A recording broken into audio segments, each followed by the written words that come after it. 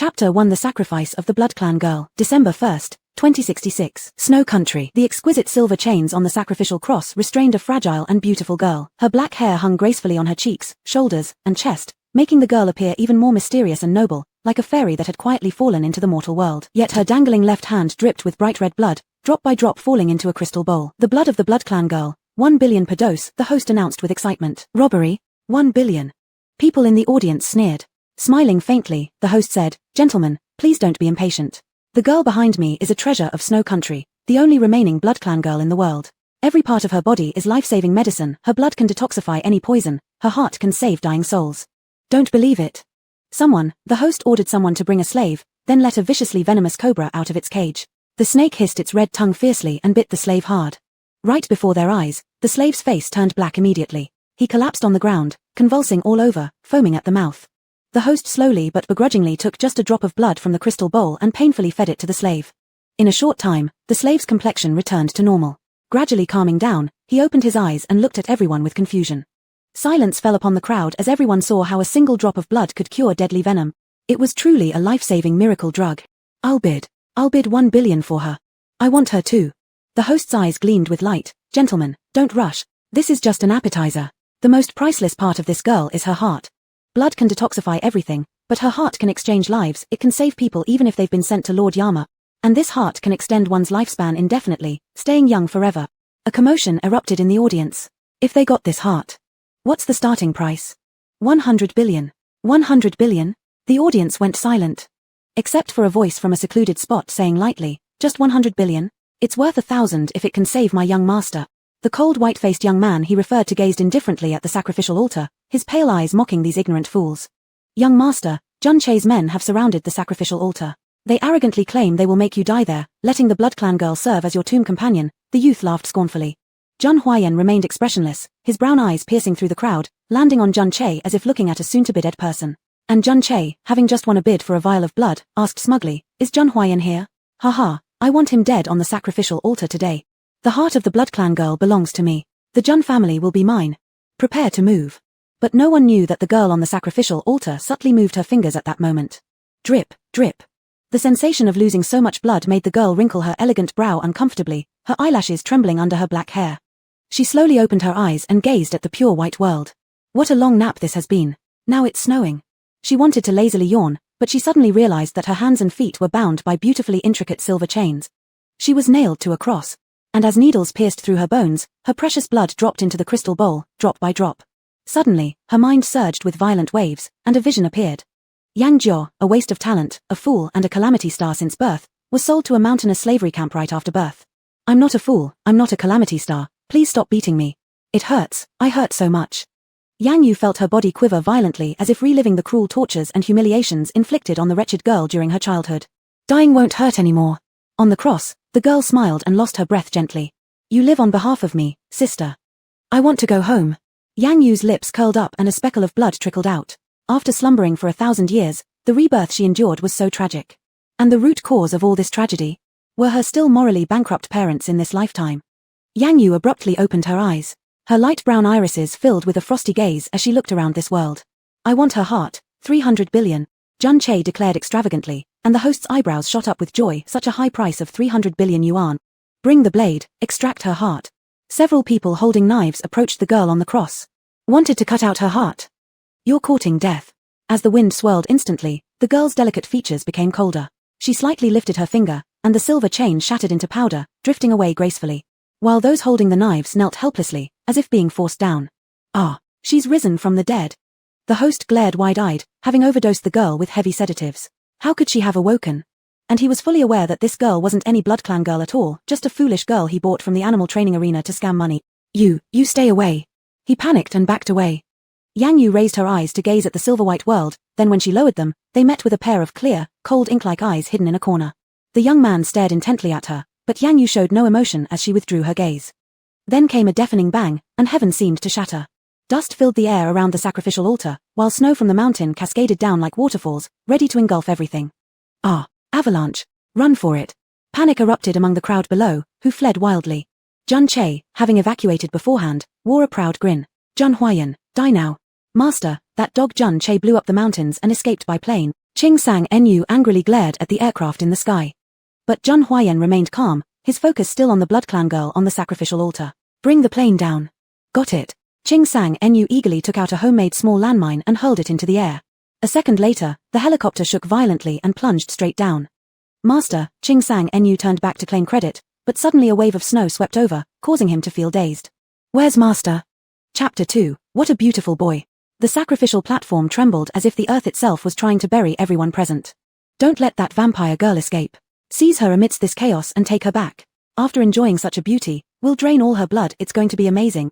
The men rushed forward with menacing looks, sizing her up. TSK, what an enticing little thing. Grab her for me. Yang Yu's anger exploded. The greedy gazes of these men were so disgusting. She casually grabbed several snowballs and hit the lecherous men who had lusted after her, knocking them down instantly. Ah! Accompanied by the cries of pain from the men, snow and dust swirled into the air. At that moment, the snowy mountain collapsed once more. Oh no. Seeing that the sacrificial platform was about to be buried, Yang Yu spun around, ready to leave. Suddenly, she locked eyes with a pair of strikingly beautiful ones. It was him again. The boy's face was handsome, his thin lips pale, hiding in the corner as though he had been watching her for a long time. Yang Yu shifted her gaze away, stepping away without mercy. As she passed by the boy, she faintly heard a painful groan coming from his lips. Save me. The boy's voice was weak but pure and melodious like fresh snow. Yang Yu felt an itch in her ears due to his appealing voice, her gaze involuntarily landing on the boy's face. With good looks and an enchanting voice, he looked even more attractive than the blood slaves she had carefully selected. And after 1,000 years of slumber, her small blood slave had already gone through many cycles of reincarnation. It was necessary to raise another blood slave to get through the winter. The always discerning Yang Yu was satisfied with the sight of the handsome boy. Please save me. The boy's beautiful lips moved slightly, his calm yet captivating voice speaking softly. Yang Yu narrowed her eyes, walking forward to pull the boy closer, pressing her nose against his pale neck veined with bluish veins, taking a whiff. You must have a great taste, I like it, she said. Zhun Huayan tilted his head, their eyes meeting as they stood closely enough to feel each other's breath, which tickled Zhun Huayan's face, causing an uncontrollable shiver through his body. Yang Yu prepared to leave with the charming young blood slave. With a light flick of her finger, there was a tremendous explosion, and the opulent sacrificial platform turned into ashes. In Zhun Huayan's lovely pupils, the reflection of the fair and delicate girl appeared. He glanced at the remnants of the sacrificial platform now reduced to ash, and a glimmer of surprise flashed in his eyes. But what was even more shocking was that he began hearing all sorts of strange sounds. I'm so hungry, I have no strength left. This boy looks so appetizing, his artery is quite thick. How delicious it would be to drink his blood. Should I eat him? Zhun Huayan. Was she planning to eat him? Just eat him. Yang Yu made up her mind, deciding to find a quiet place to enjoy her meal. Zhun Huayan's usually expressionless face twitched slightly. Bang bang bang. Suddenly came the gritted teeth voice above them, Zhun Che shouting, absolutely don't let Zhun Huayan escape. I'm going to make sure he dies here today. There he is. Attack him. Zhun Huayan lifted his head and cast a glance at the aircraft flying low over them. His face turned cold, his eyes suddenly turning sinister. People in the air held machine guns, indiscriminately shooting towards the ground, seemingly intent on riddling both people standing in the snow with bullet. There's a cave over there, hide inside. Zhun Huayan whispered directions into her ear. Yang Yu's ears tingled again, then quickly turned around and swiftly hid inside the cave. She dropped the boy carelessly, only hearing his muffled groan as he fell to the ground. How fragile. The boy stiffened slightly. Was he really that fragile? Stay here patiently until I return. Yang Yu glanced at him dismissively before exiting the cave. Cleverly concealing herself behind a pile of snow, she started forming snowballs with her fingers, gazed at the low-flying helicopters, aimed, and threw. Boom. The helicopter was immediately hit off balance, trembling precariously as it plummeted downwards. Yang Yu, expressionless, turned and went back inside the cave. The boy was still leaning half-reclined, coughing lightly from time to time, obviously suffering under the weight of his illness. Aren't you about to die? Yang Yu's usually unchanging face changed ever so slightly. Next, Zhun Huayan heard her inner thoughts. Dead food tastes terrible, smelly, and foul. Zhun Huayan. Who said he was dying? But he did understand why the girl saved him. You, want to eat me? Which way of eating was she referring to? His normally pale face flushed slightly.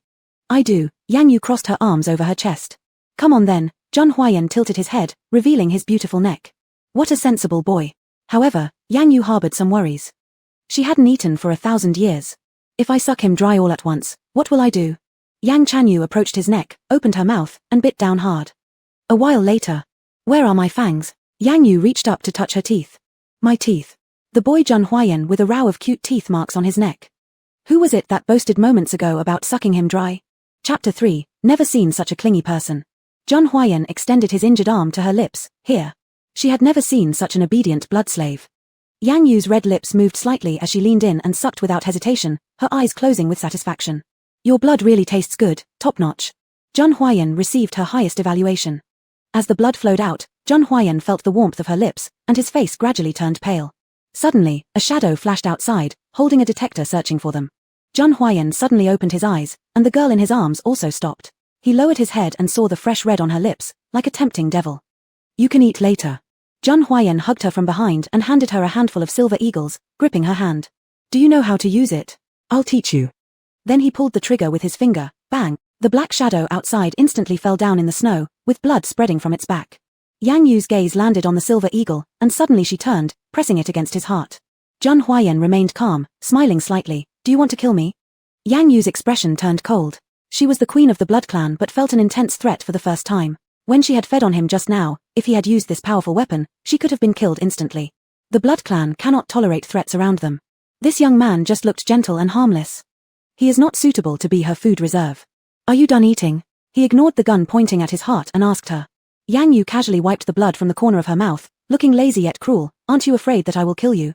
You saved my life. Would you really want to kill me? Zhun Huayan spoke calmly, his deep eyes tightly watching her. I could save you, and I could kill you. Yang Yu's light brown eyes showed no emotion. In the past, when encountering disobedient blood slaves, breaking their bones and imprisoning them made them follow orders. Perhaps, I should imprison him? Zhun Huayan heard her thoughts again, his pale face slightly smiled. A tremor exploded in Zhun Huayan's heart, unable to control it, urging him to get closer to her. For the first time, someone wanted to confine him. Everyone treated him with respect from a distance, fearing they might catch misfortune by getting close. You saved my life, naturally this life belongs to you. If you want to kill, then do it. But now there are no bullets left here. I have spares. Would you like me to show you how to replace them? Zhun Huayan seemed at a disadvantage, but in fact, all the actual situations were within his grasp. He sat up, took out a spare cartridge from his pocket, and slowly approached Yang Yu, shortening the distance again. Their noses lightly touched, breathing intermingled. Rude. There has never been a blood slave who dared to be so disrespectful and approach her so closely. A flicker of murderous intent unconsciously passed through Yang Yu's eyes. She broke free from Zhun Huayan's embrace, grabbed his arm, and threw him to the ground. Unexpectedly, Zhun Huayan's leg wrapped around hers, and before he fell, Yang Yu was also pulled down and crashed onto the ground. Things happened too fast, everything was without warning, the two pairs of lips adhered seamlessly together.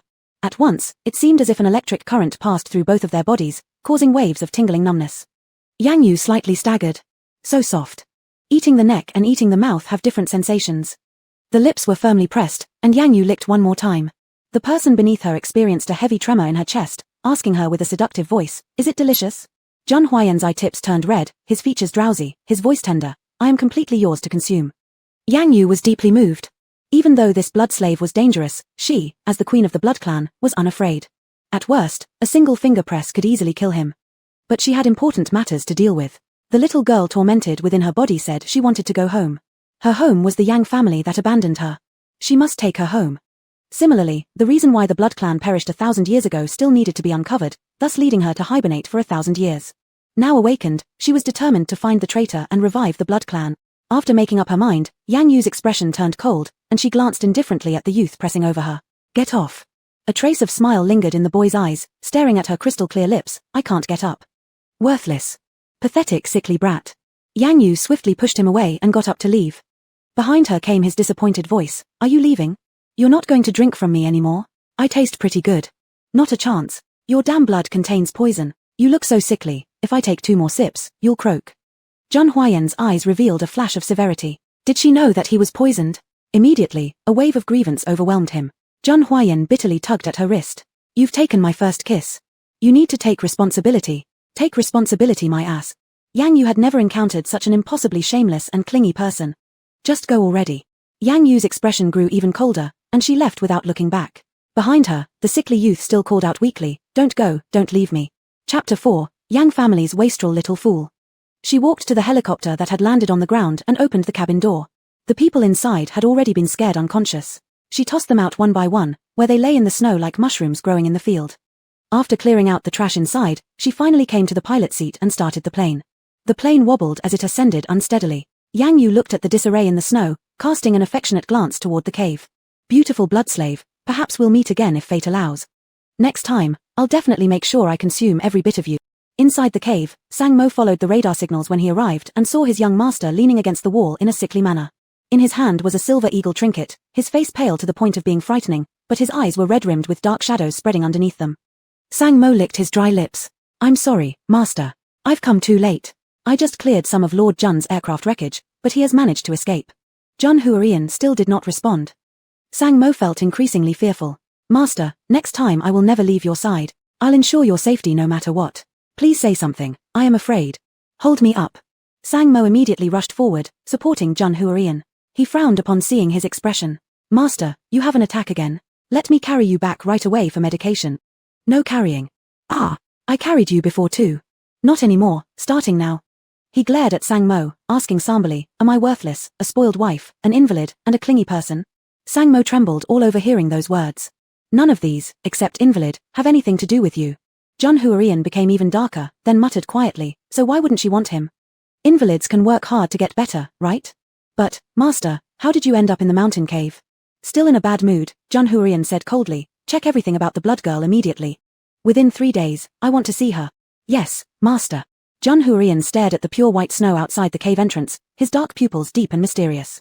Why could he alone hear her thoughts? Besides, was she truly from the blood race? Regardless of whether she's a vampire or even a demon, he would capture her and keep her beside him. 3 days later. Imperial capital Yang Mansion.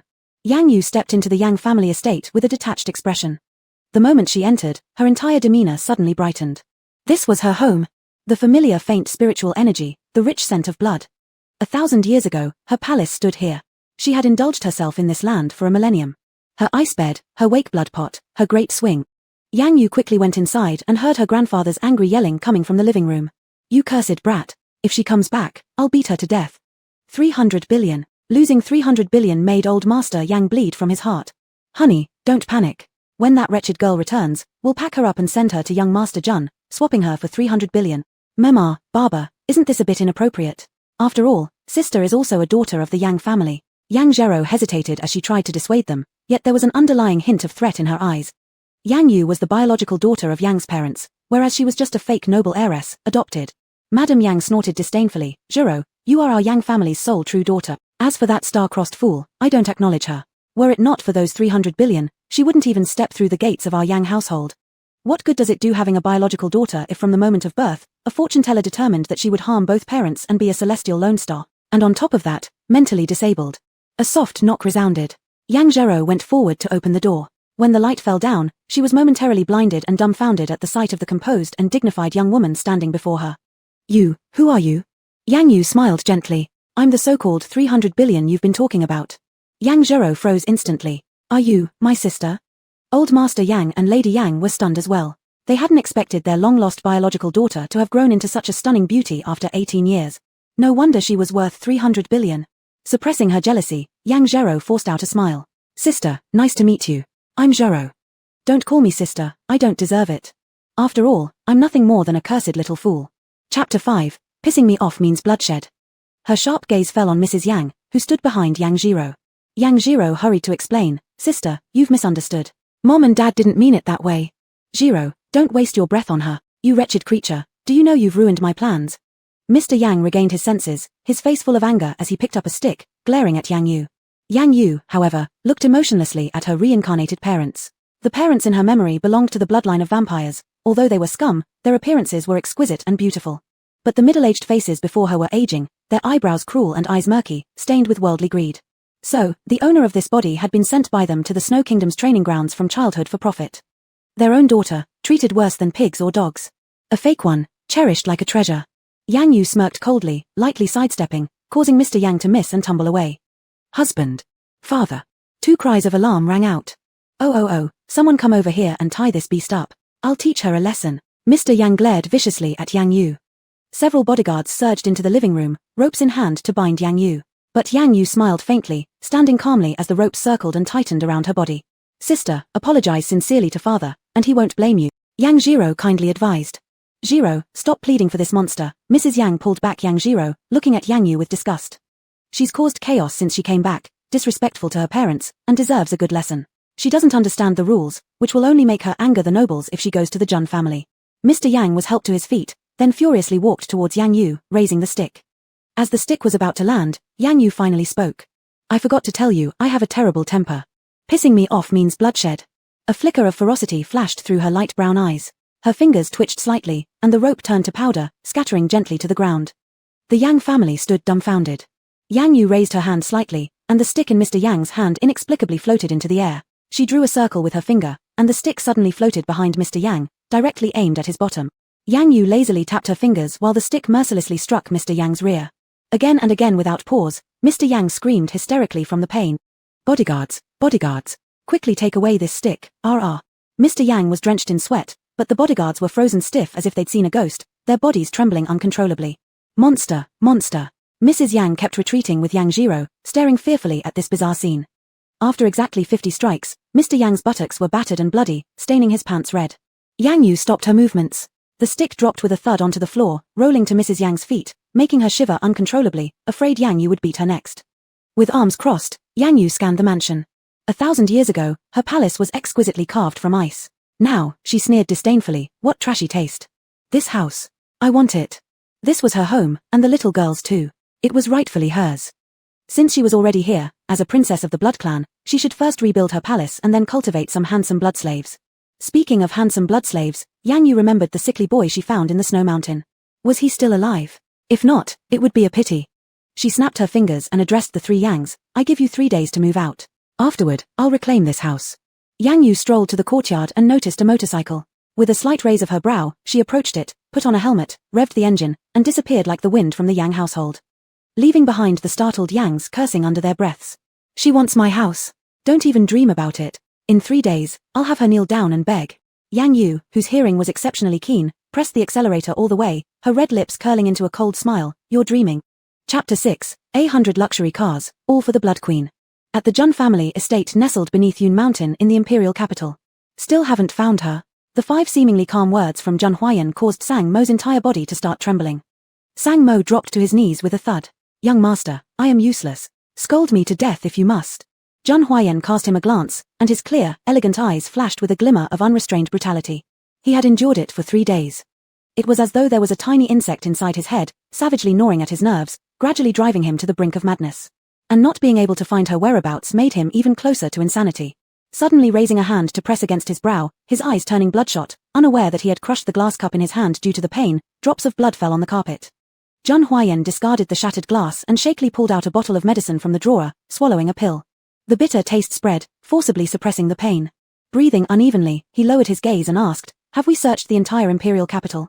Sang Mo nodded, then the beeping sound of his wristwatch startled them both. After casting a glance at the information displayed, he suddenly stood up with great joy. Young master, she's been found. 100 luxury cars set off inconspicuously, while Sang Mo kept reciting an investigative report on their way. Yang Yu, female, 18 years old, an adopted daughter of the Yang family. Upon adoption, it was detected that she had some mental deficiencies. Her birth date indicated conflicts with those around her. She was thus sent by the Yang couple to a training camp in Snow Country for profit-making purposes. Sang Mo abruptly widened his eyes. She's actually a fake vampire girl? The people from Snow Country have real guts. They dared to auction off a mentally challenged person as a vampire. Isn't it too much effort to empty the garage and mobilize 100 luxury cars just to catch someone who's mentally disabled? You're the one who's fucking retarded. Jun Huayan's mood grew agitated and impatient as he recalled the girl he had first encountered in the snowy mountains. Her abnormal speed, capable of knocking down an airplane with just a snowball, along with an aura around her completely at odds with this world. If she wished, 100 vehicles wouldn't be able to restrain her. Yet, he had to capture her.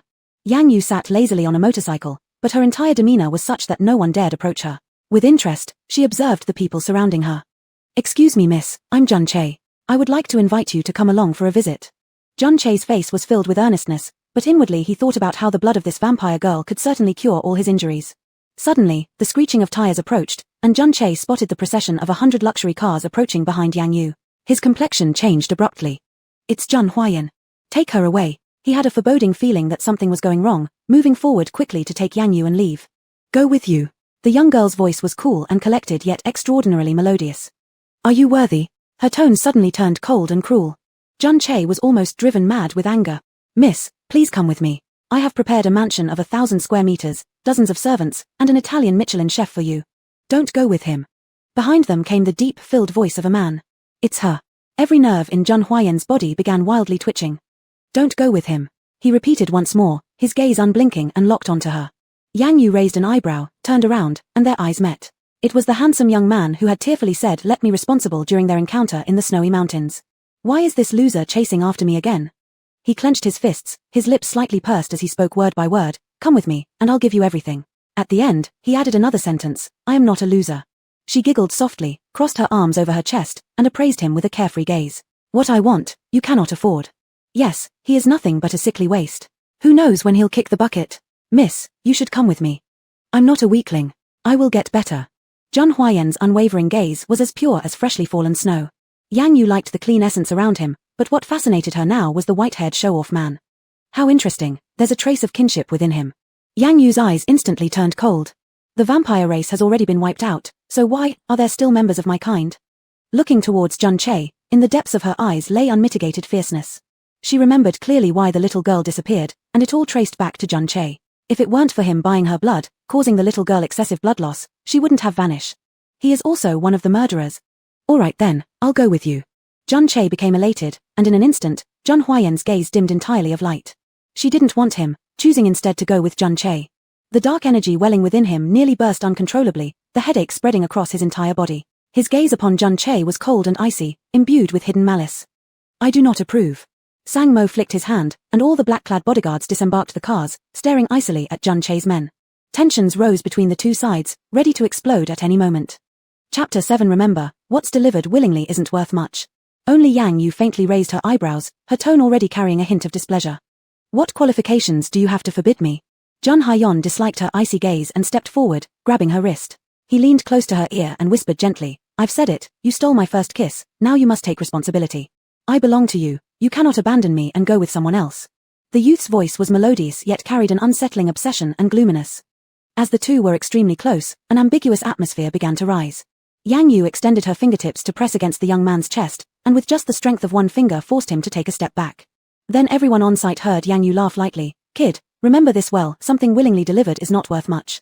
Zhun Haiyan's complexion abruptly changed, becoming deathly pale. His palm slowly clenched as he watched Yang Yu walk towards Zhun Che, who was grinning from ear to ear. She didn't want him. His headache worsened until he nearly fainted, his whole body surging with a senseless desire for destruction. Zhun Haiyan suddenly closed his eyes briefly, his thin lips moving slightly. You won't escape me. Master. Go back. Are you really willing to let Zhun Che, that bastard, be so arrogant and smug? Zhun Haiyan's eyes grew cold. Let her play around for one day. He could only endure for one day. Zhun Che's villa was huge. After entering, Yang Yu frowned slightly. Such a strong stench of blood. She was led to a lavish room on the third floor by a servant who moved like a puppet. Yang Yu followed expressionlessly down the corridor. The smell of blood became increasingly strong. With very high standards for the quality of blood, Yang Yu almost felt nauseous. 1, 2. Yang Yu casually counted the number of inferior vampire humans imprisoned in the basement less than 10 meters below, at least 5 or 6. Her gaze cooled further, never expecting that 1,000 years later, the vampires would decline to such an extent, actually creating artificial ones. That night. In the secret chamber, Zhun Che threw aside a wretched young girl and nonchalantly wiped his lips with his hand. Blood stained his lips red, making him look incredibly bizarre and creepy. All these trash vampires are useless. His face showed irritation. Suddenly, he noticed a bloody hole on his stomach, gradually seeping blood. It was the hole caused when Zhun Haiyan's people had attacked him from the plane. Aren't you holding a pure-blooded vampire girl? Just drain all her blood, your wound will heal, and her heart can also be processed into the world's sole life-saving drug. A figure entirely shrouded in black emitted a hissing sound, harsh and piercing. Zhun Haiyan is watching too closely. Zhun Che's face was filled with anger. People belonging to Zhun Haiyan surrounded the 10-meter perimeter outside the villa. This night is your only chance, otherwise tomorrow you will die from blood loss. Zhun Che made up his mind, stood up, and boarded the elevator leading directly to the third floor. Knocked out? Yes, master. We used a large dose of sleeping medicine. She has been unconscious for an hour. The servant lowered her head respectfully. Satisfied, Zhun Che dismissed her and then pushed open the door and walked in. The guest room was luxuriously adorned with a bohemian carpet and expensive beds covered by gauze curtains, faintly revealing a slim figure beneath. Zhun Che eagerly approached and pulled open the curtain. At first sight, he was astounded by the serene beauty sleeping peacefully. Dressed in a white dress, her hands crossed over her chest, lying quietly, her lashes were long and fine as cicada wings, and her small red lips were inviting. Zhun Che's heart heated slightly. Such a beautiful person would be wasted if directly drained, perhaps enjoying her first. A greedy spark flashed in his eyes as he leaned down. So pretty. I'll make you feel good, he murmured obsessively, extending his hand. The next second, a terrible scream erupted, accompanied by the sound of bones breaking. Shut up. Yang Yu opened her cool eyes, disdainfully pressing her fingers, sealing Jun Che's mouth, preventing him from making any sound. Having incapacitated one of Jun Che's arms, Yang Yu rose slowly, her eyes cold as ice. She kicked with her leg, sending the man flying and crashing onto the wall. Jun Che spat out a mouthful of blood, his entire body convulsing as he clutched the bleeding wound on his abdomen, staring fearfully at Yang Yu walking towards him step by step like a grim reaper. What is this thing? Originally garbage that drank zombie blood. She stepped on Jun Che's face with her toe, grinding it, a flash of ferocity passing through her eyes. Tell me, who did this? She touched her fingertips, unsealing Jun Che's voice. Ah. Call me again, I'll cut off your tongue. Jun Che quickly shut his mouth, sweating profusely with pain, looking at Yang Yu with both hatred and fear. Who exactly are you? Me. You don't deserve to know. Come on, obediently tell me who went digging up the zombie blood. Yang Yu's voice remained calm, yet Jun Che sensed a full amount of murderous intent. Chapter 8. Want my heart? Come and take it if you dare. His lips quivered. I don't know. Unwilling to speak. Then your tongue is useless. As she raised her hand, Jun Che quickly intervened. No, I'll talk. I don't know who that person was, or where they got the zombie blood race from. All I know is he can use zombie blood to cultivate new female blood races for me to feed on, but their blood is impure. TMPH, such a low-class thing could only produce defective results, including you, also. What do you mean? Jun Che was startled. Yang Yu sneered, idiot, you're so oblivious to the fact that you're a failed defective experiment. Where's Jun Che now? He has become a half-blood vessel. The scent of similar beings she smelled must have come from those dugout zombie blood races. Yang Yu waved her hand and froze him in place. She moved like a bird and left the third floor, heading towards the underground secret chamber. But as she approached the chamber, the door slammed shut, and the black-cloaked figure cackled. This little girl is quite impressive. Since you've delivered yourself, I shall not hesitate to take your heart. 1,000-year-old living blood race, how tempting. With just her heart, I can cultivate countless blood races to serve me. Is that so? Yang Yu chuckled lightly, then come and get it. However, the black-cloaked figure did not appear, but instead, several decrepit girls who had been drained by Jun Che rose eerily and circled around Yang Yu. Puppets. Yang Yu remained calm, truly never thought that in this millennium someone could still manipulate puppets. I want her life, go. Upon the command of the black-cloaked figure, 3 puppets fiercely attacked Yang Yu. Yang Yu gracefully stepped back and kicked one puppet near her which shattered into pieces. The remaining 2 stared blankly with cruel movements, attacking furiously.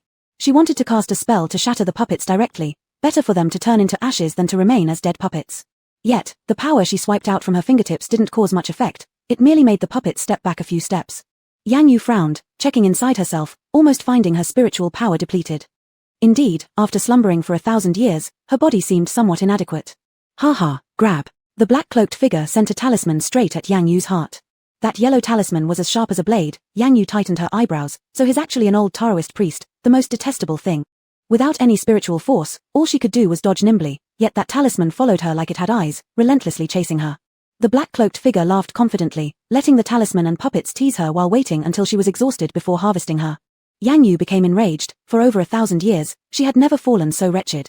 She cut her fingertip, without spiritual power but still possessed the blood of the Blood Race King. She swiftly commanded the blood drops onto the talismans and the puppets.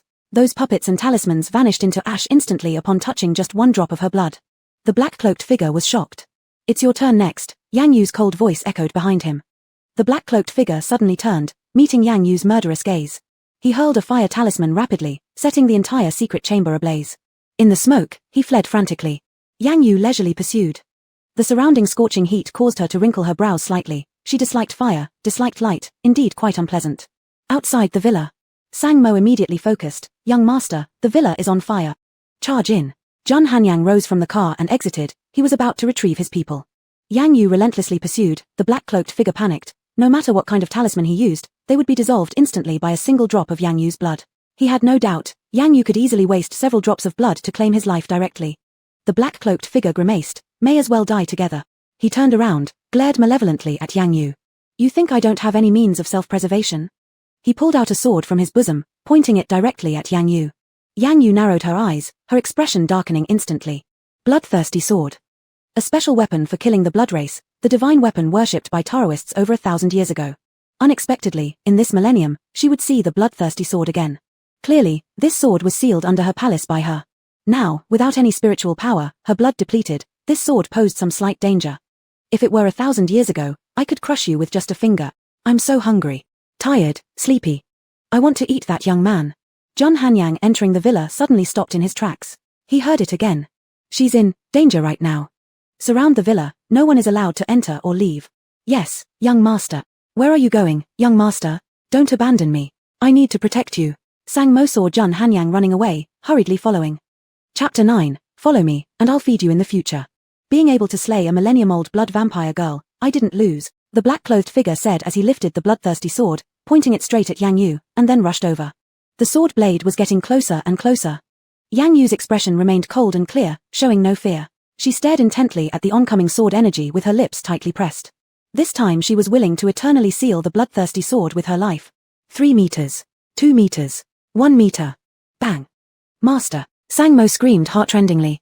Yang Yu opened her eyes to see the young man in front of her, who was holding the sword blade with one hand, standing guard in front of her. The young man's blood dripped onto the ground, seeping into the grass, and giving off a fragrant smell that was her favorite. She raised her eyes to look at the young man. His face was pale, and the blood from his palm soaked the entire sword blade, dimming the bloodthirsty sword. You.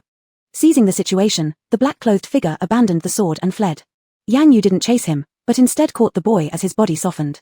The sword fell to the ground, and despite his bleeding hands, he brought the blood to her mouth. Drink. Yang Yu.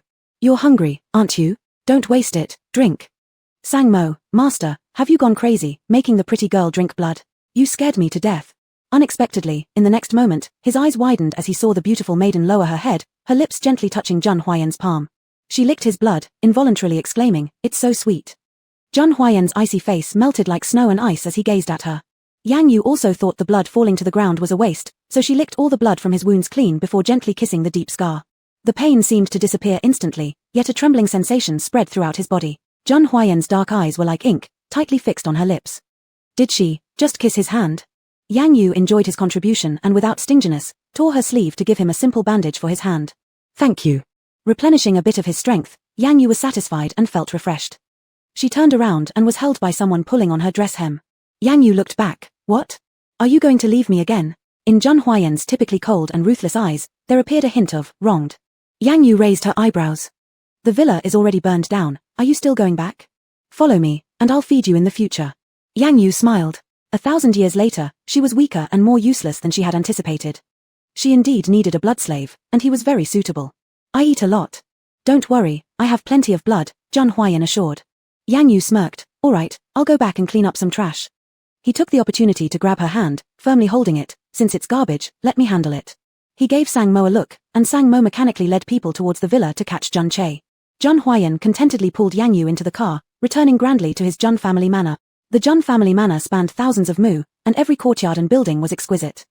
Yet, this vast manor housed only Jun Huayan. Cold and desolate, devoid of any human spirit. Sang Mo cheerfully led the way up front. Finally, the master brought back a woman. Yang Yu had fallen asleep in the car. Jun Huayan carried her out step by step slowly and gently. Master, the guest room is ready. As Sang Mo finished speaking, he watched his master carry the woman into his bedroom with his own eyes. He gently placed her on the bed, lowering his gaze to watch her. The heavens had never favored him with anything, granting him a ruined body destined for an early death, a monotonous and tasteless first half of his life. And what no one knew, his world had always been merely shades of black and white. But only he himself knew, when she opened her eyes, he could hear her thoughts and see her dazzling colors. His cool hand touched her face, gently caressing it. Her eyebrows were black, her face slightly pinkish-white, her lips. His dark eyes sparkled faintly like ink splashed with stars, slightly bending down, carefully touching her, losing control involuntarily deeper. After a long while, he watched her lips contentedly. Look, how bright and beautiful red they were. She's mine. Only mine. The dusk gradually painted his body with deep melancholy and a chilling obsession in his eyes. Master, you're finally out. Sang Mo stared at Jun Huayan's slightly swollen lips, lost in wild imaginations. The master is truly fierce. Where's Jun Che? Basement. With an unchanging expression, Jun Huayan strode toward the basement. Jun Che's face was grayish-white, his hands bound and hanging in the air, dripping blood from the wound in his abdomen. Sang Mo brought over a leather chair and placed it in the middle. Legs crossed, Jun Huayan sat down as Jun Che was splashed awake with a bucket of water filled with ice cubes. He slowly opened his eyes, staring hatefully at Jun Huayan. Jun Huayan, if you've got the guts, kill me. Does stepping on an ant even require courage? Chapter 10, You're not worthy to mention her. Jun Huayan opened his mouth coldly, with a disdainful tone. Jun Huayan, no matter how capable you are, the woman you value still left with me, didn't she? He suddenly let out an evil laugh. I must say, the woman you value tastes pretty good. Last night. Shut up. Jun Huayan's face turned cold instantly, his eyes filled with gloom and murderous intent, emanating a fierce aura. You're not worthy to mention her. Sang Mo immediately stepped forward and threw a fierce punch at Jun Che's abdominal wound. Jun Che spat out a mouthful of black blood, and several teeth fell out. Master. Sang Mo looked back. Jun Hyeon nodded. Sang Mo immediately became interested. He had wanted to deal with this annoying thing, Jun Che, for a long time. After pressing the mechanism, a water tank rose from the ground, submerging Jun Che from his feet, abdomen, chest cavity, to his head. Jun Che's blood gradually mixed into the water tank, and his face clearly showed a distorted, ferocious expression as his legs wildly flailed inside the water tank. After a long while, his legs slowly stopped moving. Only then did Jun Hyeon slowly rise and walk over. Sang Mo removed the water tank, cut the ropes, and Jun Che fell like a broken doll. Jun Hyeon's leather shoes stepped through the water stains and onto Jun Che's face. You shouldn't have touched her. His clear but malevolent voice rang out, full of chilling coldness, because she belongs to me. I'll make sure you fully experience what it means to yearn for death. Ho, sounds so convincing, isn't it because she's a blood clan girl, a precious medicine? Jun Che suddenly spat. Jun Hyeon, don't you just want her to cure your illness? The full moon is coming soon, right? I can't believe you would dare not touch her. Hypocritical. Disgusting. Jun Che glared furiously at Jun Hyeon. Jun Hyeon's expression remained grim. He had never thought about using Yang Yu to cure his disease. It seems you still haven't learned, to be honest. Break one of his bones and throw him out. Yes, master. Sang Mo saluted towards Jun Hyeon's retreating figure. Then he grinned wickedly, looking at Jun Che. Come on, buddy. Jun Che trembled all over, wanting to dodge but couldn't move. No, don't. How dare you touch my master's beloved? Sang Mo was extremely cold, ruthless and precise in his actions. Jun Che's eyes widened in pain as he passed out. Yang Yu slept for a day and a night, the sunlight filtering through the window as she slowly opened her eyes, turning her face away from the irritating light. The next moment, however, she saw the handsome young man standing guard beside her bed. Did you wake up? After coming out of the basement, Jun Hyeon washed off the bloodstains covering his body and waited by her bedside. Are you hungry? He extended his hand willingly to her lips. With a nonchalant look, he clenched his fist again, tearing open the wounds on his palm, allowing delicious blood to seep out. Yang Yu. Have never seen such an eager blood slave. I am very obedient. Hearing her heartbeat, Jun Hyeon faintly smiled. He had heard her say that she owned many blood slaves, and secretly vowed jealousy to become her only blood slave from now on. Firstly, he had to be well behaved. I need to wash first. I will lead you. Jun Hyeon took her hand, barefoot she stepped on the carpet and followed him to the bathroom. Pouring water, squeezing toothpaste, he was extremely solicitous, finally offering her a warm towel to wipe her face clean.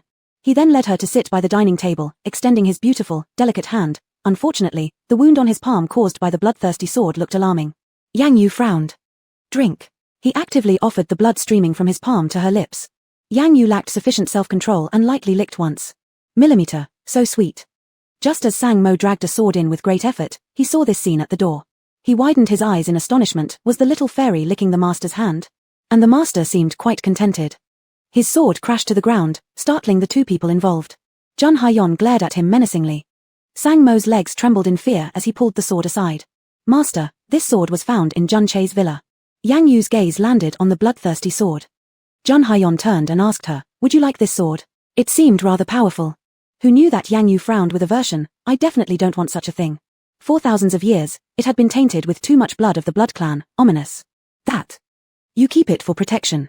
Yang Yu generously gave it to the useless young teenager. Jun Hyeon. Being called useless again. Suddenly leaning closer, he moved forward and kissed her. Looking into his tightly closed eyes, Yang Yu's ethereal gaze caught the red cheeks and ears of the young boy. Kissing her forcefully without any finesse. Seeing this, Sang Mo covered his eyes and peeked through his fingers as he ran out. After 5 whole minutes, Jun Hyeon slightly pulled back, breathing hard as he gazed at her moistened lips. I'm not worthless. Yang Yu's face remained expressionless as she twitched her lips. Can you even do it? Her lips were bitten until they bled. Jun Hyeon suddenly stiffened all over. Did she despise his kiss? No way. He must quickly learn how to tell her that he wasn't useless at all. He would learn. Chapter 11, Time's up, it's time to go back and reclaim the house. Jun Hyeon got up and without looking back, slipped into the study. Yang Yu lazily squinted her eyes. Her gaze casually swept over the bloodthirsty sword lying on the ground, then she thought of her palace. 3 days had passed. It was time to go back and reclaim the house. Though the Jun family courtyard was nice, she really missed her own territory. Yang Yu swayed out of the room, her eyes catching a motorcycle that had been cleaned spotlessly shiny. It was the one she rode to Jun Che's villa. She raised an eyebrow and walked towards the motorcycle, riding out of the Jun courtyard like the wind, just brushing past Sang Mo who was whistling as he entered the gate. Shit, shit, shit. The fairy's gone. He quickly ran into the courtyard to report. The Yang family mansion. Are there enough hands prepared? Exactly 300 bodyguards, sir, rest assured. The butler pointed to the 300 burly men standing guard at the front door. The revered master has already started the ritual in the backyard, guaranteed to get rid of the evil thing. Mr. Yang patted him on the shoulder, satisfied. Today, he would ensure that the little beast comes and doesn't return. In the living room, Yang Zhero held Yang Fu Ren's hand, speaking weakly. Mom, will sister really come back to seize the house? Yang Fu Ren snorted coldly. She went against morality by hitting even your dad. What can't she do? That calamity is very ominous. Zhero, you go upstairs and hide. Yang Zhero said timidly, but I don't feel safe leaving you and dad. When sister comes, I'll let her vent all her anger on me. Yang Fu Ren immediately gripped her hand upon hearing this. After all, you're my heartwarming daughter. Rest assured, your father arranged for 300 bodyguards and a revered master today. The entire Yang household was bracing itself. Suddenly, the sound of a motorcycle could be heard outside. Come on, let's go out and see if that little beast has returned. Yang Fu Ren pulled Zhero along. What's with all this fanfare? A teenager descended from the motorcycle, removed his helmet, revealing grey eyes that looked indifferently at the Yangs. Mrs. Yang lit up with joy. My son's back. It's that ungrateful adopted wolf we sent to the snowy mountains. He came back for revenge, Mrs. Yang explained to her son. Adopted daughter? Yang Shi's eyes flickered slightly. My sister. What sister? That fool is not worthy to be one of our Yangs. Only Zhero is your sister, Mrs. Yang interrupted unhappily. Yang Shi glanced at Zhero, then withdrew his emotionless gaze. Then, the familiar motorcycle sound rang again. That little beast is back. Guards, protect well. Capture that little beast, and I'll give each of you 10,000 yuan. As Mr. Yang finished speaking, everyone stared intently at the entrance. The black motorcycle stopped, and a slender beauty took off her helmet, her beautiful, cold gaze falling on the Yang family home, her voice filled with mockery. Wow, so lively. Beast, wretch, you've cost me 30 billion, and today you still dare to come. I'll give you a good lesson today. Yang Yu sneered coldly at Mr. Yang, grandiloquence. She placed her helmet on the motorcycle and looked at the Yang family mansion. Are you all packed? Sister, this is the home where our parents have lived for decades. How can you let them end up homeless at such an old age? Yang Zhero suddenly spoke up. How amusing, she's lived in this house for thousands of years. Yang Yu glanced at her carelessly. Who are you? Yang Zhero was startled. She'd called her sister so many times, yet Yang Yu didn't know who she was. Looks like Yang Yu never put her in her sights. I'm also part of this family, sister, why pretend you don't know? Yang Yu smirked, derisively laughing. What? You fake aristocrat who seized someone else's nest, do I need to remind you of your identity? Just because she was tested as having developmental issues after birth, some fortune-telling master spouted nonsense about her being a calamity star. This despicable couple dared to sell her to the snow country for profit and turn around to adopt a child unrelated by blood to replace her existence. Originally, Yang Yu didn't even want to bother with Yang Zhero if she hadn't come before her to make trouble. Yang Zhero turned pale when she was scolded, and Yang Yu exposed her completely. Yang Yu. Mrs. Yang turned red with anger. Yang Zhero was her treasure, her life. Lady, don't waste words with her. Someone, grab her. One person, 10,000 yuan. Mr. Yang waved his big hand. 300 burly men all focused on Yang Yu, looking like dogs who had spotted bones. Yang Yu watched those dense heads rushing towards her and found it funny. Countless mortals were powerless against her. She was the emperor of the vampire race. She gently raised her hand and lightly waved. At ease, stand to attention. About face, quick march. As soon as Yang Yu's cold voice fell, the 300 burly men helplessly watched their legs move against their will, turning around together with her command, and marching in order onto the highway. Chapter 12, Celestial Killer Star, The End of the World. Everyone from the Yang family was stunned. 300 bodyguards, just like that, were gone. Apart from Yang Shi who had remained silent all along, there was suddenly a glimmer in his eyes as he stared directly at Yang Yu. It was his sister, he wouldn't make a mistake about that. Master, I've been telling you this little beast is peculiar. Look if she's possessed by a ghost. Very sinister. Yang Laro Yi quickly summoned the master, who happened to be the very fortune-teller who determined Yang Yu's celestial killer star destiny on the day she was born. After 20 years, the man still appeared with a sage-like demeanor, stroking his beard as he looked at Yang Yu. Master, you must take her away, our family can't afford such a calamity. Yang Furen watched Yang Yu with fear. Had there not been so many people present, she would have fainted out of terror. Celestial Fox Star, disaster of the end of the world. The master waved his whisk and coldly eyed Yang Yu. Yang Yu found these fake Taoist priests extremely annoying, all of them hypocritically taking perverted paths. Looking at the master in front of her, his dim eyes and the faint blood smell around him clearly suggested he wasn't a good person. No wonder 20 years ago he could give such a brutal life path to an infant. If she hadn't awakened and lost a part of her soul, the fate of this body would certainly be tragic. The life essence the fortune-teller took from her body back then also needed to be returned. Master, then you need to hurry up and come up with a solution for this abomination, Yang Laro Yi was anxiously urging. The master hesitated. She has already been possessed by an evil spirit, it's hard to deal with unless. Unless what? Yang Laro Yi followed up. Every time the master said unless, it meant money would be charged. Unless using my soul-extinguishing lantern, which is invaluable and can only be used once. What price do you demand? As long as Yang Yu, the calamity, could be handled, Yang Laroyi would be willing to pay any amount. 1 billion. Yang Laroyi was taken aback, then he felt extreme pain. How could handling a minor calamity involve figures in the billions?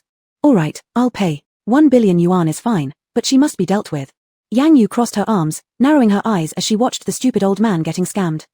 After collecting the check, the master truly opened his storage bag and took out a soul-extinguishing lantern. The lantern emitted a dark and mysterious light. Yang Yu raised an eyebrow, slightly surprised. It actually was a magical artifact, albeit a low-grade one. Holding the soul-extinguishing lantern, the master closed his eyes, muttering a string of incantations. Seeing Yang Laroyi and his wife being duped, Yang Yu's faint smile diminished. This lifetime's parents were even stupider. Hey, you old Taoist. The master abruptly choked, old Taoist.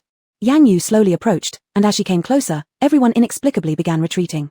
This thing of yours is useless on me, she sneered. I'd rather ask you something. Is there someone in your circle always dressed in black? Voice sounds like a duck quacking, carrying a bloodthirsty sword. Black-clothed figure? Bloodthirsty sword? The master's expression darkened, revealing a trace of fear clearly in his eyes. Interesting, looks like he knows something.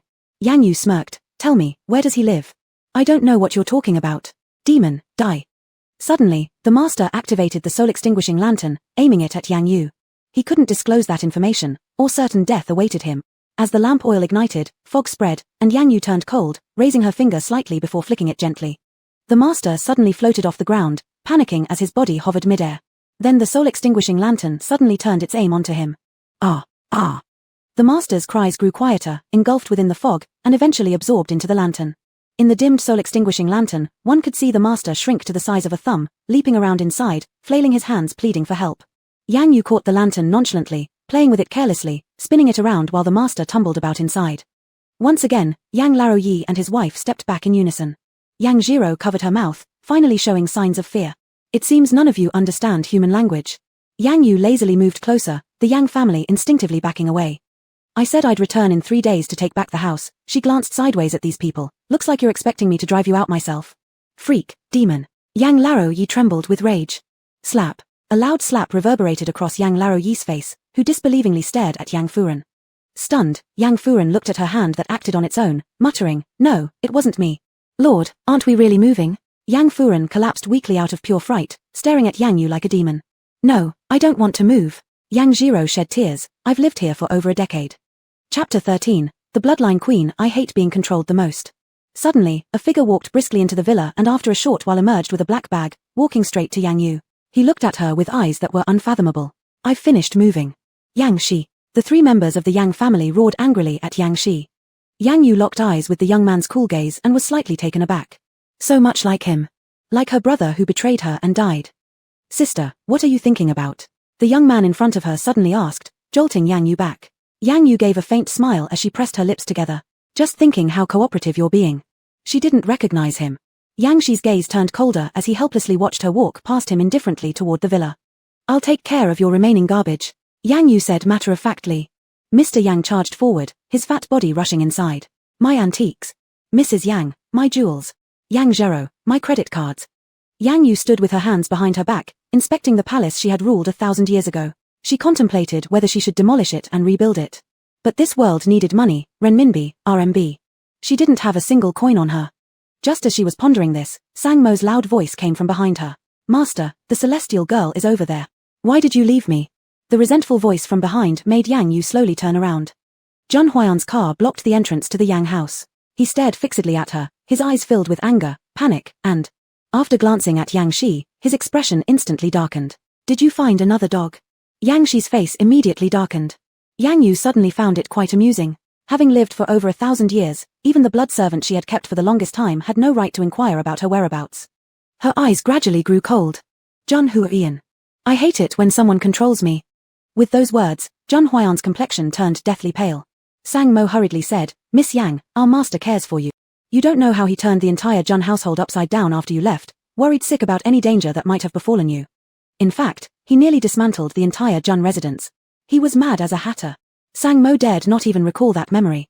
But Yang Yu remained unperturbed. "Caring about me? You'd better worry more about your own frail health." Due to his emotional distress, Zhun Huayan's body wavered precariously. Yet, afraid of losing her if he fell ill or fainted, he dared not let himself succumb to sickness. He took slow steps toward Yang Yu, his voice becoming gradually soft yet distorted. I won't control you, you can do whatever you want. As long as you don't leave me, no one would dare snatch her away. As he gently embraced Yang Yu, Zhun Huayan's eyes turned fiercely cold, looking towards Yang Shi and the Yang family dragging their luggage out of the villa. All the Yang family members glanced uneasily at the couple embracing. Yang Zherou's eyes lit up upon seeing Zhun Huarian. Filthy beast, if you dare drive us away today, I will certainly come back one day and reclaim my house, Mr. Yang seethed, glaring at Yang Yu. Sang Mo. Before Yang Yu could react, Zhun Huayan's sharp glare fixated on Mr. Yang. Yes, master. At Sang Mo's command, dozens of people disembarked from the vehicles, blocking off the Yang family. What? What do you intend to do? Mr. Yang stammered nervously. Throw them out. Zhun Huarian turned Yang Yu's face toward him. Don't look at these trash, they'll only dirty your eyes. He had already learned about Yang Yu's origins and harbored extreme disdain for the Yang family. Yang Yu nonchalantly shrugged. Do you want this house? Zhun Huarian asked her. I want to tear it down and rebuild. Fine. Zhun Huarian turned his gaze to Sang Mo. Sang Mo responded astutely, go get some excavators, tear it down. The Yang family almost collapsed in rage upon hearing this. Soon enough, numerous excavators arrived, demolishing the luxurious Yang villa in front of their eyes. Seeing their home reduced to rubble before their eyes, Mr. Yang and Mrs. Yang fainted from shock. Zhun Huayan's eyes carried a hint of satisfaction. The demolition was good. This way, Yang Yu would have no choice but to live with him at the Zhun estate. Yang Yu watched the crumbling Yang villa become dust and said to Zhun Huarian, consider this a debt I owe you, the money for rebuilding the house, I'll earn it back and repay you. There's no need. I owe nothing to anyone, Yang Yu interrupted him casually. She intended to live splendidly in this world to honor the little girl, and as the sole surviving monarch of the bloodline in this world, she also had an obligation to clean up all the filth. Let's go, Yang Shi watched Yang Zhero emotionlessly. Where to? We're homeless now. Yang Zhero couldn't help glaring at Yang Yu angrily while still gazing at Zhun Huarian admiringly. Yang Shi mocked her. Stop staring, you're not worthy. I have a house. Take them, move there. Before leaving, Yang Shi cast a deep look at Yang Yu. Sister, we'll meet again soon. Chapter 14, Who is a Sai? That night. After feeding Yang Yu and putting her to sleep, Zhun Huayan lay in the dimly lit bedroom by the bedside, carefully looking at Yang Yu. His finger traced her eyebrows and eyes. He didn't know why, but with her around, his headache had vanished. Night after night before this, he felt as if there were little bugs gnawing inside his head, tormenting him until he wished for immediate death. But now, he was experiencing a rare tranquility in life. Who exactly are you? He gently caressed her cheek and then said coldly, no matter who you are, you will never escape from me. His icy lips touched her red lips again and again, softly tasting them. In her dream, Yang Yu felt something cool and sweet on her mouth. She unceremoniously turned over, pulling him underneath her, muttering, so soft. Zhun Huayan's face reddened as she pressed him down, his eyes flashing with madness. But the next second, the two words a sigh she blurted out made his expression instantly change, casting a shadow of gloom in his eyes. Who is a sigh? Yang Yu drowsily replied, of course it's my pretty little blood slave. Her longest-lasting blood slave was named a sigh. Suddenly seized by a frenzy, Zhun Huayan bit her, a possessiveness spreading through his entire body and ominously enveloping him. It made him want to immediately track down this blood slave called a sigh and dismember her into 10,000 pieces. It hurts. Yang Yu only liked soft grinding, not dog-like biting. She frowned and pressed her hands against his chest beneath her. Stop moving.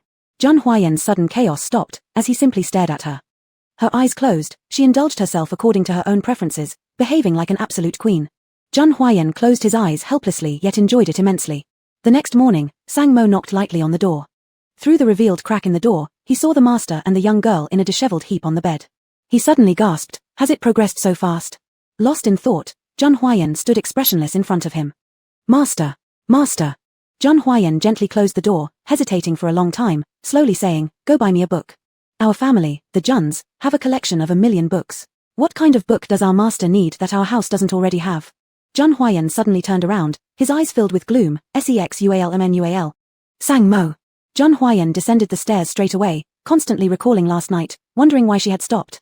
Was it because he wasn't attractive enough? He indeed knew nothing about this area. Gifted as he was utterly clueless here. No wonder she looked down on him.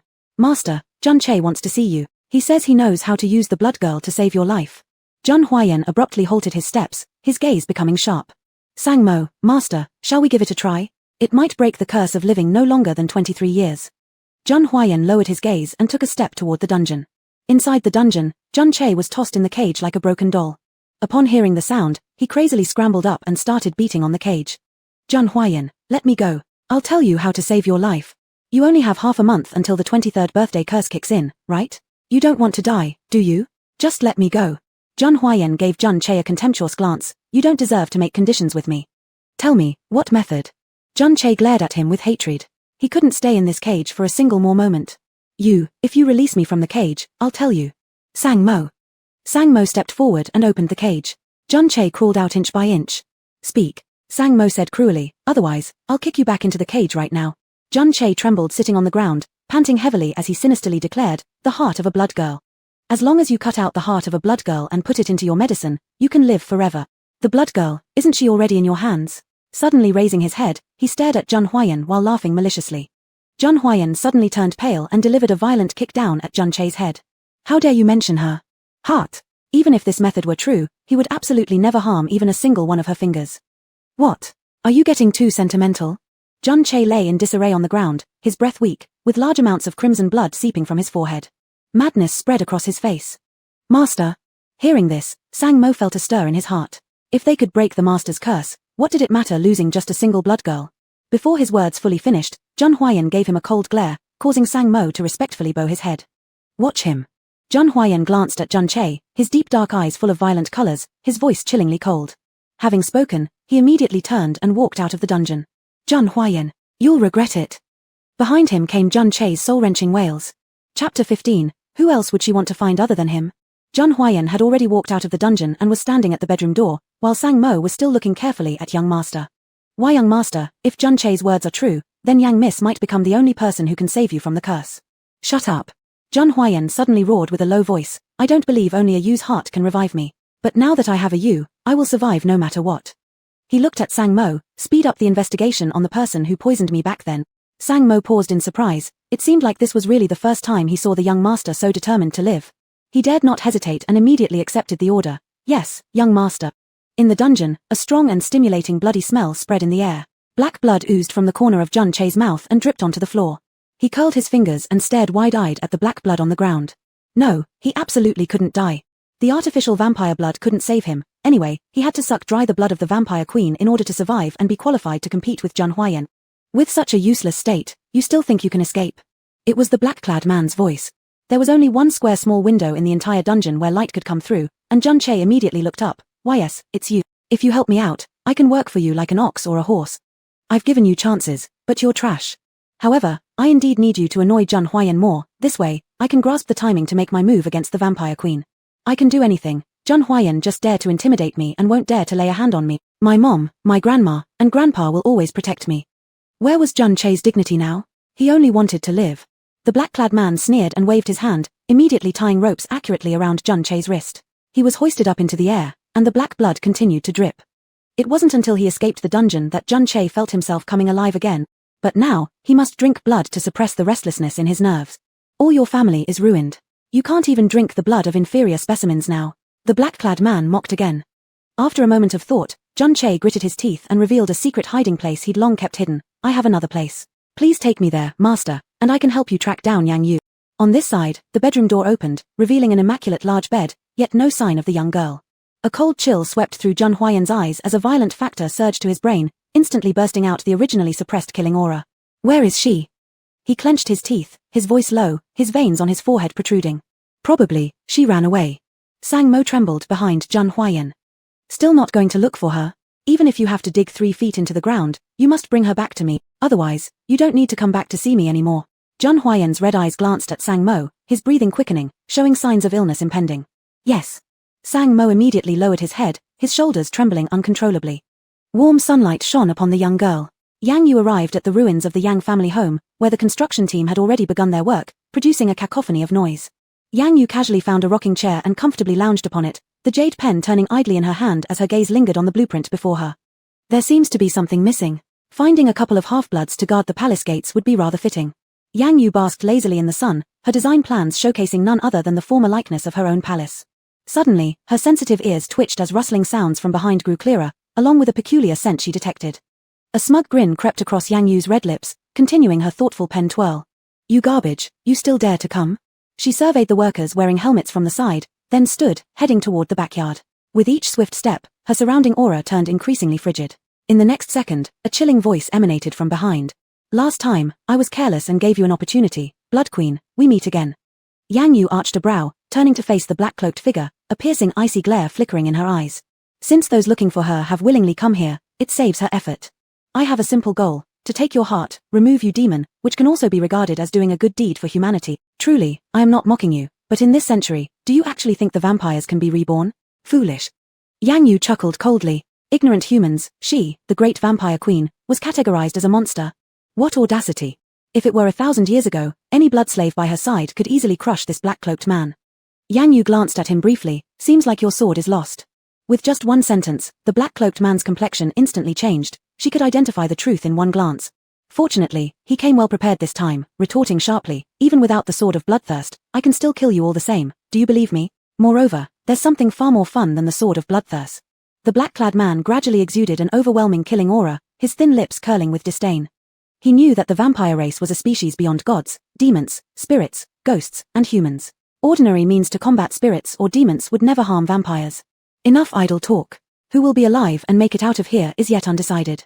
As soon as Yang Yu's words died away, the black-cloaked man swiftly moved, pulling out a golden bowl from his sleeve. He wouldn't give Yang Yu even a split second to react.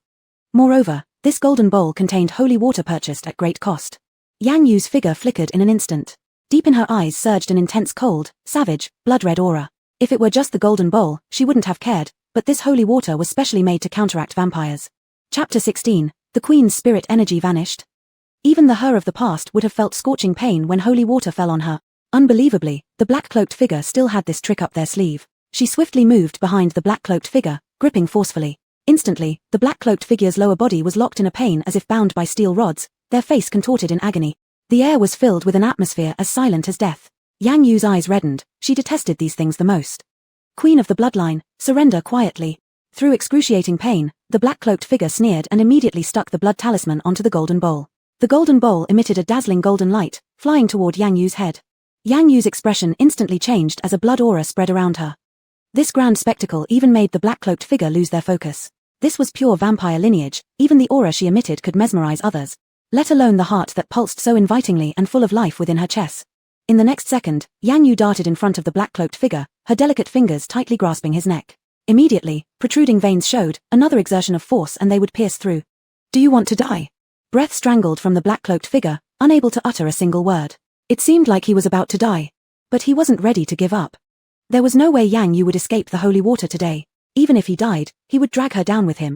Without the extinguishing soul lantern, this holy water will torture you into a sorry state. Blood Queen, even if I die, you won't escape. Ah. As soon as he finished speaking, a painful cry erupted from his throat, as if it had been pierced, blood gushed out continuously. He used all his strength to throw the holy water towards Yang Yu. She took swift steps backward, clenched fists, forcefully breaking the spell hovering above her head. Yet at the same time, she spat out a mouthful of blood. A drop of holy water slowly slid onto her white forearm. The black-cloaked figure slowly collapsed, revealing a mad smile. I succeeded. The golden bowl kept shaking, seemingly about to explode. Suddenly, the golden bowl broke, holy water spilling out instantly. Yang Yu was just about to evade when an unexpected shadow appeared over her head. It was a black umbrella, fully shielding the holy water. Yang Yu turned to look at the man beside her. Zhang Huayan, dressed in a black suit, possessed a handsome yet fierce countenance. With a slight raise of his chin, prominent veins were exposed on his neck.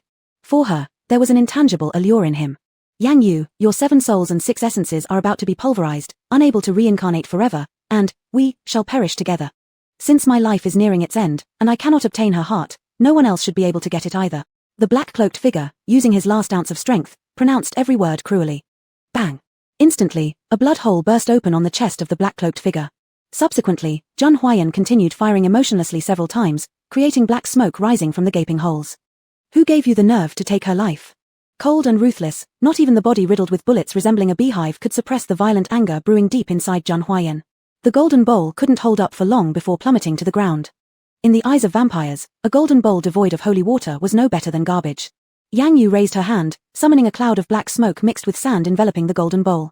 Cracks akin to spider webs appeared on the surface of the golden bowl, its glow being swallowed by the black wind. The golden bowl then dropped, shattering into pieces. Zhang Huayan turned, looking at Yang Yu, his pale lips slightly parting. You. Upon catching sight of her elegant hands drenched in murky blood, he discarded what he held and walked towards Yang Yu. From his suit pocket, he pulled out a pack of tissues, gently lifting Yang Yu's hand, carefully wiping her clean. He paid careful attention even to cleaning between her finger joints. Next time, let me do it. Don't soil your own hands, alright? How did you come here? Is it that wherever she goes, he can always find her? Such feelings left her quite dissatisfied. After hearing her inner voice, Zhang Huayan's complexion paled, exposing a powerless smile. I worried about you, so, if you don't like it, I won't do it so easily again, alright? I'll deal with this person for you, okay? Yang Yu glanced down at the corpse, now like mud on the ground, frowning as her gaze instead settled on the weapon lying on the floor. Last time, she'd already experienced it.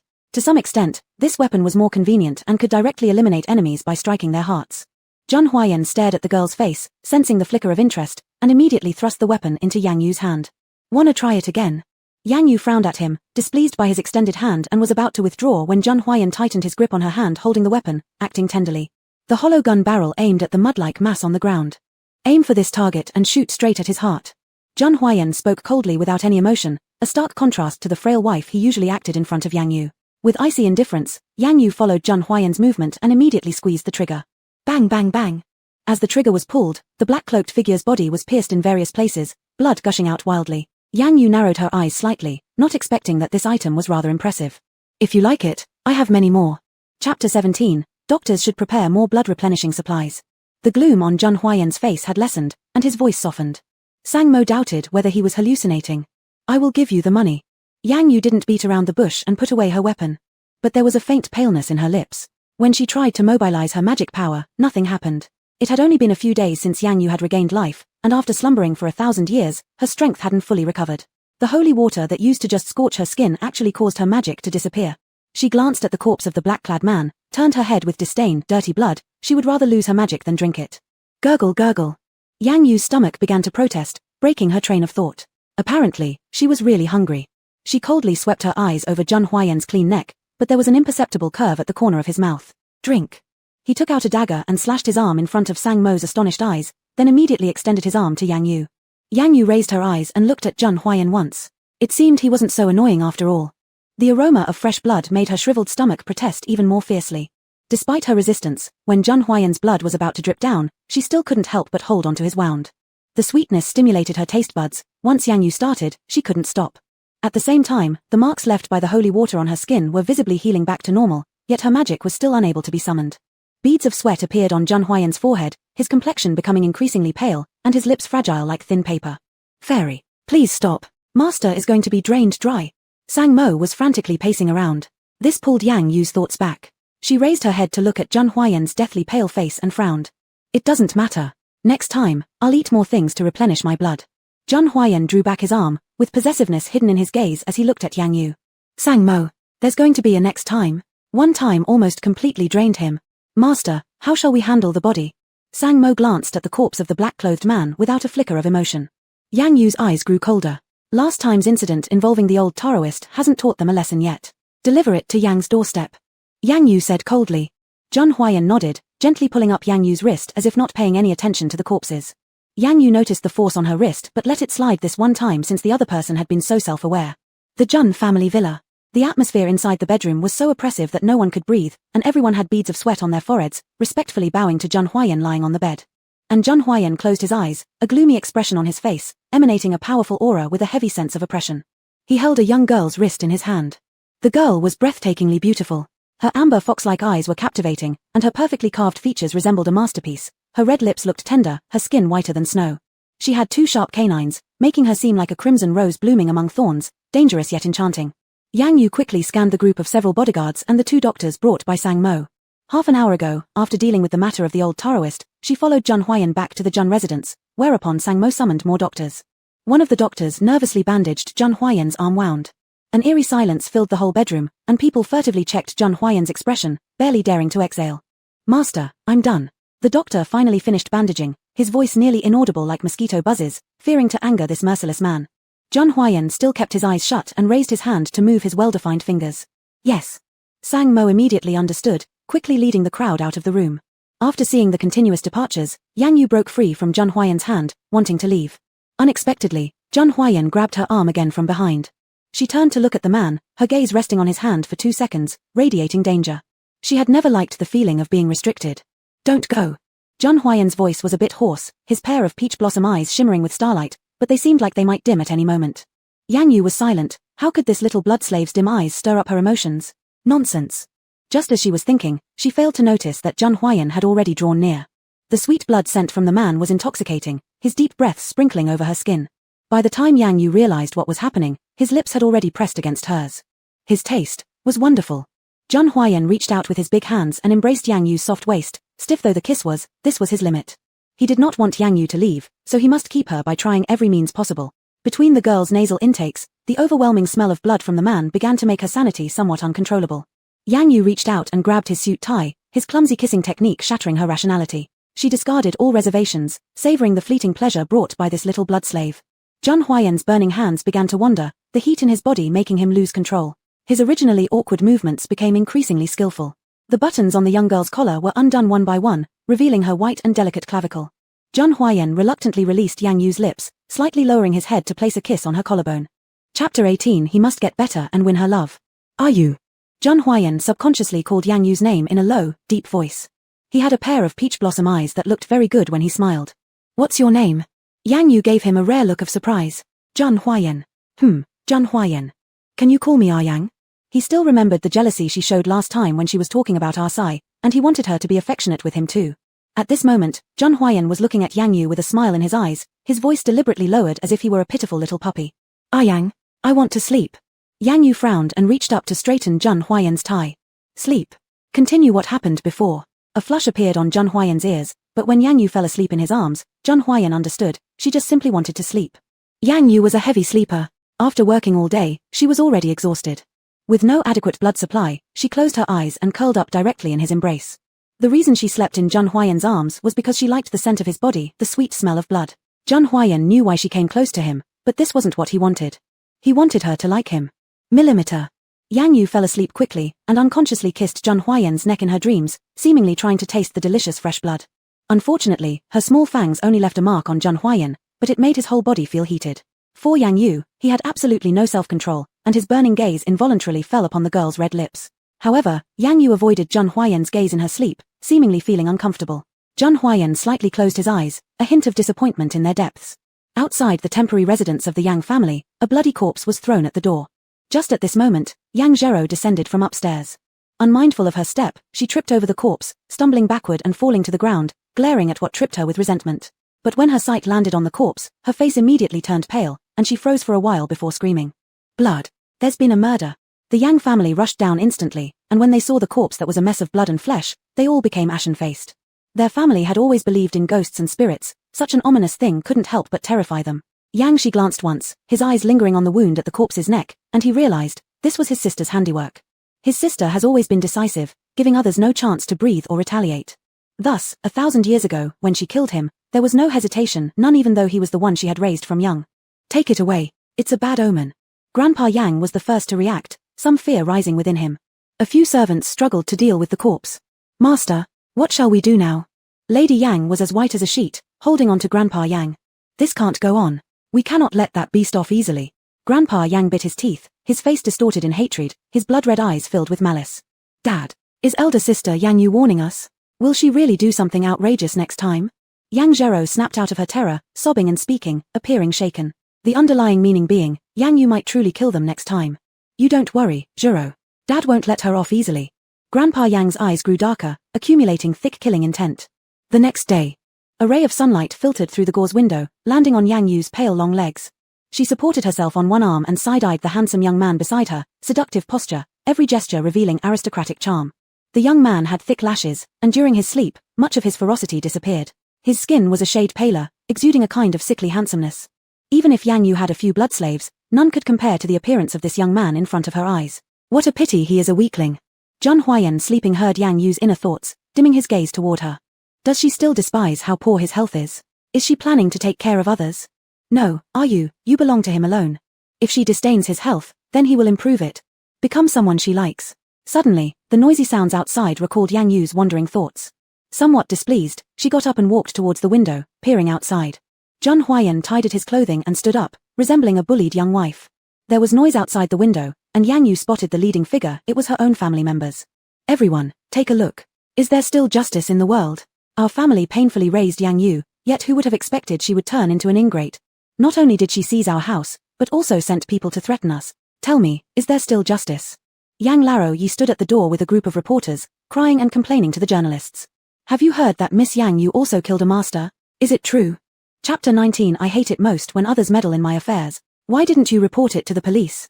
I believe the police can definitely resolve this matter. A group of reporters surrounded the Yang family, arguing with each other. Mr. Yang's eyes glinted as he avoided the questions from the reporters, since the old Taoist master's death had undeniable connections to them.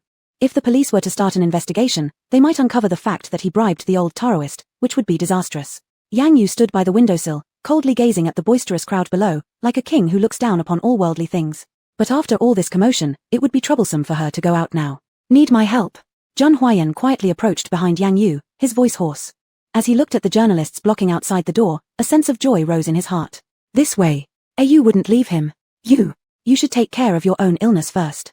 Yang Yu turned her head towards Zhang Huayan, her amber-colored eyes flashing a trace of playfulness. Zhang Huayan's expression stiffened slightly, concealing the light in his eyes. Is you concerned about him? Yang Yu's gaze swept over Zhang Huayan's arm, where the white bandage was stained red with seeping blood. In her eyes, it resembled a walking roasted chicken leg. She always drank fresh blood. Is you hungry? Zhang Huayan faintly pressed his lips together, raising a barely noticeable smile. He raised his hand and wanted to untie the bandage on his arm. I mustn't let you starve, but he doesn't want her to drink anyone else's blood. The thought of such made him go berserk. You are quite conscientious. Yang Yu looked at him with surprise, then suddenly leaned closer, her eyes directly looking at Zhang Huayan. You don't drink other people's blood, okay? Anything you want, I will give it to you. Zhang Huayan's voice carried a strong possessiveness, yet also sounded like a mute plea. Zhang Huayan, I hate it most when others meddle in my affairs. Yang Yu's eyes turned colder, but when she met Zhang Huayan's peach-like eyes filled with disappointment, her tone softened a bit. She ultimately couldn't resist the sweetness of the youth, especially since this youth's appearance and voice were exactly what she favored most. You. Zhang Huayan sighed despondently, his eyelids slightly reddening as he mumbled softly. Yang Yu considered herself to be a ruthless person, but strangely enough, the look and demeanor of this young man suited her taste perfectly. Yang Yu lifted her delicate hand, grabbing the collar of Zhang Huayan's shirt and pushing the young man onto the bed, trapping him beneath her. Zhang Huayan was unusually compliant. His eyes glanced inadvertently at the lips of the girl, hinting a touch of anticipation. Does she want him? Zhang Huayan, aren't you afraid I'll eat you? Yang Yu's slender fingers lifted the man's chin, forcing him to maintain eye contact with her. At the same time, she revealed her little fangs inadvertently, her gaze looking at Zhang Huayan as though he was delicious food. You, as long as you're happy, anything is fine. Zhang Huayan stared directly at Yang Yu, softness in his eyes, but there was an intense reaction on his body, the burning sensation in his abdomen almost overwhelming his reason.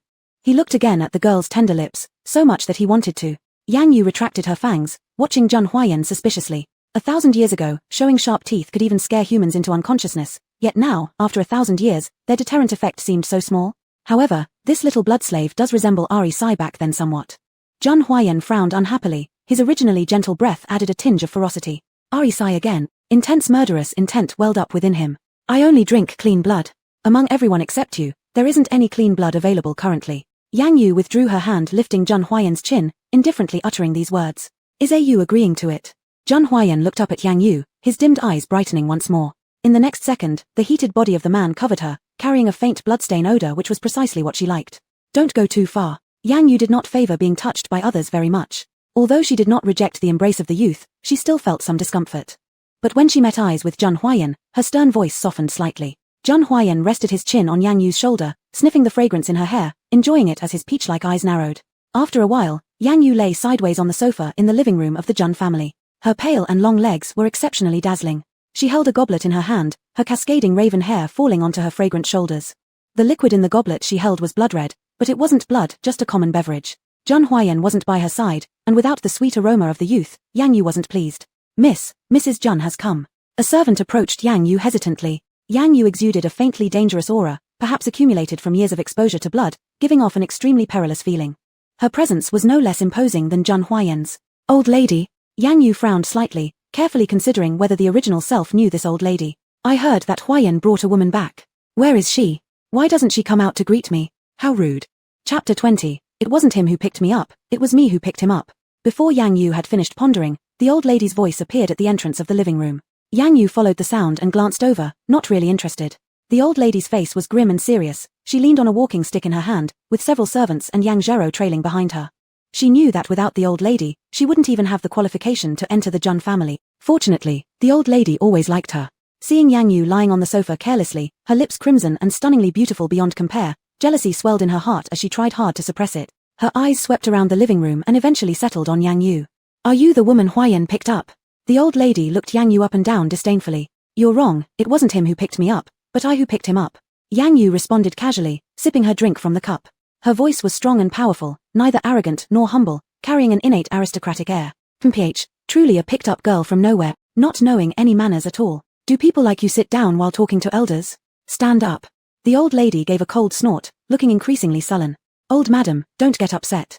My sister didn't receive education when she was young, so it's normal for her not to understand proper etiquette, but she still needs to learn these things. Otherwise, following young Master Jun now, she might damage the reputation of the Jun family. Yang Zhero held the old lady's arm gently, her smile pure, but a flash of mischief crossed her eyes. Yang Yu's movement paused for a moment, her gaze turned colder. Still lying indifferently on the sofa, she entirely ignored the old lady as if treating her like air. And as for Yang Zhero, she didn't even catch Yang Yu's eye. 1,000 years ago, she was the queen of a pure-blooded vampire race. How could she possibly take orders from others? If it were 1,000 years ago, this person would have already been thrown to the wolves by her. But it was 1,000 years later now, and she had been injured by holy water in her original form. For the time being, she didn't want to deal with this individual. Still, Zhero is well versed in literature and propriety, and how dare you ignore my words? Someone, seize her. Today, I will teach you some decorum so you won't bring disgrace upon our family outside. The old lady's face turned blue with anger, her walking stick hitting the ground hard. Two servants immediately moved forward, glaring at Yang Yu with menace. Yang Yu's eyes hardened, contemptuously glancing over the two servants. The two servants froze, their naturally born royal aura made them unable to resist or rebel against her command. What are you just standing there for? Don't just stand there, go grab her. The old lady also became furious, shouting furiously when she noticed the two servants did nothing. Foolish humans, what? Are you expecting these two worthless individuals to catch me? Yang Yu sneered, looking towards the old lady, her laughter like a blooming rose.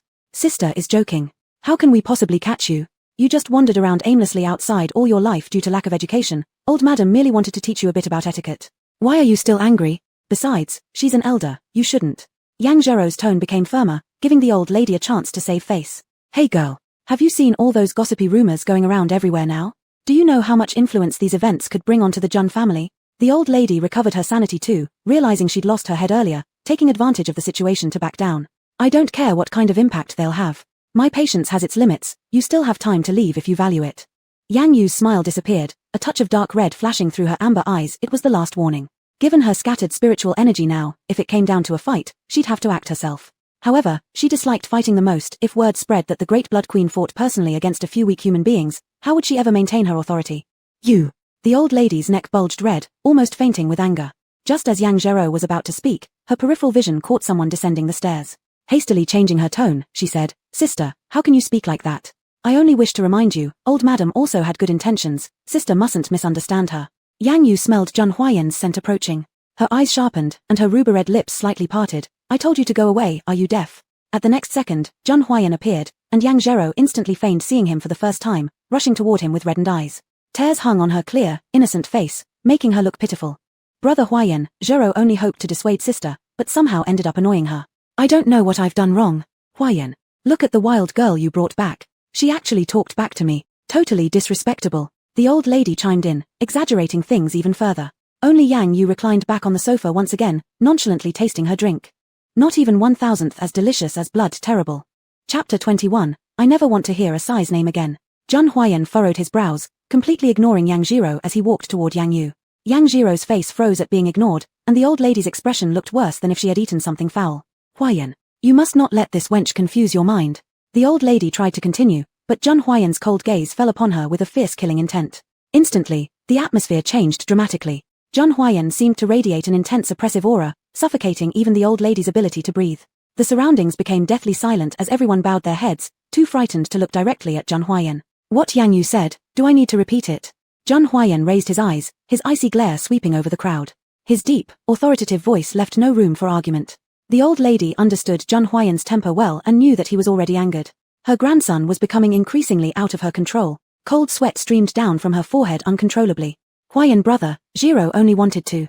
Yang Zhero teared up, not realizing the severity of the situation, but before she could finish her sentence, her throat was tightly gripped by someone. It was Sang Mo who acted, full of hostility. Shut up. Can't you see our master is already annoyed? At the same time, the barrel of Sang Mo's weapon was aimed straight at Yang Zhero. No, don't. Yang Zhero's breath was immediately cut off, looking in disbelief at what was happening as oxygen deprivation turned her face red all the way to her neck. She had never thought death could come so close. Yang Yu glanced at Jun Huayan, he appeared even angrier than her. Are you? Do you want to drink her blood? Zhang Huayan's chilling words struck fear into both Yang Jiro and the old lady. But Yang Yu's next statement broke Yang Jiro's resolve. I don't drink dirty blood, and besides, Yang Yu continued, glancing disdainfully at Yang Jiro's distorted face, she's too ugly. Yang Jiro. Zhang Huayan raised a brow. He'd originally endured letting her drink another woman's blood just so his Yu wouldn't go hungry, but it seemed his Yu only favored him. His mood improved suddenly. Let her go. We don't want her filthy blood defiling the ground. Yang Yu set down her highball glass lazily. Her words hadn't even fully left her lips when Sang Mo loosened his grip. Whatever the fairy says, it must be followed. Yang Jiro collapsed on the ground, the bruises on her neck glaringly evident, her disheveled appearance pathetic. Go. Zhang Huayan barked angrily. Yang Jiro only felt her legs shaking fiercely, too terrified to stay any longer. All grudges will be settled another time. After Yang Jiro left, Zhang Huayan sat next to Yang Yu, leaning closer to her. Her scent smelled delightful. Are you hungry? Are you? Zhang Huayan slightly lowered his eyelids, offering his arm with a hint of pleading. Yang Yu glanced at Zhang Huayan's arm, biting her lower lip. Although she longed to taste the sweet flavor of his blood again, she resisted, turning her head away, appearing adorable in Zhang Huayan's eyes. Do you want to sleep, are you? He couldn't help but move closer to Yang Yu, approaching the one gleam of light in his life. Yang Yu gave him a sidelong glance and gestured to a servant nearby. Under Zhang Huayan's curious gaze, the servant approached with a tray holding a large bottle of wolfberries and a big bottle of red dates. You must drink these before sleeping. Yang Yu smiled, her red lips curling, exuding an enigmatic charm. She filled a large cup brimming with wolfberries and red dates until it was full to satisfaction. A servant promptly poured tea over it. Sang Mo discreetly licked his lips. Should this count as wolfberry porridge? Zhang Huayan's face darkened. Why wolfberries? Was she insinuating that he wasn't up to the task? He had been working hard to improve. Don't want to drink? Yang Yu looked at Zhang Huayan, lifting her eyes. In the past, she used this method to feed blood slaves. It was quite nutritious. The veins on Zhang Huayan's forehead twitched. Hearing about other blood slaves incited a violent rage within him. Under Yang Yu's watchful eye, he picked up the teacup and took a swig. His pale skin flushed slightly, making Yang Yu's heart flutter. Crystal droplets slid from Zhang Huayan's jawline to his neck, where his pulsating veins under his tender skin stirred Yang Yu deeply every time they throbbed. How tempting, to devour him. Zhang Huayan noticed Yang Yu staring at him with a burning intensity. A blush tinged the tips of his ears. Yu, can we go to sleep now? He moistened his luscious lips, gazing hopefully at Yang Yu. Yang Yu half closed her eyes scrutinizing Zhang Huayan, instinctively licking her fangs, a perfect embodiment of vampire caution. Asai didn't used to act like this. A flash of anger flickered in Zhang Huayan's eyes. Asai again. Without realizing it, he leaned closer to Yang Yu, encircling her soft waist with his arms, his voice hoarse. Yu, I'm not weak. Yang Yu stiffened at his movement. The young man's embrace was warm, a temperature she enjoyed very much. Yu. I never want to hear Asai's name again. Chapter 22, Little Assistant eats squaw at the scene. Zhang Huayan rested his head on Yang Yu's shoulder, leaving faint cool kisses on her exposed skin. Yang Yu's eyes darkened instantly. How do you know about Sai? The man's heavy and disordered breathing fell on her neck and earlobes, delivering a ticklish sensation for the first time, making Yang Yu withdraw her neck instinctively and push the youth away with one hand. As Zhang Huayan was pushed away, his thick lashes dropped and a tinge of sadness appeared on his pale face. His princess Yu still despises him. Back to the bedroom, let's sleep. Yang Yu stretched out her hand to play with Zhang Huayan's short hair, smiling in an evil manner. Zhang Huayan looked up at Yang Yu, the amber-colored pupils brightening again. In the bedroom, the pale-faced young boy was thrown down on the bed. He stared at Yang Yu beside him, his bloodshot eyes filled with strong restraint. Yang Yu watched as the rosy flush on the youth's cheeks prompted her to swallow unconsciously. Those red veins were fatally alluring to her. Yu. Zhang Huayan softly called her name, pressing a burning kiss onto Yang Yu. Yang Yu frowned, but the sweetness of the young man's kiss made her unable to bring herself to push him away. He kissed extremely carefully but carried a fierce possessiveness, as if trying to merge her into his body, completely owning her. The man's scorching hands roamed over her, causing Yang Yu's own temperature to rise. She irritably grabbed the hands misbehaving and forcibly pressed them against the soft bedding. It seemed like it wasn't enough for her. Yang Yu took the lead and kissed fiercely, which overwhelmed Zhang Huayan. A sweet tangy flavor spread on her tongue, the metallic taste scattering Yang Yu's remaining rationality. Her grip tightened slightly on the wrist she held, hinting greedily at wanting more blood. Zhang Huayan's breaths became increasingly hurried, only able to clumsily respond to Yang Yu's kiss. After a long while, Yang Yu finally pulled her hand away from Zhang Huayan and pressed him back down on the bed.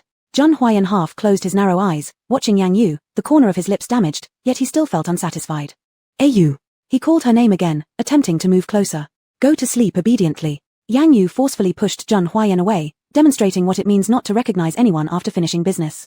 A trace of disappointment flashed in Zhang Huayan's eyes, but in the next second, Yang Yu suddenly hugged him, her delicate figure clinging to him. All his low-spirited emotions vanished instantly, reacting subconsciously. Don't move. Yang Yu used a commanding tone, sounding very firm.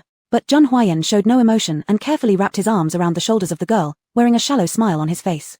Early next morning, a ringing sound woke Yang Yu up from bed. She didn't even open her eyelids but reached out for the phone by the bedside directly and threw it out of the window. The sound of breaking windows startled Zhang Huayan awake. The moment he opened his eyes, the first thing that came to his mind was Yang Yu. Until he saw she was still sleeping next to him, his anxious heart settled down. She hasn't abandoned him. Zhang Huayan stretched his hand out to touch Yang Yu, only to be sternly stopped. Sleep. Yang Yu frowned unhappily, muttering a sentence as she pushed Zhang Huayan's hand back. Pound, pound. But soon afterward, there were knocks at the door. This time, Yang Yu could finally bear it no longer. She turned over and sat up, tilting her head to cast a distant look at Zhang Huayan beside her. Zhang Huayan walked gloomily to the door and quickly swung it open. Just as the door opened, Sang Mo met Zhang Huayan's ferocious gaze, laughing nervously and rushing to say, "Young master, Grandpa called you." Yang Yu lying on the bed furrowed her brows unhappily again. There goes Grandpa again. Sang Mo noticed the broken window out of the corner of his eye. Zhang Huayan glanced at the nightstand, not seeing the phone, only now remembering that Yang Yu seemed to have thrown something out just then. What is it? He suppressed his anger and glared coldly at Sang Mo. Upon hearing this, Sang Mo hastily took out the mobile phone and handed it to Zhang Huayan while dialing Grandpa's number for him. Zhang Huayan tidied up his white shirt collar, glanced back at Yang Yu, then slowly and deliberately left the bedroom with the phone. Huayan, why didn't you answer my call just now? Do you even consider me your grandpa? A grave voice came from the phone. Is there anything?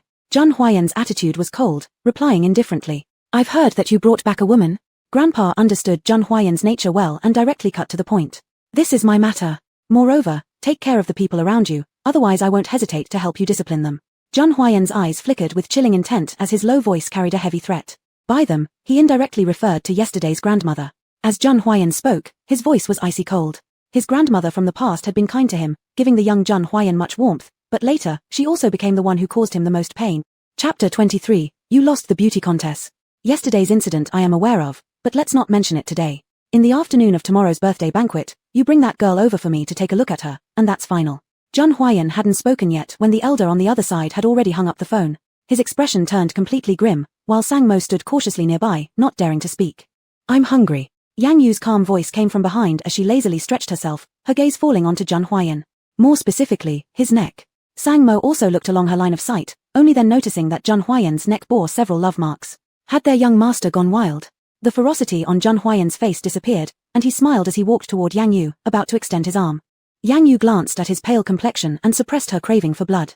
Can you accompany me out today? Zhang Huayan retracted his arm and looked at Yang Yu with eyes filled with anticipation. Yang Yu raised her gaze toward Zhang Huayan, furrowing her brows slightly. Actually, she didn't quite want to get involved in things outside. Zhang Huayan's clear tone dropped as he gazed at Yang Yu with a hoarse voice calling her name. I'll go out with you if you feed me. Yang Yu lightly negotiated as she started walking down the stairs, her voice cool yet exuding an aura of wickedness. A smile crept across Zhang Huayan's face as he looked at Yang Yu's figure with a hint of satisfaction. Sure enough, Yu wouldn't refuse him. This time, Yang Yu controlled her desire for blood, just sipping a little which was sufficient to replenish her strength, before stopping. The next morning, she was taken into the dressing room where several makeup artists surrounded her, applying makeup, until much later they finally finished. Yang Yu gazed at herself in the mirror wearing a red dress, seemingly reverting to 1,000 years ago when she was the esteemed queen of the vampire clan. The door to the dressing room opened, and Zhang Huayan's figure appeared at the doorway. From the moment the door was opened, his gaze fell upon Yang Yu. She looked stunning in a red dress that highlighted her skin like jade, while the black lace on the red dress added a mysterious and dangerous feel to her. The slight embellishment on her beautiful face made her seem like a fairy stepping out of a painting, a single glance back by her fox-like eyes capable of enchanting hundreds of people, leaving an unforgettable impression. However, her bearing was even more outstanding, every gesture gracefully displaying the non-humble nor arrogant demeanor of a noble. Anyone standing beside her would instinctively lower their head. A flash of admiration crossed Zhang Huayan's eyes as a faint blush appeared on his earlobes. Yang Yu also turned her gaze towards Zhang Huayan, looking him up and down. Today, the youth wore a dark blue suit, his slightly pale face exuding a melancholic and violent air. Yet, his peony-shaped eyes contained emotion only when they fell on Yang Yu. Your appearance today is commendable. Upon hearing this, Zhang Huayan obediently leaned close to Yang Yu. If you like it, I can wear this for you every day. As you wish. Subsequently, Yang Yu suddenly released his jaw and turned to walk out of the dressing room. Zhang Huayan felt a tinge of emptiness but still hurriedly followed. At the Zhang family's birthday feast, Yang Zhero wearing a blue evening gown clung to the old mistress' arm, gracefully entering the venue. Even though unpleasant things happened yesterday, as long as the old mistress protected her, she would certainly reclaim her status. Moreover, she was well prepared today. There were already many guests within the hall, practically all the men's gazes focusing on Yang Zhero. While Yang Zhero arrogantly lifted her chin, she had specially ordered the gown 1 month in advance, absolutely capable of overshadowing that vixen. She had even imagined how Jun Huayan would change his heart. Junior Lord Jun has arrived. It's Junior Lord Jun. From the back came murmurs, instantly causing everyone to turn their heads toward the entrance of the venue. At the venue's entrance, Jun Huayan and Yang Yu entered hand in hand, causing complete silence throughout the venue. Jun Huayan continued to exude a strong presence of oppression, but the teenager who clung onto his arm wasn't inferior to him in any way. The teenager in a red dress advanced with firm steps, exuding the full aura of a queen. Her beauty was such that it captivated the gaze of everyone present. Just in terms of presence and looks, she comprehensively outshone Yang Zhero. Isn't this girl a daughter of the Yang family? Wasn't she picked up by Junior Lord Jun? How come I heard someone say she was ugly beyond words? Whose nonsense have you been listening to? Everyone knows that Junior Lord Jun usually distances himself from women. The person who could attract his interest must definitely be breathtakingly beautiful. Haven't I said so before? Not just breathtakingly beautiful. I think her level of beauty can totally eclipse Yang Zhero. Chatter erupted throughout the venue. These words reached Yang Zhero's ears, causing her to clench both fists tightly with jealousy. She had robbed her of her man and her status. She would surely make that vixen pay the price. Chapter 24. Is this how one plays with antiques? As people below the stage whispered, Yang Yu had already walked to the old man's side, clinging to Jun Huayan's arm. The old man sat majestically in the main seat, his appearance slightly resembling Jun Huayan. When he remained silent, an air of great authority surrounded him, a presence that inspired or without anger.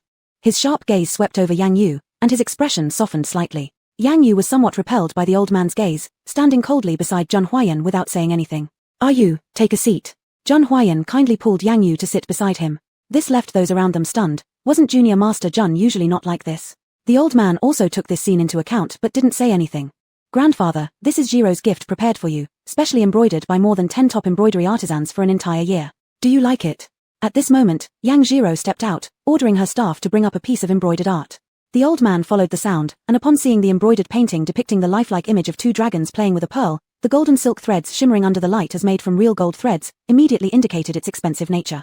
Yang Zhero glanced provocatively at Yang Yu with her peripheral vision. Even if she had lost earlier, she would definitely reclaim the upper hand now. However, Yang Yu wouldn't even spare her a glance. How dare such trivial things be brought out to boast? Yet the old man merely gave it a brief look. The Jun family and the Yang family have a good relationship. Your sentiment is sufficient. There's no need to trouble yourself with expenses. Though the old man's words sounded like they held a strong bond with the Yang family, in reality, they were just polite exchanges. This embroidered artwork seemed valuable but was essentially worthless, mundane to the Jun family. The old man's discerning eyes only became interested in priceless treasures. Yang Zhero turned crimson, glancing at Yang Yu and blurted out ingeniously, "Grandfather jests, I wonder what gift Miss Yang Yu has prepared." Jun Huayan looked at Yang Yu next to him silently, as he had already given her a piece of blood jade early on, an antique from 1,000 years ago, rare and unparalleled in price. "Yes, I'm curious about what kind of surprising gift the girl Huayan likes will bring." The elder seated next to the old man echoed. Her words undoubtedly pushed Yang Yu towards being the center of attention. If she couldn't come up with a decent gift, the looks the people present would give her would surely undergo a drastic change. Yang Yu casually stood up and directly pulled out the small box Jun Huayan had given her from her bosom. All eyes in the venue turned toward the box in Yang Yu's hands. Even the old man looked over. When the red sandalwood box was opened, a smooth, crystal-clear piece of blood jade appeared, causing everyone to gasp. This blood jade was translucent in color, its inner hue vivid like blood, and the phoenix carved on it so lifelike. Even after 1,000 years, it could still be called a masterpiece crafted by ingenious artists. Even the old man couldn't help but stand up, holding onto the armrest of his chair, fixing his eyes on the piece of blood jade. Jun Huayan knew that the old man loved to collect antiques, so he specifically picked the best one for Yang Yu. But Yang Yu furrowed her brow. This blood jade, she had ordered 1,000 years ago to be used as pebbles paving the palace pathways. And within this blood jade flowed the blood of a bloodline clan, naturally more dazzling than anything else, but difficult to preserve. To have one left 1,000 years later was already quite commendable. Still, this gift was a bit too shabby. It would be better to add something to it. At that very moment, Yang Yu bit her finger and began drawing talismans on the blood jade. "You!" The old man was stunned. These ancient treasures were inherently hard to preserve. Who would mess around with them like Yang Yu? Everyone surrounding her also looked shocked at Yang Yu. However, when Yang Yu finished drawing the talisman and the blood inside the blood jade reacted to her own blood, emitting a bright red glow, everyone was awestruck. "I've drawn you a talisman, which can protect you from evil beings." After finishing, Yang Yu smoothly closed the lid and threw the blood jade straight at the old man. People in the venue twitched their mouths, seeing for the first time someone treat antiques this way. The old man hastily caught the blood jade, then upon opening the box, discovered that the color of the blood jade inside was much clearer than before. "Good, you've put thought into it." The old man was rather superstitious. Hearing it was a good talisman, he kept praising. Though, he always observed this girl warily. She had irritated his wife greatly yesterday, certainly no easy customer. Yang Zhero standing nearby clenched her fists tightly, her face looking as bad as having eaten feces. Yang Yu cast her a glance and walked back to sit beside Jun Huayan. The birthday banquet continued. By midway through, Yang Yu couldn't stay seated any longer, and coldly said, "Wait for me here." Yang Yu glanced at Zhun Huayan beside her, and turned to walk out of the venue. "Huayan, come here." Zhun Huayan wanted to follow, but the old man blocked him right away. There were many people in the venue, and within the blink of an eye, Yang Yu's figure disappeared from sight. Chapter 25, The One Who Must Die Is You. Yang Jiro, who had remained silent all this time, turned back and exchanged a glance with the old lady. Yang Yu walked out from the back door of the venue. The sky outside was already shrouded in deep night, and the moonlight falling on her body was very comfortable. Suddenly, a shadow flashed ahead, and an instant deathly silence fell around, making it difficult even to breathe. The small light overhead flickered several times and then went out, leaving only a faint moonlight around them. A glint of dark red passed through Yang Yu's amber-colored eyes as she headed towards the shadow without hesitation. Since it was at the back of the venue, the area was rather old. In front stood a massive dead tree, its fallen leaves contributing to an oppressive atmosphere. With each step she took, a rustling sound echoed underfoot, a bizarre sound enough to send shivers down one's spine. What humans didn't know was that the Blood Clan's vision was best at night. Yang Yu's steps paused because a large, deep well appeared before her. The well seemed bottomless, its surrounding guardstones broken, looking ancient and dilapidated like the abyssal maw of a monster ready to swallow someone whole, causing anyone who saw it to feel their scalp go numb. All of a sudden, Yang Yu twitched her ears. A strong wind rushed past her ear. "Fox spirit, die. I've endured you for too long." The person behind her fiercely lunged forward to push her. However, Yang Yu had foreseen this and skillfully dodged, raising her wrist to seize the other person. Yang Jiro's pupils shrank, and a cold, demonic voice appeared beside her ear. "Do you really want me dead? Unfortunately, you don't have the chance." In the next moment, Yang Jiro felt the fear of death. Yang Yu tightly grabbed her hair and pressed her directly towards the ancient well. "Ah!" Yang Jiro screamed loudly as the sound pierced through the night sky. Yang Yu elegantly wiped her slender fingers, casting a contemptuous glance at the well before walking back into the venue. Just as she entered the venue, she collided with Zhun Huayan. Her action of wiping her fingers paused momentarily, and she looked at Zhun Huayan with a colder gaze. "Did you see everything?" Zhun Huayan's mood dimmed.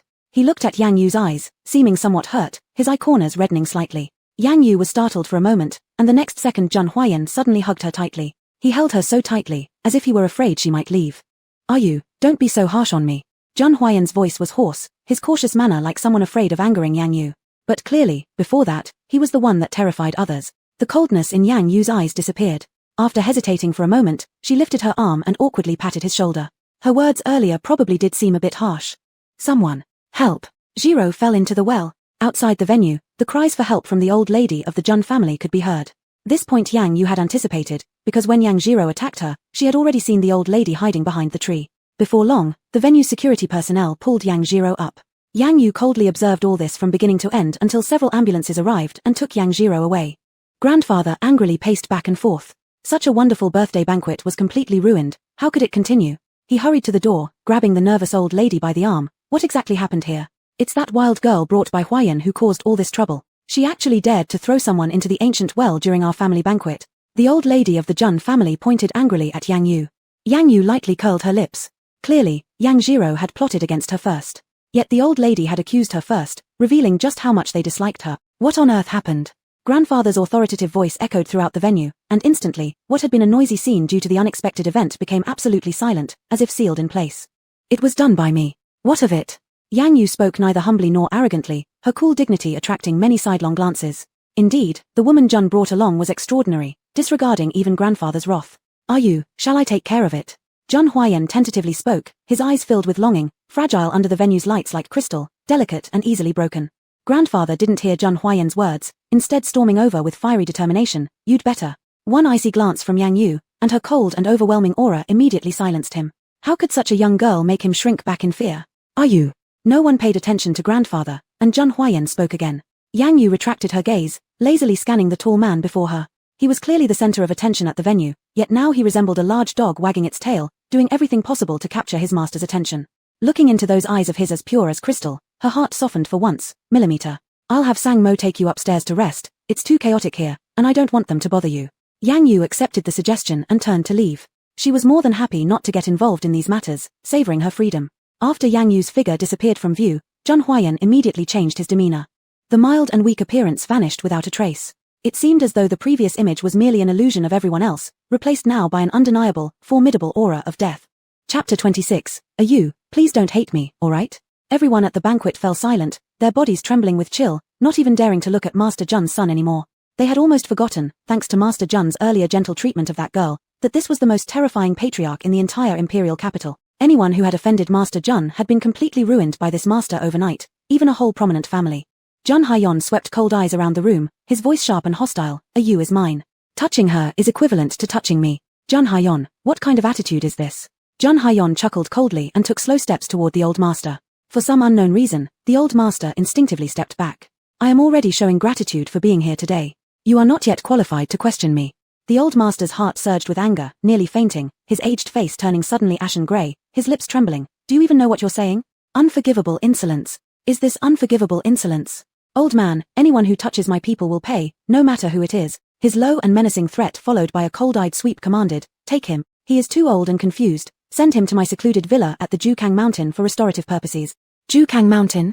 All the guests gasped, knowing full well how desolate that place in the entire capital was.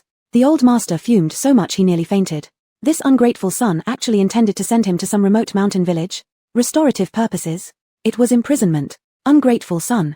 Jun Hyeon looked indifferently at several bodyguards flooding into the banquet without emotion, ignoring the old master's struggle as they carried him away. Surrounding guests quickly shrank back their heads. Jun Hyeon had casually imprisoned the old master just with one offhand order. They wished to disappear instantly, lest they fall under the wrath of this patriarch. Jun Hyeon cast his gaze around, sneering with a cold laugh. Let the birthday celebration continue, wishing everyone a pleasant time. Who could still have a pleasant time? Are they not terrified enough? It was the first time everyone witnessed Master Jun change his demeanor so abruptly, especially towards his own elder grandfather. And today was the elder's birthday. At the moment, all Jun Hyeon could think about was her, who had just left moments ago. Upon hearing Sang Mo report, Master, Miss Yang Yu is resting in the top suite. Jun Hyeon quickened his pace towards the elevator. Balcony. Yang Yu leaned back in a large comfortable lounge chair, the night breeze blowing through her long hair like seaweed swaying in the wind. She picked up her wine glass absent-mindedly, taking a sip before wrinkling her eyebrows lightly, deeming it unsatisfactory compared to the taste of blood from her slave. After hearing this, Jun Hyeon offered his wrist decisively. Would you like some? Yang Yu opened her eyes, revealing a flicker of surprise in her brown pupils at this considerate offering. Deep down, Jun Hyeon felt increasingly happy, both his movements and gaze becoming ardent. Not necessary. I'm not hungry right now. Yang Yu pushed aside the delicate arm extending before her and closed her eyes again, pretending to doze. Not that she wasn't hungry, it was just rare for her to soften her heart. She wanted to conserve strength and wait until later when her blood supply would be richer and sweeter. Her intentions were clear to Jun Hyeon, who silently withdrew his arm and resolved to drink more wolfberry and red date porridge upon return. Another gust of evening wind passed by, causing Jun Hyeon to furrow his brow deeply. The wind was strong, bad for a Yu's health. He entered the room, taking out a thick and soft cashmere blanket. Yang Yu had no interest in whatever Jun Hyeon was doing, only opening her eyes unpleasantly when the fresh scent drew near. I never said you can approach me this close. Jun Hyeon halted mid-action, caught helplessly suspended, slightly curling his lips upward to show a bitter smile. You, please don't be so harsh with me. So bothersome. Yang Yu frowned. Did she find him annoying? Jun Hyeon bowed his head, tears gradually welling up in the corners of his eyes. I'll be good. You, please don't hate me.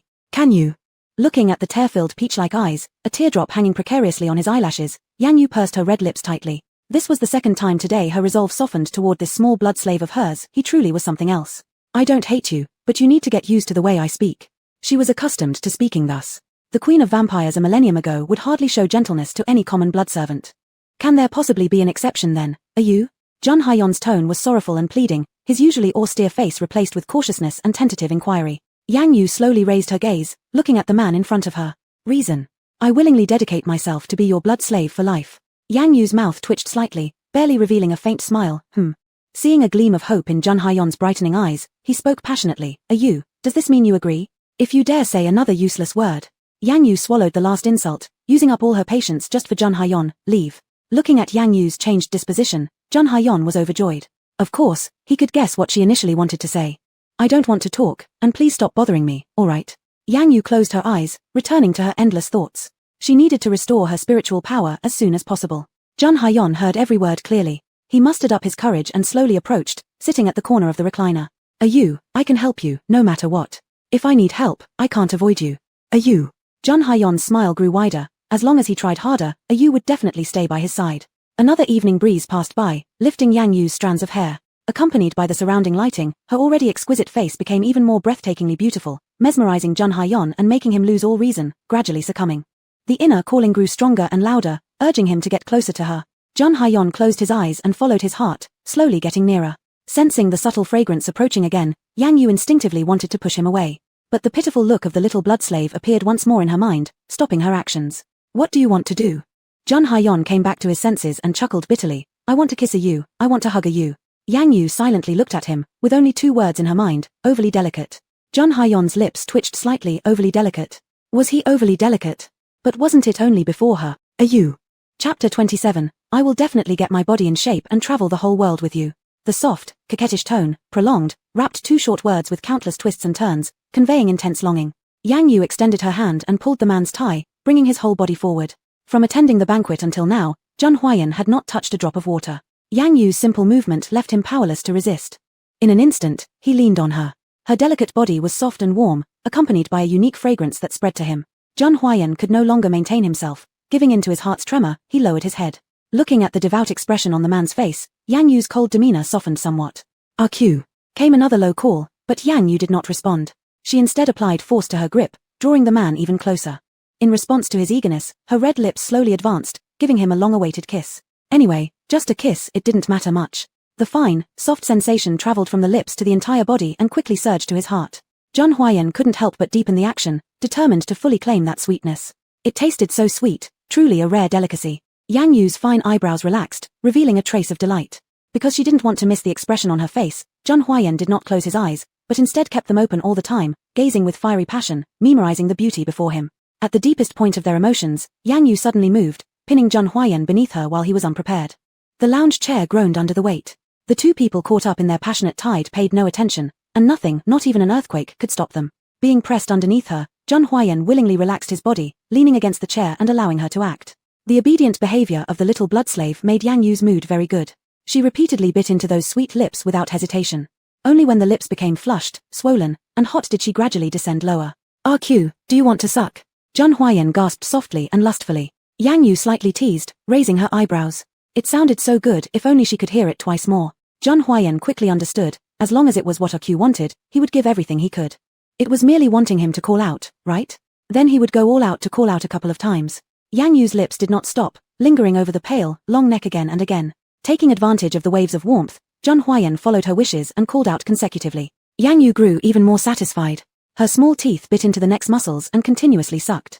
Jun Hyeon was infected by her emotions, his own actions becoming unrestrained as the lounge chair groaned unhappily. But this sound was far surpassed by Jun Hyeon's breathing, wave after wave. Outside the door, Sang Mo stood dumbfounded. So intense. Could young master's body handle it? Even though finding ways to treat the curse faced numerous obstacles, in front of Miss Yang, he showed no sign of abnormality. After fully enjoying herself, Yang Yu picked up the weakened Jun Hyeon and laid him on the bed. Get better. Next time, I won't carry you. Yang Yu issued her order lightly, the heat in her gaze fading, carrying a hint of coolness as it swept over Jun Hyeon's body. Jun Hyeon strained his sore body, his eyes deepening as he raised 3 fingers to pledge to Yang Yu, who looked like a queen before him. RQ, you rest assured. I will definitely get my body in shape and play to our heart's content with you. Sleep then. Yang Yu looked impatient. Speak. Are you still satisfied with my kissing skills? How much have I improved recently? Upon hearing this, Yang Yu curved her lips slightly, rarely showing a hint of smile. She never imagined how pure this man was. In Jun Hyeon's understanding, being pure was a good thing. However, when he heard Yang Yu's inner thoughts at that moment, he no longer thought so. RQ, I will practice well, aiming to satisfy you. Can you sleep now? Right away. Jun Hyeon acted immediately, closing his eyes obediently. Time passed quietly as night stretched onward. As Yang Yu slept deeply, she suddenly opened her eyes, her dark brown pupils contracting, filled with alertness. A dangerous aura. Who else could it be? With no time to think, she attempted to rise from the bed. But Jun Hyeon's arms were still tightly embracing her, not letting her move away even an inch. Seeing the sleeping form of her little blood slave, Yang Yu unexpectedly softened her heart, refraining from pushing him away violently. She slowly approached, leaving a gentle kiss on his plump forehead and softly chanting a string of spells. In less than an instant, Jun Hyeon fell deeper asleep. The moonlight was dim, silence prevailed. A putrid stench began to spread, rising. The black-clad person from last time had already died. This time, which scapegoat did they send? Yang Yu let out a disdainful snort, leaping down from the balcony and began to track. From the wide avenue to the narrow alleyways, such places were quite rare in the current imperial capital center. After turning a few corners, the stench of decay gradually disappeared. Chapter 28. No wonder she's his sister, she's ruthless. Instead, the air grew more pungent with a brash stench, and it got stronger. Could there be a fish farm up ahead? It reeks.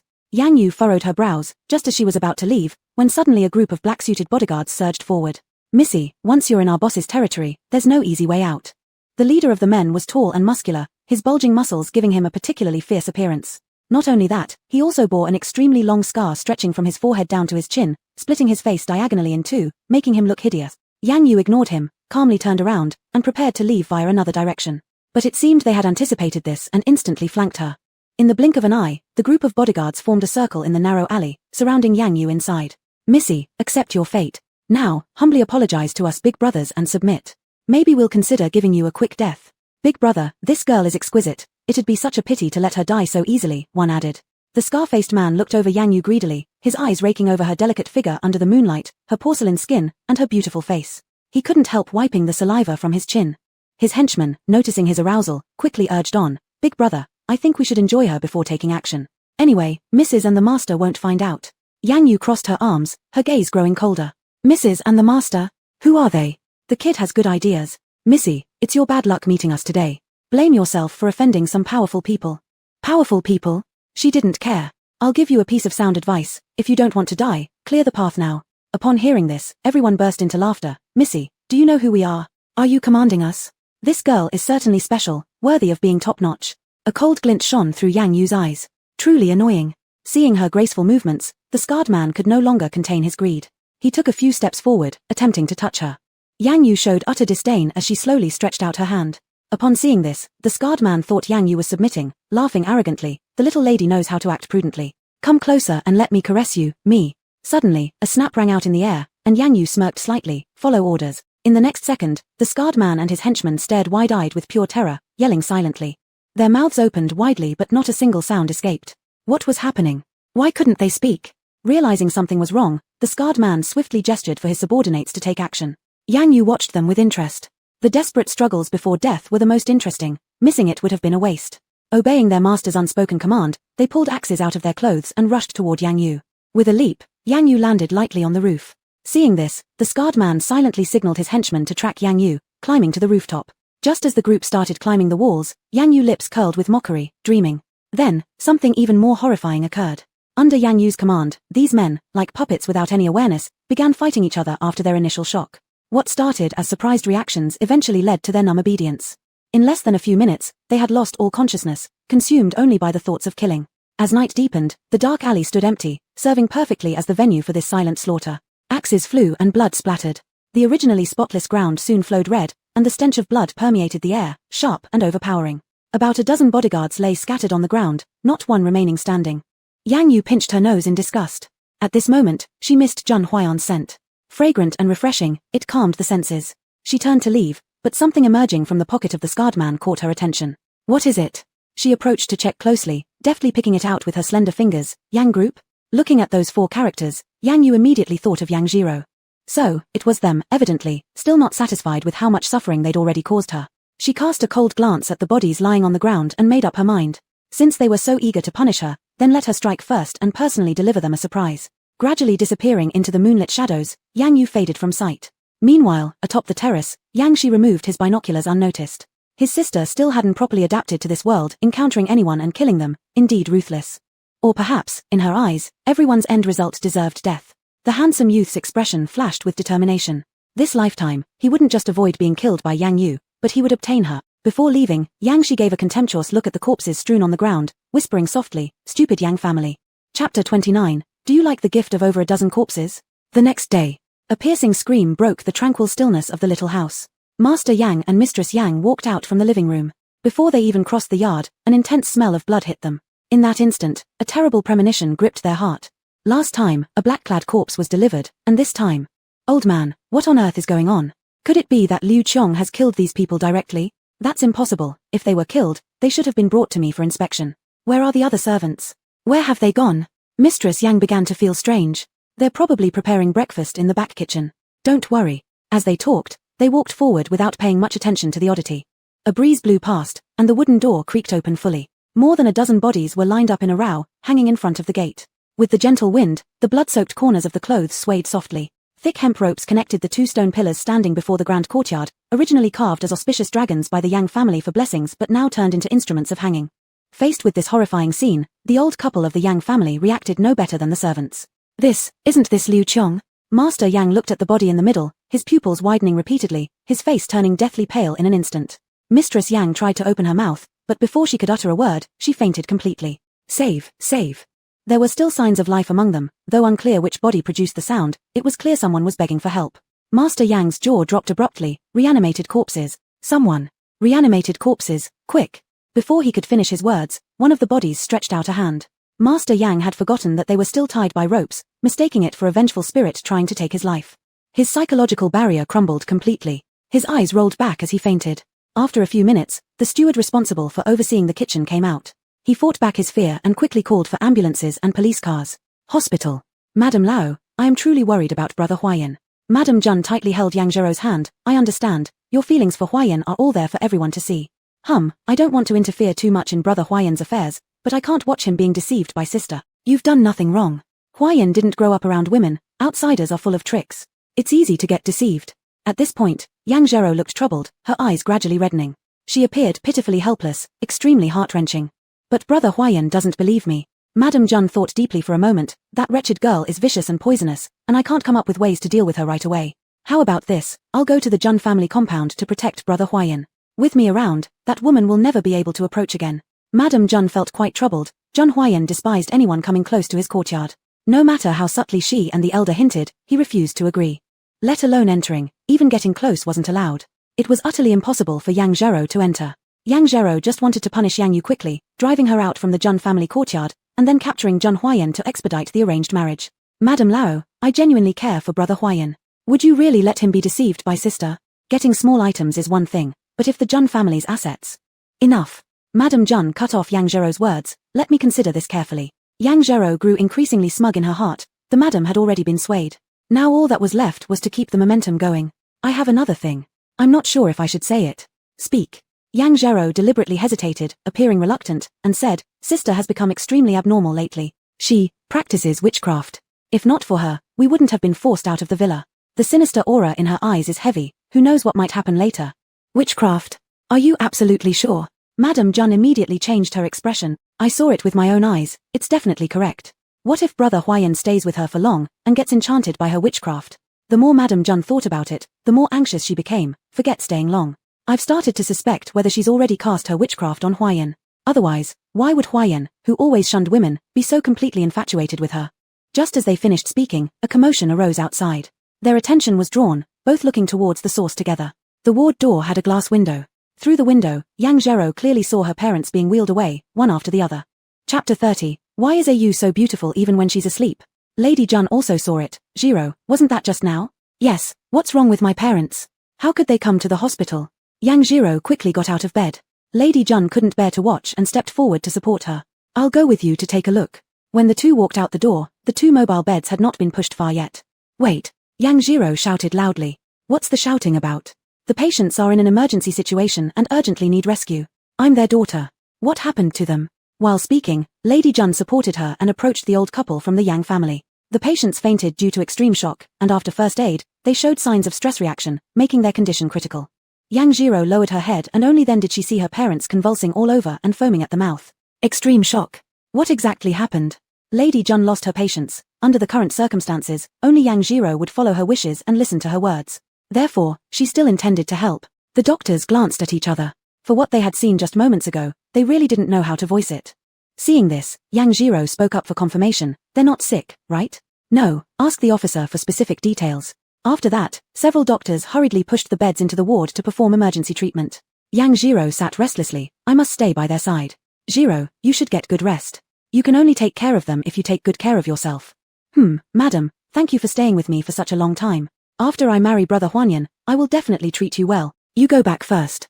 Leave this matter to me to investigate. I want to see who dares to mess with the Yang family so arrogantly. Watching Lady Jun confidently speak, a glint of intelligence flashed in Yang Zherou's eyes.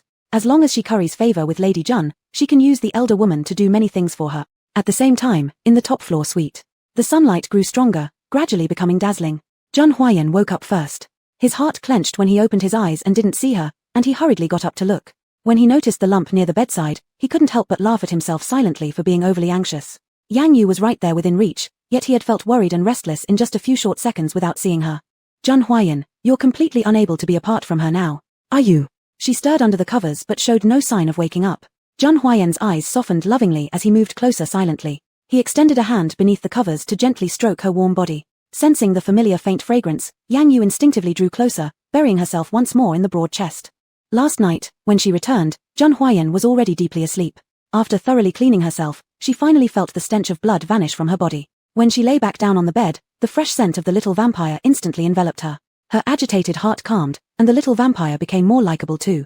Thus, she let the little vampire tightly embrace her. But as time passed quietly, she soon began to feel uncomfortable. He clung to her so tightly that she couldn't even turn over. Fuming, she simply pushed him away and lay aside. This is the last time, don't hug so tightly. Zhang Huayan stiffened for a moment, halting his hand mid-air just as he was about to pull her closer. Don't you like it? That tone full of feigned grievances truly vexed her. Yang Yu slightly frowned and lightly pushed him away under the cover. Too tight, I feel uneasy. Zhang Huayan retreated appropriately by a few inches. His previously desolate mood vanished instantly. He understood her heart completely. Yu was being more indulgent towards him than before. I promise I won't do it again. Yu, don't push me away again. Yang Yu said nothing, only withdrawing her hand. Seeing this, Zhang Huayan pondered for a moment. Then his long fingers moved to massage her temples lightly, his touch gentle and considerate. Yang Yu moaned softly in comfort, her delicate face relaxing. In the morning, it's the easiest time to lose control. The desire hidden deep in Zhang Huayan's heart awakened silently after hearing Yang Yu's unconscious moan. The trip out last night made Yang Yu somewhat tired, and her fatigue hadn't yet dissipated. His alertness diminished slightly as well, failing to notice Zhang Huayan's unusual behavior. How much he wanted to kiss Yu, Zhang Huayan murmured in his mind. Seeing the pale white skin just inches away, a blush slowly rose to his ears. So beautiful. Why is Yu so beautiful even in sleep? Yu, don't disturb me. Yang Yu spoke faintly without opening her eyes. I want to. This voice filled with longing and warmth reached Yang Yu's ears. What do you want? At this moment, Zhang Huayan's cold and stern face turned completely red. Although she had her eyes closed, he still felt shy. I want to kiss you. Chapter 31 Let's go home. Weren't we intimate last night? Not enough. Hearing the urgency in Xiaoshuenu's voice, Yang Yu opened her eyes and rarely gave a silent laugh, though this smile didn't reach her eyes, carrying a touch of coldness. Are you bothering me? Even so, Yang Yu did not resist kissing him. I'll control myself next time. Zhang Huayan interrupted Yang Yu before she could speak. He took the initiative to pull open his sleeping robe, exposing his pale, long neck to Yang Yu. For you. Smart. Yang Yu raised her eyes slightly, rarely granting Xiaoshuenu an appreciative glance. Unbeknownst to her, the upturned corners of her eyes, and the light gleaming from her pupils made the desire in Zhang Huayan's heart grow even stronger and more urgent. But, before Yang Yu made a move, he did not dare to act rashly. Aren't you afraid of pain? She had been around Xiaoshuenu for a few days now, and almost never indulged in his neck. Every time, she just gently sipped a few times before changing positions. But this time, she couldn't wait any longer. The exhaustion from last night urged her to urgently replenish with fresh blood. Since Xiaoshuenu was willing to offer himself, Yang Yu naturally wouldn't be stingy about enjoying it. I'm not afraid. Really? As long as it's I won't be afraid. Zhang Huayan was sincere and unafraid, almost wishing at that moment to cut out his heart to prove to Yang Yu. Drinking a bit of blood? What was that compared to if the other party said they wanted to eat him? He would nod without hesitation and present himself willingly. Indeed, Yang Yu's mood improved a little. Upon hearing those two words, Zhang Huayan became even more excited, eagerly wanting to prove his determination. Leaning forward, he presented his neck right to Yang Yu's mouth. So fragrant. Much better than the smell of that group of men. That group of men? Who dared to approach Yu? Making her feel irritated? Zhang Huayan frowned hard. However, he didn't have much time to think. The pricking pain on his neck pulled him out of his thoughts. Yang Yu showed no mercy, and her little canine teeth sunk into the prominent blue veins. She'd craved this particular vein for a while but hadn't brought herself to enjoy it. Now, finally, she could indulge to her heart's content. Sweet-tasting blood flowed into her mouth, and Yang Yu let out a satisfied sigh. It seemed that for a while, she shouldn't let go of Xiaoshuenu. Where else would she find such delicious blood? Upon hearing these words, Zhang Huayan became extremely excited, meaning Yu wasn't leaving. Looking at her who was feasting so happily, he couldn't help but lower his head and kiss her delicate forehead. The action was genuine, filled with love. Yang Yu paused her movement for a few seconds, then didn't mind and continued to suckle. Not until Xiaoshuenu visibly weakened did she reluctantly stop. Aren't you drinking anymore? If I continue, I'm afraid you will faint. Zhang Huayan would rather bear the pain himself than see Yang Yu endure the slightest discomfort. It doesn't matter. Even if I faint, it's fine. Yang Yu arched her eyebrows calmly, looking at Xiaoshuenu. His eager efforts to prove himself were actually quite handsome. Is that so? Yes. As long as Yu is happy, I'll do anything. But I only want to drink fresh blood. If you keep fainting, it will affect the taste of the blood. Yu, please rest assured, I will take good care of my body, striving not to faint again, letting you drink your fill. Yang Yu's expression remained indifferent, uninterested in his displayed determination. For her, as long as there are veins, that's all that matters. So, can I kiss you now? Zhang Huayan was careful, reverently testing like a newborn creature breaking out of its shell. Yang Yu lightly lifted her eyes, opening them indifferently as if bestowing grace. Come ahead. Their lips gradually came closer, touched, and a beautiful sensation traveled from their lips through their hearts and minds. It felt as if an electric current was building, intensifying with each deepening of their actions. Xiao Shuenu tasted too sweet, provoking Yang Yu to use increasing force. In mere moments, her delicate pink lips turned red. Zhang Huayan cried out in pain as Yang Yu drew back, murmuring softly, you're using too much strength. Yang Yu was ready to rise, then we should stop. No. Isn't it painful? I don't care about the pain as long as it's with you. Zhang Huayan extended his arms, pulling her back into his embrace, clumsily offering his lips once again. As long as it was with you, even pain was fine. Yang Yu's beautiful eyes glinted sharply as she leaned back in. Only when their lips became slightly numb did Zhang Huayan feel satisfied. This long kiss erased all his aloofness and detachment, filling his whole being with a sense of gratification. In a great mood, shall we go home? Asked Zhang Huayan. Yang Yu didn't seem to care much. The environment at home is better here. I want you to be more comfortable. Fine by me. After both changed back into ordinary clothes and watched as the vibrant red gown was folded away by the servant into a bag, Zhang Huayan couldn't help feeling a little downhearted. He liked seeing Yu wear red dresses. Nobody in the world suited red gowns more than her. Chapter 32. Every word Zhang Huayan said to Yang Yu was true. Master, is there anything you need me to do? The servant saw Master Zhang Huayan staring at him and thought he had some orders. Remember to iron the long dress before putting it in the wardrobe. Yes. Yang Yu glanced lazily to the side. Did the little blood slave like red dresses? Not bad taste, worthy of being her person. Zhang Huayan's lips curved slightly, revealing a sweet smile. Yu was praising him. Shall I buy you another cabinet full of red dresses? Millimeter. How nice it was to have money, Yang Yu thought inwardly. If she had money, the Yang family estate would probably have been redecorated into her palace long ago. Zhang Huayan was right beside her, hearing her thoughts crystal clear. What's mine is yours. You can use as much of the Yang family's money as you like. Yang Yu gave him a cold glance. Really? I swear, every word Zhang Huayan, say to Yang Yu is true. Not caring about your family anymore? Yang Yu knew clearly that Zhang Huayan still had many family members. Just from yesterday's birthday banquet, relatives of the Zhang family numbered more than 20. This has always been mine. If I want to give it to Yu, then it belongs to Yu. Zhang Huayan was almost stubborn. His gaze revealed an unwavering seriousness and obsession. Furthermore, he sneered in his heart. Who dared touch his things? Who dared to ask questions? Yet Yang Yu rejected him indifferently. What I want, I will obtain myself. I don't need you to give it to me. Hearing this, Zhang Huayan couldn't hide his sense of loss. So far, besides blood and money, he didn't know what else could keep Yu around, what could make her just as dependent on him as he was on her. It was rare for Zhang Huayan to be silent, while Yang Yu crossed her arms and stared at him questioningly. What's wrong? Nothing, let's go. Zhang Huayan remembered that Yang Yu had once told him not to meddle too much in her affairs. He was afraid that if he did, she might get annoyed or even detest him, so he endured. Yang Yu originally didn't care much about anything other than blood. A mere blood slave wasn't worth stirring up her emotions. At the same time, the hospital. Since the old couple from the Yang family was hospitalized, Madame Jun had started her investigation. Together with the old couple, bodyguards were also sent. But all these bodyguards had fainted due to excessive blood loss without exception. There was one who was still awake initially, but after arriving at the hospital, closed their eyes again. The police also got involved in this matter, but the police needed evidence. Madame Jun's testimony alone wasn't enough. That's right, surveillance footage. She immediately called Yang Ziru. Ziru, you were pushed down the well by that wild girl. I'll find solid evidence soon. There's surveillance in the ancient well corridor. I'll adjust the video right away. Upon hearing the mention of surveillance, Yang Ziru froze. Before she pushed Yang Yu, she had already destroyed all the surveillance recordings. How could there be any left? As long as there is surveillance, we can prove it was her who pushed you. Then, we'll have Huayan personally drive her out of the Jun family courtyard.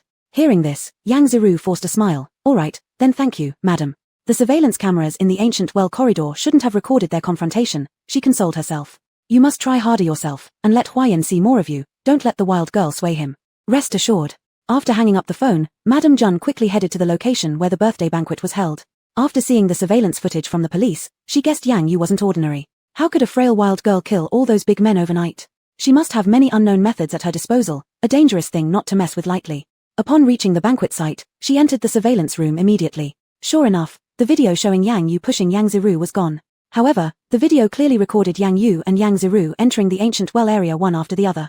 Obtaining surveillance from the staff was much easier than getting it from the police. Without difficulty, Madame Jun copied the surveillance footage.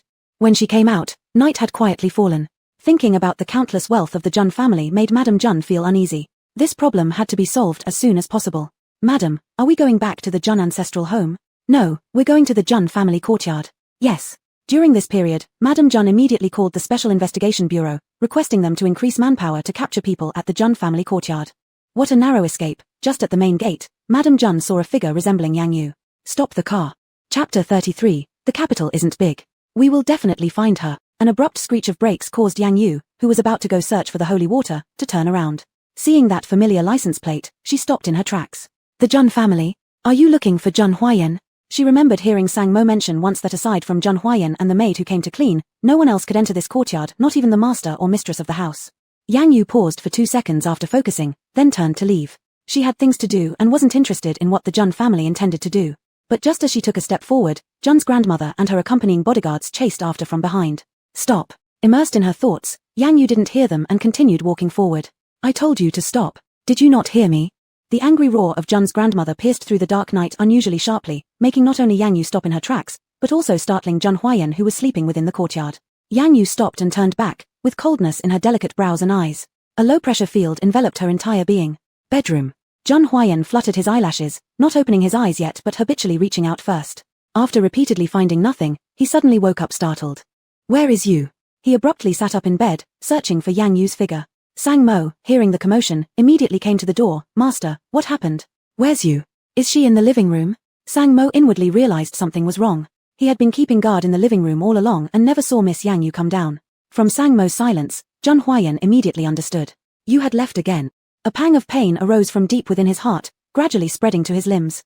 Jun Huayan clutched his chest, his face pale as paper. Why did you leave again? Wasn't he good enough to her? Does she not need my blood anymore? Inside became silent, causing Sang Mo to completely panic. Master, if Miss Yang Yu is gone, we'll find her together. The capital isn't big, we'll definitely find her. Jun Huayan was submerged in sorrow, unable to hear what Sang Mo was saying at all. Sang Mo grew increasingly anxious, no longer able to restrain himself, and began pounding furiously on the door. Jun Huayan's burst of anger instantly ignited, ready to give Sang Mo a severe lesson when his gaze fell upon a white sheet of paper on the table. Letter paper? How does it still exist in the Jun family courtyard? He walked over and picked it up. It read, I'm stepping out for a while. Don't worry. Is this from you? Has she not left? Jun Huayan's eyes shone with a renewed light, as if reborn. Sang Mo feared something would happen to the master and kept knocking incessantly outside the door. Master, shut up. Jun Huayan snapped harshly. It finally became quiet outside, with not a single sound. However, very soon, the siren of a police car broke the tranquility. What's going on? Jun Huayan got up and headed outside. Upon seeing the master come out unscathed, Sang Mo immediately let out a sigh of relief. Master, shall we head out now to look for Miss Yang Yu? She'll come back. Let's see what's going on outside first. Who dares cause trouble outside the Jun family courtyard? Do they want to die? Yes, sir. Sang Mo inspected the situation from the window. Seeing that familiar license plate and the tense standoff between two people, he sensed impending disaster. Master, the old madam and Miss Yang Yu are at the gate. The Special Investigation Bureau has also arrived.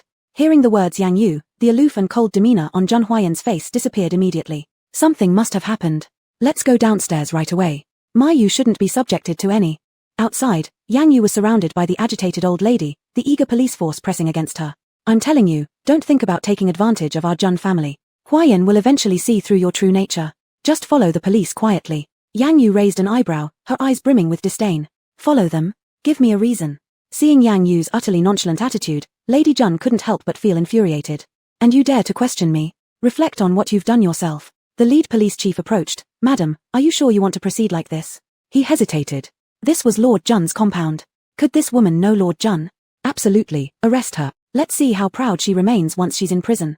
What a poorly raised girl. Understood. The police captain signaled, and several officers immediately stepped forward to arrest Yang Yu.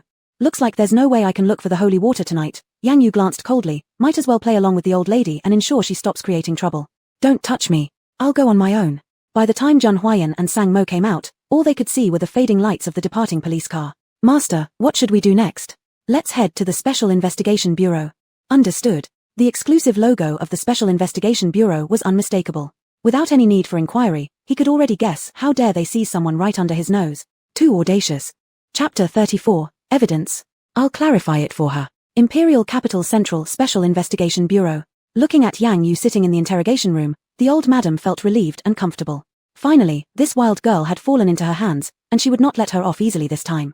Best to make this wild girl know her place and dare not come close to the Jun family again, especially close to Huayan. Old madam, you just said that it was her who pushed Yang Zhero, didn't you? Yes. Yang Yu lightly lifted her lashes, her bright eyes flashing with a hint of coolness as she gave a faint glance around the room. Clearly, she did not take the old madam's words seriously.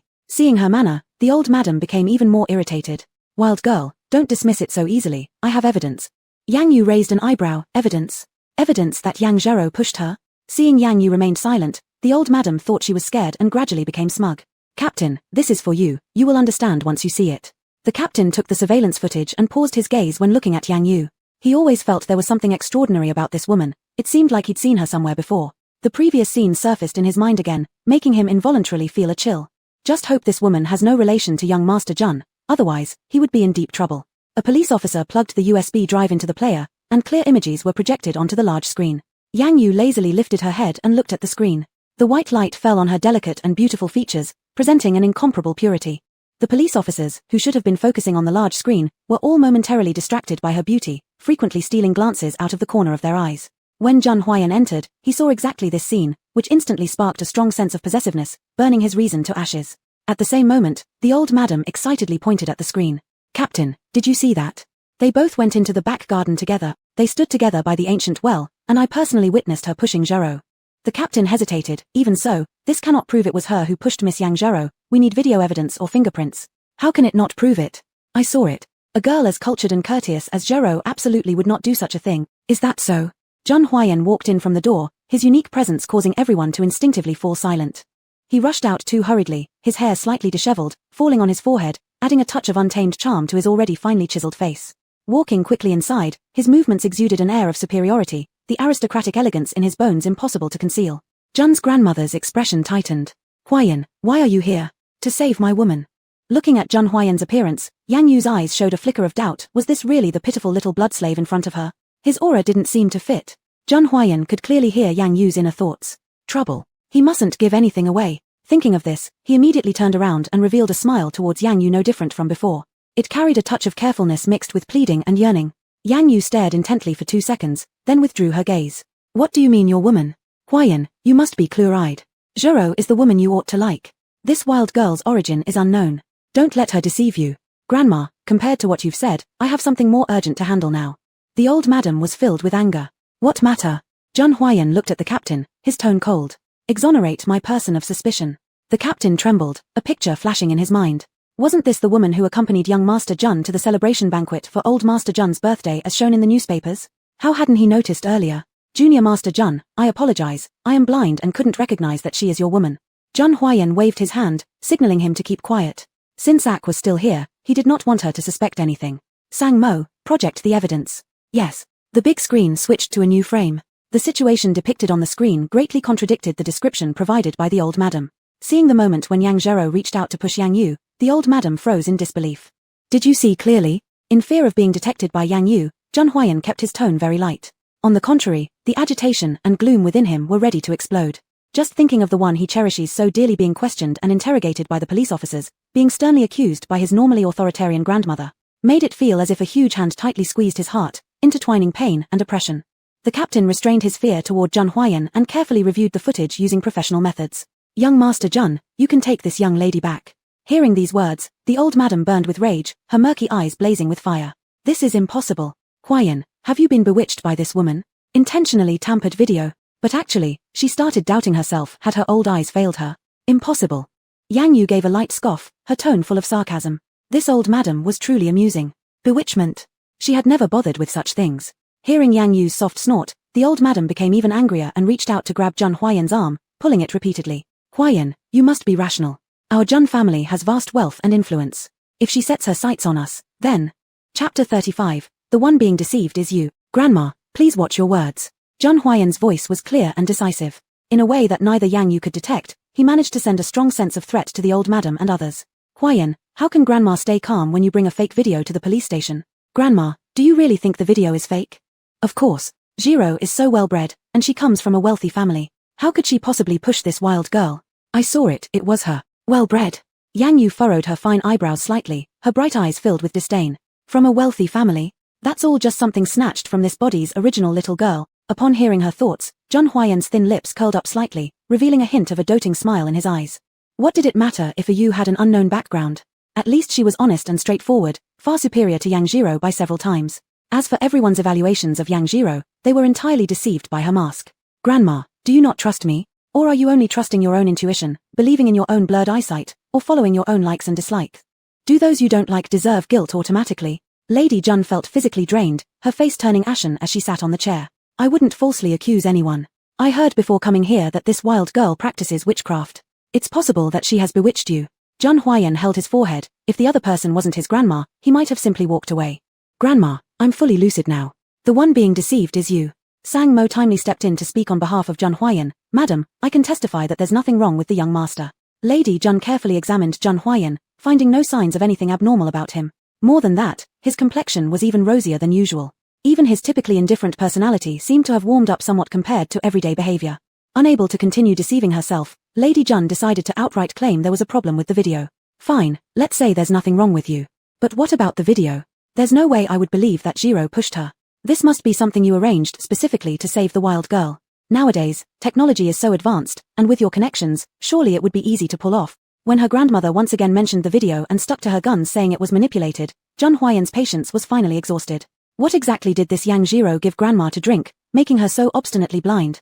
Seeing Chief Jun nearing the edge of anger, the police captain hastily intervened. Madam, calm down. This video has no trace of alteration at all. It's absolutely genuine. We can also verify that. Several experienced officers chimed in. I don't believe you. Do you think I can't see you're both on the same side? He shows up, and you change your story. Both of you are equally despicable. Seeing the old lady screaming alone, Yang Yu suddenly became intrigued. She started to wonder what tricks the old lady might pull next to smear her. Jun Huayan turned slightly, soothing Yang Yu with a tender gaze, letting her know she needn't worry, he would take her out soon. If grandma doesn't believe us, then I'll find a professional team to inspect it. Unnecessary. When I found the video, there were only segments showing 2 people entering the back garden. But yours? An entire segment without any omissions, isn't that the best proof already? Jun Huayan didn't want to waste more time arguing with her anymore. Sang Mo, call in the professionals. Yes sir. Lady Jun's heart clenched as she began hesitating. The clarity of the video made her start doubting whether her eyes were truly deceiving her. At this rate, how could Huayan still consider marrying Jiro? Upon Jun Huayan issuing orders, no one dared hesitate. In less than 10 minutes, a group of experts specializing in video verification entered through the door. Seeing their specialized equipment, as well as their focused and serious expressions, Lady Jun became nervous, sweat dripping continuously from her forehead. Yang Yu lightly raised her eyelids, coldly glancing over. This drama was reaching its climax. Jun Huayan chuckled softly to himself, wondering even at such moments why Yu was still interested in the performance. No wonder, she was indeed unlike other women. Not long after, since the video was short, the evaluation results came quickly. The leading man approached Jun Huayan. Sir Jun, there is not a single trace of tampering in the video. The old lady immediately couldn't stand it, hastily shouting, that's impossible. If it's true, then why didn't I find the complete video? And yet you have it. I anticipated problems and specially arranged for Sang Mo to record in the corner ahead of time. Who doesn't know that Yang Jiro has always harbored jealousy toward Yu? I couldn't help but be cautious. Yang Yu smirked faintly, her icy and enchanting face becoming even more beguiling. She drew hushed admiration from those around her, all of them afraid of disturbing this stunning beauty. Who would have thought that this little blood slave, though appearing not too smart normally, could actually come through in critical moments? Not very smart. Jun Huayan repeated in his mind, his usually expressionless face twitching slightly. Chapter 36. The only person I will be engaged to is Ak. His Ak was truly mischievous. In the entire capital, only she dared to act so freely. Lady Jun suddenly stood up, her face alternating between pale and red, her chest heaving violently due to anger. Just as everyone thought she would faint from exhaustion, she suddenly moved. By this time, Jun Huayan had already brought Yang Q out of the interrogation room and was tenderly embracing her, fearing that she might suffer even a hint of injustice. Grandma, we're leaving. You should take care of yourself. Hold on, your grandma still has something to say. Seeing the two affectionately entwined before her eyes, Lady Jun gave Yang Q a fierce glare. What a seductress, capable of fooling only her ignorant grandson. Grandma, if you can still listen to advice, I advise you to stay away from Yang Zhero. Jun Huayan looked at Lady Jun with an icy tone. Stay away. I tell you, your engagement to Yang Zhero won't change one bit because of what happened tonight. Don't think this way can make me change my mind and cancel the engagement. Yang Q looked at Jun Huayan silently with a puzzled expression. Did the little blood slave still have a marriage to deal with? What a bother. Though Yang Q didn't say anything, Jun Huayan could detect a trace of fragility in her eyes. His heart tightened slightly, and he grew angrier. Engagement, right? Fine. Lady Jun's heart cheered momentarily as she quickly confirmed, you agree? Jun Huayan firmly grasped Yang Q's hand. I agree to the engagement, but the person I will be engaged to can only be her, Yang Q. You ungrateful brat, you've gone against the heavens. Lady Jun clutched her chest and stepped back repeatedly. Jun Huayan remained unperturbed, his gaze extraordinarily resolute. He was very clear, the person he loved was only Ak, and in the future, it would also be Ak. Yang Q raised an eyebrow and allowed herself to be pulled along by the little blood slave. It had to be admitted, the little blood slave's overbearing demeanor was actually quite handsome. Truly deserving of being carefully selected by her, he was not someone to let go easily. The corner of Jun Huayan's mouth curved into a wider smile. Ak found him handsome. Did that mean Ak wouldn't leave him so easily? Thinking of this, he tightly grasped Yang Q's hand, unwilling to let go even an inch. Lady Jun, seeing no reaction from the two, angrily stamped her feet behind them. Jun Huayan, stand still. If you dare to marry her, I'll die right in front of you. Jun Huayan did not waver and continued walking towards the door. She's threatening to kill herself. There was a trace of laughter in Yang Q's voice. She doesn't have the guts for that, she's just talking big. Yang Q neither confirmed nor denied, following beside Jun Huayan, preparing to return to the courtyard. At this moment, a shadow darted past in a corner. Yang Q's beautiful eyes lit up sharply, and she subtly twitched her nose, breaking free from Jun Huayan's hold. Jun Huayan only felt warmth slipping away from his side, reflexively reaching out to chase after Ak. The dangerous aura haunting her mind had lingered for too long now. She hated this feeling of not being able to grasp it, and swiftly vanished into the night. Everything happened so fast that when Jun Huayan refocused, Yang Q was already nowhere to be seen around. Ak. Was there something wrong he did? Why did Ak leave him again? Would she return this time? Then could he go find her? A sharp headache struck, and Jun Huayan's frail body struggled to support itself, eventually collapsing. Master. Sang Mo was quick on his feet and directly supported him from behind. After confirming he didn't fall to the ground, he breathed a sigh of relief. Their young master's health was extremely precious and couldn't afford even the slightest mishap. In a dark alley, Yang Q moved like the wind, tracing the residual scent. What puzzled her was that this scent was sparse, becoming weaker and weaker as she continued her pursuit. In less than half an hour, she had traveled from the center of the capital to the border. Looking at the distant mountain, Yang Q halted her steps. Come out. The man emerged from behind a boulder. I've underestimated you. Who sent you? Or are you avenging your so-called brother? The man sneered coldly. Being caught by you was bad luck for me, but you won't get information from me so easily. Yang Q's eyes turned colder, raising her guard. What do you want to do? The man said nothing, instead scoffing lightly. You'll never know. However, you indeed meet our standard. With the inspection complete, the man's task ended, and he instantly turned to leap into the mountain cliff. Upon seeing this, Yang Q was somewhat surprised. He preferred death to speaking. Dying in front of her wouldn't be easy. Without hesitation, Yang Q walked to the edge of the cliff and leapt off. The cold mountain wind howled past her ears, causing her discomfort as she closed her eyes. Below the cliff, the man's corpse was nowhere to be found. Within 100 meters, she was the only one. What had happened? Yang Q was puzzled. She wanted to get up and look for answers, but changes in her body made her stop. Before jumping, she had been prepared, expecting some minor injuries. But now, not only were there no injuries, her body also felt much lighter than before. An undeniable power flowed subtly within her, and Yang Q smiled. Her spiritual energy had returned. Looking at the dangerous surroundings, she gave a faint glance without truly regarding them as a threat. Chapter 37. His AU must not die. When the sky was hazy, Jun Huayan finally woke up. His first reaction was to reach out and touch beside him, but the cold bed told him that she had not returned yet.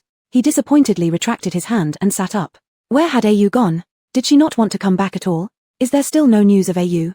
Sang Mo immediately responded, no, but young master, you don't need to worry. All of the bodyguards from the Jun family have been dispatched.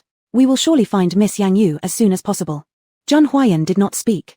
Without Yang Yu, he could not muster any spirit. It seemed as if all his strength had been drained, leaving only an empty shell moving. There is one more thing. Sang Mo hesitated, looking troubled at Jun Huayan. Jun Huayan gave him a faint glance, signaling him to continue. The old madam has fully reported the matter to master. He asks that young master return to the Jun family estate. Never mind it. Yes. Looking out the foggy window, Jun Huayan's worried eyes deepened. In such cold weather, was AU all right? Prepare the carriage. What? Sang Mo could not keep up with Jun Huayan's line of thought. Jun Huayan coldly looked at him, an intense pressure emanating from him freezing the entire room in an instant. Sang Mo felt a chill run down his back and involuntarily shivered. Prepare the carriage. I am going to look for AU. Young master, all the bodyguards of the Jun family are already out. There's no need for you to worry, we just need to wait for news. It's too cold outside, your body cannot bear it. Are you daring to stop me?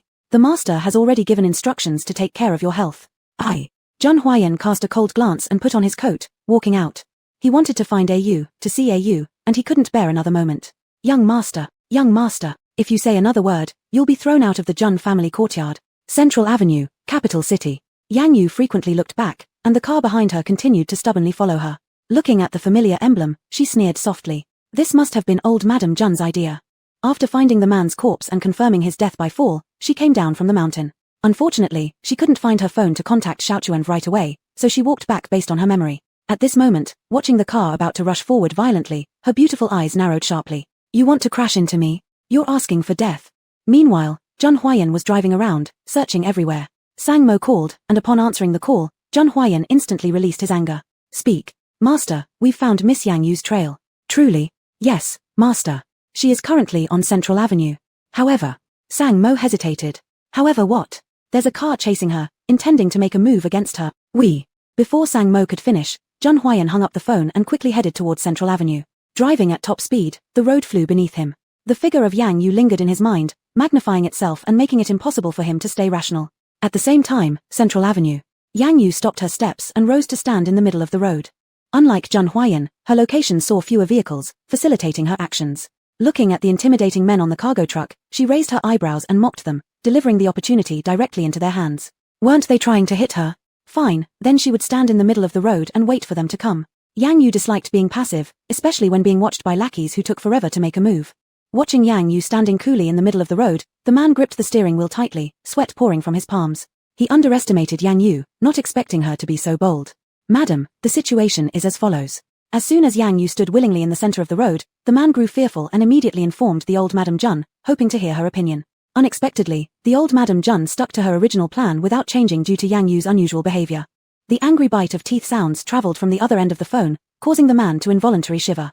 Continue the action, ram her hard. Yang Yu had observed all of his movements clearly, and her disdain increased within her heart. If he didn't act now, it would soon become daylight. She was hungry and wanted to find Xiaochuan to feed. She had no energy to waste here.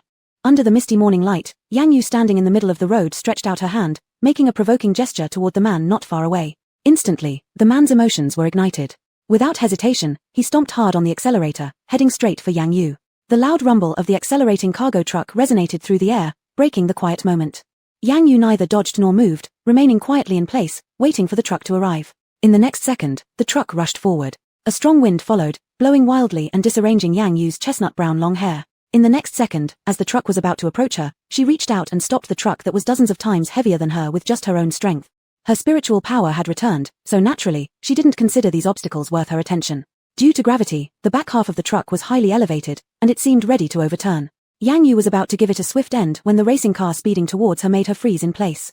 Just as the truck charged at Yang Yu, Jun Huayan arrived from behind. Seeing Yang Yu standing precisely in the middle of the road, his breathing almost stopped, and his heart momentarily froze. Chapter 38, The Blood Queen's Sacrifice Saved You. How did his AU end up there? No, she absolutely mustn't be in danger. If anything happens to her, he will kill everyone. Without hesitation, Jun Huayang drove with the determination of certain death and rammed fiercely into the truck. The collision between the two cars created an immense crashing sound. The car hood was dented, and the car body emitted wisps of smoke. Yang Yu stood intact beside them. A few meters away stood Jun Huayang. His pale, stern face had traces of blood on it. Though extremely fragile, his beauty was breathtaking due to his smile. Jun Huayang no longer had any strength left. The strong collision and rebound put too much strain on his body, making it difficult for him to even open the door. So, he exerted all his might to flash Yang Yu a smile, signaling that he was fine. Yang Yu quickly regained her senses and looked at the unconscious man inside the truck. Her exquisite features were wrapped in coldness, bringing with them a fatal danger. You're done. The next second, spiritual power appeared, causing the truck to flip over. In less than a moment, the truck that originally stood sturdily by the roadside rolled down, lying quietly on the grass. Seeing the thick black smoke, Yang Yu internally realized things weren't good. They would definitely be affected by the explosion if they didn't retreat. She immediately went to the door, opened it, and asked, "How are you?" Jun Huayang still retained some consciousness, barely alive. I'm fine. Hold on, don't die. I'm still starving, waiting to drink your blood." Without thinking, Jun Huayang immediately moved his neck closer, using silent actions to show his resolve. "Drink it, AU." Yang Yu pushed him away. If she kept feeding now, he likely wouldn't last long. "Are you crazy? Do you want to die?" Seeing the obstructive seatbelt and airbags, she acted swiftly, removing them one by one using her spiritual powers. Jun Huayan's eyes greedily lingered on Yang Yu's face, unwilling to shift away even slightly. He paid no attention to what Yang Yu was doing. "AU, don't you want to drink?" Yang Yu's eyes were complex. She'd finally found such a suitable little blood slave, but couldn't let this accident ruin him. Crazy. AU actually said he was crazy. Jun Huayan's consciousness was hazy, his gaze vulnerable and brittle. He tried to object but couldn't utter a single word. "I'll take you out." Yang Yu's tone remained consistently icy, but her eyes contained more complexity. Jun Huayang saved her, or else none of this would have happened, an unforeseen disaster beyond measure. Everything should have been easily resolved as per her plan. But to her surprise, he suddenly appeared midway. She thought she'd be furious, yet the emotions rising within her indicated that it wasn't as severe as expected. However, if he dared interfere with her matters again, she would absolutely not allow it. Half asleep, Jun Huayang didn't hear Yang Yu's inner thoughts. Between her actions, a warm fragrance enveloped him gently. The pain seemed to be diminishing, and he gradually closed his eyes. Seeing this, Yang Yu tensed her expression, worried. This bloodslave's body was already weak. If he passed out at this point, there was the risk he might not wake up afterward. With this in mind, she immediately took him out of the car and cradled him against her chest. At the same time, she swiftly distanced herself from the accident site to a safe place. As the police sirens sounded, the truck exploded. In an instant, the scene was stunningly dangerous. But Yang Yu had no time to care because the little bloodslave in her arms was still motionless. The loud sounds and noisy environment failed to rouse him, indicating that his condition was no safer than their surroundings. Jun Huayang, wake up. No response, no movement.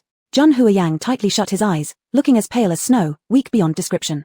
The dawn light gradually rose, casting on his cheeks, making him appear like a fragile porcelain doll ready to wither at any moment. Yang Yu's elegant brows furrowed lightly, revealing a faint trace of worry in her bright eyes. The officers got out of the vehicle and set up a warning line. The crowd gathered, encircling them. Miss, please trouble you two. Get lost. Faced with sudden stares and inquiries, Yang Yu's intimidating glare forced each person back. Jun Huayang was still unconscious, leaving her without any remaining patience. Yang Yu tightly embraced Jun Huayang, ensuring he wouldn't be disturbed by anyone or anything. People didn't dare approach further, and the surroundings grew quieter. Jun Huayang, I'm only doing this once. Regardless of whether you're unconscious or not, you need to remember that I used the Blood Queen's blood to save you. Yang Yu stretched out her hand, her eyes flashing as a thread of golden light passed over her fingers. In a moment, a deep scratch marked her white, tender fingertip, spilling blood that trickled steadily. She seized the opportunity and promptly inserted her bleeding finger into Jun Huayan's mouth. Unconscious, Jun Huayang seemed to regain awareness, opening his lips within moments and beginning to suckle. Chapter 39, Only a Yu can carry him. Watching the little blood slave's complexion improve bit by bit, Yang Yu let out a sigh of relief and retracted her fingers. Master! A concerned and anxious shout came from behind, and a trace of impatience flashed in Yang Yu's eyes. It was this bothersome thing again. Master, are you alright? You wouldn't have to yell, he would be better if you didn't. Seeing Jun Huayan with his eyes closed and a weak expression, Sang Mo immediately covered his mouth. After pausing for a few minutes, he opened his mouth again reluctantly. Miss Yang Yu, are you alright? The carriage of the Jun family has arrived. Let's go quickly. Yang Yu glanced at the front without responding. Sang Mo extended his hand, pretending to lift Jun Huayan. Miss Yang Yu, please give me the master. Coincidentally, Jun Huayan, who drank the blood, woke up right at that moment. He understood the situation in an instant, looking at Yang Yu, who refused to let him go in her embrace. He lightly turned his eyes and glared at Sang Mo. Just as Sang Mo wanted to say something, this glare made him shut his mouth completely, not daring to interfere anymore. Yang Yu did not notice the person in her arms had already woken up. She calmly said, "Not necessary. I can do it myself." The next second, Jun Huayan landed on Yang Yu's back. Their two bodies were tightly pressed together, transmitting warmth. Jun Huayan leaned closely and buried his head in her fragrant neck. The corners of his lips rose high, showing evident joy all over his body. His Yu was so good. What should he do? He grew even more reluctant to let her go. Yang Yu allowed him to act freely, not feeling any discomfort at all. Sang Mo standing behind felt a mixture of emotions, excitement and admiration intertwined in his heart. The young master had finally found Miss Yang Yu. Only, wasn't the order of carrying people reversed? Courtyard of the Jun family. On Sang Mo's suggestion, Yang Yu brought him back to the Jun household. The family doctor will arrive soon. The master hates the smell of hospitals, so when he is sick, he always chooses to be treated at home. Okay. Yang Yu looked indifferent, not very interested in what Sang Mo said. Even without going to the hospital, Jun Huayan could slowly recover after consuming her blood. Seeing that Yang Yu paid no attention to him, Sang Mo silently withdrew. Jun Huayan heard the sound, secretly delighting in his heart. Finally, the annoying thing was gone. Now, he could enjoy the intimate time with Yu. Yang Yu sat at the foot of the bed, quietly gazing at Jun Huayan. She was so hungry, craving blood. Jun Huayan's mouth corner slightly twitched. He had originally wanted to romance Yu, but instead, Yu seemed only interested in drinking his blood. He slowly opened his eyes and pulled down his collar. Yang Yu snapped out of her thoughts and arched an eyebrow, looking at him. Awake? Yu, since you've been out for so long, you must be hungry. Looking at the smooth, white flesh and distinct muscles before her, Yang Yu swallowed hard.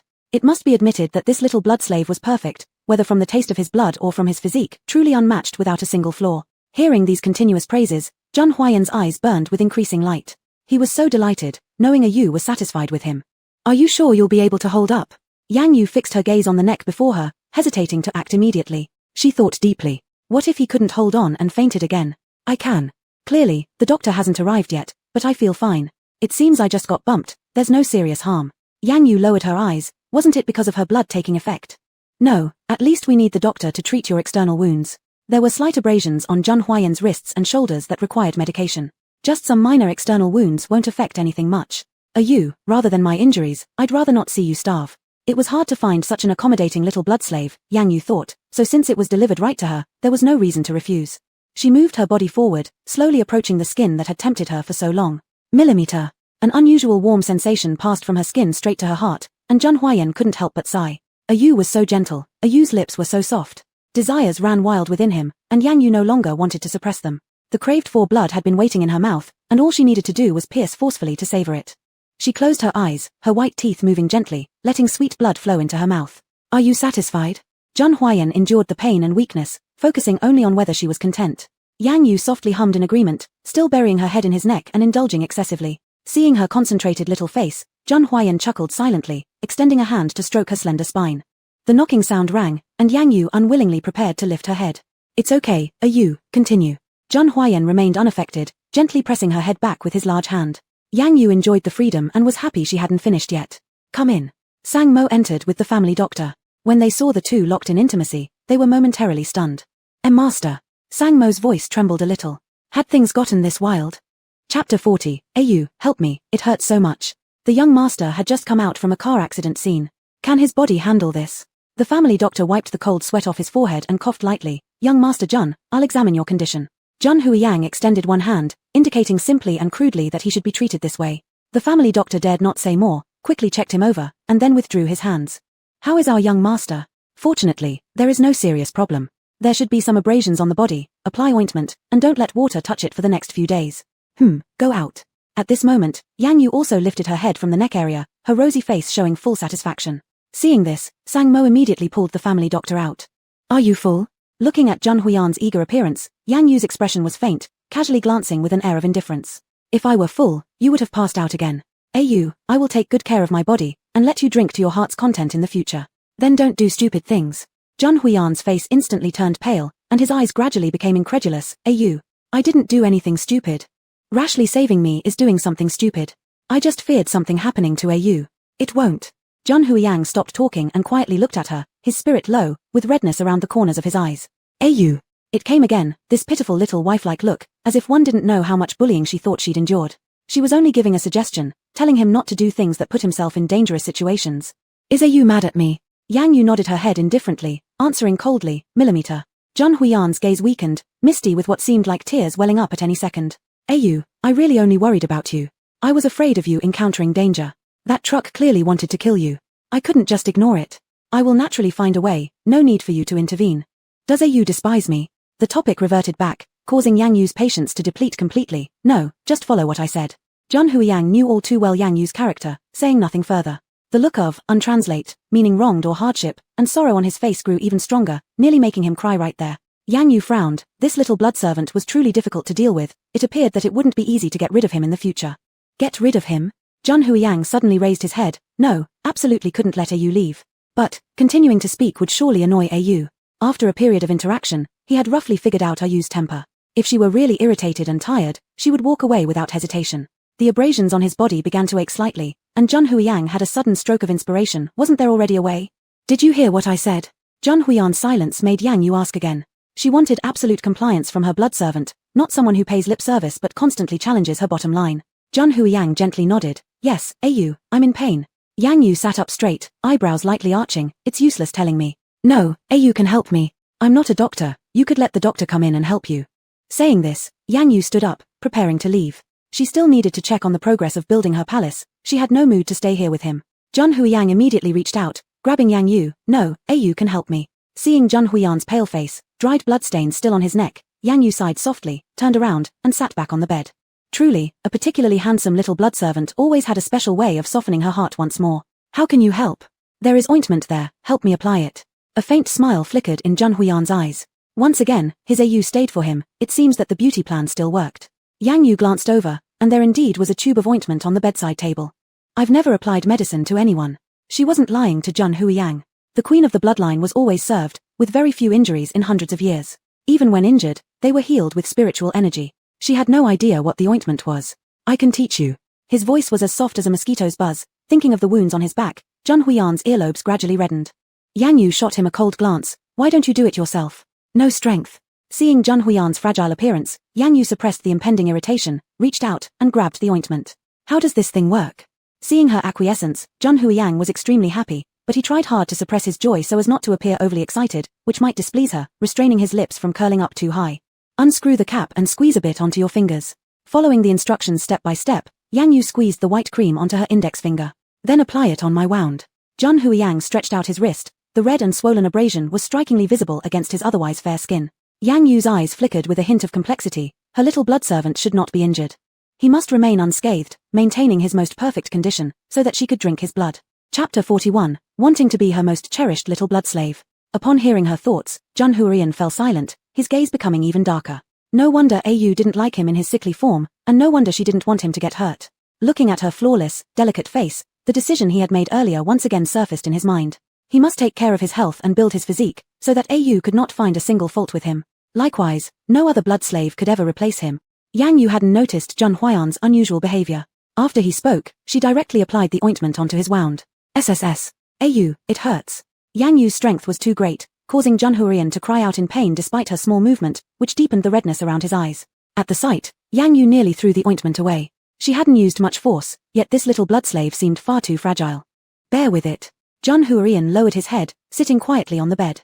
Though silent, there was an air of grievance emanating from every strand of his hair. Yang Yu squeezed out more ointment, pressing it onto the little blood slave's hand. Au, another voice filled with grievance called out. Yang Yu stopped. Does it still hurt? She had clearly lightened her touch already. Millimeter, Au, can you be even gentler? And spread the ointment. Yang Yu remained quiet, lessening the pressure in her hands. The smile in Jun Huiyang's eyes grew wider, as a bold hunch suddenly took shape within him. Perhaps one day, Au would treat him exceptionally well. How dare you order me around? Yang Yu's tone was cool and calm, though doubts began to stir in her heart as she continued to work. It seemed like she wasn't particularly opposed to Jun Huiyang's current demands. Was it out of sympathy? To gain her sympathy, this little blood slave truly was the first of its kind. I don't mean that. After hesitating for a moment, Jun Huiyang gathered up the courage. Au, my back really hurts. Seeing his face turn increasingly red, a mischievous glimmer appeared in Yang Yu's eyes. Your back. Jun Huiyang nodded lightly. Millimeter. Well, turn around then. How effortlessly things were going made it hard for Jun Huiyang to believe.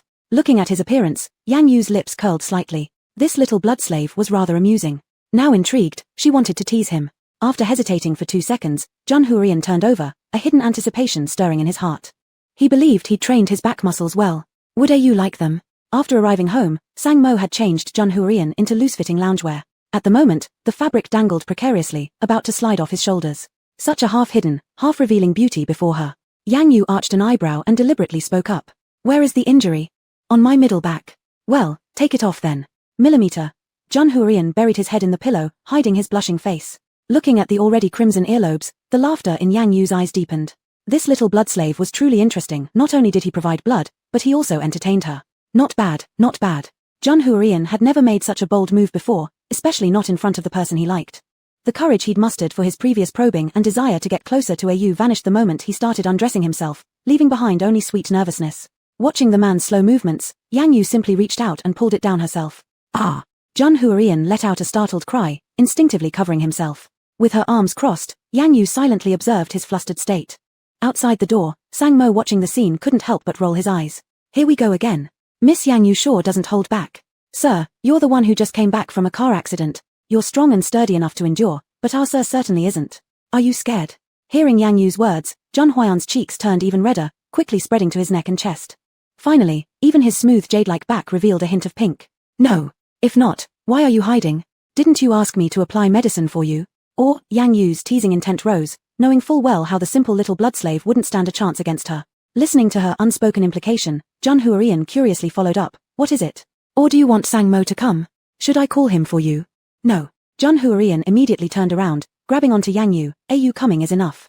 Yang Yu bent down, leaning close until their faces were merely centimeters apart. Her warm breath touched his flushed cheeks. Then stop dodging and behave yourself. Millimeter. Jun Huiyang's heart pounded thunderously as he evaded Yang Yu's audacious gaze. Yang Yu remained silent, her gaze fixated on the absolutely perfect body in front of her.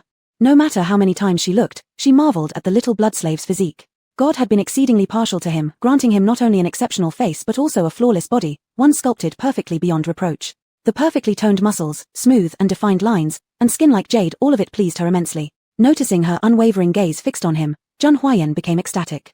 Does Au like it? Chapter 42. Did the scums voluntarily confess their crimes? I like it, keep it up. I will. Zhang Huayan could not contain his joy. The more places you liked about him, the less likely she might be to leave him in the future. He was confident that no one in the entire capital could find a more perfect man than him. Turn around. Okay. Broad shoulders, deeply indented waistlines came into view, and Yang Yu's gaze grew deeper as her heart's impulses gradually arose. Does it hurt a lot? Millimeter. Looking at the abrasions as big as a fist, Yang Yu suppressed her impulses and continued applying ointment. The cool ointment touched his skin, causing Zhang Huayan to involuntarily shiver. Does it hurt? It doesn't hurt. Yu is doing great. Then why are you moving? Cool. Truly delicate, Yang Yu thought. Bear with it. Zhang Huayan closed his eyes. Actually, it wasn't that cold. Mixed with Yang Yu's body temperature on her fingers, as the ointment was repeatedly applied, it gradually became warm. He just wanted to show his weakness and coquettishness to his Yu, making her feel sorry for him. After treating 3 or 4 abrasions all over his body, Yang Yu stood up again. Yu, I want to. Ever since Yang Yu extended her hand to touch his skin, his inner excitement had been roaring ever louder. Coincidentally, Yang Yu's impulse had not yet subsided. Come over here yourself. She didn't want to move anymore. Smearing ointment for more than 10 minutes had already begun to tire her out. Zhang Huayan was eager, and all the pain disappeared, replaced by infinite strength. He missed that sweetness and wanted to experience that beautiful sensation belonging to him. The angle switched, and Yang Yu leaned against the head of the bed like an empress, accepting the submission and worship of an ordinary person. Red lips were right there before him, and Zhang Huayan nervously clenched his fists, small beads of sweat appearing in his palms. Zhang Huayan, your heartbeat is disturbing me. In the quiet room, any sound would be amplified. Zhang Huayan's heartbeat like a drum resounded clearly in her ears, making her laugh inwardly. Sorry, Yu. Zhang Huayan covered his chest, silently cursing himself for being unmanly. It wasn't the first time he'd kissed Yu, so why was he still so nervous? Come closer. A clear and fresh fragrance immediately reached his nose, enveloping her. Yang Yu took a light breath, relaxing her eyebrows. To be honest, the scent on his body was still quite pleasant. Zhang Huayan smiled even wider at the corners of his mouth, unable to suppress the thrill inside. He leaned in and kissed her ruby lips. Delicate, sweet, tempting Zhang Huayan to reach out and try to pull her closer to him. His kissing technique, which had improved considerably from previous times, prompted Yang Yu to take the initiative to move forward before Zhang Huayan even made another move. Her Yu was so sweet, what could he do if he couldn't control himself? Zhang Huayan retreated slightly, creating some distance between them. If they continued kissing, he wouldn't be able to guarantee that he would maintain such good self-control. Yang Yu's cherry lips were swollen and heated, her eyes hazy. She frowned discontentedly, she hadn't even said to stop yet. Continue. Zhang Huayan gave a bitter smile. Yu, I can't hold back. Upon hearing this, Yang Yu looked intently at him, giggling lightly, but I'm still not satisfied. Yu, don't tempt me. Hold on, continue. Looking at her who was clearly teasing on purpose, Zhang Huayan sighed inwardly, what to do? Even so, he did not bear to make Yu wait. He raised his head and moved close to her again, who was leaning against the head of the bed. Their thin lips met, and Yang Yu closed her eyes contentedly. But before they could savor each other longer, a knocking sound interrupted them. Zhang Huayan was just getting into it, pretending not to hear. Master, Miss Yang, we received news from the hospital. If it wasn't an urgent matter, Sang Mo wouldn't dare knock on the door at this time even if given 10 livers. Yang Yu reached out and gently pushed away the reluctant young blood slave. That's enough. Yu. That low, hoarse voice fell into her ears, and Yang Yu said indifferently, you just said earlier that you were afraid you couldn't hold back. So now you can again. He could barely hold back, only able to relieve by continuously kissing her sweet red lips. Me. Let's see what happened. Yang Yu cut off his words, not wanting to listen further. As for what Zhang Huayan was like, she didn't know, but at least she was satisfied. Suppressing the disappointment in her heart, Zhang Huayan looked toward the door. Come in. Sang Mo took a deep breath outside the door and walked into the room with a determination akin to meeting death itself. What's the matter? The bodyguard from the Yang family woke up. Zhang Huayan's eyes suddenly changed dramatically, immediately arranged for the chief to personally interrogate them. I want them to pay for their action. Master, there's no need to interrogate. Reason? Yang Yu asked. They've already voluntarily confessed to their criminal facts. Now the police officers responsible for guarding have already recorded the crime process in detail. Zhang Huayan frowned. How did this happen? Chapter 43. I just asked you to give me a hug, not to let your imagination run wild. Yang Yu remained silent and after some deep thought, she arrived at an answer. It seemed that the spiritual energy she had left in them initially had taken effect, causing them to reveal their secrets under its influence. Since they could not uncover the reason, Zhang Huayan quickly adjusted her strategy. Then arrange for a journalist, a famous entertainment reporter from the capital. Let them take more pictures at the hospital. I want to ruin the Yang family's reputation. Yes. Afraid that Yang Yu might suspect something, Zhang Huayan immediately turned back with a delicate tone. A Jew, is this okay? Yang Yu was still in surprise, wondering how this little blood slave who had always been so gentle suddenly became like this. But within a blink of an eye, he had returned to his usual demeanor, as if the earlier arrogance had been just an illusion.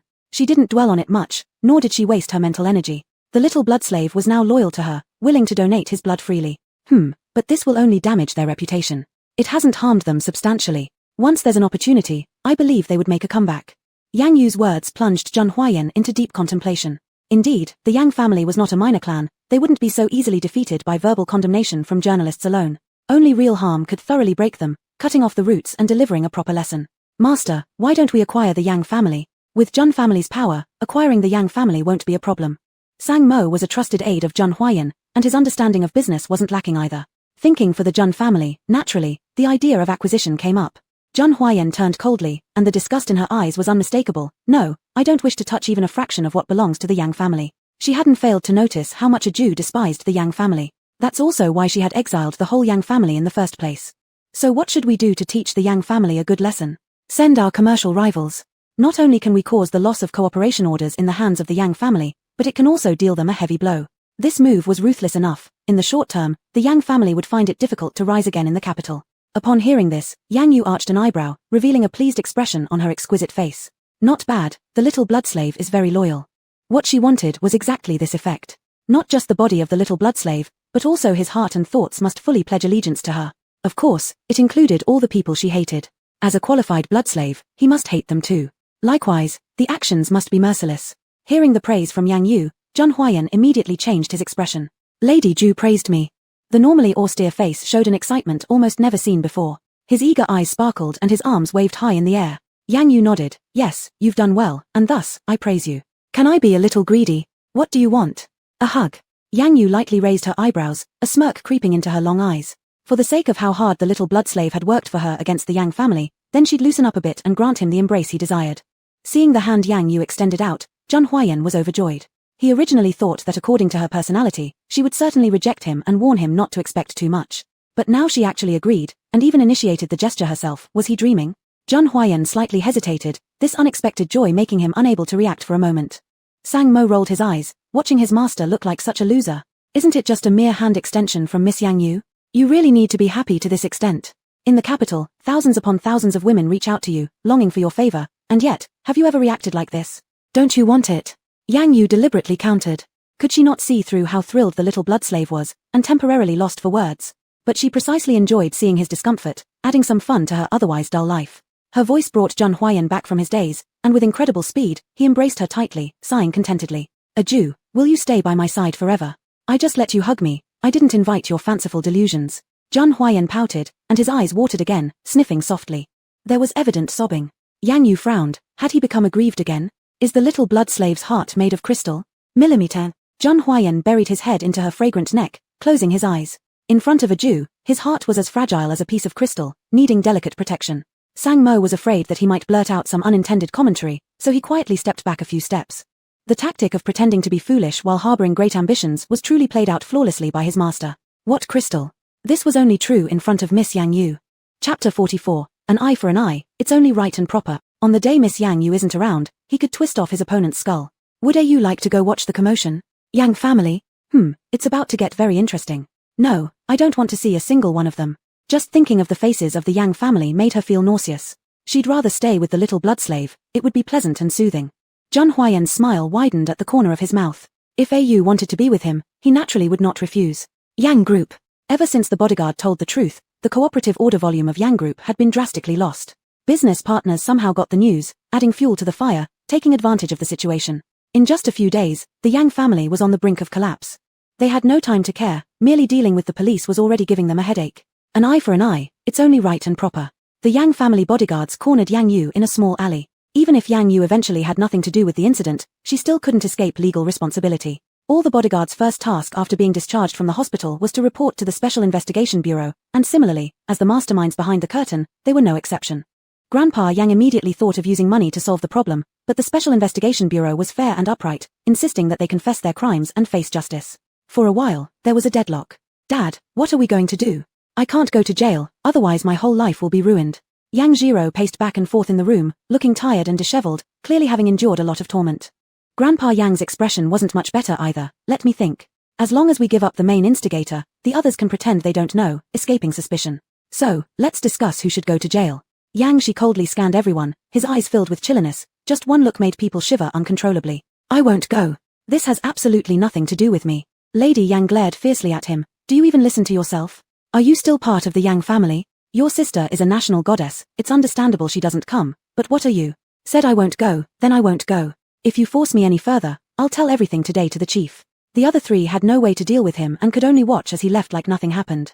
Dad, what are we going to do? We can't let this drag on, otherwise our Yang family will surely be dragged down by this event. I know. Lady Yang thought for a moment. Old man, why don't you go? I still have to take care of these two children. Hearing this, Grandpa Yang glared at her. What will happen to Yang Group if I leave? Am I supposed to just watch my hard work of several decades go bankrupt? But what about the kids? Leave them to the nanny. Rest assured, as long as the money is there, they won't suffer. Lady Yang collapsed onto the chair. Your meaning is, to make me go to jail?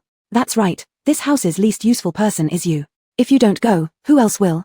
Seeing the scene before her, Yang Jiro sighed in relief. To her, whoever went made no difference, as long as it didn't affect her reputation. You ungrateful wretch, you actually want me to go to jail? Are you human? What else can we do? Who else can go? No one answered, the atmosphere was oppressive. Grandpa Yang angrily said, we'll follow what I say. I will provide a tape recording of yours as proof willingly given. With this evidence, we'll strive for leniency for the Yang family, avoiding fines and such. Simultaneously, we'll seek sentence reduction for you. You fiend. Lady Yang cried, how could you treat me like this? I'm doing this for the good of our family. Rest assured, when the time comes, I will definitely bring things to visit you. I don't want to go. Yang Jiro, fearing another accident, stepped forward to comfort her. Don't worry, Mom. Once the heat is over, I'll find someone to get you out immediately. Do you really mean that? Of course, don't you trust my ability? Just look at the capital, half the men have fallen for me. Once the storm passes, saving someone will just be a words matter. Lady Yang gradually got convinced, believing Yang Jiro's words.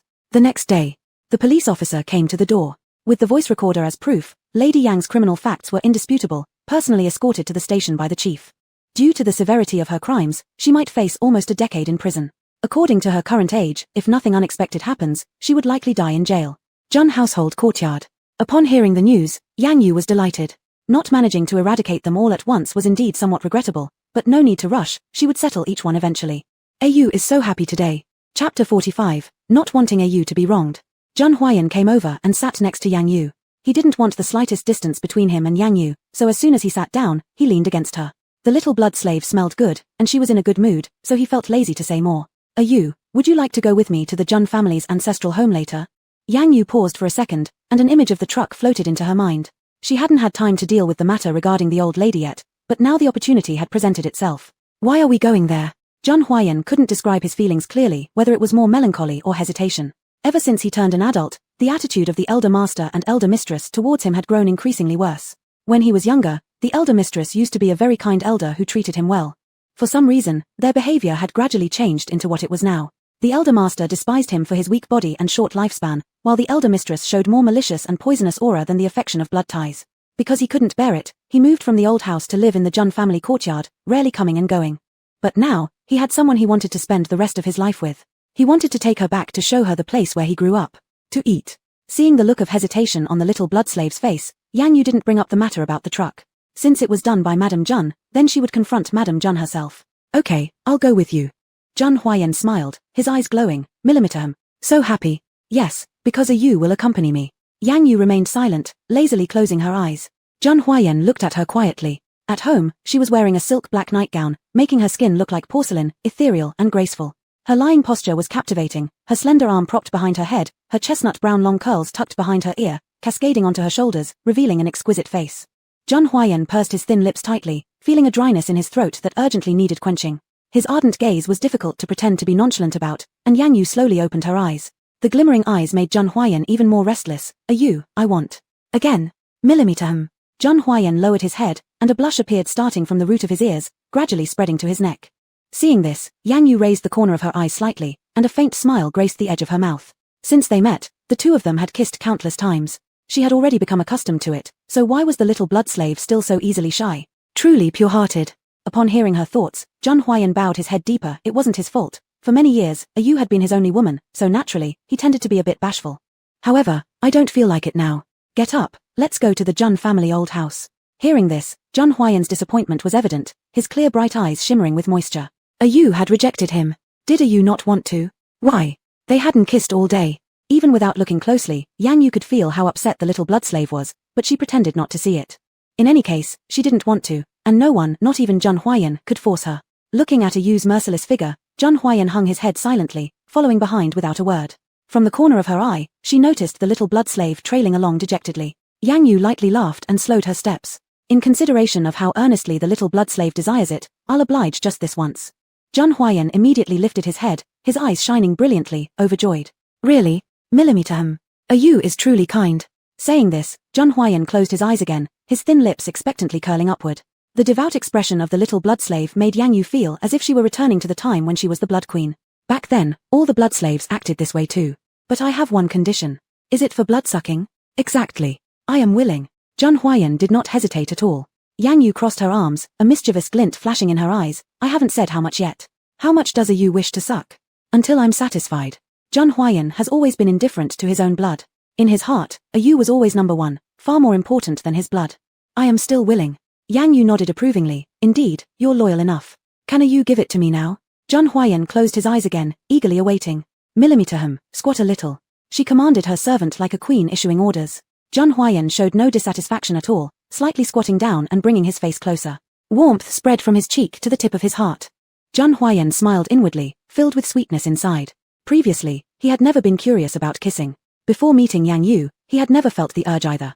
But after being kissed by Yang Yu, he could no longer let it go. Every moment spent with Yang Yu was full of anticipation. At this moment, a simple kiss left him unable to stop, as if the entire world lost its color. Chapter 46. Who can bully a bloodline emperor? Stepping into the private car, they sped all the way to the old Jun family residence. Looking at the ancient-style courtyard in front of her eyes, Yang Yu slightly furrowed her delicate eyebrows. This enveloping black energy and such intricate feng shui, are these conditions even livable? How have the two elders managed to survive here under such circumstances? What's wrong? Seeing Yang Yu lost in thought, Zhang Huayan frowned, then pulled her into his arms. Yang Yu lowered her eyes. Nothing, let's go inside. A trace of cruelty flickered in Zhang Huayan's gaze. Again, Ayue was hiding something from him. Did she not like him anymore? Noticing the man's piercing dark gaze, Yang Yu's calm eyes revealed a flicker of coolness. Was this man about to start up again? Ayue still doesn't want to tell me. Afraid I'll blab it out. I didn't say you should ask what shouldn't be asked. She wasn't skilled at explanations. Her actions followed her own will, but if he continued to interfere forcefully, the atmosphere around the man became increasingly cold, yet quickly, he forced himself to calm down. It was just moments ago that he kissed her. Why did things seem different now? I understand, I won't ask anymore. Walking side by side, the two entered the courtyard. Unlike the Jun household's courtyard, this place had terrible feng shui and unfavorable directions. For an area with originally precious land value, somehow it turned into this state. Zhang Huayan, how many years have the elder and madam lived here? Zhang Huayan's thin lips parted gently, probably several decades already. Ever since my earliest memories, they've been living here. But then, he sighed inwardly, realizing that he'd exiled the old man to Jotsang Mountain long ago, trying to hide his gloomy mood beneath the surface. As they walked, they passed through a garden where servants were busy trimming the lawn and cleaning up, each bowing their heads as a sign of respect. There were 3 times as many servants here compared to the Jun family courtyard, yet the yin-chi, negative energy, felt much heavier than at the Jun residence. With that in mind, Yang Yu examined the servants closely and found, unsurprisingly, that their yang energy, positive life force, was extremely weak. Clearly, staying in this house for too long would deplete even the strongest person's yang. Are grandpa and grandma always this hostile? Hearing Yang Yu's words, Zhang Huayan's expression lightened slightly. His usually aloof and refined demeanor took on a hint of vivacity, which added a rare touch of charm to his otherwise icy aura. Yang Yu lightly raised an eyebrow, sighing quietly in her heart. Though bloodlines of power were common, ones as supreme as his right in front of her were hard to come by indeed. Not really. I remember during my childhood, grandma used to be kind and benevolent, welcoming neighborhood children often. But later, she changed. Changed to become irritable, explosive, unreasonable. Ayue saw it too? Right. Then, what do you feel about them? Before Yang Yu could finish her sentence, Zhang Huayan interrupted coldly. Do whatever you want, don't consider me. With this statement of indifference, Yang Yu naturally felt at ease to act as she pleased. All right, it'll be resolved soon. Yang Yu murmured softly, quickening her steps. If seen by her, these malevolent spirits couldn't escape for long. Zhang Huayan didn't fully grasp Yang Yu's intentions, believing instead that she intended to personally mediate the strained relationship between him and the elders. At once, a mix of happiness and hesitation surfaced. Ayue's willingness to help proved that she cared for him as well. Still, considering the manner in which grandma treated others, Ayue might suffer unfair treatment even for just a brief moment. Zhang Huayan wouldn't allow any harm to come to Ayue, not even for a short span of minutes. Ayue, if grandma crosses you, let me handle it. Yang Yu chuckled faintly. Who says she can hurt me, the bloodline emperor? All right. Rest assured, Ayue, as long as I'm here, I won't let you suffer any injustice today. Inside the living room, Madame Jun sat reading the newspaper and drinking tea leisurely. Madam, Master Jun is here. The servants called out in excitement. Madame Jun swallowed nervously, her uneasy eyes darting about. Could this boy possibly be coming to settle scores? Does he know I orchestrated everything behind the scenes? If he discovered, there would be no way she'd remain grandmother for much longer. Just as they were about to enter the living room, Sang Mo called. Yang Yu suddenly had a foreboding feeling in her heart, so she silently waited for the call to end. Minutes passed before the call ended. The presence around Jun Huayan had completely altered, his eyes seemed brimming with an impending storm, barely restrained. With a deafening crash, the vase in front of them shattered violently against the floor. Yang Yu glanced at the scene, noticing the signs of imminent loss of control, and tugged lightly at his arm. Jun Huayan looked over at her, his eyes tinged red. The one who ran into you has been identified. Since he wants to die, I don't mind sending him on his way. Of course, before dealing with that man, a proper warning needed to be issued to the grandmother inside first. His fists clenched tighter at his sides. Who dared to lay a hand on his Ayue? There are underlying forces at play. I'll investigate further, but for now, please calm yourself down, alright? Could she truly not perceive how terrifying his actions could become when unhinged? First take care of matters within. Whether or not we kill or punish the one who hit you, I'll leave that decision entirely to you. Agreed. Only when Jun Huayan's expression slightly softened did he turn to hold Yang Yu's hand, their fingers intertwining, as they walked in together. Chapter 47, I can't live without her. Just as the two of them approached the living room, they were met face to face by the old madam. Upon seeing Yang Yu's face, the old madam's expression darkened instantly. How is it this woman again? She furrowed her brow in distaste. Yang Yu let out a cold laugh and scanned the room with an air of indifference. What are you looking at? This is not a place for someone like you to enter. Get out. The old madam's face turned ashen with anger, and she raised her cane to strike Yang Yu directly. Slap. The cane missed Yang Yu's body, but another figure moved more quickly, grabbing the cane and throwing it aside, smashing the door of the living room, which made the servants scream in fright. Even the old lady was left breathless for a moment, incredulous at what had just happened. Jun Huayan pulled Yang Yu behind him, a cold chill radiated from his body, making the whole villa feel cloaked in an atmosphere of eerie silence. Who do you want to hit? Jun Huayan. I'm your grandmother. Look carefully who you're attacking. Is it because grandfather is still recuperating on Jotsong Mountain, that you want to join him too? His voice carried a chill akin to the dead of winter, causing a shiver down one's spine. Recuperation? It was clearly confinement. The old madam's expression changed dramatically. Jun Huayan was threatening her. He wouldn't even call her grandmother for the sake of a woman. Don't think I don't know about your scheming in the background. Foolish tricks like hitting people, haven't you grown tired of them yet? Shall I give you a taste of it personally? With those words, Jun Huayan kicked the coffee table in front of him, moving it right in front of the old madam's legs, scaring her into holding her breath completely. You little boy, what is so special about her? With the Jun family status, can't we find any good young lady? My person does not need your judgment. Yang Yu remained silent throughout, quietly observing her surroundings. Such poor layout, such heavy negative energy, she had to take action. Let go of me first. Jun Huayan stepped aside. You. I'll help you solve the problem. Yang Yu's voice became frigid, making others hesitant to resist. Yang Yu walked around the room several times. Good feng shui isn't always effective, but bad feng shui never fails. What are you talking about? Just listen to me. What is this girl saying? The feng shui here is excellent. Don't spout nonsense. When I renovated the house, I specially invited a master from Gangcheng. Don't touch my house. The old madam trembled as she shouted, but now there was no one by her side to support her. The servants were all frozen in place, intimidated by Jun Huayan's threats. Yang Yu sneered lightly. If that master wasn't a fake, then he must be an enemy of yours. It's none of your business. Get out. Shut up. Make her leave. Do you deserve to say such a thing? The old madam's face turned ashen with extreme anger. Her grandson was completely mesmerized by that woman. Yang Yu walked to the stairs. She was searching for the spot where the most negative energy concentrated within the house. Once the position is identified, she could remove all the accumulated ghosts and evil spirits in one fell swoop. Due to her presence, quite a few stray spirits haunting the rooms had already fled. Some powerful ones refused to abandon this prime location, stubbornly refusing to leave. They would regret her unleashing her full force against them all at once. Gazing toward the upstairs area emitting the strongest negative energy, she slowly approached it. Upon inspecting the room's arrangement, she understood immediately. No wonder the old madam was so filled with malevolent energy. Apparently, nearly half of the negative energy gathered in her room. Yang Yu positioned herself accurately and sat cross-legged. Heaven's Tao flows smoothly, 5 elements balanced, moon and sun united, grace manifests gracefully. Enter serenity, the path of Qi flows freely, harmonizing spirit, driving away wickedness, ghosts and thieves shall perish. In the next second, shrill cries and roars of anguish sounded around them. These were the sounds of the wandering spirits being slaughtered and struggling desperately. From weak to vanishing completely, it only took a matter of minutes. The atmosphere downstairs remained stiff and horrifying. Yang Yu descended calmly as Jun Huayan noticed her and moved forward to take her hand. Do you wish to stay longer? If not, let's leave. After speaking, he furrowed his brows tightly, gripping Yang Yu's hand. Why are you so cold? It's fine. Her piercing gaze scanned the old madam, intimidating and penetrating as if seeing through her. Oh, I almost forgot about you. The strongest malevolent spirit was still inside the old madam, compelling her to continue doing evil, harming those around her. The old madam hesitated to meet Yang Yu's eyes again, screaming wildly, "What do you intend to do?"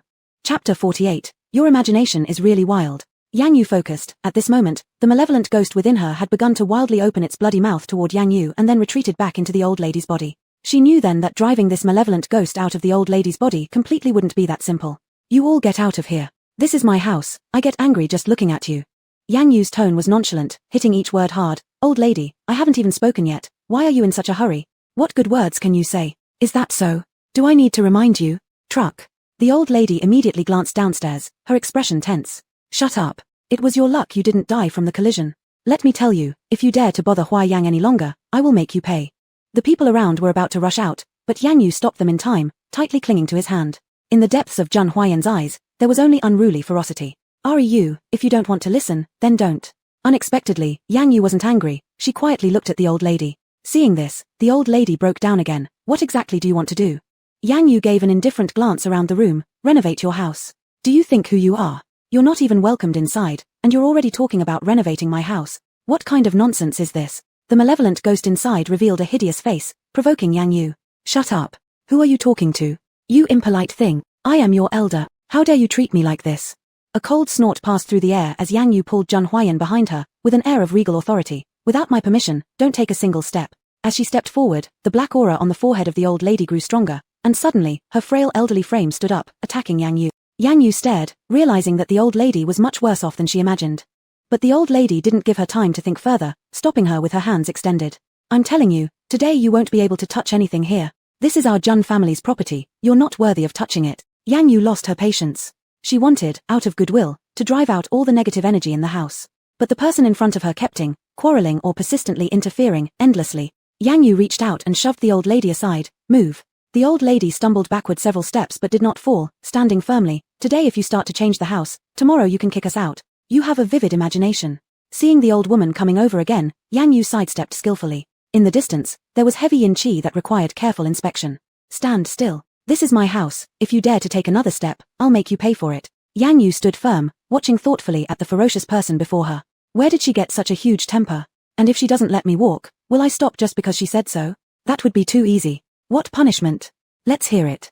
Seeing Yang Yu completely disregarding her threat, Mrs. Jun was consumed by anger, her trembling figure seemed ready to attack. She didn't speak, but simply reached out. As the slap was about to land, Yang Yu quickly grabbed it. "You want to hit me?" "Yes. If you dare not follow my orders today, I will make you regret." Yang Yu shook her head silently. This little old lady surely thought highly of herself. Throughout history, no one dared to act arrogantly in front of her. If she wanted to be the first, then Yang Yu didn't mind making her taste the consequences. Yang Yu abruptly let go and prepared to use spiritual power to teach her a lesson. "Yu." Jun Huayan's voice came from behind. He grabbed hold of the old lady and threw her onto the couch. Yang Yu paused, turned around, and showed a look of confusion in her eyes. "What's wrong? Didn't I ask you not to move?" "I can't." Yang Yu frowned, but the reply was quite straightforward. Jun Huayan, with a cold face, said, "Seeing her hurt you, I can't help but act. Whatever you want to do, I support you. If you fight, let me handle it." She turned her head and looked at the old lady who looked fierce and deranged. "You don't mind her being your grandmother? She's harming you." Yang Yu silently withdrew her hand, turned around, and was ready to continue purging the yin qi. However, the enraged old lady was entirely irrational. Noticing that Yang Yu was stepping back, she charged again to block her way. Jun Huayan finally roared lowly, "If you don't want to die, stop now." Chapter 49. I will reclaim every bit of the injustice you suffer today. She's trespassing in my house right now. You don't stop her but instead try to stop me. Truly dutiful, aren't you? If I die of anger, your spine will be broken. The old lady's face was contorted with fury. Yang Yu stepped back and coldly watched the old lady lose control. If this ominous energy isn't removed, something bad is bound to happen. Since she's Jun Huayan's grandmother, she can't ignore it. "Jun Huayan, do you trust me?" Jun Huayan paused slightly, unsure why Yang Yu asked this suddenly. "I trust you." Without hesitation or second thought, he answered immediately. "Then don't interfere with my actions. I'm doing this for your own good." Jun Huayan nodded. "I'll follow Yu's." Hearing this, the old lady lost it completely, screaming and yelling, "Jun Huayan, I'm your grandma. What kind of person is she? And you listen to her?" "Shut up." Jun Huayan was equally enraged. He wouldn't allow anyone to slander Yu.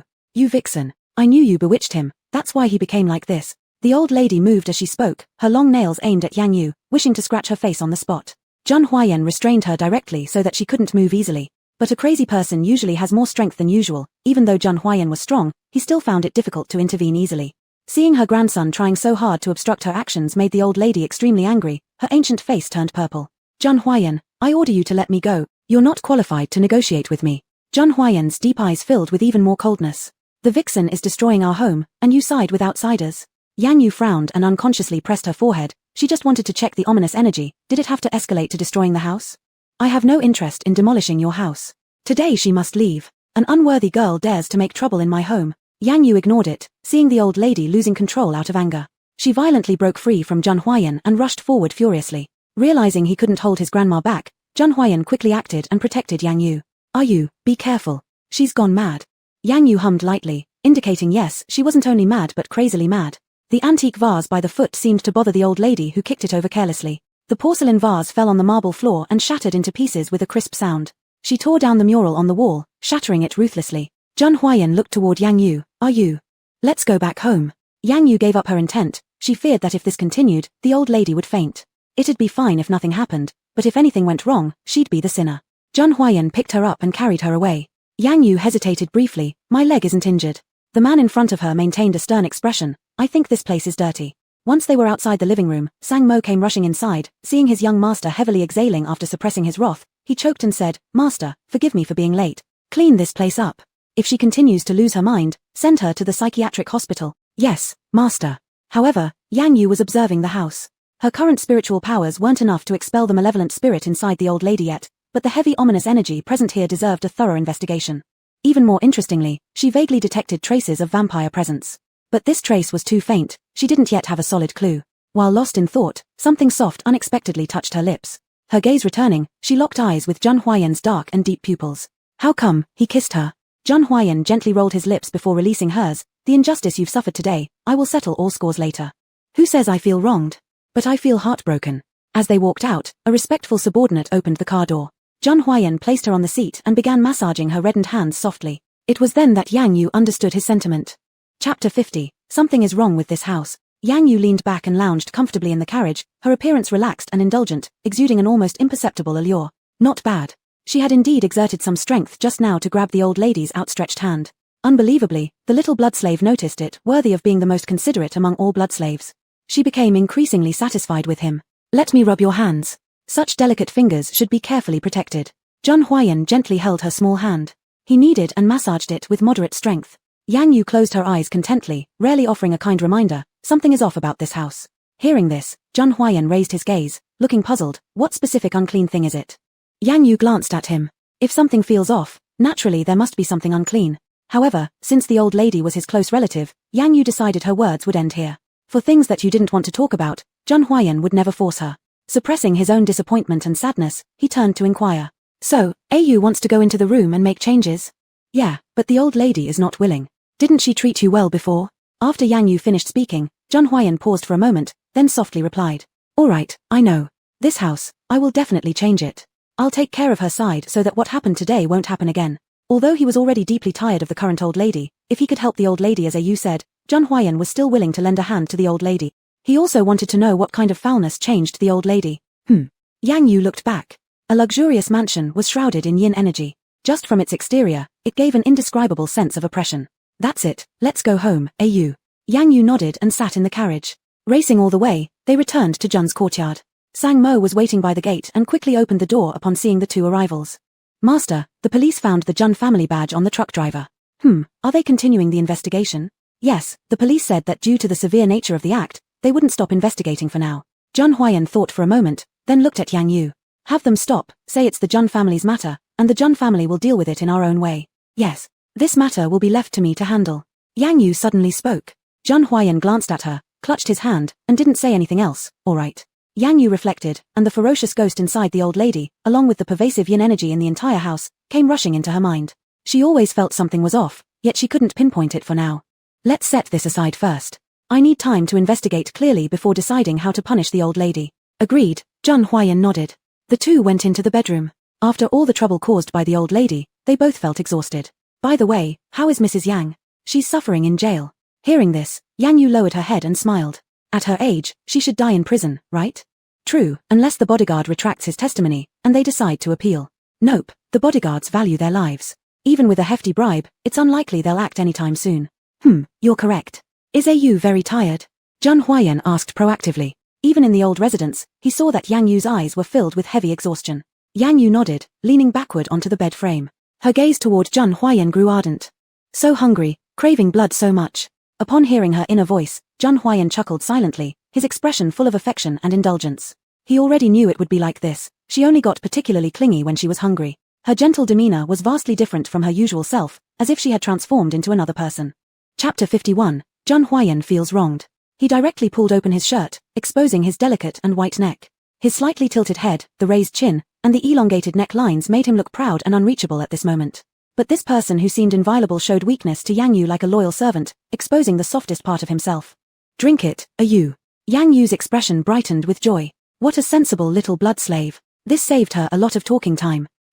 Do you still remember what you promised me? How could I forget anything I promised to you? I remember everything clearly. You said you wanted to drink until satisfied. Yang Yu nodded contentedly. That's right, but I need to ask clearly first. Go ahead and ask. Jun Huayan quickly took off his shirt, exposing his clean shoulders and back to make it easier for Yang Yu to draw blood. Have you been drinking blood supplementing things recently? I have. Whether it's red date wolfberry porridge or pig liver stir-fried spinach, I've eaten a lot. A smile flickered on the corner of Yang Yu's mouth as she revealed a faint grin. A few days ago, she had unintentionally walked into the kitchen just in time to see Jun Huayan struggling through eating porridge and vegetables. She could tell even from how he ate that this man had a bland taste preference. He wouldn't touch any heavily flavored foods. Forcing him to drink intensely flavored red date wolfberry porridge or pig liver stir-fried spinach was akin to inflicting torture on him. But, for the sake of having sufficient fresh blood, the little blood slave had no choice but to swallow it down with tears in his eyes. You're doing well. Hearing Yang Yu praise him, Jun Huayan's features relaxed and he smiled. Seeing the lively manner of the little blood slave touched Yang Yu's heart, making her follow her inner call. She slowly lowered her head and approached the delighted man in front of her. Watching her close her eyes and the flawless face drawing near, Jun Huayan couldn't help but clench his hands tightly, lightening his breathing, afraid of disturbing her and interrupting her action. Yang Yu extended her hand, gently caressing the man's cheek. In every matter, she always liked to take the initiative. Kissing was no exception. When she felt happy, she would reward the little blood slave with a kiss they so desperately craved. The person who dominated was naturally still her. As warm breaths gradually intertwined, Jun Huayan's heart pounded thunderously, hard to suppress. Just as their lips were about to touch, Yang Yu couldn't help but chuckle lightly. Little blood slave, your heartbeat is really loud. You? Isn't it true? Jun Huayan felt annoyed inside, furrowing his brows slightly. You is the first woman I like. Of course, I get nervous when I'm near the woman I like. Tell me, isn't that normal? Millimeter, quite innocent. I am not innocent. Jun Huayan got angry, disliking this phrase as a man. Yang Yu gave him a sidelong glance, asking meaningfully, is that so? Have you studied well? Not only have I studied, but I've practiced too. I've really improved a lot now. Then I look forward to seeing the results. Upon hearing this, an impulse surged within Jun Huayan, instantly igniting the competitive spirit of a man. He actively reached out, gripping her neck, pulling her toward himself to bring them closer. Yang Yu was in a good mood and didn't bother to care about his slight overreach. She simply relaxed her body, going along with the little blood slave's wish. The four thin lips met, testing and merging. The sweetness burst forth, spreading in their mouths. Jun Huayan used more skillful movements to demonstrate the fruits of his learning during this period. In no time, Yang Yu lost the initiative. It must be admitted that the little blood slave learned quite quickly, making her unable to resist after such a short while. Losing the initiative didn't anger her, because the passionate, intricate, yet highly skillful kiss before her eyes had already seized all her thoughts. The entangled sounds emanated from their mouths, becoming increasingly intense with the passage of time. Jun Huayan opened his arms, tightly pressing the limp Yang Yu against his chest. A hint of a sly smile flashed at the corner of his eyes. Judging by this effect, it was evident that his Yu was quite satisfied. Only when she couldn't catch her breath did Yang Yu reluctantly stop. Her cherry lips were already swollen and heated, her cheeks flushed, her eyes misty with haze. At this sight, Jun Huayan cursed softly in his heart. Wasn't this trying to kill him? A hoarse, low voice sounded by her ear, bringing Yang Yu back to her senses, her smile unrestrained and flamboyant. Do you want more? Not enough. But I don't anymore. Yang Yu slowly moved away, increasing the distance between them. With the warmth gone, Jun Huayan felt desolate, looking at her with sorrowful eyes as if ready to shed tears at any second. I want to drink your blood. Jun Huayan suppressed his desire and brought his neck close to her lips. Drink then. Listen to this aggrieved tone, one might mistakenly think that she had done something terrible to him. Jun Huayan heard it clearly. Hadn't she indeed done something? She didn't even let him continue kissing. Chapter 52. I like you. But he only dared to think of these things in his heart, never daring to say them aloud. Otherwise, he was afraid that would never let him kiss her again. A sharp pain came, and Zhang Huayan furrowed his brows, closing his eyes. Yang Yu rarely softened her heart. While drinking blood, she reached out to gently pat the man's back. Smooth and fine, like a peeled egg. Once touched, it was hard to stop. Yang Yu relaxed as she arched an eyebrow. Drinking blood while caressing the beauty's delicate body, there was nothing more blissful in life than this. Zhang Huayan's excitement was no less than Yang Yu's. Was Yu comforting him? It must be so, otherwise, she wouldn't have held on for so long without letting go. Looking back at their past, Yu had indeed been getting kinder to him. Yu. Yang Yu softly hummed, too busy with her blood drinking to respond. Zhang Huayan's lips curled slightly, smiling as if feeling no pain at all. Yu, I like you. After saying this, even before Yang Yu could react, Zhang Huayan himself blushed first. Seeing the neck gradually turn red, Yang Yu's eyes curved slightly, almost unable to resist biting into it. Receiving no response was within his expectation. Zhang Huayan tightened his arms slightly, bringing her lips and teeth closer to him. One day, through his efforts, he believed that Yu would pause for him, come running toward him. In this lifetime, he would only love one woman, Yu. The night was deepening, and a crescent moon began to appear. Outside the courtyard of the Jun family, Jun Che was lying in wait, with a completely different demeanor. He tightly gripped his telescope, two entwined figures coming into view. Relieved, he glanced back at the sky. The moon hadn't fully appeared yet, needing at least 2 hours more. Tonight was a good opportunity, he had to seize the moment. Years ago, he already knew that Zhang Huayan would fall ill on the full moon nights. At such times, the entire family would stay away from him, confining him securely in his room. Shouts, roars, cries of pain would often break through the walls and reach their ears. His mother, also known as the second mistress of the Jun family, would never allow him to wander around during these times, fearing accidental injury. Thinking about it, Zhang Che smirked coldly. Over more than 10 years, he'd never gotten the chance to see Zhang Huayan when he fell ill. Now, with his mother abroad, he finally could witness it firsthand. That arrogant, haughty, and cold Zhang Huayan would surely put on a fantastic show when he fell ill. Zhang Che rubbed his hands together, barely able to contain his excitement. Big brother, why not take that woman now? Zhang Che once again raised his telescope. The two intertwined people were still together. From his angle, they looked intimately unwilling to part. Such a scene really made one's blood boil. He let out a cold snort. Not yet. This is the queen of the vampires. We'll make our move when Zhang Huayan succumbs to his illness and can't resist taking her heart. Yes. At that time, we'll get both her and her heart. Time ticked by, minute after minute. The moon rose from the east and gradually moved to the center. Zhang Che revealed a grin. It's time. Inside the room, Zhang Huayan was holding Yang Yu and repeatedly kissing her lightly. Rarely did Yu feel satisfied and happy after eating and drinking, allowing him extra moments of affection. He certainly wouldn't miss this opportunity, practically kissing every inch of her little face. Are you done yet? Yang Yu's tone was lazy, looking down like a queen. Zhang Huayan lifted his head, about to speak, when a familiar impulse welled up inside him, his body started to stir. Oh no. He looked out the window, sure enough, a full moon hung high in the sky. A strong red hue spread from the edges and slowly extended to the center. On the night of the full moon, the blood moon would replace it, and he was about to fall ill. Seeing Zhang Huayan's serious expression, Yang Yu was confused and stood up. What's wrong with you? Yu, I'm sorry. Zhang Huayan swiftly rushed to Yang Yu's side, using force with both arms to pick her up. Yang Yu was slightly startled, instinctively wrapping her arms around the man. Zhang Huayan, who gave you the nerve to carry me without my permission? I'm sorry, Yu. Can I explain tomorrow? Zhang Huayan, what are you doing? Yang Yu grew angry, using her strength to push, eliciting a cry of pain. Zhang Huayan bit his thin lips tight, the inner impulse already becoming uncontrollable. He struggled desperately, fearing frightening Yang Yu. Zhang Huayan, answer my question. Yang Yu bent down, her pitch-black eyes devoid of any warmth. Yu, can I tell you tomorrow? This was the first time since they'd met that Zhang Huayan refused Yang Yu. Just punishing a disobedient blood slave should suffice, Yang Yu thought. But why did she feel a sense of loss? This disappointment mingled with anger, making it impossible for her to ignore. Chapter 53, Zhang Huayan, I'll give you one last chance. In a few steps, Zhang Huayan moved from the bedside to the door. The door was kicked open, and Yang Yu watched indifferently as everything unfolded. She was waiting for an explanation in time. If Zhang Huayan's explanation did not satisfy her, she would immediately punish him, letting him know the cost of deceiving his master. The kick at the door was hasty and restless, yet when he placed the person in his arms down, it was done with all his patience and reason.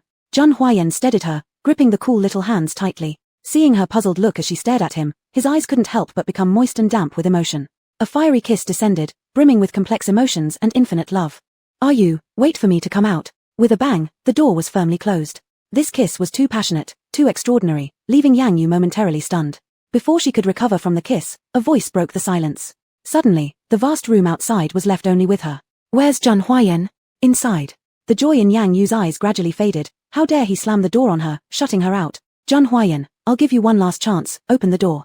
Inside the room, Zhang Huayan had completely lost control, his brain throbbing with unbearable pain. He curled up on the bed, tightly covering himself with the blanket, fearing that his painful groans would be heard by Ru. If Ru heard it, she might hate him, think even more that he's just some sickly individual. He didn't want Ru to hear. Another wave of extreme pain shot through his body. Ah! Jun Huayan bit down hard on the quilt. It hurt so much, he was almost unable to endure. There was no reply. Just as Yang Yu was about to turn and leave, heavy gasps started emitting continuously. This was not normal breathing for an ordinary person. What happened to Jun Huayan? Recalling Jun Huayan's pale face earlier, Yang Yu realized something was wrong. You've been hiding something from me? Yang Yu paused and knocked on the door. But inside, there was no other sound besides the labored breathing. Jun Huayan, I command you to come out quickly. A faint, agonizing moan reached her ears. Yang Yu's expression became increasingly anxious. Could he not get up? As she was thinking of going downstairs to find the key, Sang Mo appeared upstairs. Sang Mo, quickly bring the key. Something's happened to Jun Huayan. Sang Mo's expression was calm, his eyes revealing a hint of evident sympathy. Miss Yang Yu, this is my young master's chronic illness. You don't need to worry, he'll be fine. Chronic illness? Did he have it before? Ever since he was a child, the situation has existed. Back then, Lord Jun and Lady Jun were controlling it for him. After moving here, he learned to bear it, getting through alone. Alone? No, this is too dangerous. My young master has gotten used to it. If you go in, it will only make him suffer even more. Yang Yu's expression darkened, and she retorted coldly, what do you mean? I mean, you can't go in. My young master certainly wouldn't wish his condition to be seen by the woman he loves. If because of this you distance yourself from him, I believe he would suffer far greater pain. Each agonized panting fell into Yang Yu's ears, making it hard for her to stay calm. Previously, whenever any minor blood slave experienced an accident, she wouldn't care. To her, they were nothing but a walking blood bank. One disappeared, and countless other blood slaves awaited her choice. Yet somehow, when it came to Jun Huayan, she found herself unable to remain indifferent. The panting echoed like drumbeats, pounding heavily against her heart. She had no time to analyze why, all she wanted was to rescue the small blood slave as soon as possible. I won't distance myself from him. Sang Mo had been with Jun Huayan for over a decade now and had seen many people leave. He shook his head firmly and refused. No, I must follow my young master's orders. During his episodes, no one should approach him. You're looking for death. Yang Yu opened her red lips slightly, her gaze icy cold, and an intimidating presence loomed ready to strike. She glared coldly at Sang Mo, as if assessing a doomed ant. Sang Mo shivered uncontrollably, his feet trembling. Suddenly, he began to understand why Master had acted differently in front of Yang Yu. Such a powerful woman, perhaps even Lord Jun couldn't control her. He respected his young master, his commands would never be opposed. Miss Yang Yu, even if you kill me tonight, I will not open the door. A stalemate occurred, and the atmosphere grew tense. At the most critical moment, another cry of pain was heard. Unable to bear it any longer, Yang Yu directly unleashed her spirit energy right in front of Sang Mo. There was a snap, and the doorknob broke off, falling to the floor. Sang Mo stared wide-eyed, stumbling backward. Who could explain this to him? This absolutely wasn't a coincidence. How could such a coincidental thing happen? Right when Miss Yang Yu wanted to enter, the doorknob broke. Chapter 54. Is image more important than life? Yang Yu didn't bother with Sang Mo's thoughts. All her tenderness and patience had been given to Jun Huayan.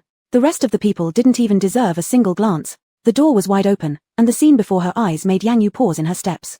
Her chest began to ache faintly, gradually making it harder for her to breathe freely. The tall figure of Jun Huayan was now curled up on the bed, shaking uncontrollably as he endured the pain. The sight was shocking, heart-wrenching, and deeply moving. Jun Huayan.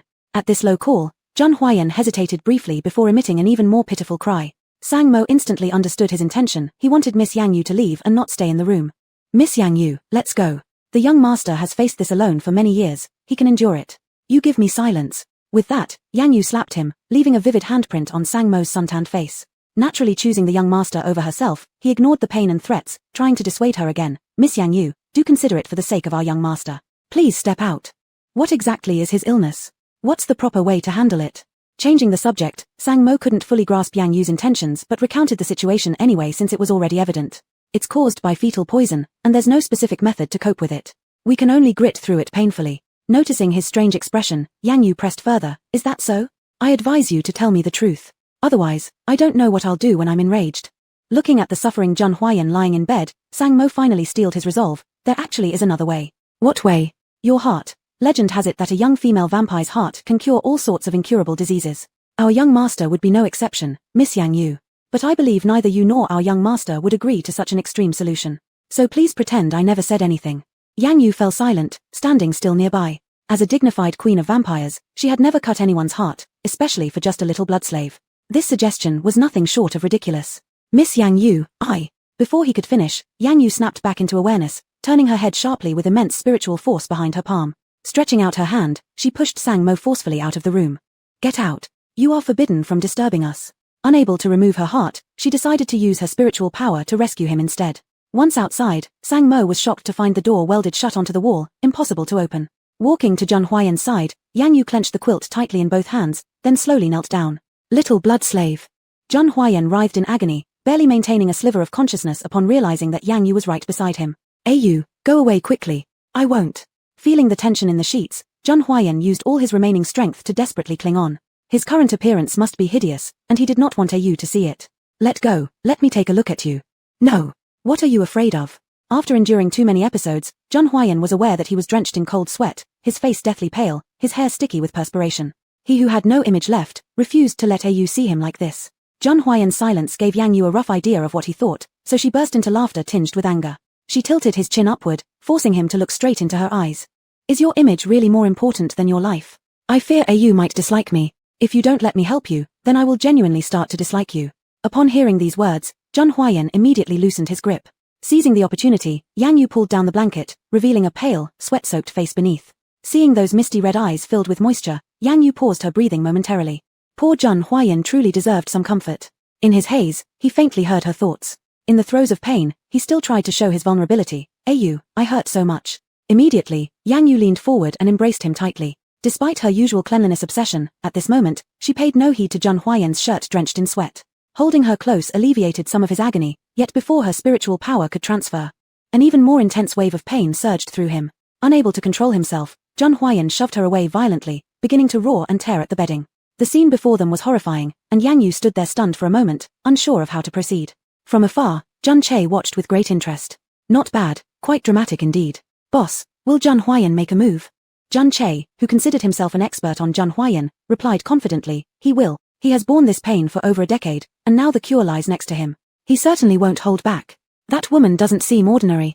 Zheng Che hadn't noticed anything particularly unusual about Yang Yu yet. In the span of a few motions and mere seconds, there wasn't much he could deduce. Chapter 55. Is the power of affection so strong? Zheng Huayan is a man. How can even the most complicated woman affect him? He held a telescope, anxiously waiting. Once we act, carry out the plan immediately. Yes. Inside the room, Yang Yu quickly adjusted her state and infused part of her spiritual energy into Zheng Huayan's body. The actions of Zheng Huayan tearing the bedsheet gradually stopped, his eyes were no longer violent, and his heavy breathing gradually slowed down. Seeing it was effective, Yang Yu tentatively called out, Zheng Huayan. Zheng Huayan did not respond, his eyes hollow as he stared ahead. Yang Yu did not rashly approach, continuing to transmit spiritual energy. Outside the door, Zheng Che gradually sensed something was amiss. According to his understanding, Zheng Huayan could not possibly recover so fast. At least, until the sky was about to brighten. But at this moment, the moon was still high in the sky, with bloody mist spreading through the center of the moon. This should be the time when Zheng Huayan's illness was most intense and painful. Yet, he just stopped. What was going on here? Looking at Yang Yu standing by doing nothing, Zheng Che shifted his gaze onto her. Could it be her doing? But she didn't cut open the heart. No matter how he thought about it, he couldn't figure it out, becoming extremely angry. Boss, should we keep observing? Keep going, I must know what happened tonight. Yes. Within the room, Zheng Huayan's pale complexion gradually turned rosy, his stiff form relaxed, until he became limp. Yang Yu sprang forward and embraced him. Zheng Huayan. Zheng Huayan's sanity gradually returned, his breath thinning. Are you okay? No. Thank you for your efforts, Yu. Yang Yu straightened up and exerted more force to support him. Get up, I'll help you rest on the bed. Okay. The two slowly approached the bed. Looking at the weak little blood slave, Yang Yu frowned deeply, wanting to continue injecting spiritual energy, but as soon as she stretched out her hand, an empty feeling reached all four limbs. There was almost no spiritual energy left. To fully restore would take at least another 2 days. Having no choice, she could only place Zheng Huayan on the bed and gently caressed his back. Her rare warmth made the exhausted Zheng Huayan, drenched in cold sweat, show a smile. You are truly kind to me. Don't talk, rest well. Okay. Zheng Huayan nodded, reaching out to grab her cool hand. Don't go. Yang Yu sat beside the bed. I won't leave. Really? Upon hearing Yang Yu's personal promise, Zheng Huayan finally felt relieved, his tightly strung expression relaxing along with it. Watching that usually stern face become disheveled and weary within such a short span of time, Yang Yu's heart involuntarily started to sink, filled with oppression. It was as if a giant hand was firmly gripping it, making her feel unable to breathe. She quietly gazed at the little blood slave before her, describing his face with pity-filled eyes. Does it hurt? The care in her tone seemed to make all the pain disappear from Zheng Huayan's body in this instant. All that remained was pure excitement and joy. You cared for him. Painful. Yang Yu moved her eyes, Zhang Huayan's gaze was too fervent, making her feel somewhat overwhelmed. He was currently injured, she couldn't draw any more blood. Why did you drive me away? I don't want to harm you. But you clearly know that I'm the best antidote. Zhang Huayan's eyes widened in shock, tightening his grip on Yang Yu's hand. Does you know? Yep. I apologize, even though you're the best cure, I can't bear to hurt you. Why? Yang Yu didn't understand. As the queen of the blood clan, she had seen people always putting their interests first. Killing each other, competing and striving against one another without end over thousands of years. Yet, the little blood slave before her preferred to endure endless pain himself rather than push her away into safety. She'd never heard of such behavior, only feeling astonished. Likewise, there was an undeniable sense of being moved. Because I like you. Zhang Huayan's smile broadened, as if his eyes contained starlight, shining brightly. Is the power of affection so great? Yep, you, I'm willing to do anything for you. This is just a small act among many, you needn't feel pressured. Yang Yu stayed silent for a long while. The little blood slave she found really was unique. Zhang Huayan withdrew his gaze, no longer looking directly. He knew that Yu needed time to accept and think. He wouldn't pressure her, making her feel troubled. One day in the future, there would come a day when Yu liked him. From today's actions, he had gained a bit of confidence. Will this suffice? Do you not need medicine? Yang Yu looked questioningly at the person lying on the bed, so weak surely they shouldn't just do nothing. Not necessary, a good sleep will do. Did you previously manage just like this? Millimeter, you, don't worry. I've always gotten through it like this. Chapter 56, haven't we always been together?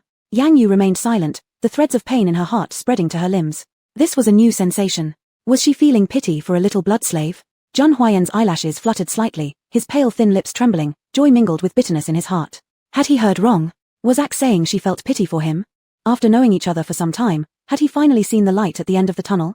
In the past, after enduring the torment of pain, he would always fall into a deep sleep due to exhaustion. Now, although he was still tired, he had no desire to sleep. He wanted to look at Ak, not missing any opportunity to enhance their feelings. He very much wanted Ak to stay by his side. Seeing Zhang Huayan's eyes change from anguish to fervor, Yang Yu was inwardly puzzled. What was wrong with the little blood slave? Had everything suddenly improved? Zhang Huayan smiled, his features gentle and captivating. I want to be with Ak. Haven't we always been together? Not exactly. Zhang Huayan hesitated. Ak wasn't ready yet, he couldn't force her. At that moment, Sang Mo burst in. After tremendous effort, he finally managed to pry open the door sealed by Yang Yu's spiritual energy. Both raised their heads, surprise flickering in their eyes. Yang Yu arched an eyebrow, somewhat taken aback. How did you get in? Zhang Huayan didn't know what had happened yet, and threw a questioning glance at Sang Mo. By ramming it with something. Sang Mo rubbed his arm. If he wasn't worried about anything happening to his young master, he wouldn't dare to tamper with this bedroom even if given 10 more lives. Tomorrow you are responsible for repairing it. Zhang Huayan's tone grew colder, warning gleaming in his eyes. You meddlesome electric bulb with no sense of timing, how dare you disturb our intimate world? Yes, Sang Mo nodded rapidly. Young master, are you feeling better? Zhang Huayan initially wanted to say he was fine, but upon noticing her gaze on him, a plan formed in his mind. I'm fine, just a bit thirsty, I'd like to drink water. I'll immediately go fetch water for the young master. A short while later, Sang Mo came back with a cup of warm water. All right, you can leave now. So soon he was kicked out. Is this truly appropriate, young master? Sang Mo frowned and stepped backward. Just as he reached the door, he suddenly felt something amiss. Judging from his past experience, whenever the young master and Miss Yang Yu were alone, something inevitable would happen. Miss Yang Yu might be physically strong and thus unbothered, but his young master could not withstand it, let alone after such hardship earlier. There must be no vigorous activity now. He looked meaningfully at Yang Yu, carefully reminding, Miss Yang Yu, it's too late. It's best to rest early. Yang Yu failed to grasp his implication. Mind your own business. Zhang Huayan gave him a cold glance. So this was his way of reminding them not to engage in vigorous activities again. He really was fretful. Get out. The door was once again firmly shut, and Yang Yu picked up the cup of water. Aren't you thirsty? Drink then.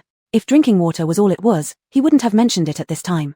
Zhang Huayan curled his body, his brows furrowed. Ak, I'm in pain. Still hurting. Didn't it improve just now? It's just not as painful as it was before, but it still hurts and I feel weak. Looking at the state of the little blood slave, Yang Yu believed him.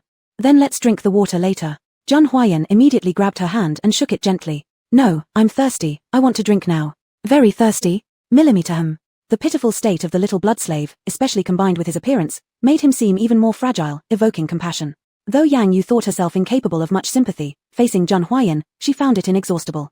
Could this be the impact of beauty? She truly lived up to being a looks-oriented person. Ak, I'm thirsty. Another call, low and raspy, precisely entering Yang Yu's eardrums. Like the pull of gravity, it made one want to inch closer to his voice every second. Exactly hitting her weakness, she coincidentally also enjoyed voices. This little blood slave was meeting all her requirements from every aspect. Even so, Was she going to do for the little blood slave something she had never done before? Jun Huayan had heard her thoughts. He noticed early on that Ak had never served anyone else. It was clear now that serving water required her to do it personally. Would Ak comply? He didn't want to exhaust Ak, but he wanted to become that special person.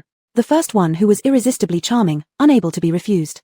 Yang Yu clenched the cup tightly, warmth transmitting to her hand. She was the queen of blood slaves. How could she possibly do something as menial as serving others? Chapter 57. He really underestimated Jun Huayan's deep affection. Raising his head, the pitiful face of the little blood slave came into view. This made Yang Yu's previously firm resolve start to waver. The little blood slave was special, so feeding her once should be fine, right? When did she become so indecisive? Even over such a trivial matter as drinking water. That's unlike her. Yang Yu abruptly leaned forward. Since you're in a special condition, I'll feed you this one time. Jun Huayan's smile grew wider. He had succeeded, convincing Yu to give in to him. Millimeter. The next second, the water cup was stiffly placed near his mouth. Without any gentleness, the whole process of feeding water seemed rough and clumsy. Moving too fast, Jun Huayan couldn't swallow all the water, streams of droplets sliding down from his chin to his neck. Seeing that, Yang Yu retracted her hand without saying a word. Jun Huayan helplessly chuckled lightly. Although she hadn't said a single word, he could still discern her thoughts. His Yu must be wondering why the water was spilled. It was exactly what happened. Yang Yu was truly puzzled. Wasn't that how to feed water? Then why was it spilled? She picked up the nearby tissue. Wipe it off. Millimeter, Yu is really good to me. Jun Huayan paid no heed. To him, as long as it was Yu, no matter how clumsy her actions were, his affection would not diminish by even a fraction. Yang Yu shifted her gaze. Was he dumb? Or was he not thinking clearly? Before Jun Huayan could say anything, he felt an intense gaze fixed on them. He turned his head, looking out of the window. The night was thick, showing no signs of anomaly. Earlier, when his mind was confused, he failed to stay fully alert. Now, at this moment, he realized something was off. What's wrong? Yang Yu looked at him, perplexed. Jun Huayan quickly switched expressions, changing from guarded to harmless in just a few seconds. Nothing, I'm feeling a bit drowsy. Well then, rest early. Yang Yu cast a glance at the chaos inside the room and hesitated for a moment before stopping. Had the blood slave queen fallen this far? She didn't even have an intact bed. Jun Huayan heard the latter part, feeling remorseful and guilty. Yu, the room next door is fine, go sleep there. Are you sure you can fall asleep without holding me? Jun Huayan slightly startled, lost in thought about the abnormality outside, forgetting about this matter. If I can't sleep, then Yu, you go ahead first. I'll come look for you later, alright? As you wish. Yang Yu was also tired, needing some rest urgently. As for what the little blood slave wanted, let Sang Mo deal with it. After Yang Yu left, Jun Huayan immediately took out his phone.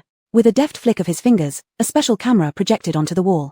Through the position corresponding on the phone, the scenery outside Jun Huayan's courtyard was completely revealed, reflected on the wall. Outside, Jun Che put down the binoculars, muttering curses. He originally thought he could smoothly obtain the heart, but who would have known that Jun Huayan could endure it so fiercely, refusing the blood girl, preferring to suffer himself. Was this fool truly blinded by love? Boss, shall we continue with the plan? Wait for my orders, see if, before he finished speaking, Jun Che immediately sensed something was amiss and instantly pulled the person down. Boss, what's going on? Shut up. That sickly Jun Huayan must have discovered us, let's go quick. Inside, Jun Huayan sneered coldly. Jun Che, it's you again. In the blink of an eye, Jun Huayan's sluggish and weak demeanor vanished entirely, replaced by piercing coldness. Now, what weapon should he use against him? Let that cockroach who never dies get a good lesson so he'll never dare to act recklessly again. Coincidentally, just as he was planning to send out a helicopter, his friend Li Fengyuan sent him a message. Li Fengyuan was in Europe. Hearing Jun Huayan brought a woman along, he expressed interest to check it out. Looking at the name of Li Fengyuan, Jun Huayan smiled. Perfect timing.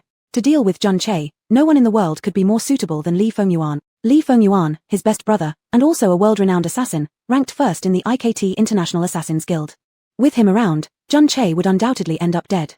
Fengyuan, I need you to come to the capital city as soon as possible.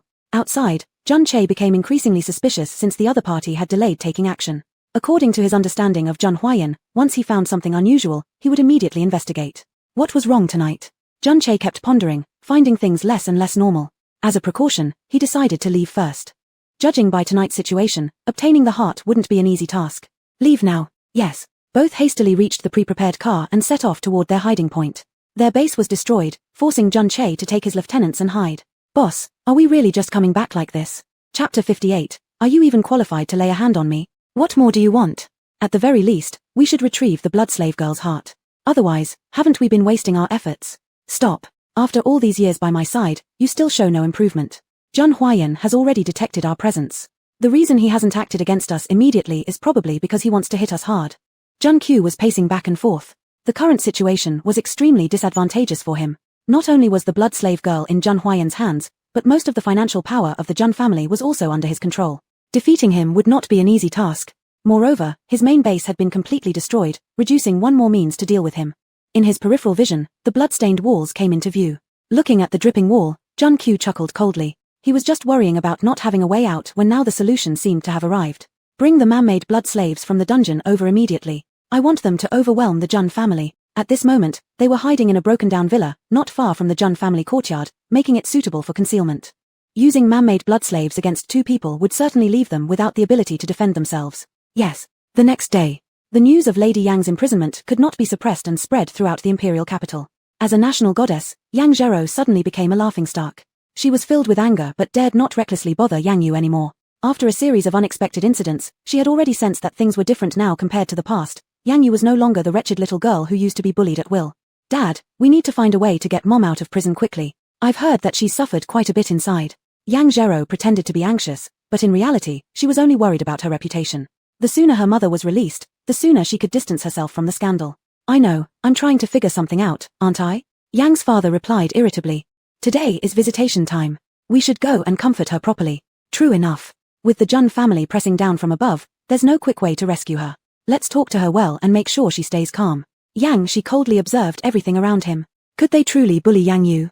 How preposterous. He was aware that suffering wasn't just rumors. According to his understanding of Yang Yu, she wouldn't let them off easily. You go ahead, I won't. Yang's father became irritated. You little scumbag, your mom has always treated you so kindly, yet now you don't bother visiting her. What exactly is going on in your head? I will naturally go, but not right now. He didn't want to clash with Yang Yu before becoming stronger. Otherwise, he couldn't guarantee what actions he might take against her. There was nothing the whole family could do about him as they watched him walk away. Yang Zhero glared viciously. I should have sent him to jail instead. This is better than having him here showing no gratitude. Don't say anything more, let's go and see your mother. The two got in the car and went to the prison. When they saw the person before their eyes again, both were stunned speechless for quite some time before coming to their senses. What's going on? Isn't Mom fine? Yang Zhero was terrified, covering her chest. Yang's father almost didn't recognize her. He grabbed the nearby guard directly. Wasn't it said that she'd only suffered a bit? So how did it turn into this? The disheveled appearance of Yang mother, her tattered clothing, and vacant eyes looked at them hazily. Moreover, when the two tried to approach, her expression instantly turned fearful as she screamed. Don't come closer. None of you should come near. Mom, it's me, Yang Zhero. There's a ghost. A ghost. Don't get close to me. I'm sorry. The two exchanged glances, their eyes filled with unmistakable terror. The staff hurried forward to calm her down and explained, for the first 3 days, she was fine, but recently, we don't know why. She keeps saying there's a ghost in her cell every day, yet she's in solitary confinement, so we can't tell exactly what happens. Then what happened later? Later, the number of her screams increased, so we changed her room. But she kept yelling anyway. No one else who stayed with her saw any ghosts, only she did. Did Mom get scared by something? She's never like this normally. Yang's father scrutinized the guards. Didn't you abuse her? Mr. Yang, this is your wife. How dare we abuse her? We suspect that she's struggling to adapt to prison life due to high stress, which led to her imagining things. It seems I'll have to get her out of here soon. Yang's father was very worried. If this continued, she'd eventually waste away. Chapter 59, Jun Xiaofuping's daily wait for his wife. Yang Zhero cast a suspicious glance at Yang Mu. She felt something was off. Her mother wasn't someone with a fragile mindset. Merely staying in jail for a few days couldn't possibly scare her into this state. There must be something wrong, and to ensure her mother's safety, she had to investigate. What's wrong? Yang Fu noticed her lost in thought and asked in confusion. Nothing. Yang Zhero approached the staff. Shouldn't my mother's condition warrant immediate medical attention? We sent her as soon as the incident happened, and the doctor said it was due to excessive stress. It doesn't add up. Someone else must have come here. Besides us, who else visited the prison? After pondering, the staff member replied, yes, there was an exceptionally beautiful woman accompanied by bodyguards who came. Yang Zhero swiped through her phone and found a photo of Yang Yu. Was it her? Yes, that's exactly her. It's strange, ever since she came, the old lady's condition worsened significantly. Yang Zhero retracted her phone and faced Yang Fu's angry gaze. Dad, it must be Yang Yu. She pulled some strange stunts when she came the other day. Again her. Will she ever stop? Does she want our family to live in peace? Given how vengeful she is, she won't let Mom off easily. Dad, we can't just stand by while Mom is in trouble. I will definitely figure out a way. Since they couldn't retrieve Yang Mu temporarily, they decided to head back home. Unexpectedly, on the way, they caught sight of Yang Yu's silhouette. Dad, look, it's Yang Yu. Yang Yu had detected the scent of a blood slave at home, and upon tracking it, unexpectedly arrived near the prison. Seeing the unrelenting ominous energy inside, she smirked. I wonder how the old woman is doing inside. Does she like the surprise I sent? Yang Yu. An enraged shout echoed from behind, prompting Yang Yu to turn around. Yang Jiro's angry face was right before her eyes, obviously having figured it out. Yang Yu, I originally wanted to leave things alone, but I never expected you to target my mom so ruthlessly. Do you have any conscience left? Yang Yu gave a cold once-over, then spoke with her lips slightly curling. She deserved it. You heartless daughter. Today, I must give you a lesson. Yang Fu stepped forward, raising his hand to strike Yang Yu. Yang Yu took a step back, dodging effortlessly. You are looking for death. I suppose it's time to give you both a lesson. Seeing that Yang Fu couldn't lay a hand on Yang Yu, Yang Jiro, suppressing her inner trepidation, stepped up. Yang Yu, today I am going to properly punish you on behalf of Mom. And what can you do? Yang Yu sneered. The next second, spiritual power surged, swirling around the two of them. Forced to withdraw their hands, both started moving involuntarily. What's happening to me? Yang Yu, what have you done to us? Yang Fu shouted in panic, his body refusing to obey his will, walking non-stop. Yang Jiro also succumbed to terror, panicking. Yang Yu, don't go too far. Too noisy. Yang Yu scratched her ear and released another strand of spiritual power. The next moment, both closed their mouths. All that could be heard were muffled sounds as they struggled and resisted. Alas, apart from Yang Yu, no one could save them. Watching them start circling around the buildings and trees, Yang Yu chuckled lightly. It's not pleasant to experience a ghost wall illusion, let them feel it too this time. The strange behavior of the Yang family quickly became the talk of the capital city. Even in broad daylight under everyone's watchful eyes, their bizarre actions drew rapid attention across the imperial metropolis. Within half an hour, Yang Yu already saw the message online. Looking at the high-definition video and various comments below, she nodded contentedly before continuing her search for the blood slave scent. Investigating for less than an hour, Zhang Huayan's message came through. Are you? Where are you? Why can't I find you? As she read the message, an image of the little blood slave looking pitiful appeared in Yang Yu's mind. This clingy one. She told him she would only be gone for a short while. In less than 2 hours, he couldn't bear it already. She pocketed her phone without responding. At this point, she was getting further away from Jun's courtyard, and the blood slave scent was gradually fading. What's going on here? Seeing nothing unusual in the environment, Yang Yu could only temporarily call it quits and head back. Meanwhile, in a corner. Boss, there's too much positive energy here. The blood slave can't move freely. Jun Che gritted his teeth in frustration. Hardly luring the person over, such a situation arose. Take her away. Don't get discovered. The matter of the blood slave couldn't be dismissed easily. Once exposed, it would cause immense chaos. At Jun's courtyard, Zhang Huayan eagerly awaited, until finally spotting a red shadow. It was Ari Yu. His Ari Yu had returned. Chapter 60. Is my sister-in-law a blood girl? He suddenly rose, ready to rush out of the door. Sang Mo beside him held him. Master, be careful, your illness just broke out last night. Move aside. Zhang Huanyang directly pushed it away and quickly ran to Yang Yu. Yu, you're finally back. Yang Yu's expression was calm, still thinking about the blood slave. Yu, can you take me with you next time? After learning from his previous lesson, Zhang Huanyang didn't dare to ask her where she went again. It depends on my mood. Alright. How are you feeling? I'm good already. If Yu wants me, I am always ready. Yang Yu stood there and revealed a slight smile in her eyes. Is that so? You recovered so fast. You shouldn't underestimate my body. Then don't collapse when I'm busy. Zhang Huanyang's pride was challenged, his face flushed red. Yu, stop bullying me, my body is not that weak. I will check the result. After hearing such a conversation, Sang Mo wiped cold sweat several times. At this moment, how can they think of those things? Does Miss Yang Yu know nothing about taking care of Master? Isn't Master's body going to be exhausted? The two people walked into the living room, where a man was sitting inside. When he saw Yang Yu, his eyes brightened. Is this your sister-in-law? I've heard a lot about you, and your beauty surpasses all words. The man in front of him was tall and imposing, with cold and emotionless eyes. His handsome features made him look solemn and untouchable, like a king who never loses on the battlefield. Yang Yu nodded as a response. As the man approached her, she noticed thick calluses on his palms. Her guess was correct. This man was definitely not an ordinary person. Zhang Huanyang introduced them actively. This is my good friend, Li Fengyuan. This is my woman, Yang Yu. Yang Yu gave a quiet glance without objecting. She never bothered with these trivial matters. I thought you were destined to spend your life alone, but I didn't expect you to bring someone as beautiful as her. Zhang Huanyang also felt much more relaxed than usual and smiled. Do you envy me? There's only one AU in this world, and she belongs to me. Li Fengyuan was completely unfazed by Zhang Huanyang. He extended his fist and hit his chest. You sure do like getting advantages. Ha ha ha, sit down. Seeing the friendly chat between the two, Yang Yu instinctively wanted to leave. Yu, sit beside me. You talk, I want to go upstairs and rest. After traveling for several hours, she felt somewhat exhausted. Thinking of the imminent conversation, Zhang Huanyang nodded and stopped asking. I don't want to let Yang Yu know what happened last night. He knew clearly that if she found out, she would immediately join the investigation. For safety reasons, he couldn't let Yu rashly intervene. Are we sure it's Jun Che? Of course, even if he turns to ashes, I would recognize him. No problem, it's on me. Li Fengyuan accepted the task. It's just one Jun Che, he won't cause much trouble. Don't underestimate him. Compared to the past, he's changed greatly. Apparently, he's practiced dark magic.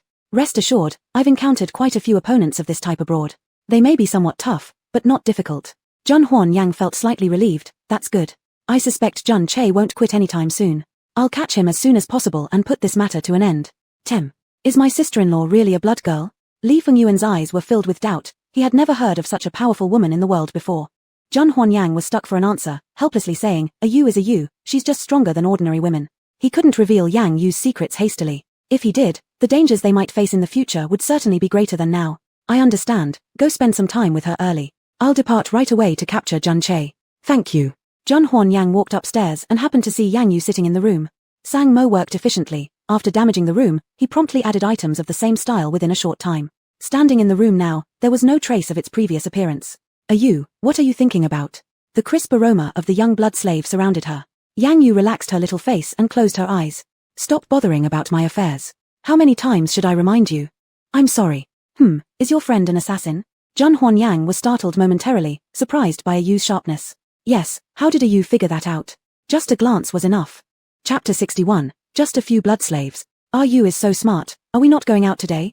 The little blood slave's probing tone was too obvious, which made Yang Yu chuckle lightly. Not sure. This morning, she had smelled the scent of artificial blood slaves early on. Until the problem was thoroughly resolved, she couldn't determine whether they would still appear or not. If they didn't show up, she wouldn't go out. If they did appear, she would certainly go deal with them. Yu, there's a surprise for you. Jun Huayan took out a stack of documents and gave Yang Yu a mysterious look, his eyes sparkling. Yang Yu showed no interest, leaning lazily against the headboard. What is it? You'll know when you open your eyes. Don't provoke me. Though Jun Huayan heard a slight coolness in her voice, he wasn't scared. He could feel that Yang Yu now treated him much more gently than before. Therefore, his courage also grew stronger. Yu, open your eyes and take a look. I promise you won't regret it. This soft tone truly made her heart melt.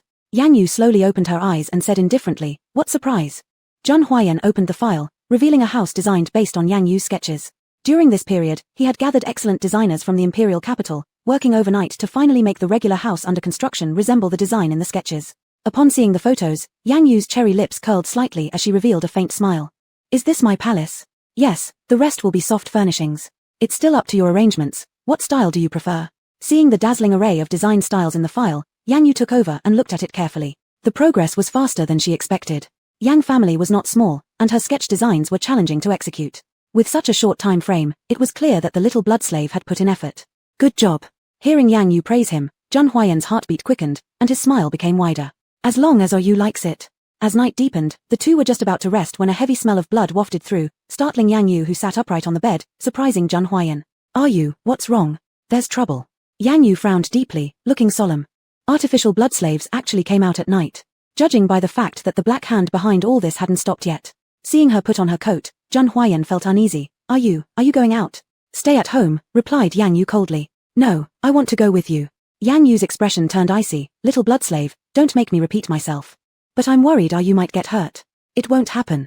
You've just recovered from an illness. If you rashly follow me out, you'll be more dangerous. Jun Huayan feared no one, but uniquely dreaded Yang Yu.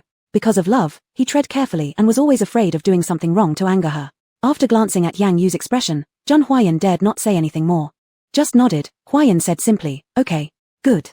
Yang Yu quickly went downstairs and disappeared into the darkness. Standing at the door, Jun Huayan tightly furrowed his brow. The unease in his heart gradually magnified in the darkness, making it impossible for him to stay calm. Yu told him to stay home and not worry, but he couldn't help it, he was still afraid. Yu.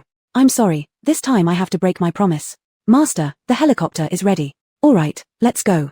Just as the two walked into the back courtyard, strange sounds echoed around them. Sang Mo stumbled and yelled, what is this thing? Jun Huayan turned his head and followed his gaze. Not far away, there were people walking step by step towards them. They were ragged, drenched in blood, their movements resembling marionettes. Master, I see them, stop shouting, roared Jun Huayan, stopping his scream. What are these things? Artificial blood slaves. The atmosphere around Jun Huayan suddenly changed. His eyes sharpened as he stared intensely at the creatures coming closer. His gaze was decisive and allowed no violation. When he saw the creatures, his concern aside, made him rather glad. Their appearance here confirmed that Yu was safe. Even if he himself was caught in danger, he must protect Yu. Master, there are too many of them. What should we do? Call the guards at the Jun family estate immediately. The old residence of the Jun family is very close, We'll have enough time. Yes. Meanwhile, kilometers away, Yang Yu followed the blood slave scent and stepped out of the central district of the imperial capital. Upon seeing the familiar building, she stopped. Wasn't this the place she visited during the day? In the daytime, the scent of blood slaves faded from being weak to eventually disappearing. At night, the scent of blood slaves instead grew stronger. Indeed, the night was their active period. Jun Che stood quietly in the dilapidated villa observing Yang Yu's movements. There was nothing he could do during the day, but come nighttime, everything could change. Chapter 62. Don't be so presumptuous here. Just at this moment, Zhun Huayan was certainly tightly bound and unable to come for rescue. Then, like catching a turtle in a jar, the heart will eventually be his. Boss, shall we make a move now? This woman is very strange. Don't act rashly yet.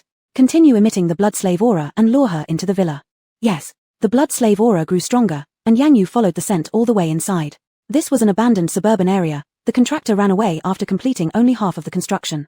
Over hundreds of square meters, looking around, there were only a few star points. The surrounding darkness made Yang Yu more vigilant. The artificial blood slave ability was strong, not to be underestimated. Only by being cautious could she capture the demon Jun Che. A few minutes later, a dilapidated and decayed villa stood before her eyes. Looking at that eerie villa, Yang Yu hesitated not a moment, stepping in alone. The strongest blood slave aura was inside. She had to resolve it as soon as possible. It's been a long time, Miss Yang Yu. A familiar and sinister male voice rang out above. Yang Yu looked up. It's you indeed, Jun Che. How difficult it is for Miss Yang Yu to remember me. I feel truly honored. Why was there such a big gap between brothers? The young blood slave had an alluring voice, while Jun Che was insidious and harsh. The young blood slave smelled clean and invigorating, making one want to approach instinctively. But Jun Che only made people feel sick, hard to endure. Is it for the heart again? Naturally, who wouldn't want the heart of a blood slave girl? Miss Yang Yu, I advise you to surrender obediently this time. I might consider letting you off a little easier. Yang Yu gave a cold snort, her eyes full of coolness. She turned her head slightly and looked around. The room was utterly ruined, filled with a rotten old smell. What are you looking at? Seeing Yang Yu ignoring him, Jun Che became utterly enraged. Looking how destitute you are. What do you mean by that? The secret room before was vast and luxurious, having everything. And now, you have nothing. Jun Che was provoked. Isn't it because of you? This is your doing, Jun Che. If you had reined in earlier, you would never have come to this end. Don't dare to preach to me, Yang Yu. I advise you to surrender immediately before I lose my temper. Preach. Do you deserve it? Yang Yu arched her eyebrows, arms crossed over her chest. She had just expressed a mere complaint, but didn't expect Jun Che to take it seriously. Jun Che's face turned ashen, his fists grinding together audibly. The smug expression on Yang Yu's face made him yearn to rush over to her then and there, and bite down on her neck. Afterward, he'd voraciously suck her blood and eat her heart. Yang Yu, I've given you a chance already, and it's because you didn't know how to cherish it. So what? Still no intention to repent? A hint of surprise flashed through Jun Che's eyes. It seemed that they needed something harsher then. He raised his hand. Release. An overwhelming wave of bloody stench came rushing toward Yang Yu, her beautiful eyes stiffened with alertness. Next, several man-made blood slaves were thrown down from the second floor, smashing towards Yang Yu who was standing in the middle. Yang Yu wanted to use her spiritual power, but a feeling of emptiness within soon came about. Only then did she realize that due to treating Zhun Huayan, her spiritual power had almost vanished. Her remaining spiritual power was already used against Yang Zhiro and Yang Father. Recovery of her spiritual power would take at least 2 days. With no spiritual power right now, all she could do was fight hand-to-hand. These many blood slaves offered a sufficient challenge. Looking at Yang Yu's stunned expression, Jun Che laughed smugly. Are you afraid? Let me tell you, I haven't even begun to control them yet. Once controlled, you won't even be able to own a single complete corpse. Really? That's a good thought. Are you not scared? Just a couple of blood slaves, I've never paid attention to them. This can't be. Jun Che clenched his teeth. Don't be so insolent here. Yang Yu sneered coldly and fell silent. Dealing with someone like Jun Che was a waste of words. There was no other way but to get her hands dirty and show him the result, only then would he finally give up. Seeing that Yang Yu still didn't take him seriously, Jun Che became infuriated, glaring around at the blood slaves. Move now. In the next second, multiple corpses attacked Yang Yu simultaneously. From their movements, Yang Yu understood roughly, these things had already been fully manipulated by Jun Che. Like puppets controlled by strings, without any thoughts or initiative. Yang Yu, taste them well. If you can't bear it, surrender to me, I might consider letting you off easy. Daydreaming. Yang Yu extended her leg and kicked the nearest blood slave far away. That swift speed and ferocity shocked Jun Che once again. 4 days unseen, she was still this powerful. As he saw his painstakingly trained blood slaves dwindling, uneasiness surged in Jun Che's heart. Chapter 63. Threatening her with a little girl? You're asking for death. He could no longer continue as a mere spectator, otherwise, the blood slaves would surely be exterminated by Yang Yu. The blood slaves had only brute force. Despite their bloody and terrifying appearance, they posed little difficulty to Yang Yu. She fought them off in hand-to-hand combat, driving each one back. Seeing the remaining few blood slaves, Yang Yu raised her head and sneered, Jun Che, are you not going to admit defeat? Yang Yu, you have great audacity. Are you not afraid that I still have a trump card?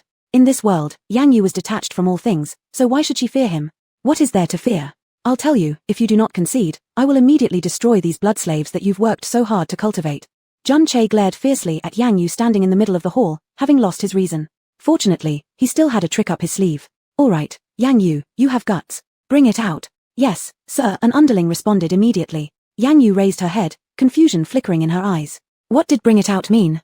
Could it be that little blood slave had been captured by him? The next second, a little girl around 5 years old who had her mouth covered was brought forward by the underlings. Her tears streamed down, her small face smeared with dirt, struggling continuously. You. It wasn't little blood slave. Yang Yu exhaled in relief, but soon her heart leapt again. She remembered this little girl. In the morning, when she had passed by here, this little girl had helped her find her way. An innocent bystander dragged into this mess. Yang Yu couldn't bear to watch her get involved like this. Jun Che, let her go right now. Jun Che burst out laughing uncontrollably. Ha ha ha, afraid now, aren't you? Yang Yu, if you don't rip out your heart, I'll let her taste death immediately. Yang Yu's eyes gradually turned blood red. A gentle breeze swept through, her hair dancing wildly. A powerful aura surged forth, quickly spreading throughout, subduing everyone on the scene. Looking at Yang Yu, who seemed regal and queen-like, Jun Che felt a chill run through his heart and began to feel intimidated.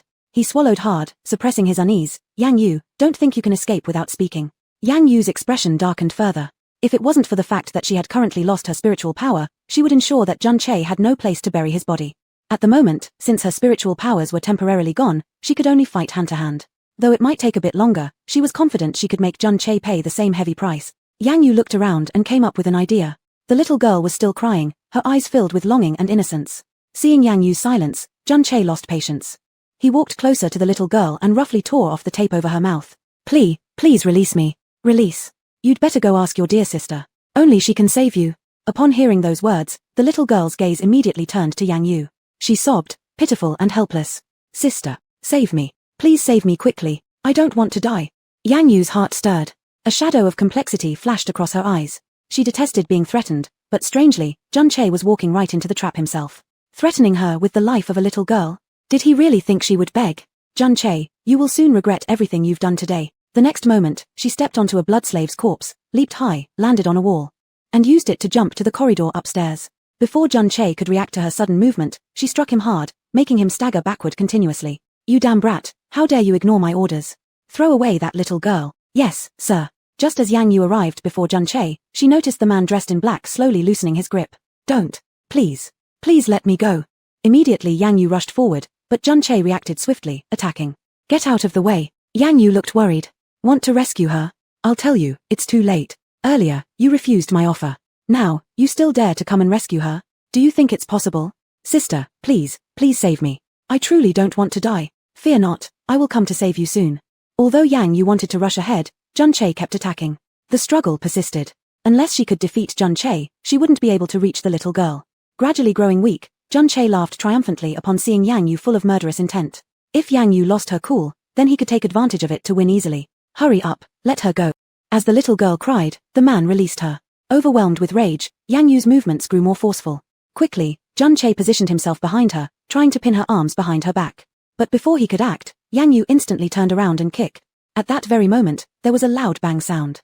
The girl fell to the ground. Jun Che collapsed on the floor, laughing crazily. Ha ha ha, Yang Yu, she's dead anyway.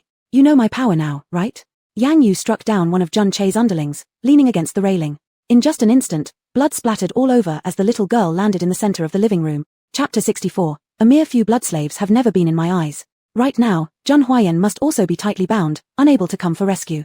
By then, catching her like a turtle in a jar, the heart will eventually be his. Boss, should we move now? This woman is quite strange. Do not act rashly yet. Continue emitting the blood slave's aura and lure her into the villa. Understood. The blood slave's aura grew heavier. Yang Yu followed the scent all the way inside. This was an unfinished suburban area. The construction party fled halfway through. In the hundreds of square meters space, looking around, there were only faint stars visible. The surrounding darkness made Yang Yu even more alert.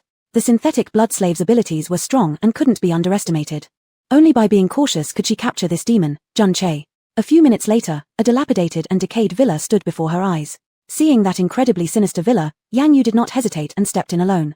The strongest blood slave aura was inside, and she had to resolve it as soon as possible. It's been a long time, Miss Yang Yu.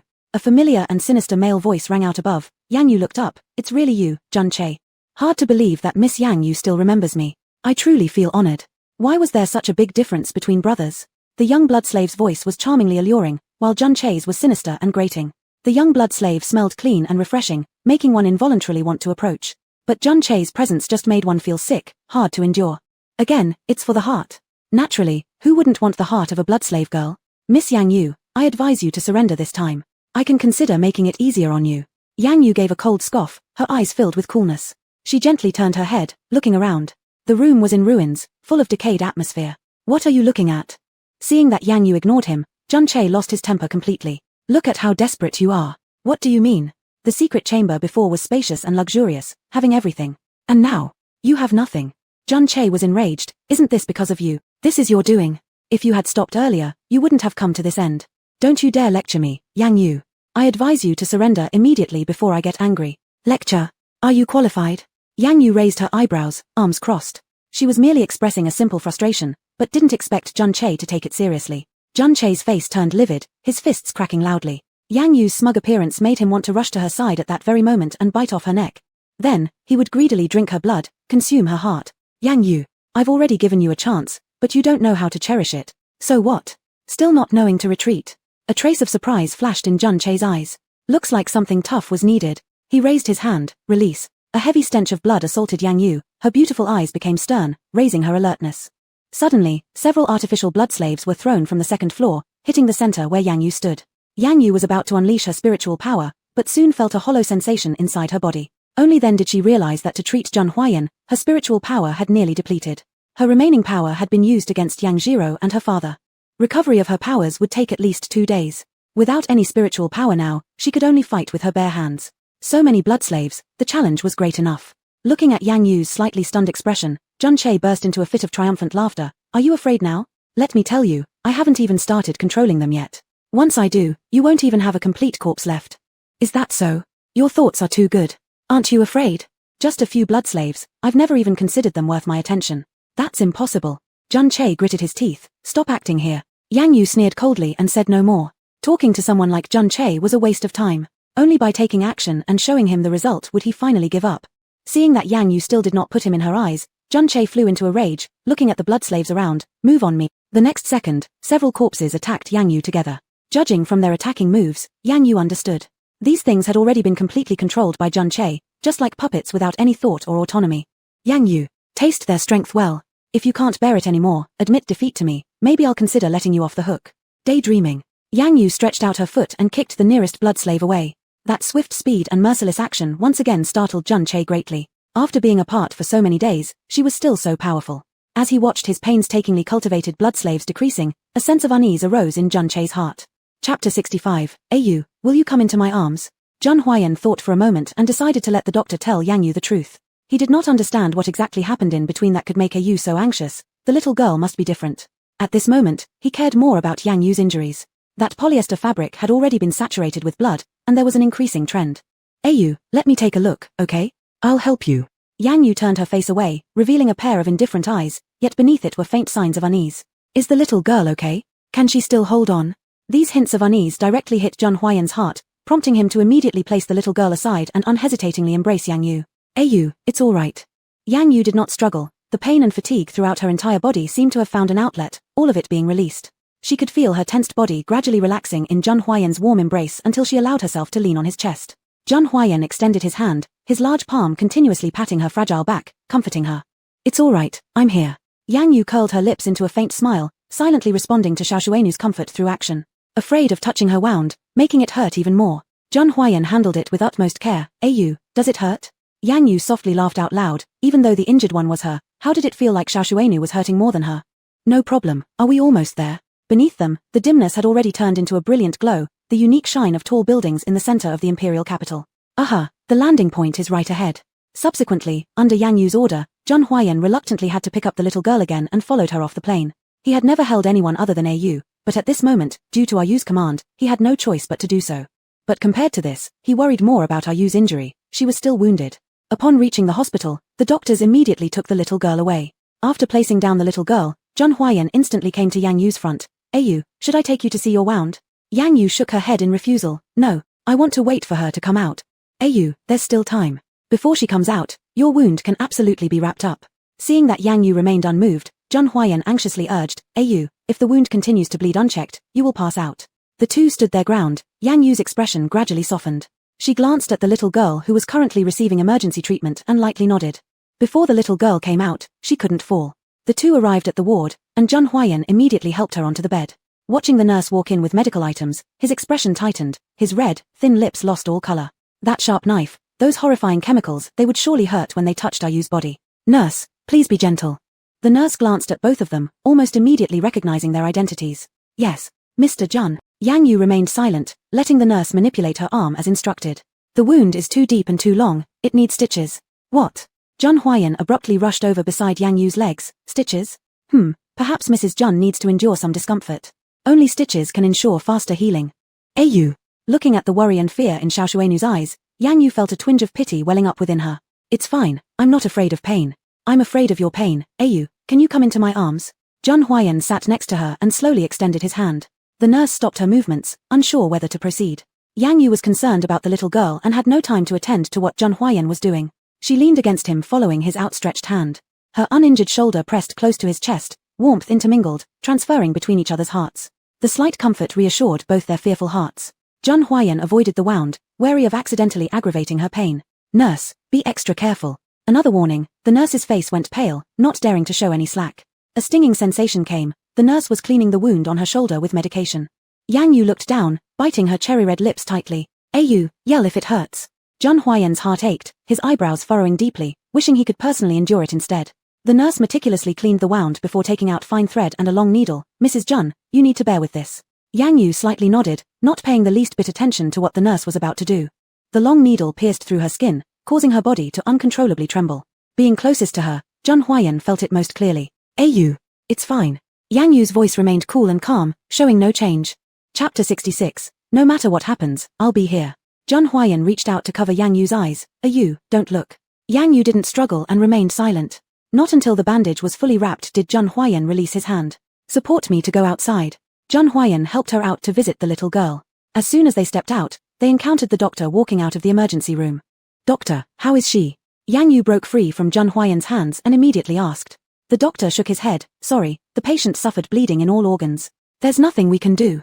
Yang Yu swayed weakly, and Zhang Huayan quickly held her up. Ayu.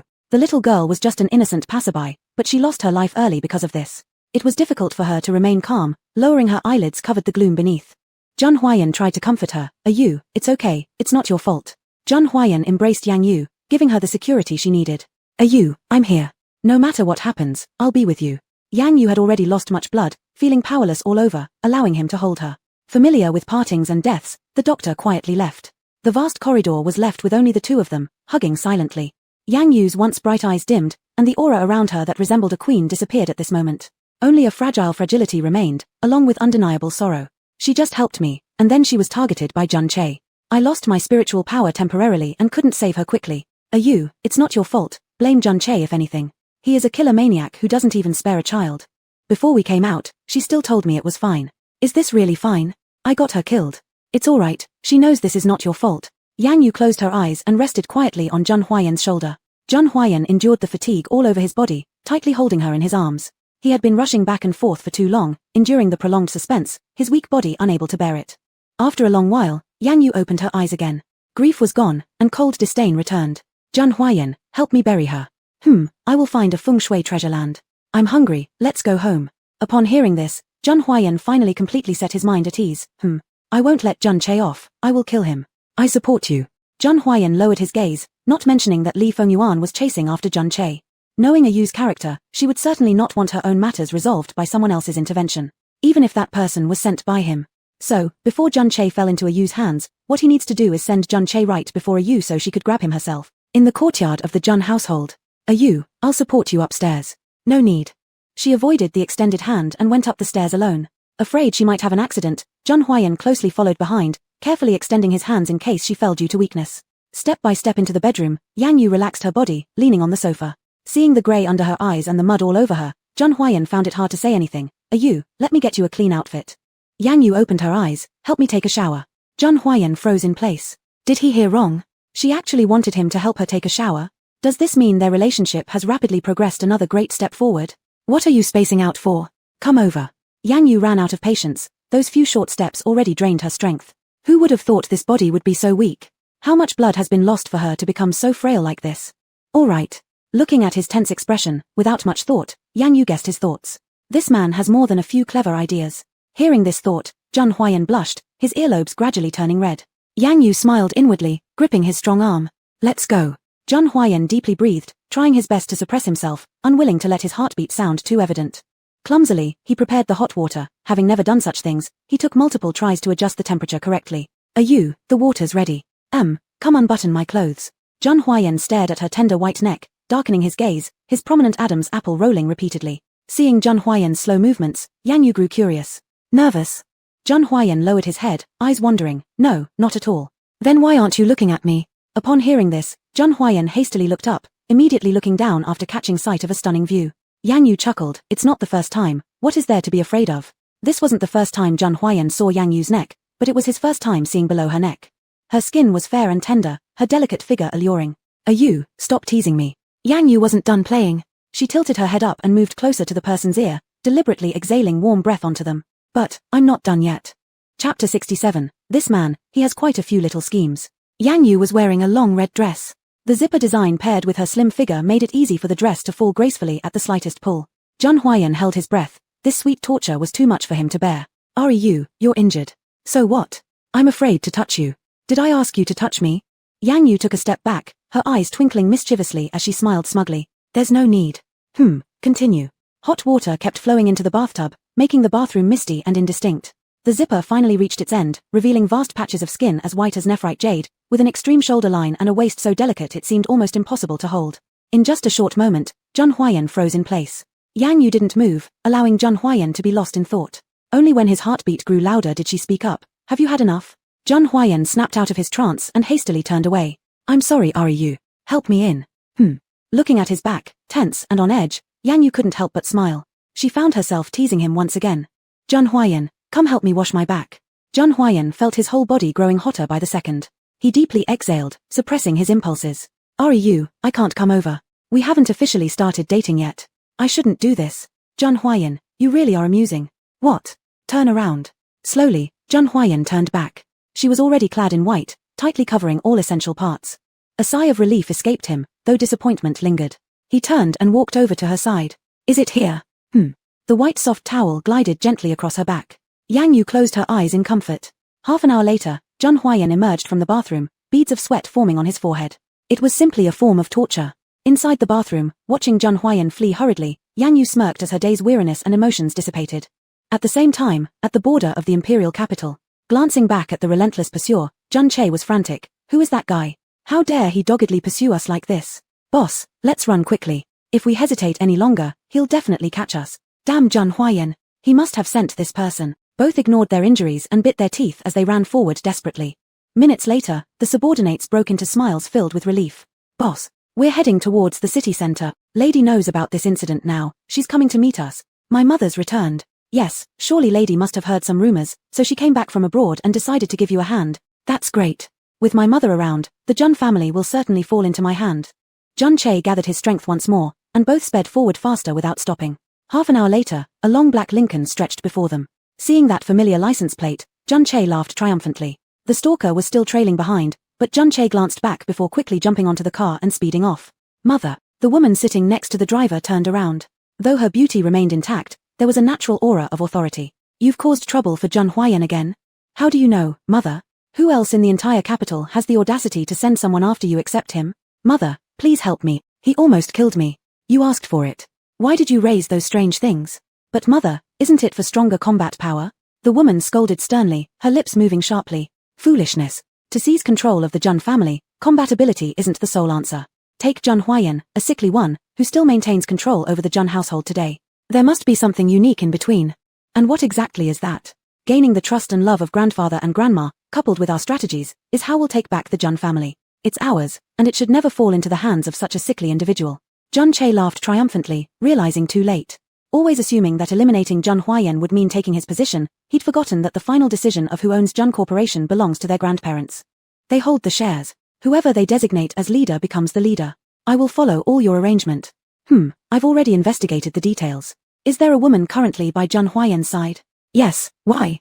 This woman is not ordinary. Always keep tabs on her. Once we capture her, leave no witnesses. Yes, she had a premonition. This woman would surely become an obstacle in their future successes.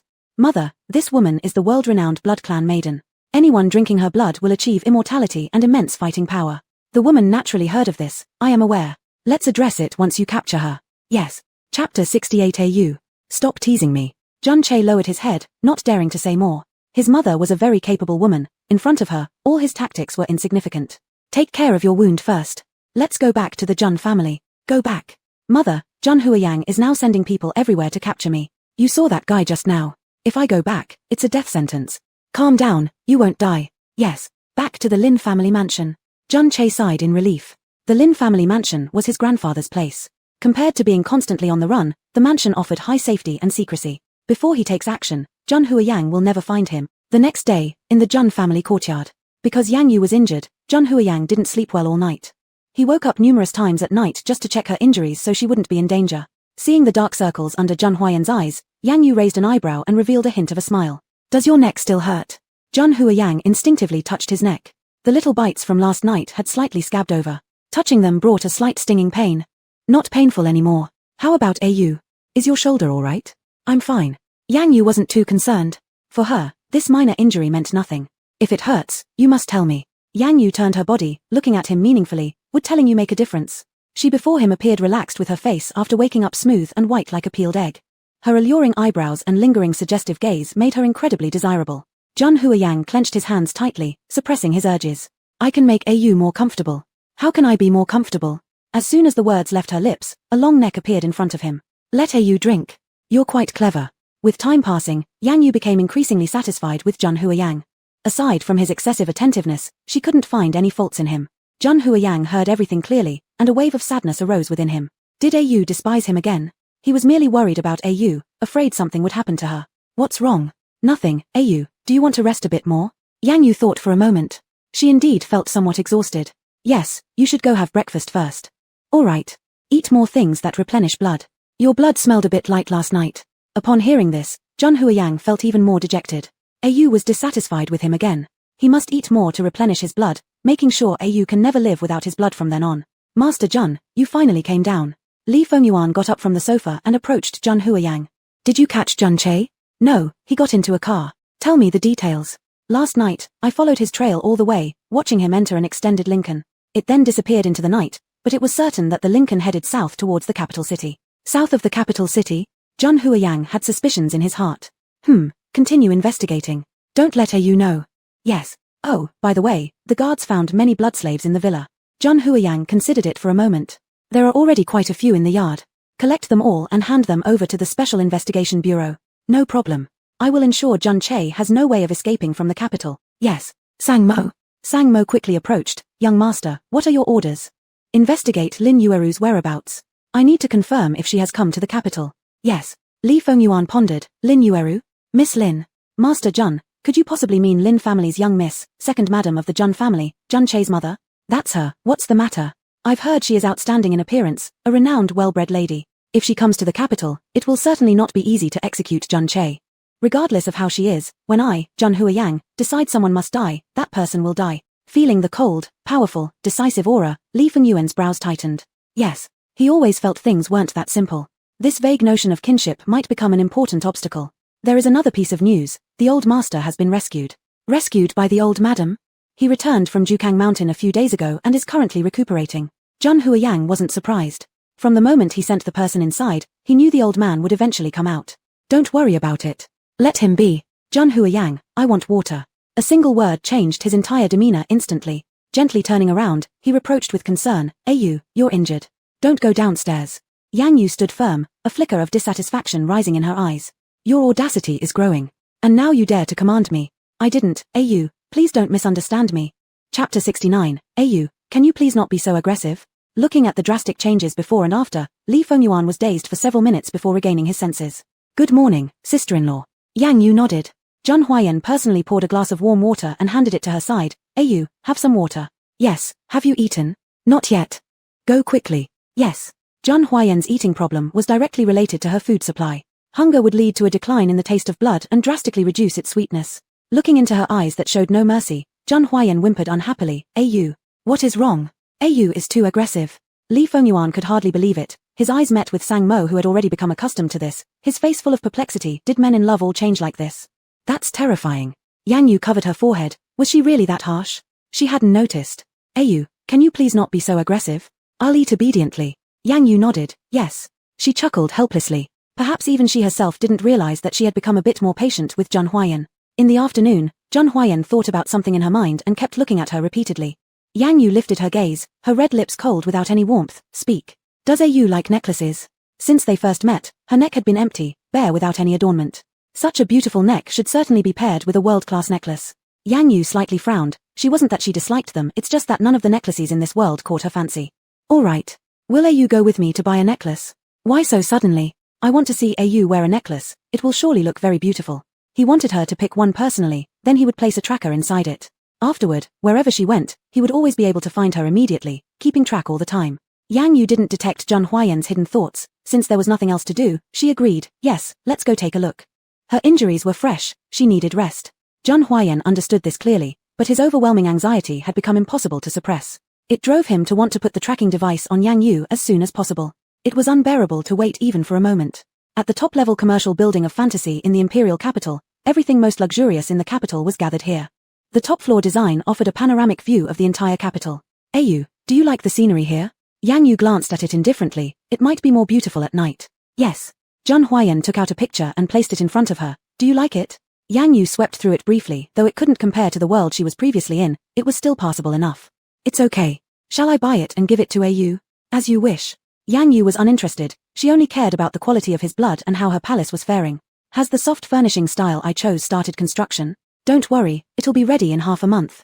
But afterward, we still need to ventilate for a while to dispel formaldehyde." Zhang Huaiyan intentionally prolonged the time because he worried that once the house was finished, she would move away. "You've done well. Au praised me." Yang Yu crossed her arms. He was really easily satisfied. Ding. The elevator door opened. The two walked into the showroom. Perhaps due to the extremely luxurious goods, the showroom was sparsely populated, with only a few salespeople visible. In the capital, everyone knew who Lord Jun was. Seeing his appearance, the salespeople suppressed their excitement and exchanged glances secretly. Yang Yu understood in her heart, and she smirked, revealing a faint smile. He is quite popular. In Zhang Huaiyan's eyes, apart from Yang Yu, he couldn't see anyone else. Regarding the actions of others, he was completely indifferent. "I don't know much about it." Seeing Zhang Huaiyan's lack of interest, Yang Yu nodded approvingly. "Good, keep going like this. I dislike having complicated relationships around my blood slave, it's too troublesome." "Yes, whatever Au says." Seeing the famous young master Jun bowing down to the woman beside him, everyone envied them immensely. "Lord Jun, which item are you interested in?" "A necklace. Please follow me." The salesperson led the way. Passing through the corridor, the two reached the counter. "We can choose by ourselves. We'll call if we need help." "Yes." The woman averted her gaze and left awkwardly. Yang Yu saw this and smiled slightly. Decisive and straightforward, it was a personality she appreciated. Upon hearing this, Zhang Huaiyan raised the corners of his mouth, emitting a pleasant aura overall. "Au, which one do you like?" Yang Yu glanced at them. Regardless of the material or design, compared to what she used to wear, they were far behind. "I don't like them." "Not a single one?" "No." Zhang Huaiyan was troubled in secret. "Then, what kind of necklace did Au like?" "Take out your best necklaces." Chapter 70, Zaza causing trouble. Zhang Huaiyan can never turn over again. Junior Master Jun, all the necklaces are here. Wait, isn't there still one that hasn't been presented? The latest spring model from Tiffany. Bring it up. Yes. Yang Yu lazily leaned to the side. The latest model? She wanted to take a good look. Soon, the saleswoman walked over holding a black gift box. Seeing them with white gloves and their meticulous appearance, Yang Yu slightly frowned. "What does this necklace look like? Why has it made such a fuss?" "Open it." Zhang Huaiyan said lightly. If it still doesn't satisfy Princess Yu, he would immediately take her to fly to Europe and find the top designers. The saleswoman slowly opened the box, and a flawless diamond necklace appeared before their eyes. This masterpiece was designed by renowned jewelry designer Mr. Frank. It features Oppenheimer blue diamonds design. Regardless of its transparency or cutting design, it's absolutely impeccable. Watching her momentarily lost in thought, Zhang Huaiyan felt a subtle thrill in his heart. "Princess Yu, do you like it?" Yang Yu snapped out of it and sincerely responded, "It's decent." This necklace, if placed thousands of years ago, could barely make it into her jewelry cabinet. "Shall we buy it?" "Okay. Wrap it." With a flick of Zhang Huaiyan's wrist, $1 million transaction occurred. Seeing the countless zeros at the end, Yang Yu arched her brows, a flash of surprise crossed her mind. Not heartbroken? Not heartbroken. As long as it's for Princess Yu, I won't feel pain. He's really generous, Yang Yu thought in her heart. Hearing her inner voice, Zhang Huayan lowered his eyes, then bent down, four eyes meeting. Princess Yu, what's mine is yours, and you can spend as much as you want in the future. Yang Yu has a strong personality and doesn't want to depend on anyone. In her opinion, between her and Zhang Huayan, it's merely tied by blood. Would she spend his money? She didn't want to. I mentioned before, if I have money, I will pay you back. Looking at her cold gaze, Zhang Huayan's heart ached faintly, and a feeling of sprang forth. He dared not resist her, nor did he dare to say more, for fear of angering her. After pondering for a while, he slowly spoke. Princess Yu, you don't need to pay back the cost of this necklace. Consider it as my present to you, okay? Yang Yu wasn't in the mood to argue with him. Millimeter, let's just leave it at that. Zhang Huayan smiled. As long as Princess Yu accepts, he also needed to go home and place the tracking device. Do you only want to see me wearing the necklace? Yang Yu still found it somewhat sudden. Not just that, an imperial capital commercial banquet will be held tonight. I want Princess Yu to wear the necklace, dressed in evening gown, to attend with me as my companion. Okay. This time, it would be a perfect opportunity for major influential people in the imperial capital to meet Princess Yu, his future wife. At the same time, the future Mrs. Jun of the Jun family group. Lin family mansion. Lin Yueru gripped gauze and ointment and approached the bedside. Jun Che looked pitiful, his lips pale with illness. Mother, are we sure to go tomorrow? Certainly. With me around, Zhang Huayan won't dare to mess with you. Thinking of Zhang Huayan's fierce expression, Jun Che remained terrified to this day. In his memory, Zhang Huayan had always possessed two sides since childhood. One side showing ice-cold indifference towards others, the other side displaying ruthless cruelty when dealing with enemies. Now, he himself is Zhang Huayan's enemy. According to Zhang Huayan's character, he certainly wouldn't forgive him. Still uneasy, Lin Yueru understood Zhang Che well. Apart from stubbornness and cruelty, nothing compares to Zhang Huayan. Without her help, wanting to rise in the imperial capital, taking down the Zhang family, and becoming the head were all things not easily achievable.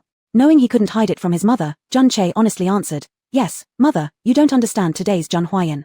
He's simply a gloomy psychopath, most skilled in disguise. That's precisely what I'm saying. If pretending can hold the Jun family in your grasp, then I demand you continue with it. Mother, you look at yourself. Just because of your lack of composure, showing everything without reservation, the elder master never gave you the slightest glance. Zhang Che backed off, lowering his head in silence. Tomorrow's commercial banquet is crucial. Every person attending plays a pivotal role in our future development. Show some quality and strive to let them remember you before Zhang Huayan gets the chance. Yes. Thinking about the video she still kept secret, Lin Yueru chuckled in satisfaction. Her features were grand and elegant due to her noble lineage, making her stand out uniquely. At this moment, her proud smile didn't detract from her image in the slightest but rather made her appear even more radiant and enchanting. Rest assured, I've prepared a surprise especially for Zhang Huayan. What kind of surprise? You'll know tomorrow. With it, Zhang Huayan will have no chance to recover. Chapter 71. Should the title of national goddess be passed to someone else? At the sight, Zhang Che felt as though all his wounds disappeared in an instant, leaving only excitement. Thinking about how disheveled and depressed Zhang Huayan would be tomorrow, he couldn't help but eagerly hope that tomorrow would come sooner. Are you happy? Lin Yueru looked indulgently at her child. Happy, mother. We must firmly hold onto the Jun family when the time comes. Of course. The next day, the Golinmao venue in the imperial capital. The banquet had not yet officially started, but there were already many people gathered. Everyone who came knew the importance of this banquet. As long as they could make a few crucial business connections within it, they wouldn't have to worry about their KPI for the next 6 months. Jun Young Master hasn't made an appearance yet, has he? No, neither have Master Jun and Lady Jun arrived. The Juns are such important figures, their absence is indeed a loss for us. People discussed heatedly, the Jun family was their top target. If they could cooperate with the Jun family, their KPI values would at least double. Afterward, the focus would shift to the other families. You don't need to worry anymore. I've already received confirmation that the Jun family will attend. That's great news. At the banquet. When getting out of the car, Zhang Huayan immediately grasped Yang Yu's delicate hand. You look so beautiful today. Unable to resist, Zhang Huayan bent down and placed a soft and sincere kiss on her hand. His bright eyes remained fixed on her, filled with endless yearning, tracing her figure with loving admiration. Because they were attending the banquet, Yang Yu specifically wore an elegant gown. Upon his indication, the designer responsible for attire brought out the red version. Red is very particular about whom it suits, but Yu, with her exquisite face, suited it perfectly. He couldn't bear to take his eyes off her, even developing thoughts of wanting to hide her away secretly. With such beauty, he suddenly didn't want others to see her. Yang Yu opened her eyes, meeting Zhang Huayan's unhidden possessive gaze. Yang Yu curled her lips in a light smile and leaned closer to his stern and pale cheek. You? Her closeness caused Zhang Huayan's breathing to pause momentarily, his heartbeat accelerating instantly. A gentle kiss landed, then Yang Yu stepped back. Are you satisfied? Not satisfied. Truly bold. Yang Yu smiled instead of being angry. Zhang Huayan could sense that Yang Yu was becoming increasingly indulgent towards him, hence growing bolder day by day. Can I have another one? Yang Yu remained silent, but her movement towards him conveyed her attitude. Watching her ruby lips dyed brighter by lipstick, Zhang Huayan clenched both hands tightly, his Adam's apple rolling continuously. Unable to withstand the urge any longer, their lips met in passion. Finally sweet emotions burst forth in his mouth, causing his self-control to wane further. Yang Yu slightly paused for a second before relaxing her body. His kissing skills were nothing short of remarkable, drawing her deeply into the embrace. Since she enjoyed it, why should she refuse? 15 minutes into the banquet, they entered fashionably late. Seeing Yang Yu's lips flushed and swollen, Yang Jiro gritted her teeth hard. This little hussy, tempting Jun Young Master again? Without even realizing her own worth, how could she possibly deserve Jun Young Master? Daughter, what are you looking at? Asked Yang's father. Yang Jiro raised her chin arrogantly. Yang Yu, look at her proud expression. Yang's father glanced over and inwardly marveled. No wonder Jun Young Master treasured her so much. Yang Yu was stunning beyond belief. In comparison, Yang Jiro seemed like mud beside her. Alright, think about winning over a few CEOs instead. Your mother is counting on you to help her out. I know. Holding her glass of red wine, Yang Jiro walked toward her chosen target. If it weren't for Yang Yu, she would certainly choose Zhang Huayan. But this Yang Yu must have bewitched Zhang Huayan with some kind of love potion since he now fails to see any woman other than her. This must be Yang Yu, right? Truly a rare beauty, hard to find anywhere else in the world. Exactly, compared to her, Yang Jiro seems mediocre. I reckon, the title of national goddess should be handed over to someone else. The murmurs among the crowd reached Yang Jiro's ears, making her clench her red wine glass furiously. She wished to shatter the glass out of anger. How was she any less than Yang Yu? Do these people even have eyes to see? Yang Yu naturally paid no heed, but Zhang Huayan standing beside her found it pleasant. He loved Yu and thus appreciated the praise aimed at Yu. Right, all these people are quite perceptive. Sensing a fierce resentment-laden stare directed towards them, Zhang Huayan focused his gaze intently. Yang Jiro? Here comes the clown again. Looking at the pink-clad woman, Zhang Huayan felt utmost disdain. Isn't this the difference between a rose and a wildflower? Before a rose, a wildflower can only serve as a supporting role. Seeing Zhang Huayan's gaze fall on her, Yang Jiro grew excited. Young Master Zhun has noticed her. Without hesitation, she swiftly held her glass of red wine and moved closer. Upon seeing this, Yang Yu slightly furrowed her elegant brows. What was Yang Jiro up to now? Yu, come with me. Chapter 72, Why can't she make a move? As soon as the words were spoken, there was a commotion at the door. Both of them instinctively looked over and saw Lin Yu and Jun Che walking in dressed extravagantly, with smug looks on their faces. Let's go, Lin Yu said. Yes, mother. The two walked into the hall and greeted the two elderly people. Coincidentally, she was just looking for prey, and now the prey had come to her door. Yang Yu gave a cold laugh. Jun Che, your time is up. Yu, are you going to make your move? Zhang Huayan asked. He knew Yang Yu's character too well.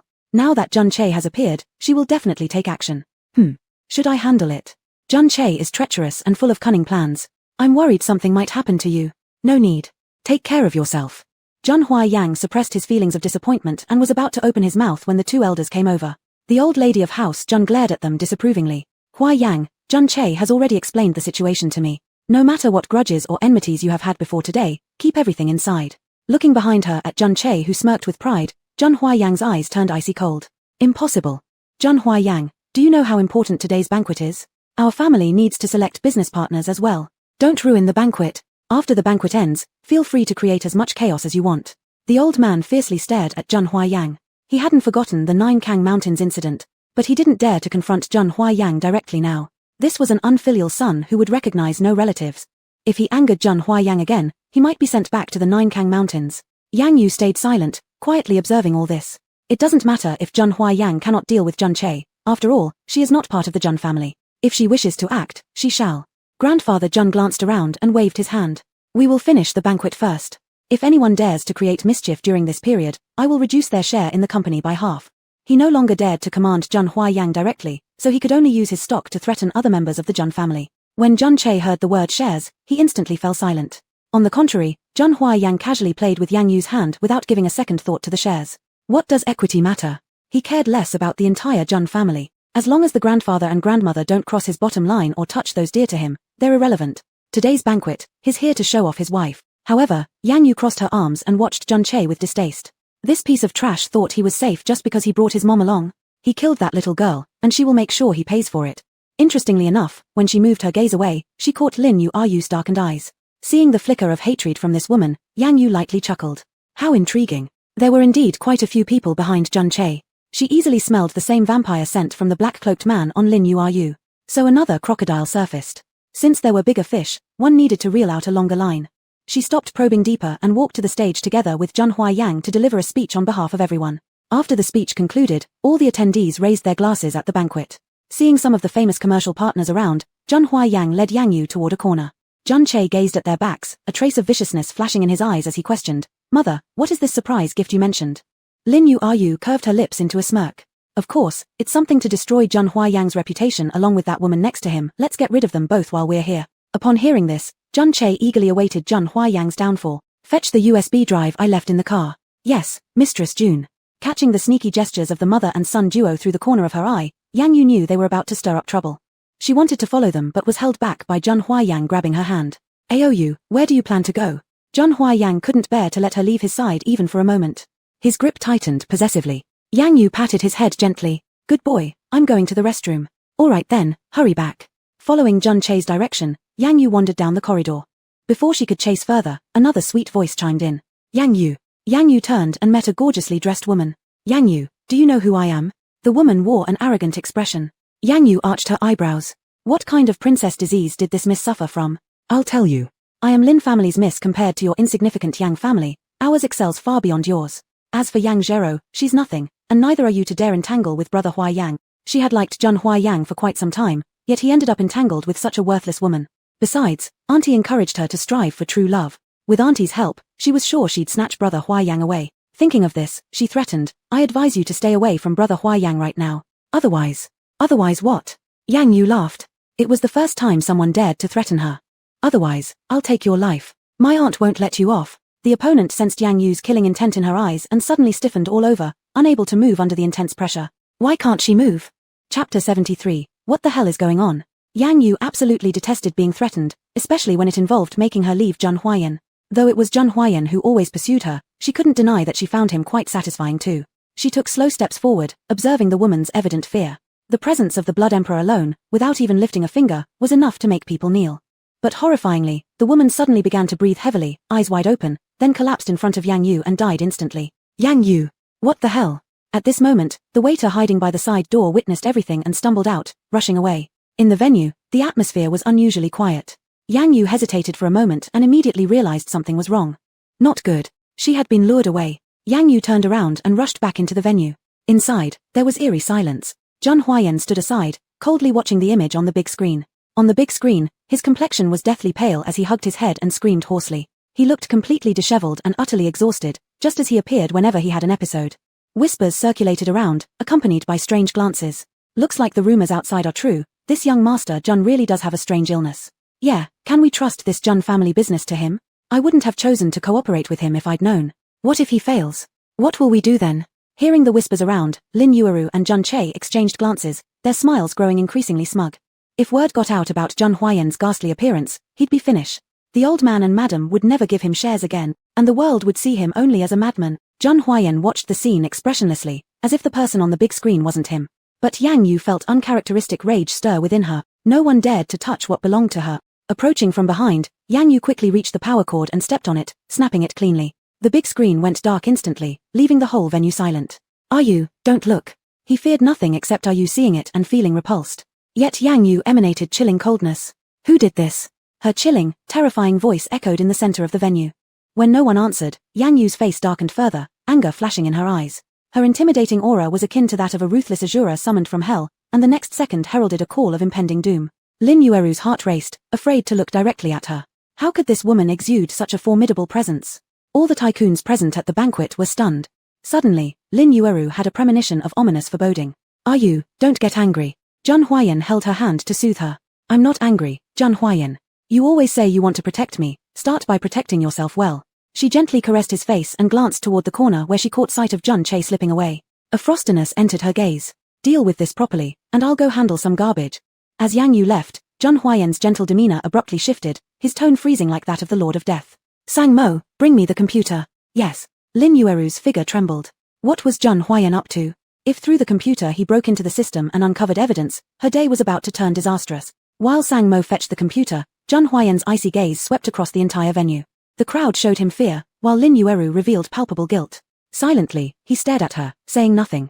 Lin Yueru, unable to endure the silence, suppressed her inner terror and lifted her head to glance at him once more.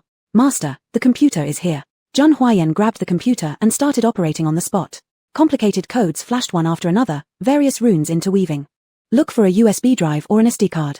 Yes. Sang Mo immediately moved to the workstation. Lin Yueru became even more panicked inside. Minutes later, Sang Mo discovered a USB stick at the workstation.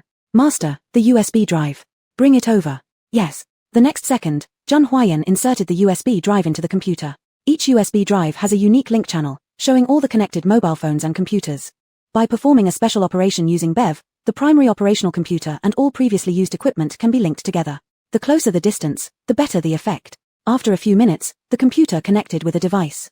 The screen displayed that this device had played videos several dozen minutes ago. He placed the computer down and approached Lin Yueru step by step, devoid of emotion. Everyone watched his actions with bewilderment.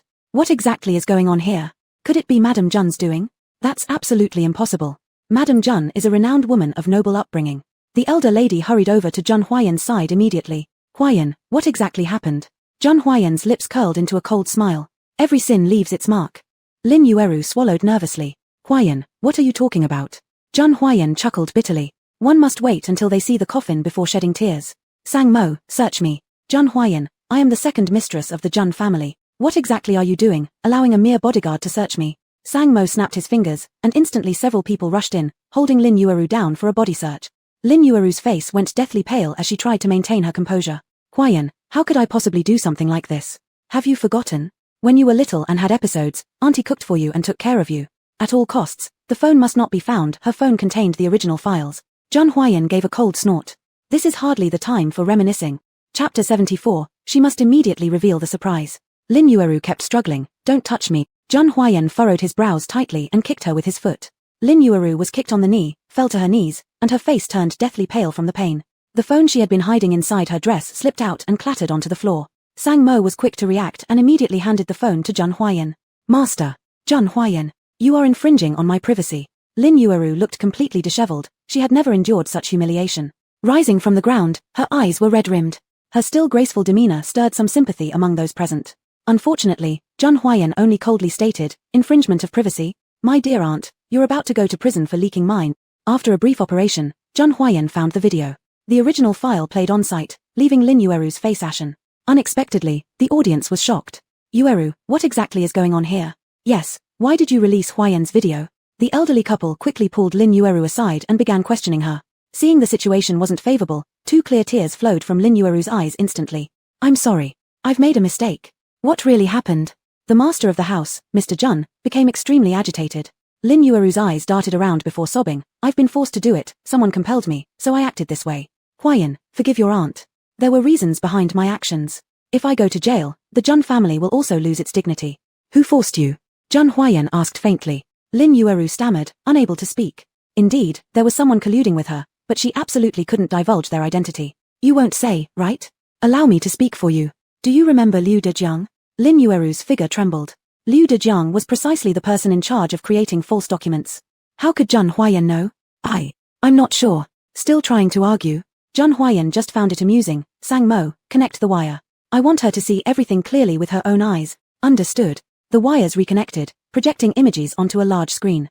As everyone observed the materials and videos displayed, there were whispers throughout the crowd. No one would have expected that Lin Yueru, who was always well spoken of as virtuous and noble, could do such a thing. Truly, one cannot judge a book by its cover. The elder Mr. Jun took quite a while to recover his senses. What's really going on here? Give me an explanation.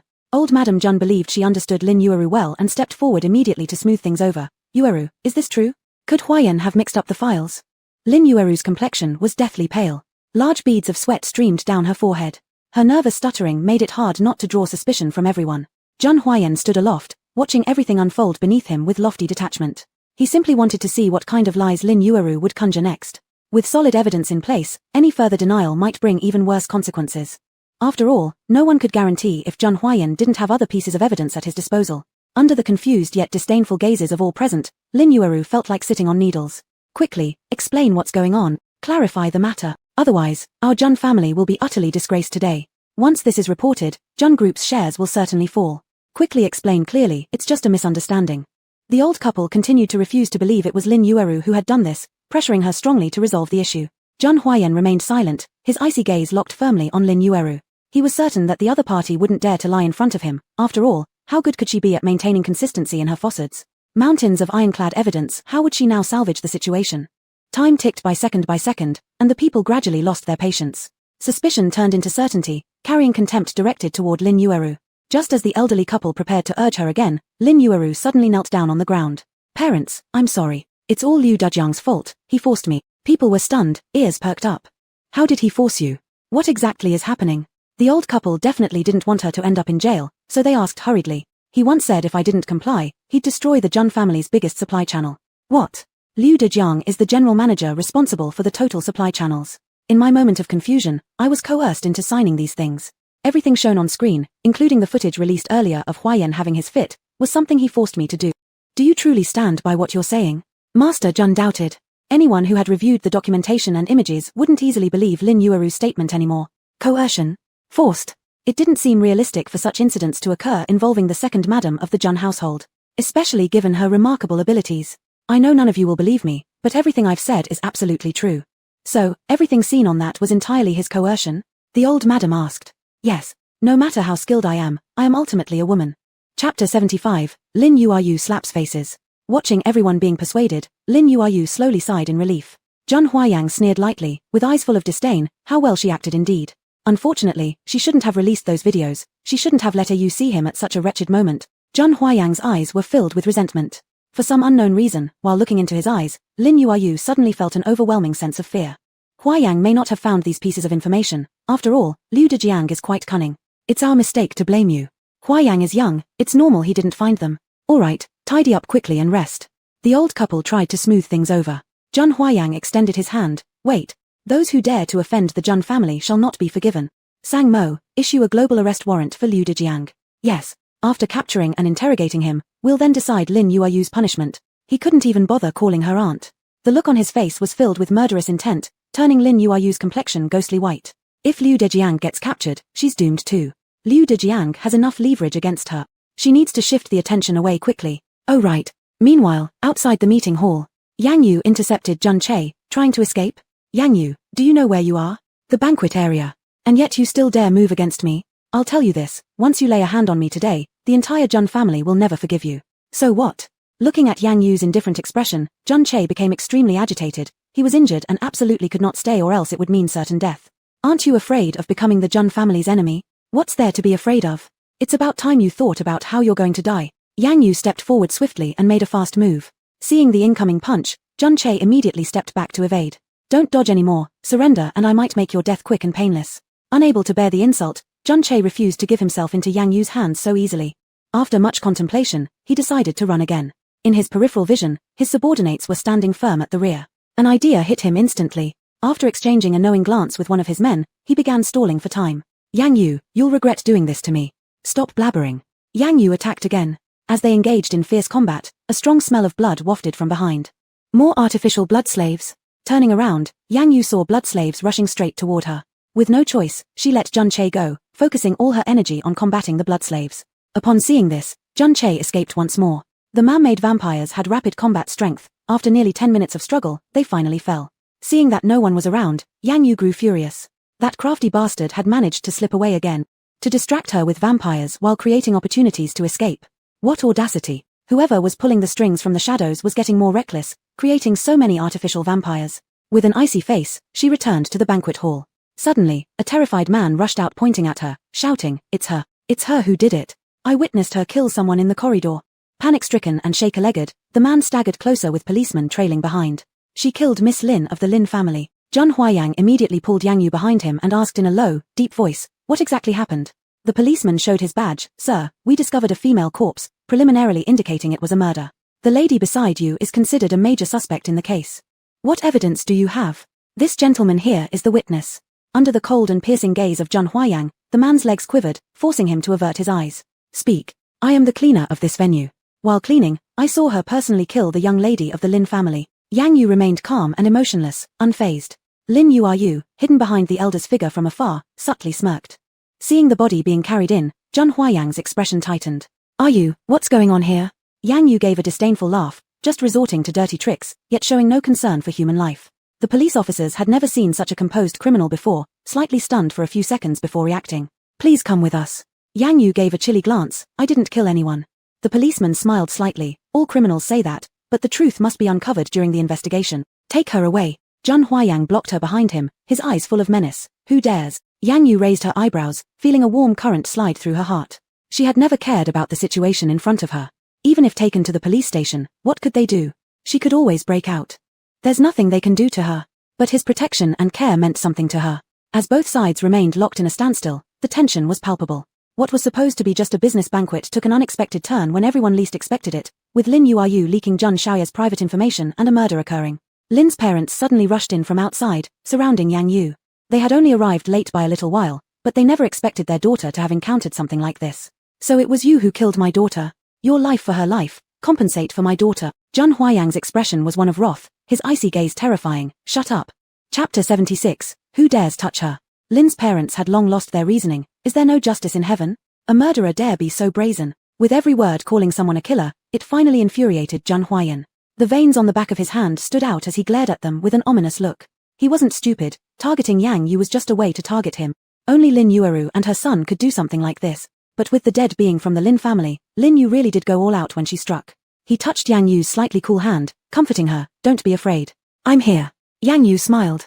Did she look like someone who would be afraid? Could you handle this for me? He softly asked her. Yang Yu nodded. When Zhun Huayan glanced at the crowd again, his eyes were cold and merciless. He calmly took out his phone, dialed a number and put it on speaker. Director Jiang, I need to report a case. Lin Yueru, illegal surveillance, leaking privacy, defamation, and insult.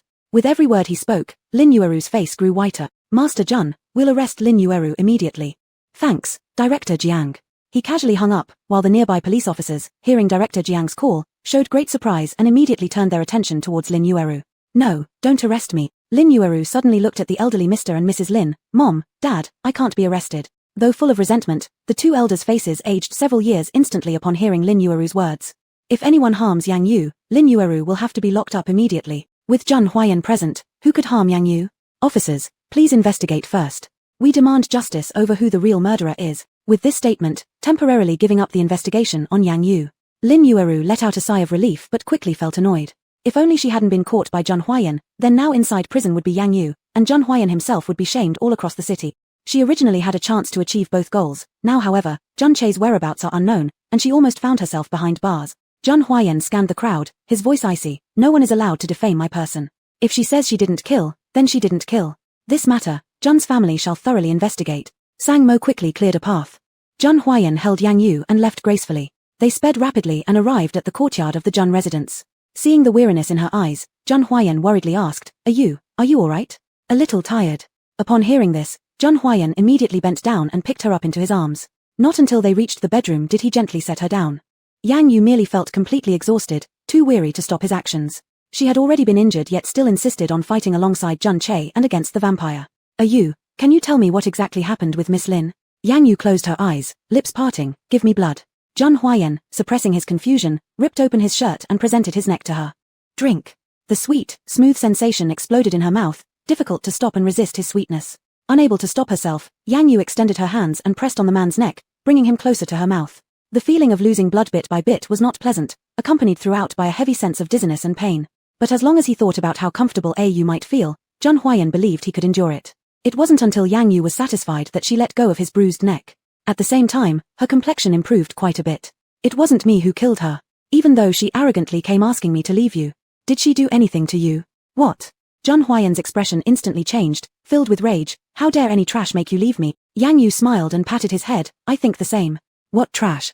Who knows? The next moment she started convulsing and died right before my eyes. Looks like she was poisoned.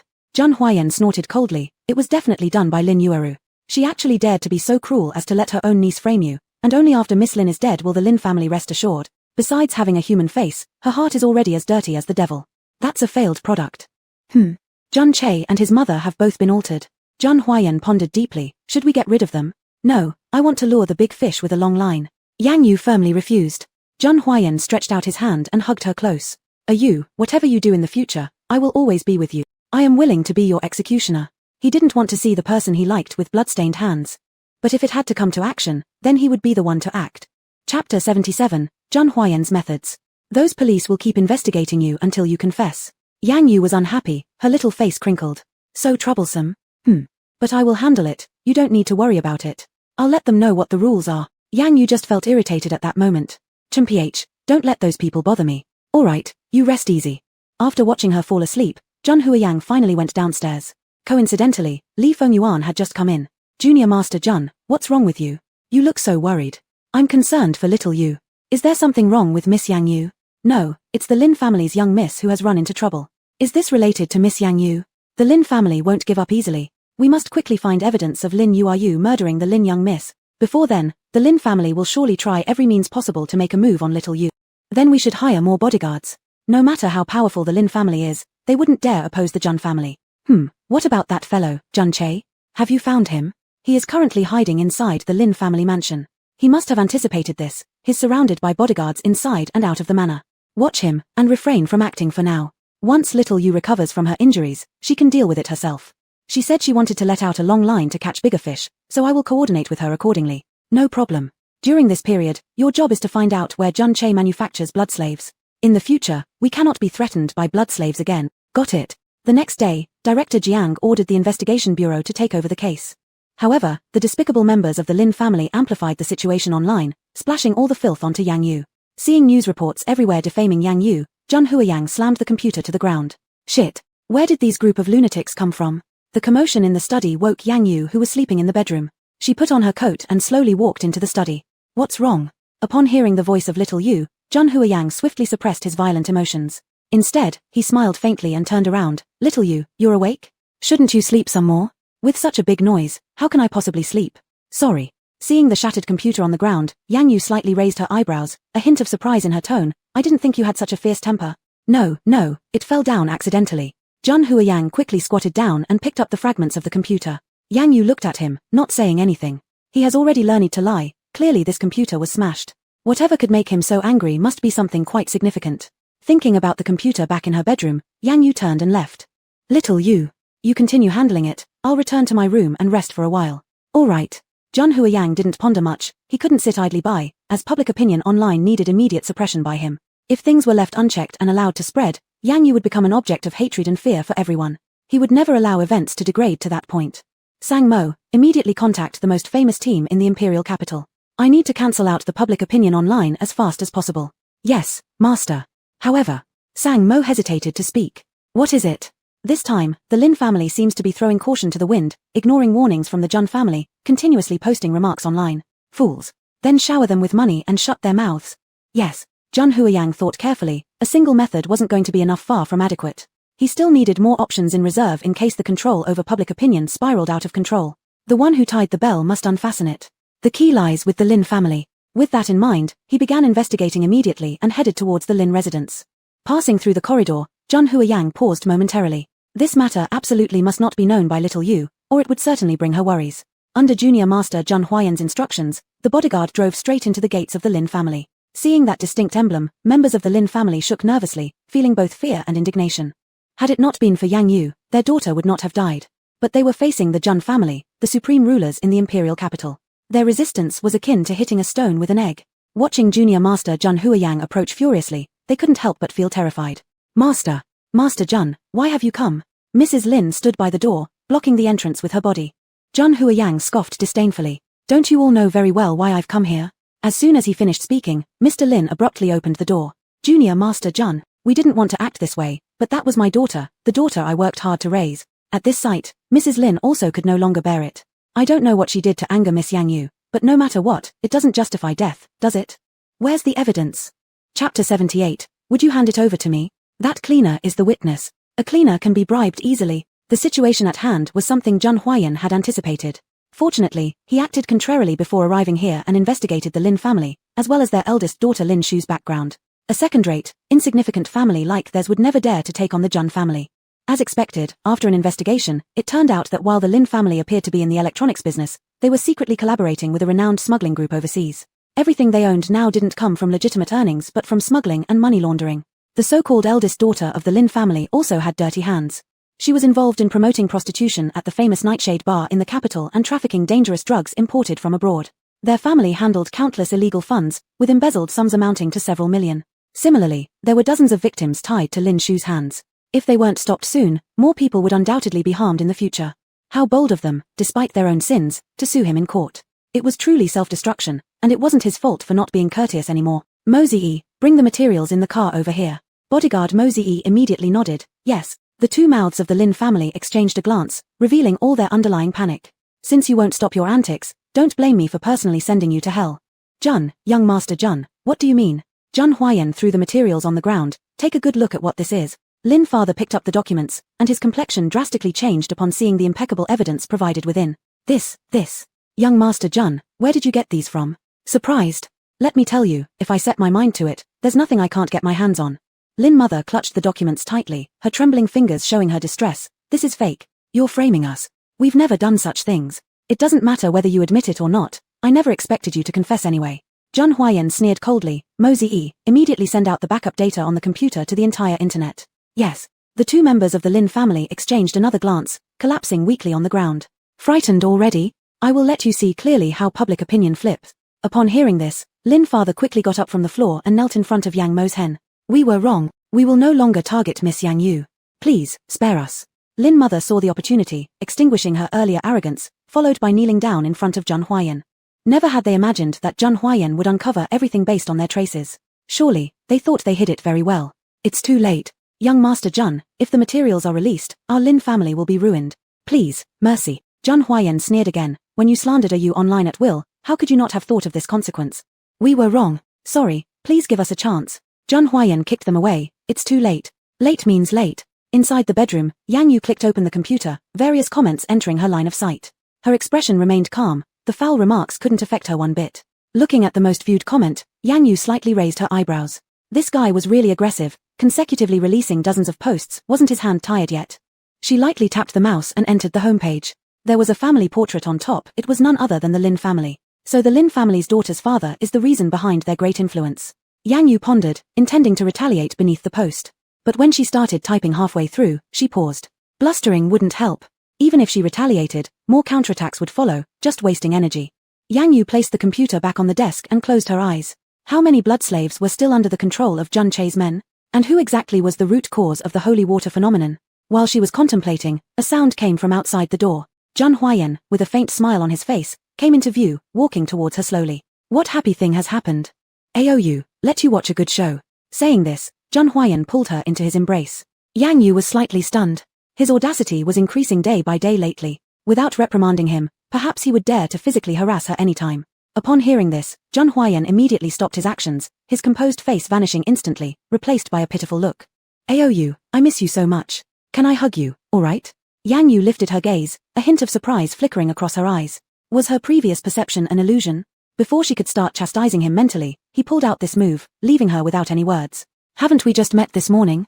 But it's been hours. Chapter 79, personally send you to hell. Just a few hours. It's not just, it already has been. Yang Yu's gaze swept over, and her voice turned instantly cool. Is it really that fun arguing with me over words? I'm just telling the truth. I miss you even after a few minutes apart, let alone several hours. You, can I hug you? Please hug me. Alright, come on. Yang Yu couldn't resist his coquetry, so she relaxed and let the man embrace her. Jun Huayan tried hard to suppress the corners of his mouth from rising, as he tightly hugged her. He knew it, Yang Yu felt differently towards him now compared to before. After some tender moments, he finally reached out to grab the computer. You, look at this. Seeing the computer, Yang Yu immediately remembered all the unbearable comments. She reached out and pushed the computer away to the side. I don't want to see it. What's wrong, you? I saw something today. It's about the Lin family. Jun Huayan's eyes darkened slightly.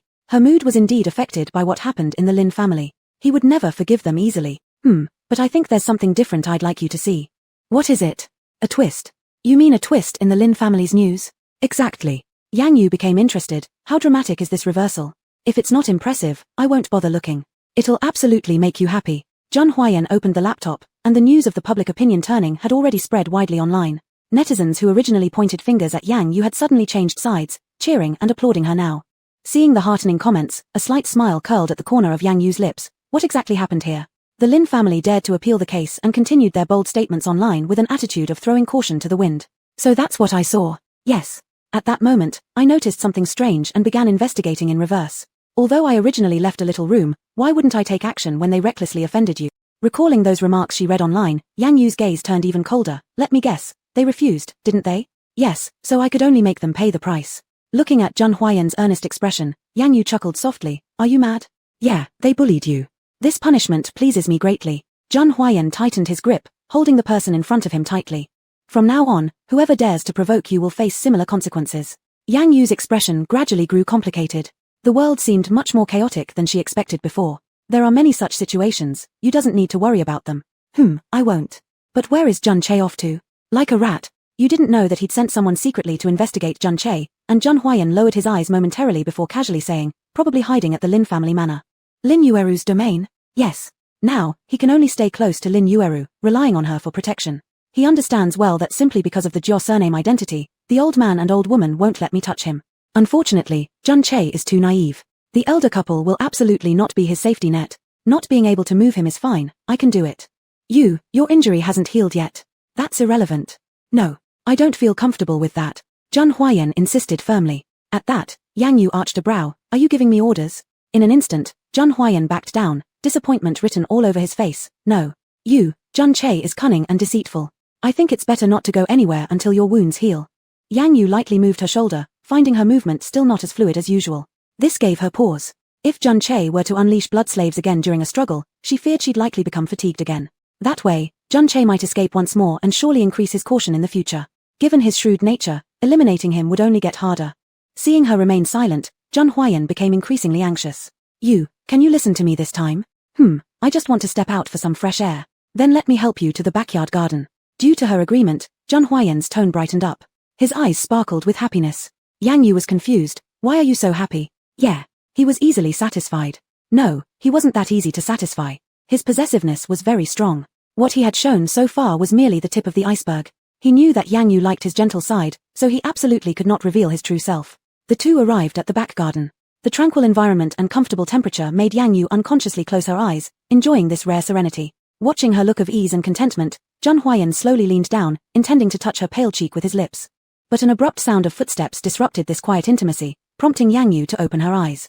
Chapter 80, The Strange Gardener. Zhang Huaiyan, didn't I tell you not to approach me without my permission? I'm sorry.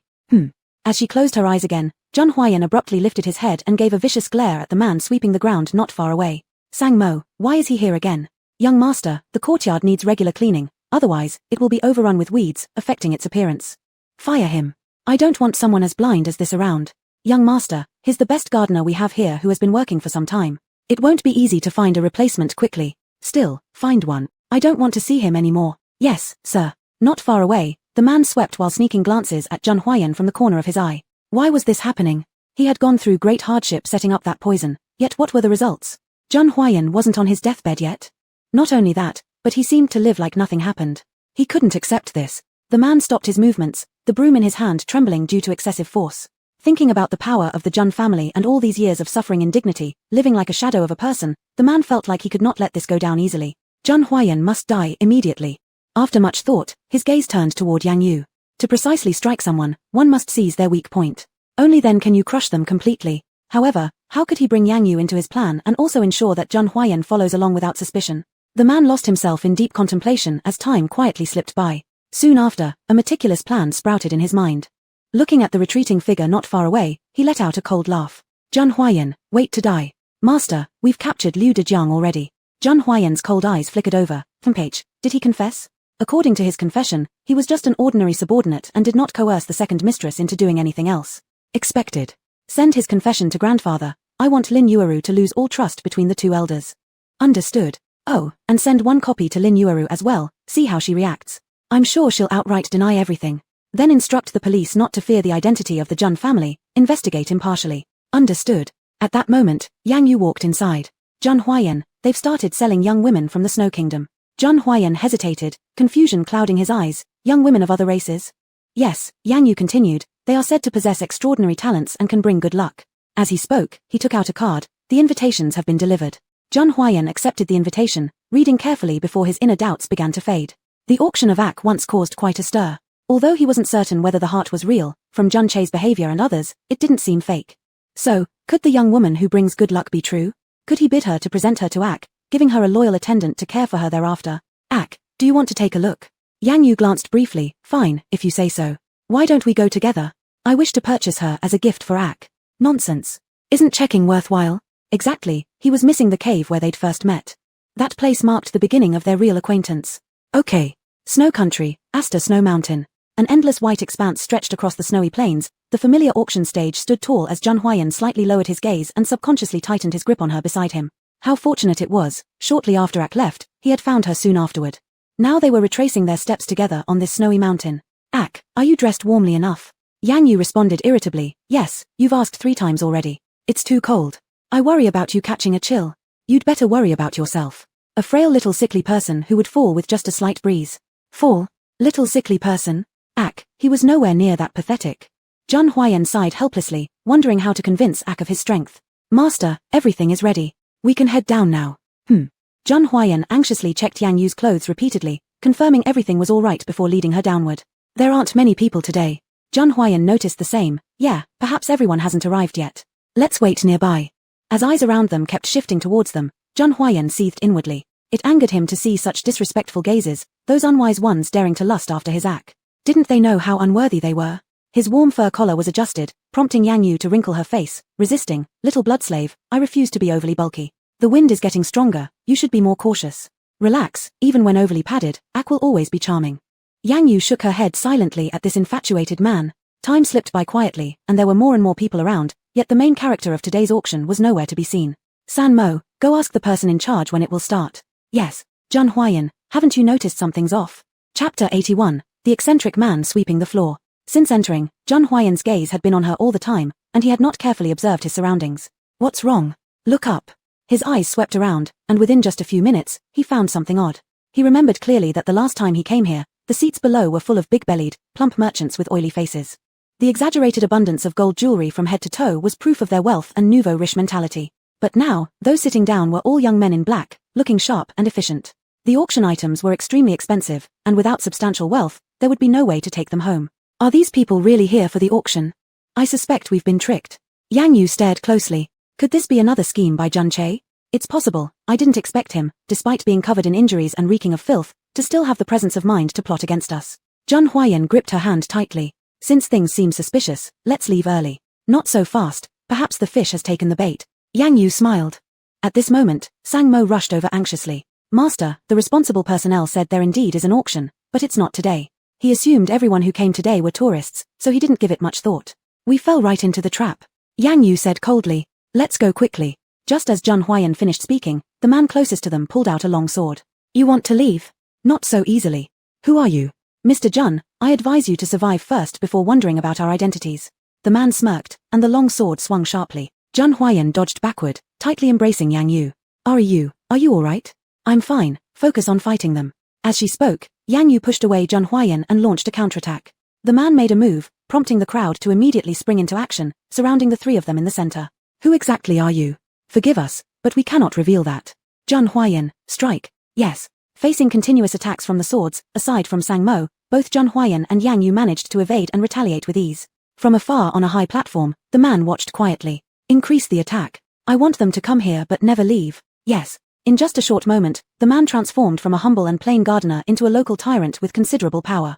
This event was entirely orchestrated by him, specifically designed to cause Jun Huayan's demise amidst this snowy mountain. Jun Huayan, struggling is useless. Just accept your death willingly. The number of enemies in the auction hall kept increasing. Jun Huayan inwardly cursed at the situation. Outnumbered like this, sooner or later they would die here. Continuously attacking had already exhausted his strength, placing him at a disadvantage. Yang Yu's condition wasn't good either. Without the ability to use spiritual power, she couldn't quickly resolve the issues ahead.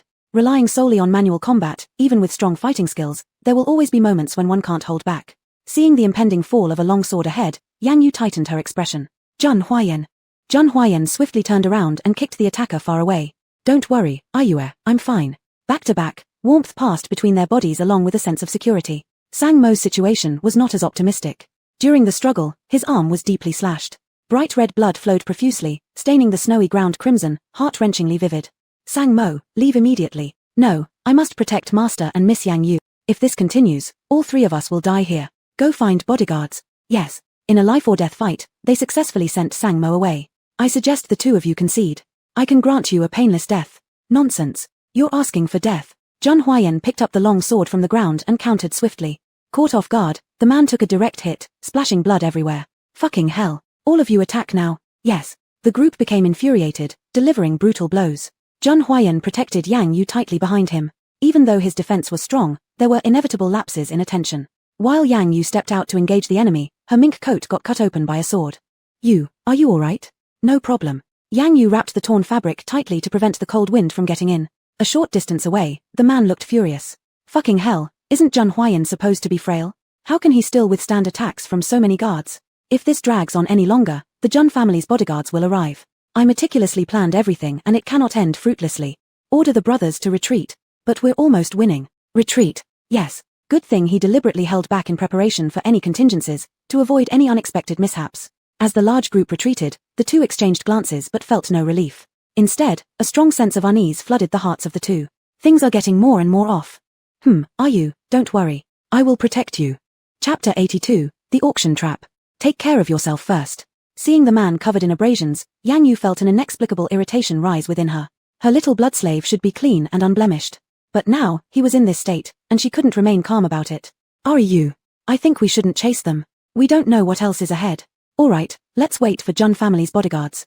The surroundings were now completely empty, growing increasingly quiet. The fleeing crowd gradually disappeared into the snowy plain, leaving no trace. Zheng Huayan only felt even more uneasy. Yu. Before he could finish his sentence, a thunderous roar echoed from afar. Yang Yu abruptly lifted her head. This sound was too familiar, she had definitely heard it before. Zheng Huayan immediately pulled her into his arms. It's an avalanche. An avalanche. How can it be an avalanche? Scenes from days ago resurfaced in her mind. A faint look of anxiety flickered across Yang Yu's usually apathetic face. In the vast snowy wasteland, they lacked weapons, shelter, and their team. If they didn't come up with an effective solution, there would surely be no way out. Discounting accidents, whatever remains must have been done intentionally. It's the fish that has been caught. Yang Yu's eyes suddenly turned fierce. Zheng Huayan nodded. That's right. From making the invitations to bring us here, to those people attacking us just now, everything was meant to lead us to death. Because they haven't succeeded yet, the mastermind behind all this has orchestrated the avalanche. That's correct. Black clouds of snow rose high in the sky, as if they were about to burst forth at any moment. The rumbling sound grew louder, reverberating around them incessantly. The situation was critical, leaving no time to think. Run. Zheng Huayan grabbed Yang Yu's hand and ran in the opposite direction. Simultaneously, a torrent of snow cascaded from behind them, spreading rapidly and swallowing the auction site. This was a race against the snow god. Stopping would mean certain destruction. While desperately running, the two continuously scanned for potential temporary shelters with their eyes. They did not wish to be engulfed by the snowstorm. Do you remember that cave, Yu? Breathless, Zheng Huayan's dark lashes were already wet with snow and ice, encrusted with a thin layer of white frost. His physical condition was frail to begin with, and after being attacked and running so far, his stamina was waning. Yang Yu supported him tightly. I remember. Good, let's go there then. Conserve our strength and wait for rescue. Yes, continuing to run like this will benefit neither of us. Following the route from memory, the two reached the cave just before the avalanche would catch up with them. Inside the cave, the hard rock effectively blocked the onslaught of the snow, temporarily providing them a safe haven. Rest a bit, Yu. Yang Yu nodded, but her uneasiness grew instead of subsiding. What's wrong? Are you uncomfortable? Asked Zheng Huayan as he drew closer to her. Zheng Huayan, don't you feel how cold it is inside? Zheng Huayan instinctively moved his body. No, here it's actually well sheltered from the wind. No, it's still cold, said Yang Yu. Upon hearing this, Zheng Huayan got up and sealed most of the cave entrance with snow, leaving only enough space for them to pass through. Indeed, it became slightly warmer. Yang Yu hugged herself tighter. Can Sang Mo still find us like this? Don't worry, I left a mark outside. He'll come find us. Yang Yu embraced her legs tightly. Without her spiritual power, it was akin to losing a warm stream flowing within her. Her already low body temperature made her more vulnerable to the biting cold. Seeing her curled up like a ball, Zheng Huayan's heart constricted as if squeezed painfully. He shouldn't have brought Yu here. If he hadn't brought her, she wouldn't have to endure such suffering. I'm sorry. Yang Yu raised her eyes. It's not your fault. Hearing the tremor in her voice, Zheng Huayan realized something was off. Yu, are you still very cold? Then may I hold you? Let me keep you warm. With the freezing temperatures, she also felt the chill, and having a human heater right in front of her was too good an opportunity to miss. Yang Yu extended her hands and leaned tightly against the broad chest before her. A moment later, disappointment surged through her. Her little blood slave wasn't as warm as she had imagined, offering merely a drop in the bucket when it came to heating her body. Are you feeling better, Yu? Yang Yu nodded slightly. Conditions were too harsh for her to demand more. At this point, the deserted cave created a tranquil world just for the two of them. Zheng Huayan hugged her tightly, gaining a new strength while worrying about her safety. As if, as long as she was with him, nothing else scared him. Yu, if there is a chance in the future, I would like to spend forever with you in our own world. Chapter 83, I'll keep you warm. Yang Yu didn't speak. She felt the wind coming from the cave entrance carrying the cold and enveloping her tightly. The warmth from Xiaoshue's body seemed to have gradually disappeared, making it hard to reach her. She began to shiver uncontrollably, exhausted. Without hearing any response, at the same time, the trembling in her arms grew larger and larger. Zhang Huayan lowered his head, slowly retreating his body. Facing forward, an overly pale face and lips came into view. His heart was struck painfully, the pain spreading throughout his body, causing Zhang Huayan's breathing to pause momentarily without control. Are you? What's wrong with you? Cold. Yang Yu exerted all her strength, releasing a distress signal. Don't be afraid, I'll warm you. Zhang Huayan's heart ached as tender kisses kept falling, wanting that lively little face to regain its rosy color again. Once embraced again tightly, there was not a single gap between the two bodies. Yet Yang Yu still did not feel relief. The cold seemed to have penetrated her skin, seeping into her marrow. Cold. Zhang Huayan paused in his movements, his eyes full of panic. Still cold? Are you? In fact, there was no need to ask, he could already sense how extremely cold she was. What should he do? What should he do to make Yu stop being cold? A sense of unprecedented helplessness surrounded Zhang Huayan. Up until now, he had never been in such a difficult situation. Looking at his own overcoat and truly warm skin, he bit his thin lips, determined in secret. As the only remaining heat disappeared, Yang Yu opened her weary eyes to see Xiaoshue pushing her away. Xiaoshue, I'm cold. Are you? Just bear with it for a moment, then you won't be cold. What are you going to do? I'll use myself to warm you. While speaking, Zhang Huayan had already taken off his black fox fur coat, placing it aside. Xiaoshue, have you gone mad? It's so cold, yet you're taking off your clothes. Yang Yu had good intentions but lacked strength. She wanted to help him put it back on, but she couldn't even take a step forward. Are you? Don't worry, I'm fine. It'll get warm soon, believe me. Piece by piece, his clothes were stripped off, scattered beside him. White, jade-like skin, perfectly toned muscle, flowing lines, were all exposed to the air. Yang Yu frowned, puzzled and angry. Xiaoshue, what are you doing? I order you to put your clothes back on. Are you? I can make you not cold soon. Compared to Zhang Huayan's excitement, Yang Yu became increasingly afraid inside. In extreme cold conditions, the human body produces a phenomenon known as hypothermia. Hypothermia makes one feel less cold, and at a certain level, one will unconsciously begin to take off their clothes. It was exactly like what was happening to Zhang Huayan before her eyes. If this continued, death would follow. Zhang Huayan, wake up. Zhang Huayan slightly started, realizing the reason, and gave a light laugh. Are you? I'm fine. Then put your clothes on. I can't wear them, I still need to warm you. Are you crazy? This way, you'll freeze to death. Not really, you has heat too. Speaking, Zhang Huayan sat down on the clothes, gathering her in his arms. A strong wave of heat rushed towards Yang Yu, instantly smoothing out her frown. Xiaoshue was right, this was indeed much warmer, much better than before. Seeing her somewhat restored complexion, Zhang Huayan smiled inwardly. Even though he was already frozen to the point of trembling all over, the inner satisfaction was enough for him to forget everything. Picking up the coat beside him, he spread it out behind, wrapping both of them firmly inside. Another wave of warmth arrived, accompanied by a faint minty aroma. Yang Yu couldn't resist pressing closely, allowing the heat to reach every part of her body without any gaps. Are you? Do you feel better now? Under extreme cold, Zhang Huayan's thin lips turned pale, red fading inch by inch. His handsomely refined face was overtaken by shades of purple. He tightly tucked his head under her shoulder, preventing her from seeing his face. So that she wouldn't worry, wouldn't be scared. Hearing her respond, Zhang Huayan relaxed. He hugged her tightly, substituting infinite security for the surrounding cold. Zhang Huayan, aren't you cold? No problem, don't worry about me. The tremor in his tone, along with the pale blue hue spreading across his skin, told Yang Yu that Zhang Huayan wasn't as carefree as he claimed. Amidst icy terrain, with gale-force winds roaring, inside a mountain cave devoid of any heating facilities, the small blood slave used his human body to serve as her heater, completely bare. One doesn't need to imagine much to understand the kind of suffering and torment she was enduring. Zhang Huayan, I order you to put your clothes back on. Chapter 84, If you keep this up, you'll freeze to death. Zhang Huayan closed his eyes, and a look of satisfaction appeared on his pale face. At this moment, because of her heartache, the cold around him seemed to disappear, leaving only overwhelming emotion. His Ak was worried about him, how happy he felt. Nothing wrong, Ak. Are you hungry? Would you like some blood? With the continuous warmth, Yang Q regained strength. She extended her hand to push away the chest in front of her, gradually becoming angry. Zhang Huayan, I order you to put your clothes back on. Ak, I am a man. Men aren't afraid of cold, don't worry about me. Yang Q's eyes revealed a hint of doubt. Is that so? Of course.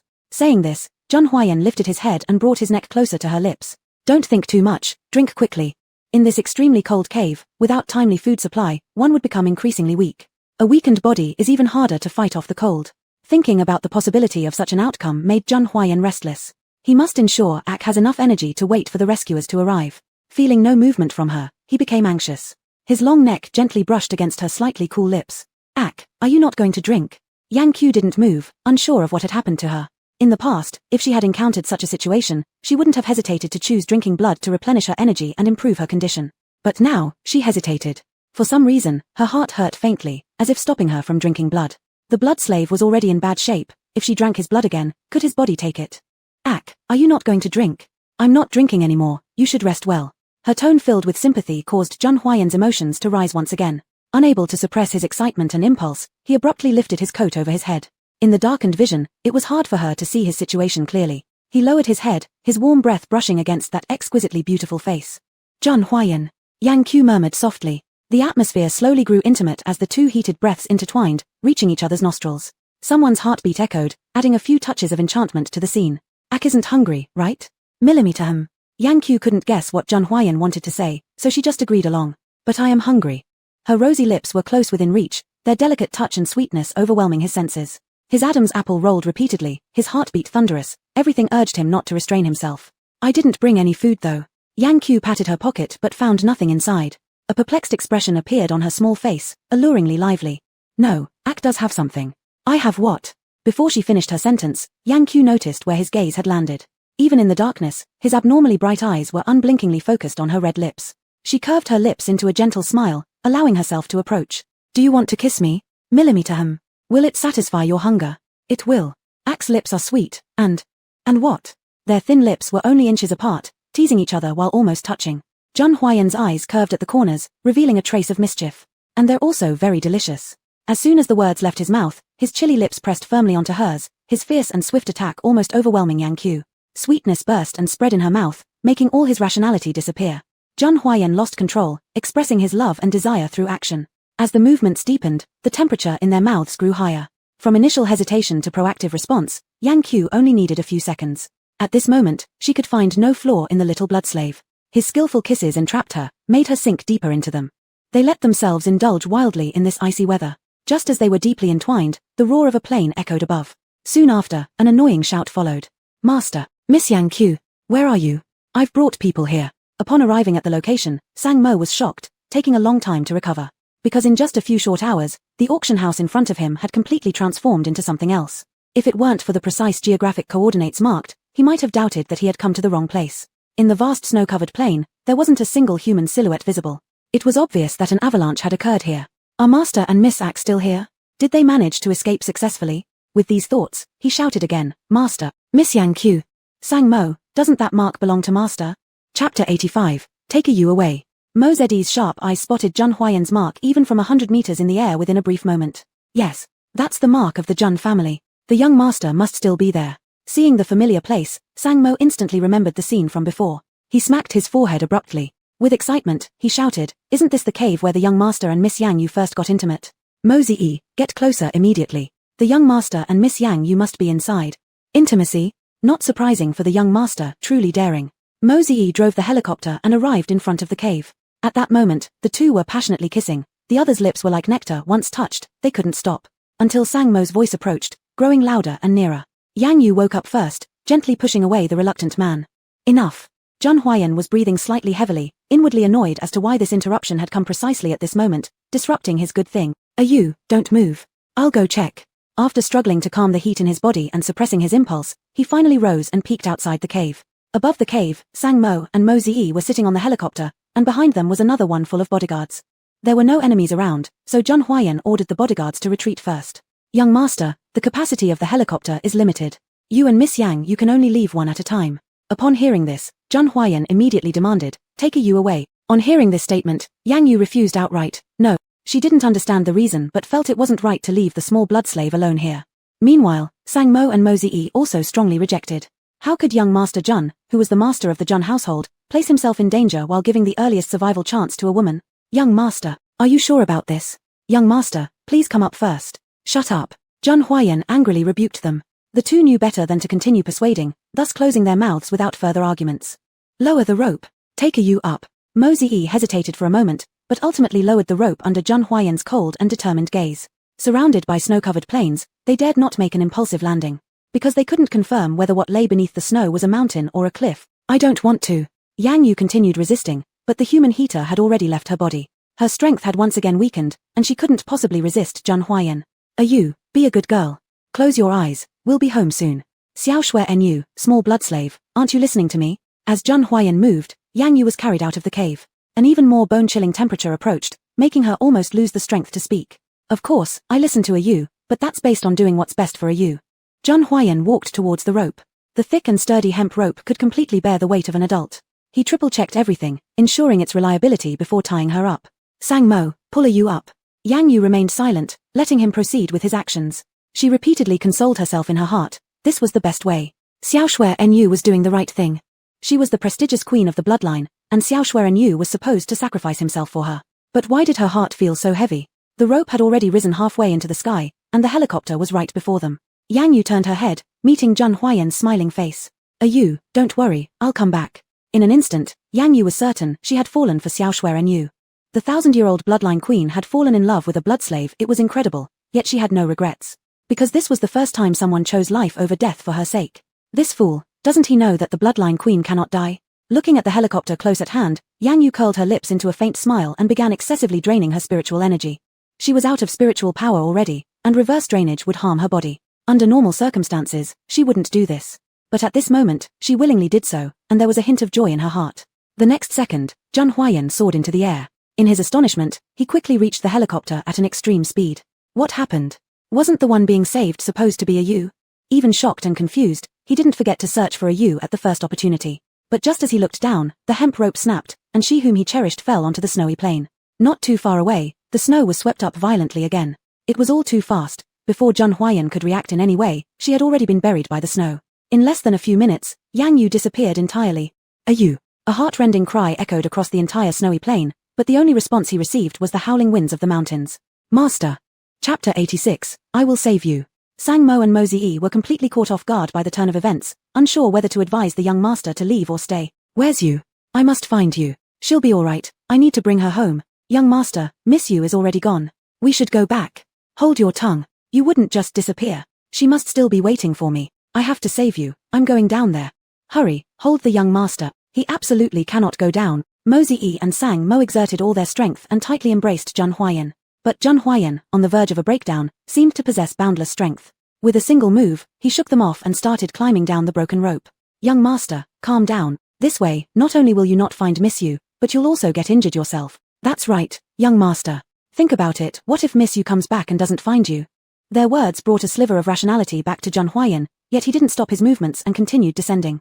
The rope was already broken, dangling in midair, but Zhun Huayan paid no heed to the danger. As he neared the edge, he leapt down with force. Summon all the bodyguards from the Zhun family, they are to search for you. Yes. At the same time, prepare over 100 pounds of explosives.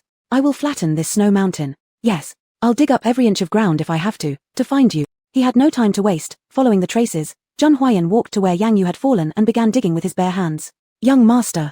Mo Zi pulled Sang Mo aside, signaling him not to say more. Only Miss Yang Yu could save young master Zhun, nobody else could. After confirming repeatedly, they finally found a sturdy landing point.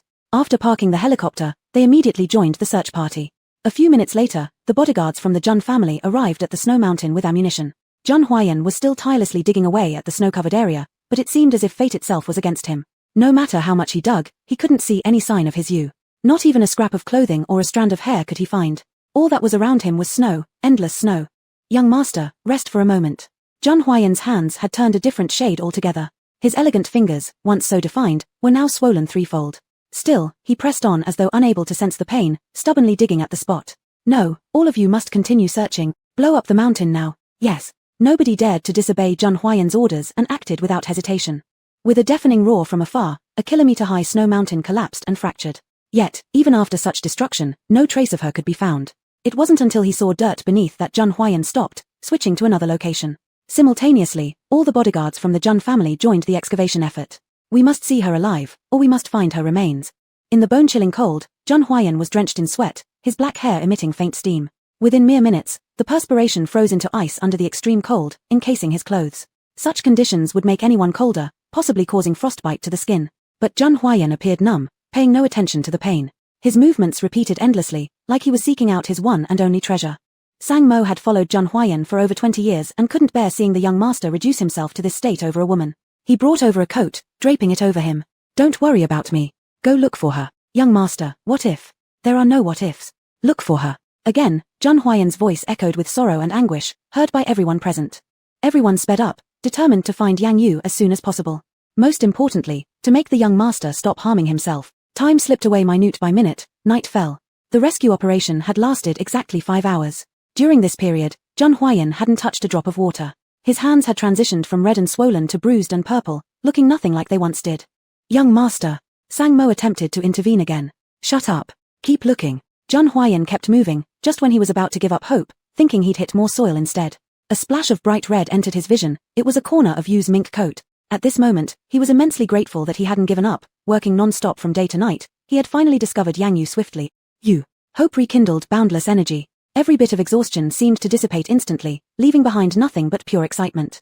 Upon hearing the commotion, everyone joined in. Through the collective efforts, Yang Yu's body gradually emerged from the snow. Looking at her pale cheeks and rigid body, Zhang Huayan hesitated for a brief second before swiftly lowering himself, using all his strength to scoop her up into his arms.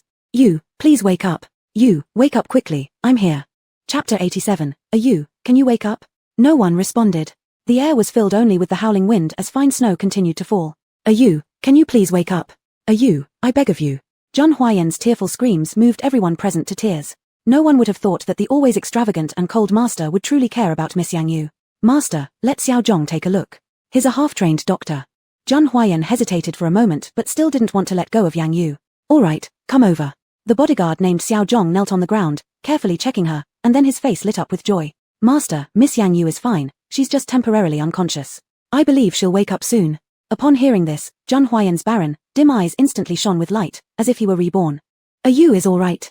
A tumultuous wave of emotions overwhelmed him, a mix of sorrow and joy. His irrational state deepened as he hugged her even tighter. Light kisses rained down, expressing his infinite yearning and love. In her sleep, Yang Yu found it increasingly hard to breathe. Upon landing, surrounded by low temperatures, she chose to remain asleep as a means of preserving herself. Uncomfortable in her sleep, she instinctively whimpered softly before slipping back into slumber. Seeing this, Zhang Huayan burst into tears out of relief. His Yu was fine, his Yu was all right, waiting for him to rescue her. 2 clear tears slid from the corners of his eyes, falling onto Yang Yu's delicate cheeks. She seemed to sense something and slightly frowned, as though sympathizing with Zhang Huayan. The wild wind swept by again, showing no signs of calming. Zhang Huayan draped his coat around her, tightly wrapping her up. It appeared he paid no attention to his own injured hand. Back to the Zhang family, yes. Since stepping off the plane at the Zhang household courtyard, Zhang Huayan had remained steadfastly by Yang Yu's side. Sang Mo could no longer bear the sight. Master, your hand. Zhang Huayan did not even glance up, his eyes fully focused on Yang Yu lying silently on the bed. It doesn't matter. But. Enough, go out. Don't stay here and disturb my private time with Yu. Before Sang Mo could finish speaking, Zhang Huayan interrupted him. In front of the woman he loved, his hand was meaningless. When Yang Yu woke up again, the luxurious crystal chandeliers, exquisite murals, and comfortable beds all told her she had been brought from the snowy mountain to the Zhang residence. She never imagined that Zhang Huayan would actually find her. Yu, you're awake. An excited voice came from beside her, and Yang Yu lightly smiled, knowing without a doubt it was Xiaoxue, little blood slave. Who else besides him could cherish her like a treasure? You've finally woken up. Do you know? You nearly scared me to death. While speaking, memories from the previous day resurfaced, instilling a lingering fear that made Zhang Huayan once more embrace her tightly. Even though she was so close within reach, he was still afraid that he might lose her forever. As warmth spread throughout her body, Yang Yu felt neither anger nor annoyance. She willingly reached out, embracing the man tightly from behind. They clung tightly to each other, easing the remaining unease after the peril they faced. Are you still cold? Zhang Huayan could not forget how she repeatedly said she was cold in the cave. It was like a small knife piercing through his heart. After pondering for a while, Yang Yu showed a mischievous smile, lively and charming. Cold. Still cold? Then let's get closer, let you warm up. Not enough. Then let's get even closer. Understanding her playful tone, Zhang Huayan indulgently complied, cheekily rubbing his face against her delicate face, playing around. Are you still cold? Shall I warm you up some more? A low, hoarse voice sounded in her ear. Yang Yu's heart stirred, and images of the cave scene flashed into her mind. Their gaze met briefly, then quickly turned aside as her heartbeat began to quicken. Is you thinking of something? Your heartbeat is so fast. No, I'm not cold anymore, you don't need to keep hugging me. No way, you must still be cold, your hands are cool. Zhang Huayan wore a faint smile on his lips, his actions growing bolder. During their embrace, he took off his outer garment and wrapped her once more in his arms. An intense sense of satisfaction washed over both of them, causing them to exhale softly. Out of the corner of his eye, Zhang Huayan noticed a pair of hands, red and swollen like small radishes, lying beside her. Yang Yu suddenly pulled back sharply. Zhang Huayan, what happened to your hands? Zhang Huayan tried to hide them, but Yang Yu firmly grabbed hold of them. He lowered his head, answering lightly, nothing, just a touch. Haven't I told you not to lie to me? Chapter 88, will you be with me? The atmosphere suddenly grew heavy, and Yang Yu's anger began to build. This was absolutely not just because of a single touch. Tell the truth. Frosted in the snow. How did it happen? Zhang Huayan didn't want to say it was because of Yang Yu. After some time without any fabric covering, it would end up like this. Don't worry, it'll be better in a few days. Seeing her originally pale, long hands become this way, Yang Yu fell silent, eyes filled with complexity. There was no need to ask, she could already guess how desperate Zhang Huayan would have been after losing her. How much time did he spend searching for her in the snow? Zhang Huayan didn't want her to feel guilty or under pressure, so he withdrew his hand shortly afterward. Alright, let's not talk about this. I have something more important I want to ask. What is it? Do you like me? The moment of sending him onto the plane while letting herself fall had deeply imprinted on her mind. Zhang Huayan was deeply aware that he would never forget it, and at the same time, he craved even more to know the reason. Wouldn't do something like that without any reason. Looking into Zhang Huayan's earnest and desirous eyes, Yang Yu stared deeply into his, the emotions in her eyes clear, which could be recognized from just one glance as to what they meant. Zhang Huayan gradually became excited. He seemed to foresee the answer, beginning to boldly indulge himself in the thought that it was what he hoped for. A little bit. Really? Are you sure? I'm very sure. This was the first time she explicitly told him she liked him. It was hard for Zhang Huayan to conceal his excitement as he tightly embraced her in his arms. It doesn't matter, a little bit is enough. I will work hard to make you fall in love with me and never leave me again. To fall in love. To never part. These were possibilities that Yang Yu had never thought of before. Being the queen of the 1,000-year-old vampire race, emotionless and devoid of desire, she had never loved anyone. Having a faint affection towards her small blood slave had already surpassed her expectations, and all the rest, could that really happen? It was too unfamiliar to her, unfamiliar to the point where she didn't wish to think about it, nor was she inclined to respond. I like you too. I can see that. We two liking each other means we can be together. Will you be with me? I will. Besides Zhang Huayan, Yang Yu couldn't imagine another person who would make her feel such a strange yet unrepellent emotion. To stay with him forever. Not bad at all. That's great. Zhang Huayan was extremely thrilled, his usually pale and stern face becoming vividly flushed. Passionate kisses repeatedly fell, expressing the overflowing emotions in his heart. Yang Yu smiled at the corner of her mouth, tacitly approving the unrestrained behavior of her little blood slave. Like the other party, because of this fondness, her heart also experienced rare excitement. When their eyes met, she ultimately couldn't help but respond sincerely to his ardent feelings. At the same time, at the border building. How's it going? Wasn't Zhang Huayan buried deep in the snow and escaped no longer? In response to the man's question, the person standing beside lowered his head even deeper. No, not exactly, Zhang Huayan, he managed to escape. What? That woman also escaped together with him. The man slammed the table furiously, his face turning ashen with rage. Impossible. With such heavy snow, how could he possibly escape?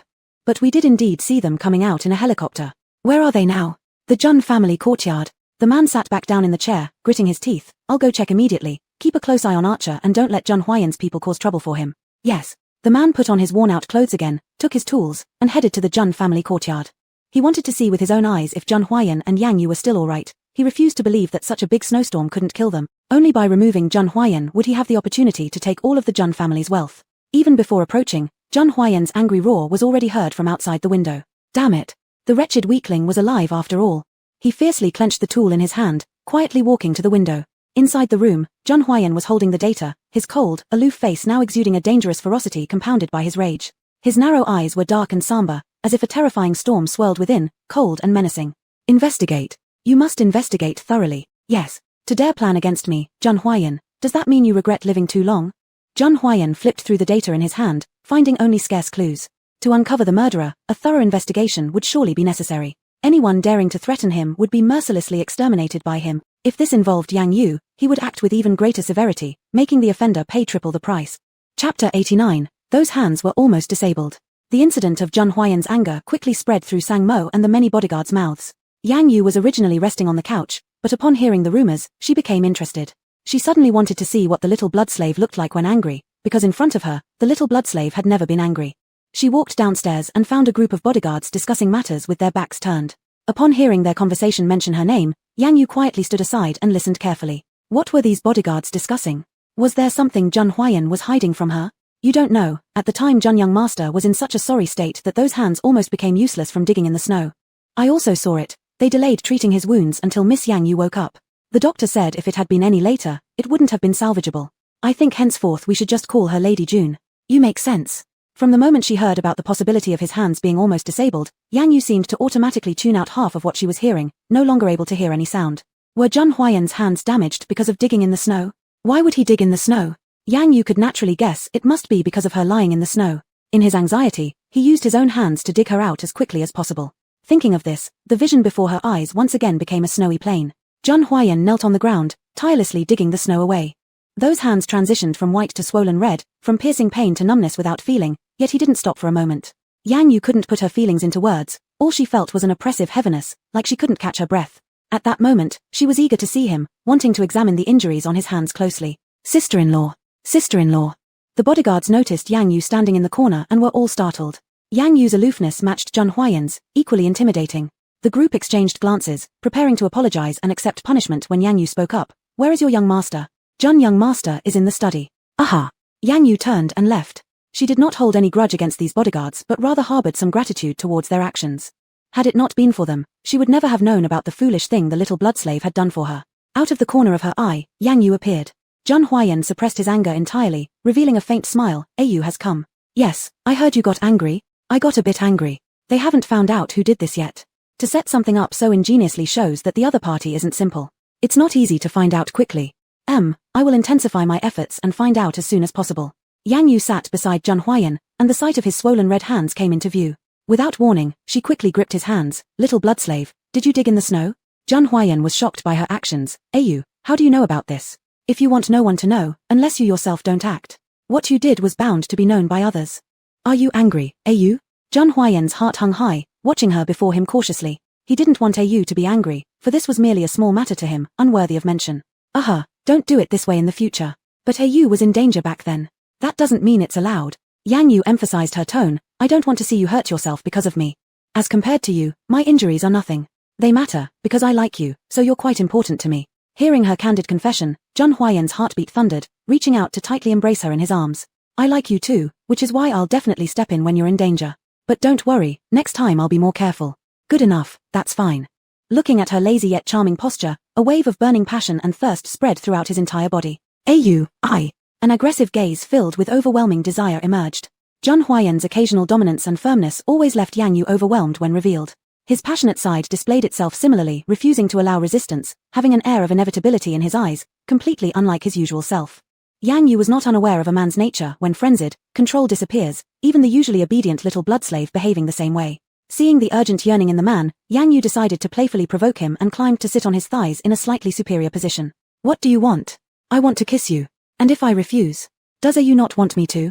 Zheng Huaiyan's tone conveyed disappointment, and the sparkle in his eyes disappeared within the blink of an eye. Overcome by longing, his gaze lingered only on her lips.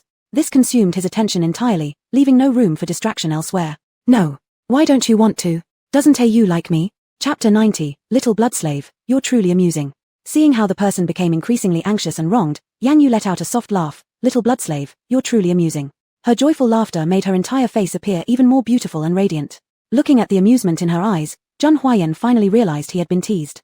From the initial coldness to the occasional mischief displayed now, his Ayu had really changed a lot.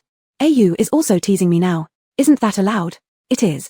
Of course it is. But I need a reward first. Yang Yu's lips curled up as she leaned down for a kiss. The warm and delicate sensation traveled from the corner of her mouth to her entire body, a sense of satisfaction arising naturally. Ayu, I want more. How could one be enough? He needed many more. Though Yang Yu was fierce, in concrete matters, she still preferred to take charge herself. How much do you want?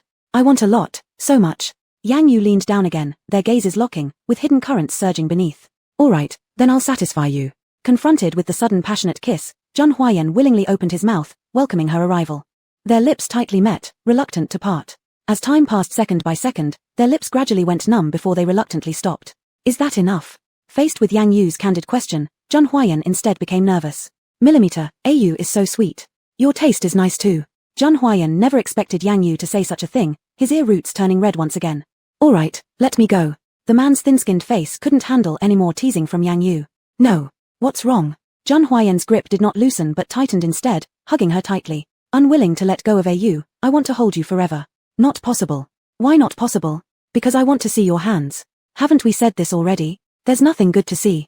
Let me see. Yang Yu grasped those hands and pulled out the frostbite cream she had obtained from the family doctor. Her clumsy yet incredibly focused application covered every bit of skin from the palm to the back of the hand. Ayu is really good to me. Weren't you good to me before? Yes, Ayu has always been good to me. I also want to ask you, in this matter, did you suspect anyone? The fish ran too fast. Jun Huayan didn't hesitate and blurted out, Jun Che. Apart from him, I can't think of anyone else who would ruthlessly try to kill us. I also suspect him. But something feels off. Based on his style, he would often choose to act personally. Whether it was the invitation that day or the auction, we didn't see his figure anywhere. You're right. Could it be someone from the Yang family? They probably lack the ability and audacity, and similarly, they wouldn't dare to rashly harm you. Both fell into deep thought and unanimously decided to wait for the investigation results. Outside the window, the man chuckled coldly. Wanting to find him? It wouldn't be that easy. Seeing the two people inside heading towards the door, he immediately pretended to be trimming flowers, busily working away. No one paid attention to him. Jun Huayan had business with the Jun group to attend to. And Yang Yu also needed to go out and search for her kin. Through previous clues, she discovered that there were still quite a few members of her kind left in the world. Her kin's strength was no less than the bodyguards of the Jun family, and if she had their help, she would surely be able to quickly find the mysterious black-clad individual and resolve the troublesome situation. Between bloodline relatives, there was an ability akin to telepathy. The closer the distance, the stronger and clearer the sensations became. Jun Huayan watched Yang Yu leave without feeling the worry he used to feel. A positioning device was still embedded in Yang Yu's neck, allowing him to precisely track her location no matter where she went. This wasn't the snowy plain where signals couldn't reach. The capital city had developed information systems. As long as he wanted, he could clearly monitor everything within 100 meters around Yang Yu. Following the guidance, Yang Yu, accompanied by the bodyguard, eventually arrived at the most bustling commercial district center of the capital. Is it here? Sister-in-law, are you looking for someone? I'm looking for a friend. Need help searching? Not necessary, I'll do it myself. Okay, then let me accompany you inside. It's very chaotic in there. Yang Yu nodded silently without any words. Not far away, people swarmed about, creating a lively atmosphere. Similarly, it was rather disordered, with all sorts of people present, making it difficult to guarantee that an unexpected situation wouldn't occur. Yang Yu knew it was not appropriate to start a fight here, so she tacitly agreed to Mo Zed's request to follow her. The inner call grew stronger, guiding her forward. Her kin was ahead, they hadn't seen each other for centuries, and she wondered how they were living. After walking for a few minutes, Yang Yu obeyed the calling and stopped on the side. At her feet, a weather-beaten man dressed in rags was shouting to passers-by, trying to get them to stop for a reading. At the sight, Yang Yu could hardly believe it. Her red lips parted slightly as she struggled to find the right words, but in the end, she didn't know how to express herself. Could this really be one of her own kind? How had he fallen to such a state? Actually doing fortune-telling here? Why couldn't he have found a decent, respectable job with a good income? Looking at the man's obvious poverty and meagerness, Yang Yu felt angry. Chapter 91, Such a pitiful kin. There were other kin around, so she decided to go check them out. Perhaps this one was just an exception. After driving for another 100 meters, she found another member of her kin. To Yang Yu's disappointment, the person was also dressed in rags, performing fortune-telling on the street. She resolved not to stop until she'd seen all the remaining members of her kin. But it turned out that all of them were doing nothing more than fortune-telling, and only fortune-telling. Why was this happening? She couldn't help but ask, with such noble vampire bloodlines and identity, why had all their kinsfolk fallen into the business of fortune-telling? After careful deliberation, since she'd lost her spiritual powers anyway, why not join the ranks of those fortune-tellers? That way, she could compensate for the absence of her spiritual power, and more importantly, attract fellow kin. With this thought, Yang Yu cast a cold glance at the person sitting on the ground. Unlike them, even if she resorted to fortune-telling, she wouldn't let herself sink to such a low state. She would become the greatest fortune-teller, dominating the imperial capital. She needed to establish herself with a proper identity in this world, otherwise, she wouldn't be able to survive in the future. Yu, when are you coming back? Yang Yu was just about to take a further look when she received a message from Jun Huayan. It hadn't been long since she left, and already the little blood slave was pestering her. Such a clingy little thing. In order to avoid arousing the suspicion of the little blood slave, Yang Yu immediately entered a nearby clothing store and purchased several sets of clothes. Don't tell anyone I came here looking for someone. Understood. Jun Huayan had underestimated his own possessiveness toward her. He originally thought he could wait until she returned. But when he finished his work and came home, not seeing her again made him restless. He kept checking the locator device, and when he discovered there was still no sign of her return, he could no longer restrain himself and began to urge her. This wouldn't do, Jun Huayan thought. He had to secure her presence beside him to gain a sense of security. Looking at the picture of his parents, he lightly smiled, an idea coming to mind. Yu, you're finally back. Where have you been? I've missed you so much. I went to the central district of the imperial city. Good. She hadn't lied to him, and the smile on Jun Huayan's lips grew larger. Did you buy any clothes? Can we go together next time? Yang Yu placed the bag of clothes by her side. Yes, sure. Feeling her increasing indulgence towards him, Jun Huayan considered that it was time to voice what he had just been pondering. Yu, I think we shouldn't remain like this. What's wrong with it? Not having an official identity or relationship. Weren't we already together? Moreover, she had already resolved to become a great metaphysics master. That's different. I want to hold Yu even tighter. Isn't this enough? You can lock me directly onto yourself. There's no tighter bond than that. Zhang Huaiyan's eyes lit up, slightly bashful yet unable to hide his joy. Is it really? Can you really do that? Yang Yu didn't answer, casting a cold glare that dissuaded all of Zhang Huaiyan's thoughts. Yu, I want to propose engagement and make you my fiancé. Fiancé? Yang Yu fell into deep thought. She had been considering matters of identity before, and now Zhang Huaiyan's words provided her with a better approach. No one knew how many artificial blood slaves lay hidden behind Zhang Che, or whether he had other people helping him on his journey. Besides becoming a metaphysics master, she needed a better cover for her identity as the queen of the vampires, to avoid attracting unwanted attention. As she was contemplating, her peripheral vision caught sight of the still swollen hand of the young blood slave. Yang Yu sighed inwardly. This was her way of repaying the young blood slave who had saved her from the snow. Yu, don't think anymore. Will you promise me? Doesn't the young blood slave realize that he looks particularly charming when pouting? Yang Yu thought this while intentionally laughing. And if I refuse? No. Will Yu agree with me? I truly wish to get engaged with you. Even without that, aren't I already with you? Seeing her persistence, Zhang Huaiyan puckered his mouth in frustration. Just as there was no one around, he threw caution to the wind. He crouched down, placing both hands on Yang Yu's legs and swayed gently. His low, resonant voice stretched out, becoming thick and sticky, soft and gooey. Yu, good Yu, will you agree with me? While speaking, his head slowly lowered and rested on her leg, his soft cheek continuously brushing against her elastic thigh. Unlike his cool temperature, which spread from her legs to her heart, Yang Yu smiled down at him. Who would have thought the young blood slave would pull this trick? He's clever, all right. I won't agree. Seeing that she wasn't giving in, Zhang Huaiyan lifted his head, bringing his entire tear-jerking face close to Yang Yu. Red-rimmed eyes, down-turned mouth, it looked like he was about to cry at any moment. Yu, why won't you agree with me? I'm so sad. Would Yu bear seeing me like this? Chapter 92, what other tricks does he have? Yang Yu remained silent, wanting to see what other tricks Zhang Huiyang had up his sleeve. Still receiving no response, Zhang Huiyang thought for a moment and decided that crying, throwing a tantrum, or even pretending to hang himself were not out of the question. After all, the person in front of him was Yu. In front of the one he loved, anything that could catch her attention was worth trying. Why would she care about losing face? He lifted his head and walked toward the sofa behind him. Yang Yu had no idea what he was going to do, so she quietly watched as the smile in her eyes grew larger. Zhang Huiyang leaned backward, deliberately letting his body crash onto the sofa with a thud. Fortunately, the sofa was soft and elastic enough to prevent injury. Thus, Yang Yu made no sound to stop him, instead watching him with great interest as she waited for his next move. Yu, if you don't agree, I'll start making a scene. Then go ahead. Under the influence of his obsession, Zhang Huiyang indeed started rolling around on the wide sofa. His neatly combed black hair became disheveled from rolling, strands falling across his forehead. Yu, just agree, please. Is this a 3-year-old child? Yang Yu chuckled. Everything before her seemed to bring her back 1,000 years, when the blood slaves by her side tried to win her concern one by one. Seeing her smile, Zhang Huiyang knew she was wavering and began acting even more exaggeratedly. Agree, quickly, and if I don't, then I'll keep rolling forever, won't get up. Zhang Huiyang, are you being unreasonable? As long as Yu agrees, what's wrong with being a little unreasonable? Yang Yu finally ran out of ideas and pulled up the man who was still acting silly. Alright, I agree.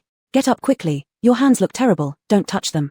In an instant, Zhang Huiyang sprang up from the sofa, wrapping his arms around her waist and swaying her gently. Yu is truly the best. Alright, get up. So be it, Yang Yu thought.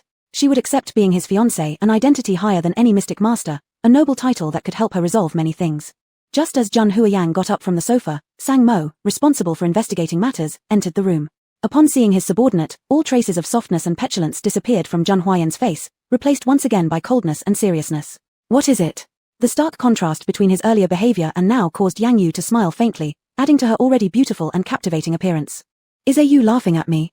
Zhang Huiyang leaned closer, asking softly. Yes. Yu. Alright, let's hear what happened. Tell us. Sang Mo snorted inwardly. Master really is gentle with Miss Yang Yu. Just a moment ago, wasn't he playing favorites with me? Master, we have found information on the Snow Mountain incident. Speak. We've confirmed that those black-clad people belong to Zhang Che, but the exact details remain uncertain. It's him again. Yang Yu clenched her fists tightly. If she weren't still injured, she would have gone straight to kill Zhang Che. Zhang Huiyang tightly gripped her hand. Yu, calm down. I'm fine. Continue investigating. I want every detail. Understood. After dealing with this matter, Zhang Huiyang firmly took Yang Yu's hand and headed out. Where are we going? Yang Yu didn't understand. To pick out an engagement ring for Yu and prepare for our engagement ceremony. Yang Yu had never imagined how complicated engagements could be. This is troublesome. Not troublesome at all. As long as I'm here, Yu just needs to cooperate. Are we rushing this? Can't we wait? No, we can't. Yu has already agreed, and I can't wait even a minute longer. Yang Yu rubbed her forehead, suddenly regretting having agreed to him. This little blood slave, so spontaneous and impulsive. Perhaps AU couldn't comprehend his feelings. When the one you love agrees to something you've long desired, there's both joy and unease. He hoped to hold on tightly and secure it as soon as possible, fearing it might all shatter in the next second like a dream. The two drove to the top-tier shopping mall in the capital city. Jun Huayang was so eager that he even unbuckled his seatbelt at double speed. Little blood slave, the ring isn't going anywhere, nor am I. When I'm settled, then I will feel at ease. Let's go, AU. It was fortunate timing. They arrived just as there was an event happening at the mall entrance. When they spotted Jun Huayang, reporters rushed forward, pointing their cameras at him. Mr. Jun, can we interview you? Jun Huayang usually ignored reporters, viewing them as nothing but bothersome flies. But at this moment, seeing the swarm of reporters with large and small lenses surrounding them, an idea formed in Jun Huayang's mind. Since he was about to become engaged to AU, why not use this opportunity to announce it to the world? To let the entire world know about AU's existence. With a slight curve to his lips, Jun Huayang took Yang Yu's hand and walked toward a raised platform. Chapter 93, Jun Huayang starts showing off his wife again. You can interview us freely today. Everyone was delighted inside, all saying that young Master Jun is notoriously hard to interview. What kind of good luck had they encountered today? May I ask, is the lady next to you Miss Yang Yu? Yang Yu didn't like the noise, but seeing little blood slave happy, she said nothing and quietly stood beside him. Yes. May I ask, does your coming here mean good things are about to happen? Looking at the gossiping crowd, Yang Yu felt helpless in her heart. Isn't this obvious? Jun Huayang smiled, raising the two hands clasped together to his cheek and gently shaking them towards the camera. You're right, AU will soon become my fiancé. We came here today to select an engagement ring. Young Master Jun personally announcing the news, no one wanted to miss this headline, and for a time, everyone was busy taking pictures. Jun Huayang had never been as happy as he was today. Complying with the requests of the reporters, he continued posing. Listening to the sincere blessings before him, the impatience in Yang Yu's heart gradually disappeared, and she cooperated with little blood slave to take photos. The news of their impending engagement spread through every street and alley of the imperial capital. With matching talents and beauty, they received much attention and blessing. An elaborate engagement ceremony is a complicated process with numerous procedures. Jun Huayang only wanted the best for her. He didn't want anything simple or casual. From selecting the engagement ring to the engagement dress, it took nearly half a month. As the engagement ceremony approached, his excitement grew day by day. Watching the venue being set up, he carefully inspected every detail. His engagement ceremony absolutely could not have any unexpected issues. AU, do you still like this style? Decent. Yang Yu didn't have any particular opinion. Let little blood slave have his way if he wants to. No, this is our engagement ceremony. AU has to like it. Yang Yu helplessly smiled, seeing how serious little blood slave was. She didn't want to ruin his fun. After checking everything, apart from being unsatisfied with the carpet length, everything else was acceptable. The carpet isn't long enough. She proactively participated, adding another layer of excitement to Jun Huayang. He laughed and said, it will be extended immediately. How long would AU like it to be? From getting out of the car to the podium. As the queen of the blood race, her red carpet once stretched for hundreds of meters. In this world, what should be hers couldn't be lacking either. At the same time, at the Yang family. Seeing the tightly embraced couple on the screen, Yang Zhero clenched her lower lip, burning anger ignited in her heart, ready to burst out at any second. Yang Yu, you dare to snatch my man, the wealth and status I desire. Don't regret it. I will make you pay for everything today. Recalling something she had once heard, Yang Zhero took out her phone and decisively found Jun Che's contact information. Relying solely on her own strength was definitely insufficient. With the help of Jun Che, the man who once posed a threat to Yang Yu, she could let her suffer a heavy price. When Jun Che saw Yang Zhero's invitation message, he was stunned for a few seconds. He and this woman had almost no contact. Why did she seek him out? People monitoring outside the mansion hadn't withdrawn yet. If he went out rashly, there was no guarantee that he wouldn't be taken away under Jun Huayang's orders. Thinking about this, he replied to Yang Zhero's message. I can help you, but what's in it for me? Seeing the message, Yang Zhero pondered for a moment, her fingers moving quickly. Stopping their engagement means more time for you to claim the Jun family's fortune, doesn't it? Jun Che fell into deep thought and after a while replied to the message, what do you plan to do? Cooperate with my actions so that Yang Yu can never turn around again and will never step into the Jun family gate. No problem. If Jun Huayang truly cared deeply about Yang Yu, and Yang Yu wasn't accepted by the Yang family, then Jun Huayang would certainly lose focus on overseeing the Jun Corporation, which would be his best chance to seize power. Time passed quietly, and tomorrow was the engagement ceremony. Amidst Jun Huayang's anxiety and anticipation, Sang Mo brought the latest investigation results. Who are you talking about? Jun Huayang's tone of shock made Yang Yu also quite surprised. She walked over to his side. Is something wrong? Sang Mo glanced at the two of them and found it equally unbelievable regarding what he was about to say. Our people investigating discovered evidence about Jun Che's father. According to the leads, he seems not to be dead. He's already been dead for more than 10 years. Master, Jun Che has been recuperating at the Lin family mansion these days, never leaving.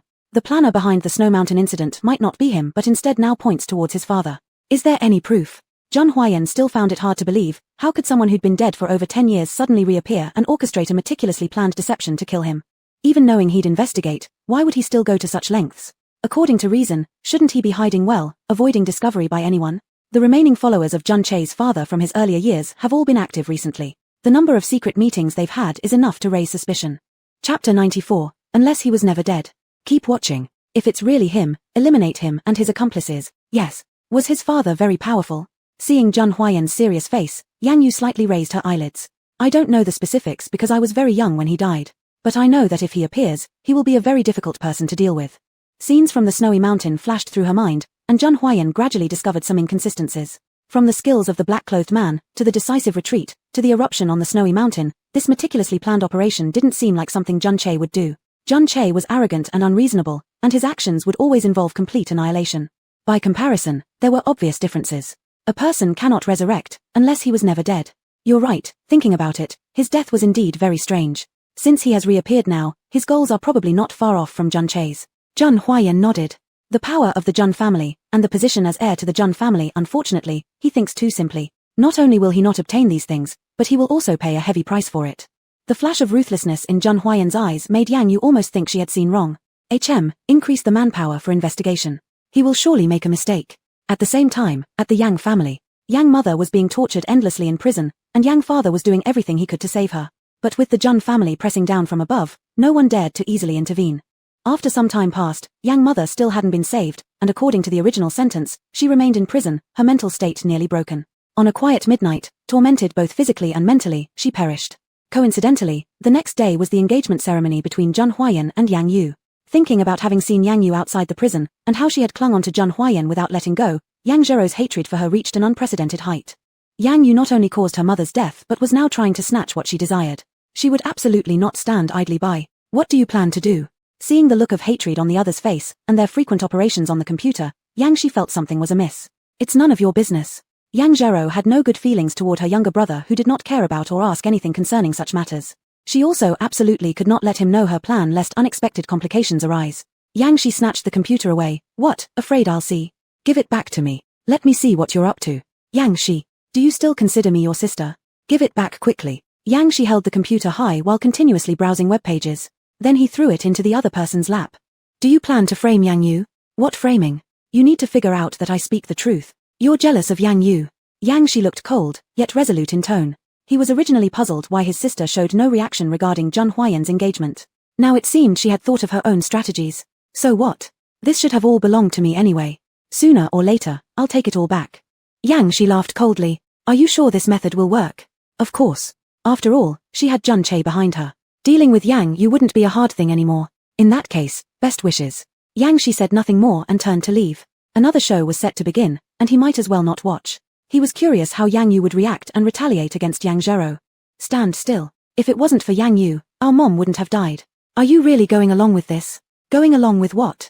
Staying aloof when it doesn't concern you. Do you have no feelings for mom? Watching someone who harmed her live comfortably without any remorse, do you feel no hate at all? Yes, but it's none of your concern. He truly hated Yang Yu, but it was an entirely different matter compared to the fake relationship he had with the Yang family's mother and daughter. How is it unrelated? We are your family. If you want to help mom take revenge, come help me. Only when Yang Yu loses everything can we give her a severe lesson. Yang Shi automatically ignored her words. I don't want to get involved. Yang Shi, are you concerned about Yang Yu? Do you even realize what you're doing?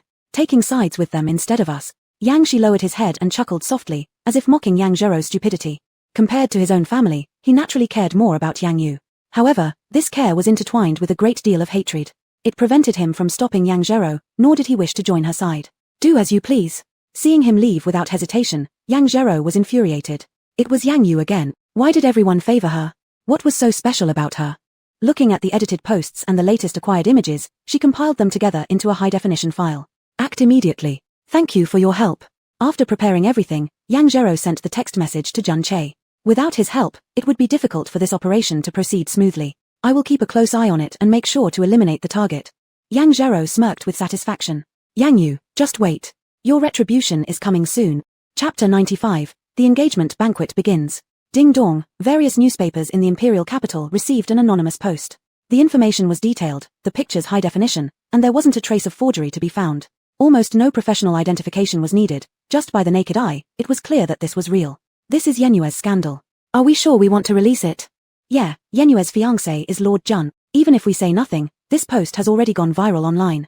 The newspaper staff looked at each other, and ultimately chose to join in, pushing public opinion for their own benefit. Once one newspaper acted, others followed suit without wanting to show weakness. Within a few short hours, Yenue's scandal spread throughout the streets, overshadowing even the news of the engagement ceremony. Meanwhile, at the Jun family hotel, there were only a few more hours until the engagement ceremony, and due to the complexity of her makeup, Yang Yu was persuaded by Jun Huarian to get up early and arrive at the dressing room. Jun Huayan's makeup was simple, so after finishing, he waited nearby, confirming the procedures to prevent any accidents. You're so beautiful. As he watched her face transform from the gentle tranquility of someone just woken to radiant beauty with makeup, Jun Huarian praised her repeatedly. Yang Yu lounged lazily against the backrest and said offhandedly, "Wasn't I beautiful before? You were always beautiful." The tenderness in his voice caused Yang Yu to open her eyes. Gazing into each other's eyes, it was as if a spark of electricity traveled across the short distance between them and passed into their hearts. Master, something bad happened. The moment was broken, stopping Jun Huayan's attempt to take things further. It was Sang Mo again. What is it? Sang Mo hesitated as he pulled out his phone and said uneasily, "Master, today's engagement ceremony will likely have problems. Look at your phone, it's full of information about Miss Yang Yu." Jun Huarian snatched the phone away and after looking at it closely for a few seconds, his expression suddenly turned cold. "Find out who's behind this." "Yes, sir." Yang Yu extended her hand. "Let me see." An engagement ceremony should be a joyous occasion, but Jun Huarian didn't want her mood to be affected in the slightest. He quickly hid the phone behind his back. "Maybe not, are you? Just prepare yourself well, I'll handle this small matter. I'm saying this again, hand it over." "Are you?" Yang Yu opened her eyes, which had now become completely cold. "Hand it over." The commanding presence Yang Yu projected left no room for refusal, creating pressure on Jun Huarian. He let out a soft breath, secretly thinking that Yu would suffer some indignities. I'll deal with it." Looking at the contents, Yang Yu gave a cold laugh, thinking it was something significant. Turns out, they merely put together her past and blew it out of proportion. She wasn't even afraid of exposing her real identity. Why would she fear these? "The engagement ceremony will proceed as planned. Sang Mo investigates as soon as possible. I need to know who's behind this." "Yes." Yenue's response came as a surprise, allowing Jun Huayan's uneasy heart to settle back down. Are you really not bothered? I promised to give you a good engagement ceremony, but such things happen. It's not your fault." Yang Yu closed her eyes again. Figures flashed outside the window, seemingly surrounded by reporters now. The situation had escalated to the point where it was impossible for them to continue the engagement ceremony peacefully. Seeing she hadn't noticed yet, Jun Huarian hurriedly said, I'll wait for you outside."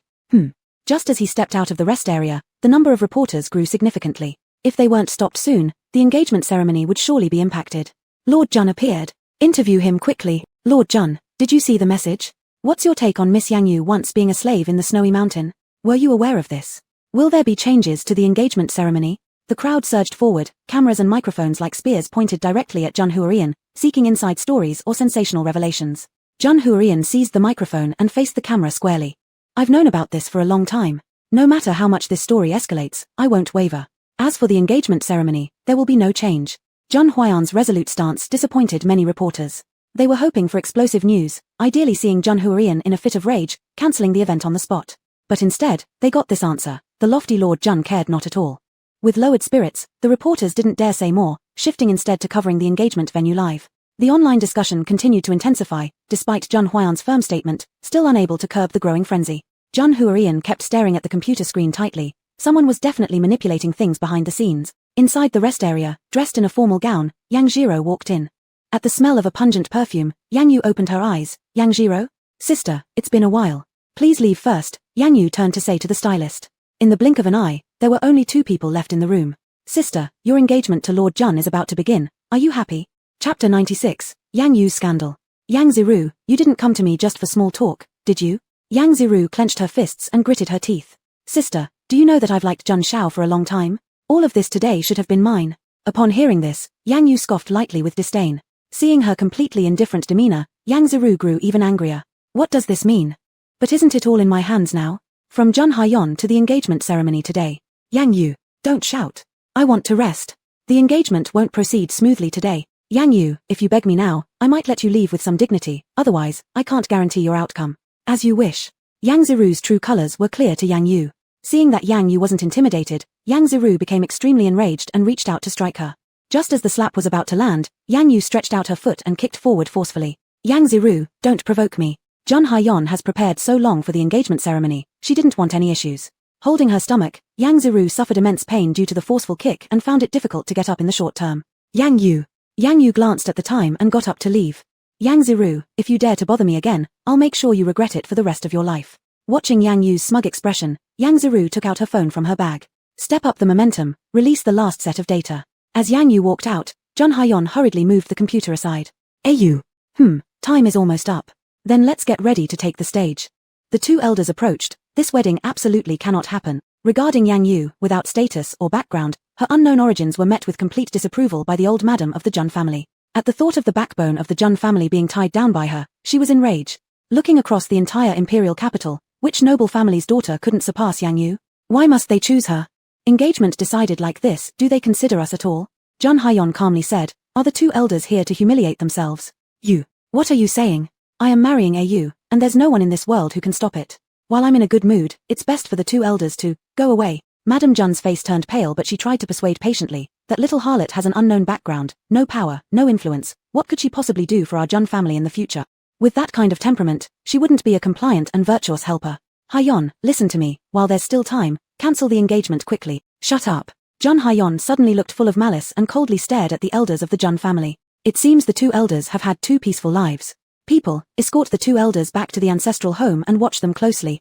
Named as watching, it was in fact imprisonment. He wouldn't allow anyone to ruin his engagement ceremony. This was his only chance to obtain Ayu. She finally showed affection because of the cave incident. If the engagement is broken off, he would lose everything he struggled for. Whoever dares to destroy this will meet his wrath and be personally sent to hell. Jun Hyeon, you dare lock us up? You ungrateful son, going against filial duty. Sang Mo, take them out. Yes. Hyeon, how can you treat us like this? How can this treatment affect you?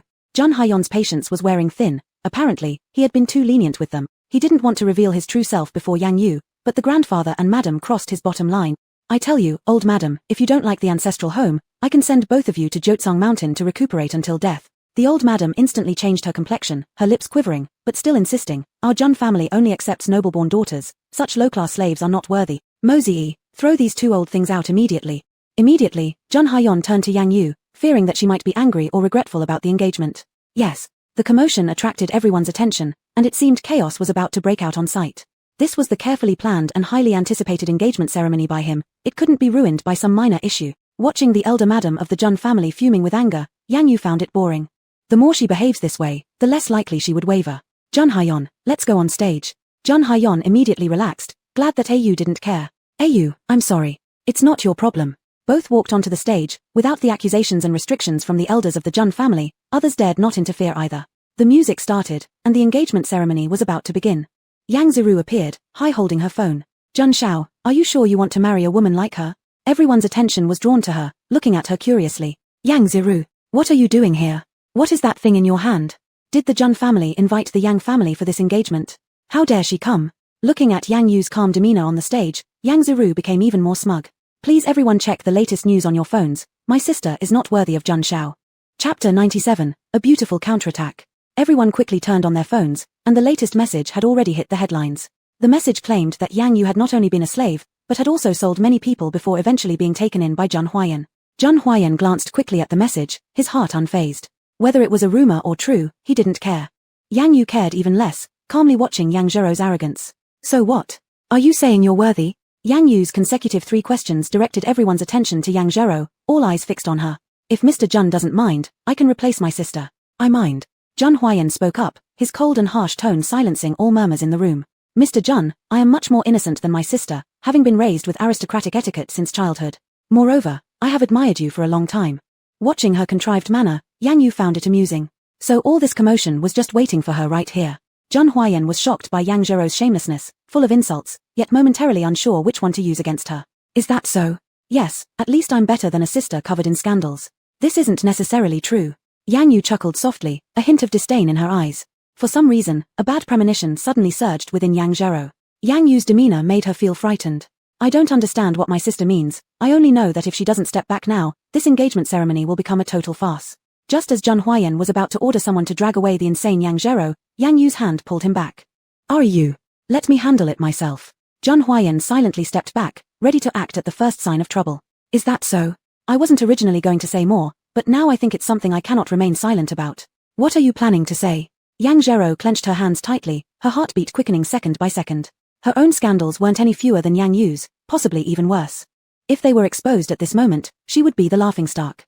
The audience watched everything unfold with interest, expecting a grand and luxurious engagement ceremony but instead witnessing a good drama beforehand.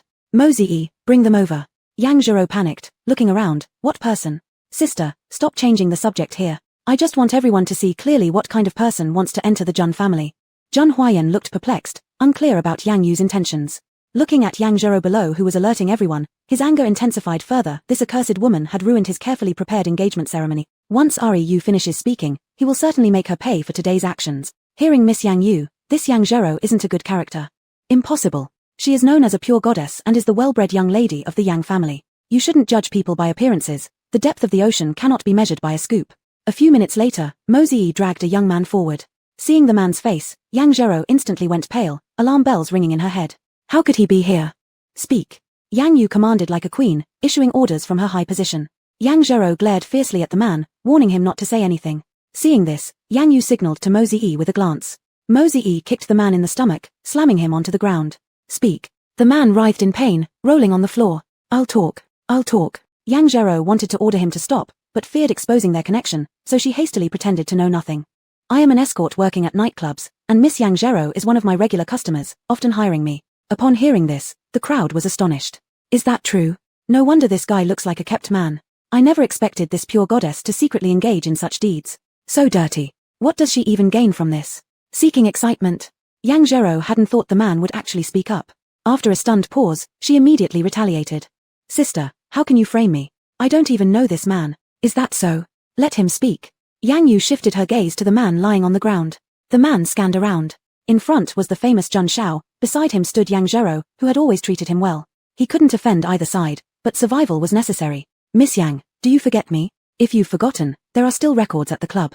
And my phone contains numerous transfers you made to me. You dare speak. How much money did Yang Yu give you to falsely accuse me? Bring out the records. Jun Huayan had lost his patience. The auspicious time he had carefully chosen was ruined by Yang Zhero. Chapter 98, slandering her comes at a cost. He no longer wanted to watch her act, he just wanted her lesson to come as soon as possible. Yes. Mosey acted swiftly, instantly going to Yeast to look for records. The other bodyguards started searching for the man and handed the phone over to Jun Huayan. Not an insignificant amount. Yang Zhero, this is what you call being clean. Yang Yu countered. The situation turned around so quickly that the reporters outside momentarily aimed all their lenses at Yang Zhero and the man on the ground, extensively reporting the scandal. Within minutes, Yang Yu's news was overshadowed. After all, compared to the fact that Yang Yu had once been a slave, the more explosive story of Yang Zhero, the well-known socialite, picking men up from the nightclub, took precedence. Soon, the records from Yeast were also investigated. Yang Zhero had become nothing but a laughingstock, utterly embarrassed. Yang Zhero, if I were you, I'd beg for mercy right now. Yang Yu chuckled lightly, looking at her meaningfully. I won't. All of these are fabricated by you. I didn't do it. Take her away. Jun Huayan coldly glanced over. Daring to smear and humiliate Yu in front of him meant there would be no regret on his part. Yes. Yang Zhero struggled continuously. Let go of me. Quickly, let go of me. Where are you taking me? No one paid attention, and soon after, the man was taken away too. Looking at the disrupted engagement scene and Yang Yu who obviously looked exhausted, Jun Huayan waved his hand, signaling Mosey to dismiss everyone. The two arrived at the lounge, and the quiet environment made one want to rest even more. Yang Yu lowered her head and slowly leaned against Jun Huayan's shoulder. How did you know about Yang Zhero's dirty little secret? Yang Yu, eyes still closed, replied calmly, I saw it accidentally when chasing Jun Che before. She appeared at the entrance of Yeast. Millimeter, embraced by that man. Yu has a great memory. I wouldn't have bothered to mention it if she hadn't insisted on digging her own grave. She deserved it. Millimeter. The engagement couldn't proceed smoothly, leaving Jun Huayan rather disappointed. Our engagement. Yang Yu was tired, let's talk about it after we've dealt with these matters. I'm not going anywhere, why worry needlessly? Alright, whatever Yu says. At this moment, Jun Huayan hated those who committed evil deeds deeply, especially the unexpected emergence of Yang Zhero. Knock, knock, knock, the sound of knocking came. Come in. Master, we found the data. Who did it? Yang Zhero. Every post was heavily encrypted, but through the efforts of Jun Corporation's hackers, each post and the final rumor trace back to her. Serve her properly in jail, don't stop until she's crippled. Yes, it's definitely her, no wonder she dared to step out. Yang Yu wasn't surprised. What puzzled her was that Yang Zhero herself was so full of filth, yet she still found time to meddle in her affairs. So desperate to marry into the Jun family? Does Yang Zhero like you? Jun Huayan paused, stunned. A mere Yang Zhero wasn't worth you getting jealous. He opened his lips, speaking in a cold, low tone, "She likes power." No wonder. Seeing Sang Mo lingering, Zhang Huayan grew impatient. "You can leave, no sense at all." "Master, we discovered something else." "Speak." Zhun Che and Zhun Che's father's identities seem off, and there appears to be a powerful figure behind them. Hearing this, memories of battling Zhun Che surfaced. His demeanor resembled a certain species, leading Yang Yu to speak immediately. "This task will be mine." "Are you?" "Leave it to me, I'll handle it." Zhun Huayan always followed Yang Yu's words obediently. "All right, then let it be left to Are You, but be careful, Are You." The news of the postponement of the wedding soon reached Yang Shi's ears. His sister being unable to get engaged to Zhun Huayan was precisely what he wished to see. Initially, he didn't stop Yang Zhero because of this exact moment. Before his plan began, he could not show himself recklessly, lest he raise Zhun Huayan's suspicions and ruin future plans. "My dear sister, wait a bit longer, I will rescue you from your suffering soon." Yang Shi cast a deep glance at the engagement site before him and then turned to leave. About half an hour later, he arrived at the Yang family villa, which now resembled a crystal palace. After demolition and reconstruction, not a trace of the original villa remained. An opulent and extravagant palace with a luxurious modern design stood where his sister used to live, perfectly identical to the palace from before. Or rather, not quite. Realizing this, Yang Shi smiled wickedly as he approached the corner of the palace. The vestibule opened gently, revealing another world within. A dazzling crystal crypt lay before his eyes, its area not inferior to the palace itself. "Sister, this is something I have carefully prepared for you. I know you will like it here." Chapter 99, Big Sister, I will prepare the best for you. He slowly walked into the palace and became furious when he saw its furnishings. No, there can't be nothing inside. He couldn't let his big sister suffer, she was used to a life of luxury. How could she follow him and endure hardship? With this in mind, he immediately inspected the interior, noting down everything that was missing on his phone so as to give Yang Yu the best experience possible. He wanted his big sister to stay here willingly, never wanting to leave again. "Big sister, I'll have everything prepared for you. Don't worry, no one will find you, not even Zhun Huayan." The next day, at Zhun's family courtyard, Yang Yu lifted her head from Zhun Huayan's neck with satisfaction, comfortably leaning against his embrace.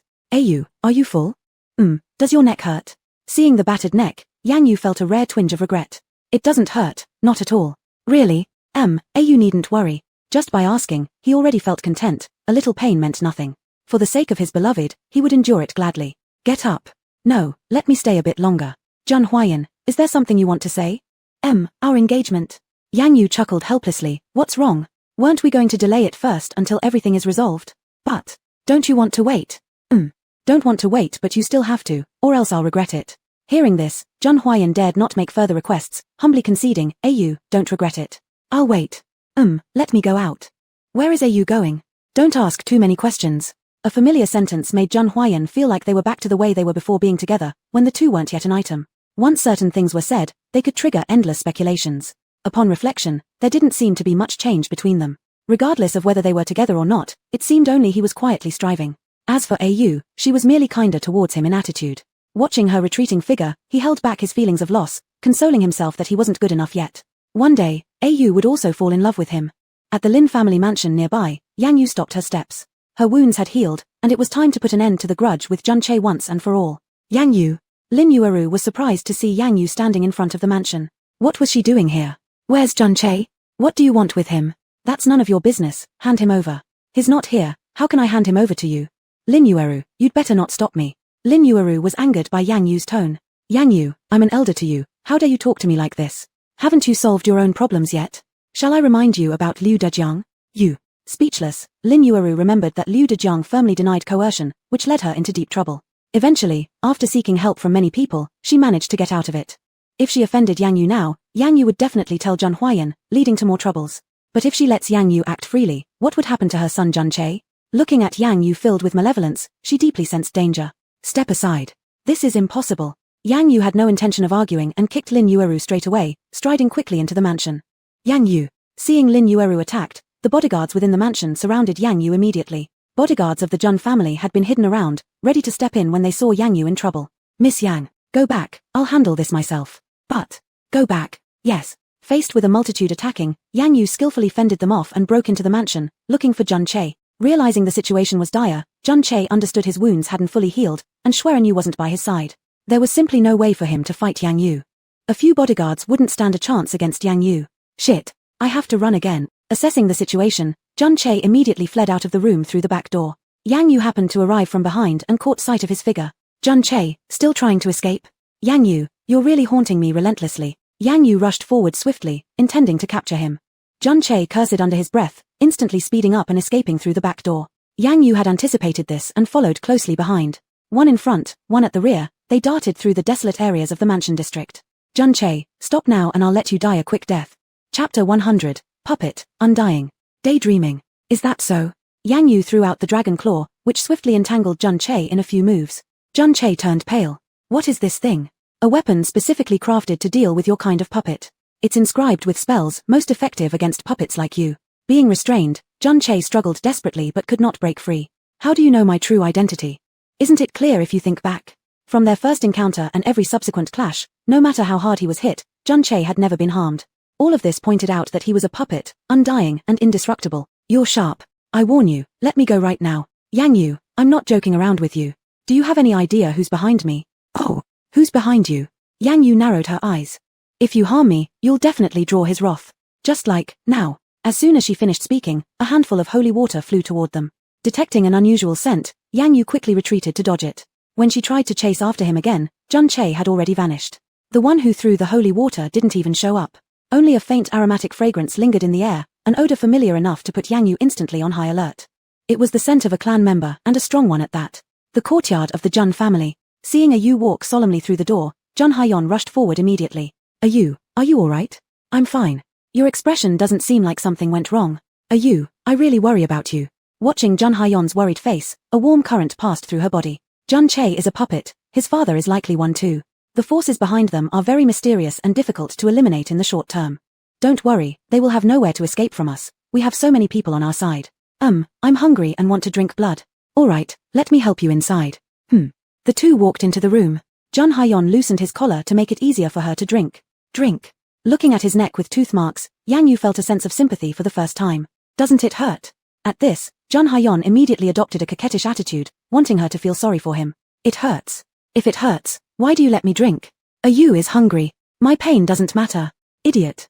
You can help relieve my pain if you try. He truly grew more skilled over time, rolling around to beg for mercy, flirting and acting charming, all sorts of tricks up his sleeve.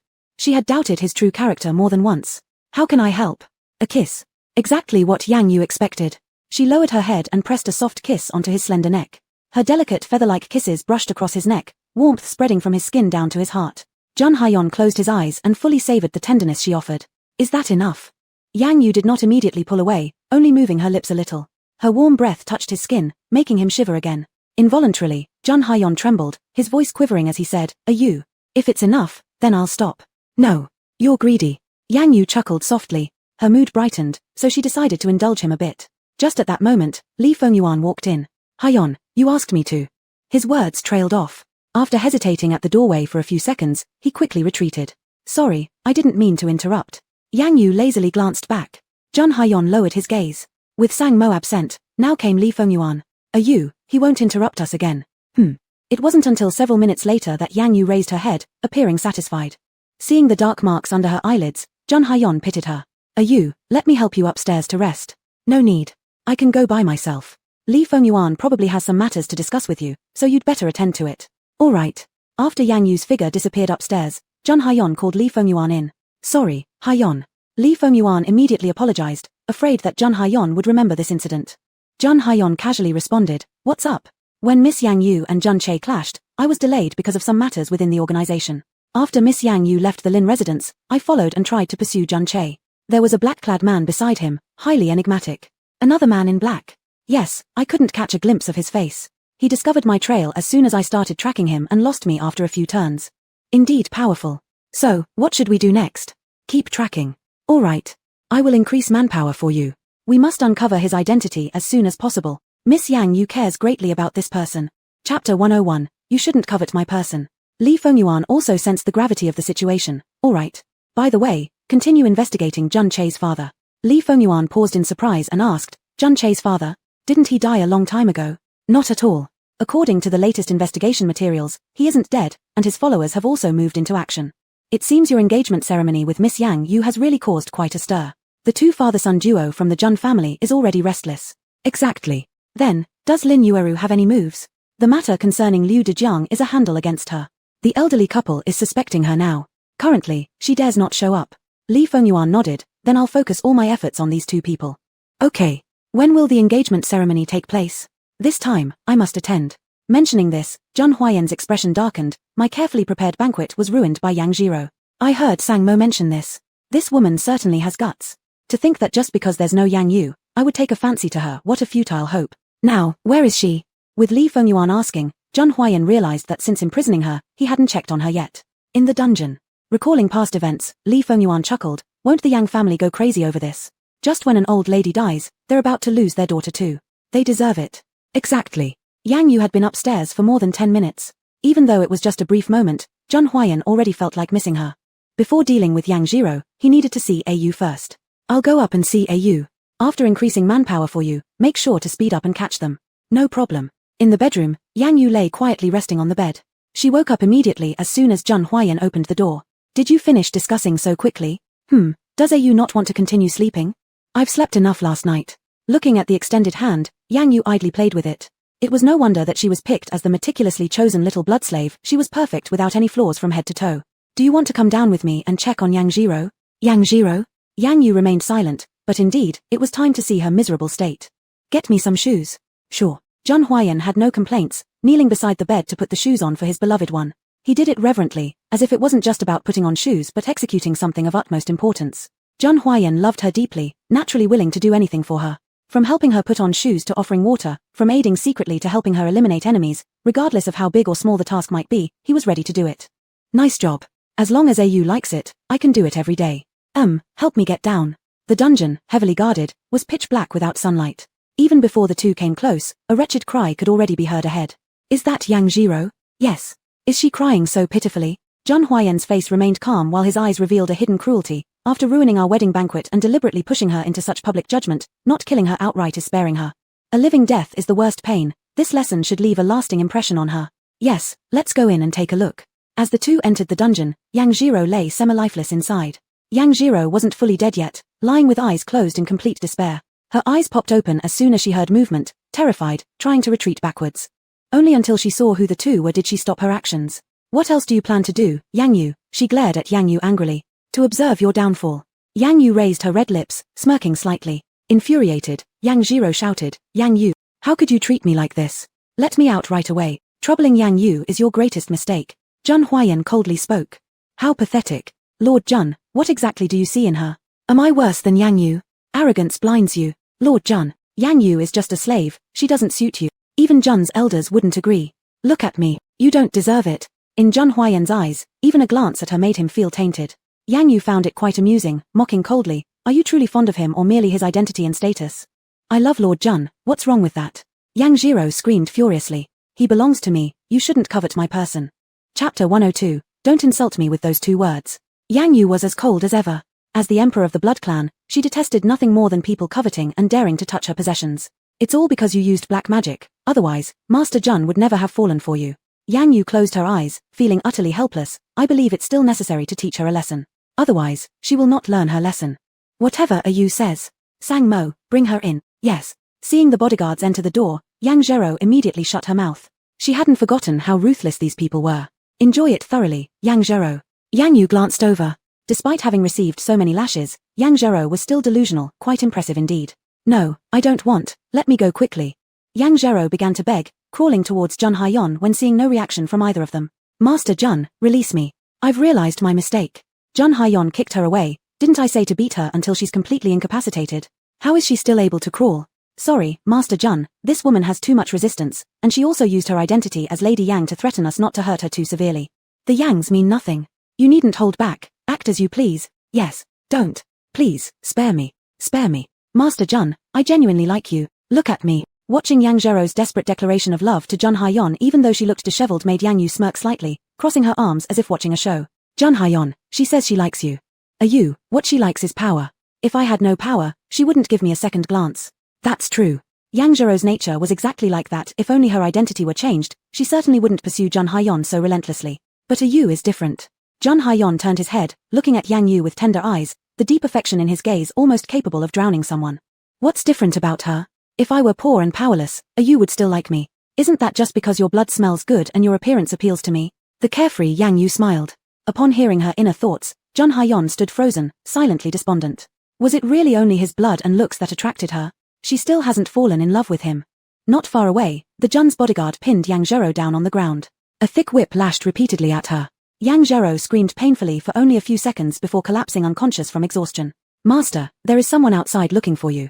Both turned their attention toward the sound. Jun Haiyan asked indifferently, who? Lord Yang. This late hour must mean he has just learned of his daughter's situation. He is now waiting outside. Should we allow them in? Jun Haiyan waved dismissively. No, I will personally deal with them. They do not deserve to set foot in the courtyard of my family home. Let me handle it. Yang Yu spoke up, and take the half-dead Yang Zhero along. Are you? Jun Haiyan hesitated. I don't want you to face them. Seeing Jun Haiyan's worried and anxious expression made Yang Yu involuntarily reach out and pinch his cheeks. Smooth and tender, an excellent touch sensation. She lingered a bit longer, stroking a few times. It was satisfactory indeed.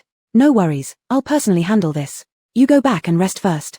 All right, call me if anything happens. Yang Yu walked out of the dungeon, followed by a few bodyguards carrying the unconscious Yang Zhero. Jun Haiyan stood in the living room, looking quietly. Sang Mo, report immediately if there is any unexpected event. Yes, master. Sang Mo showed fear on his face. Their master's change in demeanor was incredibly quick. Harmless in front of Miss Yang Yu but transforming instantly into a domineering king before others. Outside, Lord Yang stared blankly at the scene before him, taking several minutes to recover. He could never have imagined that his daughter would be reduced to such a state. How could Yang Yu be so cruel? How could she lay such harsh hands on her own sister? Yang Yu, how dare you do this? That's your sister. Yang Yu stepped back to avoid his hand touching her. Why don't you ask what she did? I've already heard. All she did was reveal your past. Did it really necessitate such cruelty? Yang Yu arched an eyebrow. It's not just revealing something simple, old man. I don't feel like arguing with you. Personally escorting Yang Zhero out here is simply my way of telling you not to let her continue ruining her life. Yang Yu, I am your father. How dare you speak to me like this? Don't think that being supported by Master Jun makes you exceptional. The day he tires of playing with you and kicks you out, you will regret everything. Yang Yu chuckled lightly. Father? Don't insult me with those two words.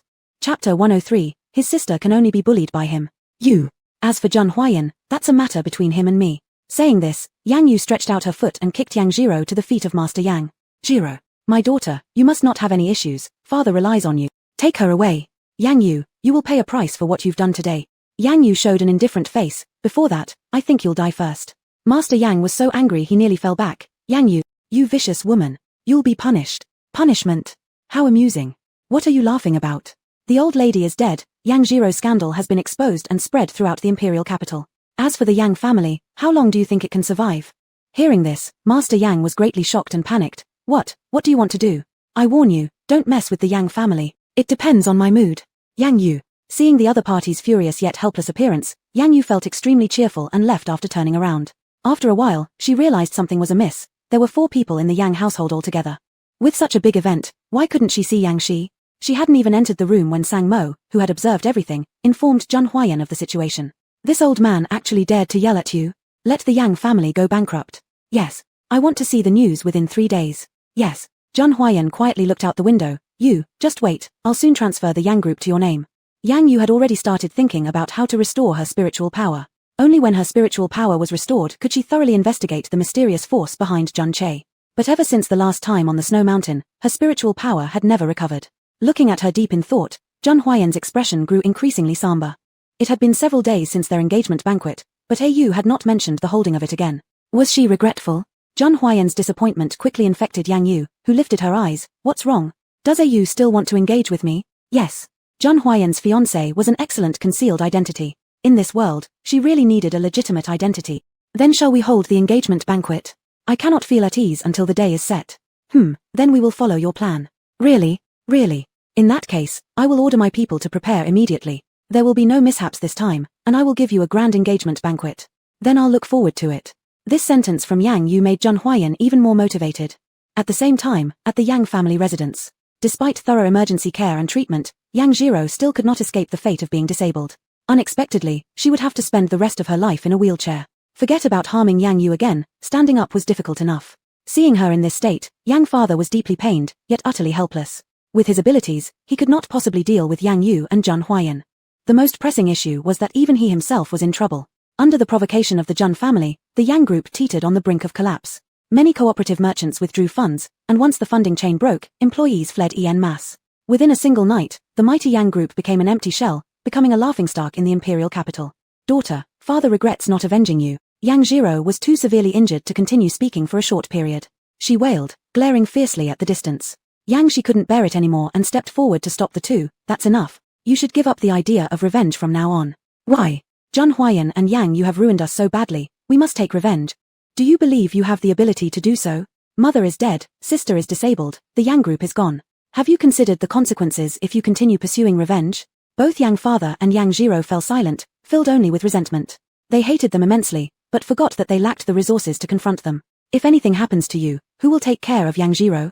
Yang Shi laughed coldly, striking these two people full of delusions. Yang Yu is the bloodline emperor of 1,000 years ago. How could they possibly deal with his extraordinary sister? Yang Shi's final warning made Yang father completely abandon the idea, his seething anger having nowhere to vent, eventually transforming into an anguished sigh as he covered his face and wept painfully. Seeing this, Yang Jiro also understood. Her dream of trampling Yang Yu underfoot had thoroughly come true. Following closely, she began to wail loudly. Yang Shi gave them a cold glance and walked away directly. My sister can only be bullied by me. What are you people worth? Chapter 104. I can't help myself, AU. Ding dong, a message came from the phone. Yang Shi's phone was only used to pay attention to one person's messages. That was his sister Yang Yu. If a message could be sent at this time, it must be something important. He immediately took out his phone, but when he saw the content on it, the worry on his face disappeared in an instant, leaving only cold hatred. Sister, you cruelly abandoned me back then. Now you want to get engaged to a blood slave. Do you think I will let you have your way? Looking at the smiling faces of the two who were hugging each other sweetly on the screen, he clenched his phone tightly, wishing he could deal with Zhang Huayan right there and then. Only by dealing with Zhang Huayan would his sister see him, and treat him as well as she did before. But, Yang Shi lowered his head disappointingly. With his current strength, he couldn't possibly match Zhang Huayan. Rushing into confrontation would only result in the same outcome as the Yang family. Thinking about the basement he had been building for so long, Yang Shi smiled. My sister, you will eventually belong to me. 3 days later, Imperial City Sky Garden. This engagement banquet, free from the interference of the elders of the Jun family, was even more luxurious than last time. Zhang Huayan's dedication and infatuation topped the headlines in Imperial City, triggering admiration and envy from countless people. Seeing the blessings under the news, Zhang Huayan smiled. This time, he would definitely make AU remember this day for life. Yang Yu had already put on her makeup. She was wearing a light blue dress. This gentle color made her skin appear as white as congealed fat. Her black long hair curled slightly, falling loosely over her shoulders. The exquisite makeup made her face look soft and enchanting, a bewitching air of ethereal grace surrounded her. Staring, Zhang Huayan snapped back to reality, his eyes still unwilling to leave her. AU's beauty had always been in his sight. Normally, she liked light makeup, making people forget how stunning she looked when heavily made up. Seeing her again after so many days, it was hard for Zhang Huayan not to be bewitched. AU, you're truly beautiful. The admiration in his tone was too obvious. Yang Yu lightly smiled. Do you like it? I do. His bright eyes, infatuated expression, paired with that flawless face, made Yang Yu's heart flutter momentarily. She lifted her head and leaned closer. AU, don't speak. Their eyes locked, a jolt of electricity passed between them. The heartbeat grew louder, Zhang Huayan's eyes flashed with annoyance. His heart really was useless, embarrassing itself in front of AU again. Close your eyes. Upon hearing this, Zhang Huayan's heart stirred heavily, he closed his eyes obediently. When there were just a few inches left, Yang Yu stopped. She hadn't yet told Zhang Huayan, but he looked very handsome today. The dark suit outlined his slender figure beautifully. His every move revealed innate aloofness and indelible elegance. She was undeniably a fan of good looks, otherwise, she wouldn't be here now, losing herself to his charm. AU. Waiting in vain for her next move, Zhang Huayan questioned anxiously, wanting to open his eyes. Yang Yu didn't say anything, but the next second, her cherry lips touched his. The beautiful, sweet touch was what Zhang Huayan had always yearned for.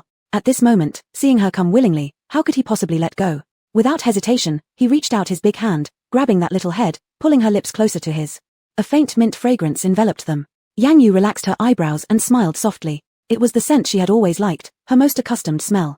Yang Yu secretly opened her eyes, taking in his focused expression, long and dense lashes, and prominent nose. Her heart was like rippling spring water, unable to calm down. AU, focus. Sensing her distraction, Zhang Huayan reminded her dominantly. Not until she threw herself back into it did he continue his assault. Until their breathing became rapid, the atmosphere turned intimate, Zhang Huayan finally reluctantly paused, cradling her limp body in his arms. Does AU like it? Yang Yu rested against the strong shoulders of the man, quietly adjusting her breath. It was such a short while ago, yet his kissing technique had already completely subdued her. I like it. Her straightforward answer was exactly what Zhang Huayan wanted. As a man, his satisfaction and possessiveness skyrocketed instantly, causing him to want to claim her again. He struggled to suppress himself, fearing that he might accidentally scare her. Unbeknownst to him, Yang Yu had seen through his thoughts immediately and laughed lightly. You want more? Yang Yu closed her eyes again. We still have time. Looking at those swollen, red lips, Zhang Huayan tightly clenched his hands, his voice trembling. AU, I can't hold back. Hold on, keep kissing. Chapter 105, Sister Still Forgets Me. The two were reluctant to part, lost in the experience they shared. Unbeknownst to them, someone standing outside the window had been watching for quite a while. A pair of eyes radiated with icy fury, as if ready to burst inside at any moment. Seeing that the movements of the two people indoors were becoming more inappropriate, Yang Shi could no longer bear it. He put on a mask and walked to the door. The knock sounded, and Zhun Huayan reluctantly let go of his embrace, holding her close to give her time to recover. Come in, Zhun Huayan said discontentedly. Miss Yang Yu, your hair needs to be braided. Yang Yu didn't want to move. How could she have her freshly styled hair braided again? She was unfamiliar with this world's hairstyles and unwillingly said, I don't want to move. If Yu doesn't want her hair braided, then you leave. It's a hairstyle to match with the dress, it will look better if it's braided. Zhun Huayan looked up fiercely, annoyed with the lack of insight from the person who always seemed to catch glimpses of a familiar man's features. Yang Yu slowly rose, sitting on the chair. If it looks better, then braid it. Yes. Zhun Huayan gave Yang Shi a long look. Have we met somewhere before? Yang Shi remained calm without changing expression. I also braided Miss Yang Yu's hair last time. Yang Yu raised her head. Is that so? How come I don't remember? Maybe it's because you forget easily being a person of importance. They didn't ask further and waited for him to finish the braiding. Yang Shi looked at Zhun Huayan, who showed no sign of leaving, and anger flared in his eyes. Mr. Zhun, there's an old man looking for you outside. Did the elders come again? Perhaps, I'll go check. In the blink of an eye, only two people remained in the dressing room. Looking at herself in the mirror, Yang Yu showed satisfaction, not bad skills. Sister liked this hairstyle most. I've kept it in mind all along. Yang Yu froze, turning to look at Yang Shi. Who are you? How can sister forget me? I'm so heartbroken. As he said, Yang Shi took off his mask, revealing a pale and refined face. Yang Shi, how did you end up here? What do you want to do? Sister still forgot about me. Looking at the disheartened man in front of her, Yang Yu felt an eerie chill. What are you talking about? No worries, sister will remember me. Saying that, Yang Shi pulled out a white towel from his pocket and lunged toward Yang Yu. Yang Yu stepped back, dodging the man's attack. Stop. Sister, just come with me, I won't let you suffer. Are you here for revenge for Yang Zhero? Let me tell you, stop dreaming. What are they? I've never given them a second thought. Yang Yu was extremely puzzled. What exactly does Yang Shi want? Seeing her repeatedly avoiding him, Yang Shi became thoroughly enraged, making a swift charge forward. Why could she do everything intimate with Zhun Huayan, yet resist him so much? Wearing high heels, Yang Yu's movement was restricted, and her feet slipped slightly when she moved too fast. Seizing the opportunity, Yang Shi tightly gripped her in his arms. Let me go. Sister, you're still as beautiful. Yang Shi sincerely marveled. What is Zhun Huayan? He's not worthy of you. Let me go. Yang Shi smirked slightly, using both hands and legs in a firm grip, harshly controlling the person beneath him. Impossible. The next second, the white cloth fell, covering Yang Yu's mouth and nose tightly. A pungent smell of medication wafted through the air. Despite Yang Yu struggling fiercely, it didn't take even 3 seconds for her to faint. Following her tilting angle, Yang Shi tightly held her in his arms. Sister, I've finally caught you. From now on, you'll never throw me away again. Zhun Huayan arrived at the door but didn't see the two elders. After asking the security guards on duty, they firmly stated that the elders had not appeared at all. An uneasy feeling arose within him. To prevent any mishaps, he deliberately asked Sang Mo to call the bodyguards at the Zhun family's residence. The elders were indeed at home and hadn't gone out. After getting the answer, the man's image popped into his mind. He remembered seeing him somewhere. During their initial meeting, when he went to pick up Yang Yu from the Yang household, he had once seen the man by chance. That distinct pair of Dan Phoenix eyes belonged to Yang Yu's younger brother, Yang Shi. Are you? Zhun Huayan immediately ran towards the dressing room. With the Yang family's downfall leading to his hatred towards them, surely Yang Shi wouldn't treat Yang Yu kindly during their private encounter. You mustn't have anything happen to her. Looking at the door right in front of him, he kicked it open. The room was empty, only scattered chairs and tables and cosmetic supplies strewn all over the floor remained. It wasn't hard to guess that there had been a fierce struggle. The remaining traces of medication in the air sent Zhun Huayan into rage. Mo Ziyi. Mo Ziyi hurried from behind, staring dumbfounded at the scene before him. Master, can you smell what kind of scent is lingering? Even though Mo Ziyi had been out of the military for many years, he was still able to detect the lingering scent of medicine in the air. It's ethanol. Miss Yang, you must have been knocked unconscious and taken away. Shit. Find out for me. Seal off the capital, and don't let anyone leave. Chapter 106. Who exactly is Yang Shi? Yes. The entirety of the Zhun family security force mobilized, swiftly sealing off the engagement venue as they began searching for Yang Yu's whereabouts. The guests were bewildered by the sudden commotion and tried to leave in a panic. Soon after, news about Miss Yang Yu's disappearance hit the headlines, offering a reward of 3 million for any information leading to her return. The large sum attracted many into the search effort. As time passed, more and more leads emerged. Zhun Huayan clutched a necklace tightly. It was one he had picked up from the ground, a positioning necklace he had personally placed on Yang Yu. It wasn't hard to imagine that it had been torn off during a struggle with Yang Shi. Master, I've brought Mr. Yang here. Zhun Huayan abruptly looked up, his eyes already bloodshot in just a moment. Where is Yang Shi? Mr. Yang appeared perplexed, looking at the furious Zhun Huayan before answering honestly, I don't know either. How could you not know? He came to take revenge on Yang Yu, didn't he? Master Zhun, I truly don't know anything about this. You won't speak, huh? Mo Ziyi beat him harshly. Without hesitation, Mo Ziyi kicked the man down and pinned him to the floor. A thick electric baton was then raised, its whirring sound filling the room with screams. Master! Master! I really don't know. Seeing him barely clinging to life yet still refusing to talk, Zhun Huayan decided to try another approach. How many properties does Yang Shi own? Since he was unwilling to speak even under such brutal treatment, it meant he genuinely didn't know. However, Zhun Huayan could investigate through other methods to uncover leads on Yang Shi. This. Mr. Yang hesitated. Hurry up and tell me. Another kick from Mo Ziyi followed. There are 3 places total, 2 apartments and 1 villa, all located in the central area of the imperial capital. Sang Mo, find out their exact locations immediately. I must personally check them out. Yes, Master Jun. Driving straight to the addresses, they began their search. However, all 3 locations were disappointingly empty. Not only was Yang Yu not there, but there wasn't a single trace left behind. It seemed Yang Shi had foreseen Zhun Huayan finding this place. Master Zhun, where should we look next? Zhun Huayan made every effort to suppress his rising panic, forcing himself to remain calm. He couldn't afford to lose control. If he did, how would he save Miss A? Are there any crucial leads? Some people at the engagement ceremony claimed to have seen Yang Shi walking out of the back door carrying someone. They were wrapped so thoroughly that no one paid much attention. That person must be Miss Yang Yu. In that case, widen the search area and focus on checking from behind. Yes, sir. Initiate a helicopter search, ensuring nobody leaves the imperial capital. Yes, sir. At the same time, in the basement of the Crystal Palace. Time ticked away. The drugs wore off, and Yang Yu slowly regained consciousness. Looking around at the luxurious crystal walls and the plush cashmere reclining chair beneath her, she froze, struck by an overwhelming sense of familiarity. Wasn't this her old palace? How could it possibly exist in this world? A headache overtook her, stopping her thoughts. Yang Yu lifted her hand to wipe her forehead, wondering how she had ended up here. Images from when she fainted replayed in her mind. Yang Shi, where was he? Big sister has awakened. An icy male voice came from behind. Yang Yu turned around. Yang Shi, what is this place? Why have you brought me here? Stay calm and drink some water. Yang Shi calmly handed her a cup of warm water. Yang Yu pushed it away without hesitation. The cup fell to the ground, spilling water everywhere. Seeing this, Yang Shi's complexion darkened, his eyes turning cold and sinister. Sister, I advise you to behave or I might lose control of my actions. Hearing the abrupt change in tone, Yang Yu became even angrier. Weakened by the drugs, she couldn't resist physically and could only try to understand where she was. Yang Shi, think carefully about the consequences of what you're doing. Think of your sister, think of your mother. Aren't you afraid of ending up like them? I'm not afraid. They mean nothing to me. What do you mean by that? Does sister not remember?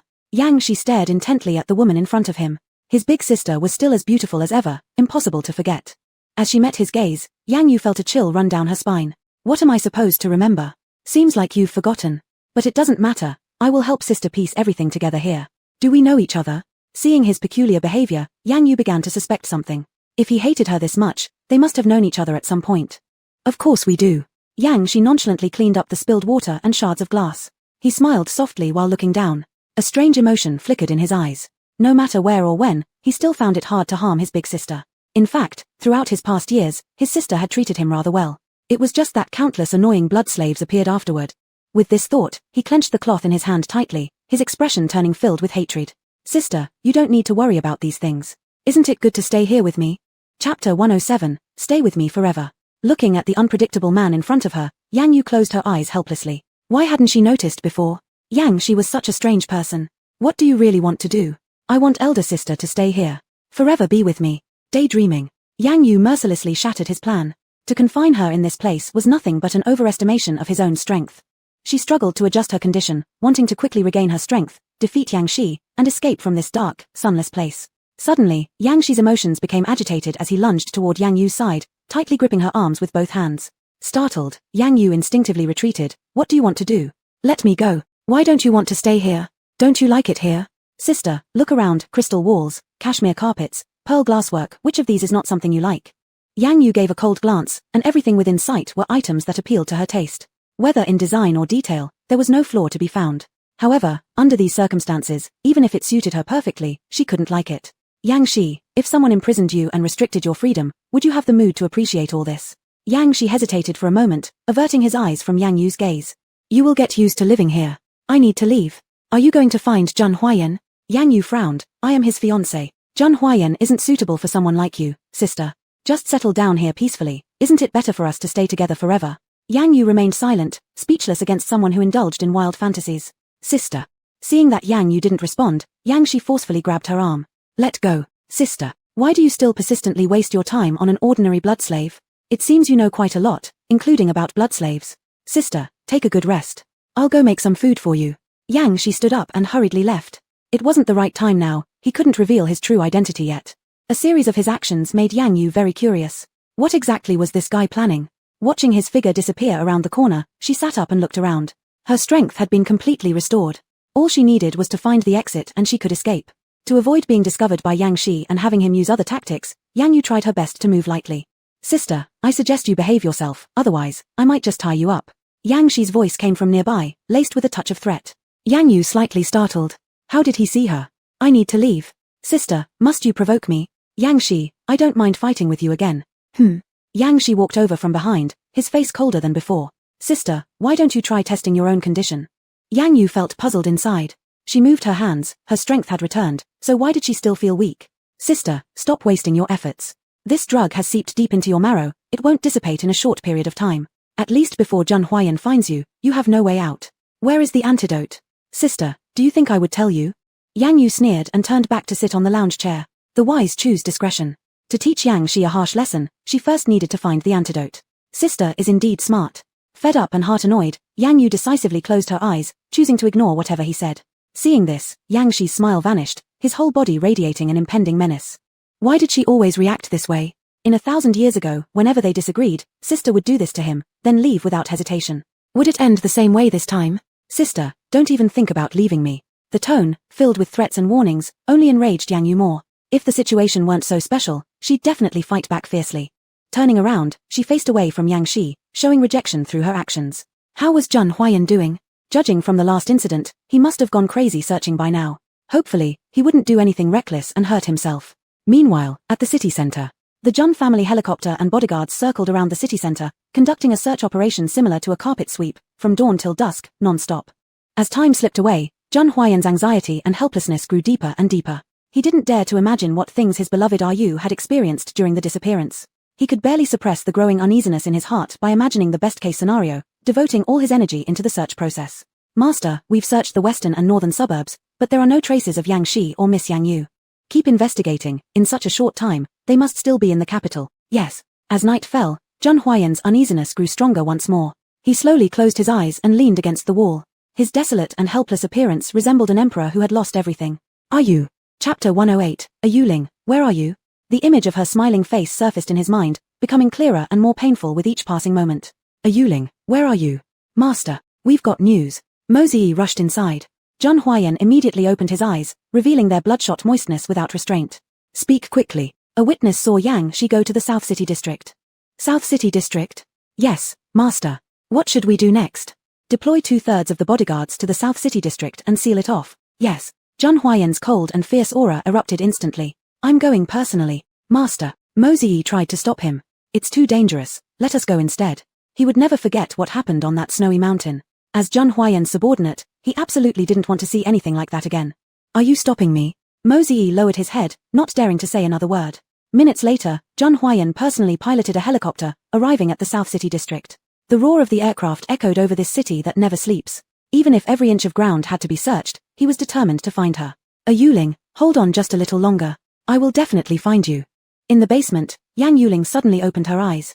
She heard it, the sound of the aircraft roaring. The only person who could fly a helicopter above the capital and maintain such a long roar to display dominance was someone from the Zhen family. Yang Shi's expression changed as he quickly began inspecting the exits within the room.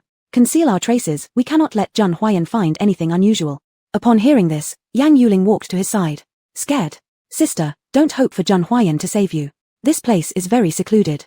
There will only be the two of us here. Yang Yuling smirked slightly, then swung her long knife, pressing it against Yang Shi's neck. Yang Shi, hand over the antidote and let me out. Truly worthy of being my sister under these conditions, you managed to steal a fruit knife to deal with me. Even if you kill me today, I won't let you out. Knives are dangerous, this is your final warning. Yang Shi didn't take it seriously, remaining calm, even extending both hands in a gesture of submission. As she increased her grip, the blade cut into the skin, leaving red marks and flowing blood. Yang Yuling's gaze turned icy, her lips moved without any warmth. Are you sure you're not giving up? Sister, press harder. I'm not afraid. A wave of intense pain surged through Yang Shi, but his face remained unchanged, still fearlessly composed. Do you really not fear death? Yang Yuling found it meaningless, throwing the fruit to the ground. Yang, she must not die. If he does, she truly won't be able to leave. As long as I can stay with my sister, dying is nothing compared to staying with you. Insane. Besides these 4 words, Yang Yuling couldn't think of anything else to describe Yang Shi. The neck covered in blood, the white shirt soaked by the dripping blood, yet Yang Shi remained expressionless, acting as if nothing had happened, continuing to look at her and speak. Other than the 4 words insane, Yang Yuling couldn't come up with any other way to describe the person before her. After hearing this, Yang Shi lowered his eyes, holding back the moisture building in them. Once upon a time, Yang Yuling also called him insane. Back then, he feared nothing, cared about nothing. All he wanted was to keep her by his side, enduring any criticism. Sister, are you hungry? Let's eat. As expected, silence followed. Yang Shi didn't get upset, calmly moving to one side to take out food, placing it on the table. Sister, eat a bit. Fasting won't work against me. Sister, if you keep doing this, you won't have the strength to move, let alone leave. As he spoke, Yang Shi slowly crouched down, using both hands to support her legs. Don't touch me. Yang Yuling kicked him away. Having lost too much blood, Yang Shi fell helplessly to the ground, feeling dizzy, surrounded by darkness. Trying to stand up, his movements were uncontrolled and unsteady. Sister. Yang Yuling continued to turn her body away, showing no concern. In this world, aside from Zhang Huayan, no one could stir her emotions. Still the same, Yang Shi smiled bitterly. Even if he died right in front of his sister, she wouldn't have any reaction. If that's the case, why did you pick me up? Why not let me die that lonely snowy night? Without hope, there would be no longing. Without longing, there would be no pain. After a while, his vision cleared slightly after resting. Yang Shi struggled to rise, heading into another room to bandage himself. Watching his figure disappear, Yang Yuling finally turned around. Yang Shi's appearance made her reflect deeply. Had they once had some deep entanglement? She could affirm that in this world, they hadn't. When she came over, the original owner was just a little girl who often wasn't in the Yang family, so it was impossible to have anything significant between her and Yang Shi. The only possibility, as she had previously suspected, was that 1,000 years ago, when she was still the empress, the two of them already knew each other. Chapter 109, She Wants Zhang Huayan. She just didn't remember. Yanji closed her eyes and tried to recall where she and Yanxi had met. What entanglements were there between them that made Yanxi feel so much hatred towards her yet found it hard to be cruel? The sound of the second hand ticking passed by her ears. She raised her gaze, a hint of anxiety floated on her face. It was already late at night. It had been more than 10 hours since she went missing. How was the little blood slave? Was he still persistently looking for her? Thinking of Zhang Huayan, a feeling of hunger came over her. She wanted to drink blood. Previously, she needed to drink once every 1 or 2 days. Even when she wasn't hungry, the little blood slave would kindly come close, allowing her to suckle as if it were a snack. But now, more than 10 hours had passed, and she hadn't consumed a drop of blood. The aroma of food did not stimulate her appetite. Instead, it intensified her nausea. She wouldn't eat this. She wanted to drink blood. The image of Yanxi drenched in blood appeared in her mind, but she didn't have the slightest interest. That blood smelled pungent, unbearable, and unworthy of being approached. After a long while, Yanxi finally dealt with his wounds, his pale face as he walked over. Seeing that the food on the table hadn't been touched, he immediately became angry, his fists clenched making a crunching sound, ready to burst out. Yanxi, must you test my limits? Are you mad? Yanxi said nothing, watching quietly. Let me out if you're mad. That's impossible, forget about it. Yanxi turned around, continuing to respond to him with coldness. Eat. A strong order was issued, ringing above their heads. Yanxi made no move, acting as though she hadn't heard it. Upon seeing this, Yanxi restrained his anger, personally picking up the bowl. As she looked at the food almost within reach, Yanxi reached out and forcefully pushed it away. Unprepared, Yanxi dropped the porcelain bowl, making a clang sound as the kanji spilled all over the floor. Yanxi, go away. Yanxi pressed his brow bridge, trying desperately to hold back his imminent burst of anger. He had barely managed to abduct Yanxi and could absolutely not allow any accident due to these petty matters. He can endure. As long as he could be with his sister, he would endure. Both parties entered a stalemate, the atmosphere silent. Yanxi sat down across from her without a word, silently looking at his sister. The fresh scent of kanji hovered in the room but could not stir Yanxi at all. She only drank the blood of the little blood slave. Aside from blood, she needed nothing else. Seeing the accidentally dropped bloodstain on the ground, Yanxi let out a low chuckle. He was being too careless. How could he have forgotten? His sister never ate food, she only drank blood. Moreover, she only drank the blood of the charmingly good-looking, fair-skinned and beautiful little blood slave. Sister, it's my fault. Yanxi froze. What madness is this now? I forgot. Sister likes to drink blood. How do you know about this? She remembered clearly, after coming to this world, she only drank blood from Zhang Huayan. No one knew this secret. How did Yanxi know? He must also be one who awakened 1,000 years ago. Don't care how I know, sister just needs to know that as a younger brother, whatever sister wants, I will surely obtain. Is that so? Then I want to drink Zhang Huayan's blood. Again, it's him? Yanxi's pupils turned crimson, his aura of malevolence suddenly erupted. Yanxi remained unmoved, The more uncontrollable the man before her became, the greater the chance for her escape. So what? It cannot be him. Absolutely not him. Sister, I'll find you the best blood, several times better than Zhang Huayan's. I only want his. This is impossible. His sister had already been bewitched by Zhang Huayan, how annoying. In their world, it should only be him and his sister. What was Zhang Huayan? Then watch me starve to death. Yanji sneered, knowing for sure that Yanxi wouldn't bear to let her die. If he wanted to kill her, he would have done so decisively at the start. Don't worry, sister, I won't let it come to that. And are you not afraid that I might choose death myself? Not afraid. Sister is smart, intelligent people don't harm themselves. Strike a snake at its 7 inches, the younger brother in front of her really understood her. What kind of enmity have we had in the past? What does sister mean by that? Did I kill you before? That's why in this life you seek revenge on me. Realizing what Yanji meant, Yanxi chuckled softly, but his eyes were bleak. It's none of these, the pain you've given me exceeds these many times over. Hearing this, Yanji fell into deep thought. What did this mean? Chapter 110, She Must Be Found. On the other side, in the South City district, Zhang Huayan stepped down from the helicopter and glanced at the orderly lineup before him. He quickly counted the number of people. Divide into teams of 10 and begin searching east, west, and south. Yes. A unified, loud response echoed across the skies above the South City district. Sang Mo, you will follow me as we search the north. Yes. Tonight, we must either find her alive or confirm her death. Several hours had passed. Based on the incident involving the Yang family, Zhang Huayan knew that Yanxi would not show leniency toward Au. No matter how strong Au's abilities were, it would be difficult for her to withstand a man driven by hatred seeking revenge.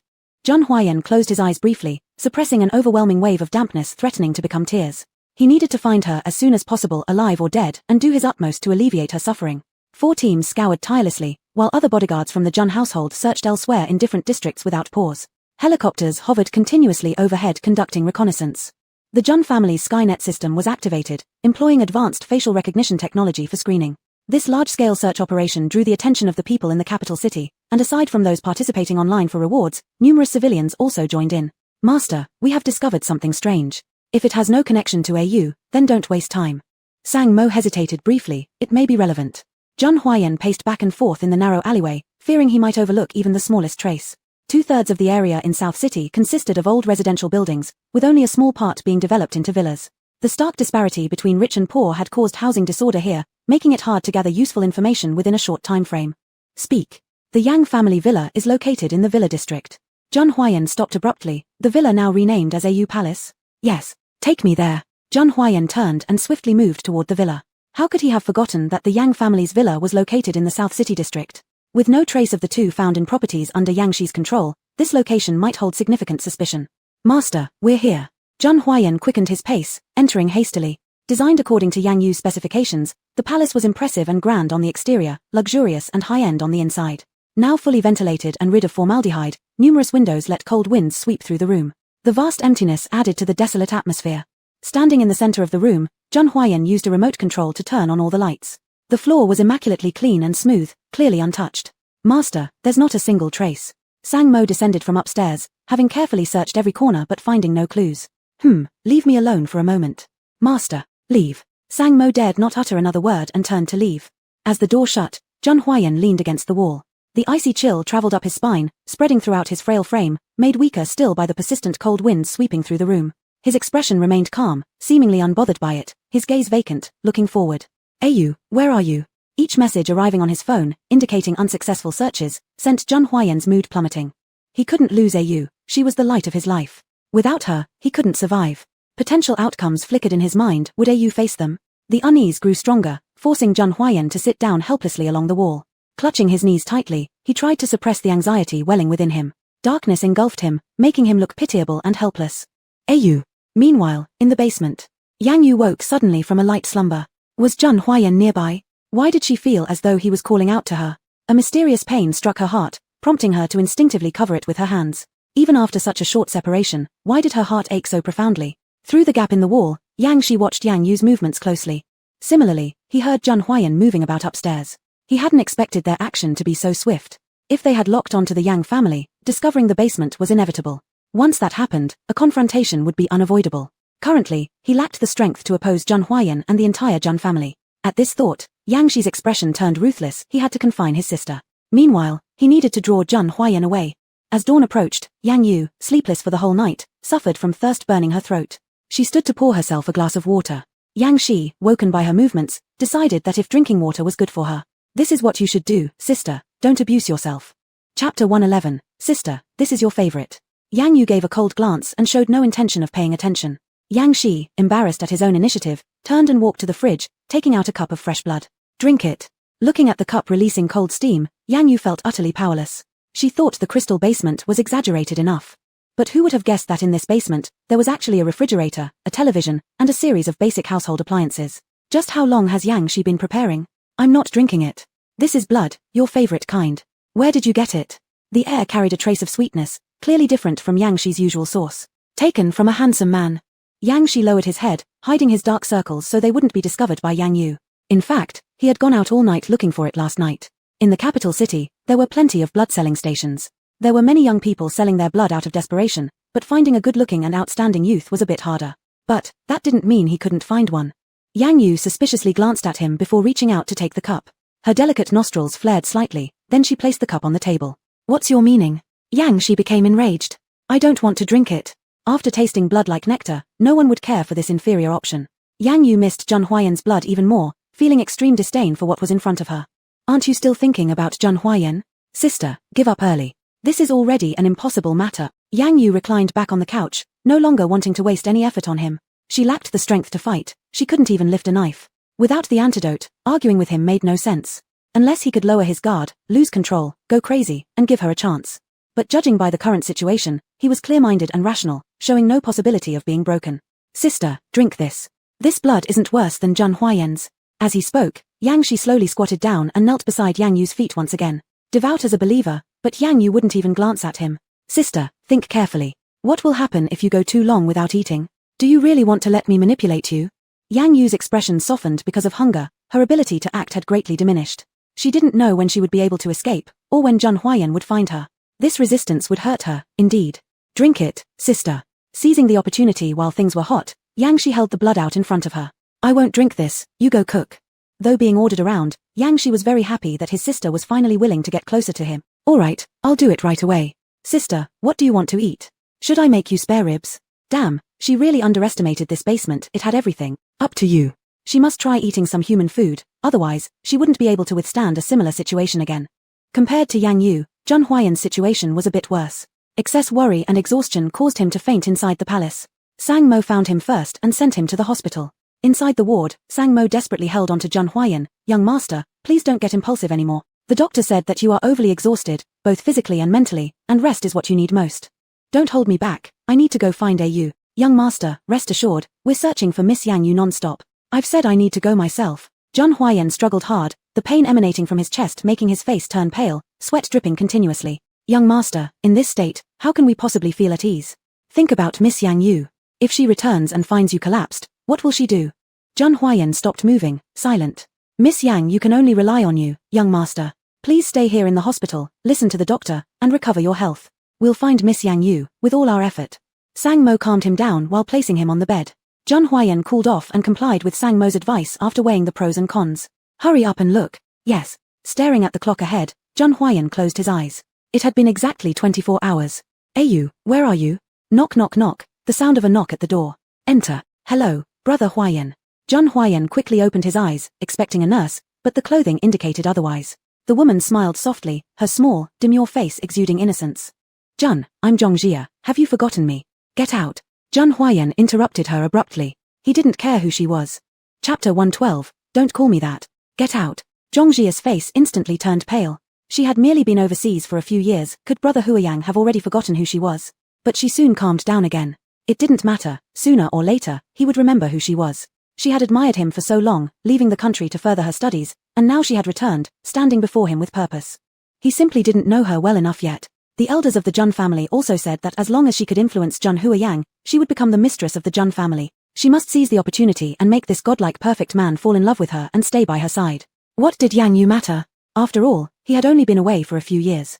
How dare a woman without background or education entangle herself with Master Zhun? She would let Yang Yu understand just how big the gap between them was. Zhongjia said lightly, Brother Huayang, I can help you. I don't need it. Brother Huayang, won't you even listen to what I have to offer? Don't call me that. Get out. Who? Master Zhun, I truly wish to help you. Zhun Huayang ignored her completely and threw a pillow directly. The pillow hit her accurately, But Zhongjia seemed unaffected and continued to stand there. Master Jun, my family has a large number of discharged personnel specialized in reconnaissance work. They can be used to search for Miss Yang Yu. Would you like me to personally throw you out? Jun Huayan's angry shout startled Zhongjia. After a moment of hesitation, she decisively walked out. The plan hadn't started yet. She couldn't afford to let Master Jun dislike her first. She had to make the other party realize that she sincerely wanted to help him. By searching for Yang Yu, they could establish goodwill, achieving her goal. As for Yang Yu, although someone might try to rescue her, the Zhong family would never allow it to happen. Looking at the tightly closed door, Zhongjia felt lingering fear. Master Jun was indeed as cold and merciless, unpredictable as the rumors claimed. Meanwhile, in the basement, learning that Jun Huayan's men had temporarily retreated from nearby, Yang Shi sighed in relief. He knew it, no one would notice this place. Seeing his joy, Yang Yu guessed the situation roughly. She hadn't consumed blood in an entire day. During that time, she'd eaten some bland food, which made little difference. Combined with the effects of the drugs, she currently lacked even the strength to hold a knife. Seeing her condition, Yang Shi's sense of possession was gratified. This was exactly the effect he wanted to ensure his sister could never leave him, to focus solely on him in her life. Happy? Yang Yu mocked coldly. Sister, I'm not happy because I can't bear seeing you harm yourself. While speaking, he again brought the blood closer. Even without food, he still had ways to prevent her from leaving. I told you, I don't want to drink. Do you want to eat food then? Food or blood, choose one. Get out. Yang Yu was hungry. The faint aroma of blood reached her nose. But still, she wouldn't touch it. Thinking of its source, she inexplicably felt nauseated, as if betraying Jun Huayang somehow. She wasn't sure why, since she'd never had such feelings before. Yang Shi's expression suddenly changed, and he slammed the cup in his hand onto the table. Sister, same old story, be smart about this. Yang Yu turned around, using her actions to express her resistance once more. She didn't know when this endless, lightless life would end, but she was confident that she could endure it. Jun Huayang was still waiting for her. She couldn't succumb so easily. Yang Shi turned and left, retreating back into his room. Fueled by uncontrollable rage, he lashed out at the wall before him with force. In an instant, his skin split open, and blood gushed out. Sister, what do you expect me to do? Why are you so fond of Jun Huayang? Why do you need so many blood slaves? Am I not enough for you? These questions bombarded him, plunging him into painful contemplation. For a moment, it seemed as if he were back thousands of years ago, wondering why his sister needed so many blood slaves and finally abandoned him. Even left him behind. Although Yang Yu's movement was restricted, her senses weren't lost. The sound of hitting the wall reached her ears, prompting a bitter laugh. It seemed the one who would give up first wasn't her, it was Yang Shi. As long as she persisted, in the end, the person who would suffer the most in this imprisonment wouldn't be her. Yang Shi, wait and see, you'll eventually realize just how wrong you are. Yang Shi's anger ironically made Yang Yu feel happier, and her appetite slightly returned. She got up from the bed and went to the fridge to find food. Human food was hard to swallow, but she had to keep herself going. Hearing the sound, Yang Shi snapped back to reality. Sister, this is a silent battle. Let's see who gives up first. Chapter 113, I am tortured. The roar of the plane continued over the capital, from when Yang Yu felt hope rise to a point where it seemed distant. Jun Huayan has spent so long looking and still hasn't locked on the target, which means this place is difficult to find. It must be somewhere no one would expect. With this in mind, Yang Yu began observing the room again. It had been 2 days since she arrived here. All she knew was that this was the basement. She didn't know anything else. But which district of the city could this possibly be? Don't think about it, sister. You won't guess. Is that so? On the contrary, Yang Yu's competitive spirit surged up. The less they let her know, the more she wanted to find out. I'll say it again, sister. Just stay here calmly. Isn't it good being with me? I am tortured. Sister, you're still so fond of joking around. Yang Yu snorted coldly and didn't respond. During her observation, she had quickly thought of 2 things she must do. One was to find the antidote to restore her strength. The other was to figure out exactly where she was and then figure out a way to escape as soon as possible. Even if she couldn't escape, she would at least have to pass some information along. Sister, what are you thinking about? Yang Yu gave a cold glance but did not answer. Why are you ignoring me again, sister? Don't you know how much that hurts me? Better to die of sadness, Yang Yu thought bitterly, unable to hide the hatred in her eyes. Not getting a response didn't matter to Yang Shi, who had long grown used to it and carried on reminiscing about the past. Sister, don't you remember the way we were together before? You always liked bullying me. The more I cried, the happier you got. The smile on Yang Shi's face gradually disappeared, replaced by loneliness and desolation. You forget too easily. Yang Shi's attitude suddenly turned icy, his whole demeanor shifting dramatically. And you even abandoned me. Who are you really?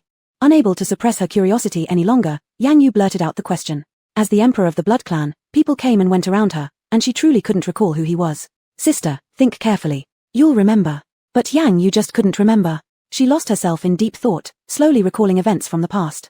However, no matter how hard she tried, she couldn't remember where Yang Shi had appeared before. All she remembered was that she once had many blood slaves, each one handsome or beautiful beyond measure, selected from thousands. They had shared many happy times together.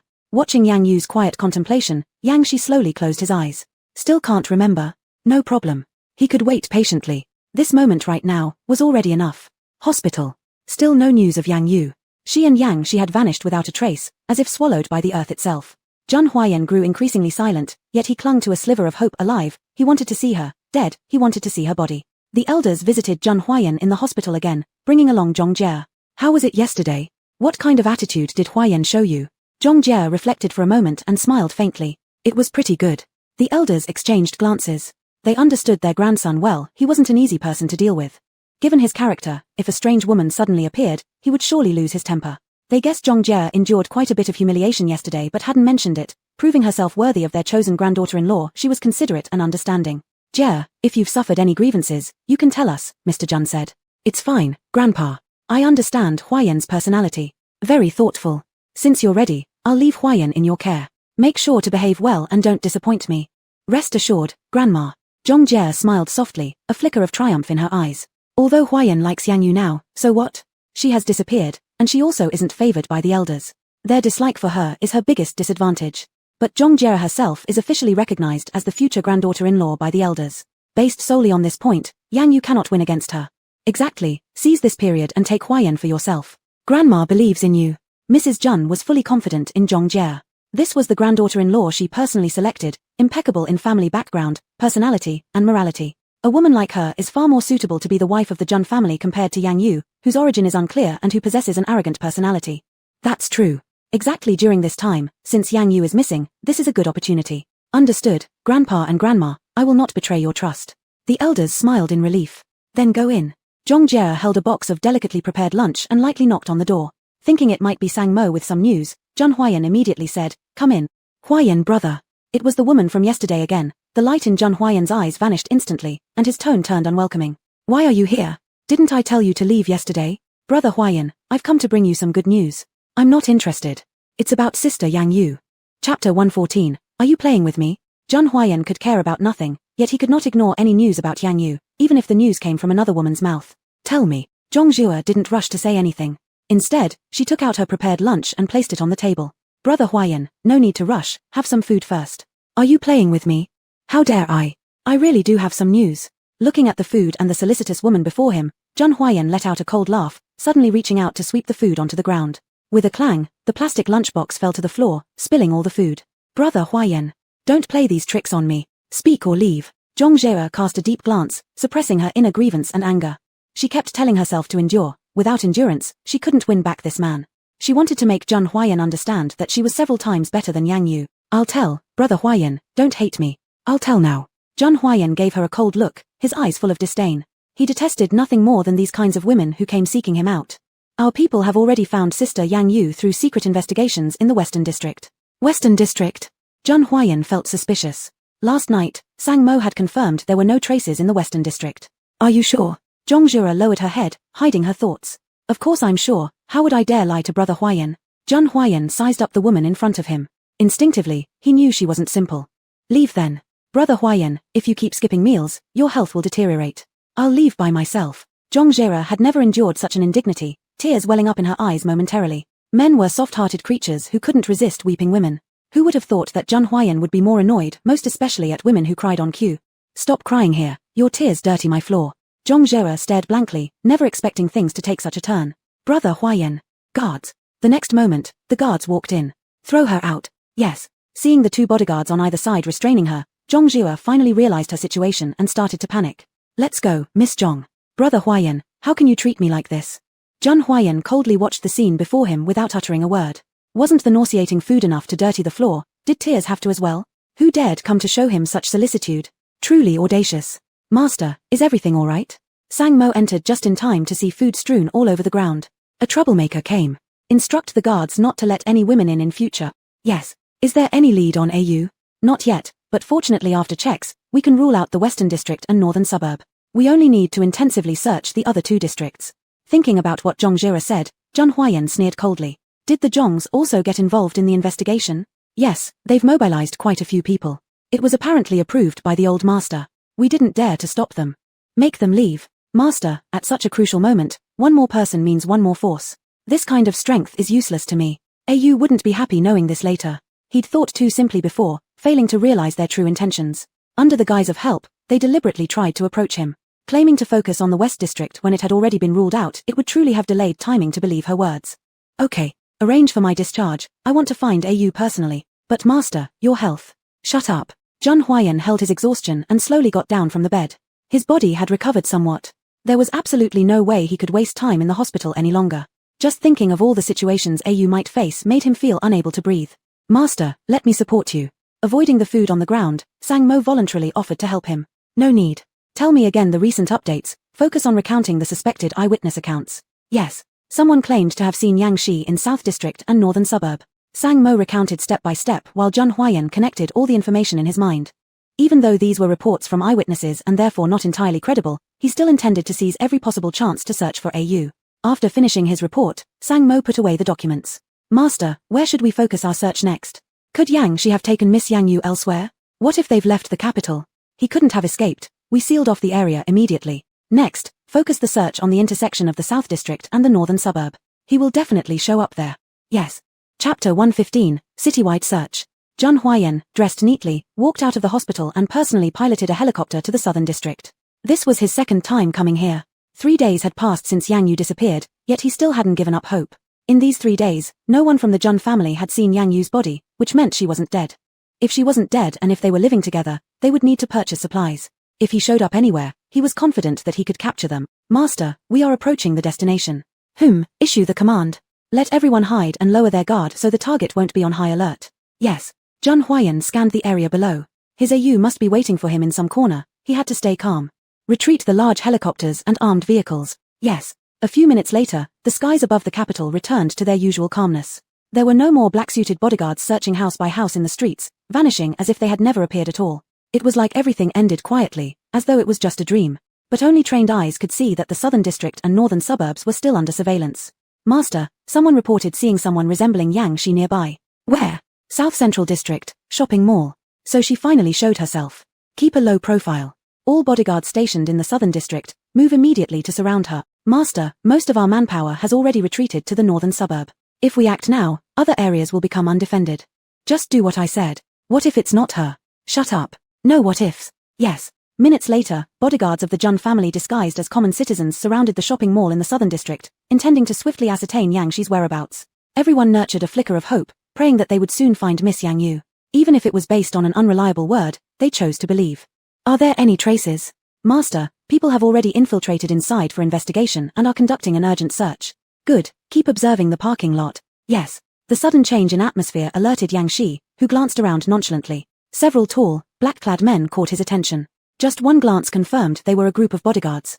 Their sharp eyes, imposing physiques, and polished demeanor were traits unique to top-tier bodyguards. Now, they were undercover within the mall. No matter whose bodyguards they were, it was almost certain they were after him. Yang Shi tightened his cap and clutched the plastic bag in his hand. Inside were black currants, his sister's favorite fruit that she specifically requested. Whatever happened, he couldn't let these people discover him or thwart his plan. Holding his things firmly, Yang Shi quickly blended into the crowd.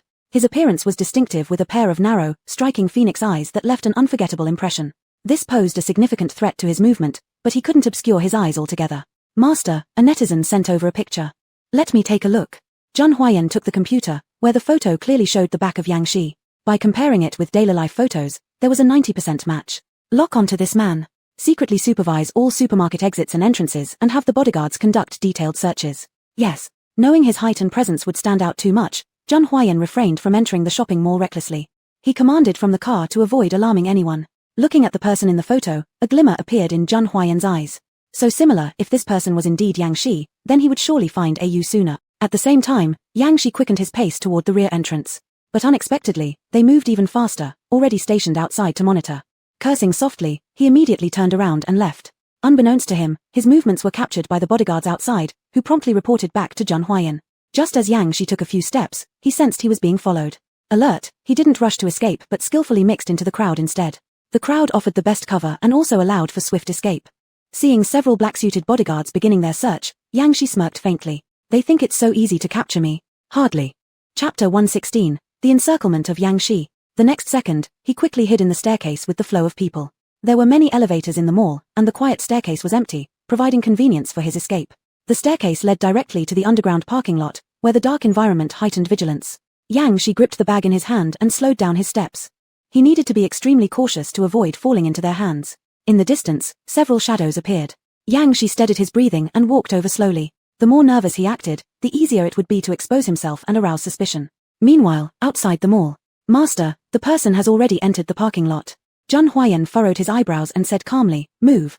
Yes, master. Just as he was about to reach the car, swift footsteps sounded, coming closer. Yang Shi smirked and quickly reached the car, putting the things he bought inside.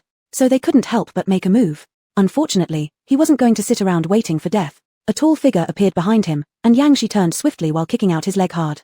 A groan came from the man who clutched his stomach, his face turning purple. Who are you? In response to Yang Shi's question, the man sneered coldly. Do you have time to ask my identity? I advise you to surrender quickly, otherwise the fate you'll face will definitely exceed your imagination. Yang Shi laughed humorlessly. Is that so? The man stopped talking and began attacking repeatedly. Except for the first sudden attack, he had the upper hand in the remaining fight. Yang Shi gradually felt his strength waning, silently acknowledging that top-notch bodyguards really were different.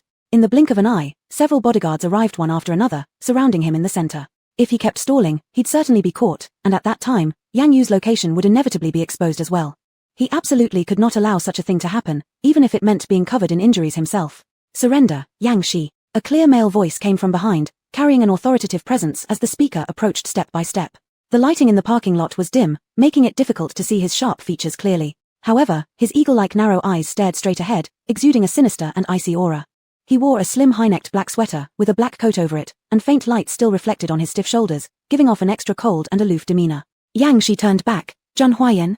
Hand over Yang Yu. Never. After all the trouble I went through to bring her here, why would I return her to you? Let me tell you, you will never see her again in this lifetime. Yang family? What are they to you? At the sight of such an absurd scene, the group looked at each other in bewilderment. Yang Shi went through great hardships to take Yang Yu away, wasn't it for revenge? What exactly do you intend to do? A mere blood slave your kind doesn't deserve to know. Zhang Huayan's face darkened. How could he possibly know about the blood slaves? Before he could dwell on it further, he immediately ordered, take him down. Everyone started to encircle and attack him, throwing punches with all their might. Yang Shi dodged frequently, but outnumbered, he soon faced the situation of getting caught. Seeing his strength dwindling more and more, he decisively pulled out a miniature silver eagle pistol and aimed it at Zhang Huayan. All of you stop, or don't blame me for shooting him dead. Zhang Huayan remained expressionless. Don't mind me, continue. Master, continue. Yang Shi waved the weapon in his hand and chuckled lightly. His cool laughter reverberated throughout the silent underground parking lot. Zhang Huayan, do you think they would gamble with your life? Zhang Huayan burst into anger, releasing an icy and terrifying aura entirely. Continue the attack. Master, you can punish us however you like afterward, but we absolutely cannot let you get into danger. Zhang Huayan clenched his fists and looked forward at Yang Shi. For he didn't care about anything, including his own life. With just tens of meters separating them, Zhang Huayan quietly observed for a few seconds before stepping forward. Yang Shi's eyes flickered, surprised that Zhang Huayan actually dared to act.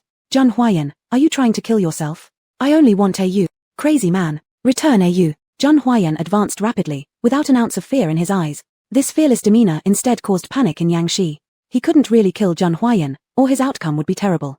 He still wanted to be with his sister and spend their lives together. He didn't want her to hate him for the rest of his life. Chapter 117, You'll never see Yang Yu again in this lifetime. In the corner of his eye, the car was quietly parked nearby. Earlier during the fight, he had managed to get close to his own vehicle in order to escape as quickly as possible. Now was the moment. Zhang Huayan, you will never see Yang Yu again in this lifetime. The next second, gunfire rang out. Master, Sang Mo moved quickly, stepping forward to block Zhang Huayan. Seizing the opportunity, Yang Shi jumped into the car and sped away. The bullets were aimed at warning, no one was injured. Zhang Huayan shoved Sang Mo aside. I'm fine, go after him. Yes. All of the Zhang family helicopters and vehicles took off, closely following Yang Shi. Looking back at the relentless pursuit, Yang Shi's face became increasingly grim. He absolutely could not be caught. Eyeing the chaotic urban village ahead, he decisively abandoned the car and fled on foot. Before leaving, he made sure to take a bag of food with him. Watching the continuously fleeing figure below, Zhang Huayan personally picked up a sniper rifle, aiming at the person below. At the same time, Sang Mo picked up a loudspeaker. Yang Shi, I advise you to surrender now, otherwise, you'll just die. The amplified sound from the loudspeaker echoed above the southern district and also reached Yang Shi's ears. Yang Shi smirked coldly, glancing up disdainfully. Surrender? Absolutely impossible. He had finally managed to reunite with his sister and there was no way he would give her back to Zhang Huayan easily. Yang Shi, this is your last warning, surrender quickly. Sang Mo's voice came again, trying to make Yang Shi stop. Zhang Huayan had already aimed, but in order to prevent Yang Shi from preparing a countermove that might harm Yang Yu, he did not act rashly. Seeing the wooden house ahead, Yang Shi decisively sped up and rushed inside. As Yang Shi disappeared in an instant, Zhang Huayan threw the sniper rifle aside. Find a landing point. That guy has hidden himself. Yes. Get all of Zhang's bodyguards to South District immediately. Focus on searching. We must capture Yang Shi today. Yes. Zhang Huayan personally entered the wooden house, but it was empty, without a single person. Moreover, there were no signs of Yang Shi in the surrounding connected houses either. Master, Yang Shi hasn't been found anywhere else. Yang Shi also hasn't entered or left the villa area. Sang Mo pondered for a moment. Master, could he have escaped through a small path? Not so fast. Continue searching. Bring the best tunnel experts from the capital. Everyone was shocked, never expecting such a possibility. Zhang Huayan clearly saw Yang Shi enter the wooden house, then he quickly disembarked from the plane and came to the house, not more than 5 minutes apart. In such a short period of time, there was no way for him to escape. Since he couldn't escape, yet no trace of him could be seen, there was only one explanation: there were underground tunnels here. This was a chaotic urban area, not far from high-class villas. They camped out here, determined to find Yang Shi quickly. A few minutes later, Sang Mo brought tunnel experts and several tunnel researchers. Good day, Master Jun. Let's start. If you can succeed in finding it, there's a reward of 10 million. Upon hearing the amount, everyone got excited. They vowed to do their utmost to uncover the tunnel. I need to see results within today. No problem. Zhang Huayan sat quietly in the car. Compared to before, his constantly tense nerves slightly relaxed. Judging by what Yang Shi had taken, he already guessed that AU was unharmed. Among those items, over half were things that AU normally ate. Although she loved drinking blood, for her health, he always coaxed her into eating some human food. When Yang Shi escaped just now, he instantly recognized them. AU, just wait for me a little longer, I'll find you soon. Meanwhile, at the Lin family mansion, Jun Che stepped out of the bedroom. Initially, his master had saved him from being captured by Yang Yu. Afterwards, he had been hiding at his master's residence until news of Yang Yu's disappearance spread, prompting his return. Thinking about how Zhang Huayan was busy with Yang Yu and neglecting everything else filled him with joy. Finally, the perfect opportunity to take down the Zhang family arrived, and eliminate Zhang Huayan at the same time. Arisha, are you sure you want to make your move? Lin Yu, are you worried? Certainly, mother, my injuries have healed. Now is the best time. If we miss this chance, and Yang Yu returns one day, we won't have another opportunity. You make sense, but where do we have enough people to deal with Zhang Huayan? The Zhang family is fully under his control. I can borrow people from master. He has plenty. Is your master willing to help? Of course. Jun Che was confident. Saimu, how's Zhang Huayan doing? According to reports from our subordinates, we've spotted Yang Shi's trail, marking a significant breakthrough. Sang Mo has personally brought in more than 10 tunnel researchers to investigate the tunnels in the southern district. Underground tunnels? Are you suggesting Yang Shi dug tunnels and hid Yang Yu down there? Yes, Zhang Huayan is leading people to oversee the investigation as we speak. Chapter 118, Jun Che, the Pest. Perfect timing. Take your people to prepare immediately. When another team arrives, attack Zhang Huayan at once. I want him dead in the southern district. Yes, sir. Lin Yueru paused for a moment. How confident are you? Can we really get rid of him? Mother, it might be tough to eliminate him. My final goal is to make him lie in the hospital bed forever, unable to come out. What do you plan to do? Seize the chance and take control of the Jun Corporation. He abandoned his principles for a woman, neglecting his company, and eventually ended up in the hospital because of her. Any one of these reasons will stir discontent among shareholders. Add some extra fuel, and it'll surely put Zhang Huayan's position in jeopardy. You're right, mother. That's exactly the result I'm aiming for. At that point, even if he's worried, it won't matter since he'll be severely injured and incapable of coming out. Both mother and son reached an agreement instantly and began their action without delay. Jun Che rushed to beg his master for more manpower, then personally led the reinforcements to the southern district. Mr. Jun, reconnaissance has already begun. Let's initiate the attack. He intended for Zhang Huayan to suffer twice the blow, both being unable to find Yang Yu and losing his company. Only this way could he bring complete despair upon him, utterly crushing him. Meanwhile, Zhang Huayan, with his high alertness, detected something amiss. Sang Mo, go check the surroundings. Yes. A few minutes later, Sang Mo approached, worriedly saying, there's trouble ahead, Mr. Jun. Speak. Jun Che's people are nearby. Zhang Huayan smirked coldly. He does know how to seize an opportunity. Sir, I think this guy is doing it on purpose. Knowing that you're preoccupied with searching for Miss Yang Yu, he decided to take advantage of it and bring reinforcements. In that case, we can't let him down. Sang Mo frowned. What do you mean, sir? Attack. Don't let him catch us off guard. But right now. No buts. I won't let anyone interfere with my search for AU. Yes, sir. Afterwards, a large number of security personnel from the Jun family started relocating. Jun Che received the news immediately and commanded an engagement forthwith. During the confrontation, Jun Che chose to conceal himself decisively. His target was Zhang Huayan, and he mustn't miss this rare good opportunity. At this moment, Zhang Huayan had already reached a high platform. As he observed the two parties battling not too far away, his expression grew increasingly serious. Jun Che was truly detestable. Mr. Jun Che has hidden himself. This guy has a clear aim, he wants my life. What? Sang Mo was startled. Then should we hide for now, Mr. Jun? No need. Bring me the sniper rifle. I want him to understand the consequences of challenging me. Yes, sir. Seeing the people below methodically carrying out their tasks, Jun Huayan silently placed the sniper rifle on the high platform. To think someone dared disturb his search for Yang Yu, it was nothing but a dream. A sense of impending danger came, and Jun Che became instantly alert. Mr. Jun Huayan has taken up the sniper rifle. As expected, he had a trick up his sleeve. Don't worry, I have a way to deal with him. Speaking, Jun Che took out a hunting eagle weapon. Mr. Jun, this is too dangerous. As long as I can step on Jun Huayan, do I care what danger entails? What's the situation ahead? It's evenly matched. Wonderful. Send a group of men to deal with the researchers in the tunnel, leaving Jun Huayan unprepared. Yes, sir. A group quickly withdrew from the fight and arrived before the crowd. Sang Mo's complexion changed instantly. Sir, Jun Che's people are targeting the tunnel researchers. Such crafty schemes. Jun Huayan aimed the sniper rifle directly at Jun Che. Should we launch an assault, sir? Protect the tunnel researchers well, don't hold back. Yes, sir. A muffled sound of a gunshot echoed, and Jun Che fell to the ground. Shit. How dare he move against me? Mr. Jun, one of the 4 wooden staff members hurried over to support him. Jun Che covered his shoulder with his coat swiftly to avoid excessive blood loss. Help me up. Yes. The next second, another sound resonated in midair. Jun Huayan concealed himself behind the wall, smirking slightly, wanting to attack him. Did they even consider their own capabilities? Sir, are you alright? I'm fine. How's it going below? These guys aren't capable, they're all currently at a disadvantage, struggling desperately. Jun Huayan fell into deep thought. From the actions of the opposing party, it was evident they weren't Jun Che's men. Recalling Yang Yu's words, he immediately recognized the forces supporting them. Indeed, there was someone highly capable helping Jun Che, someone able to provide a vast amount of manpower. But attempting to oppose Jun's top-notch elite bodyguards was far from enough. Take control of the situation, focus on capturing Jun Che. Yes, sir. Chapter 119, Sister, you should not underestimate me. At this moment, Jun Che's face turned pale due to blood loss, and large sweat beads rolled down his forehead. Master Jun, the Jun family has increased its manpower. The battle situation is critical. We should retreat first. It cannot be. Such a good opportunity absolutely cannot be missed. Struggling to get up, Jun Che aimed his hawk pistol at the high platform again. However, because of his injuries, his movements were restricted, and now he could barely stand steady. Master Jun, we should still retreat. If the bullet stays in your body for too long, it will greatly harm your health. Get out of my way. Master Jun, as he looked at the faint shadow in the distance, Jun Che struggled to aim and fired once more. A loud bang resonated in the sky as white smoke rose from the wall. Shit. Missed again. Master Jun, there are more bodyguards coming. We should retreat quickly. Jun Che helplessly watched Jun Huayan hiding behind the wall. This was such a great opportunity, and he couldn't bear to let it slip away like this. He couldn't. Bang bang bang, bullets continuously struck the wall. Unsurprisingly, none hit Jun Huayan.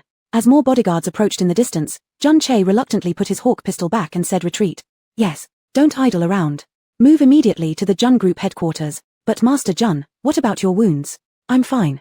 This time presents us with an excellent chance. If we can't defeat Jun Huayan, we must make him fail in something else. Yes. After watching them retreat, Jun Huayan slowly stepped out from behind the wall. He knew Jun Che's character well enough. As long as he kept dodging, the other side would certainly lose their cool and act irrationally. And once they lost their rationality, it would be his turn to gain the upper hand. Master, all of Jun Che's people have retreated. Research on the underground tunnel is ongoing. They've discovered dirt of different textures. Tell Mo Zi to keep observing Jun Che. Now he surely knows I'm looking for Yang Yu, so he'll keep monitoring, aiming to get rid of me. Based on his nature, he won't stop easily. Yes. You continue to monitor this area. I'll check nearby. Jun Huayan glanced around. Jun Che's people had withdrawn already, leaving only bodyguards of the Jun clan guarding the place. This area was a mix of fish and dragons, idiom meaning mixed quality. He needed to personally check to be assured. Basement. Yang Shi accelerated through the underground passage, finally arriving at the basement. Startled by the sudden noise, Yang Yu stood up from her bed. Seeing the disheveled figure before her, drenched in sweat, she smirked, mockery flickering in her eyes. Is Jun Huayan here yet? Hearing this, Yang Shi cast a cold glance. Sister, you enjoy making jokes. Who besides Jun Huayan could possibly make you look so disheveled? Sister, don't worry. Jun Huayan will never find this place. How certain are you? Of course. This basement that I built specially for you, I know better than anyone else. Yang Yu remained silent, but she trusted Jun Huayan's capabilities. Ever since learning the truth behind the events in the Snowy Mountain, she had a new understanding of Jun Huayan. Jun Huayan was no simple person. It was just a matter of time before he found her. Moreover, Yang Shi likely built the basement in some unexpected location, somewhere none of them had imagined. Thinking back, despite carefully observing 3 times, Yang Yu still failed to discover even a trace of clues. Where did Yang Shi construct this basement? Watching her deep in thought, Yang Shi chuckled lightly, arrogance evident in his eyes. Sister, don't bother trying, you'll never figure it out. Why not hurry and eat? It's everything you specifically asked for. You're quite capable. Even under these circumstances, you managed to get everything. Sister, don't underestimate me. I've always been skilled. Whether in the past or now, whatever tasks you give me, I will accomplish perfectly. Yang Yu wasn't interested in these words. She still couldn't recall who Yang Shi truly was. All these things he said only made her more annoyed. Just shut up and bring me the food. All right. Suppressing his inner disappointment, Yang Shi handed over the food to her. Eat fast, sister. You can leave this room first. Sister, isn't it nice if I stay with you? I don't like it. Sister, where have I gone wrong? You locked me up here. Do you really have the right to ask this question? And isn't that because I want to stay with you forever? Other than that, have I ever mistreated you? Gradually getting angry, Yang Shi became increasingly unable to accept Yang Yu's cold indifference. But I don't want to be with you, Yang Shi. Let me tell you clearly, don't fantasize about me one bit. No matter what you do, I will hate you equally. What exactly must I do for you to see my worth? Sister, in this world, only I truly care for you. Impossible. Sister, give me the antidote, let me go, and perhaps I can grant you a swift death. Chapter 120, won't let you go. You actually still think about leaving? Sister, I'll say it again, since I've already locked you up, I will never let you go out. With an unyielding stubbornness, Yang Yu coldly glanced at the person who was near breaking point and slowly turned around. She didn't want to look anymore so as not to dirty her eyes. Yang Shi wanted to take action, grabbing her shoulder to force her to look at him. But once he saw that face, his heart couldn't bear it anymore. No matter how much hatred there was, he could never treat the sister who raised him like this. He closed his eyes and tried hard to calm himself. When a bit of the anger surrounding him had diminished, he turned back and returned to his room. Separated only by a wall, it allowed him to observe Yang Yu's movements effectively. Seeing her eat something after he left, albeit in small bites, made him give a bitter smile. Why was he always so humble, whether it was 1,000 years ago or 1,000 years later? Jun Haiyon's face surfaced in his mind once more, accompanied by pain throughout his body. Fighting while being outnumbered and fleeing in haste had caused numerous cuts and abrasions on his body. Fortunately, when the basement was originally built, all daily necessities were placed inside, ensuring his sister wouldn't be neglected. He took out the medical kit and applied medicine to himself, with complex feelings in his heart. For his sister, he didn't care about any of this. Yang Yu heard some noise but paid no attention to it. Although the food in her mouth was what she specifically requested, it was still hard for her to swallow. Each bite of food reminded her of the sweet scent of blood, making her increasingly lose her appetite. After eating a few fruits forcefully, she returned to lying on the bed. Since coming here, she spent most of her time lying quietly. During such times, Jun Haiyon's face would also appear in her thoughts. Sometimes clear, sometimes blurry, bringing along a faint pain that made her lost. Yang Yu did not know what longing was, only knowing that she desperately wanted to see him. Not just for the sake of fresh blood. Looking at the second hand moving slowly, Yang Yu closed her eyes. Little blood slave, it seems I can't live without you anymore. When she woke up again, it was close to dusk. Seeing Yang Shi standing guard nearby, Yang Yu wasn't surprised. Her first attempt was trying to move her hands, but they were still weak and powerless. What kind of drug did Yang Shi use on her? Its effect was so strong and lasting, he could see through her intentions clearly, his eyes filled with gloominess.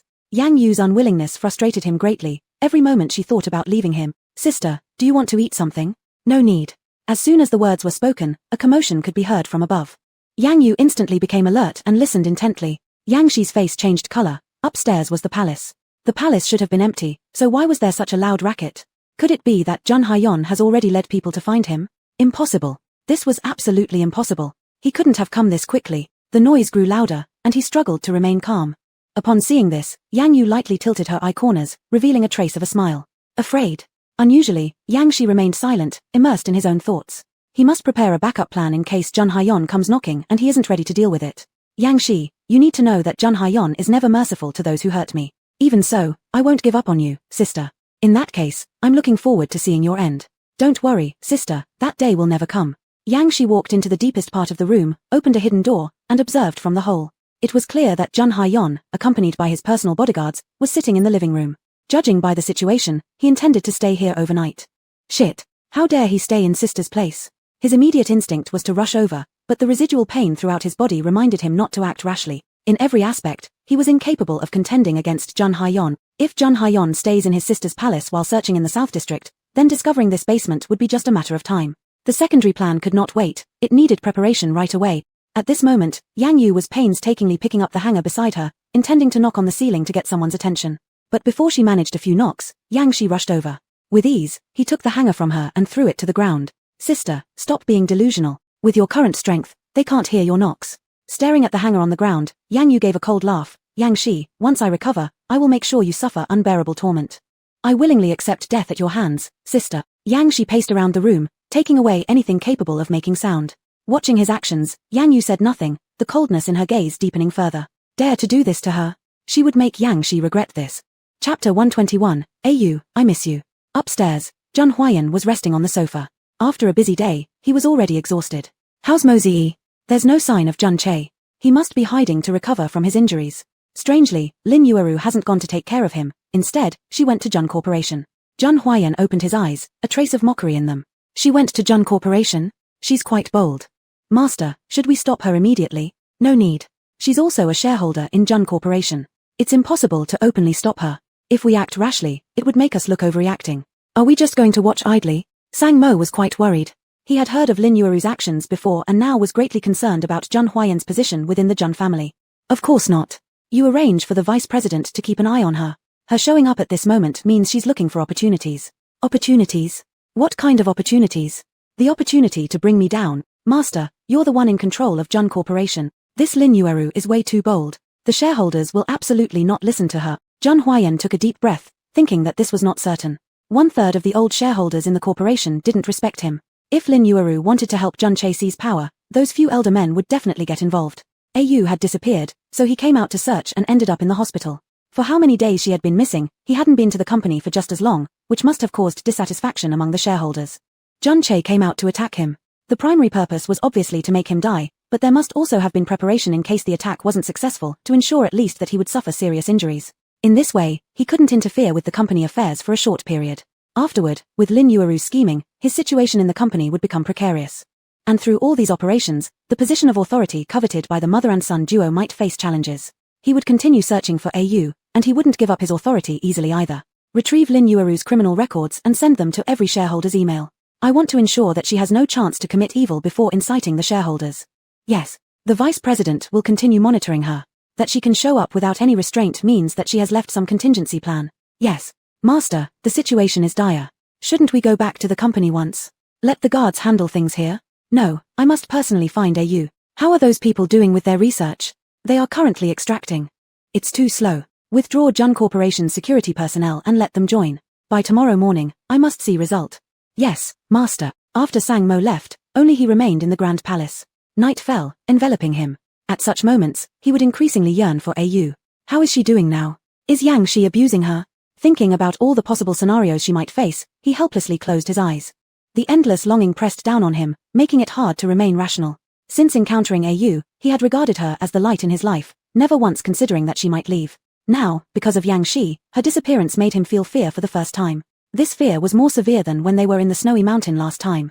At least, then, he knew Ayu was just waiting for him within reach. But now, he could see nothing, know nothing. This feeling plunged him into boundless panic, and he desperately wanted to see Ayu, wanting to embrace her and alleviate his long-standing yearning and pain. Her face reappeared in his mind. Jun Huayan clasped his chest to relieve the surging pain. Normally believing in science, he became superstitious in that moment. He began praying to heaven, asking it to protect her and help him find her soon. Heaven protect me and let me find Ayu sooner. I cannot live without her. I cannot lose her. Thoughts consumed him, preventing sleep. Tossing and turning, he could only use memories to ease his torment. Sleepless night passed. Jun Huayan struggled to get up and planned to check on the researcher's progress in the underground passage. When he just stepped outside the door, the sensation underfoot caught his attention. He looked back. The floorboards in the palace were custom-made, exquisitely crafted, taking a long time. How could an empty, hollow sound come from them? He fell into confusion. At this moment, Sang Mo rushed over. Master, Lin Yueru's record has been consolidated and sent entirely to the shareholders' emails. Jun Huayan put aside his doubts. What's the shareholders' reaction? Obviously beginning to guard against Lin Yueru, trying to persuade shareholders to support her won't be an easy task. Hearing this, Jun Huayan's eyes darkened and he changed the subject. Good. Any news on Jun Che? Mr. Li Fengyuan has already found him. He's recuperating in a private property and won't be able to move for a while. Have Mo Ziyi assist Li Fengyuan to ensure Jun Che is kept under control and doesn't escape again. Yes. Master, shouldn't we take this opportunity to eliminate him? No, I want to hand him over to Ayu. Chapter 122, Discovering the Secret Tunnel Beneath the Palace. The two arrived at the wooden house, and overnight, its appearance had changed drastically, bearing no resemblance to its former self. It was evident they had worked through the night to modify it. Is there any progress? There's an area where the geology is significantly different. Following this clue, we excavated overnight and discovered a hidden door. What kind of hidden door? The lead researcher personally guided Zhang Huayan to the hidden door. It's right here. Zhang Huayan stepped forward and tried to push it, but it didn't budge. What could be behind this? If everything goes as planned, it should be a tunnel. Zhang Huayan lowered his eyes, and immediately a cold, grim frost covered his expression. After Yang Shi disappeared mysteriously, he had sensed that there might be a secret passage nearby. But he never expected the passage to be so strong and intricate, leaving no trace or flaw. No matter what method, you must break open this door for me. Yes. Zhang Huayan took a few steps back, deciding to remain on site to supervise the excavation. When the tunnel gradually emerged, doubts from his earlier visit to the palace flooded his mind. If the tunnel is located beneath the road, would there be any noticeable differences? The leader turned around and gave Zhang Huayan a respectful glance. In the capital, no one was unafraid of Zhang Huayan. There wouldn't be any visible abnormalities on the surface, but if touched by hand or foot, one can obviously feel something different. Does it feel hollow? Zhang Huayan quickly followed up. Yes, that's an inevitable result when constructing a tunnel.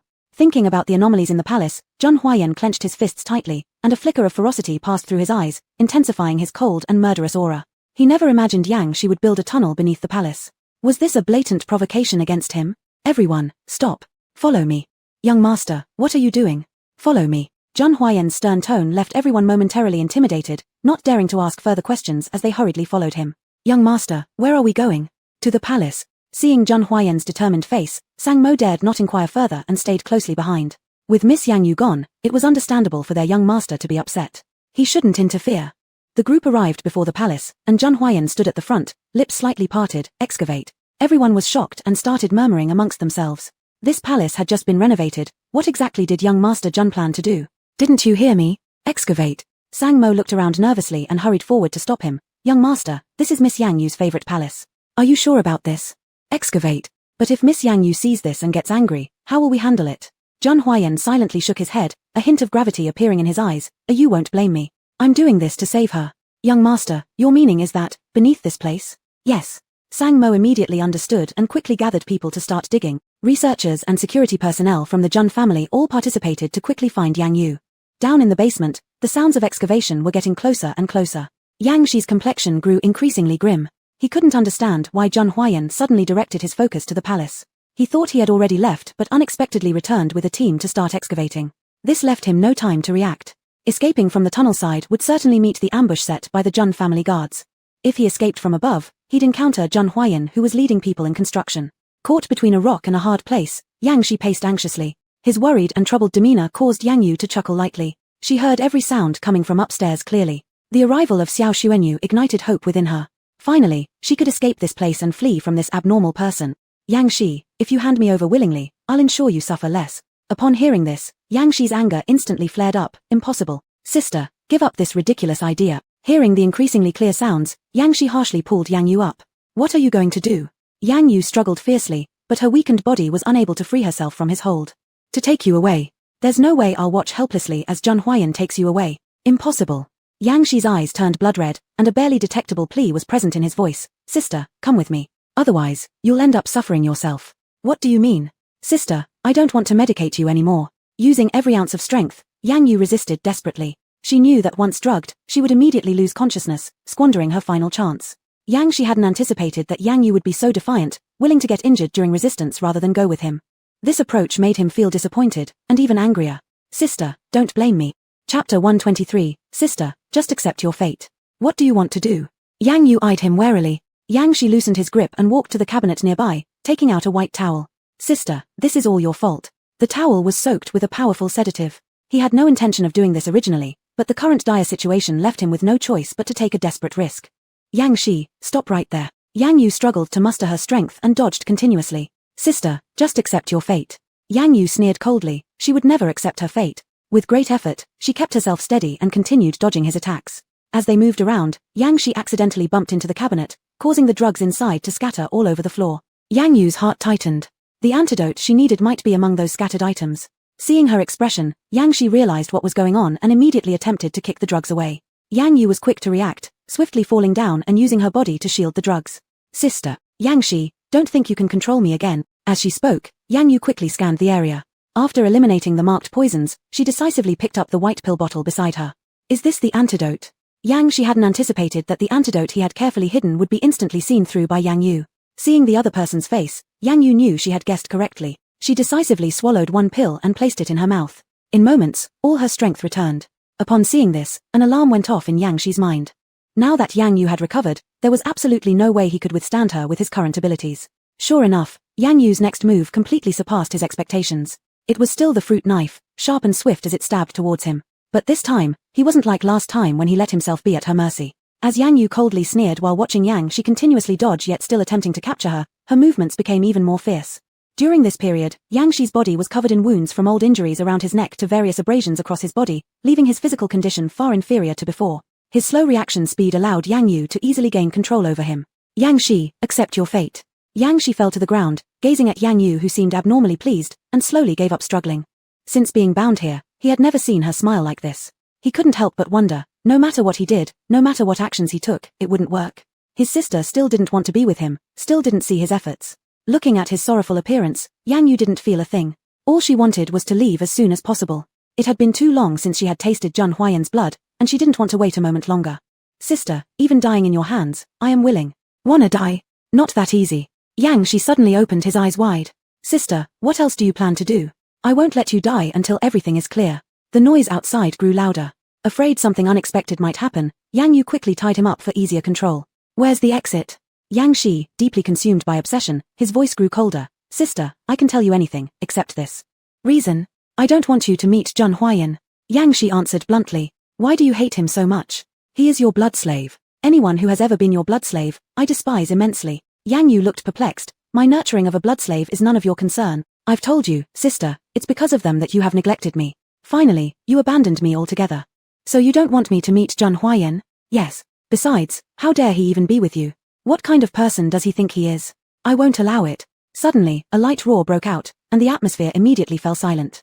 And what do you think you are? Shut up. After a while, Yang Shi raised his head, speaking clearly word by word. Sister, sooner or later, you will realize that Zheng Huayan isn't worth it. I know my limits well, and all of this is none of your business. Sister, shut up. Recalling that there were still unresolved matters, Yang Yu retracted the knife and began searching for the exit. She had to go out, and she didn't want to wait a second longer. Meanwhile, outside the palace, workers and machines worked together to construct the luxurious and exquisite palace which was rapidly being destroyed. Looking at the scene ahead, Zheng Huayan became increasingly anxious. Seeing Hope only made waiting unbearable. His eagerness to see her was evident, making it hard for him to remain calm any longer. Hurry up. Master, we encountered some obstacles below. The machine can't destroy them. Sang Mo was drenched in sweat, directing operations at the front. I'll take a look. Zheng Huayan arrived in front of the machine, watching the soil that was difficult to break, furrowing his brows. Use more force, smash it open. Yes. The strong iron drill penetrated the foundation, producing a loud explosion, causing everything inside to collapse. A scream came from below, filled with terror and panic. Everyone present gasped in astonishment and looked toward the lower levels. Zheng Huayan was the first to realize that it was Yu's voice. Are you? Chapter 124, Found You. Master. Sang Mo grabbed him tightly. Let me go, I have to go down and look for you. Master. Shut up. Zheng Huarian pushed the person away and walked to the rubble. He was about to see you, he would not allow any accident to happen. The rubble formed a small hill, too difficult to move easily. He didn't care at all, kneeling down directly. Master, it's too dangerous. What if there is another collapse above? Get out of the way. Zheng Huarian directly pushed the person away and started to manually dig through the rocks. The sharp rubble cut across his palms, leaving red marks. He had never done hard work, having lived in luxury from childhood without ever doing manual labor. But now, for the one he loves, he was willing to do this. Pain shot through his fingers, but he seemed completely unaware, desperately moving the rubble aside. You. Please. Don't be hurt. I can't live without you. Everyone present was moved to tears. Sang Mo couldn't bear it anymore, risking getting scolded as he ran up to him again. Master, your hands still haven't fully recovered from last time. You cannot get injured again. Get out of the way. I need to save you. Don't stop me. But you can't keep mistreating your own hands like this. Zheng Huarian stopped what he was doing, grabbing Sang Mo by the collar, his bloodshot eyes almost frantic. I said I need to find you. Sang Mo, don't interfere with me. No one should interfere with me. Sang Mo was flung aside, staring at him dumbfounded. Miss you, please appear quickly, otherwise master will surely break down. The foundation shifted, and the building became precarious. No one dared approach, fearing both Zheng Huayan's anger and the danger of the house collapsing on them. As if unaware, Zheng Huarian continued digging doggedly and numbly. In no time, his long and delicate fingers were already covered with cuts, and the soft white skin was red, swollen, and peeling. Sang Mo could not bear it anymore. His master's hands would definitely have problems if this continued. Master, let's stop, okay? Let the workers dig. No, they might hurt you. John Huarian did not even look up. He was sure she was right underneath. If the workers' rough handling caused harm to his ewe by mistake, how could he possibly cope? It won't happen. Master, please stop. Go away. Time was slipping away second by second, and the huge tunnel was beginning to take shape. Hope ignited in John Huaiyan's heart, and his movements became more vigorous. Blood streamed from his fingertips, staining his palms red, mixing with the rubble. Everyone present felt sorry and wanted to help but was immediately rebuked by him. The rubble piled into a small mountain, accumulating alongside the channel. Seeing the dugout passageway, John Huarian wasted no time, jumping straight in. Master, don't hold me back. Sangmo held him tightly. Master, what if it's dangerous inside? You is inside. Even as he spoke, he pushed the person away again. The foundation had already cracked open, exposing concrete and steel bars. All these were potentially deadly weapons rushing towards John Huarian. John Huarian tried to curl himself up as much as possible. He had yet to see you, and he absolutely could not collapse now. Rubble was still falling around him, but while struggling through the tunnel with great difficulty, he kept throwing the dislodged stones out. At the same time, in the basement. When Yang Yu heard the noise coming from the wall, her heart leapt with joy, and she quickly began searching for something she could use. Sister, what are you trying to do? Yang she watched closely, afraid that she would do something unpredictable. Shut up. Yang Yu didn't want to respond, continuing her search non-stop. Alas, all things she might have used were already hidden by Yang Shi. She couldn't break through the walls or escape by force alone. Sister, have you not remembered who I am? Chapter 125. Later, you abandoned me. The protective layer above had already been breached. John Huaiyan just needed to follow the exposed tunnel to find the basement. Trapped between two sides, it was already too late to retreat. Yang Shi resigned himself to his fate. Before being caught by John Huaiyan, he had one last question that he wanted answered. Yang Yu could no longer contain her urgent mood. Just thinking about how close John Huaiyan was made her even more eager to rush out. This urge was mixed with a desperate desire for blood, as well as feelings she herself couldn't quite explain. Her anxious state drowned out all surrounding sounds, completely immersing her in her own world. The sound of colliding rubble grew closer, right at her ear. Yang Shi closed his eyes, and the scene of when he first brought Yang Yu here surfaced in his mind. These few short days felt like an amazing dream to him. Now, it seemed the dream was coming to an end. At the moment it was about to end, he had but one request. Sister, can't you remember who I am? Yang Yu turned her head and looked at him silently. I don't remember. Yang Shi gave a sad smile, tears gleaming in his eyes. Sister, please think again. You will surely remember. He was reluctant to let this dream disappear, unwilling to let his efforts go to waste. Seeing his sister fall back into the life of a blood slave, he could not bear it. The sorrowful tone of the other party plunged Yang Yu into silence. 1,000 years ago, who else had persistently followed behind her, having only her in their eyes? A slim figure emerged in her mind, from blur to clarity. It was a little boy dressed in tatters, given a home due to her kindness. Later, the boy gradually grew up, never lessening his dependence on her. Looking at the face before her, Yang Yu's pupils contracted slightly, her eyelashes trembled. She discovered that the face in her memory was slowly overlapping with the one before her now. They were the same person. Are you, the child I saved randomly? Yang Shi bitterly laughed. He had waited so long for these words. Sister, you finally remember.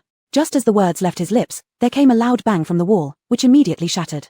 Both of them turned their heads, seeing John Huaiyan standing outside amidst the debris, his eyes red with anger looking at them. Are you? A call filled with sorrow and longing sounded, followed by an embrace that could wait no longer. John Huaiyan.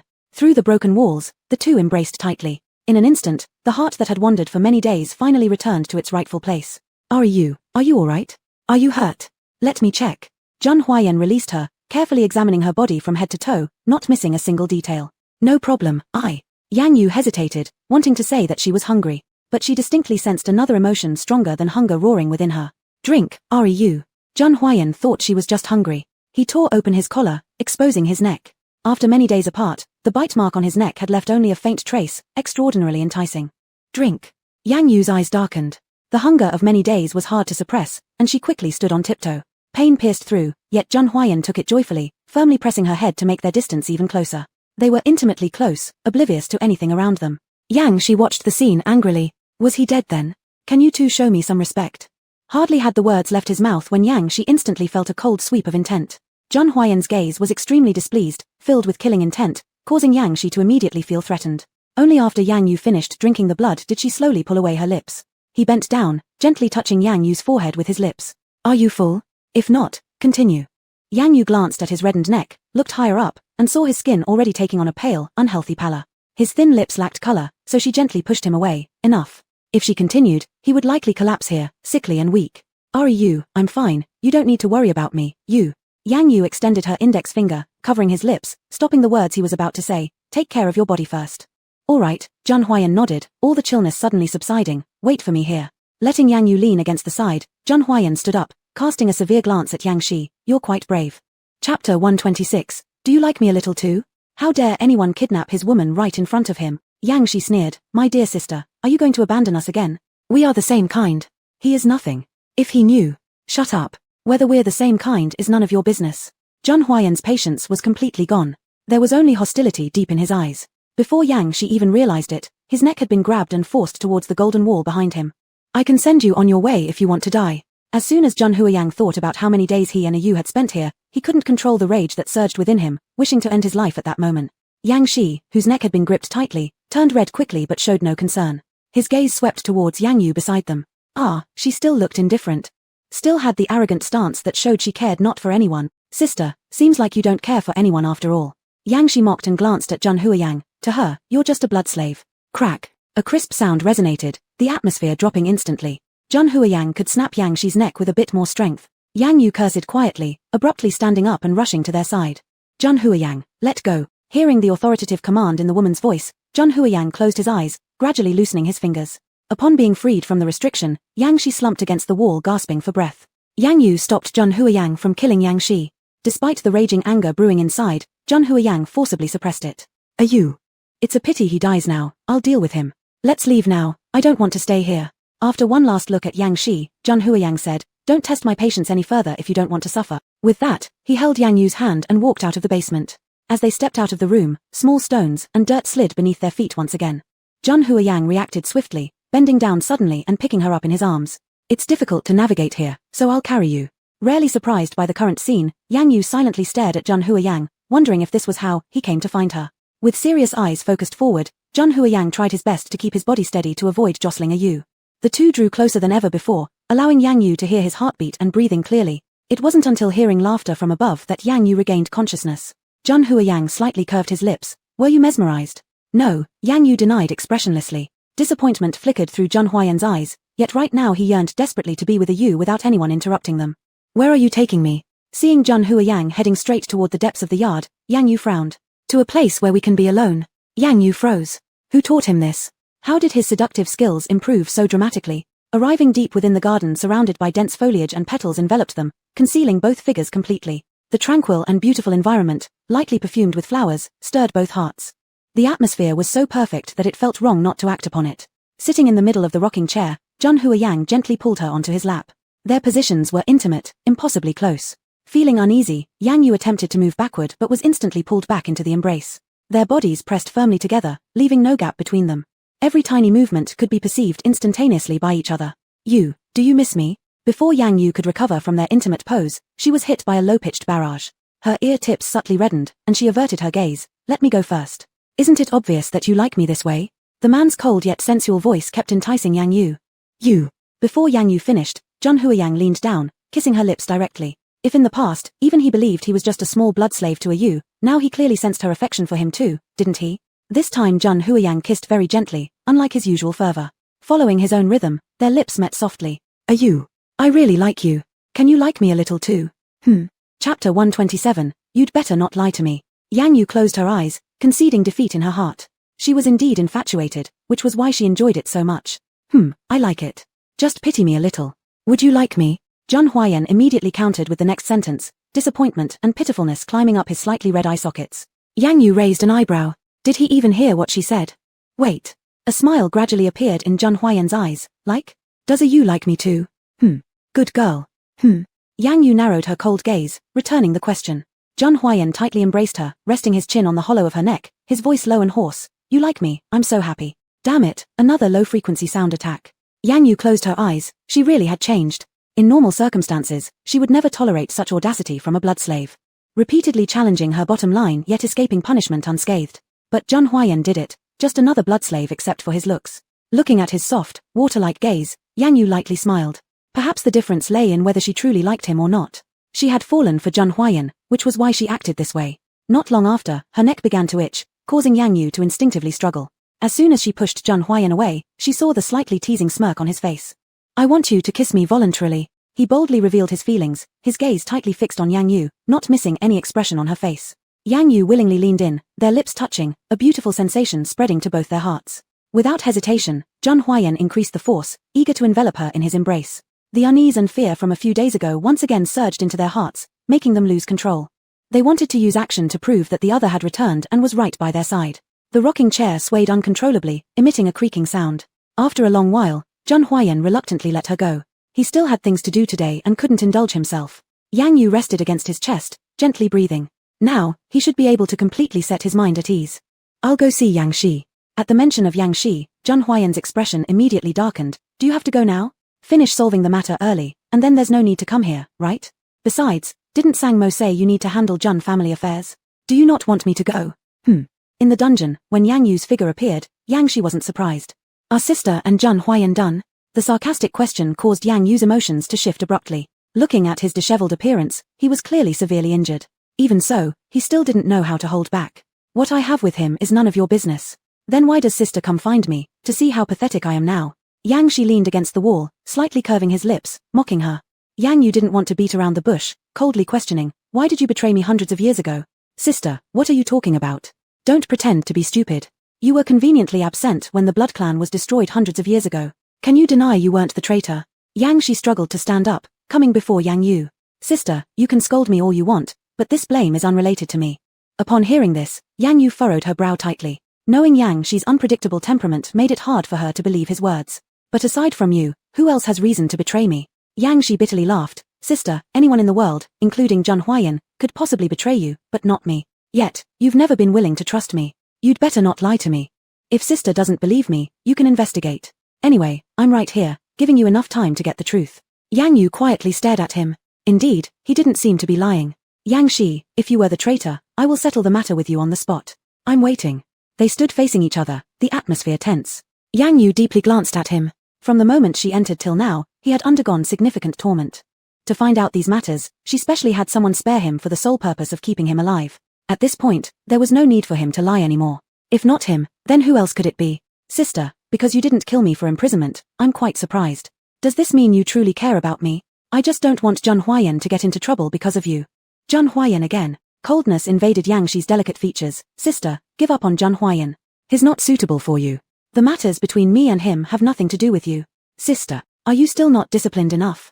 Yang Shi, stop angering me. If it weren't for my need to clarify these issues, I would have killed you already. Upon hearing this, Yang Shi could no longer bear it. Then sister, kill me. If a person is destined to die, rather than dying a violent death later, I'd rather die by your hands. Yang Yu immediately pulled the trigger, aiming at the man before her. Yang Shi glanced at her, spreading his arms as if presenting himself for her to do as she wished. Come on, sister. Chapter 128. Have you ever heard of hatred born out of love? Yang Yu spun her handle with a gust of wind, making it rotate quickly twice in her hand. Yang Shi, I won't kill you now. After my investigation is clear, there will be a time when you beg for mercy. Yang Shi opened his eyes and was drenched in cold sweat. Sister, I didn't do it. Yang Yu found a place to sit down. If you're not a traitor and don't have any deep grudges against me, why do you hate me so much? Have you heard of hatred born out of love? What do you mean by that? Before you abandoned me, you were once very kind to me. I loved you and regarded you as an indispensable family member. So what? When you abandoned me, it was particularly hard for me to accept. Because of love turning into hate, I've endured until now, doing something that can't be reversed. Yang Yu stared at him tightly. From the attitude and expression while he was speaking, indeed she could find no hint of falsehood. But sister, you must believe me. I would never do anything to truly hurt you. Upon hearing this, the memories of being imprisoned surfaced in her mind. Except for being knocked unconscious, Yang Shi did not actually harm her. If you want me to trust you so much, just stay here quietly. I'll come back for you if necessary. Yang Yu stood up and walked out of the dungeon. 1,000 years ago, the Blood Clan was powerful, with a large population. She couldn't lock onto the target immediately, and finding the traitor was challenging. This could only be done slowly. Right now, what she needed most was to restore her health and act according to the plan. Regain her spirit power, become a metaphysical master, and this would make future investigations more beneficial. On the other side, Zhang Family Corporation. As soon as Zhang Huayan entered the company, he noticed an unusual atmosphere. The deputy manager came forward to report, young Master Zhang, Ms. Lin hasn't left yet. She says that based on her shares, she can certainly take on the position of accounting director. Her current stance is firm. This was trying to control the financial powers of the Zhang Family Corporation, nothing more than a petty clown. Ho! Zhang Huayan chuckled disdainfully, not taking Lin Yueru into account even slightly. Spread her criminal record online. If she wants to stand her ground, let's see if she has the ability to hold it. Young Master Zhang, Ms. Lin is our Mrs. Zhang of the Zhang family. Wouldn't this approach be excessive? Excessive? Jun Huayan's cold gaze swept over the deputy manager, with just one look causing him to lower his head instantly. I apologize, young Master Jun, I shouldn't have said anything. During this period, preoccupied with searching for Yang Yu, piles of documents had accumulated in the company waiting for him to handle them. After a simple classification by Jun Huayan, he immersed himself in work. Minutes later, all of Lin Yueru's crimes were exposed. Using the method of cancelling shares, the Jun Corporation ensured that Lin Yueru would never be able to enter Jun Corporation. This caused waves online. No one could imagine that graceful and generous Lin Yueru could commit such deeds. Simultaneously, everyone applauded the actions of the Jun Corporation. Even royalty should not be exempt from punishment for committing common crimes. Being the wife of the Jun Corporation Group doesn't absolve her from penalties for embezzlement and forgery. Ms. Lin, you cannot enter. The shout from Sang Mo outside the door made Jun Huayan lift his head, his expression growing increasingly cold and distant. Then, the office door was slammed open. An irate Lin Yueru stormed in and turned on the notebook computer in her hands. It contained all her crime records, which were now visible to everyone online. Jun Huayan, what exactly do you mean by this? It seemed like a sore point had been touched. The usually dignified and elegant Mrs. Jun was so enraged she jumped up and down. Jun Huayan found it strange, observing her attentively for a few seconds. Enjoying the spectacle infuriated Lin Yueru further, who disregarded her usual grace and dignity. She violently threw the computer to the ground. Jun Huayan, do you really think I'm afraid of you? The Jun Corporation will sooner or later belong to Awoke. Jun Huayan smirked condescendingly. Jun Che isn't dead yet. Jun Huayan, if it wasn't for you, how would Awoke have turned out like this? Why don't I send you off to join your son? At these words, Lin Yueru's complexion turned deathly pale, panic-stricken, and quickly averted her eyes. Lin Yueru, if I hadn't spared your life, you'd already owe me gratitude. And still, you resent that your life was spared, right? You. Lin Yueru trembled visibly, fearing the person in front of her yet unable to accept losing to him. Jun Huayan, I warn you, leave my son alone. Do you really think you can stop me if I want to? Jun Huayan's smile faded, suddenly tightening his fingers. In front of him, the cup shattered instantly, startling Lin Yueru, who took a step back instantly. You mustn't touch my son, otherwise one day I'll definitely challenge you to the death. Can you even match me in a fight? In the blink of an eye, Jun Huayan held a silver eagle in his hand, aiming directly at Lin Yueru. At that moment, Lin Yueru's heart almost stopped. She had never felt death come so close to her at any moment. If you don't want to die here, then get out. Chapter 129, What if the enemy is in darkness? Coincidentally, Sang Mo pushed open the door of the president's office, followed by 3 bodyguards. With a blank expression, Sang Mo said, Miss Lin, if you don't want to be personally asked out, then leave on your own. Seeing the cold and imposing Jun Huayan, Lin Yueru forced down all her hatred and angrily left. After Lin Yueru left, the atmosphere in the president's office remained gloomy and heavy. As Sang Mo was about to say something, he heard his young master's icy voice asking, How is Jun Che doing? He is still hiding. He probably sensed something. He hasn't stepped outside recently. I will let Q know his whereabouts so she can successfully avenge the little girl from before. You make sure Le Fengyuan keeps an eye on him tightly. There must not be any more mistakes. Yes, master. Jun Huayan's eyes flickered. How is the investigation going on the people behind him? There are no specific or useful leads yet. Currently, we only understand that their opponent is powerful and has a mysterious identity. Dig deeper for me. No matter what the cost. Yes. Have the cleaning staff clean up the room thoroughly. I don't want to see this mess. Jun Huayan stepped out of the office. Whether it's Jun Che's father, or the person behind Jun Che, he would not let go of anyone secretly watching him. What if the enemy is in darkness? Does he care? On the other side, after sending Yang Yu back to the Jun residence, Jun Huayan had not returned yet. Yang Yu went back to her room alone and fully focused on researching the recovery of her spiritual power. She tried using the same methods as before, bit by bit recovering the lost spiritual energy. Condensing qi, practicing, training, slowly picking up her fundamentals again. Her more powerful body told her that her method was correct. Given time, she would certainly recover completely. Thinking of her downtrodden fellow tribesmen, she decided to visit them again and buy some beneficial artifacts for absorbing spirit energy. On the bustling overpass, the cries of vendors never ceased. Yang Yu's flawless appearance and ethereal demeanor caught everyone's attention. Miss, come take a look, we have everything here. Yang Yu waved her hand, refusing the vendor's offer. Of the ordinary human artifacts, 9 out of 10 were fake. She wouldn't give them a second glance. Compared to these people, she trusted her fellow tribesmen more. She walked to the corner and said indifferently, How much for this Xuanlong ruler? Upon seeing Yang Yu's face, the destitute man lit up with excitement. What amazed him wasn't just her striking beauty but also the rare sense of intimacy in her demeanor. 5,000. Are you trying to rob me? This is genuine merchandise. If you don't believe me, compare it with theirs. Miss, cheap goods aren't good, and good goods aren't cheap. As he spoke, the man handed the Xuanlong ruler to her. You can examine it yourself. The material and craftsmanship of this ruler none of the others compare. Yang Yu took it in her hands and studied it carefully. Indeed, it was authentic and far superior to ordinary Xuanlong rulers. With its help, she could save herself quite a bit of spiritual energy consumption. Satisfied, Yang Yu nodded. Zhang Huayan had given her a lot of money, and she didn't even know about haggling, so she directly tossed a bundle of cash. Miss, you're generous. Do you want anything else? We have everything here. Yang Yu thought for a moment. Besides the Xuanlong ruler, she also needed cow tears. To quickly identify ghosts and their locations, as well as the depth of their resentment, she couldn't do without cow tears. With it, she could similarly reduce the consumption of her spiritual energy. Cow tears, willow leaves. Coming right up. The man swiftly handed over these 2 items to Yang Yu. Yang Yu inspected them, confirmed they were correct, and relaxed. What about the others? What others? The fortune tellers. They've all gone home temporarily. The city management has been strict lately, so they dare not come out. Then why did you come out? The man shrugged. To eat. Recently, there have been a lot of strange events in the capital. Not only do I sell things, but I also help people deal with strange occurrences. Yang Yu became interested. Although her spiritual power was almost non-existent, her knowledge of metaphysical theories wasn't inferior to others. She recently wanted to use this type of approach to establish herself as a famous metaphysical master. Do they come straight to you? Yes, the residents in this area all know how skilled I am. In the future, you don't have to work anymore. Let them come to me. The man widened his eyes. Miss, aren't you taking food out of my mouth? There's no one like you. Besides, can you really handle such situations? Dealing with evil isn't a game. If done poorly, you might risk your life. This has nothing to do with you. The man looked at Yang Yu intently for a few seconds, sensing her unique identity, and sincerely offered advice. Miss, if you truly wish to do this, don't come here. What do you mean? I see that you are dressed in a refined manner, surely from an upper-class family.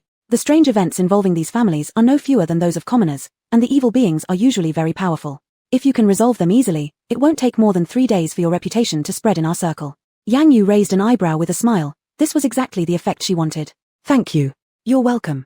Chapter 130. Is there really something wrong with our family? Central Mall. Yang Yu patiently answered questions for the people coming her way. She had taken the man's advice and come to the most bustling place to seek business. She needed a big deal to thoroughly establish her reputation. Many people were attracted by her aura and looks, coming forward to inquire.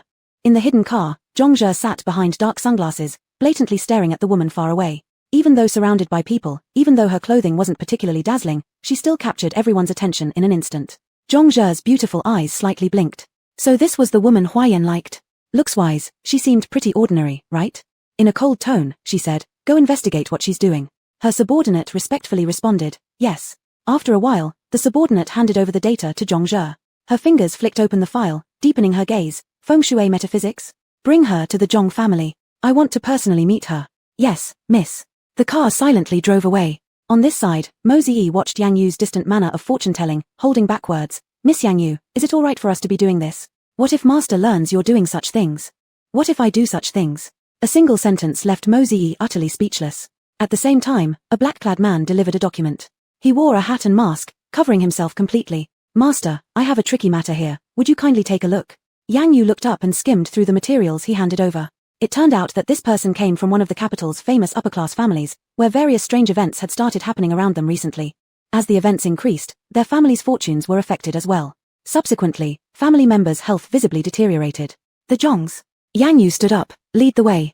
Half an hour later, looking at the majestic building before her, Yang Yu stopped. Is this the place? That's right. The person who came for consultation seems to be their housekeeper, leaving just this address. Let's go take a look then. From the outside, this was a house filled with abundant yang energy and excellent feng shui that suppressed the evil qi. However, this malevolent force appeared to be increasing, and unless proper methods were used to remove its root, it would become increasingly rampant. In the end, it would inevitably consume the entire family. Hello, Miss Yang Yu, Master and Mistress are busy at the company these days. Miss is resting upstairs. Alright, I won't disturb. Being the customer, she was there to handle affairs and naturally needed to follow the rules. Okay, if you need anything, please call me. I won't interfere with your work. The housekeeper quietly retreated, handing the area over to Yang Yu. Mo Ziyi looked around but couldn't detect anything amiss. Miss Yang Yu, I don't see anything different about this house. No, look over there. Without any wind, the door was moving on its own, opening and closing repeatedly. Mo Ziyi's complexion changed instantly. What is this all about? This is due to the malevolent force. Let me first find the most severe spot. Understood. Yang Yu took out her dowsing rod and began to move around. She needed to locate the most serious place to deduce the underlying reasons and resolve them quickly. Seeing the dowsing rod point toward the bedroom, Yang Yu halted her steps. This should be the master's room. It wouldn't be good for her to barge in unannounced. Thinking of this, she called out lightly. Housekeeper. The housekeeper was busy supervising the cooking outside and did not hear Yang Yu calling him. But, Zhongzhe from another bedroom emerged, now wearing a plain blue dress with light makeup that enhanced her features more gracefully. Upon seeing Yang Yu, Zhongzhe smiled politely. "You must be Sister Yang Yu." Yang Yu looked up, her expression cool. "Do you know me? I've heard much about you from Brother Huayan. I didn't expect to meet you today so soon. Are you the fate-altering master our family invited?" "Huayan brother? Could this be someone Jun Huayan knows?" Zhongzhe discreetly observed Yang Yu's expression, unable to notice any emotional fluctuation. She pursed her lips slightly. "I've known Brother Huayan since childhood, making us childhood sweethearts. We've just returned home from abroad. Oh yes, almost forgot to introduce myself. I'm Zhongzhe, you can just call me Zhe. We're not familiar enough for that. I came today just to examine the feng shui of this house. Nevertheless, your home does have quite heavy shoqi." Zhongzhe's face slightly stiffened. She had sent someone to invite Yang Yu to test her, never thinking that she'd actually scrutinize her house. How could a house bought for hundreds of millions possibly have problems? What nonsense. Malevolent forces? They were all fictitious things. Maintaining her kind smile on her face, Zhongzhe asked, "Sister Yang Yu, can you really interpret feng shui? Does our family really have issues?" Chapter 131, A Fraud Wanting to Cheat for Money. Actually, Zhongzhe's facial features were not very auspicious either. Her forehead was short, narrow, and sunken, with her ears' contours reversed. She had a short-sighted gaze and a strong desire for greed. However, saying these things upon a first meeting wouldn't be appropriate for anyone. Yang Yu was too lazy to say anything more and started looking around the yard instead. This residence turned out to be the first one she had come across that had such significant problems. If she didn't intervene, the Zhong family would only face two possible consequences. 1. They'd be wiped out by evil beings. 2. They'd lose quite a bit of their fortune to other feng shui masters in the capital city without seeing any results.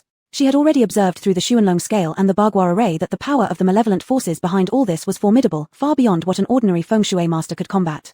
Just as Yang Yu was about to head into the living room, Zhongzhe suddenly spoke up. "Sister Yang Yu, that is my parents' room. They don't like being disturbed, please understand."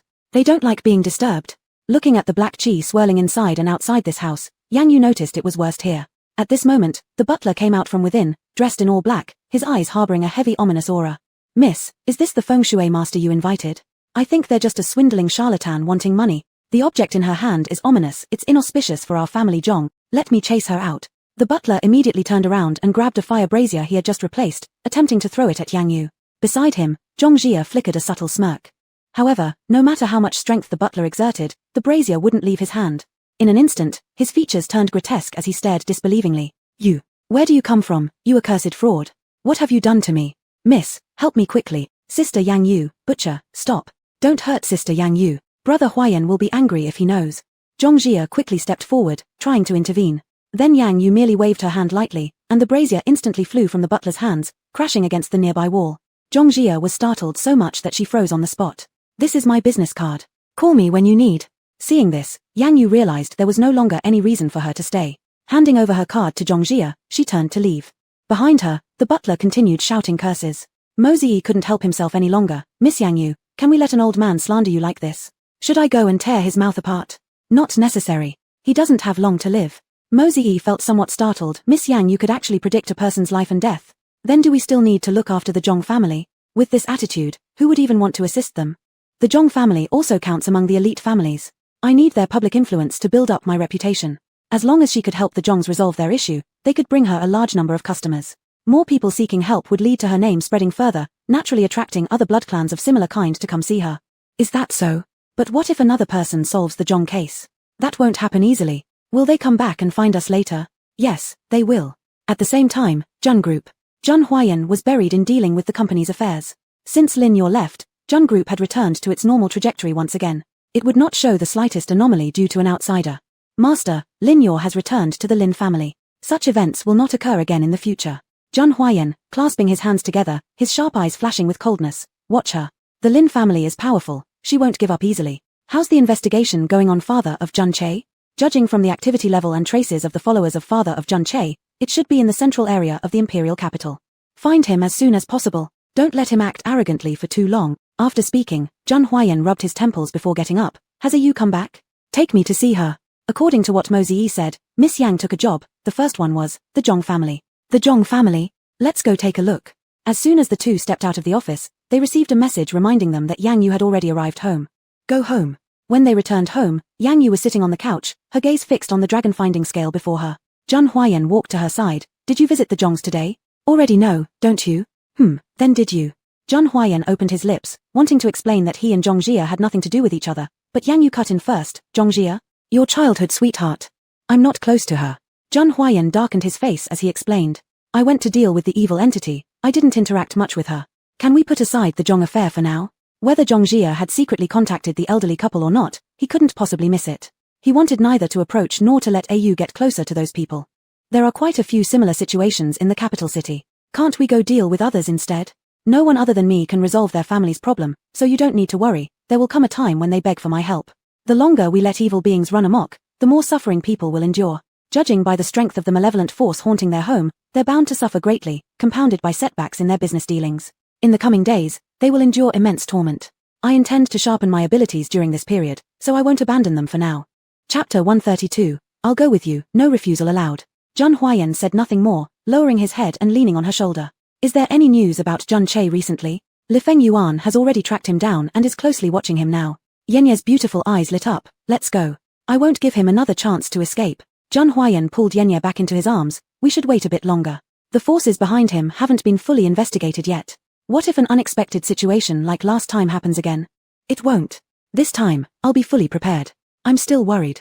Seeing his stern, proud face creased in worry, Yenye couldn't help but smile lightly. Don't worry, I'll be fine. You're my person now, you. I'm going with you, no refusal allowed. That's not necessary, let me go alone. Yenye summoned her spiritual energy. After this period of practice, she had restored most of it. Letting Jun Huayan accompany her would only put him in danger. Suddenly, her lips stung painfully. Jun Huayan was protesting his dissatisfaction. Yenye remained calm. If I say no, then it's no. Jun Huayan didn't speak anymore. It was impossible for him to let Ayue go alone. However, if she insisted, he would send people secretly to follow her. At that moment, Jun Yang, who was sweeping outside, had overheard their entire conversation. Yenye was going to move against Jun Che again. Judging from her confident expression, she seemed extremely sure of herself. Thinking of the impressive strength behind Jun Huayan, Jun Yang became uneasy and immediately wanted to send a message to Jun Che. What are you spacing out for? Sang Mo saw him standing motionless and stepped forward to question. Jun Yang came to his senses and looked up at Sang Mo, the brief flash of cruelty in his eyes disappearing quickly. Sorry, I'm feeling unwell. If you feel better, get back to work soon. Don't waste time pretending. I understand. Don't think I don't know what's on your mind, trying to make money without working. Jun Yang shot him a harsh glare and cursed silently in his heart. If he weren't afraid of being exposed, he wouldn't degrade himself by staying here to sweep. Even the majestic tiger can be bullied when fallen into mediocrity. There will come a day when he'll take his revenge. There weren't many people in the vast courtyard, so even the slightest sound could be heard. Jun Huayan poked his head out of the window. What happened? Nothing, master, this guy wants to slack off. I've already reprimanded him. If you don't want to work, just change jobs. Sorry, master, I want to keep this job. Looking at the man not far away, Yenye fell into deep thought. He seemed familiar, as if she'd seen him somewhere before. What's wrong, Ayue? I think I've seen him somewhere before. He comes around frequently to sweep and maintain the yard. No. Yenye shook her head lightly. Jun Huayan, don't you think his demeanor resembles someone? After observing the man for a while, Jun Huayan couldn't see any resemblance. Resembles who? Jun Che, his fierce eyes, strong facial features, even with messy hair, they're hard to conceal. Jun Huayan observed the man. If it wasn't for Yenye's reminder, he wouldn't have noticed how similar this man appeared to Jun Che. Would Jun Yang really humble himself to stay here as a sweeper if he were truly him? In the distance, Jun Yang quickly finished sweeping and hurriedly sent a message to Jun Che, telling him to leave from his current location immediately. Otherwise, considering his yet unhealed body and limited manpower nearby, there was no way he could escape Yenye's punishment. After confirming the exact location, Yenye wasted no time and rushed there directly. But unexpectedly, it was too late. When she arrived, the place was already deserted. Jun Che had escaped once again. Escaped again? Yenye narrowed her eyes. To be able to escape so quickly, who could have passed him such rapid information? She closed her eyes and sensed the surrounding atmosphere. This faint aura of the same race made her increasingly suspicious. They might have targeted Jun Che, using him merely as a puppet. At the same time, Li Feng Yuan returned to the Jun household, covered in injuries. Bang! With a loud sound, Jun Huayan slammed the table, standing up instantly. Escaped. A large group of people suddenly came and took him away. I wasn't ready enough to stop them. Li Feng Yuan was covered in wounds, filled with self-reproach. Jun Huayan's gaze darkened momentarily before dissipating completely. It's not your fault.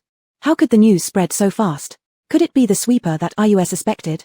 Upon seeing Sang Mo walk in through the door, Jun Huayan immediately ordered coldly, Sang Mo, bring out the files on the sweeper. His tone carried a bone-chilling cold. Sang Mo shuddered, immediately heading to the file room. Every servant or bodyguard employed at the Jun household had their records retained. People with dirty backgrounds would not be hired by the Jun family. Master, it's here. After glancing through the scanty introduction written on the page, Jun Huayan instantly judged it as false.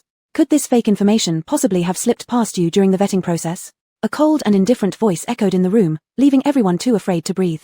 Yenye simultaneously turned her gaze towards Sang Mo, as he had always been responsible for matters like this. Sorry, young master, he is just someone who comes regularly to sweep. I didn't think much of it at the time. If something like this happens again in the future, you can leave too. Upon hearing this, Sang Mo immediately bent his body. I'm sorry, young master. I was wrong. It won't happen again. What are you standing there for? Go and find him for me. Yes. Chapter 133, He Can't Escape. Zhun Huayan walked out of the study, just as Yang Yu returned. Her expression had already recovered its usual coldness, and when she saw Zhun Huayan, she carelessly concealed her emotions. I've already sent Sang Mo to investigate. Yu, if you want to deal with Zhun Che personally, I'll bring him to you. This isn't your fault, he can't escape. What do we have to worry about?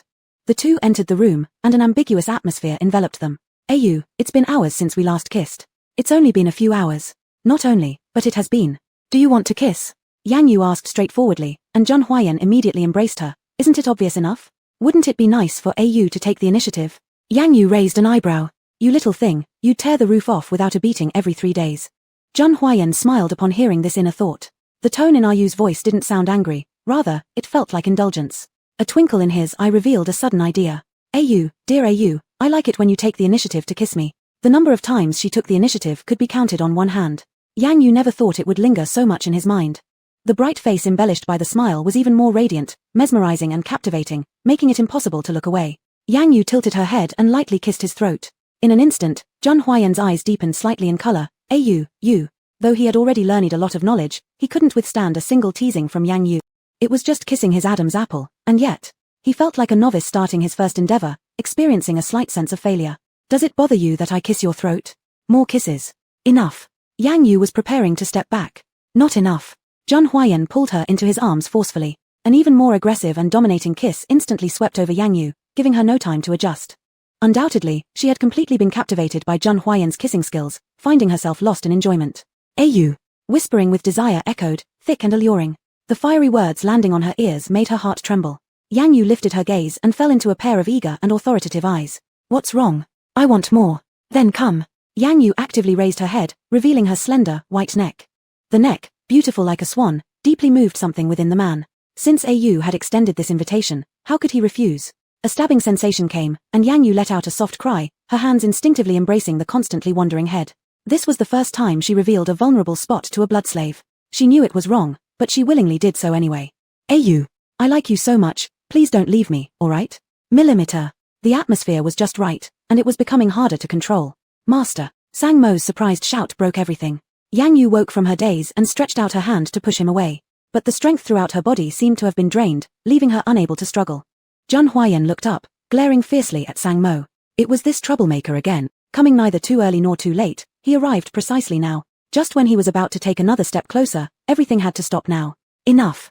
Zhun Huayan didn't want to stop, but he had no choice. Dissatisfied, he roughly nuzzled against her once. Master, get in here.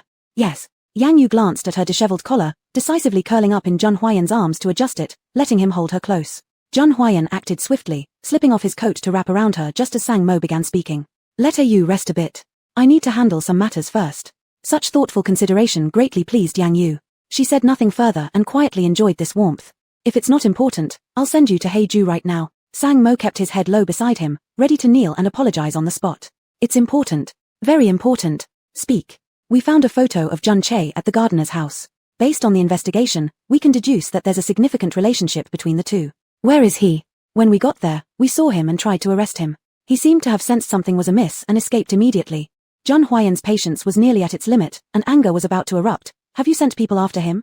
They are chasing him. Yang Yu slowly raised her head, her previously hazy eyes now clear. With this evidence, we can more confidently confirm their connection. Yu is right. Did you find any helpful clues inside? No, we can describe it as completely barren. Clearly fabricated, it was at most just a resting point for him. Naturally, someone working under me wouldn't use a real place. Step up your investigations and find his base at all costs. Yes. Bring out that photo for me to see. Sang Mo immediately took out the photo. Here it is. An ordinary snapshot. Zhun Huayan lowered his gaze and sneered. This is quite unexpected. Is there a problem with this photo? Chapter 134. He is Zhun Che's father. This should be Zhun Che's private photo. The fact that he holds it in his hand can only mean one thing. His relationship with Zhun Che is far more than just acquaintance. That's right. Do you remember what you said, Yu? Yang Yu quickly understood Zhun Haiyon's meaning. Are you saying they look alike? Yes, this man is Jun Che's father, Jun Yang. Yang Yu took the photo and carefully compared them. I didn't expect he could suppress his anger to this extent. Compared to Yang Yu, Jun Haiyan was even angrier, with killing intent gradually overtaking his eyes. Sang Mo saw the situation and immediately spoke, "Young master, he has no job and will definitely come out looking for work again. As long as we strictly guard against him, we will certainly get his information. Go handle it." Yes. Sang Mo immediately fled, leaving only the two of them in the room.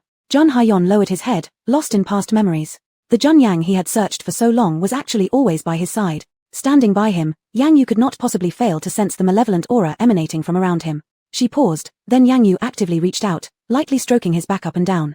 "You're still angry. Are you? My head hurts so much." Jun Haiyan muttered with his head bowed, tightly suppressing his pain. In the next second, Jun Haiyan tightly hugged her, unwilling to let go as he felt the warm touch of her slender body. "No, are you? Just hold me and kiss me." Yang Yu was slightly stunned. Was he playing a trick? But she willingly fell for it. At this moment, she truly empathized with his pain. The next day, Yang Yu hadn't even gotten out of bed when persistent phone calls woke her up. Jun Haiyan covered her ears and answered the call. After exchanging some words, he handed the phone over to her. "There's trouble at the Zhong family. It's time. I'll go take a look." Saying this, Yang Yu started to rise.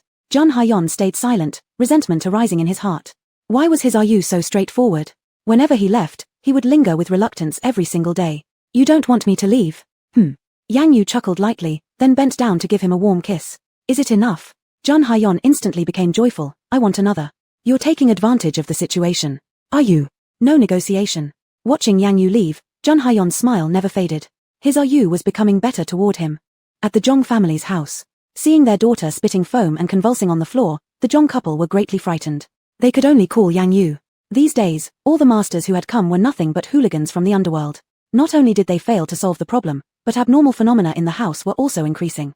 Under Mo Zeddy's escort, Yang Yu carried a cloth bag and arrived at the Zhong household. Upon seeing two faces somewhat resembling Zhong Jie, she slowly walked over. Zhong's father seemed to be deep in thought after examining her, suddenly speaking, "You're Yang Yu. Is there any issue?" Mr. Zhong glanced stealthily at Mrs. Zhong. She was the reason why their daughter couldn't marry into the Jun family. Mrs. Zhong directly put on a sour face, disliking anyone blocking her daughter's happiness. However, compared to them, Yang Yu outright ignored their displeased expressions. "If you want me to deal with it, you need to listen to me starting now unless you don't wish for peace in your home." Mrs. Zhong looked at Yang Yu and discontentedly said, "Sure, Miss Yang Yu, let me say this upfront, if you fail to resolve the matter, I won't give you any subsequent funds. There are rules in every trade, and I understand. Please come in."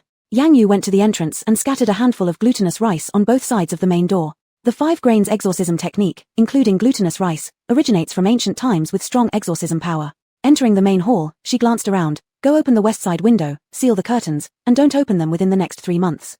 The servants hesitated momentarily, glancing at Mr. and Mrs. Zhong before hastily agreeing, "Yes." A cross-through layout easily forms the cross-through Sha. Yang energy leaks directly. Qi prefers curves to straight lines. Curves generate emotions while straight lines produce Sha.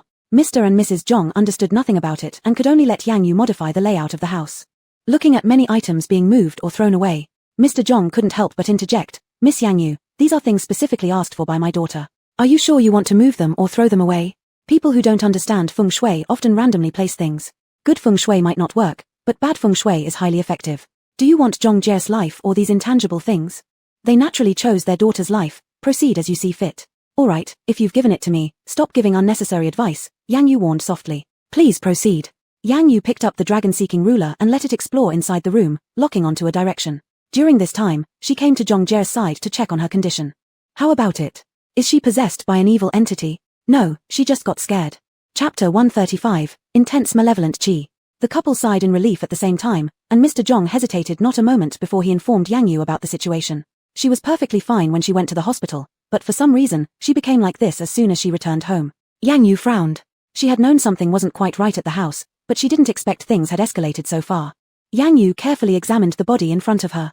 It wasn't merely a case of being frightened. Long-term exposure to places with concentrated malevolent qi could also have an effect on one's health. It was no surprise that Zhong Jie's fortune and health had been affected after spending a long time in her room. The person lying on the couch was still trembling and rolling her eyes skyward. Yang Yu took out a talisman paper and slapped it firmly on her forehead. "Take a rest then."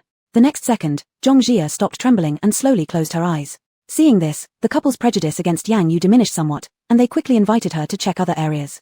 "Miss Yang Yu, what exactly is going on in our house? A number of masters have come over, but they've never found the cause. Let me take another look." Yang Yu maintained her usual demeanor, unaffected by the couple's sudden attentiveness. All right. Seeing the dragon-seeking ruler pointing again towards the master bedroom, Yang Yu stood up and held it in her hand. I need to check the upstairs bedroom. The two of you go ahead and open the door. Mr. Zhong hesitated a bit. The bedroom? Why do we need to go there? That's where the malevolent qi is the strongest. Mr. Zhong lowered his eyes. He disliked others intruding on their private space. Yang Yu read his mind. If you don't want to go, the problems with your house will never be resolved. Go. When the three arrived at the bedroom and opened the door, a thick wave of intense malevolent qi greeted them. Without hesitation, Yang Yu took out a bull's tear and mixed it with willow leaves, smearing it on her eyes. What is this thing? Mrs. Zhong asked. Don't ask about what you shouldn't. Lacking patience to answer her questions, Yang Yu began inspecting the room. When her gaze landed on a corner, a female ghost suddenly attacked her. Thankfully, she was prepared and immediately drew out a talisman paper, slapping it hard on the chest of the female ghost. In the next second, the ghost let out a shrill wail and became immobilized. Both the couple were startled by the sudden sound. They both knew it hadn't come from Yang Yu or themselves. The source of the sound was evident. It came from the evil spirit.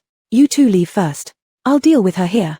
The couple couldn't have agreed more. Yes, please take care of it. Why are you meddling in something that isn't your business? If I didn't interfere, this entire family would be killed by you, disregarding the natural order of life and death. Your actions are too cruel. Cruel? Why don't you ask for the reasons first? No matter what the reason is, you should not use 3 lives as blackmail. They deserve it. Seeing the resentment in the ghost's eyes, Yang Yu thought for a moment and countered. Did they kill you? Yes. So, what happened? Upon hearing this question, the ghost instead laughed, a laugh combined with her grotesque face, sending chills down their spines. You're interested now? Don't beat around the bush. I will decide whether to annihilate you on the spot or allow you to reincarnate based on what you say. I didn't know you could do this. I'm different from those imposters. Hurry up and speak. I don't have time to waste with you. The ghost hesitated for a while and then slowly confessed, I am Mr. Zhong's mistress. This revelation was shocking enough to make even Yang Yu, who usually remained aloof from everything, widen her eyes. How long has this been going on? For many years, I always thought I could marry him, but little did I realize he already had a family. Like a fool, I was kept in the dark for years. And then, after that, I demanded an explanation and forced him to divorce. Unexpectedly, he joined forces with this woman to humiliate me. In anger, I retaliated, only for them to kill me. I vowed to turn into an evil spirit to exact my revenge. In that case, why don't you just take revenge on these two? Why involve Zhongjia? She is innocent. She knows and hasn't refrained from insulting me. I didn't intend to kill her, it was merely a lesson for her. My true target is these two people. I want them to suffer and die piece by piece under my hands. They got what they deserved. At this moment, only these 4 words resonated in Yang Yu's mind. However, life and death are not decided by a vengeful spirit. I understand you, but life and death have their predestined limits. If you recklessly kill them, you won't fare well either. I don't care. I just want to take my revenge. Let go of hatred. I will help you to reincarnate, and in your next life, you will know better than to choose such a man. What about them? Do you mean to let them continue to live freely without any consequences? It won't be like that. I will expose this matter and let the law of this world punish them. Chapter 136, I cannot watch you fall into hell. The woman could not escape the spell and could only stand still, her great anger unable to erupt. Is it enough? Is the punishment for them cruel enough? Yang Yu's beautiful eyes flickered slightly as she responded, it is enough. They will be thrown in jail, unlikely to ever come out. Will you never let me go seek revenge, right? Yes, I cannot watch you fall into hell. The female ghost suddenly let out a shrill scream. I won't accept this. Let it go, there will naturally be someone who punishes the evil ones. Looking at Yang Yu's resolute attitude, the woman sighed deeply. You must not forget what you said, make sure they all receive their punishment. Rest assured. As the woman closed her eyes, Yang Yu activated her spiritual powers, quietly recited the mantra of rebirth, and sent her off. In an instant, the ominous atmosphere inside and outside the room disappeared. Yang Yu walked out the door, and Mr. and Mrs. Zhong immediately rushed over. Miss Yang Yu, is the matter resolved? To what extent? Will our family's fortune improve? You have concealed many things from me. Yang Yu said indifferently. The two appeared flustered, instinctively avoiding Yang Yu's gaze. Don't joke around, Miss Yang Yu. Haven't we already told you everything? Yang Yu said nothing, taking a few steps forward. In less than a few minutes, she discerned the physical condition of the couple and their recent fortune. Both were internally void, with worrying fortunes. Even if they don't go to prison, they won't have a good future. It doesn't matter that you didn't say anything, I will reveal everything. What are you going to say? It has nothing to do with you. Mr. Zhong realized something was wrong and grabbed Yang Yu. What exactly are you planning to do? Let go. Yang Yu's expression instantly turned cold as she issued a warning. The couple exchanged glances, tightly holding on to Yang Yu, preventing her from leaving. Have you learned something? Yang Yu forcefully pushed the two aside. If you knew fear, why did you act like that initially? I warn you, don't think that because Jun Sho supports you, you can do whatever you want. Don't meddle where you shouldn't, take your fee, and leave quickly. Mr. and Mrs. Zhong threatened her. I will take my money, and I will leave. But the truth of the matter won't be so easily covered up. She had no experience dealing with worldly matters. The moment she learned the truth, she thought of Zhang Huayan. She wanted to tell everything to Zhang Huayan and punish the two using the most powerful method.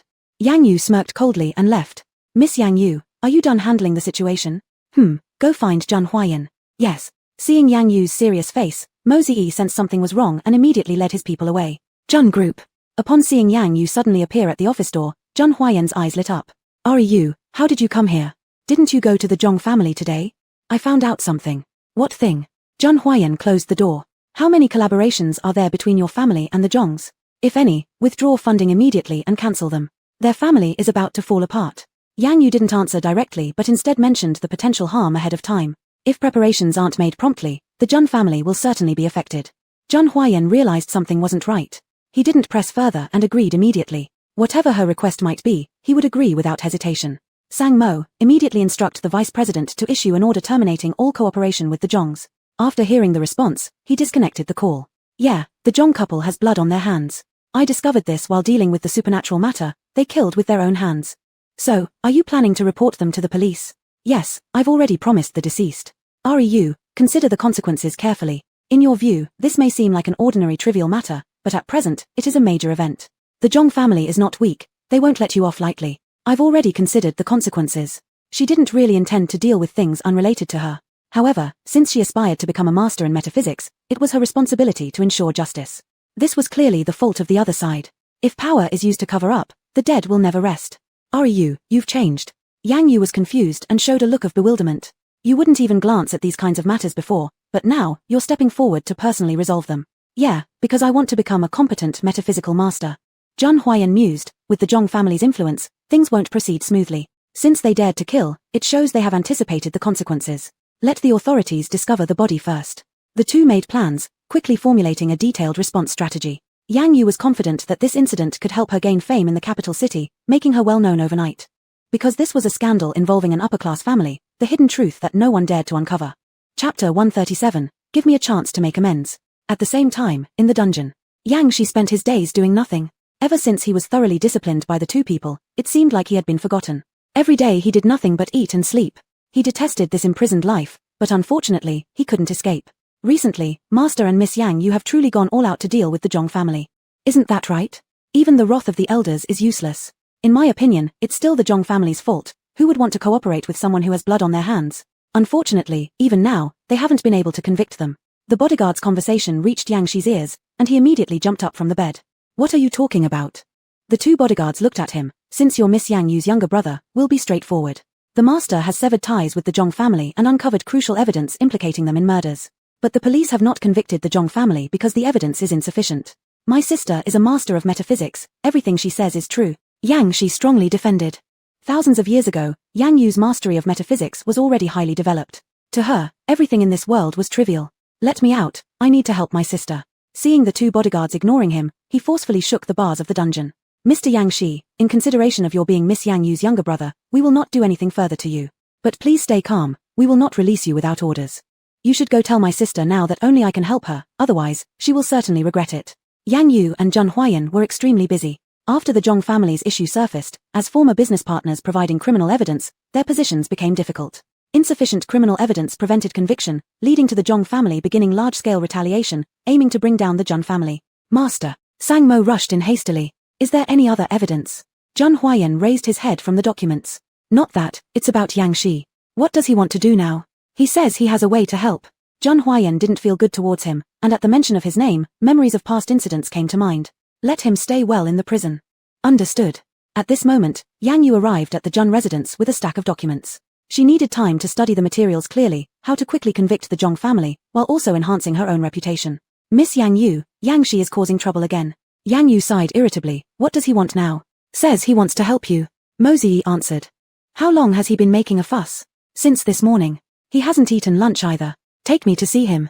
Upon seeing Yang Yu appear, Yang Shi rushed to the front of the bars like an arrow. Sister, you've finally come. What do you really want to do? I want to help you, sister.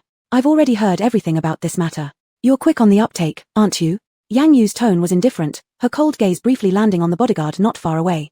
Sister, I'm serious. I can help with this matter. Don't you remember? Thousands of years ago, it was my job to solve issues like these. Of course Yang Yu remembered, but the experience of imprisonment, and the distrust of thinking Yang she was once a traitor, prevented her from releasing him for errands like before. You'd better reflect properly here. I'll handle my own affairs.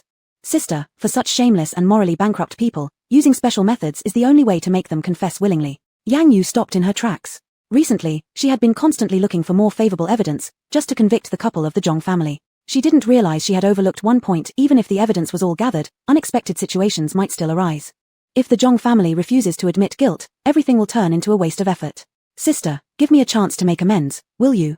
What do you have in mind? Let me out so I can explain. Yang Yu nodded, signaling the guards to set him free. Afterward, regaining his freedom, Yang Shi didn't become overly excited. As soon as he was released, he focused all his attention on investigating the Zhong family case. Don't try any tricks on me, or I will surely confine you back in the dungeon. Relax, sister. I know you won't trust me right away. I will prove my sincerity through action, as long as you let me stay by your side. What methods do you have? Feinting and countering accordingly. Perhaps due to the 100-year bond of familiarity, Yang Yu instantly understood what Yang Shi meant in an instant. Sister, don't worry about this matter. Leave it to me. Seeing Yang Yu's expression improved somewhat, Yang Shi eagerly drew closer. Sister, does this mean you've forgiven me? You're imagining things. He looked down with a sense of loss. Sister, I can forgive you if you prove that you are not the traitor and find the real traitor. All right, I promise you. Yang Yu nodded, and her nerves, which had been tense for a long time, finally relaxed. Sister, will you still get engaged to Zhun Huayan? It's none of your business. Yang Shi paused in his step and asked quietly, Sister, if you once had so many blood slaves, why did Zhun Huayan become the special one? Chapter 138, Yang Shi's plot. Unfortunately, Yang Yu didn't even bother to reply to him. Yang Shi clenched his fists. He had to figure out what exactly his sister liked about Zhun Huayan, and then devise a plan to break them apart. From the first time he saw Zhun Huayan, he couldn't stand him, including now. His sister was so excellent, she absolutely couldn't be touched by someone like him. Then hurry up and investigate, don't make me wait too long. Just as he finished speaking, Zhun Huayan got out of the car. Upon seeing Yang Shi, his gaze immediately turned cold. Yang Shi? Weren't you supposed to be in the dungeon? How did you get out? Yang Shi? Weren't you supposed to be in the dungeon? How did you get out? Yang Shi smirked, intentionally saying, Sister, let me out. Are you? Seeing Zhun Huayan's dissatisfied eyes, Yang Yu gave a permissive laugh. He still has some use. What do you want him to do? Make the Zhong family admit their guilt. I can help you too. Zhun Huayan was very displeased, with an increasingly gloomy expression. But Yang Yu quietly whispered in his ear, let him be the pawn for once, don't soil your hands. Hearing this, all of Zhun Huayan's jealousy vanished. As for Yang Shi, his eyes flushed red with jealousy. Sister, I'm leaving. He tried to attract Yang Yu's attention on purpose, but alas. Yang Yu remained unmoved, her eyes fixated on Zhun Huayan. His gaze darkened slightly, and then he turned around and walked away. The most important thing was to handle the matter cleanly, not allowing his sister to lose her heart completely. Meanwhile, at the Zhong residence. Because of the murder case, the Zhong family's reputation and business had plummeted. Even if they weren't sentenced or convicted, they had suffered many punishments due to public opinion. What else does Yang Yu have under her control? Mr. Zhong was furious, his hair turning grey within days. There shouldn't be anything else, otherwise she would have already released it early to let the police convict us. She's proficient in mysticism, we can't stop her. All their words were caught in Yang Shi's ears, who hid in the corner of the room, ready to act. Since they feared mysticism, he'd give it a try using some mysticism himself. Looking at the expensive incense sticks and candles he bought at high prices, Yang Shi smirked. Counting on you. In the next moment, the incense stick was lit, and wisps of incense smoke curled into the air. The lights in the Zhong household started flickering between brightness and darkness, while eerie winds swept through. Even Yang Shi himself shivered involuntarily. The effect was quick. It wasn't wrong spending $500 each stick. Right after, Zhong Jie rushed down from upstairs. Dad. Mom. Something happened upstairs. Mr. and Mrs. Zhong also sensed something wrong and became more scared upon hearing that something happened. What is it? The windows upstairs move without wind, and the lights are flickering just like the ones in the living room. The scene before them brought them back to a few moments ago, before Yang Yu resolved the issue. The three of them looked at each other anxiously, filled with panic. Moms, dads, isn't it the supernatural entity coming back? Nonsense. That woman, Yang Yu, has already taken care of it. That's right, it won't come back, it's dead already. Watching her parents go berserk, Zhong Jie swallowed hard and silently kept the words on her lips. It was clearly the mischief of supernatural entities. That woman had surely returned, finding them. She sat to one side immediately, afraid to stir, fearing that something bad might happen. Judging that the moment had arrived, Yang Shi took out some copper coins and discreetly rolled them towards the feet of the trio. The thick carpet made the copper coins silent, and the three immersed in fear didn't detect any strangeness. Very quickly, the surrounding temperature began to drop sharply. Although the bedroom was warm with heat, they couldn't feel its warmth now. What's happening? Mr. Zhong was gradually losing his sanity, standing up to check the air conditioner status. Mrs. Zhong's mental defense had entirely collapsed. She grabbed the man's arm and wouldn't let him move. Don't leave. What if that thing comes over? What nonsense are you talking about? There is no such thing. It's all your hallucination. Judging that the timing was about right, Yang Shi silently recited a spell, commanding spirits and ghosts to start acting. At the instant he spoke, several wandering souls came to take the offering. To these spirits, incense sticks were their food, and the more expensive the incense sticks, the tastier it was for them. At that moment, every corner of the Zhong household was filled with smoke, which they perceived as delicious food. Wails echoed from all directions, filling the house. The sudden scream startled the trio, causing them to huddle together promptly. What kind of sound is this? Where is this sound coming from? Is it that entity looking for us? Is it her? The three quickly rushed to the door but soon realized that things were not as easy as imagined. The door was locked tight and impossible to budge by hand. Moreover, even the windows couldn't be opened, sticking as if glued and tightly welded shut. What's going on? Why won't it budge? At the sight, Mr. Zhong immediately began shouting, "Help! Help! Save us! Quickly save us out of here!" Watching the trio's wretched appearance, Yang Shi snickered and quietly watched for a while. When the three were about to break down, he muttered the incantation again. A wandering ghost appeared before Mrs. Zhong and instantly possessed her body. A blood-curdling scream erupted from her mouth, her face growing more grotesque by the second, and she started tearing at her own skin with her hands. Seeing this scene, both Mr. Zhong and Zhong Jiri were greatly frightened. "Mom, what's wrong with you?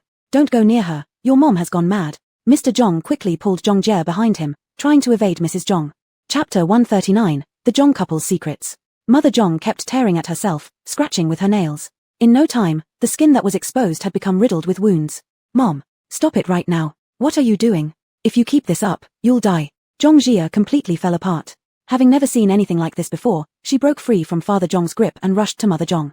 "Mom, please stop." But Mother Zhong had already lost all rationality and could no longer hear anyone's words. Father Zhong was on the verge of breaking down. After suppressing his fear as best he could, he took out a silk ribbon nearby and tried to tightly bind her.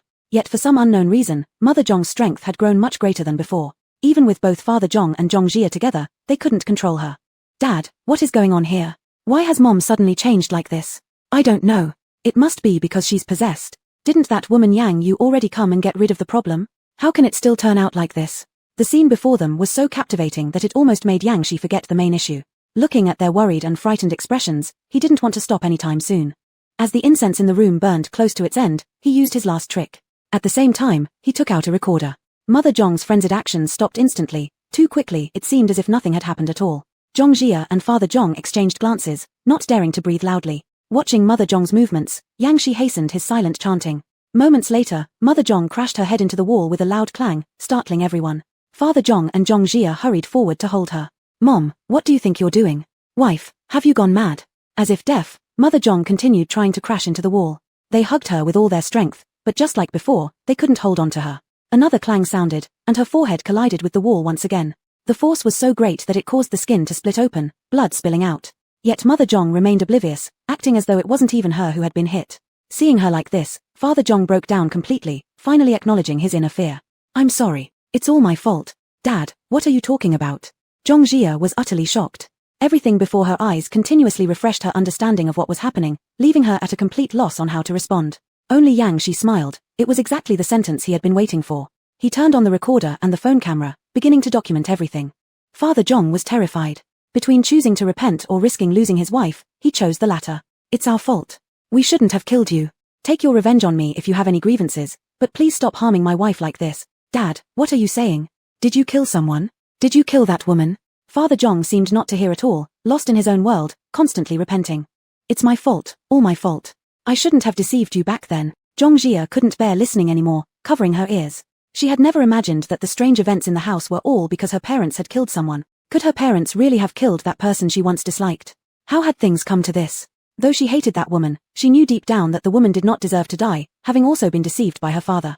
When the recording and videoing were completed, Yang Shi put the tools away. He blew out the incense candle, causing the wandering spirit to gradually disappear.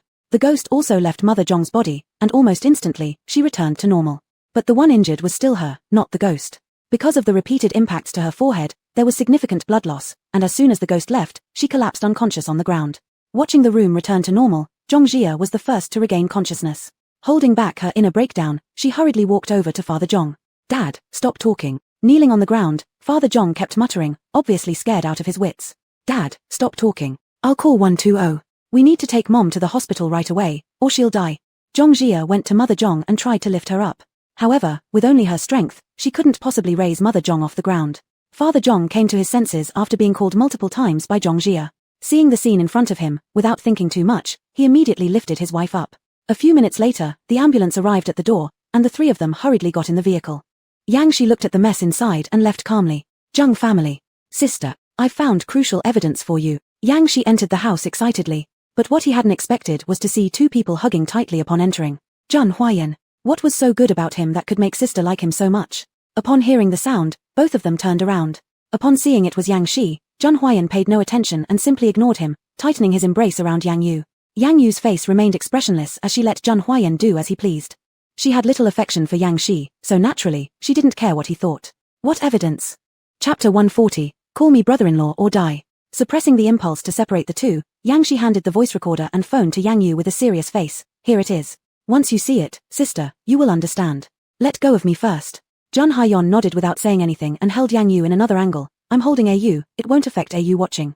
Yang Shi could no longer contain himself, and he growled in dissatisfaction. Zhun Haiyan, didn't you hear sister say to let go? How can you be so shameless? Suddenly, a cold glint swept over, and Yang Shi saw the chill in Zhun Haiyan's eyes. Since I've spared your life, you should cherish it. Don't you understand this principle? Zhun Haiyan parted his thin lips. Do you think you have the right to call my name? Either call me brother-in-law or die. Yang Shi's complexion became even more awkward. There was nothing wrong with what Zhun Haiyan said, leaving him with no chance to refute. Even before he had the opportunity to speak, Zhun Haiyan issued an expulsion order. The things are given. You can leave now. Sister. Unable to argue with Zhun Haiyan, Yang Shi could only turn his gaze to Yang Yu. You go out first. I'll call you if there's anything. Sis. Get out. With a sullen expression, Yang Shi walked out, and only then did Zhun Haiyan's expression soften somewhat. Yang Yu remained silent, her lips pursed as she opened her phone. A high-definition, complete video started playing. Looking at the scene on it, she confirmed that Yang Shi was her capable assistant from thousands of years ago. He used the simplest method, forcing Zhong's father to confess orally. No evidence could be more effective than this. Zhun Haiyan's eyes narrowed coldly. Did she crash into the wall herself? Yang Shi used a bit of dark magic to make them confess. Having experienced all this, Yang Yu must also have faced these dangers, yet he was powerless to stop it. From beginning to end, Zhun Haiyan always felt anxious and possessive about AU, worried that one day AU would leave him. Seeing the worried look in the man's eyes, Yang Yu felt a warm stream flowing through her heart. It won't happen. I'm already used to it. Zhun Haiyan spoke deeply. There's still the voice recorder here. Now the evidence should be complete. Not only complete, but also very advantageous. This time the Zhong family can't escape. So what do you plan to do? Hand it over to the police and expose it online at the same time, eliminating any possibility of the Zhong family reversing the situation. Let the Zhong family pay the price. After the words faded away, Yang Yu paused for a moment. Yang Shi, come in. Upon hearing Yang Yu's call, Yang Shi immediately entered from outside the door. Sister, did you see the evidence? What's up? Does it work? Yes, well done. What reward do you want? Yang Shi looked at his sister, his eyes gradually reddening at the corners. These words made him feel as if he were instantly transported back hundreds of years ago when it was just him and his sister. Back then, every time he completed a task for his sister, she would say the same thing. How much he wanted to return to those days, living together with his sister in mutual dependence. Without those detestable blood slaves, and certainly without the current revolting Zhun Haiyan, I want freedom again. Impossible. Before Yang Yu could respond, she was interrupted directly by Zhun Haiyan. Yang Shi clenched his hands. It seemed like this man was constantly controlling his fate. Wanting to protest, he couldn't find a way. His eyes shifted toward Yang Yu instead. Sister, I know it was my fault back then, and I've acknowledged it. Didn't you say you'd give me a chance to atone for my past sins? Now I've established merit for you. Will you forgive me? As memories of Yang Shi's identity resurfaced, the memories of those times returned along with them. Every time she saw him, those happy memories automatically played in her mind. As time passed, it grew harder and harder for her to be cruel to anyone. This person, after all, was her younger brother. Her only relative in this world. In the future, you don't need to go to the dungeon anymore. Upon hearing this, Yang Shi instantaneously directed a proud glance at Zhun Haiyan, only to find the latter devoid of any emotional change. Damn, it wasn't as satisfying suddenly. Thank you, sister. Let's release these pieces of evidence under the name of mysticism. Their oral confession alone is enough to convict them. Alright, you can go back first. Yang Shi looked at the two who were still intertwined and secretly resolved never to allow his sister to stick close with Zhun Haiyan. Otherwise, their marriage would really be not far off. Sister, I have nowhere to go. Zhun Haiyan lost all patience. So useless, how dare you play the pity card in front of your sister? You. Zhun Haiyan's black eyes suddenly turned cold, his threats unhidden. Don't think I don't know what you're planning. If you don't have a place to go, return to your Yang family. The implicit meaning was, thinking of disrupting my relationship with your sister? Never. I don't want to go. I want to stay here, beside my sister. Yang Shi looked at Yang Yu with an expression filled with, Sister, can you really bear to see me wandering outside? We are the only family left in this world, aren't we? You will be able to come and go freely here in the future, but you cannot live here. What? My palace was damaged because of you. During the time it is being rebuilt, you will be responsible for guarding it. Sang Mo will give you the blueprints soon, and you will oversee the construction. If you don't want to do it, then get lost. Chapter 141, Yang Shi is just a younger brother. Yang Shi fell silent. Did this mean that in the future, she would move back to live in the palace? Alright, sister, I'll keep an eye on it for you and visit often. After Yang Shi left, Yang Yu glanced at Zhun Huayan beside her whose face was still gloomy. Her eyebrows furrowed. Is he going to pose a threat to you? Zhun Huayan's dark eyes shifted. Your Highness has excellent judgment, what should I be worried about? Yang Yu couldn't help but laugh. Are you indirectly praising yourself? She reached out to touch Zhun Huayan's neck, soothing him to get some rest. You don't have to worry, he is just Yang Shi, and nothing more than a younger brother. The next day, Yang Yu entered the study and turned on her computer. In a few swift moves, she uploaded a replica of the video and audio recording online. The Zhong family was a well-known upper-class family in the imperial capital. It didn't take more than 10 minutes for an uproar to erupt. Satisfied with the storming debate online and news of the police responding in the imperial capital, Yang Yu smiled. All she had to do now was use the current momentum to establish her reputation as a master of metaphysics. 2 hours later, the news spread that the Zhong couple had been arrested. As everyone was astonished, they also directed their focus toward the video and audio recordings. Just as everyone grew increasingly curious and the discussions blew up, Yang Yu stepped forward. To prepare, she even created a new account. On it, she briefly explained the cause and effect while emphasizing that everything was based on fact and obtained through metaphysical means. Initially, most people didn't believe it, until the police officially came forward to inform everyone that Mr. Zhong had confessed and his actions matched the recordings precisely, allowing Yang Yu's reputation to skyrocket. Mr. Zhong's confession revealed the crimes of the two Zhongs, leaving them facing a lifetime of imprisonment. In a blink, the once large Zhong family was left with only Zhong Jia. No one cared about her situation. This incident sparked unprecedented curiosity in metaphysics, leading everyone to want to see it for themselves. Watching the posts accumulate, Yang Yu lounged lazily in a long chair. The verdict required the person who provided the recording to personally explain at the trial court. Seeing the private message from the police, Yang Yu smiled. Would her appearance at the trial grab the attention of those from the same clan? At the same time, at the Lin family manor. Because of her failed attempt to seize power, Lin Yueru had lost all support within the Zhun Corporation. Now, describing her situation as infamous was not an exaggeration. Thinking that all the wealth and power of the Zhun family would fall into the hands of Zhun Huayan made her toss and turn in frustration. By rights, everything in the Zhun family should belong to Zhun Che. But the elder couple preferred giving it all to a sickly boy rather than him. Lin Yueru could guess the reasons. Compared to Zhun Huayan, Zhun Che lacked capability and was too arrogant and self-centered to be fit for leadership. But Zhun Che's shortcomings were fixable. With her help, these problems wouldn't have arisen. Even so, the elder couple refused to give him a chance and let Zhun Huayan continue chasing Zhun Che, greatly disappointing her. Now, Zhun Huayan had gathered her previous offenses and sent them to the elder couple, leaving her without any opportunity to reverse the situation. She couldn't accept this defeat, she had to counterattack. Looking at the loyal butler who had followed her for decades, she suddenly had an idea. How long have you been with the Lin family? The old butler thought for a moment. I've been here since Master Lin was 20 years old. That's quite a long time, proving your loyalty. Does Miss have some task for me? Yes, go back to Harbor City for a bit and convey my current situation, along with what I'm about to say, to him. Yes. To avoid prying ears, Lin Yueru leaned closer and whispered something to the old butler. The expression on the old butler's face became increasingly grave as he hesitated. Miss, are you sure you want to do this? Certain. This matter is critical. Under no circumstances should there be leaks. Miss, I think this isn't wise. The Zhun family and the Lin family are evenly matched. If we fight, both sides will surely suffer significant losses. These are things that don't concern you. You only need to deliver my message. Miss, silence. The old butler was deeply worried, but being a servant, he had no authority to question further.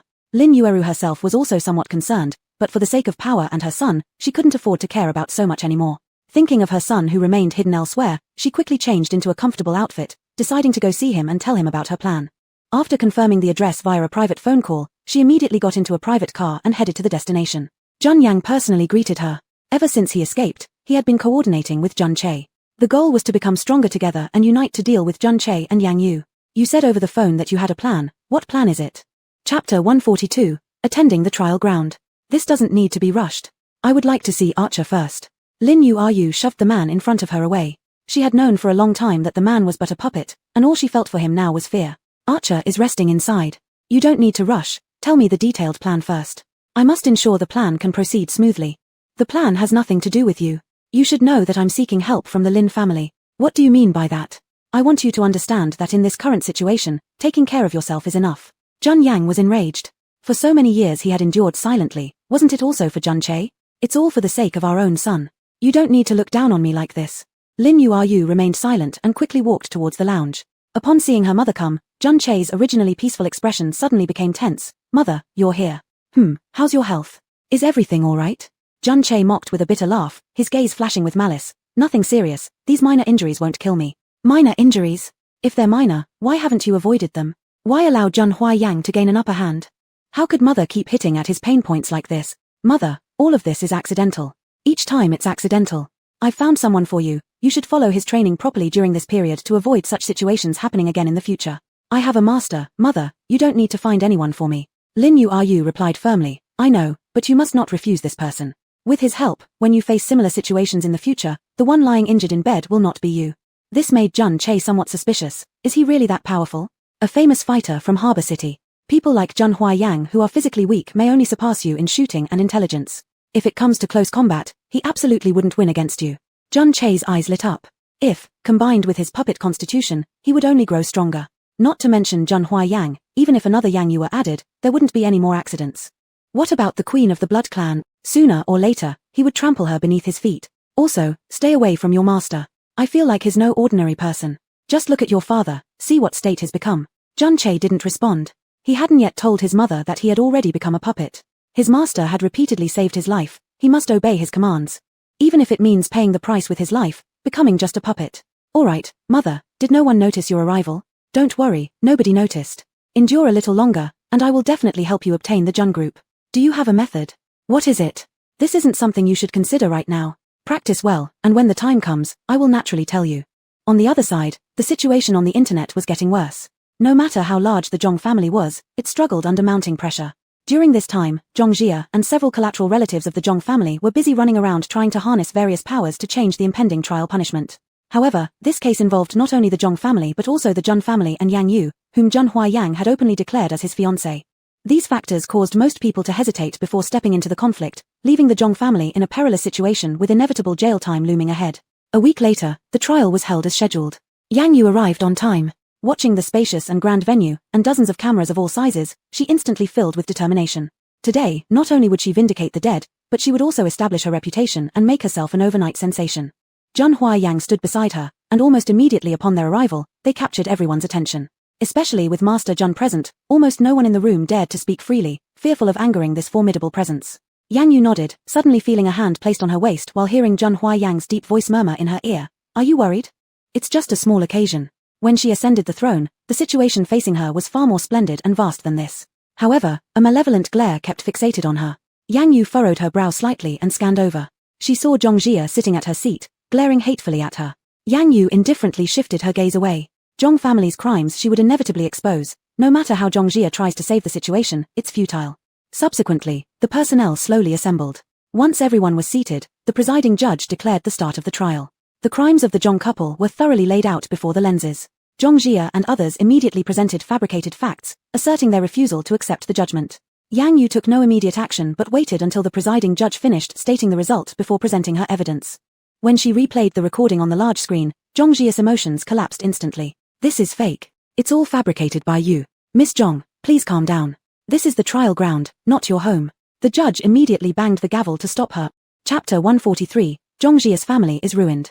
Compared to Yang Yu's calmness, Zhong Jia had lost all reason, her and appearance causing people to instinctively keep their distance. Yang Yu, my parents have no grudge or resentment with you, so why do you harm them like this?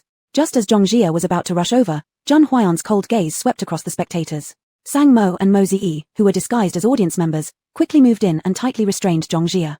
Realizing that there was something suspicious about these two individuals, the Zhong family's bodyguards stepped in to drive them away, instantly creating chaos within the venue.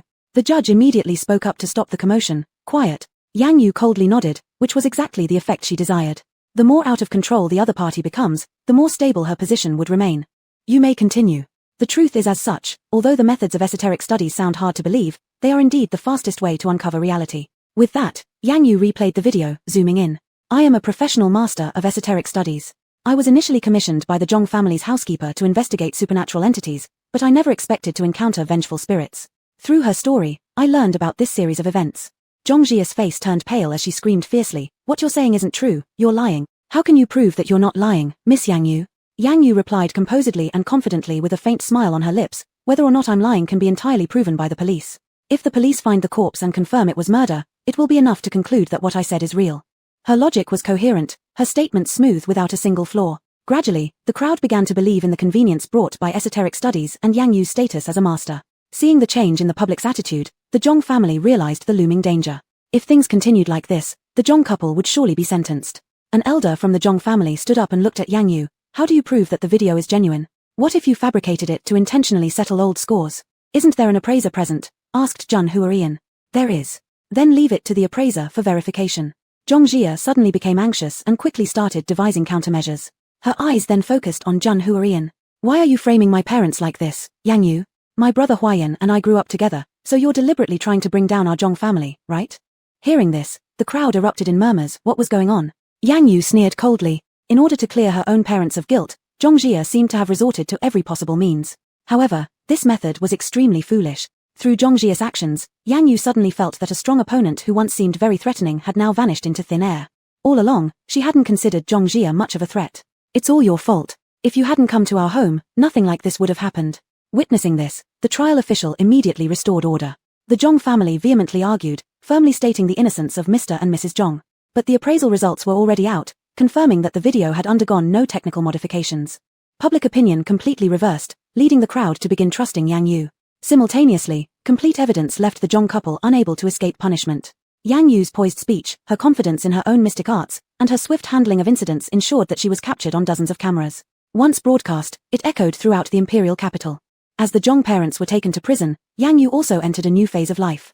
Under the title of Master of Esoteric Studies, she accepted all sorts of supernatural cases in the capital. Looking at Yang Yu surrounded by crowds, Zhun Huaiyan's eyebrows slightly bent, his eyes brimming with gentle affection. With his intense possessiveness, he wanted to lock Lady Yu at home where only he could see her. But seeing her focus on doing what she loves, how could he possibly bear to stop her? If the things she wishes to pursue become impossible because of him, then what meaning does love hold? "Are you tired?" When the crowd gradually dispersed, he approached Yang Yu, offering her a cup of warm water. "Not too bad, but your yard." Yang Yu pointed at the disordered lawn beneath her feet. To secure her reputation after dealing with the Zhong family matter, she promptly started taking outside tasks. To her surprise, the number of people coming was unexpectedly large, forcing her unprepared self to temporarily use the yard as a consultation point. "No problem, the gardener will clean it." "Did you hire a new gardener?" Zhun Huaiyan's eyes narrowed slightly. "This household has been thoroughly checked 3 times before being hired." "All right." He took the papers from Yang Yu's hand, glancing briefly at the strange cases written upon them. "Are you planning to visit all these places?" "The name of the Master of Esoteric Studies has just begun. It needs unusual strange occurrences to stabilize its reputation." "Unusual? The ones difficult to resolve?" Chapter 144, One-Hit Kill. Zhun Huaiyan no longer said anything more, quietly turning his head aside to express his worry and displeasure with his actions. "Master." Sang Mo appeared silently. Zhun Huaiyan's expression was grim. "Speak." "We've received word. Lin Yuoru's father seems to be coming from Gang City, certainly targeting us." "Lin Zongda." Zhun Huaiyan sneered, hugging tighter the person in his arms. "Have the elite team ready. If he dares to come, then let him bear the consequence of not returning alive." Yang Yu raised her gaze for a quick glance. She acknowledged herself as no easy opponent but realized that Zhun Huaiyan in his world was also a great demon lord that made others tremble at his name. Meanwhile, at the Zhong family residence. Looking at the empty house, Zhong Zhe tears streamed down her face. Her parents were sentenced, their assets confiscated. From being an admired rich man's daughter, she overnight became the detested daughter of a murderer. Soon, this house would also be sealed, leaving her homeless. All of this was because of Yang Yu. Thinking about Yang Yu's smug look, Zhongji clenched her fists tightly. She had to take revenge, not just for herself but also for her parents. If Yang Yu had chosen to gloss over things initially, then none of these situations would have arisen. "Miss Zhong, are you done packing your things? The sealing time is approaching soon." Zhongji looked longingly at her home and reluctantly handed the keys to the police officer. "Yeah, I'm packed. This house has now been sealed. Don't come back afterward or you will be arrested on suspicion of illegal activities." "I understand." Watching the door being sealed with a strip, Zhongji's eyes turned crimson, hatred accumulating inside her heart more and more. She must make Yang Yu pay the price, return everything she originally had. For the convenience of taking revenge, she deliberately withdrew her savings and found a place near the Jun family. She decided to first hide within there, waiting until the opportunity came. Once it does, she'll exert all her efforts to drag Yang Yu into hell together. A flash of cunning passed through Zhongji's eyes. She lowered her head and reviewed the balance in her hands, calculating the cost of hiring a hitman along with her daily expenses later on. As long as she conserves a bit, it's completely enough. When Yang Yu is dead, she will again approach Jun Huayan. The old lady was once very satisfied with her. It wouldn't be possible to abandon her due to her parents' affairs. After all, what she can accomplish, Yang Yu could never do, like how to be a good wife and mother. With a plan in mind, she didn't want to waste any moment. With help from friends, she successfully connected with a supervisor on the dark web. The supervisor sent over a form. Ranked from low to high according to levels, each hitman's price was different accordingly. Zhongji frowned deeply. According to her previous wealth, she would have definitely chosen the most expensive one. Everyone knows the most expensive is the most effective, achieving a 100% success rate. However, her current financial situation was precarious, so she could only choose an inferior level hitman. After carefully deliberating, she selected one experienced hitman. Although his success rate was only 70%, as long as they grasped the right timing, absolutely it could result in a one-hit kill. After contacting the hitman, she immediately arranged the meeting time with him. To prevent leaving any evidence, she must personally hand over the photograph to him, ensuring there's no room for error. As the night deepened, a tall man moved stealthily nearby. Zhongji opened the door, bringing him inside. She took out the photo, handing it to the man. That's her. The man carefully studied it for several minutes before warning cautiously, is she not Jun's future mistress? You actually expect me to kill her? Is there a problem? It may be possible, but you must consider the consequences. Startled, Zhongji's complexion gradually paled. What consequences? Being discovered by the Juns will lead to multiple punishments, and how much Jun Huayan likes her is clear in your heart.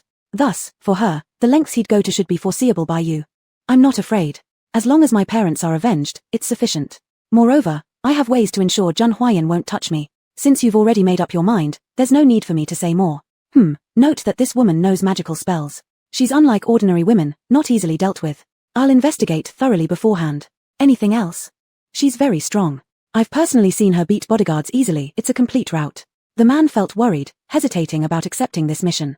He's merely a hitman, doing jobs for money. However, based on outside rumors, will Jun Huayan truly spare him when the time comes? With such a powerful enemy, the possibility of completing the task and his own chances of survival would decrease significantly. Excluding close combat, only distant shooting remains as an option. Seeing the man's hesitation, Zhongji gritted her teeth and said, I'll give you more money. Are you sure? I've noticed your shooting accuracy is high. Promise me you'll hit her in one shot. The man pondered for a moment. All right, I agree to your terms. Excellent. She lives not far from here. Find the right sniping spot, seize the opportunity, and kill her in one shot. Chapter 145. Can Yaoyu? Zhongjia took out her telescope, and the figure of Yang Yu passed through the living room of the Jun family home. Behind her was Jun Huarian, who looked at her with doting affection. The scene was too beautiful, and it made jealousy and hatred flare up in her heart. She wanted to kill Yang Yu immediately and take what belonged to her. After the man left, Zhongjia's gaze remained fixed on the telescope. Her envy and greed became apparent as she gazed at everything, and her face grew more distorted. Jun family home. Yang Yu, about to drink blood, suddenly changed her expression, alarming Jun Huarian, who bent down to ask, what's wrong? I feel something is off. Are you unwell? No. Yang Yu scanned the surroundings, her eyes flashing with a cold gleam, and her frown deepened. Recently, Yang Yu had been overly busy dealing with many supernatural oddities to consolidate her reputation. Jun Huarian carefully examined the surroundings but found nothing unusual and thought that Au might be feeling stressed and overworked. Is it because there have been too many supernatural cases? Your nerves have been on high alert for too long, creating this sensation? No. She had resolved many such cases before and worked long hours, but she had never felt this way. Then are you just tired? Jun Huayan's deep eyes darkened with a layer of chill. In the next moment, snap, startling Sang Mo and Mo Ziyi guarding outside. The two quickly came in. Young master. Are all the elite team members dead? Conduct a thorough search around the house. Sang Mo asked in shock. Young master, did you sense something? Investigate. Yes, young master. The two hurried away, reinforcing the deployment near the old house. Yang Yu frowned slightly. I only suspected something. Is this reinforcement really necessary? Protecting Au's safety is worth any effort. Jun Huarian forcefully restrained his anxiety, pulling at the buttons of his shirt to reveal some of his skin. Au, shall we continue? The tension of the moment combined with the man's proud facial features, and his stern look left Yang Yu silently admiring him in her heart. No wonder she had personally chosen him as a blood slave. Even the slightest movement seemed perfect. Hearing her praise, Jun Huarian deliberately slowed down his motions. His bony fingers gently tugged at his white collar, veins popping out from the exertion. This scene reminded Yang Yu of a slow-motion movie, enhanced by the dim lighting. It was hard to look away. Yang Yu couldn't help losing herself in a trance, staring intently, with tender admiration in her eyes. Moved by her look, Jun Huayan's eyes grew hot. Au, don't look at me like that. What's wrong? I can't control myself. Am I not your fiancé? We've already announced it publicly. Why hold back? Jun Huarian paused momentarily before reacting, tearing off his shirt and grabbing Au with force, pulling her into his arms. My dear little ancestor, stop torturing me and drink already. What do you mean? Are you sure, Au? Yang Yu faced him directly, puzzled by Zhun Huayan's strenuous restraint. She was right there. Why should he still hold back? Zhun Huiyan leaned down, slowly getting closer, warm breath reaching Yang Yu. Unable to resist, she tried retreating backward, but his hands were firmly controlling her, causing her to move even closer. After a while, Yang Yu pushed against his chest. That's enough. The person in his embrace flushed deeply. Zhun Huayan's lips curved faintly. Yu, don't tease me so easily. If you do, I really will. Hold yourself back. Yu. The captivating face in front of her ignited equal desire within Yang Yu, and finally, she relented. I can do whatever I want, except for the last step. Not what you want, but what I want. Her usual domineering tone made Zhun Huiyan laugh softly. What Yu said was exactly what he wanted. It didn't matter if they hadn't gone all the way. Since they weren't married yet, he wouldn't rashly act either. In the next second, an overwhelming kiss engulfed her like raindrops pouring onto her. The flood of love was difficult to fend off, yet she was drawn deeper into it. Zhun Huayan's heart stirred as he tightly embraced her. Yu. Lips met lips, creating an ambiguous atmosphere, making it hard to stop. Their intertwined shadows projected onto the curtains through the light. Not far away, two pairs of hostile eyes were following them. One pair came from Zhong Jia, the other from Yang Shi. He had come to report the construction progress of the palace to his sister, but unexpectedly saw this scene. Since he moved to live next to the palace, the sentence he said most often each day was speed it up. He couldn't wait for his sister to move in, so she would be far away from Zhun Huiyan. Chapter 146, There was an ambush.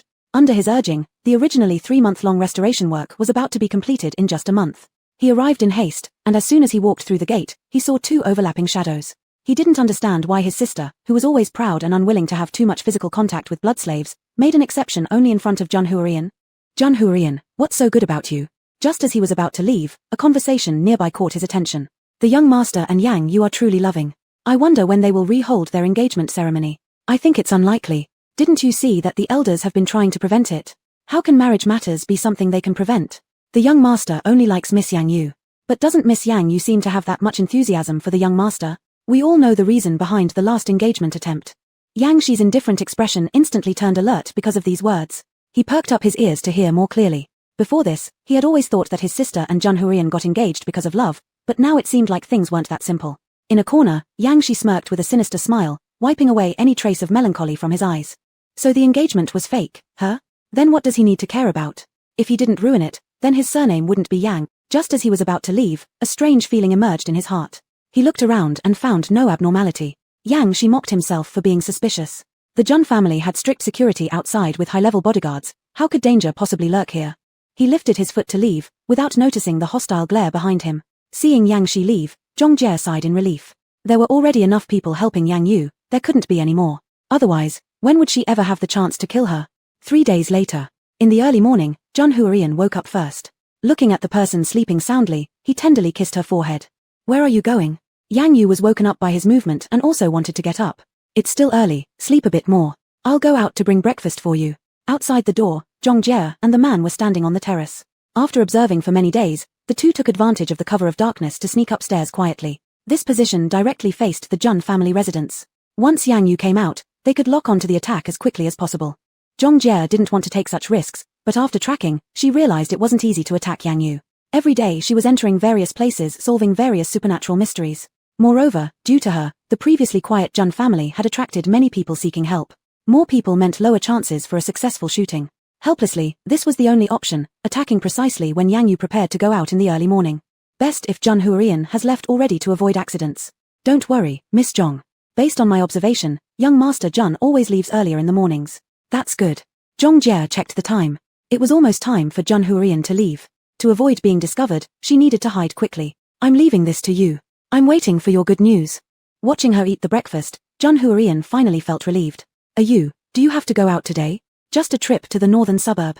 A real estate developer's house had some issues. He has visited me 3 times recently, and I will check it today. Okay, stay safe. If anything feels off, please tell me immediately. I will come pick you up.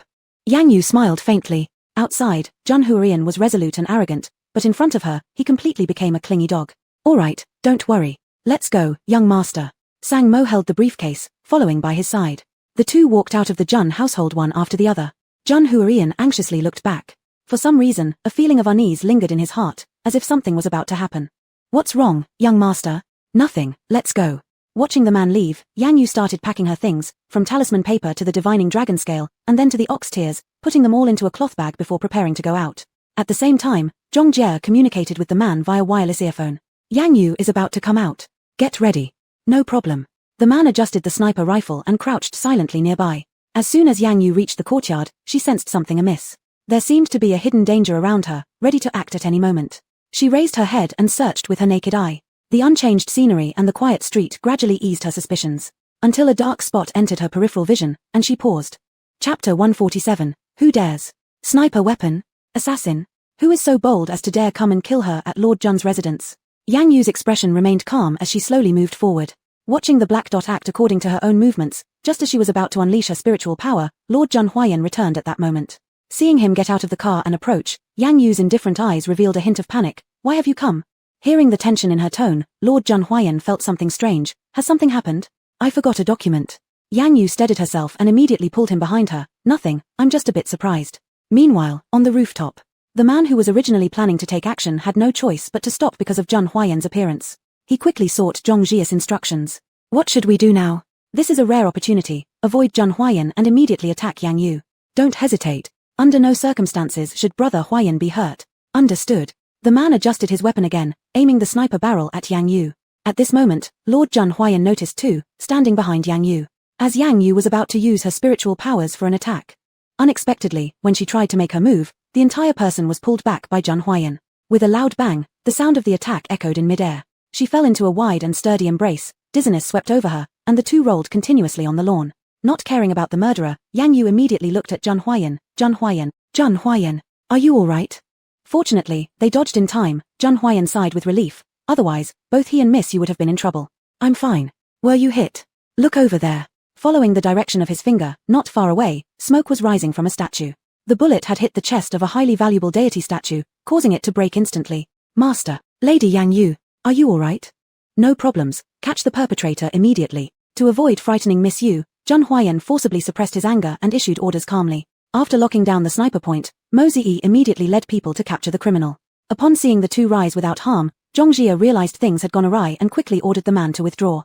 But before they could run far, they were spotted by Jun family's bodyguards. The man ran incredibly fast, leaving Zhong Jie behind after turning a corner and disappearing into the buildings.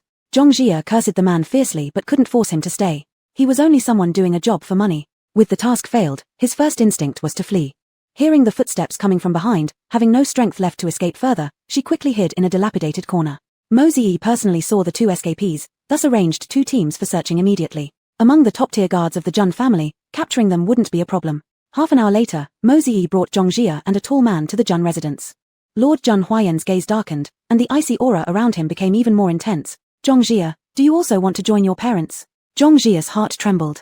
This was the beloved brother Huayan she deeply loved, yet he kept hurting her. She laughed bitterly. It's my bad luck being captured by you. My home destruction and my suffering are entirely due to Yang Yu. Are you still sane? Yang Yu scoffed coldly. If it weren't for you, my parents would never have gone to jail. Back then, pretending you didn't see anything, taking money and leaving would have been much better. It's all because of your meddlesome nature. Shut up. Jun Huayan suddenly roared, pulling the trigger as the gun was directly pointed at Zhong Jie, his eyes gradually turning blood red. How dare you lay a hand on Sister Yu, huh? How dare you? Staring at the dark barrel pointing at her, Zhong Jie's nerves broke instantaneously. Jun Huayan's gaze remained cold. You want to die? I'll send you off. Just as the trigger was about to be pulled, Yang Yu spoke lightly. Send her to the mental hospital instead. Jun Huayan, she's not worth your hands. Zhong Jie widened her terrified eyes. I don't want to go to the mental hospital. I'm not insane. Yang Yu, how dare you send me there? Choose between death or the mental hospital. Yang Yu said coldly. Yang Yu, I will kill you. You should die right now. It's all because of you I've become like this. Bang. Zhong Jie fell silent, slowly looking down at her leg. Blood began to gush out, and she finally realized the piercing pain afterward. Mo Ziyi, take her away. Jun Huayan growled lowly. Mo Ziyi immediately approached, restraining her and dragging her out. The courtyard returned to normal, and after everything settled, Jun Huayan suddenly felt the pain creeping in. Yang Yu perceived it sharply. What's wrong? Nothing. Chapter 148. Sister, he's not worthy of you.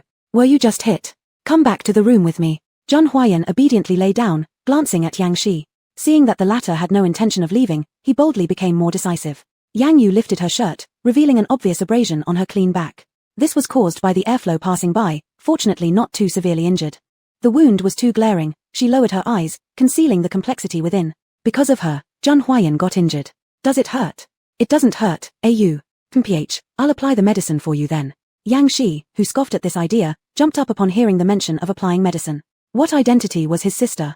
The Blood Queen from 1,000 years ago. And now, she intended to administer medicine to a mere blood slave? He would not allow it. Sister, he is just a blood slave. He does not deserve your personal intervention. Yang Yu's face darkened instantly. He belongs to me. Yang Shi, you are overstepping your boundaries. Yang Shi's face was full of pain. This was the first time his sister had acknowledged a man as hers. In the past, those blood slaves, even if she liked them, she treated them like food. Unlike Zheng Huayan, his sister obviously started to develop feelings for him. Unfortunately, she couldn't see it herself.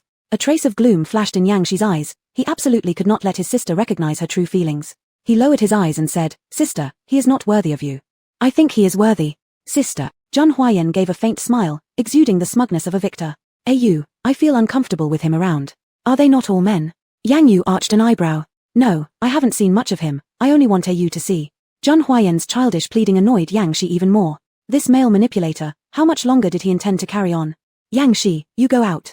Sister, how can you indulge him so?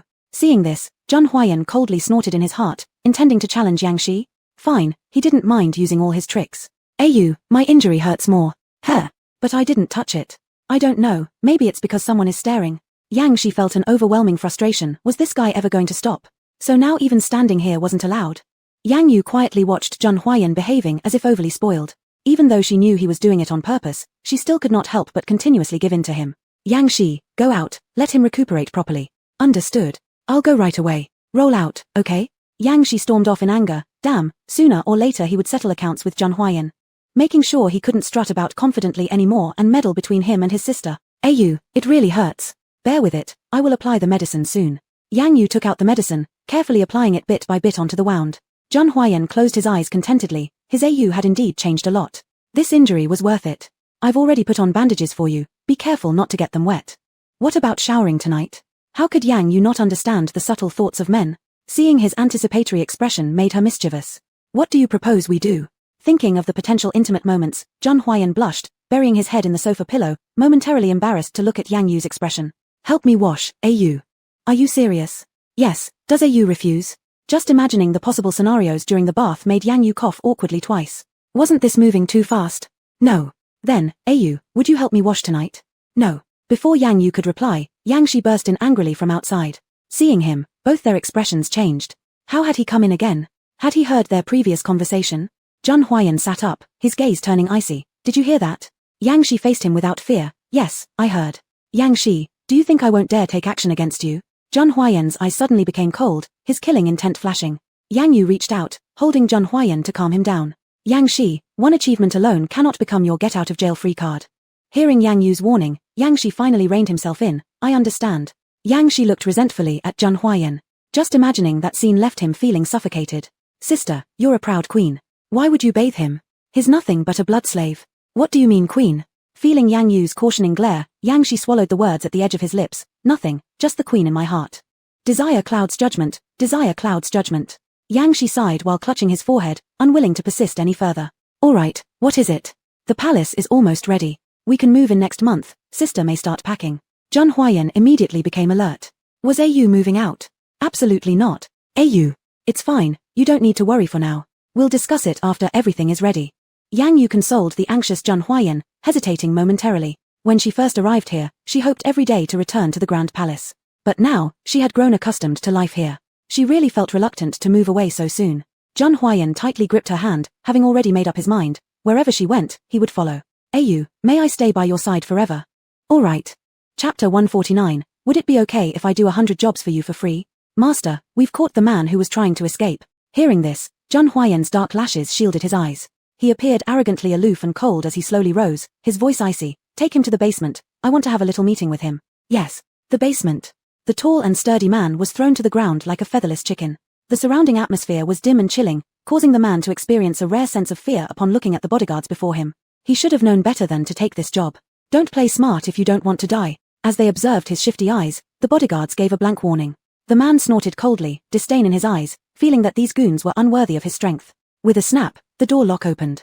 Two bodyguards exchanged glances and bound the man tightly with chains. The man didn't struggle, letting them tie him up. Since I'm here, let me see what Zheng Huayan can do to me. Thump thump thump, clear and forceful footsteps approached, getting closer and closer.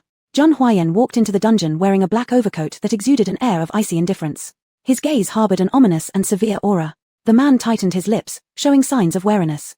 Beside the feet lay a sofa.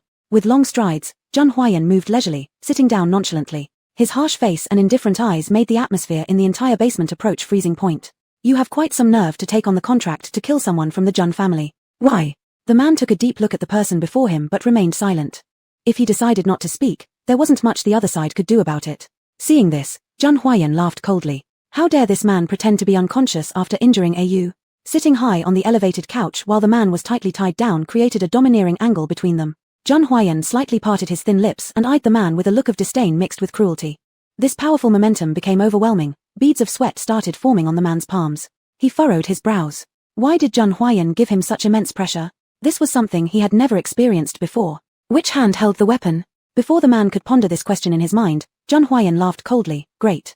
With just a single glance, Sang Mo instantly understood the cue. Disable him. Upon hearing the two words, the man immediately raised his head, his voice trembling, panic flashing through his eyes. What are you going to do? If you disable my hands, how will I live? Zhang Huayan extended his finger, rubbing his brow, his eyes more ruthless and murderous than ever. Are you waiting for anything? In no time, Sang Mo acted swiftly, gripping the man's hands and forcefully snapping them, a distinct sound of dislocated joints echoing immediately. This pain rapidly spread throughout his body, turning the man's face bright red. He had been in this line of work for so many years, yet he had never been treated like this. Ah, let me go. Let me go quickly. How dare you treat me like this? Still locked in place, there was no way for him to escape. Zhang Huayan fixed his eyes on the man, his smile widening. Do you enjoy this? You madman. At that moment, Zhang Huayan's face turned grim as he was about to open his mouth when a wave of fragrance drifted in. Turning around, it was his Au walking towards him slowly. She had changed into a light blue knee-length casual dress, her jet black hair hanging down on both sides. Au. Yang Yu glanced at the man on the ground, his face flushed a pig liver shade of red and his twisted hand. Listen, even though I accepted the assignment, I haven't harmed any of you yet, right? Please save my life, I don't want to become handicap. Can you spare me? Noticing Zhang Huayan's eyes fixated on Yang Yu, the man immediately shifted his desperate plea to her. I can freely do 100 assignments for you for nothing, okay? I don't want to die. I'm very skilled, I have a strong physique, perfect for close protection. Miss, can I be your personal bodyguard? Rest assured, as long as I'm around, no one will ever hurt you. Seeing the man smeared with tears and snot, Yang Yu arched an eyebrow. Was this truly the bodyguard hired by Zhongjia? He seemed not very intelligent. Losing all patience, Zhang Huayan said, Sang Mo, get rid of him. Wait, Yang Yu interrupted, let him live for now. Yang Yu, let him live for now, I might find him useful. Watching the man expose his low intelligence at first utterance, Zhang Huayan frowned deeply. If you need bodyguards, I can arrange stronger ones for you. Who would want this thing? The man was speechless. For the first time, he felt completely discarded, without a trace of doubt left. Wouldn't it be nice to have someone for entertainment? The man froze, swallowing repeatedly, quietly consoling himself that as long as he survived, he would do anything asked of him. Yes, I can also entertain you. Miss, if you're interested, I can perform lion dances for you, or anything else you'd like. Just please don't kill me, don't disable me. My hand still has a chance to recover if treated properly. Phut, Sang Mo couldn't help but burst into laughter. TSK, Miss Zhong doesn't know how to hire a killer with any competence at all, this is just for laughs. If Au is willing, then we'll do as Au says. Zhang Huayan's cold eyes swept over the scene, his gaze filled with disdain, as if the man before him were nothing more than a huge piece of trash. Yang Yu nodded, her long fingers propping up her chin as she fell into contemplation. Chapter 150, Have you seen a goose? They look so alike. Since you're one of the Zhang family now, we need to leave a mark. What would you like to bestow? Zhang Huayan pulled the person closer and no longer glanced at the man. Watching them whispering sweet nothings while ignoring him completely, the man sank into despair. He stared at his ruined hand, feeling his strength slowly drain away, and began to cry out for help. I beg of you, save me. Yang Yu glanced once, her finger flicked slightly, and golden light flew from her fingertip and landed on the man's wrist. In the blink of an eye, the wrist was instantly restored as if nothing had happened. The man immediately silenced, staring in disbelief at the hand that had healed before his eyes. What the hell, it doesn't hurt at all. With wide eyes, he repeatedly rubbed his hands, looking at Yang Yu. I guess those who deal with mysticism, they really are something else. Damn, you truly deserve all my respect. If there's another mishap in the future, I can cripple him any time I want. Hearing Zhang Huayan's threatening words, the man immediately knelt down, raising 3 fingers in earnest loyalty. Absolutely not. Yang Yu nodded contentedly and glanced at the man twice. What's your name? My name is Gao Hu. Indeed, the moment these words were uttered, Gao Hu felt the disdain radiating from these two powerhouses before him. He quickly corrected himself. Miss, may you bestow me a new name? Since I belong to you now. Before he finished his sentence, he was given a cold glare by Zhang Huayan. Let's call him Da Bai. Jun Huayan showed a complex expression, seemingly struggling to say it. Da Bai? Yeah, have you seen a goose? They resemble each other. No, I haven't. Jun Huayan frowned. Then let's go with what Yu says. So, am I? No, Da Bai following Miss now? Do you expect us to be alone when you're tagging along? Jun Huayan's eyes glinted dangerously, instantly making Da Bai shut up.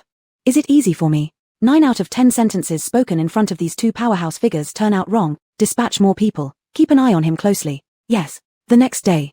Morning light hit the bedside table as Yang Yu slowly awoke.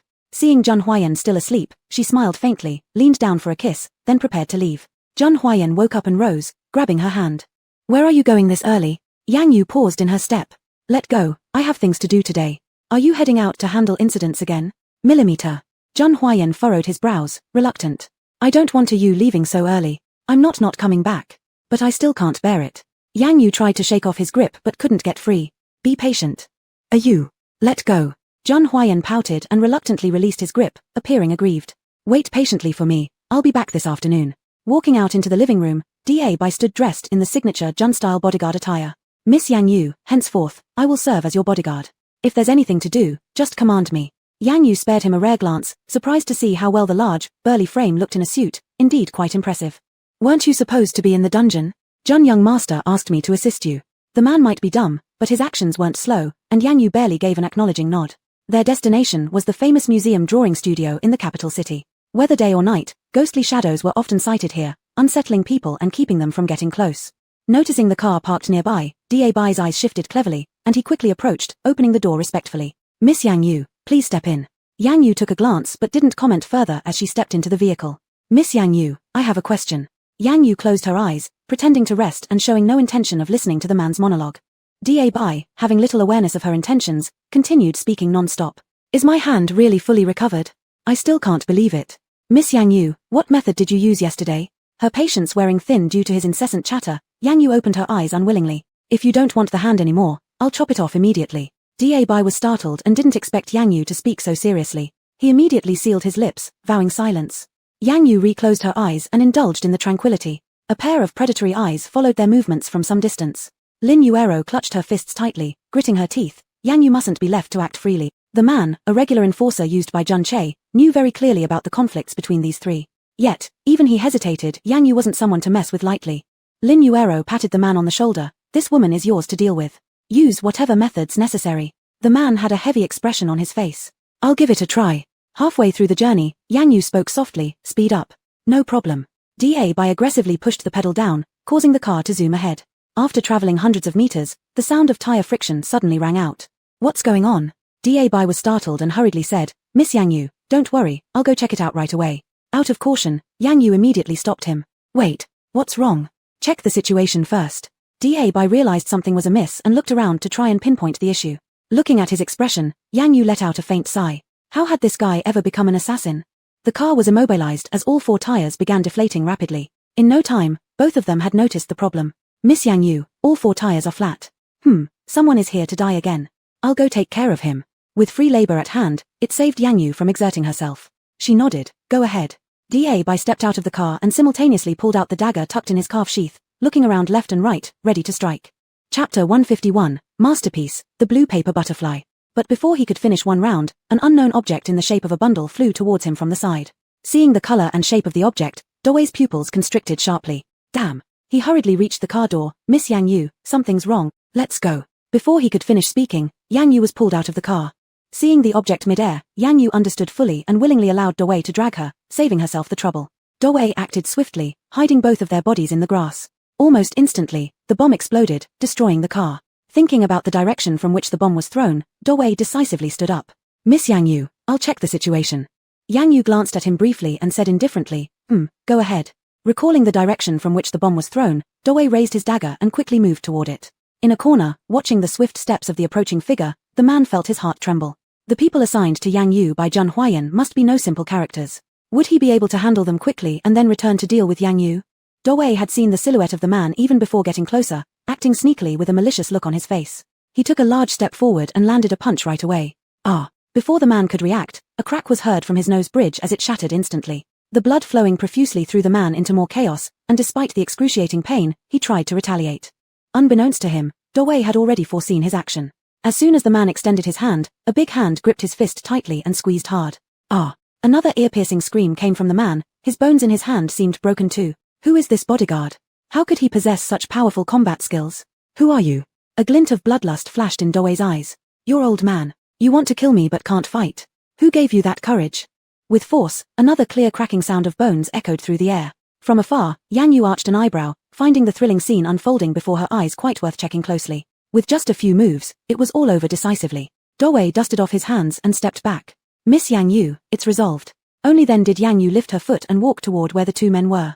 The pitiful state of the man caught her attention, startling her slightly as she internally thought how underestimated this person had been. The blows delivered were far too harsh.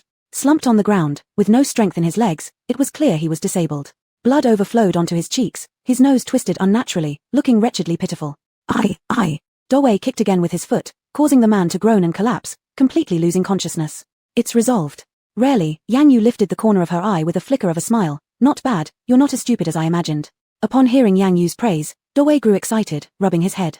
I am a renowned assassin in the killer camp. Trash like this isn't even qualified to be my opponent. But if you're so strong, why were you caught in the dungeon? Mentioning this, Dawei scratched his head awkwardly, looking rather honest and kind-hearted. Isn't it because Jun family's bodyguards are too powerful? I couldn't fight them. The Jun family might actually be your way out. Dawei reflected for a moment, recalling the scene where his hand was reattached. He nodded repeatedly. Miss Yang Yu is right. I'll follow you and work diligently. Chem. Miss Yang Yu, the car's damaged. How should we go to the museum? Make a call and have Sang Mo send another one. Don't mention what happened to us for now. Hidden nearby, Lin Yueru tightly clamped her mouth shut, unable to believe what she'd witnessed. How could Yang Yu's subordinates be so strong, effortlessly taking down Jun Che's personal hitman? What should she do now? Watching the figures of these two people, Lin Yueru felt an increasing level of anxiety. Could she really let Yang Yu continue living freely like this? Gradually coming to his senses, the man saw Lin Yueru and immediately started screaming for help. Madam, save me. This unexpected shout shocked Lin Yueru. The cursed fellow, if Yang Yu heard it, what would happen?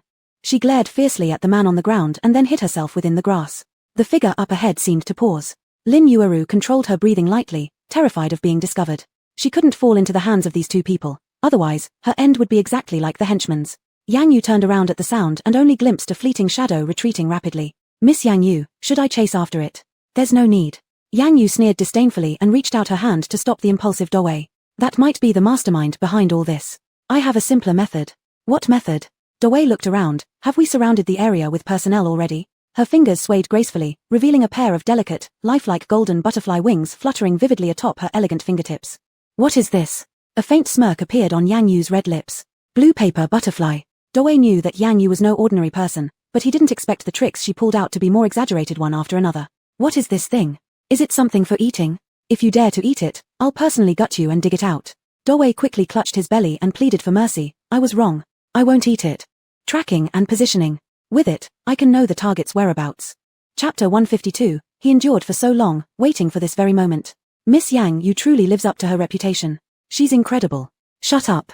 Oh. At the same time, in the Jun family study. Knock knock knock, the sound of a knock on the door rang out. Jun Haiyon raised his head from the documents. Come in.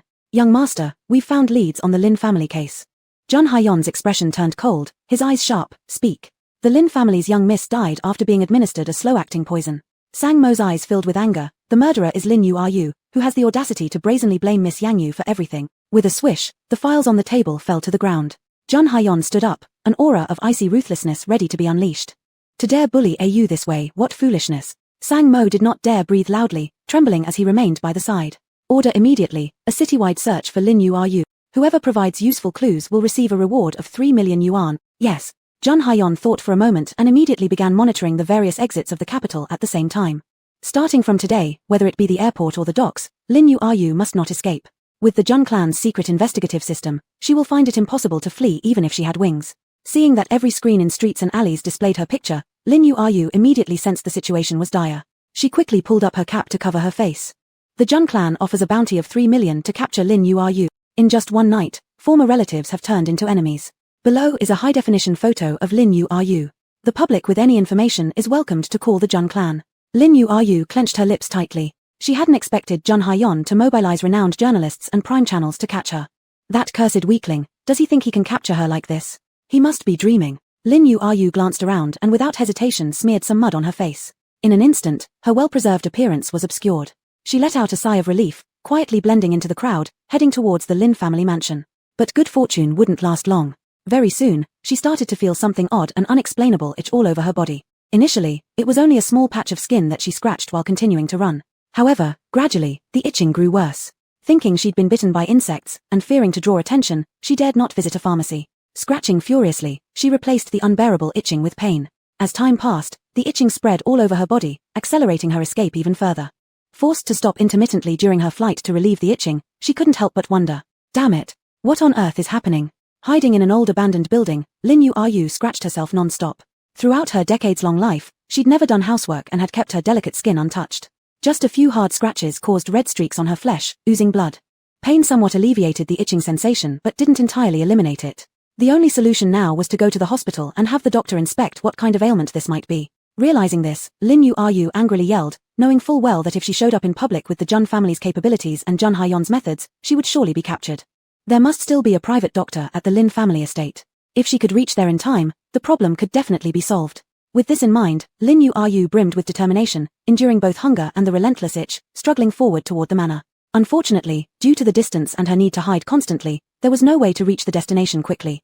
Pulling out her phone, she resolutely dialed Jun Che's number.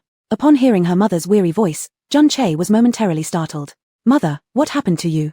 Haven't you seen the news yet? That sickly weakling Jun Haiyon is putting out an arrest warrant for me." Jun Che turned on his computer, then sneered. "Weren't you boasting confidently just days ago about handling things for me? Now look where you are, citywide wanted already." Jun Che's smugness and dismissive attitude made Lin Yu even angrier. Furiously cutting off the call, she lost all hope in her son. He was just like his father, two-faced traitors. The phone's busy signal blared in response, causing the corner of Jun Che's mouth to curl into a more arrogant smirk. Dealing with Jun Haiyon still required his own strategies. A physically weak person like him may have frail health, but his mind wasn't stupid. To fight him, petty tricks wouldn't suffice. At this point, Jun Che lowered his head and pulled out a white capsule. From its appearance, this capsule looked no different from common medicine. However, only he knew how powerful it really was. He endured for such a long time just for this moment. After countless trials, the development of the enhancer had been successful. Once swallowed, one would possess strength and stamina far beyond normal people. Then, regardless of whether it was Jun Haiyon or the entire Jun clan coming together, they'd be powerless against him. Jun Che looked at the capsule in his hand and abruptly put it into his mouth. A strange burning sensation surged through his stomach, and Jun Che's expression grew more grotesque. He laughed wildly like a demon about to succeed.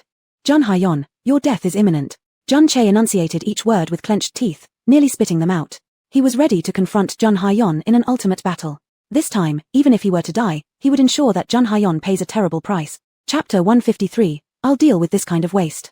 He took his weapon and drove personally towards the center of the imperial capital. During the journey, countless Jun family exclusive helicopters hovered above in circles. "Tumph, you've actually mobilized so much military force to capture Lin Yu. Jun Huarian, you are still as showy and unrestrained as ever."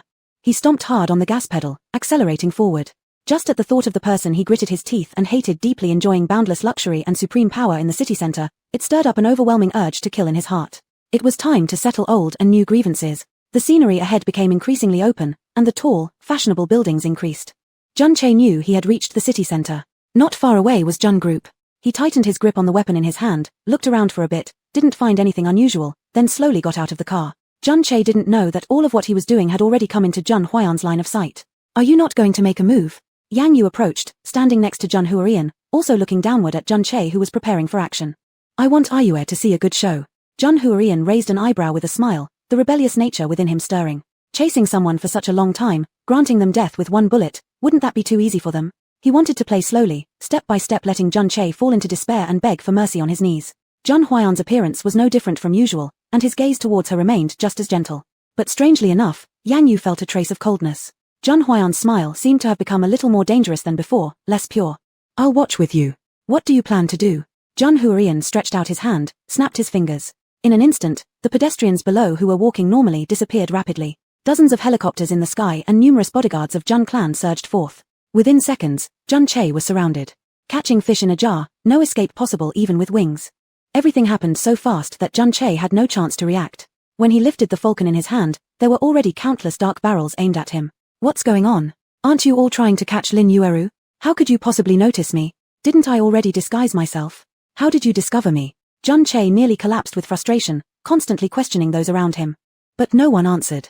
John Huarian revealed a hint of a sinister smile, his voice cool and chilling like Satan from hell, declaring words akin to the Last Testament before death.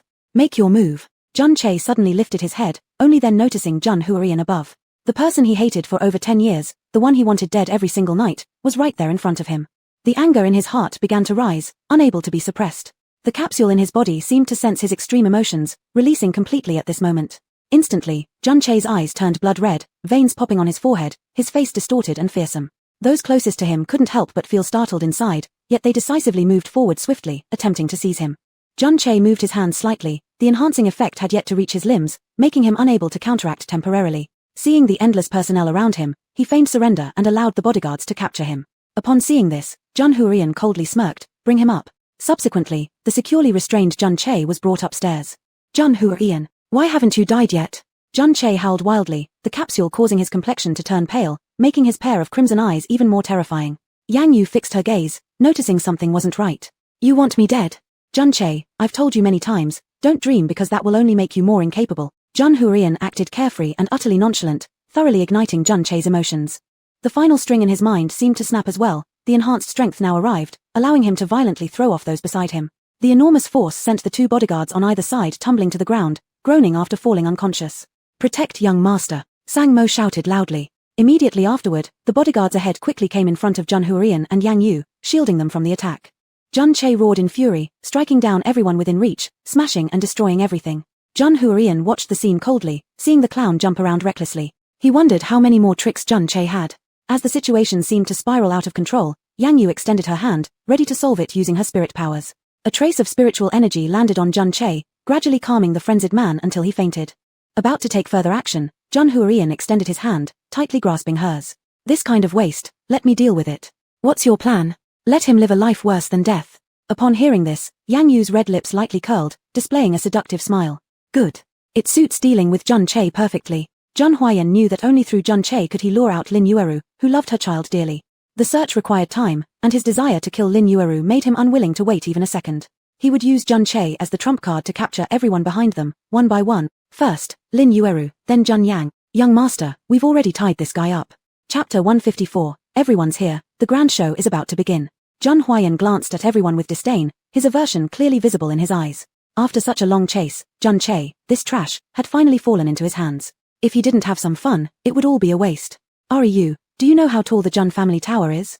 Yang Yu paused for a moment, "A few hundred meters." "Why are you asking?" "How about we hang him there?" Jun Huaiyan's tone was indifferent, yet his face carried an unsettling smile. The bizarre scene made everyone present feel uneasy. Only Yang Yu responded with a smile, "That does sound fun. The Jun family tower is 300 meters high. Hanging him at the very top where the scorching sun and ominous clouds can be felt vividly. With each gust of wind, his body will sway like a human pendulum, how interesting." As Jun Huaiyan spoke, he mimed the movement with 2 fingers, vividly demonstrating the act to Yang Yu. Seeing this, Yang Yu let out a soft laugh, watching him indulgently. "By your words, I'm already looking forward to it. Sang Mo, hang him up immediately." "Yes." Subsequently, Sang Mo and Mo Ziyi worked together to transport Jun Che to the very top of the Jun family tower.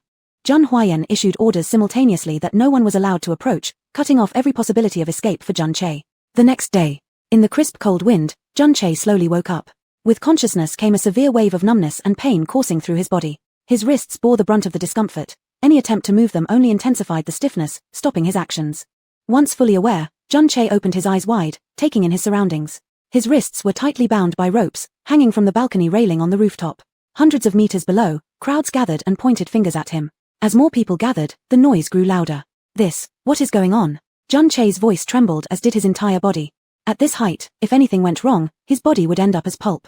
Out of extreme nervousness, he began to feel an urgent need to urinate but quickly clenched his legs tight, fearing that he might lose control.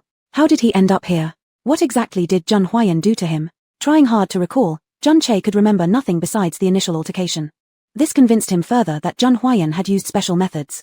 Otherwise, with his enhanced strength, there should have been no way to overpower him. Unfair means. "Why haven't you died yet?" At the same time, inside the president's office. "Master, Jun Che has woken up." Jun Huaiyan looked up, and immediately a layer of cold fierceness clouded his expression. Seated regally in a swivel chair under the soft light of dawn, his imposing presence grew colder. "Step up the intensity, make sure the main character doesn't miss out." Jun Huaiyan's tone was cool and playful, yet the ferocity in his eyes sent shivers down the spine. "Yes." Following this, the incident of the second son of the Jun family being hung on the rooftop of the Jun Tower quickly spread online. With both its peculiar method and the unique identity of the victim, it soon became the leading headline in the imperial capital. Meanwhile, Lin Yuru hid under a bridge, her dark expression practically dripping with water. Initially, she had planned to head to the Lin family mansion, but even before getting close, she was spotted by someone affiliated with the Jun family. Left with no choice, she chose to hide once again. Pretending to be destitute seemed the best option. She was confident that Jun Huayan wouldn't expect her, a person accustomed to luxury, to adopt this strategy. It would be difficult for them to find her within the short term. Just as she was gloating over her ingenuity, a cry from beside interrupted her thoughts. Look, isn't that the famous Jun Corporation? Is that really the second son of the Jun family? He seems so scared he might wet himself. Worthy indeed of the youngest power wielder in Jun history, his methods are ruthless. Feeling increasingly agitated, Lin Yuru abruptly stood up to get closer. What are you talking about? The man handed over his phone to her. See for yourself, the second son of the Jun family is tied to the roof. Truly thrilling, isn't it? Looking at Jun Che's frozen white face and continuously shaking body, Lin Yuru let out several screams. Startled by her cries, the crowd quickly distanced themselves from her as the man snatched back his phone. She's crazy, stay away from her. At this point, Lin Yuru was oblivious to everything except Jun Che's suffering state displayed on the phone. Why had her beloved son ended up this way? It must be Jun Huayan's doing. Her rage and anguish robbed her of reason, leaving no room for further consideration of cause and effect. Likewise, she no longer pondered whether she might be caught by Jun Huayan. At this moment, all she wanted was to rescue her son.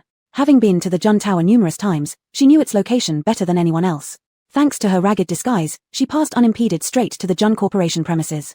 At the same time, news reached Jun Huayan. Master, Lin Yuru has arrived. Jun Huayan wore a playful smile as he rose and moved to the window. His noble and composed demeanor revealed the decisive nature of a supreme ruler, which was extremely dangerous. Everyone's here, let the show begin. Just by raising his head slightly, one could see Jun Che's pitiful state. Jun Huayan, release my son. You sick bastard, direct your issues at me. Chapter 155, keep Jun Che for now, I have use for him. Looking down at his mother, Jun Che felt a mix of emotions in his heart. He understood everything at this moment. Jun Huayan had deliberately set it all up. He had intentionally plotted to lure everyone here. Mother, leave quickly. He urged her, but unfortunately, the distance was too great, and Lin Yueru couldn't hear his voice. Jun Huayan, let my son go right now, or I'll make sure you suffer. Lin Yueru ranted incessantly, as if she were prepared to face death. As she continued her insults, Jun Huayan's expression grew increasingly cold. Master, let me take care of her immediately. Jun Huayan extended his hand. Don't move. Someone will deal with her appropriately. Lin Yueru sharply noticed Jun Huayan's figure preparing to go upstairs before being stopped by an officer.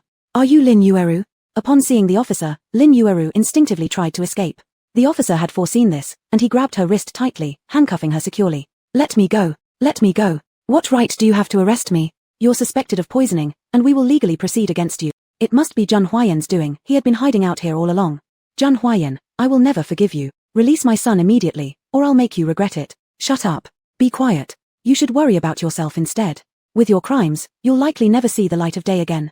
Upon hearing this, Lin Yueru stopped yelling, her face instantly turning pale. She didn't want to be imprisoned. She absolutely couldn't end up there. Do you even have any evidence? How dare you accuse me like this?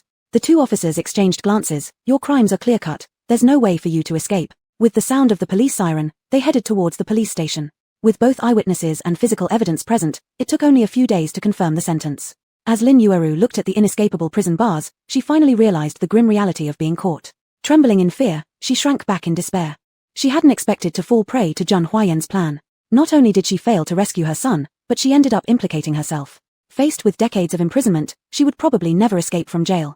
At this thought, Lin Yueru gradually lost control, rushing towards the bars and violently shaking them. Let me out. I don't want to stay here. Quickly let me out. Just as the officer was about to respond, another louder voice interrupted him. It's this woman. She's the one who killed our eldest daughter. Enraged, the father of Lin family's eldest daughter walked in accompanied by an equally furious woman. Lin Yueru, you shameless woman. She is your niece. How could you be so cruel? The officers exchanged glances silently, aware of how wicked Lin Yueru's actions truly were. This was an opportune moment for the victim's family to vent their grievances. Seeing the pair, Lin Yueru became startled and quickly backed away. Quickly reacting, Lin's mother yanked her hair. Still trying to escape. After killing our daughter, what right do you have to hide? I'll teach you a lesson today. Pay for your sins. Let me go. Stop. You can't treat me like this. Lin Yueru attempted to retreat, but her head was firmly controlled by the two. Lin's father became even more aggressive, somehow pulling out a key and unlocking the door. At this sight, Lin Yueru broke down. Help. Please, someone save me. Meanwhile, the officer outside had already silently retreated. Her pleas fell on deaf ears. Lin Yueru was pinned under their weight, enduring brutal beating after beating. On the other side, after resolving the matter with Lin Yueru, Zhang Huaiyan's pent-up anger finally dissipated. During this time, Zhang Che was brought back to the dungeon and re-imprisoned. Seeing the relief on Zhang Huaiyan's face, Yang Yu's lips slightly curved. What happened to Lin Yueru? She's having quite an interesting life. What exactly happened? The Lin family made a big scene, beating her severely until her mind suffered damage. Now she's half insane. Zhang Huaiyan spoke calmly, though a fierce look flashed across his eyes. Good, your methods worked perfectly. Trying to play hide-and-seek with me? First, see if you have the qualifications. Stupid people like Lin Yueru will never escape my grasp. Keep Zhang Che for now, I have use for him. Zhang Huaiyan raised an eyebrow, a playful expression crossing his face, his eyes gleaming with anticipation. How does Lady Yu wish to play? Yang Yu sighed helplessly, we cannot indulge in that just yet. Why? Since we've captured him, why not torture him properly so he'll never forget the pain for the rest of his life? No, I need him as a decoy. Watching Yang Yu's confident demeanor, Zhang Huaiyan decided to put his plan aside temporarily. Alright, let's follow what Lady Yu decides. You're very obedient. Since the moment Zhang Che was imprisoned, Yang Yu had noticed something unusual. He had consumed a strengthening agent, making his physical functions and certain attributes several times stronger than an ordinary person. Not only that, he could attract others of the same race. In just a few short days, she had already detected signs of his kin. With continued exploitation, it was only a matter of time before they were in her grasp. Chapter 156, he wanted Zhun Yang to know the cost of provoking him. The news of Lin Yuoru and Zhun Che's simultaneous downfall quickly reached Zhun Yang's ears. The two most important people in his life had been ruined by Zhun Huaiyan, which made him extremely angry. Old grievances combined with new grudges, prompting Zhun Yang to feel he must act against Zhun Huaiyan soon. Otherwise, Zhun Huaiyan would become a great threat. To control someone, the simplest way was to find their weak spot. The first person Zhun Yang thought of was Yang Yu, but he quickly dismissed the idea. Yang Yu's fighting skills were not something he could easily provoke. Any reckless move would be equal to willingly offering himself for death. Then they'd all be finished completely. After much consideration, it seemed that only the two elders of the Zhun family were suitable. Out of family affection, even if Zhun Huaiyan were cruel and obstinate, he would come check on them. Zhun Che was decisive in action and didn't like delays. He swiftly devised a plan in his mind and arranged for his accomplices to kidnap the two elders. Zhun Huaiyan, this time you're going to get your punishment. With no physical strength, the only thing the two elders needed to worry about were a few close bodyguards. When they went out for a walk, they were surrounded by accomplices and successfully abducted. Watching the two elders lying unconscious on the ground, Zhun Yang showed a hint of a smile. The bait was already in hand, now all he had to do was wait for Zhun Huaiyan, the sickly fish, to take the bait. At the Zhun family residence, there was an unusual leisure and freedom. Zhun Huaiyan and Yang Yu were enjoying their intimate couple's moment. Zhun Huaiyan continuously nudged closer to Yang Yu, seeking her sympathy. Yu, can you hug me tighter? Yang Yu extended her hand and lightly hit his head, don't push your luck. Yu. Just as the atmosphere grew intense and Zhun Huaiyan intended to do something, a knock at the door broke the spell. Yang Yu smirked playfully, now you should let go, right? Reluctantly, Zhun Huaiyan retracted his hand, thinking he must make up for it later tonight. Enter. After a silent prayer, Sang Mo hesitantly stepped in. He didn't mean to interrupt the young couple, he truly had an issue. If it's unimportant, I will send you off to Africa immediately. Sang Mo shivered, young master, this matter concerns the two elders, it's definitely important. Zhun Huaiyan frowned deeply and his face turned somber, what about them? Do we need to say anything? They've disappeared. You've done it again, haven't you? The recovered bodyguards said that a group of very capable individuals arrived. After some struggle, the two elders were taken hostage. Though Yang Yu felt indifferent towards the two elders, the special situation sparked a little curiosity within her. It seems like a well-planned operation. Just then, Zhun Huaiyan's phone rang. Seeing the strange number on the screen, Zhun Huaiyan smirked. Familiar tactics, just with the protagonists changed to these two old ones. Zhun Huaiyan, the two elders are in my hands. If you want them alive, exchange Zhun Che for them. Zhun Yang, don't you know this strategy has absolutely no effect on me? There was no immediate reply from the other side, as though his words shocked them. If you don't come, then watch these two old things die without a burial site. Last villa at the north suburb, I am waiting for your arrival. Looking at the disconnected call, Yang Yu displayed a hint of impatience. How crazy. He actually doesn't hesitate to attack his own parents. Zhun Huaiyan narrowed his eyes, coldness emanating from them. He has always been like this, as long as it achieves his goal, he is willing to pay any price. Are you going? Yes, but not for the two elders. Zhun Huaiyan gazed into the distance, his profound narrow eyes filled with the potential storm and tempest inside him. He wanted Zhun Yang to know the consequence of provoking him. In the villa at the northern suburb, seeing the two elders bound in ropes, Zhun Yang's smile grew increasingly unrestrained. He couldn't believe that Zhun Huaiyan would be able to remain indifferent, just standing by watching two old things die in front of him. The two elders regained consciousness after years without seeing their son. It took them several minutes to barely convince themselves and accept the reality before their eyes. All the previous dialogues were completely captured by their ears, and they never expected that being kidnapped wasn't the worst thing. This son in front of them was using them as leverage against Zhun Huaiyan, demanding an exchange for Jun Che. Jun Yang, did dogs eat your conscience? Do you treat us like this? Have you forgotten that we are your parents? Looking at the two enraged people, Jun Yang remained unfazed. Shut up. If you handed over the company to me earlier, things wouldn't have gotten to this point today. Master Jun closed his eyes weakly. So, you still wanted this? Originally, it was meant for me. Why shouldn't I have it? I have said, you are not fit to hold power. Jun Yang's emotions ignited, glaring fiercely at them. Excuses. They're all bullshit excuses. Is Jun Huayan, who's sick all the time, really more fit? You're both fools. Boss, Jun Huayan has arrived. Jun Yang's whole body trembled. Keep an eye on them. I'll go meet Jun Huayan. Understood. Jun Huayan got out of the car and coldly surveyed the villa before him. Jun Huayan, you've come after all. Where's Jun Che? Still locked in the Jun family dungeon. What, do you miss him, uncle? Jun Yang choked, the anger in his eyes flaring up uncontrollably. Chapter 157, Jun Huayan, let's go see the King of Hell together. Although both elders were in his hands, why did Jun Huayan not show a single sign of apprehension? Jun Huayan, what is your attitude now? Don't forget, the two old men are still in my control. So what? Kill or maim me as you like, I don't care if you report it to the police. Jun Huayan's words clearly reached the ears of the two elders, but at this moment, they had no time to worry about it. Disappointment and anger towards their son overwhelmed their mind. Seeing Jun Huayan's indifferent attitude and his unconcerned expression, Jun Yang could hardly believe it and shook his head repeatedly. The feeling of losing control made him feel devastated, gradually losing his sanity. Jun Huayan, you'd better not regret it. Jun Huayan scoffed lightly, then his voice turned cold with killing intent. You've helped get rid of two troublesome problems for me, how could I possibly regret it? Since you're here today, don't think you can leave easily. Jun Huayan, if you don't hand over Jun Che, then don't blame me for using your life as recompense. Using my life? You sure have guts. Jun Huayan's eyes suddenly grew cold, sharp eyes like an eagle glaring straight ahead, emanating a layer of sinister and chilling ferocity. Jun Huayan, you're just a frail sickly person, what wouldn't I dare to do to someone like you? Jun Yang, do you know the cost of provoking me? Upon hearing this, Jun Yang burst out laughing. Cost? What cost? You, who are about to die, what can you possibly do? Jun Huayan felt a twinge in his heart. How did he know that his days were numbered? He kept calm and continued, unable to live, unable to die. Ha ha ha ha, someone poisoned saying something like unable to live, unable to die, probably nobody understands that more than you, right? Jun Huayan smirked coldly. Searching far and wide, who would have thought the culprit was right beside him? Jun Yang, feeling alive even after poisoning me and not seeing my death yet, how does that feel? Jun Yang revealed a look of panic, stammering, you, how did you know? Do you think everyone is as stupid as you? Jun Huayan. The two elders heard the conversation and struggled fiercely. With their intense movements, the gags in their mouths fell out. Jun Yang, you damned piece of filth, was it you who poisoned Huayan? You insane person, how could I ever have a child like you?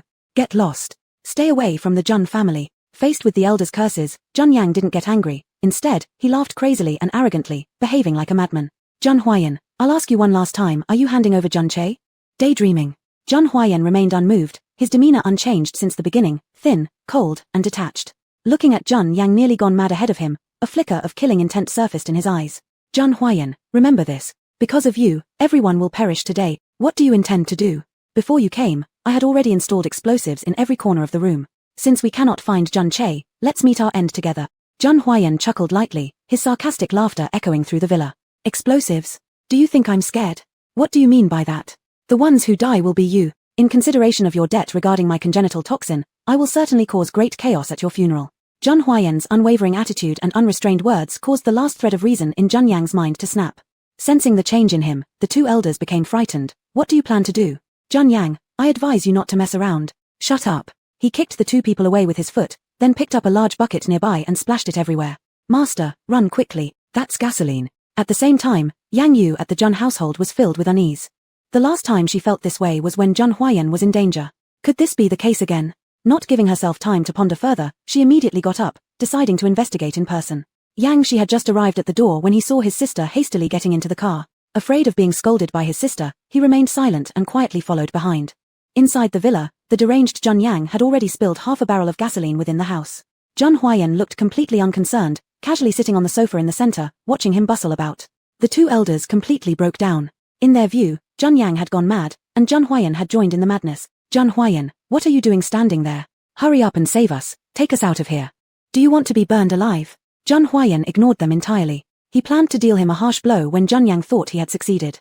A barrel of gasoline had been poured. Jun Yang looked over to the distance and took out a lighter. Jun Huayan, let's go see the King of Hell together. With a bang, the lighter hit the ground, and a massive fire roared up. The roaring flames enveloped the group, making escape impossible. When Yang Yu arrived, the fire had already spread to the door, the scorching heat making it impossible to get close. Thinking that Zheng Huayan might be inside, she didn't hesitate and rushed in immediately. Her hurried figure running into the flames caught Yang Shi's eye, a strong wave of heartache spreading through his limbs, leaving him feeling more exhausted than ever. He slumped helplessly to the ground. So, had her sister grown this fond of Zheng Huayan? Chapter 158, I will definitely not let you go. What about him? What about all these years of waiting and standing guard? Yang Shi wanted to intervene but felt it was unnecessary. The blazing fire couldn't stop Yang Yu's determination, even if the flames touched the edges of his clothes, he remained fearless. Crossing through the gate and corridor, the two opposing figures came into view. Zheng Huayan, what are you doing? Yang Yu's angry shout froze the actions of the people inside the room instantly. Upon seeing Yang Yu's figure, Zheng Huayan's cold expression finally softened slightly. His eyes were filled with worry. Such a big fire posed a danger to Ayu. Ayu, how did you get here? I've come to save you. Zheng Yang had already gone completely mad. Seeing Yang Yu enter, he laughed wildly. Another one coming to die. Zheng Huayan, there are really so many people willing to be buried alive with you. Shut up. Yang Yu kicked over with a leg. Zheng Che let out a muffled groan and fell to the ground. Ayu, leave quickly. It's dangerous here. I've come to take you away. Don't worry about me, I can escape. Before that, I want to take Zheng Che away and make him pay. Yang Yu became furious. Then are you not considering your own safety? Before the words had fully escaped, a sizzling burning sound could be heard. Ha ha ha, it's going to explode soon, let's die together. Ayu, go first. Zheng Huayan grabbed Zheng Yang on the ground like dragging garbage. Just as Yang Yu was about to say something, explosion sounds rang out in succession from all sides. In the blink of an eye, the chandeliers and wallpapers in the villa began falling off. Zheng Huayan realized the situation wasn't good. He could have escaped and dragged Zheng Yang away at the same time. However, Yang Yu came in, and all his rationality and thoughts were disrupted. At this moment, all he wanted to do was tightly protect her and ensure she wouldn't get hurt. Coincidentally, Yang Yu also had the same idea.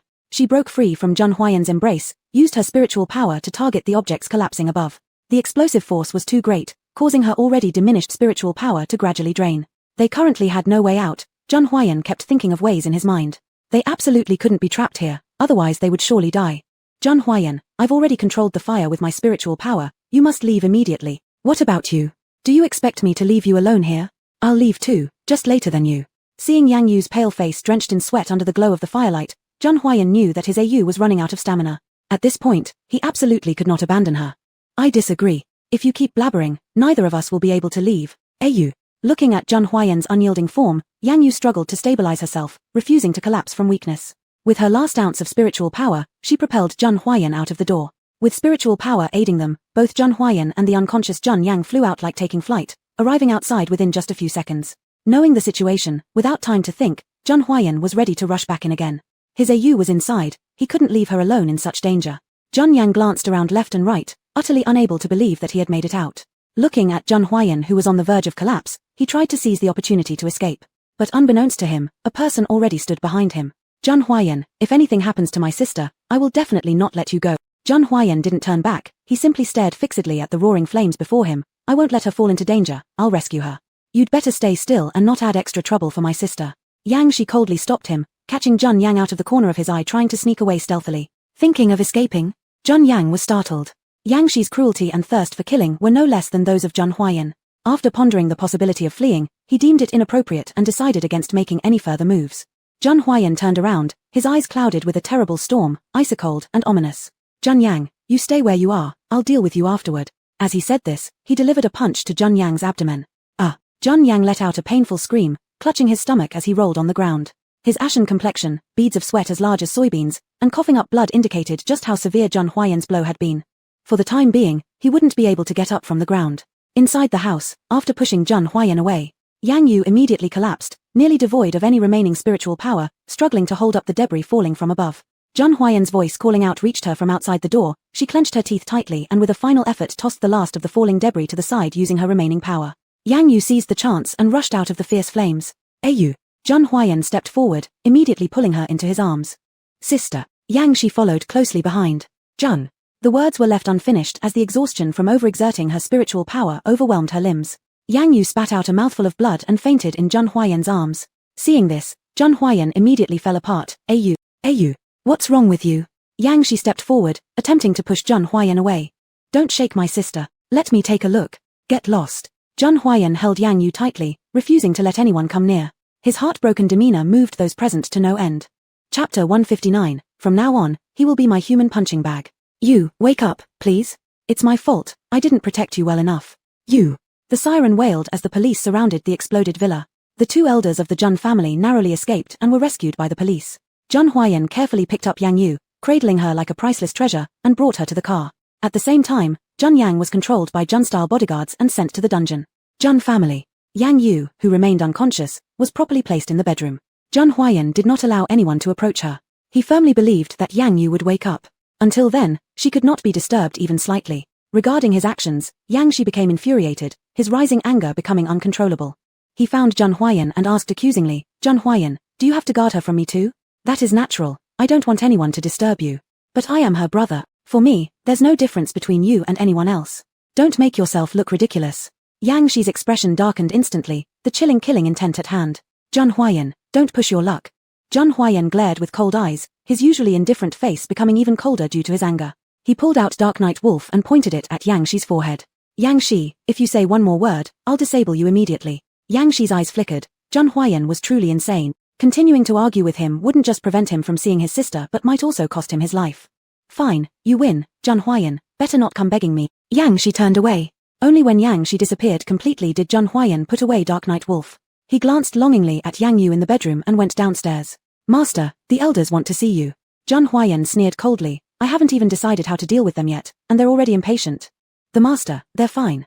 If we don't stop them, they'll likely come to the Jun residence within a few days. These old people are quite lucky, prepare the carriage, send them to Jotsang Mountain.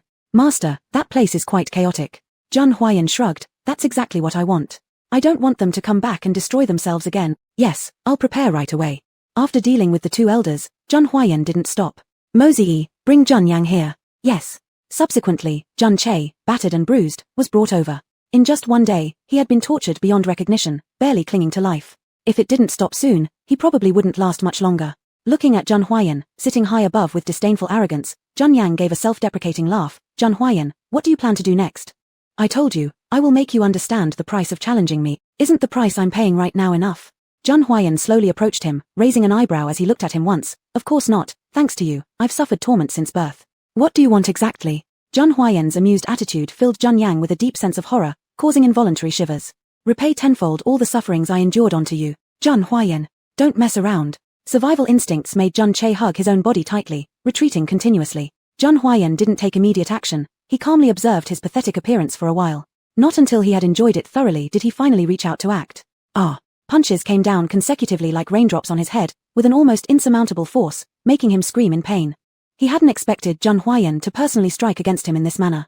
Hurry, let me go. Jun Huayan suddenly threw a hard punch, which made Jun Yang unable to support himself any longer, collapsing on the ground. In just a few minutes, his head was covered with bruises, blood gushing from his nose covering his entire face. Does the headache feel good? Pleasurable? Both of Jun Yang's eyes were swollen shut, taking great effort to pry them open. Seeing Jun Huayan laughing arrogantly, an indescribable fear overwhelmed his entire being. Jun Huayan, you're a lunatic. This is considered insanity. Let me tell you, this is just the beginning. What else do you want to do? Jun Huayan stomped on the struggling Jun Yang with his foot, unable to live, unable to die. How can I break my promise so easily? Jun Huayan, why don't you just kill me and give me some peace? Jun Huayan chuckled softly, the low laughter falling into Jun Yang's ears sounded like a death call, making him more frightened. Mosey, hang him up. Following Jun Huayan's pointed direction, Mosey quickly grabbed the man, hoisting him up to a beam in the garden. Don't let him die. From now on, he will be my human punching bag. Upon hearing this, Jun Yang screamed in terror, Jun Huayan, you monster, you will not meet a good end, I will make you pay for this.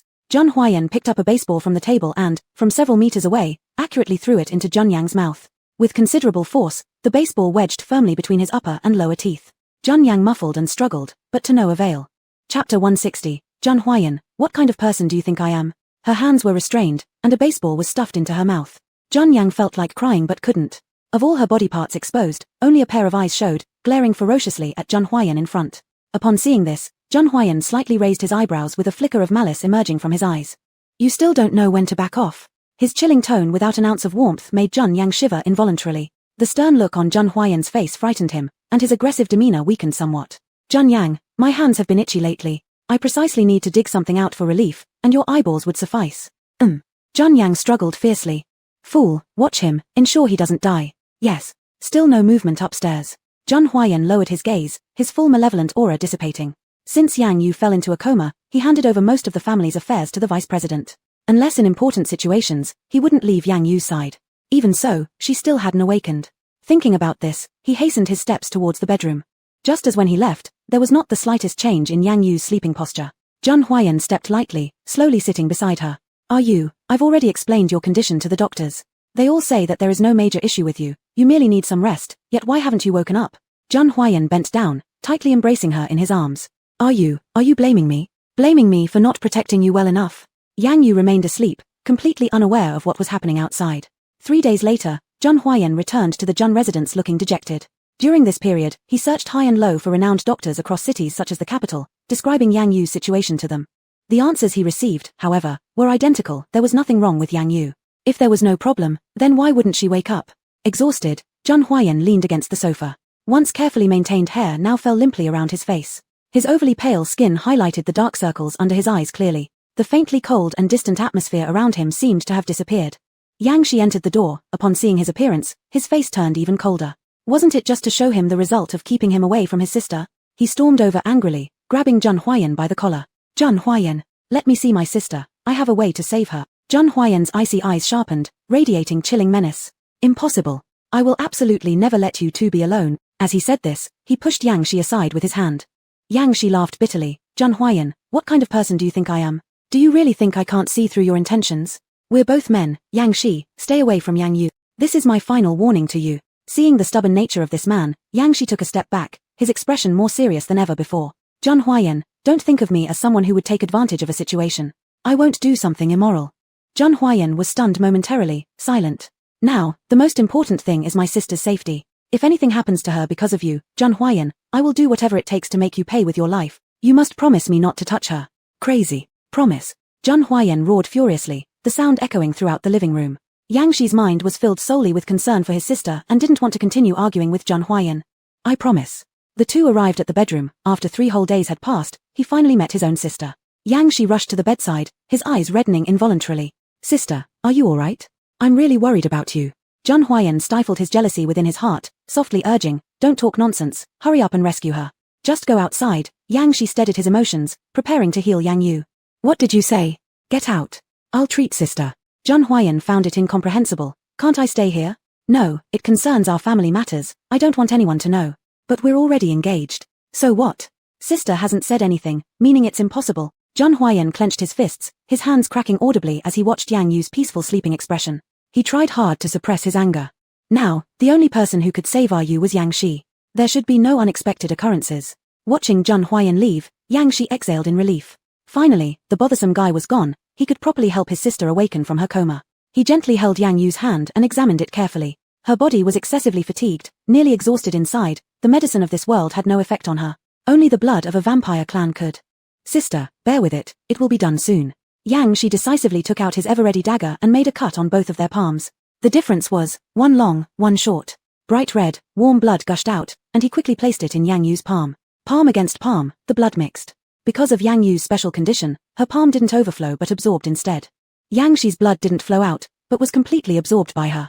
Sister, don't worry, you'll get better soon. Chapter 161, What did Yang Shi do to you? Yang Yu, who was in a coma, seemed to have some perception as her complexion gradually improved. After observing that Yang Yu's breath began to circulate smoothly, Yang Shi finally sighed in relief.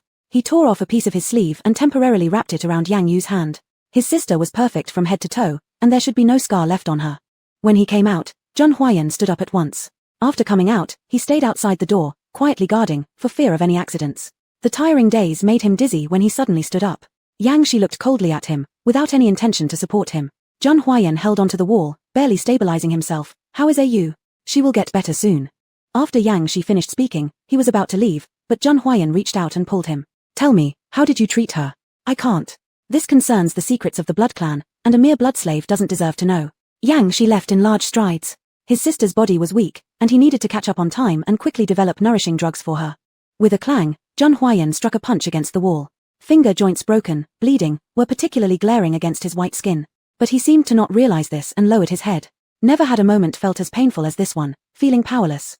His beloved woman lay ill in bed, and he could do nothing. Yang Yu slowly woke up. Her last memory in her mind was of the burning villa. Worry surged again in her heart. Zhang Huayan. Outside the door, Zhang Huayan snapped back to his senses, rushing into the bedroom. You've finally woken up. Seeing Zheng Huayan standing joyfully before her, Yang Yu looked up and down. Are you okay? Did the big fire hurt you? Don't worry about me, Yu, you're the one who's more injured this time. Yang Yu thought about her spiritual power. This wasn't the first time she had overdrawn on it, so she didn't take it seriously.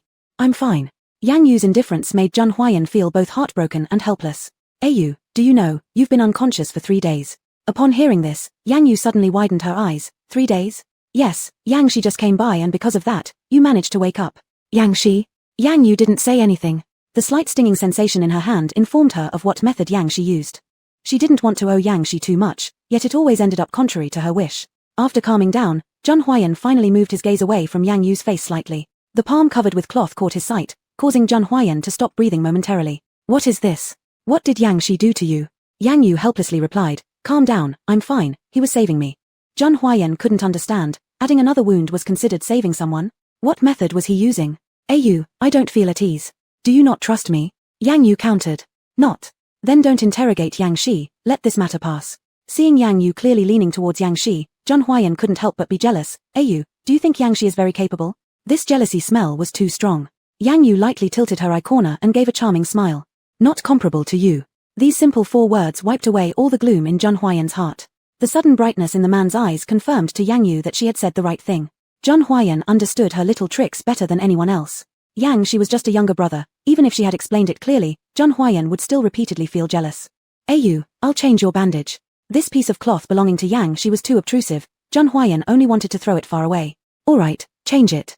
Yang Yu saw through but didn't point it out directly. Sang Mo brought the bandage. Zheng Huayan acted swiftly and threw the cloth straight into the trash can. Looking at the scar on the palm, he frowned with pain and blew gently onto it with his mouth. This excessively intimate gesture caused Yang Yu to turn her head, her earlobes turning red uncontrollably. Zheng Huayan didn't notice until he thought it was enough, then stopped, patiently and gently wrapping the bandage, which was different from his usual demeanor. It was exactly at this time that Yang Yu noticed the abrasions on his hands. How did your hand get like this?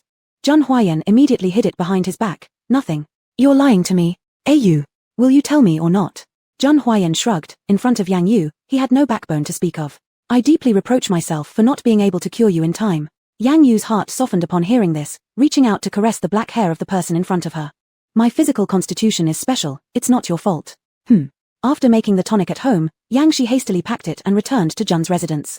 A day later, Yang Yu's appearance had already recovered more than half. Upon seeing Yang Shi, Zheng Huayan no longer displayed intense dissatisfaction, his expressionless face being his biggest compromise at this moment. I want to talk to my sister alone. Yang Yu glanced at Zheng Huayan, who was on high alert, and a trace of indulgent amusement flickered in her eyes. Just say it. There's no one else around. It was plain to see that Zheng Huayan felt more at ease. Sister. Yang Shi suddenly raised his voice, his expression turning stern. If you don't want to say it, then never mind. Sister, do you really care so much about his feelings? I just wanted to have a word with you alone. Chapter 162, Stop your gaze, get straight to the point. Yang Yu was gradually losing her patience. Yang Shi's excessive affection always made her unbearable. If you stick to your identity, I'll talk with you. Yang Shi's face immediately turned pale. Was it that obvious? Has his feelings for his sister been seen through by everyone? Yang Shi, since you saved Yu, I will pretend not to have seen this today. But from now on, if similar situations occur again, I can't guarantee that I won't deal harshly with you. The icy tone like Satan's, and the bloodthirsty eyes, even Yang Shi who was usually arrogant couldn't help but feel shocked. Zheng Huayan's madness, he had experienced more than once. This is a tonic, take one every 3 days. He pushed the medicine box forward and said no more. Zheng Huayan slightly raised the corner of his mouth, silently acknowledging that Yang Shi knows his place. Yang Yu's expression slightly softened. Thank you. Hindered by Zheng Huayan, Yang Shi could only suppress his desires and responded with restraint. You're my sister. Master, there's a document at the company that requires your signature. Sang Mo walked over. After Zheng Huayan lightly kissed Yang Yu in his arms, he prepared to leave. Yu, wait for me until I come back. Yang Yu nodded and watched him walk away. Yang Shi's heart brightened up. Finally, the obstructive person left. Now he could have a good chat with his sister about recent events. Stop your gaze, just say it directly. Yang Yu opened her mouth indifferently, with no trace of emotion in her thin, cool eyes. The gentle side of her just a moment ago seemed like a completely different person. Sister, don't think just because Zheng Huayan isn't here, my attitude will change. I didn't think that way. Yang Yu's appearance suddenly turned cold, then let's get straight to the point. Yang Shi gave a self-mocking laugh, the bitterness in his heart had spread throughout his body, and his voice followed suit with a sense of powerlessness. I have recently felt the presence of many members of our race. I felt it too. Yang Shi moved his hand, the familiar essence flowing through his palm. This belonged to Yang Yu. After their blood merged, the connection and resonance between the two were much deeper than before. Considering the situation now, he chuckled bitterly. This could also be counted as some form of solace, he was satisfied. Instead of being passive, we should act ourselves and summon them over. Yang Yu thought about it. The two arrived at the burning hall of the Jun family. It was spacious, with an open view, special location, making it the best summoning ground. Yang Shi lit the incense candles on the ground, while Yang Yu took out a clearly different incense candle. The surface of the incense candle was covered with profound and intricate talismans, very mysterious. Mosey, go bring Jun Che here. Yes. Then, half-human half-ghost Jun Che was brought in. Because Yang Yu was injured, he had also caught a breath during these few days, no longer tormented by unknown things. At this moment, seeing all the candles in the room, he immediately realized something was amiss. What do you want to do again? The live target doesn't need to know too much. Yang Shi directly pulled him into the middle of the candles, gripping him without hesitation. Jun Che looked around. Do you guys still want to use me to attract those strange things? You are insane. Completely lost your mind. Damn it, how dare you torture me like this? Shut up. Yang Yu's beautiful eyes turned serious, her gaze sharp like cold rays of light, projecting onto Jun Che's body. Jun Che, having endured enough torture, did not dare provoke Yang Yu anymore and wisely closed his mouth. Yang Shi chuckled softly, his clear eyes full of laughter. Who would have thought that the famous Jun Che could end up so wretched, truly entertaining? Upon hearing this, Jun Che glared furiously at Yang Shi. Yang Shi did not forget to revel in his misfortune. His sister hadn't wasted much effort on him.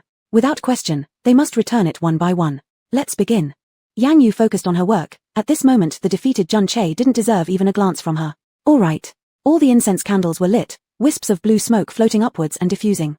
The surrounding temperature quickly dropped, the two glanced at each other and thought, they've come. Jun Che was terrified, always keeping his nerves taut, such inhuman torture was better off killing him directly. The translucent ghosts continuously entered the room, their pale white bodies not quite distinct in the smoke, yet Yang Yu and Yang Shi quickly detected them. As time passed, there were already over a dozen translucent ghosts in the room. Still unformed ones. Sister, should we continue summoning? Continue, we need members of our kind. Okay. Yang Shi stirred the candle fire, the smoke gradually thickened. Unfortunately, what came were still unformed ghosts. Yang Yu rubbed her temples, stretching out her hand. Stop. Sister, then what's next? Search, the fully formed members of our kind must be found. The next day, Yang Yu got up early and rushed to the employer's home according to the plan. A middle-aged couple was standing by the door to welcome her. When they saw that she was accompanied by only one bodyguard, they felt doubtful. Hello, are you Miss Yang Yu? Yang Yu nodded. Yeah, take me in and let me see the situation.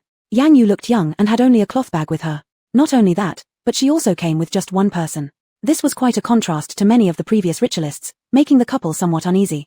Chapter 163, Your daughter might already be dead. Wait a moment. The man spoke up. The person who invited you earlier was my steward. I am the male head of this household, just call me Mr. Gong. Mr. Gong, is something wrong? I haven't learned too much about you, so I'm a little confused. Are you sure you've only brought these things? Yang Yu looked down at herself and in her mind appeared the image of the current fortune teller. A messy pile of stuff, as if afraid others wouldn't know he was a fortune teller. I'm sure. Shouldn't you have heard about me? Mrs. Gong nodded. I've heard, but the difference between you and what I imagined is quite large, hence some suspicion arose. I understand. Let my abilities speak for themselves. The couple exchanged glances. Letting Yang Yu inside would not cause any issues. Moreover, it had cost them a great deal to invite her here. All right. As they walked into the room, Yang Yu caught a faint but distinct odor the moment she entered. This smell was too unique, it seemed to penetrate clothing, seeping into one's skin. After just a brief moment, she felt as though the entire surroundings had been tainted by the stench. The elderly couple acted as though nothing was out of the ordinary, going in to pour them tea. Mosey, do you smell that? Mosey had just recently left the military, his remarkable sense of smell and keen powers of observation already picked up on the strangeness of the house. Yeah, there's a body. Yang Yu remained silent, sitting down in front of the elderly couple, first wanting to determine if they were aware parties involved. Miss Yang Yu, actually our house has no major issues. Yes, we want your help with another matter. Yang Yu couldn't help but chuckle silently to herself. This house was surrounded by numerous wandering spirits. Was it truly without trouble? Apparently, she'd need more compensation when she leaves, since banishing wandering spirits is a whole different affair. Speak then. Mr. Gong looked haggard, clearly concerned. Our daughter is missing. When did she go missing? A half-month ago. So long and the police still have no leads? Yang Yu asked. No, at the start they promised full efforts to find her. However, after a week went by, they didn't find even a single clue. Afterwards, we spent a fortune hiring private detectives, but they also found nothing. The situation was indeed bizarre. If it were a normal disappearance, results would certainly show within a short period. At the very least, they could lock onto a range through surveillance or eyewitnesses. It was impossible for there to be no clues at all. Looking at the wealthy couple before her, courteous and well-bred, Yang Yu paused momentarily before hesitantly speaking. The next thing I'm going to say, you must prepare yourself psychologically. Both spouses' expressions suddenly tightened, gripping each other's hands tightly. Go on. Your daughter might already be dead. It's impossible. My daughter is only 18 years old, so young, how could she possibly die? Mrs. Gong's emotions flared, her eyes turning red. Mr. Gong looked pale, shaking his head repeatedly. Her life has just begun, she is such a good child, she cannot be dead. I understand your feelings, please calm down. How can you expect us to stay calm? Shiyu is such a good kid, this is absolutely impossible. The two seemed deaf to Yang Yu's words, quietly sobbing together. Miss Yang Yu, let them cool off for a bit. Yang Yu nodded, letting out a soft sigh. They were wasting her time. During this time, she continuously observed the room decor, trying to locate strange spots quickly. However, everything in view seemed perfectly ordinary. Apart from some decorative items, there were family portraits. Looking at the girl in the photo, her heart grew complex. The girl in the picture possessed an exquisitely delicate doll-like face, with beautiful features, standing out remarkably. She was surely an exceptional young woman among her peers at this age. It was indeed regrettable that someone so young faced such an incident. A few minutes later, the couple finally calmed their emotions. Mr. Gong opened the conversation first. Miss Yang Yu, why did you say that? That's right, my daughter is merely missing. An odor seemed to rise once again at her nose. Exactly this scent led her to suspect their daughter was dead. Afraid of delivering a blow directly, she stood up instead, pulling out the feng shui ruler. Let me look for her first. Can you find her? So many people couldn't find her. Mosey stepped forward. Since both of you have invited Miss Yang Yu, let her take charge. You just need to cooperate. The couple awkwardly nodded, saying nothing more. The feng shui ruler hovered left and right, until its head pointed toward the north. Yang Yu approached, and behind her, a spacious garden came into view. Smelling the intensifying odor, Yang Yu curiously asked, you don't smell anything? What? Stench. The couple exchanged glances. A few days ago, we don't know who threw a dead cat. Feeling pity for it, we buried it here. Yes, there was indeed some stench, but neither of us had the mood to deal with it. This is not the smell of a dead cat. Yang Yu walked to the middle of the garden, her small heels scraping twice on the lawn. Sure enough, hidden in the grass were traces of red dye. Chapter 164. A coffin was unearthed from the underground of the Gong family. The dyes formed strange symbols and lines. The extremely malevolent solidifying corpse curse. How could it appear on an ordinary girl? Who could be so malicious? Do you have any servants in your family? Yes, but today is training day, so they're all undergoing unified training. Call them back, we need to dig up the ground. The other three looked at each other with confusion, not understanding what Yang Yu really intended to do, or why she had started digging. Miss Yang Yu, this? Hurry up and call them back right away. Mr. Gong said no more and immediately walked aside to make a phone call, his expression serious as he gave some instructions. Don't worry, Miss Yang Yu, the workers will be here soon. Yang Yu nodded. You should step back a bit. I need to break the curse, otherwise there might be accidents when the servants start digging. What kind of accident? Mrs. Gong was curious. Ordinary people who rashly break the solidifying corpse curse would bring calamity upon themselves, and this calamity is hereditary. It would affect both the person breaking the curse and their family members, with no one able to escape unscathed. The expressions of the other three changed upon hearing this, never imagining how severe the matter was. Who did this? How can someone be so evil? Not only harming our daughter, but also harming those who dare to dig the earth. You need to calm down first. Let's uncover this before we deal with anything else. After exchanging a glance, the couple realized the complexity in their eyes. Even though they were angry, they still had to listen to Yang Yu. They needed to remain calm and address issues step by step. Yang Yu took out some charms, walking around several times, sprinkling incense, ash and copper coins on the ground as she went. Visibly, her demeanor shifted from relaxed to solemn, beads of sweat forming on her forehead, clearly showing how tired this operation made her. After all the preparations were completed, Yang Yu closed her eyes, muttering lengthy and complex incantations. As the incantation concluded, streaks of red light surged from beneath the ground, revealing the shape of an array. Break. With Yang Yu's light cry, the array shattered instantly. At the same time, Yang Yu's vision blurred due to the overconsumption of spiritual energy, her physical strength feeling weak and causing her to stumble backward. Mosey reacted quickly, rushing forward to support her. Are you alright, Miss Yang Yu? I'm fine, Mosey. Seize this opportunity, go ahead and start digging. Understood. Mr. Gong handed over a shovel, and together with Mosey, began digging. Right when both were drenched in sweat, the servants returned. Seeing their arrival, Mrs. Gong lit up, handing out borrowed shovels to each of them. Hurry, dig up this land. Though puzzled, the servants dared not ask questions and picked up the shovels to begin digging. Accustomed to labor, they had great strength, and within no time had dug up quite a bit. Yang Yu stood beside, quietly waiting. She could obviously feel that as the depth of the digging increased, the stench became increasingly strong, and the negative energy grew heavier. Similarly, the diggers noticed it as well. The intense smell made them cover their noses with their hands, and later they used towels or cloth edges to shield their noses. Time ticked by, the piled-up soil reached half a person's height. Thanks to everyone's efforts, traces of a wooden board finally appeared. It's here. Miss Yang Yu, look here. Yang Yu immediately went over for inspection. Beneath the dark brown mud, a conspicuous yellow wooden board lay exposed. Continue digging, I want to see the whole thing. Understood. Everyone resumed working hard. Sweating profusely, the entire wooden board finally revealed its original form. The crowd let out a gasp. How could it be? A coffin appeared in the Gong family's backyard? Mrs. Gong's face turned pale, startled, and she kept retreating. This, what's going on? Mr. Gong's face didn't look any better. What's the purpose of placing a coffin in our home? What does this person want? All of these remain unknown for now. You need to calm down and let it be. Yang Yu had an indifferent expression, waving her hand to signal the others to step aside. She decisively walked towards the coffin, examining its full appearance. On the yellow wooden board, barely noticeable incantations were hidden. To open this coffin, it seemed necessary to unravel these spells first. She stretched out her hand, and spiritual power instantly flowed into the coffin.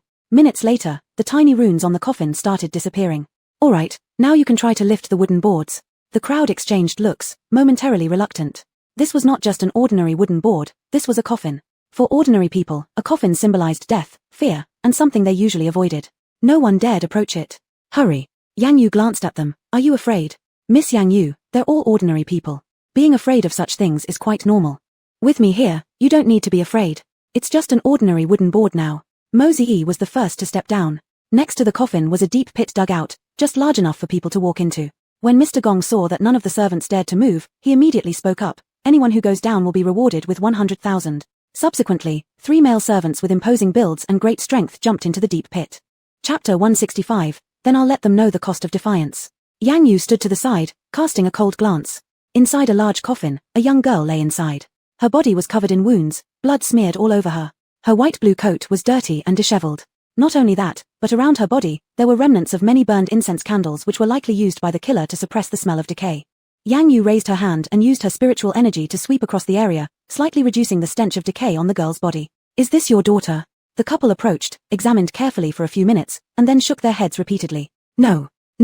Yang Yu was somewhat surprised. No, here is our daughter's photo, Miss Yang Yu, take a look. Yang Yu took the phone and confirmed it wasn't the same person. Could the mastermind behind all this have already guessed that the coffin would be discovered? Therefore, they swapped the bodies. However, since it's not the daughter of the Gong family, it has nothing to do with her. Mo Ziyi, call the police and hand over this unidentified corpse to the officers.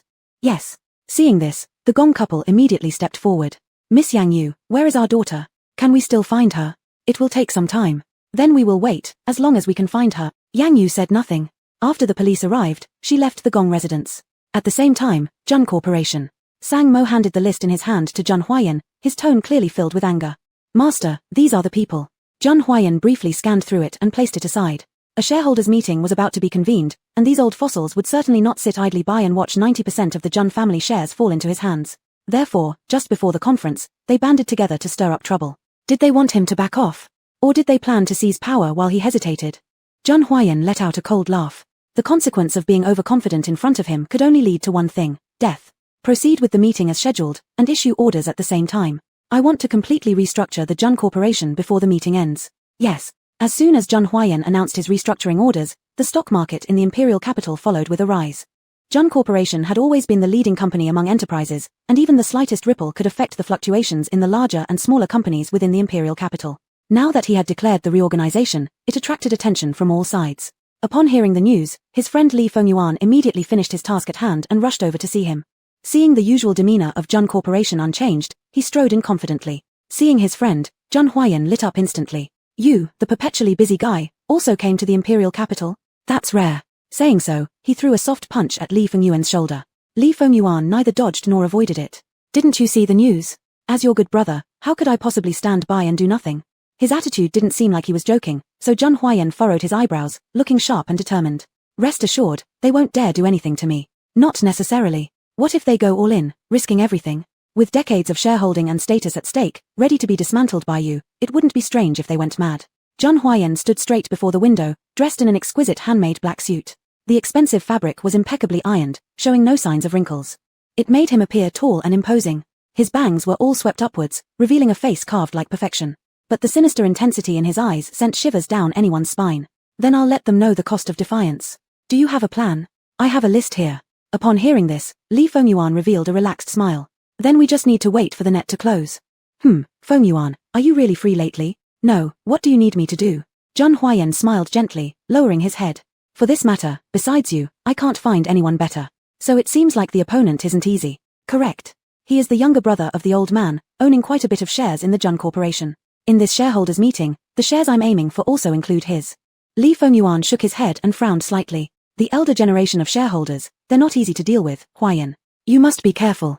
With decades of accumulated connections and influence, they won't let you get your way easily.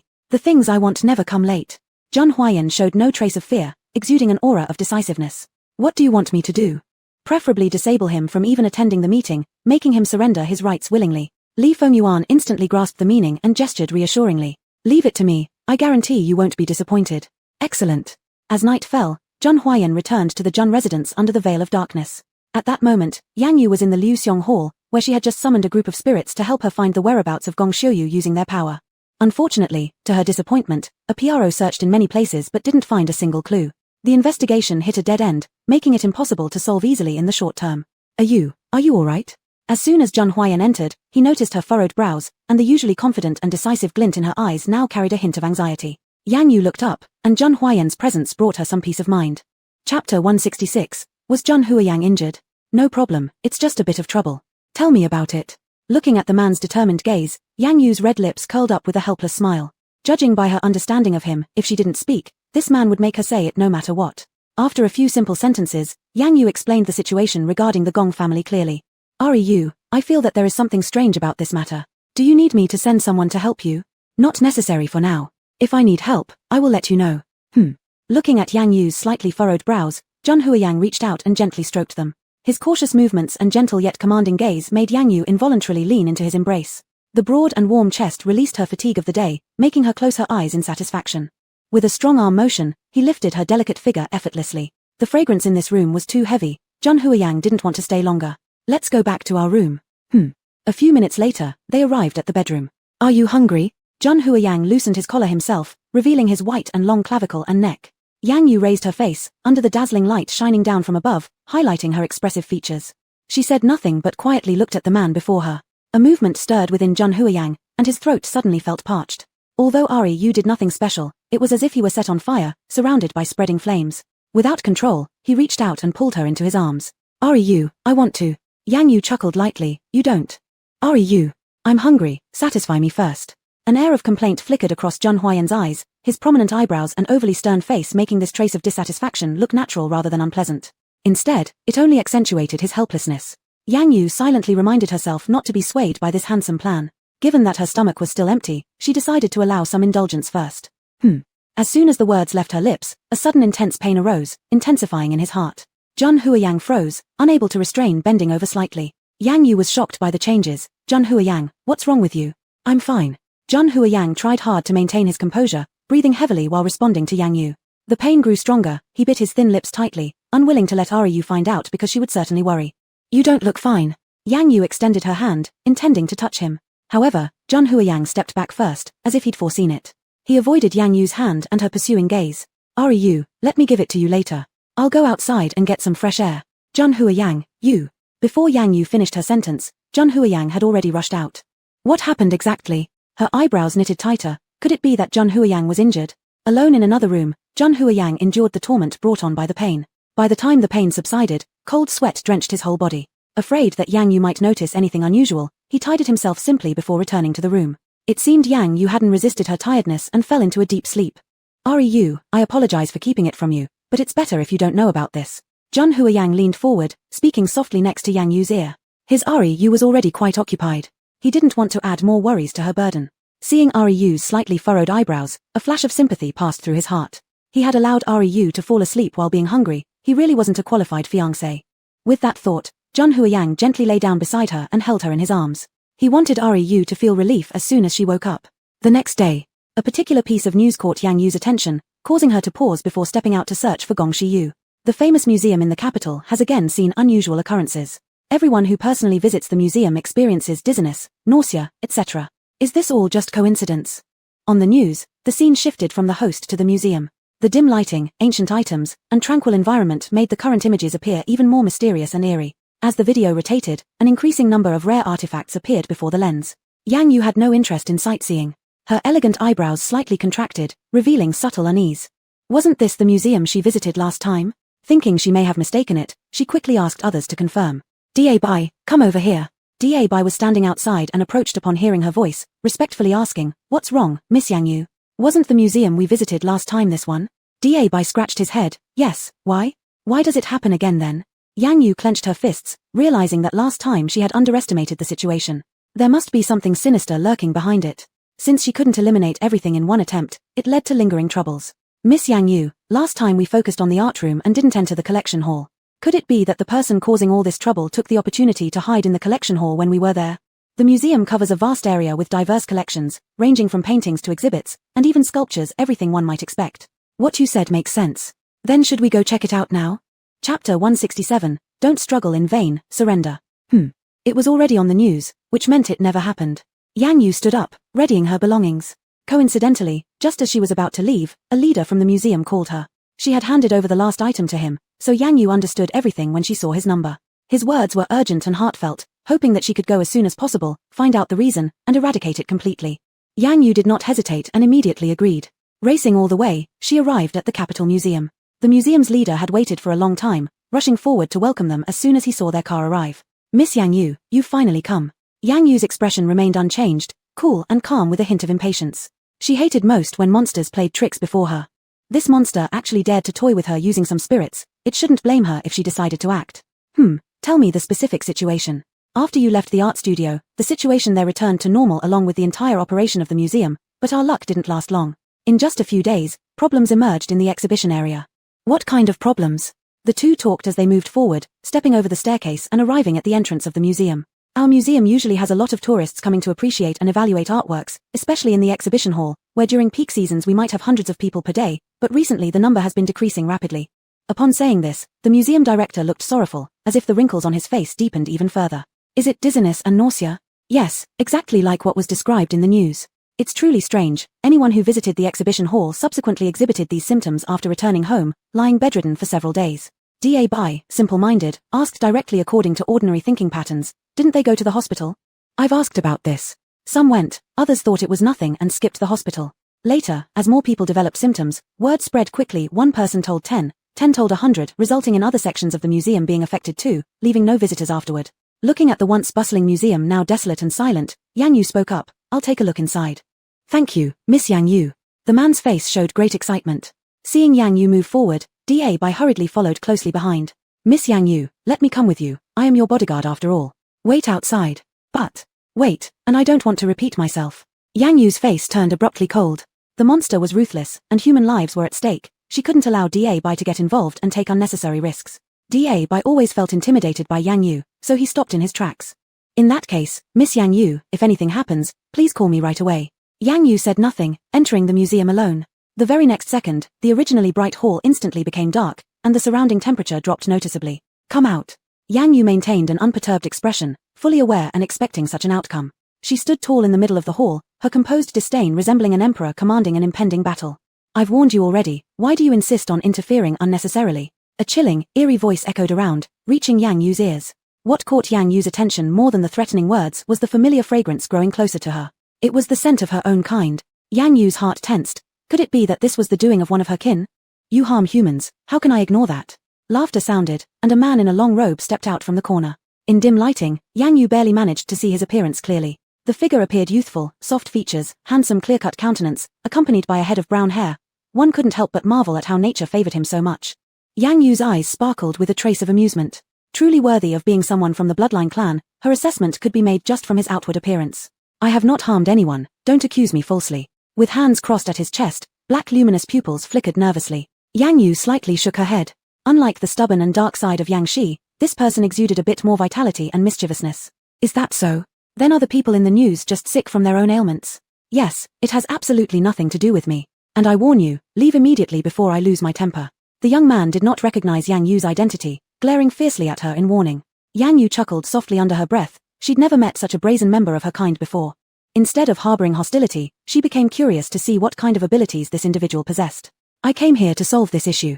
Until the matter is resolved, I won't leave. The youth sensed that Yang Yu was not an ordinary person. After examining her carefully, he raised his fist. Yang Yu moved her fingers lightly, and with just a faint thread of energy, she easily blocked the young man. Watching himself unable to approach her, the youth repeatedly swung his fists but still changed nothing about the current situation. What's going on? Don't struggle in vain, surrender. The young man became furious as he watched Yang Yu defeating him with such calmness and ease. Realizing his struggles were in vain, he simply threw himself back and lay down on the ground. I won't go.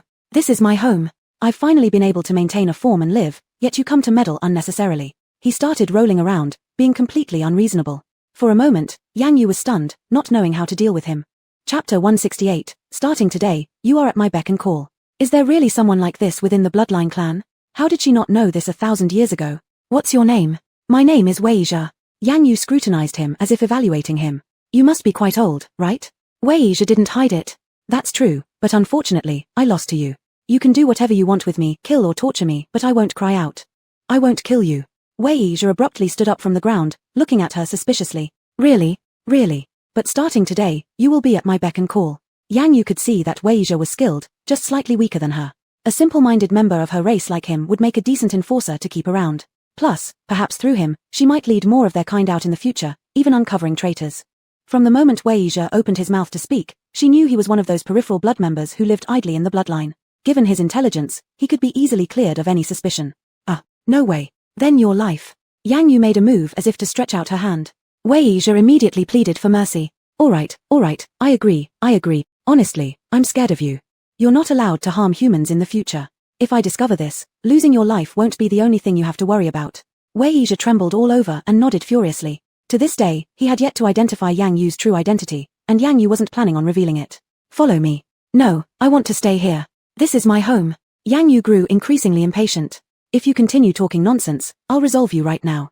Wait a moment, let me take my things with me. A few minutes later, Wei Zhe came back holding something that resembled a chamber pot. What is that? My home. I usually sleep and rest inside this. Can't you do that somewhere else? Wei Zhe glanced at the museum. No, it's huge inside here, and every day, there are living people coming to worship me. I enjoy their respect while sipping a bit of their essence. It's such an easygoing life. Now you can bid farewell. Yang Yu interrupted him ruthlessly. Are you trying to slowly torture me to death?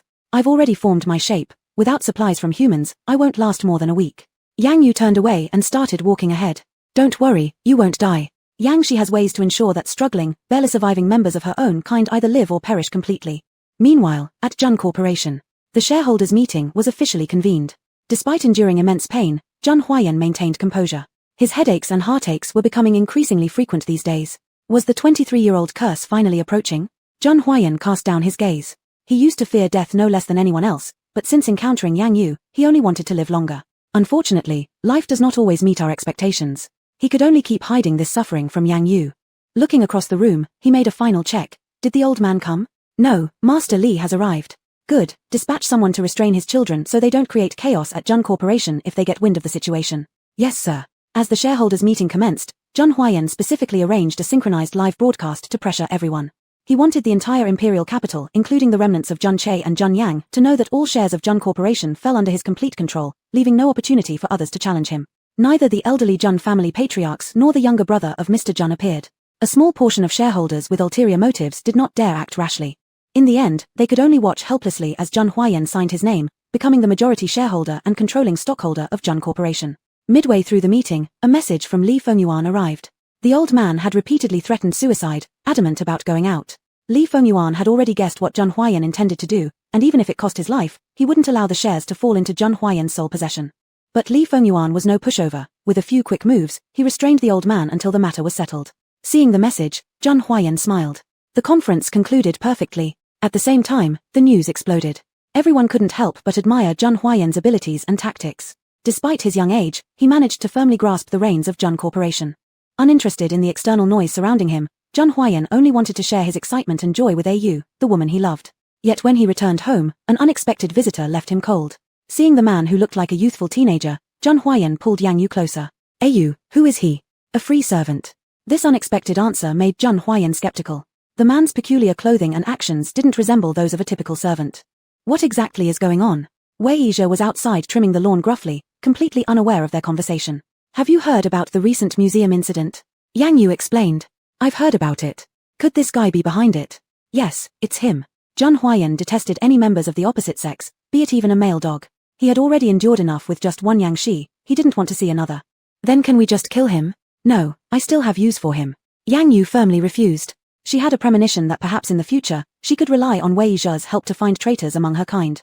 Chapter 169, Am I an object? To be given away so easily? Au. Zhang Huaiyan, dissatisfied, glared fiercely at the man in front of him who was working hard with his head down. Knowing that the man was jealous again, Yang Yu approached, and taking the initiative, she tiptoed up and placed a kiss on that exquisite chin. Alright, he's not worth your jealousy. Yang Yu thought to herself that between a white horse and a pig's head, she could still tell the difference clearly. Zhang Huaiyan, comforted by this kiss, saw his furrowed brows gradually ease. He then held Yang Yu and started to walk inside. Unfortunately, this scene fell right into Yang Shi's eyes. As a man, he almost instantly knew what Zhang Huaiyan was thinking, and without hesitation, he quickly went over. Sister, I've brought you what you wanted. The sweet atmosphere was immediately interrupted, and Zhang Huaiyan became angry. Another meddling person, when would he disappear? How is the investigation on Gong Shiyu going? Have we found the body yet? Yang Shi shook his head. For now, we can only determine her approximate location. Where? The barren mountains north of the imperial capital. They are vast. The results will only be out in the afternoon. Speed up the search, continue investigating the murderer. I want to know who has the audacity to commit such cruel deeds in broad daylight. Okay. Yang Shi nodded and casually put down the blood drop pills in his hand. Zhang Huaiyan glanced once. What is this? Yang Yu didn't intend to hide it. It's for Wei Yizhe. With it, his body won't have any problems for half a year and can serve as a qualified laborer. Zhang Huaiyan's face turned grim again. His stern jawline and tightly pursed lips exposed his current emotions without a doubt.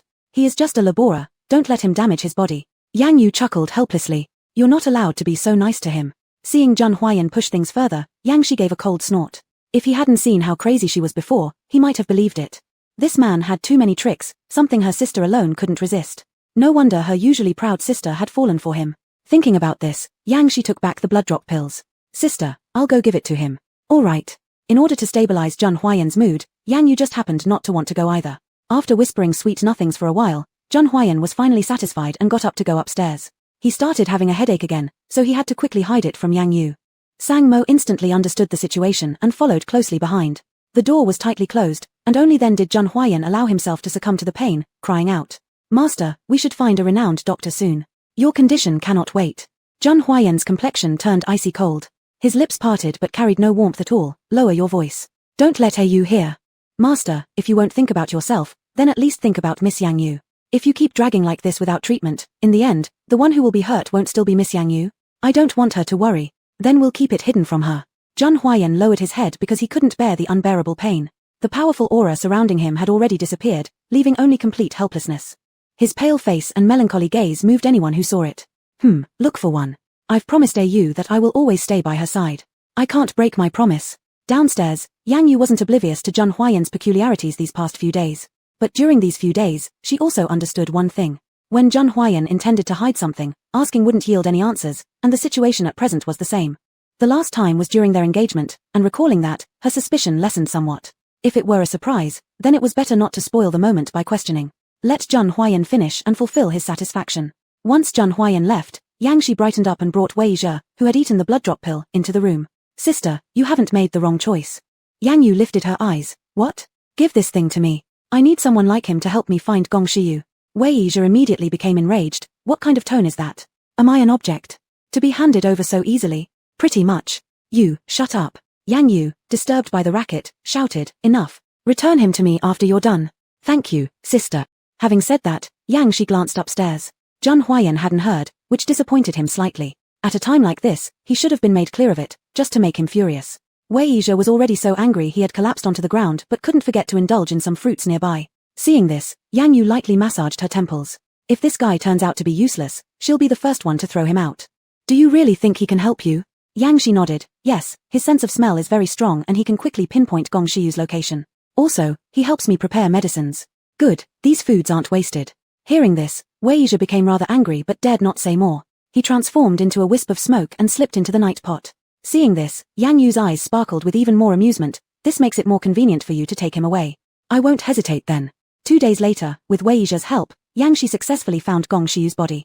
At the same time, Zhang Huaiyan also confirmed the time to visit the doctor. He declined Yang Yu's invitation to join her on site and prepared to make use of the time to stabilize his condition as soon as possible.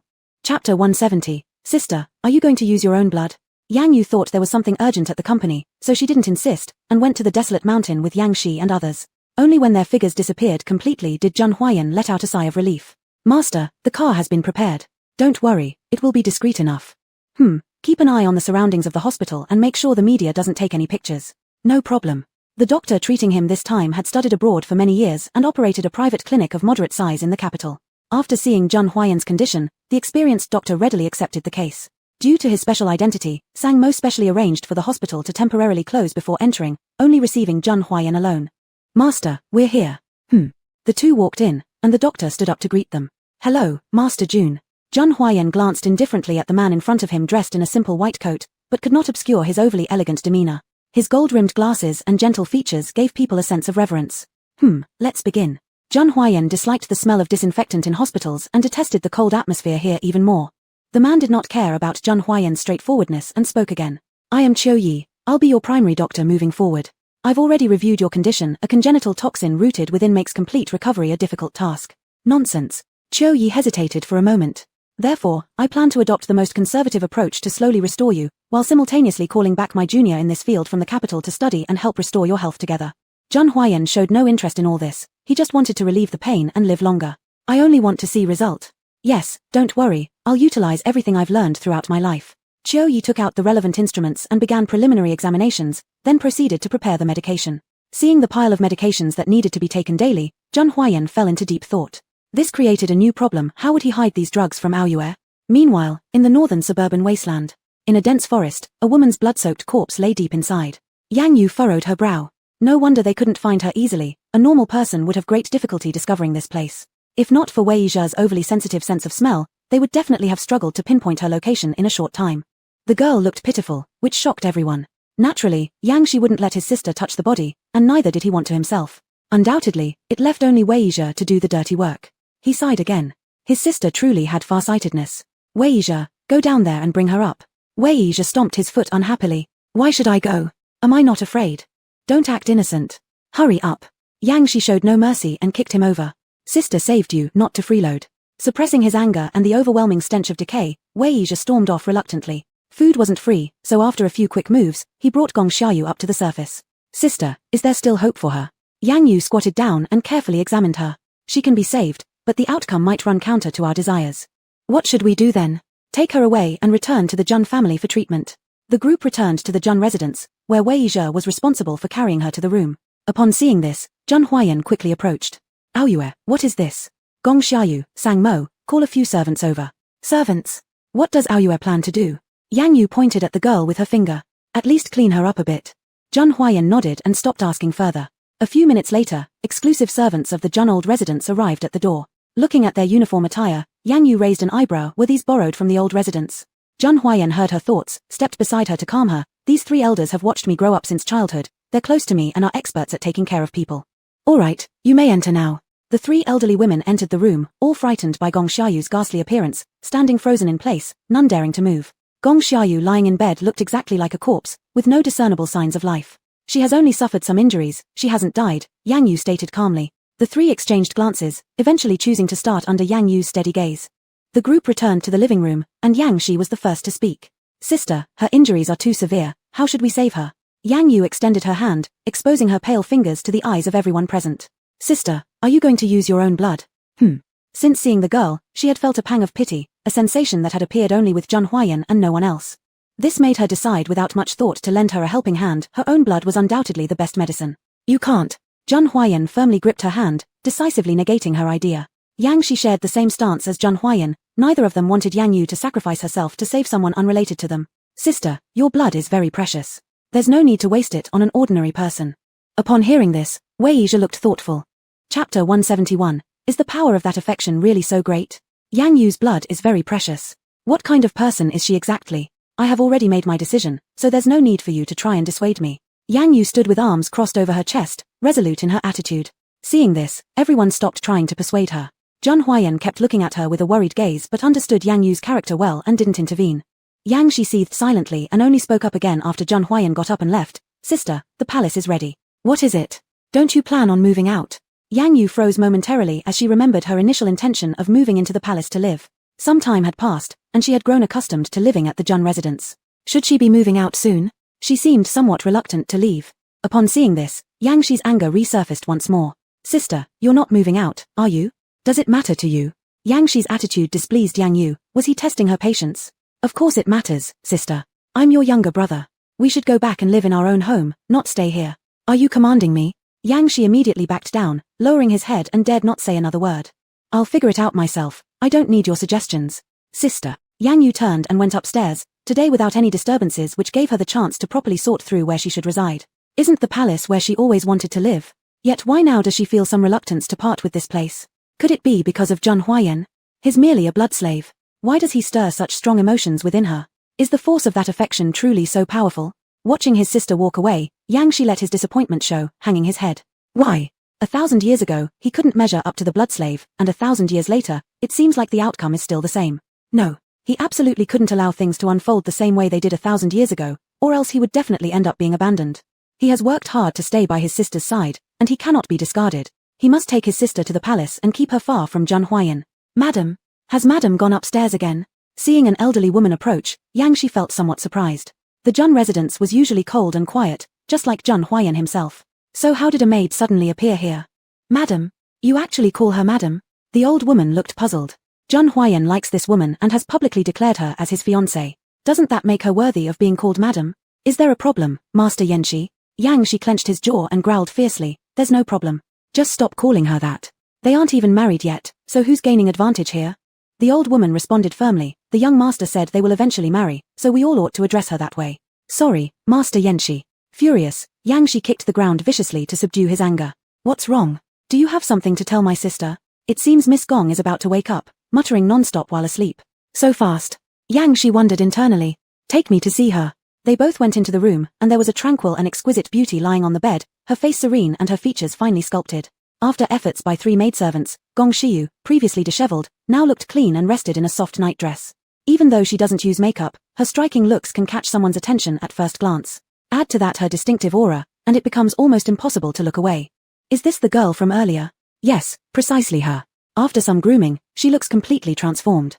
Yang Shi approached, inspected the girl's features closely, and tested her pulse. Gong Shiyu had experienced a terrible nightmare in which people were constantly chasing her. Every moment she was fleeing, terrified of being caught. When utterly exhausted, she found a place to hide. Just as she started rejoicing, a blurry face suddenly appeared before her eyes. Ah! She screamed loudly, opening her eyes right into Yang Shi's. This was the first person she saw upon resurrecting. Not knowing what had happened, she mistook him for the king of hell. You! Are you King Yama? Yang Shi's eyes twitched slightly. No. Then who are you? One could say I helped save your life. Gong Shiyu struggled to get up. Thank you. Why can't I get up? Amazing you can rise, you've already died. But what's the situation now? How am I able to talk to you? With much patience, Yang Shi began explaining, we've revived your physical body, but we haven't been able to locate your soul yet. For the time being, you'll have to rely on some special means to survive. Life won't return to normal for you. Where did my soul go? Do I still have hope of surviving? I don't know. Yang Shi was getting quite annoyed. This situation was truly troublesome. Watching Yang Shi leave, Gong Shiyu felt a bit disheartened. She had come back to life in such an odd manner, yet her savior didn't wish to spend much time with her. Wasn't she likable? In the afternoon, after resting sufficiently, Yang Yu prepared to go downstairs to check on Gong Shiyu's condition. Chapter 172, Sister, Brother-in-law, I will miss you guys. She happened to encounter the old lady waiting for her. Upon seeing her, the old woman quickly recounted what had just occurred. Madam, Miss Gong has already awakened, but... What's wrong? We've already cleaned up, but this stench seems to not have diminished at all. Yang Yu's brow furrowed slightly as she caught a whiff of it too. And with each step closer, the smell became increasingly stronger. After a brief moment of contemplation, Yang Yu realized that although her droplet of blood held considerable efficacy, it couldn't completely eliminate the body's decay. Take me to see. Are you? Gong Shiyu timidly shrank under the blanket. Your savior. Yang Yu spoke succinctly and directly, examining her condition. Gong Shiyu stared at her with wide eyes, full of doubts. But earlier, someone said he was my savior. All of us are. How do you feel now? Have you remembered anything? I feel hollow, disoriented. I only remember that I died, and when I opened my eyes, I saw him earlier. Yang Yu frowned slightly. You can't remember anything at all? From Yang Yu's expression, Gong Shiyu could tell that the situation was grim. She began to rack her brain hard. But when she tried too hard, waves of dizziness overcame her, causing her vision to gradually blacken. I can't remember. Think harder. If we don't find out who killed you, there won't be a way to track down clues about your soul. Gong Shiyu held her head, looking pitiful, tears welling up in her clear, bright eyes, appearing helpless to everyone. I understand, sister. Seeing this, Yang Yu's heart softened slightly and did not object to the girl's address. This continued rot would eventually lead to problems, not only affecting Gong Shiyu herself but also troubling those living in this house. Set the air conditioner temperature to its lowest. The servant nodded immediately. Yes, madam. Mosey, go pull an ice cabinet from the cold storage. Yes. Zheng Huayan had just returned from the company when he saw Mosey pulling a huge ice cabinet into the living room. What are you doing?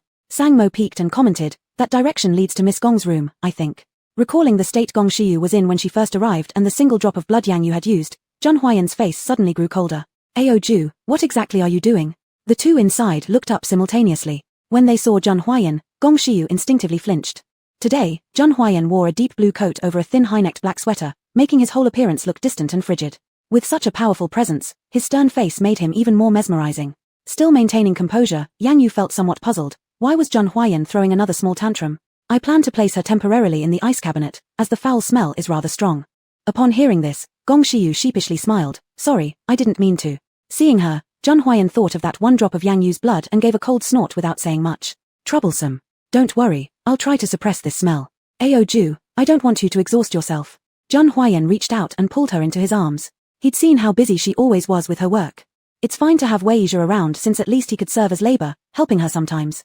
But this person. Zhun Huayan eyed her critically from head to toe. Could this really be anything other than adding trouble? Ju, isn't it better to send her back to her parents' place? That will terrify her parents. Besides, normal people can't bear this putrid smell. Then doesn't that mean she'll have to stay here indefinitely? Zhun Huayan found this hard to accept. Another pesky third wheel. Without needing to guess, Yang Yu knew exactly what Zhun Huayan was thinking. She softly laughed and took the initiative to soothe him. Don't worry, I'll find the murderer and let her soul return to her body. Zhun Huayan still thought there was more complexity to the situation than met the eye and responded listlessly. Sorry, I've caused you both trouble. Gong Shiyu blinked her big, fluttering eyes, slightly pouting, and her pathetic demeanor made everyone soften toward her. Zhun Huayan paused for a moment, his tone loosening a little. Let her in then. Gong Shiyu, can you get inside by yourself? Gong Shiyu nodded towards Yang Yu. I can. Thank you, sister, thank you, brother-in-law. Brother-in-law?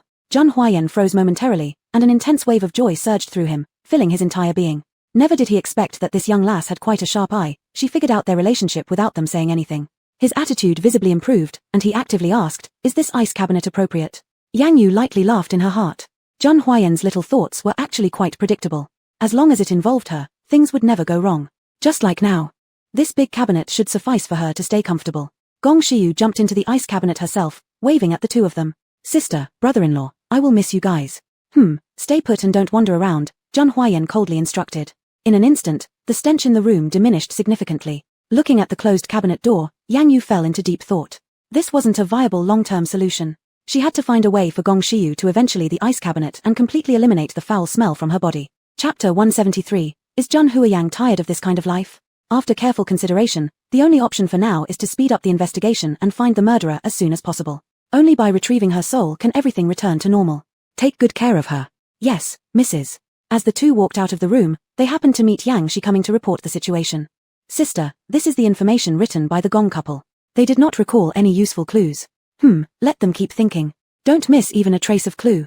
Yang Shi nodded, and when he smelled the residual smell in the air, he frowned slightly. No problem, they keep asking about Gong Shiyu's condition. Should we tell them the truth? If they know their daughter has become a zombie, it will probably feel worse than death. Yang Yu shook her head. Not yet, let Gong Shiyu stay here for a few days to recuperate. Wei Yizhe followed behind Yang Shi. He did not entirely agree with Yang Yu's approach. Do you want her to recover before she meets her family? Best if the rotting smell isn't so strong. What if we never find the murderer? Is this really a good idea? Yang Yu took the documents from the table, her eyes flashing with determination. Not happening.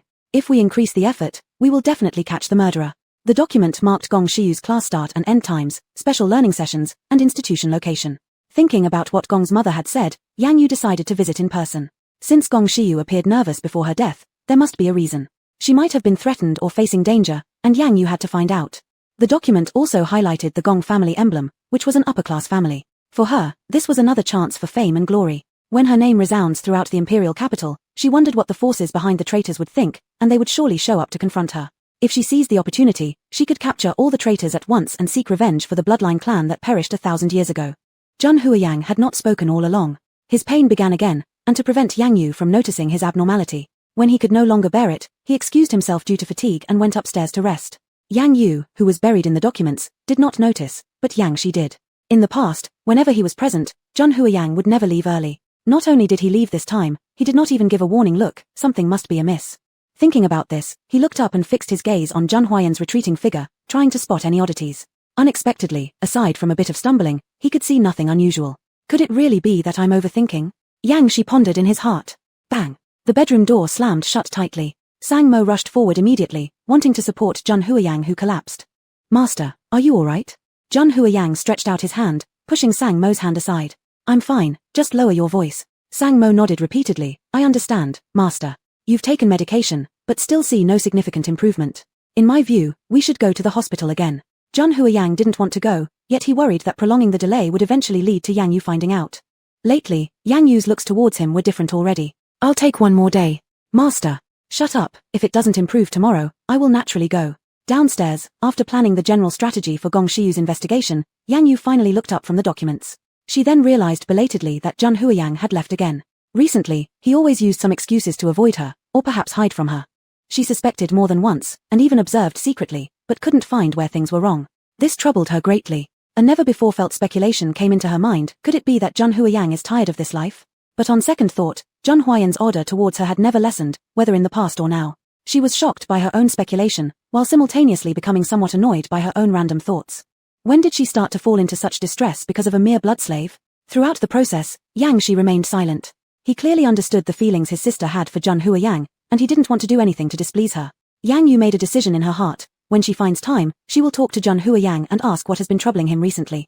Looking at Wei Zhe who wouldn't stop talking, she lightly pulled at the corner of her mouth. Perhaps what she brought back wasn't someone of the same race, but a gluttonous pig with enormous appetite. Yang Shi, you continue investigating. Once Gong couple comes up with any clue, inform me immediately. Alright, I actually have an idea right here. Let's hear it. Yang Shi gestured towards the fridge. I think letting her come out, following me for a trip is better.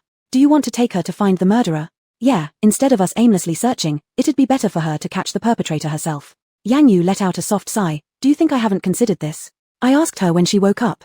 Yang Shi quickly inquired, what was the result? Besides her own name, she doesn't even remember her family. This is one of the reasons why I don't want to send her back to the Gong family yet. She has lost her memory, which will only make finding the murderer more difficult. Chapter 174, If you want to thank my sister. This will not affect taking her out. Miss Yang Yu, I think the external environment is more likely to stimulate her. At least, it's better for her condition than staying in a stuffy freezer. Wei Zhe's words made the two fall silent. Reasonable, Yang Shi, just do as Wei Zhe said. Starting from tomorrow, you will take care of Gong Shiyu. What? Yang Shi didn't want to have an extra burden around him, and one Wei Zhe was already enough. Unwilling? Yang Yu raised an eyebrow, with a trace of threat in her tone. Willing? Then take good care of her. Wei Zhe smirked on the side, unable to believe that this person who seemed fierce in front of him actually feared his own sister. Gong Shiyu inside the freezer heard everything clearly. She quietly opened the freezer, revealing a crack. Almost simultaneously, everyone in the room smelled the foul odor. Wei Zhe put down the fruit in his hand and covered his nose. It smells so bad. As he spoke, he walked to the freezer. Gong Shiyu got a shock and looked utterly innocent. I just wanted to take a look. Even looking is not allowed. You smell too bad. Perhaps Wei Zhe's attitude was too harsh. Gong Shiyu couldn't help but feel aggrieved, and her eyes started to well up. Yang Shi originally didn't intend to interfere, but remembering Yang Yu's instructions, he reluctantly approached. Alright, go eat something over there. Wei Zhe stomped his foot forcefully. I'm going back into the night jar. Gong Shiyu recognized Yang Shi, the first person she saw when she woke up. Maybe because he was the first, she always had a peculiar feeling when facing Yang Shi. Now, as Yang Shi helped her, this peculiar feeling rose in her heart once again. Thank you. Thank you. You don't need to thank me, it's my sister's idea. If you want to thank someone, thank my sister. Yang Shi remained expressionless. In his world, except for his sister, everyone else meant the same to him. After looking at Yang Shi, Gong Shiyu turned her gaze towards Yang Yu in the distance. Thank you, sister. Yang Yu smiled faintly. How are you feeling? Not bad. Yang Yu had special feelings for Gong Shiyu, so her attitude towards her was also particularly gentle. She didn't blame Gong Shiyu for opening the door of the freezer without permission, asked her a few questions before indicating to close the door. Understanding her attitude, Yang Shi's behavior naturally improved a little. He only wanted to do things that would make his sister happy. Well, I'll go back inside then. Remember to let us know beforehand next time before opening the cabinet door. Gong Shiyu lowered her head, feeling a bit embarrassed, and nodded repeatedly, okay. Looking at the closed cabinet door, Yang Shi thought for a moment. Sister, her putrefaction might be less intense by tomorrow. I'll take her out. Find the clues as soon as possible. The next day. Following their agreement, Yang Shi took Gong Shiyu away. As for the lingering foul smell on her body, he used a special ointment to mask it completely. The ointment, applied on areas like neck and wrists, evaporated substantially, spreading through her entire body. Coupled with the freezing temperature overnight, it was hard to notice the smell unless one sniffed closely. Jun Huarian left early in the morning, leaving Yang Yu unable to find a proper time to talk to him. Today, she personally went to investigate the place where Gong Shiyu had stayed, so she didn't stay at home. She took Wei Zhe and Da Bai with her to begin their investigation. Yang Shi and Gong Shiyu were responsible for investigating near the Gong family residence, while they were responsible for checking out Gong Shiyu's previous school. Working separately, they hoped to uncover clues. The magnificent castle loomed ahead, its distinctively European style showcasing the wealth and power of this school. Da Bai whistled involuntarily. Wow, Miss Gong's school is really grand. The nobles are indeed different. Wei Yizhi thought nothing of it. What's so great about that? We're not here to admire the school, we're here to find clues. Yang Yu scanned around. There seemed to be no issues with the school exterior, but for a thorough investigation, they needed to go inside. Let's go inside and check. Miss Yang Yu, are you suspecting that the murderer hiding in this school? She's still a student, with a small circle of interaction. Apart from the school, it would be around the Gong family area. During break time, the three easily entered the school. Yang Yu was incredibly beautiful, her exceptional aura quickly attracting the students' attention. Wei Yizhi shook his forehead helplessly. Seems like we can't stay low-key. Shut up. Yang Yu quickened her pace. Based on Yang Shi's information, they quickly found Gong Shiyu's teacher. Unfortunately, their inquiries were not fruitful. Miss Yang Yu, should we continue our investigation? Let's check these places again. Yang Yu took out some documents, which listed several places that Gong Shiyu usually visited. Perhaps they could encounter suspicious individuals there and find some clues. Yang Shi's progress was similar to Yang Yu's. Walking along a street where the Gong family resided, all the way to the areas adjacent to the Gong residence, Gong Shiyu couldn't recall anything significant. If Yang Yu hadn't reminded him beforehand, he would have almost taken her inside to let her parents help refresh her memory. Chapter 175, The position of the Jun family's madam can only be hers. As Yang Yu approached the famous dance room, a sudden chill halted her steps. Miss Yang Yu, are you all right? Dawei looked puzzled. Why had she stopped at the entrance? Yang Yu did not answer immediately. Instead, she glanced around with an intense scrutiny in her eyes. A ghost was approaching. For ghosts to appear during broad daylight meant that whoever was behind this was no ordinary villain. Wei Yizhi, being of the same clan, quickly sensed something was amiss as well and immediately pulled out his nightpot, stepping in front of the two. I'll take care of it. Deal with it thoroughly. She had brought Wei Yizhi back for just this purpose. Dawei could assist her in regular matters, but Wei Yizhi could help her in more peculiar situations, sparing her from direct involvement. Looking at the dance room above, shrouded in an ominous aura, Yang Yu's red lips curved into a faint smile. She wanted to see who was causing trouble. Wei Yizhi didn't follow up closely. White mist surged from his nightpot, luring away the surrounding attacking ghosts. As soon as the moment seemed right, he struck. The white mist formed ropes that wrapped tightly around the greyish ghosts, resolving the situation within moments. Is it dealt with? Seeing Wei Yizhi catch up, Yang Yu asked proactively. Wei Yizhi appeared proud, tapping his chest confidently. Of course, mere ghosts are nothing. Great job. Keep observing if there's anyone suspicious. No problem. Meanwhile, on the other end of the dance room, the woman watched as the ghosts she had sent were easily eliminated. Biting her thin lips, her hatred grew even stronger in her eyes. Who exactly is she? Why does she have assistants? The man isn't simple, neither is that woman less dangerous. Are you sure you want to continue? A man beside her whispered lowly, his expression carrying a bit of caution and anxiety. Seeing that the woman remained silent, he continued. You should know who that woman is. She's Yang Yu, the renowned metaphysical master of the capital city. A few small ghosts won't affect her. I never expected that such talents could hide under her wing. She has enough authority, naturally, she won't act rashly. I advise you to give up and not meddle with her. The man sincerely advised, hoping the woman would avoid trouble. The woman clenched her hands, her tone fierce. Impossible, after someone took what was mine, they must pay the price. I will make her retreat and roll out of the capital. The position of Jun family's madam can only belong to her. The man frowned, filled with concern. He felt that things wouldn't be so simple. But seeing the woman before him, he found it impossible to ignore her. If you need any help, just let me know. Good. The woman glanced at Yang Yu who was about to arrive, stepped back a few paces, and closed the door of the restroom. How is Elder Huayan doing? He has his old ailment, it will require some time to recuperate. When I'm done with my affairs, I'll go see him. The man's complexion gradually changed. He had always been warm-hearted toward the woman. But the woman remained indifferent to him, her heart full of thoughts for Jun Huayan alone. He resolved that sooner or later he'd make the woman see his worth and forget Jun Huayan. By this time, Yang Yu had already arrived upstairs. The grand dance room was divided into two levels, one for public activities and the other level comprising various types of dance practice rooms. Gong Shiyu had once learned dancing here for many years. Coupled with the obvious ominous qi present here, Yang Yu felt that this dance room might be linked to her death in some way. Miss Yang Yu, there's something odd about the room ahead. I'll check it out. Wei Yizhi offered to step forward. Yang Yu didn't stop him, she had personally come here to uncover the truth. Finding clues now would only mean catching the culprit faster. But before Wei Yizhi could get closer, a fierce-looking woman with a robust build walked out of the room. Who are you? What are you doing in front of this room? Wei Yizhi hesitated. I wanted to take a look. Look at what? Do you know whose practice room this is? Whose? The woman glanced up and down at Wei Yizhi before scoffing. Country bumpkin, you wouldn't know even if I told you. Upon hearing this, Weijia immediately became irritable and stepped forward to grab the woman, wanting to argue with her. Yang Yu extended her hand, stopping him. Don't argue. We don't want to alarm the snake from its nest.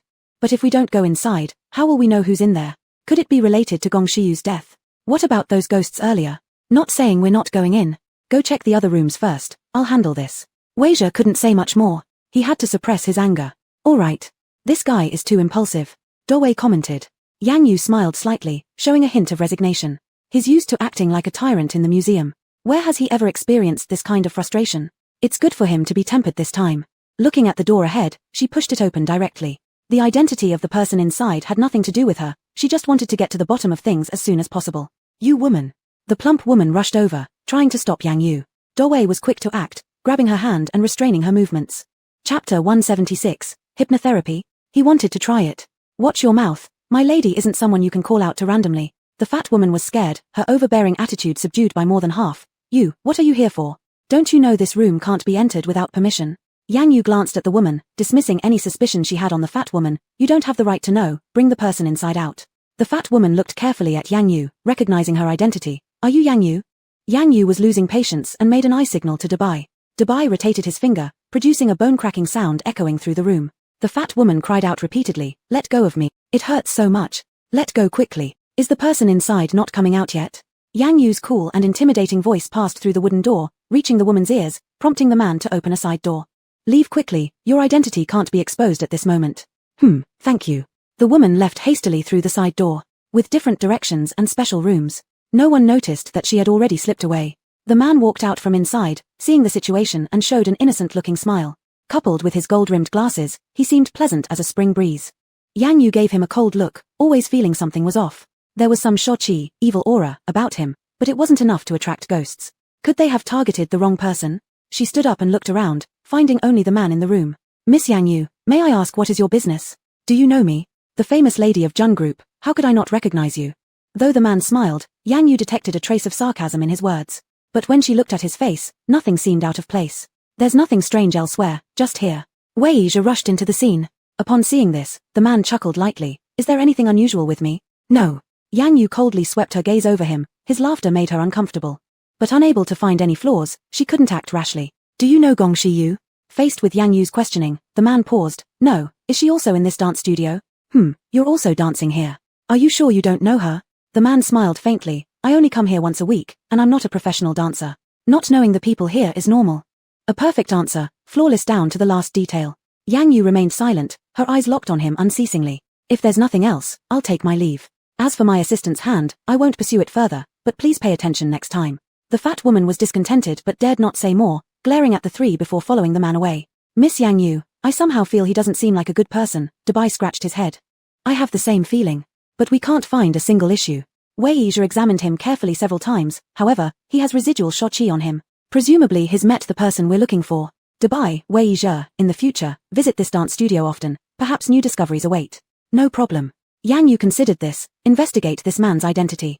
Yes. At the same time, at the hospital. Afraid of being discovered by Yang Yu, anxious about divulging any secrets, Jun Haiyan still entered the hospital thoroughly covered. Does your headache not improve? Qiu Yi approached. The frequency hasn't increased, but the pain persists. After all, it's an old condition, hard to quickly recover from. You must rest properly, avoid strong emotional fluctuations. Jun Haiyan frowned, his tone urgent. Isn't there a better method? No, I can only treat you with medication. I want to get well quickly. Jun Haiyan closed his eyes weakly, failing to see the brief fierceness flash in Qiu Yi's eyes. Ever since the onset of frequent relapses, he started yearning for quick recovery. He wanted to stay by Yu's side and didn't want to leave too early. Do you remember the younger schoolmate I mentioned to you last time? Except for Yang Yu, Jun Haiyan didn't care much about others. Who? I don't remember. Qiu Yi's expression hardened slightly, saying indifferently, my younger schoolmate, she's an expert in this field. Her hypnotherapy treatment method is among the top in the industry. Has she cured patients in situations like mine? Yes, cases like headaches are quite common. I've already told her your situation, she will be treating you soon. Hypnotherapy? Jun Haiyan deliberated repeatedly in his heart, he'd never heard of such a method.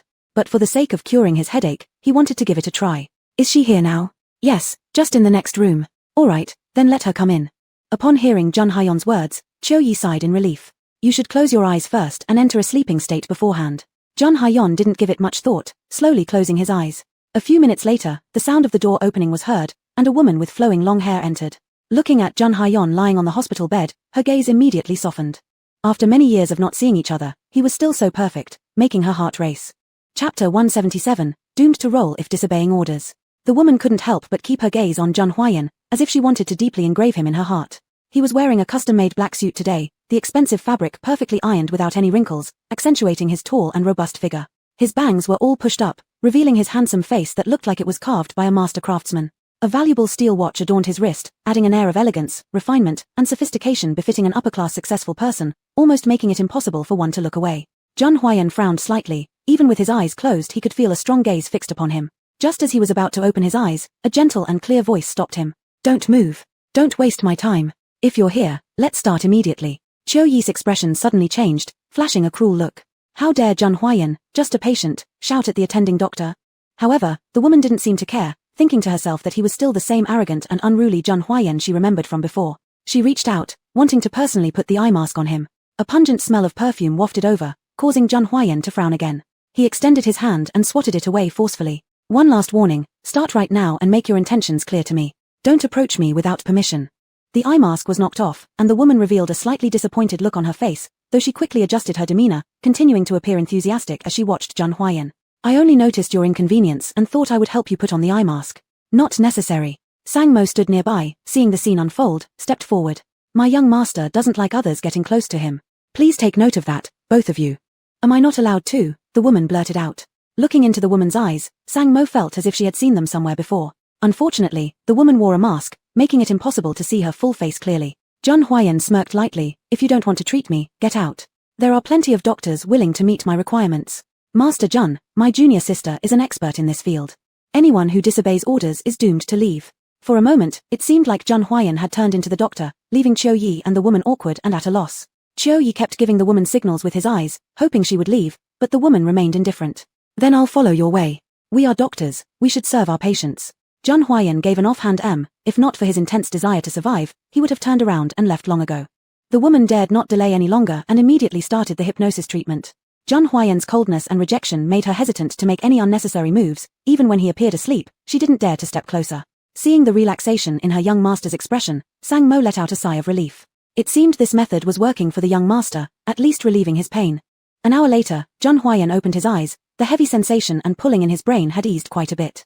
"Sang-mo, give her 100,000 yuan. "Yes, master." The woman nearly blurted out her willingness to not take the money, but reason eventually took precedence. "You must play the long game to catch the big fish," she kept telling herself. "Thank you. You can open your eyes after another 10 minutes of rest." After saying that, the woman gave Cheo-yi a meaningful glance and quietly slipped away. Jun Hyeon wasn't interested in the identity of the doctor. As long as it worked, sufficient payment would do. 10 minutes later, carrying the additional medication, Jun Hyeon left the hospital. Meanwhile, the woman entered the ward once again, greedily inhaling the lingering fragrance in the air. It was the faint scent belonging to Jun Hyeon, the man she had yearned for many years but was unable to get close to. Seeing this, jealousy flared within Cheo-yi, but he suppressed it, speaking bitterly. "Do you really like him so much? Haven't you always known? I've liked him for more than a decade. Just because of a brief encounter from far away." The woman did not answer immediately. She walked to the window, watching Jun Hyeon get into the car, and sent him off with an extremely tender gaze. Childhood memories resurfaced again. Many years ago, her parents were invited to attend Jun Hyeon's birthday banquet. She was taken there by her parents to experience social life, and in the lively banquet where glasses clinked together, she instantly noticed Jun Hyeon surrounded by a crowd of people. Even though he was still young back then, he instantly captured her heart. She lost interest in playing with friends, her eyes following Jun Hyeon closely as she quietly trailed behind him. Soon enough, Jun Hyeon discovered her. His temperament was no different back then. He told her to go away right away. She remembered very clearly being scared to tears. Because at home, she was also a pampered little princess, never having suffered any humiliation. Her parents and some collateral relatives of the Jun family rushed to the scene, but no one dared to ask Jun Hyeon to apologize. They joked around a bit and then brushed the matter aside. Later on, some unknown journalist took photos and posted them online.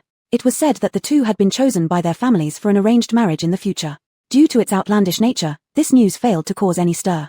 However, the woman carefully kept the newspaper, treasuring it in her own room.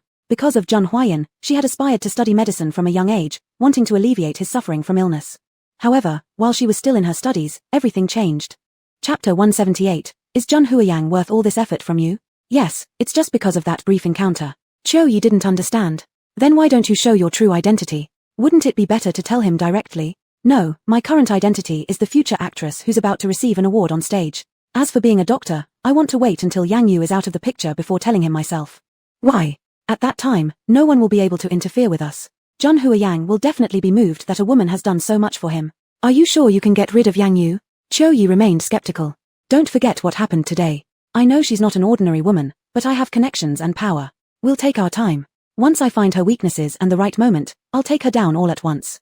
She was obsessed with becoming the best actress, and this was the reason. Mastery of medicine alone wouldn't be enough to win over Zhen Huiyang. She needed greater influence and connections to deal with Yang Yu. From the first time she heard the name Yang Yu, she had been preparing to eliminate her. With her beauty, entering the entertainment industry was the fastest and most advantageous method. The man she'd liked for over 10 years, she would never stand by idly while some unknown woman took him away from her. Is Zhen Huiyang worth all this effort from you? Qiu Yi asked softly, his eyes dark and unreadable. The woman didn't notice, still staring in the direction where Zhen Huiyang had departed. Yes, in 3 days, it will be my award ceremony. Within these 3 days, you are responsible for stirring up public opinion. I want Yang Yu to clearly understand that she should step aside. No problem. At the Zhen family residence. Watching as she walked in the door with little enthusiasm, Yang Yu slightly lifted an eyebrow. It was obvious he hadn't found any useful leads either. Gong Shiyu stiffly sat down in front of Yang Yu, her exquisite little face full of apologies. I'm sorry, sister, I couldn't remember any useful clues. It's fine. Yang Shi sat far away on the other side of the sofa, his gaze focused solely on Yang Yu. Sister, did you discover anything? Yang Yu briefly explained the situation. There's only a strange person. Da Bai and Wei Yizhe have already gone to investigate. The results should be out soon. Today when I passed by the Gong family, I almost brought her inside. Upon hearing this, Gong Shiyu looked extremely disheartened. If I could recover sooner, I miss them so much. Well then, try harder and search well for whoever killed you. Yang Yu closed the file in her hands and gestured towards the air conditioner. Mosey, go adjust the temperature lower. Seeing this, Gong Shiyu smiled. The higher the temperature, the stronger the smell of decay coming from her body. With the temperature lowered, everyone in the room shivered, tightening their coats. Sister, continuing like this won't work. I've already examined her. Even if we use an ice cabinet to preserve her at low temperatures, it still won't stop her internal decomposition. I feel it too. Only 3 days have passed since the attempt to save her, it's too short. Seeing Yang Yu lost in thought, Shi became anxious as well. Her special connection to Gong Shiyu made him worry that she might do something drastic again. Sister, I don't want you using your own blood anymore. Yang Yu had exactly the same intention. She always felt inexplicable tenderness toward Gong Shiyu, which caused her to keep doing things she previously would have deemed impossible. Like now, she even thought about giving her more of her own blood.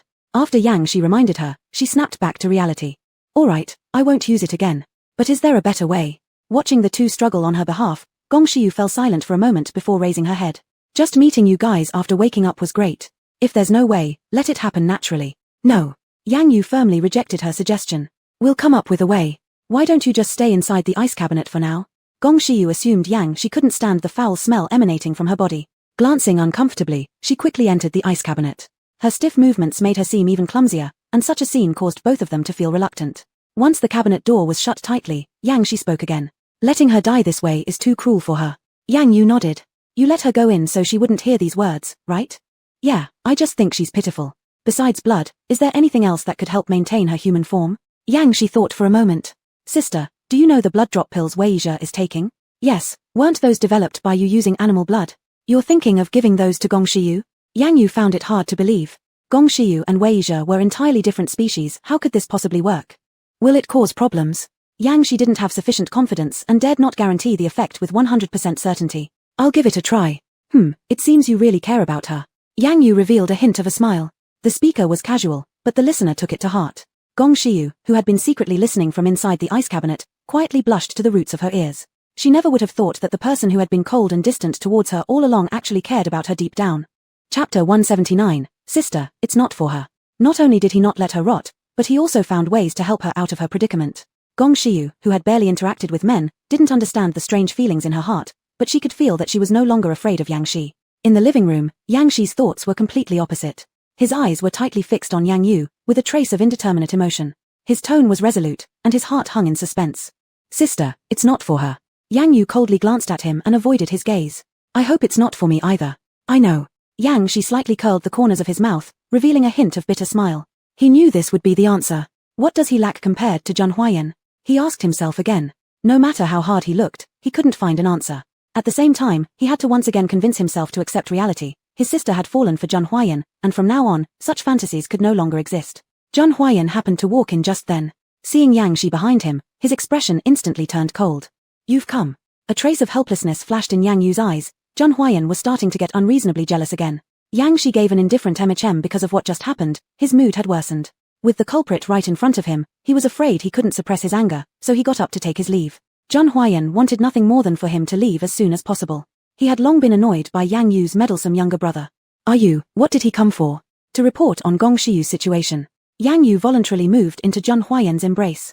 Recently, for these several days, he had been mysteriously absent, preventing both of them from spending any quality time together. How is it going? Are there any clues? No, neither Gong Shiyu's parents nor Gong Shiyu herself can recall anything. What about your side? I heard you went to the dance studio today. Zheng Huayan hugged her close. The soft warmth of her body seemed to have alleviated his headache somewhat. I met some spirits. Yang Yu didn't plan to hide it from Zheng Huayan, truthfully recounting the situation to him. Spirits? Zheng Huayan suddenly tensed up, loosening his hands to thoroughly check Yang Yu's body. Are you alright? Let me see. Yang Yu was surprised by his actions and couldn't help but laugh softly. You, worrying too much. Would something happen to me? Seeing Yang Yu's calm demeanor, Zheng Huayan realized that his Yu was always so capable. Mere spirits wouldn't even be able to approach her. That's true, then did you easily repel all of them? It was Wei Yizhe who dealt with them. At least this labor hasn't eaten all that food for nothing. Yang Yu giggled. The purpose of bringing him along was exactly for this. He can assist me in doing things I cannot do. With him around, I'll have an easier time. Nice. Zheng Huayan exhaled a breath of relief. Did you find the mastermind? Who dares to treat you like this? They must want to die.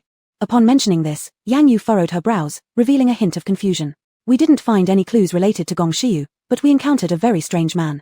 What kind of man? He has evident evil chi around him, but it wasn't him who brought it. In the dance studio, other than him, there's no one else we can find. Zheng Huayan thought for a moment. Could it be that the real person escaped when you arrived? At the time, Bai and I were outside, and Wei Yizhe was searching the other rooms. None of us saw anyone escape. Indeed, it's quite strange. Did you not investigate the man's identity? At the sound of this, Bai and Wei Yizhe walked in from outside. Seeing them, Yang Yu immediately said, what a coincidence, I just mentioned you. Wei Yizhe placed the dossier in front of Yang Yu. We've investigated. The man is named Qiu Yi, a renowned expert from a private hospital. An expert?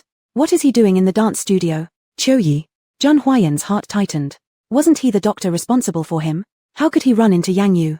If she discovered his issues, she would definitely worry uncontrollably. He couldn't let Yu know. With that in mind, he decided to have Sang Mo deal with it properly. He just started coming recently, as he said, every week he comes here to dance.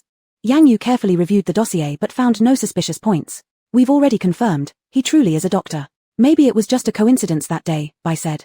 After finally getting a lead, it breaks off again. Wei Yizhe quickly interjected, there are those spirits, even if it wasn't him, that dance studio isn't simple. Right, you shouldn't relax. Whatever needs watching, you should continue watching. Over time, someone will reveal their weakness. Alright. Zheng Huayan's silence made Yang Yu sense his unusualness. You two go rest first. I'll call you if there's anything. Alright. In the blink of an eye, only the two of them remained in the room. Zheng Huayan got up. I'm going back to my room to rest. Hold on. What is it? Yang Yu looked at him quietly, her gaze carrying a hint of scrutiny. Are you hiding something from me? Chapter 180. Has Zheng Huayan's white moonlight returned? Zheng Huayan knew he couldn't hide anything from Yu usually, but this time, he had no choice but to keep it a secret. He did not evade Yang Yu's gaze but faced it directly while suppressing the panic in his heart and calmly said, No, why would you think that? You've been acting strange lately, Yang Yu stated bluntly. I've wanted to talk to you about this for quite some time now, Zheng Huayan. Is there something troubling you recently? Yang Yu was showing more concern than ever before, and Zheng Huayan smiled inwardly at this. For him right now, this was somewhat of a comfort. No. Yang Yu didn't believe him. Zheng Huayan, haven't we established a rule between us that we can't lie? Zheng Huayan felt a jolt in his heart, and his palms began to sweat slightly. Only Yu could make him feel apprehensive like this. He worried that if Yu found out later, she might be angry and stop talking to him. There was a moment when he wanted to spill everything. From his recent frequent headaches, visiting private hospitals for consultations, to their contact with Qiu Yi. But as soon as he thought about how Yu would worry and endure unnecessary pain because of him, he hesitated. Zheng Huayan didn't want to cause suffering to the one he loved, so after hesitating for a moment, he decided to keep it hidden. Yu, don't worry, I will definitely tell you if something happens. As they looked into each other's eyes, Yang Yu stared intently into the eyes in front of her, trying to find a hint of deceit. However, the result remained unchanged. Zheng Huayan showed no signs of abnormality. Remember what you said today. All right. Zheng Huayan feared giving himself away and hurried to straighten things out. But Yang Yu held on tighter, preventing him from leaving. Wait a moment. Is there anything else, Yu? What have you been busy with these past few days? Was she keeping tabs on him? Zheng Huayan felt a wave of excitement. He never imagined there would come a day when Yu would inquire about him. For others, this might be excruciatingly painful, but for him, it was something he'd always longed for. It exactly indicated that Yu cared about him. Thinking about this, happiness was mixed with a light sigh. Why did she have to check on him now of all times? At this moment, he couldn't tell her the truth. Company matters. Although Yang Yu didn't want to press further, it made her feel odd, as if she was becoming less like herself. But Zhang Huayan's behavior lately had indeed raised her doubts significantly. Seeing the current scene, Sang Mo silently stepped back, feeling as though he were witnessing a battlefield. He decided to stay clear of it. Really? Yes, the shareholders' meeting just concluded. There are many things in the company that need sorting out. I'm personally reviewing their accounts, as I'm not confident about the old man's group. Zhang Huayan tried his best not to lie, and this was indeed what he'd been doing recently. Even with unbearable headaches, he hadn't stopped going to the company. His flawless explanation somewhat dispelled Yang Yu's doubts. Looking into Zhang Huayan's smiling eyes, she chose not to question further. Alright, don't work too hard. These things can be left to the employees. I'll follow Yu's advice. Yang Yu finally broke into a smile, despite still having lingering doubts, which she decided not to pursue any further. She had already made up her mind, if such situations occurred again in the future, she would personally investigate to figure out the situation clearly. Seeing her calm down, Zhang Huayan breathed a sigh of relief. Upon returning to the bedroom, he immediately instructed Sang Mo to remind Qiu Yi to remain tight-lipped and avoid saying too much. The next day, a piece of news spread rapidly throughout the imperial capital and quickly dominated the headlines. Zhang Huayan's White Moonlight, by Shidwan, had returned and was set to attend the upcoming Empress Award ceremony. The news resurfaced incidents from over a decade ago, amplifying the situation extensively. Meanwhile, the fact of Bai Shidwan's return was repeatedly emphasized as being due to Zhang Huayan. Previously, Bai Shidwan had stayed in Europe, continuously shooting movies. Her recently aired film nominated her for the title of Empress within China's film and television industry. Ordinarily, this had little to do with Zhang Huayan, and the process of receiving the award was merely procedural. However, during interviews, she claimed that she returned to China for love. The media, seeking buzz, began delving deeply into her romantic history, quickly directing attention toward Zhang Huayan. Since entering the entertainment world, Bai Shidwan had not been involved in any scandals. However, during her childhood, she appeared alongside Zhang Huayan in newspapers. Despite persistent questioning by reporters, she had never denied any connection. This confirmed the reporters' suspicions, prompting extensive coverage. Before long, news from years ago was unearthed. The term White Moonlight came into existence, paired with Bai Shidwan's noble and elegant demeanor, convincing the masses. Before Yang Yu, there was another woman in Zhang Huayan's life. Watching the overwhelming news and unprecedented attention, Bai Shidwan felt extremely satisfied. This was exactly the effect she wanted. Regardless of the means, she intended to use it all to strike at Yang Yu. Qiu Yi, donate 3 million under my name to a charity organization, and don't make it anonymous. What are you planning to do? I want to win the hearts of the people.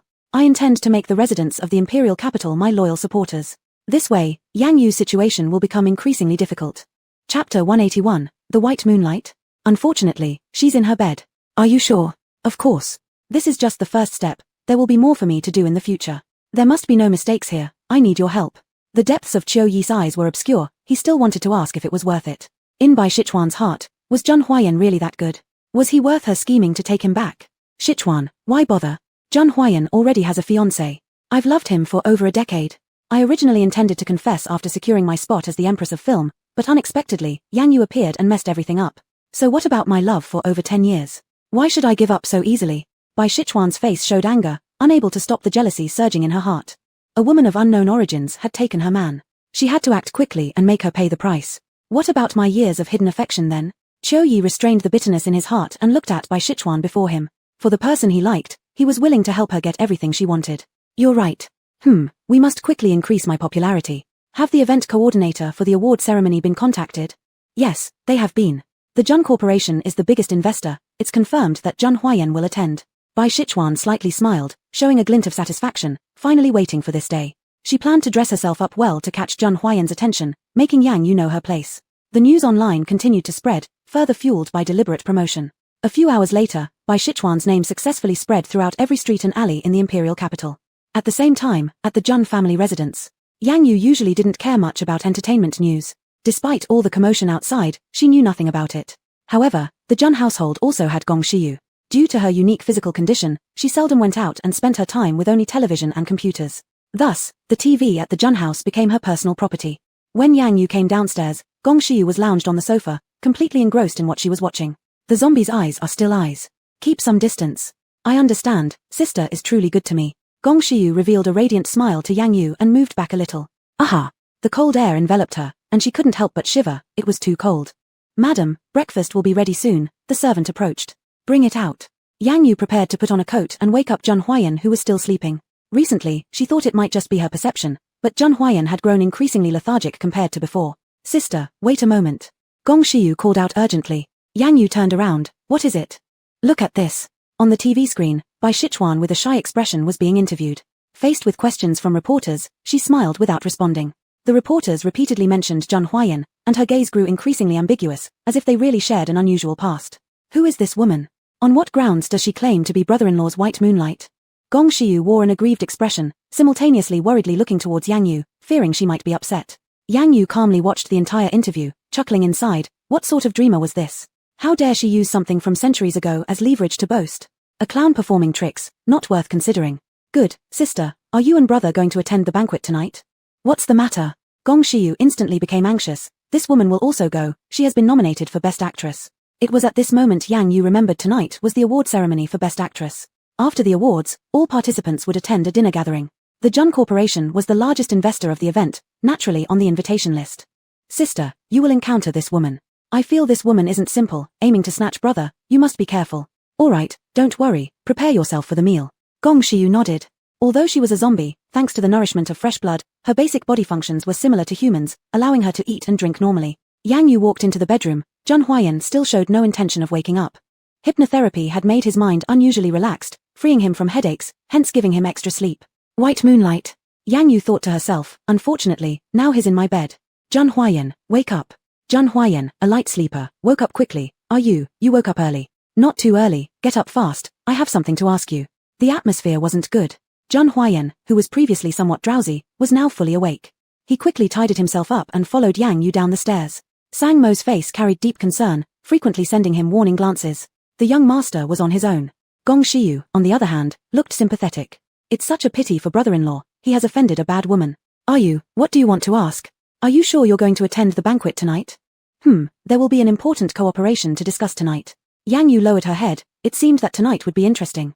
Jun Huayan still had no idea what was going on, and the looks from Gong Shiyu and Sang Mo made him feel confused. Chapter 182. What kind of devilry or supernatural snake dared to pick a fight with him? Is something wrong? Yang Yu's expression remained unchanged. Nothing. Jun Huayan, did you ever flirt with any other women before? Upon hearing this, the people present immediately tensed up and looked at Jun Huayan. Young master, you must answer carefully, otherwise Miss Yang Yu certainly won't let you off easily. No, what's wrong Yu? Are you sure there wasn't? No, apart from you, I have never touched any other woman. Yang Yu nodded, she still remembered clearly how inexperienced Jun Huayan was when they first met. If there had been another woman, it wouldn't have been that way. Thinking of this, she paused unconsciously. Her lips said she didn't care, but deep down, she did mind. Her possessiveness over Jun Huayan grew stronger day by day. Let's eat. Jun Huayan couldn't help but be worried. Did something happen? No, don't think too much. Jun Huayan could not stop thinking. Gong Shiyu and Sang Mo's looks were all too strange. Has never asked him such questions before. After the meal, he seized the right moment and asked Sang Mo. White 11 Dai. Who is she? Master doesn't remember. Should I remember? Sang Mo thought for a while, pulled out his phone, and showed a picture of White 11 Dai. It's her. She came to your 10th birthday party that year. So what? Is there any problem? Jun Huayan didn't want to waste time on trivialities. The media claims she's the white moonlight in your heart and she returned to the country because of you. And why don't I know about this? The internet is boiling with talk, those who don't know all assume it's true. Jun Huayan suddenly turned cold, an intense air of anger was building. No wonder Au would ask such a question, obviously, she was upset. Investigate which newspaper reported it, and make them go bankrupt immediately. Sang Mo trembled all over, he didn't expect Jun Huayan to lose his temper to this extent. Yes. Jun Huayan thought about it for a moment but still felt it inappropriate. He personally opened the computer to check the news. When he saw the face of White 11 Dai appear on the screen, he let out a cold snort. What ghosts or snakes dared to extort from him? Did they take him as a charity institution? Sang Mo, make this woman disappear far away. Sang Mo revealed a look of hesitation. This probably won't work, master. What's the matter? She is tied to our interests in the Jun family. She is one of the popular contenders for the Best Actress award tonight. If anything happens now, the stocks of our Jun Corporation will inevitably drop drastically. Jun Huayan didn't give a damn, then compensate for it, we can afford some loss at June. Master, the Jun Corporation does indeed have the money, but why should we bear the cost for such a woman? Moreover, the image of Jun will inevitably suffer damages in the process. Jun Huayan fell silent for a moment. In any case, this matter can't end so simply. Master, you're going to the event tonight, aren't you? Just warn her a little bit, and I'm sure she won't dare anymore. Under everyone's watchful eyes, I doubt she'll continue lying. This method is not bad.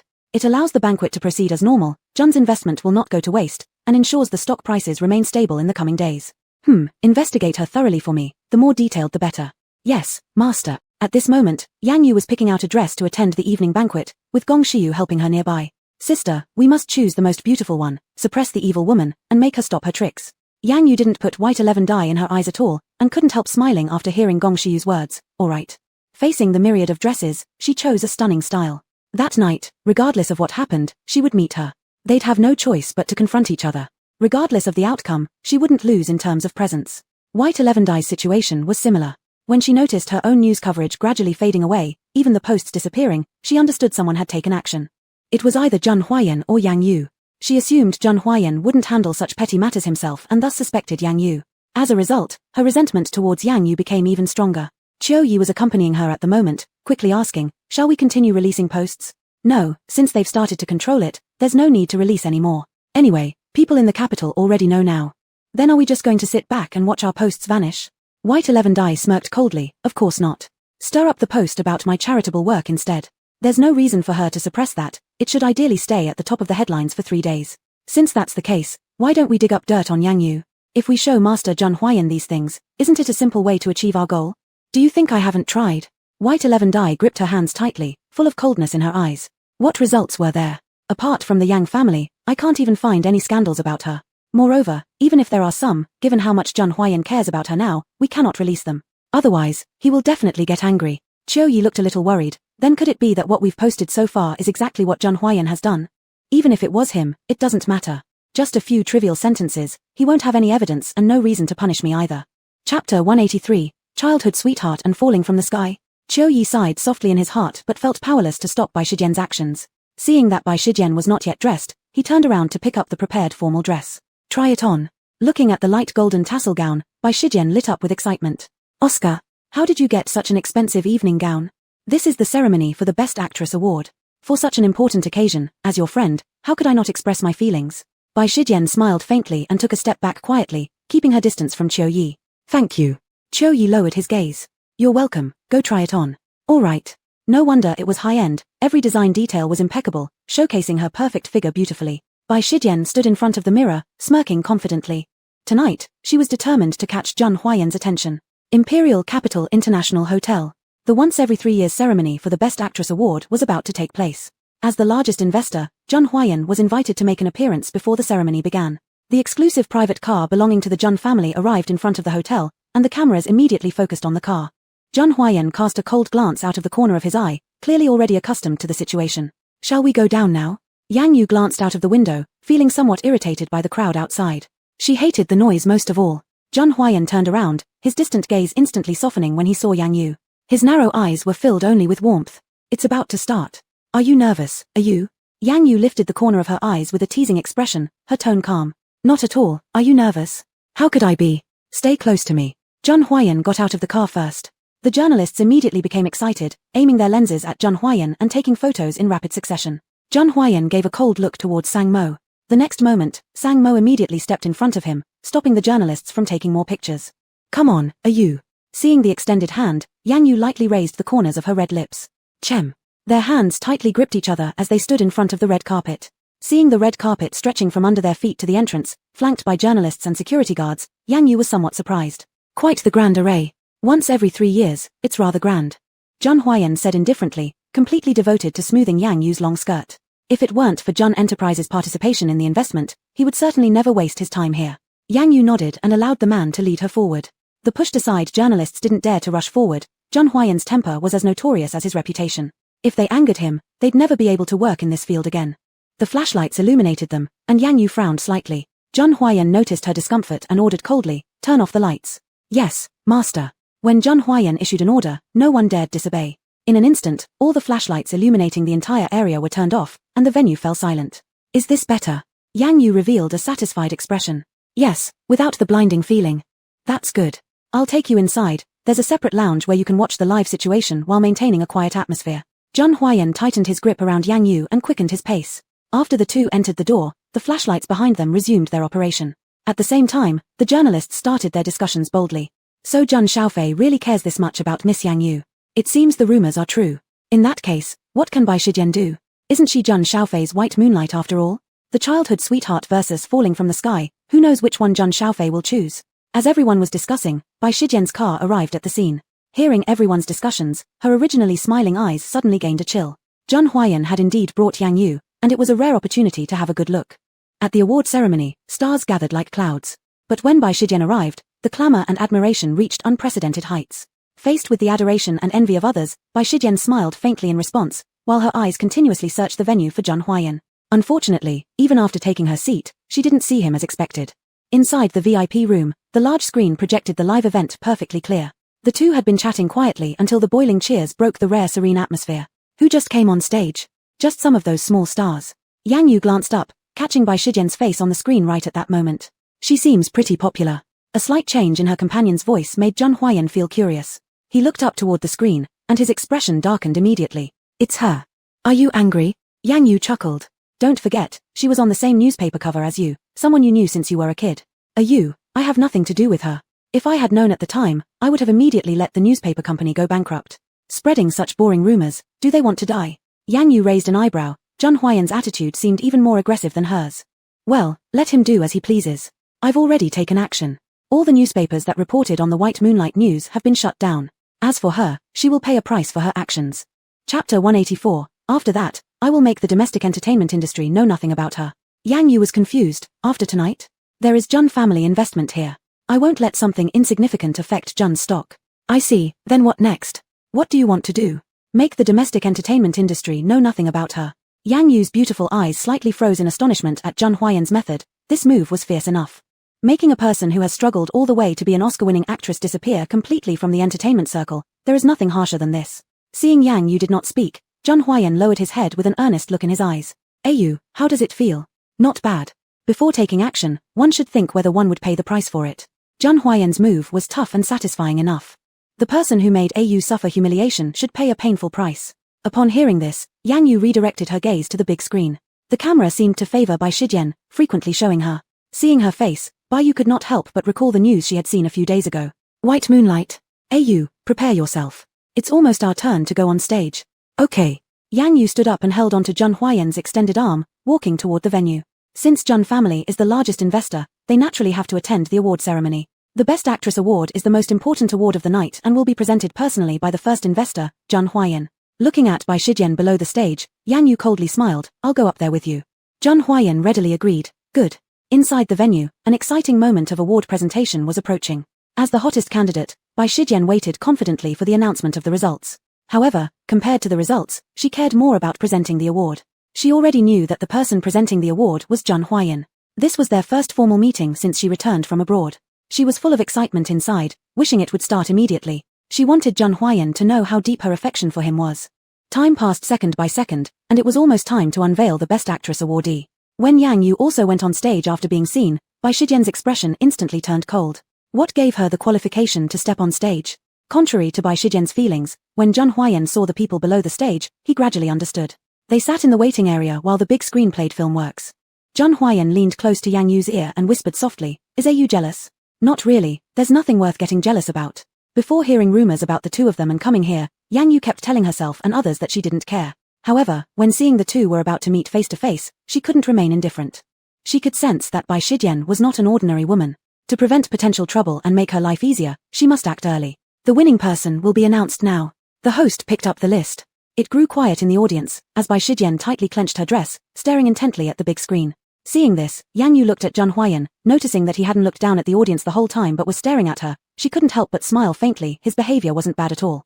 "What are you looking at, Yu?" Zhun Huayan's low voice, exclusive to her, reverberated in her ear, causing ripples to ripple in Yang Yu's heart. No matter how many times, she couldn't resist Zhun Huayan's voice. Who will win the award? It should be Bai Shijian. Why? Zhun Huayan thought of the data he'd seen and began to analyze objectively. Setting aside her baffling operations, her movie ranked first in box office. No wonder she's so popular. Unfortunately, this will be her last time attending a major event and the last time she'll enjoy such glory. She will surely regret it in the future. Zhun Huayan's tone was indifferent, without the slightest warmth in his eyes. Don't you think it's a pity to waste talent? Yang Yu asked intentionally. She must have spent quite some time and energy to reach this point. This has nothing to do with Zhun family. Moreover, she's bringing it upon herself. That's true. The host announced the result. Congratulations to Bai Shijian for winning the Best Actress award of this session. Please come up to accept the award. With applause, Bai Shijian immediately glanced at Zhang Huayan, yearning for his affirmation. However, the man she longed for seemingly didn't hear it, closely whispering intimate words to Yang Yu at that moment. With cameras watching, she had no choice but to swallow her frustration and instead show an elegant smile. Come on, it's our turn to present the award. Zhang Huayan chuckled inwardly, saying he didn't care, but obviously, he was still upset. Au always spoke otherwise. Seeing the two standing in front, the host was momentarily at a loss, unsure to whom the trophy should be handed. Zhang Huayan originally planned to use the opportunity of giving the award to Warn Bai Shijian properly, but because of Yang Yu, he suddenly became interested in seeing how Yang Yu would handle it. Give it to me. Yang Yu volunteered. The host looked at Zhang Huayan for his confirmation. Give it to her. She is going to be the future mistress of the Zhang family. It's most suitable for her to present this Best Actress award. Upon hearing this statement, Bai Shijian stiffened. The future mistress of the Zhang family? That position can only be hers. Seeing the fierce glint in the woman's eyes, Yang Yu smirked with disdain. Chapter 185, We Can't Be Friends. After receiving the trophy, she made no move and quietly waited for Bai Shijian to walk over. Upon seeing this, Bai Shijian understood her intention. Originally, it should have been the presenter who walked over and handed it to her. Now, however, it had turned into her walking over instead. What did Yang Yu really think of her? Thank you. Yang Yu placed the trophy in her hands. Cherish it. Looking at Yang Yu's expression, Bai Shijian remained unfazed. I don't understand your meaning. You will soon. I still hope that you can enlighten me a little. Yang Yu handed the trophy to her with an icy gaze. I won't waste my time on you. Bai Shijian tightly clutched the trophy, struggling to suppress her anger as she put on a grateful front before stepping back. It only took a few seconds to hand over the trophy. During this brief exchange, no one noticed anything unusual between them. The trophy was now in her hands. Zhang Huayan was about to leave. However, she wasn't able to say even a word as she had planned. Seeing him leaving, Bai Shijian felt aggrieved. Seizing the opportunity, she stepped forward, adding earnestness to her gaze. Thank you. Zhang Huayan finally diverted his gaze from Yang Yu.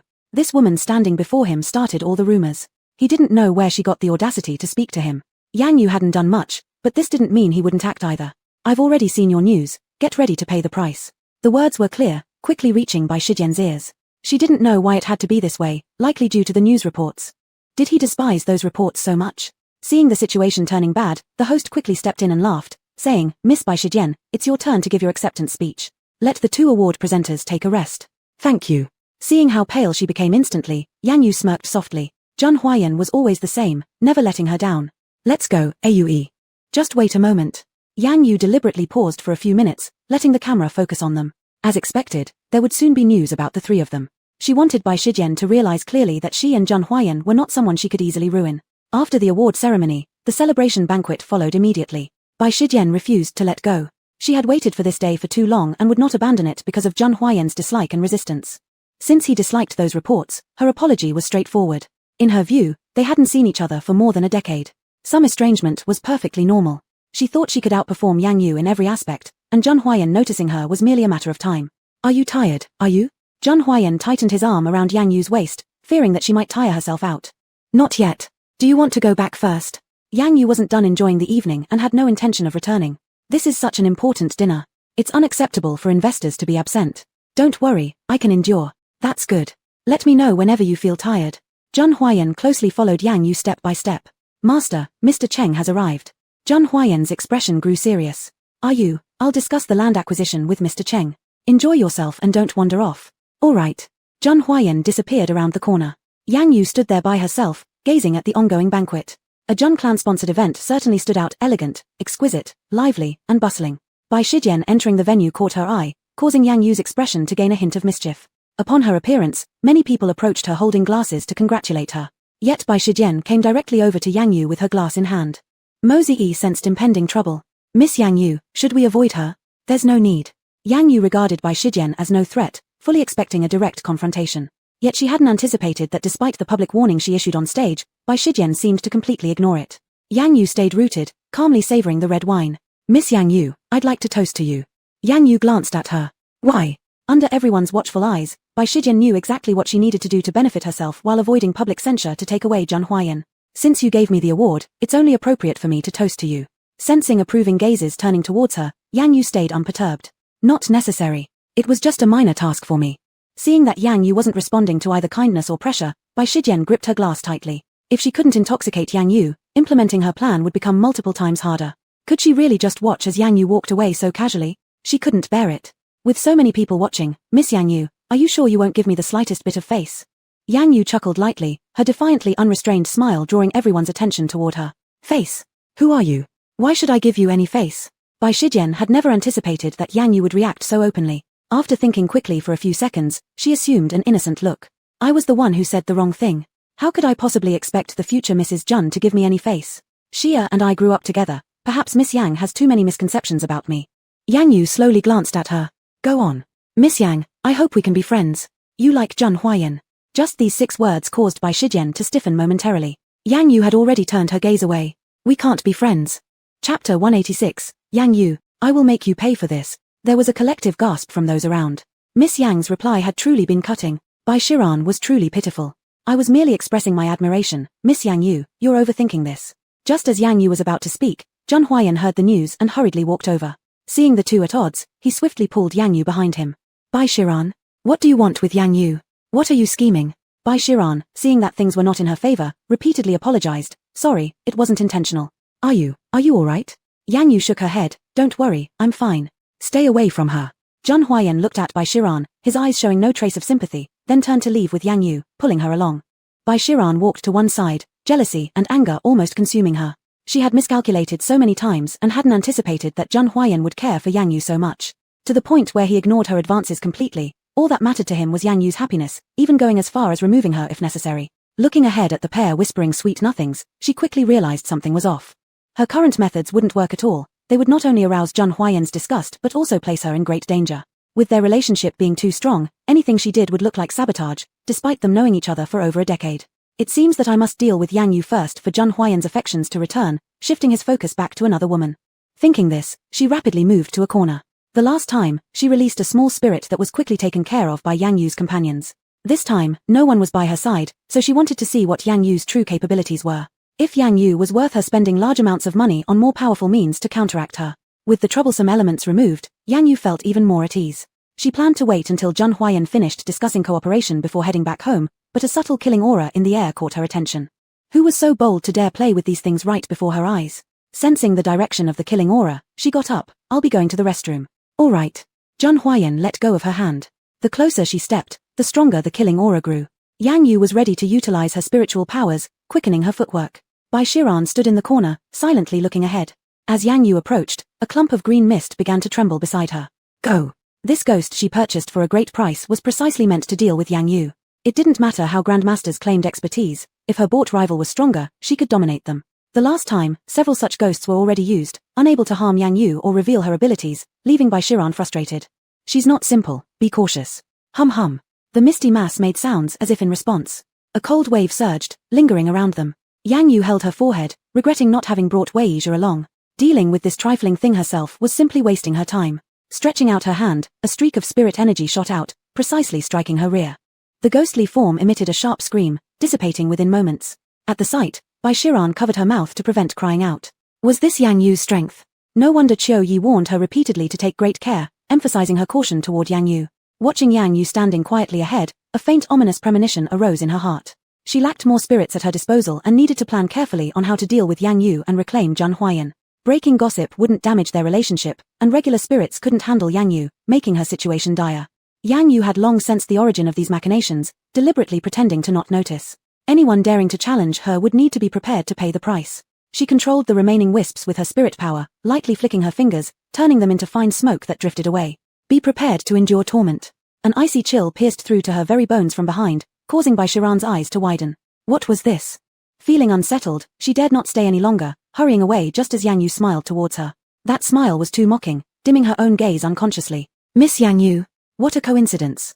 Not really, I was waiting for you. Bai Shiran forced a small smile and left after nodding. Watching the wisp of greenish-grey lingering on her, Yang Yu slightly raised her eyebrows. Bai Shiran wouldn't be having a good few days next. Satisfied, she returned to the banquet. Jun Huayan had just finished discussing the collaboration. Let's go, are you? Sure. At the same time, Bai Shiran hastily escaped into her car. As time passed, she only felt colder all over, like falling into an icy cellar. Yang Yu's smile surfaced in her mind again, and she suddenly remembered that Yang Yu was a master of metaphysics. Before dealing with the situation, she must have sensed the ghost's attack. The eerie coldness enveloping her body was definitely related to her. Yang Yu, I will make you pay for this. Drive home immediately. The driver nervously responded, yes. Chapter 187, Bai Shidan using little ghosts to deal with you. Qiu Yi received the message and arrived early at Bai Shidan's house. Seeing her walk in with a pale face, he quickly went forward to support her. Are you alright? What happened? I was outwitted by Yang Yu. You must quickly check what is wrong with me. At least I was prepared beforehand. I brought something along. Qiu Yi took out a small bottle. What is this thing? Glutinous rice powder, which can extract evil spirits from one's body. A little ghost has entered your body. If we don't remove it, within 3 days, it will take over your body. Bai Shidan clenched her hands tightly, hating Yang Yu immensely at this moment. Hurry up and get it out. Not a bit of it must remain. I know, you have to endure. This is going to be very painful.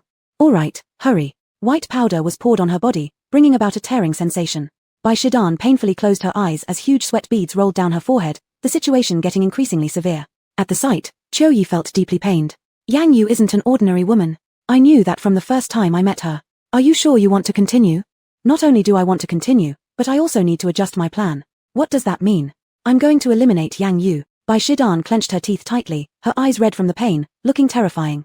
Qiu Yi stopped his hand actions. Are you crazy? Yang Yu is a master of metaphysics and also the lady of the Jun family, with countless powers behind her. What do you have to take her down? I know it's difficult, but ways are devised by humans. If I don't eliminate her, I can't get Jun Huayan back. The emotions in her heart wouldn't allow Qiu Yi to stay indifferent. Watching the person he cared for risking their life alone, he asked, how do you plan to do it? I need to make some careful plans. You help me find a great master of metaphysics, the more skilled the better, preferably someone who can compete with Yang Yu and make her pay the price. I'll try. After pondering for a while, apart from lacking knowledge in metaphysics, Bai Shidan didn't lag behind Yang Yu in manpower or influence. However, in terms of abilities, she might still fall short compared to Yang Yu's followers. You look around again for those who understand metaphysics. Buy them at high prices and bring them to the Bai family. Qiu Yi agreed despite suppressing the jealousy in his heart. All right. After 15 minutes, Bai Shidan collapsed on the ground. The white powder had turned black and was thrown into the trash can. Qiu Yi held a towel and carefully wiped the powder off her body. Bai Shidan's mind was filled with her own plans, not noticing the heavy gaze from Qiu Yi. You need to speed things up. I was found out today. She mustn't succeed any further. Don't worry. At home. When the two returned, Yang Shi and others were waiting in the living room. The smell of decay in the air seemed somewhat reduced. The two looked at each other and then both glanced at Gong Xiuyu. What did you eat? Were you frozen for a long time? Gong Xiuyu smiled bashfully, looking at Yang Shi with a trace of unnoticeable attachment in her eyes. It's neither of those. It's because Brother Yang Shi gave me something, and after I ate it, I feel much better. Yang Shi's brows furrowed slightly, annoyed. Don't call me that. Why not? I don't have a sister. Don't go altering someone else's family tree without permission. Gong Xiuyu wore an injured expression, appearing extremely. I understand. Yang Yu couldn't bear to watch. What harm could there be in letting her call you once? No. Wei Yizhe made clicking noises continuously, sitting silently on the side. Fine, if you don't want, just don't want. Tell me, what exactly did you give her? Blood drop pill. That should have been mine. Wei Yizhe complained with obvious resentment. This was supposed to be my item. Is that so? Today you didn't accomplish anything at all. Yang Yu cast a cold glance, and after receiving the warning, Wei Yizhe immediately calmed down. Sister, this is really effective for me. Looking at the whole room full of people, Jun Huayan always kept his face cold and showed no interest whatsoever. All these extras are truly ruining his and Yu's private time. Brother-in-law, was the banquet today fun? The word brother-in-law made Jun Huayan's mood improve somewhat. It was quite boring. The answer wasn't what Gong Xiuyu wanted to hear. She looked at Yang Yu. Sister, did you beat that bad woman? Upon hearing this, Yang Shi's expression changed instantly. What happened? Do you not read the news? Wei Yizhe pulled out his phone and searched for the news to show Yang Shi. A quick glance was enough for Yang Shi to understand what had happened. Seeking death. Sister Yang Yu, did you launch a counterattack? Thinking about Bai Shidan's miserable state, Yang Yu revealed a smile. She is suffering right now. What exactly is it? Tell us. I retaliated against her with the same trick she used on me. I let the little ghost possess her. Upon hearing this, Jun Huayan's heart tightened. Are you saying that Bai Shidan is using little ghosts against you? It should be her. If she wants to die, I can send her on her way. As Jun Huayan spoke, he started to get up and ordered his subordinate to take action. Chapter 188. Don't want to go? Then forget about the blood drop pill. Wait a moment, I cannot confirm right now. But at that time, she was alone. Let me take another look to see if I can find the mastermind behind her. Jun Huayan couldn't ignore it. I can't do that. If there's only her, then the murderer might very well be her. Yeah, sis, do you still remember those little devils we encountered a few days ago? You mean the ones I dealt with? Wei Yizhe asked. Yang Shi nodded. That's right. I think we should investigate Bai Shijian's whereabouts and see if she has ever been to the dance studio. If so, then that incident must have something to do with her. If she had ever appeared in the dance studio, would Gong Xiuyu's matter also be related to her? Jun Huayan immediately denied Wei Yizhe's conjecture. No, she stayed abroad for a long time and just came back recently. Gong Xiuyu has already been dead for some time now. The small devils are possible suspects, but everything else can only be considered as coincidences. That makes sense. Wei Yizhe nodded repeatedly. Sis, hand this over to me. Yang Shi didn't want Yang Yu to work too hard, so he took on the task voluntarily. That's fine. You're responsible for investigating her affairs. As sister says, Wei Yizhe, don't follow me around these days, follow sister instead. What? Wei Yizhe was dissatisfied. Why do I have to follow? Upon hearing that, all present looked at him, their eyes filled with warnings. Don't want to go? Then forget about eating the blood drop pills. Yang Shi accurately targeted Wei Yizhe's soft spot. Without the blood drop pills, his abilities would definitely decline. I'm wrong. Wei Yizhe raised both hands in surrender. Alright, for his own survival, being a workhorse is fine by him. Seeing this, Gong Xiuyu's eyes reddened slightly, and there was a hint of lumpiness in her voice. Thank you all. No need for thanks. It's best for us if you regain your memory quickly. Yang Shi's tone was cold. Fearful of hurting Gong Xiuyu's feelings, Yang Yu reached out and gently hit him. Yang Shi was completely baffled, not knowing what mistake he had made. Gong Xiuyu, as if she didn't feel anything, continued to look at Yang Shi, not minding his attitude. Okay, I will try my best to recall. If thinking hurts, then stop for a while. Yang Yu rarely stepped in to soothe, as she couldn't bear seeing Gong Xiuyu bullied by Yang Shi. Thank you, sis. Bai Shijian isn't simple.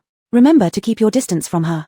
Wei Yizhe pushed the computer in front of everyone, with detailed records of her information displayed on it. Zhun Huayan had already reviewed it. I've warned her. If she doesn't correct herself, I'll make her pay the price. Regardless of whether the murderer is her or not, I believe tonight we could make her feel some pain. That's good. Yang Shi glanced at the two people tightly embracing each other, lowering his eyes. A complex wave of thoughts overwhelmed him, making him powerless to stay longer. Gong Xiuyu, follow me first. I'll take you to where the incident occurred, and see if you can recall anything. Go at night too? Yang Yu questioned. It might be that the time of injury happened at night. Sister, don't worry, I'll protect her. Gong Xiuyu's heart beat faster, stealing a glance at the cold-faced Yang Shi. Alright, I'll go with you. Wei Yizhe hastily got up. I'll come too. Don't follow me, stay and protect sister. I understand, isn't it free bodyguard duty? I'll be on time tomorrow. You better remember what you said. Yang Shi reminded again. Seeing this, Zhun Huayan cast a cold glance, maintaining an indifferent attitude toward this meddling. Of course he would protect Yang Yu well, why would he need any help? Just one glance, and Yang Yu knew what he was thinking. She shook her head helplessly at this vinegar jar. If you find any clues, tell us promptly. Alright, count on me. Watching everyone leave, Yang Yu sat down again. Zhun Huayan voluntarily came behind her and massaged her shoulders. You must be exhausted today, huh? Not really, just met a little surprise. If the murderer is Bai Shijian, how do you want to handle her? Yang Yu thought for a moment. Do it as you say, make her pay. I'll make sure Au is satisfied. Au, are you sure about handing Gong Xiuyu over to Yang Shi? What's wrong? Zhun Huayan always felt something was off, yet couldn't put it into exact words. No big deal, I think it's better if they maintain some distance. Don't worry, Yang Shi definitely can achieve that. Yang Yu saw clearly, Yang Shi showed no interest in anyone. But Gong Xiuyu might not. What do you mean? Could she? Yang Yu found it unbelievable. Zhun Huayan shook his head lightly, a trace of helplessness in his eyes. Let's hope we're worrying over nothing. Otherwise it would be too cruel for her. Going through such an event is already tragic enough. There must not be any other feelings toward Yang Shi. Zhun Huayan's tone of disgust made Yang Yu chuckle. What do you mean by that? Would Yang Shi like her? I think it's highly unlikely. In the end, the one who gets hurt would still be Gong Xiuyu, wouldn't it? Yang Yu fell into deep thought and spoke after a long pause. I will have a good chat with her. Chapter 189, even if it's risky, I have to try. The next day. In extreme pain, Bai Shijian endured a long night. During this period, Qiu Yi stayed by her side, helping her take medicine to alleviate the pain. As dawn approached, Bai Shijian was drenched in cold sweat, her face pale, as if she had lost half of her life force. Are you okay? Did you find the master I asked you for? How could it be so quick? It's only been one night. I spent all last night taking care of you. Bai Shijian kept panting heavily. A night of torment had left her gaunt and withered. Hurry up, send all your subordinates to look. After making me suffer so much, I can't let her off easily. She placed the spirit child on you, which means she already suspects you. I think it would be best if you laid low for a while and stopped taking action. That is absolutely impossible. How can I just watch as Yang Yu goes unpunished? We will continue as planned. Yang Yu must die. If she doesn't, I won't be able to get close to Zhun Huayan. Qiu Yi, suppressing the irritation in his heart, stared at her intently. What do you plan to do? Let her lose her powers and become an ordinary person. Looking at her slightly relaxed expression, Qiu Yi felt a premonition of impending trouble. What are you going to do? Don't forget what I told you. Continue searching for powerful masters of metaphysics, and anyone else capable of sorcery, hiring them at high prices to work under us. What exactly do you intend to do? The master has already agreed to help me. With him, it's just a matter of time before Yang Yu loses her powers. Are you sure? Qiu Yi still felt uneasy. I'm certain. Help me up, I need to personally meet the master. Struggling to get up, Bai Shijian tidied herself up quickly and walked out the door decisively. She needed to see the master and clarify the situation to him personally. As long as he agreed to help, Yang Yu would not have an easy time. Her interactions with the master had been brief, and she wasn't entirely sure of his true abilities yet. This time, dealing with Yang Yu would also give her a chance to gauge the master's level, deciding whether to follow him further or not. Qiu Yi grabbed the person about to leave, looking serious. Have you forgotten that you need to treat Zhang Huayan? Of course not. What are you implying by saying this now? I just think that using hypnotherapy for Zhang Huayan is sufficient. Make him slowly forget Yang Yu and fall in love with you. Then wouldn't you gain everything you want? But if Yang Yu remains alive, she will become the biggest obstacle. Yang Yu isn't as easy to deal with as you imagine. You're taking a risk. Bai Shijian angrily pulled her hand away from Qiu Yi and said fiercely, even if it's risky, I still have to try. Watching the figure of the woman leave, Qiu Yi sighed deeply and clasped his head tightly. It felt bad when things were out of control, yet he couldn't stop them.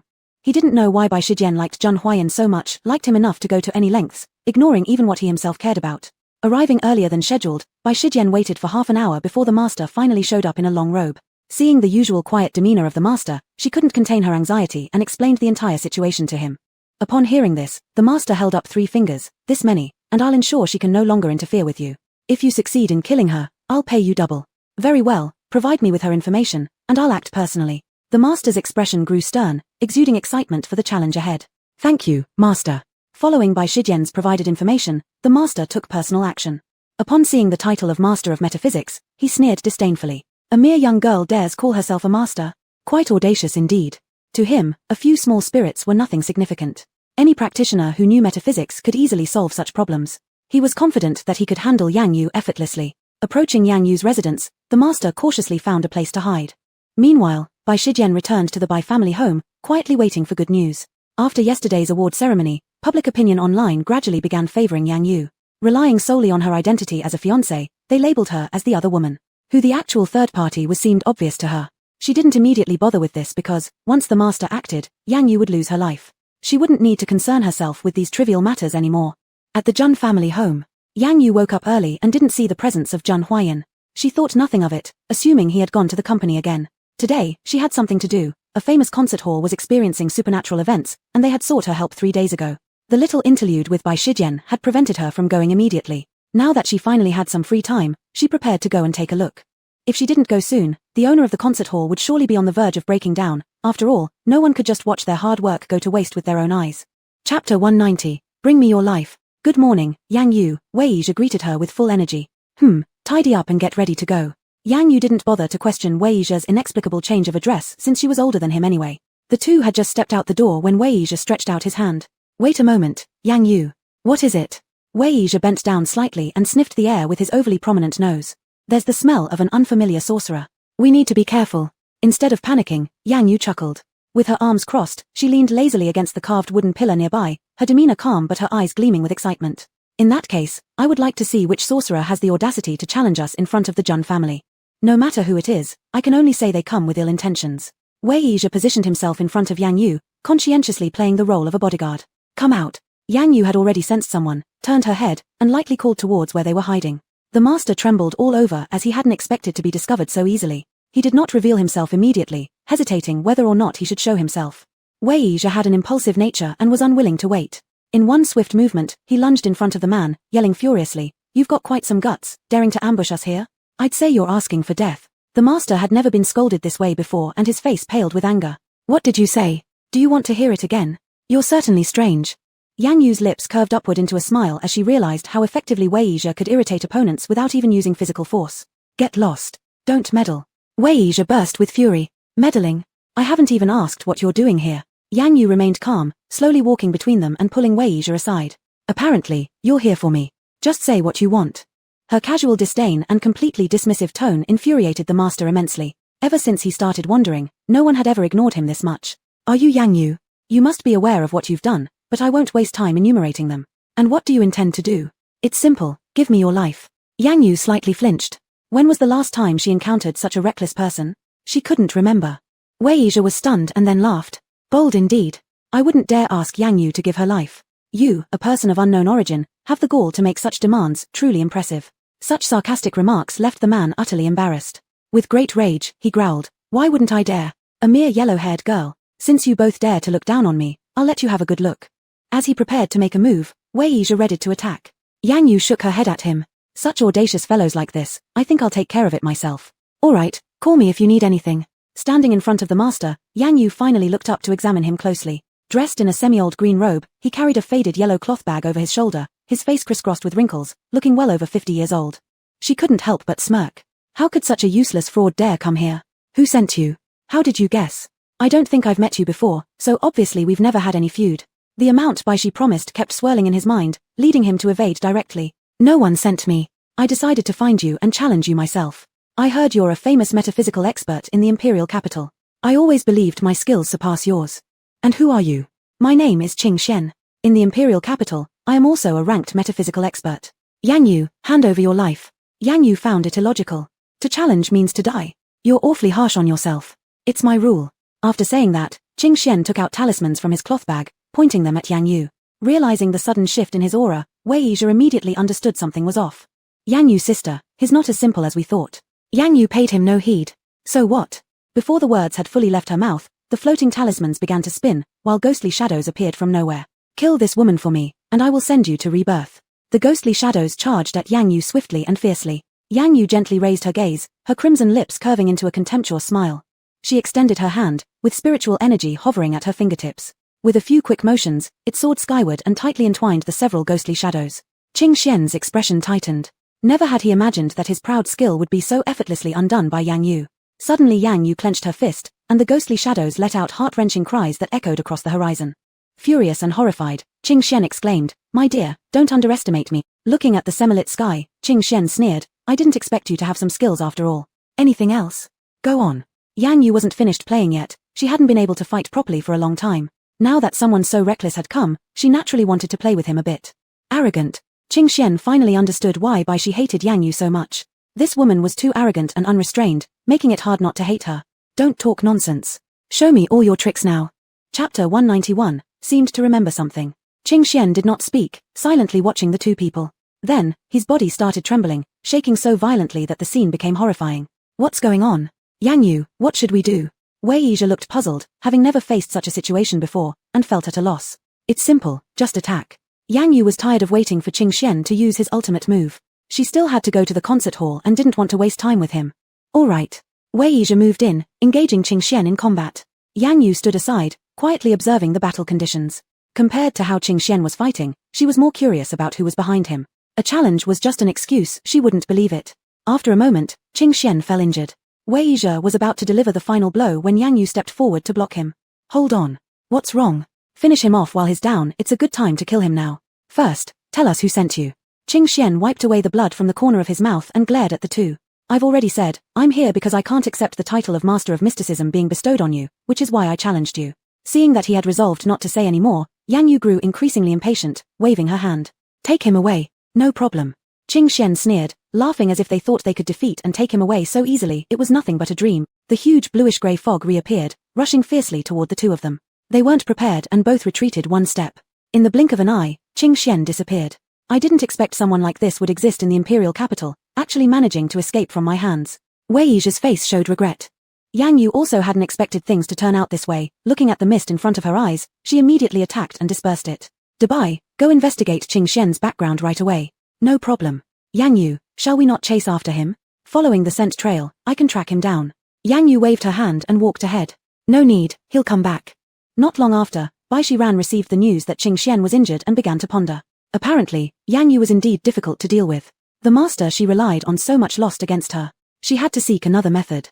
Meanwhile, Yang Shi and Gong Shi Yu were still stranded in the wilderness. After searching all night, they didn't find any useful clues. This left both of them frustrated and full of doubts regarding the identity of the murderer. Have the police not found anything yet? Gong Shi Yu questioned curiously. I've been keeping close attention. The female corpse hidden in your house to distract everyone has been identified, but there haven't been any breakthroughs concerning you. Yang Shi furrowed his brow slightly. In his view, the incidents involving Gong Shi Yu shouldn't be too difficult to solve, yet progress remained elusive. How could it end up like this? Still, identifying the innocent person involved is certainly a good result. From now on, I can only hope my own issues are solved soon so I can go home to see my parents. Gong Shi Yu's eyes reddened slightly, but she couldn't let herself cry. Tears were acidic and would seep into her facial skin, accelerating her decay. It will be. Yes, thank you for always taking me along to investigate and look for clues no matter the trouble. No matter what happens in the future, I'll never forget you. Yang Shi's heart stirred, turning around and catching sight of Gong Shiyu's gaze just then. The girl's eyes carried shyness and sincerity, fully directed towards him without reserve. It's fine. His heartbeat gradually accelerated. Gong Shiyu quickly lowered her head, unable to look at the person beside her anymore. Since we can't find anything, let's go back to Jun's house first. It's not good for you to stay out of the refrigerator for too long, even though you've taken the blood drop pills. Okay. The two got into the car and headed toward the Jun residence. On the road, when they passed by the dance studio, multiple images kept flashing through Gong Shiyu's mind. There were scenes of dancing, frantic fleeing, bits and pieces, making it hard to assemble a complete memory. Stop for a moment. Yang Shi looked at her. What's wrong? I know this place. Gong Shiyu pointed to the dance studio ahead. This was where you used to practice dancing. Want to check it out? Yes, I think I've remembered something. Gong Shiyu stepped out of the car urgently. Yang Shi didn't forget Yang Yu's instructions to protect Gong Shiyu under all circumstances. Be careful. Gong Shiyu walked in front, familiar surroundings and markers plunging her into memories. Countless images rushed to her mind. She tried desperately to piece them together, but her head started to ache. When she was about to collapse, Yang Shi hurriedly supported her. If you can't remember, don't force yourself. That will damage your brain. Gong Shiyu gave a sorrowful smile, her expression filled with sadness and desolation. My brain is already ruined, so there's no need to worry about further damage. I've recalled quite a few images. I don't know if they're useful or not. Tell me quickly. I saw myself coming here frequently, and there was a man chasing me. It was on this road, raining heavily, and I was running very fast. Yang Shi's heart raced, and his entire body became tense. What about later? After that, I can't remember anything else. I have the most memories about this dance studio. I think the reason I was killed is closely related to this place. Chapter 192. Anyway, I am a zombie now. Gong Shiyu spoke with certainty. She was confident that her plight was connected to this place. Otherwise, she wouldn't have reacted so strongly upon seeing it. Yang Shi held her up, and despite the bone-chilling cold making him shiver, he didn't let go. Let me take you inside and see. Can you still handle it? Looking at the slightly dim building above, Gong Shiyu hesitated for a moment before eventually overcoming her fear. Yes, let's go upstairs and take a look. As their appearance was no different from an ordinary person, when entering the dance studio they attracted the attention of the manager who came forward to recommend services. Fearing the killer might know she was still alive, which could lead to tipping them off, Yang Shi had specifically made Gong Shiyu wear sunglasses and a mask before coming in. We don't need it. Let's just check out the environment first. After repeatedly declining the recommendations from the manager, the two entered the dance room. There were many rooms on the second floor, and Yang Shi decided to take Gong Shiyu on a tour, hoping to bring back her memories. Do you notice any odd places? After going through each one, Gong Shiyu's expression became increasingly complex. Not yet. You can keep looking. Call me when you're done. After saying that, Yang Shi leaned against the wall by himself, waiting for Gong Shiyu's answer. Walking around several times, she didn't find anything unusual and almost lost hope. Yang Shi sat nearby, exhausted from rushing about all night and being overly concerned. Physically drained, he soon fell asleep. Yang Shi brother? Seeing Yang Shi close his eyes, Gong Shiyu quickly averted her gaze, not daring to look at him anymore. Since you're sleeping, I'll take a look alone first. There weren't many people in the dance studio, and several classrooms were empty. With Yang Shi there, Gong Shiyu felt more courageous and ventured deeper into the dance classrooms alone. When the dark corridor began enveloping her, Gong Shiyu involuntarily shivered. The fragmented images popped up in her mind again. She seemed to have been standing here initially, seeing something that caused her to be chased by a man afterward.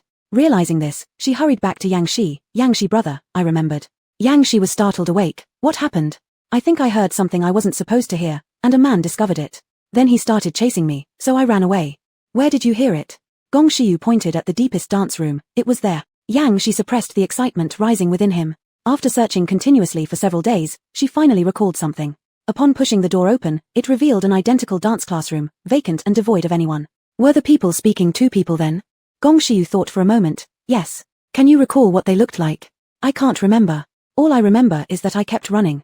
Yang Shi closed the door and grabbed Gong Shiyu's hand firmly, relaxing somewhat from being tensed up all along. Let's check the roster. Combining it with the time you died, no matter how many people came to practice dancing, we will be able to accurately investigate them. All right. The two walked downstairs, and during the process, Yang Shi didn't forget to report the matter to Yang Yu.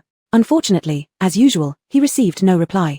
Much to their disappointment, the leader of the dance studio refused to hand over the list in order to protect customer privacy. Regardless of what gratitude conditions Yang Shi proposed, they remained firm in their refusal. Helpless, Yang Shi decided to take a risk. He took off Gong Shiyu's mask and sunglasses, exposing her entire face. Even if she was once your student, can you really deny it? The leader was shocked when he saw Gong Shiyu. You, aren't you dead? Your mother even came to collect your clothes. Sorry, I was revived. How strange. Congratulations on surviving, but this is really impossible. If the students found out, we would definitely face lawsuits. Not wanting to pressure further, Yang Shi nodded. Sorry, Miss Gong's situation is unique. We sincerely hope you won't reveal it to others. Since they couldn't obtain the roster, the two could only return to Jun family first. On the way, Gong Shiyu suddenly had an idea and excitedly said, I have a plan. What plan? Have the boss announce that I'm still alive, that way the person who killed me will come out again, right? Since they went so far as to kill me last time, it proves that what I heard must have been very important. No, that's too dangerous. Yang Shi immediately rejected it. Have you forgotten that you died in their hands? Gong Shiyu didn't think much of it. No problem, anyway I am a zombie now. Do you not want to continue living anymore? You are innocent in this matter. What we're trying to retrieve is your soul, not letting you face danger again. Yang Shi's resolute attitude made Gong Shiyu give up on her idea. He was right, she had only one goal right now, to survive. If she was discovered in this situation, given the opponent's strength, she probably wouldn't survive again. The two returned to the Jun family, where Yang Yu and Wei Yizhe had just finished dealing with the concert hall matter. Yang Yu had seen the message sent by Yang Shi on the way. Upon seeing the two arrive, he rarely showed any emotion. Since you can remember, it's a good sign. We're not far from catching the murderer. Chapter 193, Adopting Hypnotherapy. Yang Shi felt a bit regretful. Yeah, it's unfortunate that we can't find the list of dance room personnel. Leave this to Sang Mo. He's a computer expert and should be able to steal it. Gong Shiyu nodded. Alright, I'll try my best to recall. I will surely bring my soul back. Meanwhile, at a private hospital. After finishing his company affairs, Jun Huaiyang came to the hospital. After treatment, he could feel himself much more comfortable than before, so according to the doctor's requirements, he returned again. Seeing Jun Huaiyang, Qiu Yi involuntarily thought about Bai Shirant's wounds. If it weren't for Bai Shirant's love for him, he would have no intention of treating him at all. Mr. Jun, just like before, we will use hypnotherapy on you. Just close your eyes. Jun Huaiyang lowered his gaze. I want to meet the doctor in charge of my diagnosis. Sorry, she doesn't like mixing her personal life with work.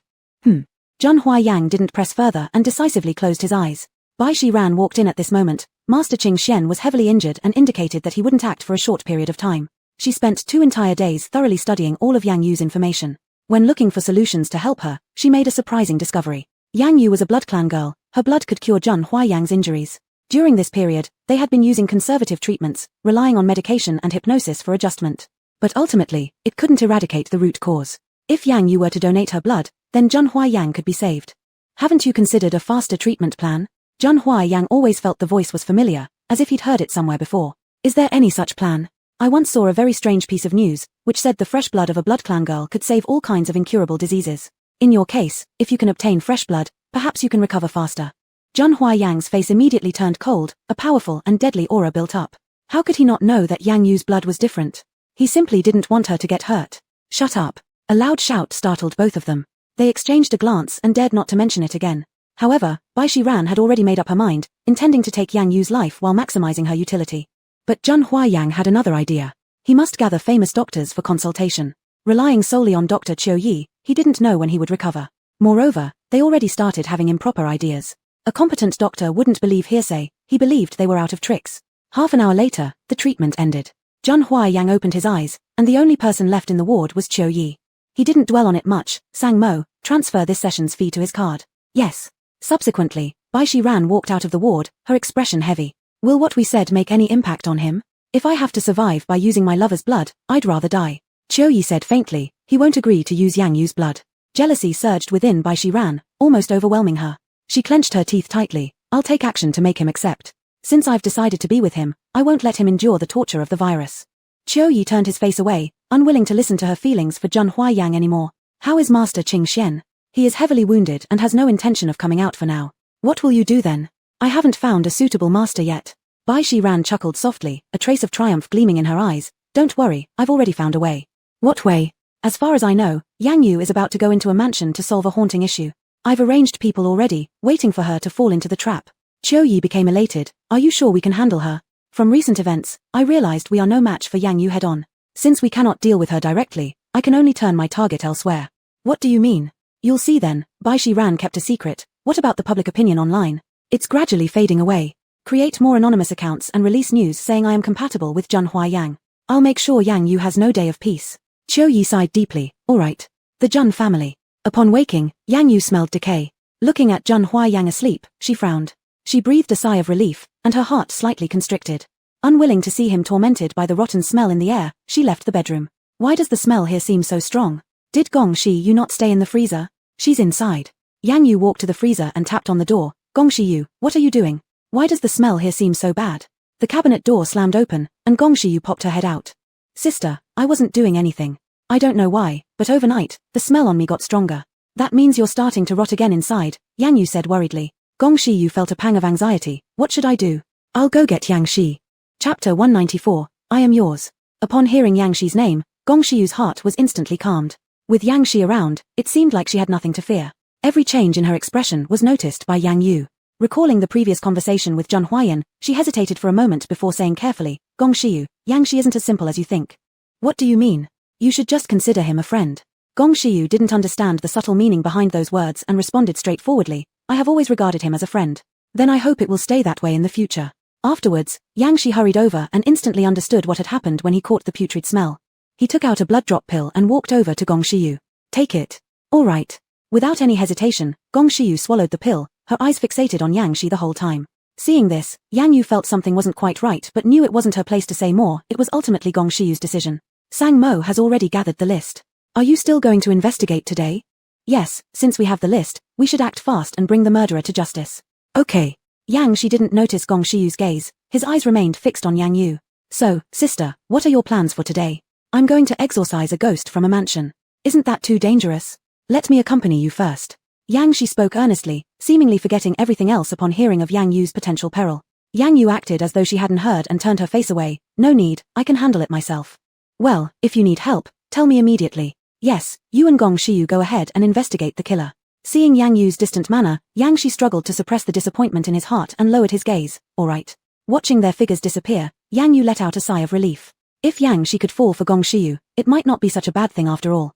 He could pull himself out of the depths of suffering and satisfy Gong Shiyu's affection at the same time. Yu, when are you leaving? Zhang Huayan covered his nose and walked downstairs with an unhappy look. From now on, whenever Gong Shiyu is around, the air conditioner must be set to the lowest temperature. Yes, master. Wait a moment. I need to review the former information about the mansion, in case of unexpected situations. Yang Yu sat on the couch and opened the laptop next to her. But when she saw the content, her usually emotionless face suddenly turned grave. Just then, Zhang Huayan arrived beside her and, seeing her reaction, quickly pulled her into his embrace. Yu, what's wrong? Yang Yu looked up, even though she had told herself not to believe such things. But when she saw them again, she couldn't help but feel angry. Her possessiveness made her unable to tolerate Zhang Huayan appearing in the same picture with another woman. When Yang Yu saw the news on the computer, Zhang Huayan felt dizzy. How was there more news about him and Bai Shiran? Hadn't he already shut down that newspaper? Why was someone still posting? Yu, don't look at these. They're all lies. Is that so? I see many people commenting on how suitable you two are together. Yang Yu's tone was icy, and her small face showed no expression. Seeing this, Zhang Huayan hurried to apologize. Yu, I'm sorry, it's all my fault. I shouldn't have allowed myself to appear in the same photo with her, giving the media a chance. Yes, what else? How should we deal with this? I'll destroy all these accounts, preventing them from spreading rumors again. White moonlight. Before Yang Yu could finish speaking, she was interrupted by Zhang Huayan. What white moonlight? I've never had a white moonlight. From the beginning to the end, there's only one person in my heart, Yu. Yang Yu nodded, a trace of satisfaction flickering in her eyes. Good, you're quite perceptive. Starting today, I don't want to see any gossip involving you and Bai Shiran, not even fake ones. It hurts my eyes. Her possessive nature was strong. Once it belonged to her, she would allow no one else to touch it. If it did, she'd rather not have it at all. A faint gleam flashed in Zhang Huayan's deep, dark eyes as he suddenly leaned down and nibbled softly on Yang Yu's lips. Startled, Yang Yu was about to speak when that warm sensation pressed down on her once more. She heard Zhang Huayan's hoarse, low voice. Yu, rest assured. There will be none of that in the future. I am yours, and I will forever be obedient to you. Yang Yu frowned, feeling an unusual sensation stirring in her heart. She actively wrapped her arms around Zhang Huayan's neck, allowing him to deepen the kiss. It had been a long time since they'd been close like this, and when they finally met again, their passions ignited almost uncontrollably. After a long while, Zhang Huayan slowly released her only when Yang Yu was almost out of breath. Do we have anything else to do later? As he spoke, Yang Yu clearly saw the emotions hidden deep in his eyes, burning bright and vivid. She pressed her lips slightly. Not now. Zhang Huayan blinked his eyes, resembling a pitiful little wolf pup, but his hand still sneaked in from under the hem of his clothes. Yang Yu narrowed her eyes. I have something else to do. I need to go take a look at the mansion, Zhang Huayan. Whatever you want to do, we'll do it tonight. Her voice was neither cold nor warm, yet it carried immense authority. Zhang Huayan's breath hitched, and in the end, his hand obediently retreated. Chapter 195. This move would leave Yang Yu no chance to turn things around. So, I'll let Bai follow you. Rest assured. Yang Yu got up, and Wei Yizhe closely followed behind. Mansion. Looking at the magnificent and grand building before him, Wei Yizhe's eyes lit up. This was much better than the museum he used to live in. He had thought the museum was already luxurious enough, but it turned out there were many more places that were even more opulent. If he could own a place like this in the future, why bother with anything else? Yang Yu stood outside the door, without a ripple in her heart. Compared to how the house was, she was more concerned about whether today's haunting incident could be resolved quickly. Sister Yang Yu, let's go in. Hold on, prepare first. Yang Yu took out some incense sticks and handed them to Wei Yizhe. Wei Yizhe complained inwardly for a moment, but obediently took the incense sticks and inserted them in special positions. Looking at the ominous house, Yang Yu felt an uneasy premonition deep in her heart.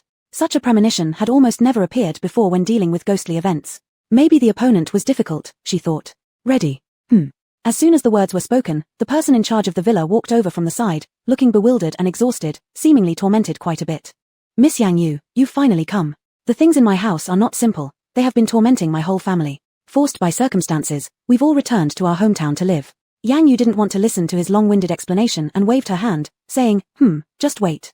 Good, then I'll leave it to you two. I won't enter. The man was still trembling from fear, and dared not get any closer to the house. Wei Yizhe patted his chest and confidently guaranteed, don't worry, we will solve it for you soon. Thank you for your hard work. Once the matter is resolved, there won't be a single cent missing. Understood, you can go now. Wei Yizhe impatiently urged. Yang Yu stood ahead, slowly walking into the hall. An overwhelming chill instantly swept over them, making both of them involuntarily shiver. Outside, the sun was shining brightly, yet inside it was eerily cold. It seemed the man wasn't exaggerating, the things inside were indeed not simple. Wei Yizhe touched the goosebumps on his arms and surveyed the surroundings, quickly locking onto the upstairs. Sister Yang Yu, that thing is upstairs, let me take care of it. Go ahead. Yang Yu entered the room, having an agile, diligent partner made things easier. She could always go to help if Wei Yizhe ran into trouble. At this time, Bai Shijian and Qiu Yi had already arrived outside. Are you sure this plan will work? A confident smile surfaced on Bai Shijian's cold face, I'm sure. This move would leave Yang Yu no chance to turn things around. Looking at the corpse beside her, Qiu Yi felt a little uneasy, if we get caught, I'll be in big trouble. This corpse was one he had stolen specifically from the hospital. An old man had died of a heart attack, with no one to claim him. However, stealing a corpse was a very serious offense in the capital city. If discovered, they would face severe punishment. At that point, everyone's attention will be on Yang Yu. No one will care about this corpse. Once the uproar dies down, you can send him back to the hospital. Bai Shijian's resolute tone made Qiu Yi grit his teeth and agree. Fine, let's do it your way. Bai Shijian took out a telescope. Wei Yizhe was diligently working, while Yang Yu stood indoors observing all around, adjusting the placement of objects in the house. The position of an item related to the feng shui of the entire house. Having followed Qing Xian for years, Bai Shijian naturally understood this. Looking at Yang Yu's serious expression, she snorted coldly. It's a pity, no matter how well you do, it's useless. Your former great achievements will collapse and destroy with this failure. Then, no one will remember what you have done. People will only say that you killed someone. Inside the house, Yang Yu suddenly looked up and gazed out the window. The scenery remained the same, peaceful and uneventful. But she felt as though someone was watching her closely. Her premonitions were usually accurate, let alone the feeling of being watched was too obvious. Sister Yang Yu, everything's done.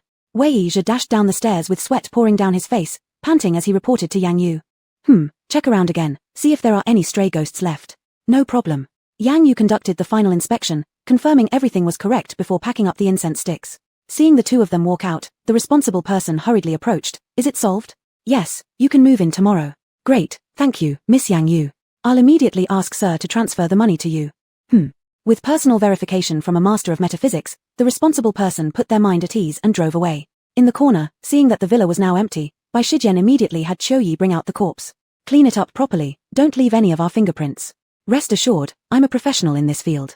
Qiu Yi took out a pair of gloves, stepped forward, pushed open the window of the villa, and threw the corpse inside without hesitation. Seeing this, Bai Shijian couldn't help but feel relieved. It seemed that heaven itself was helping her, allowing the plan to proceed smoothly. Where should we place it for best results? Chapter 196. How could Yang Yu possibly kill someone? The vast villa left Qiu Yi in a dilemma. If the placement was incorrect, it would undoubtedly raise suspicion among the police.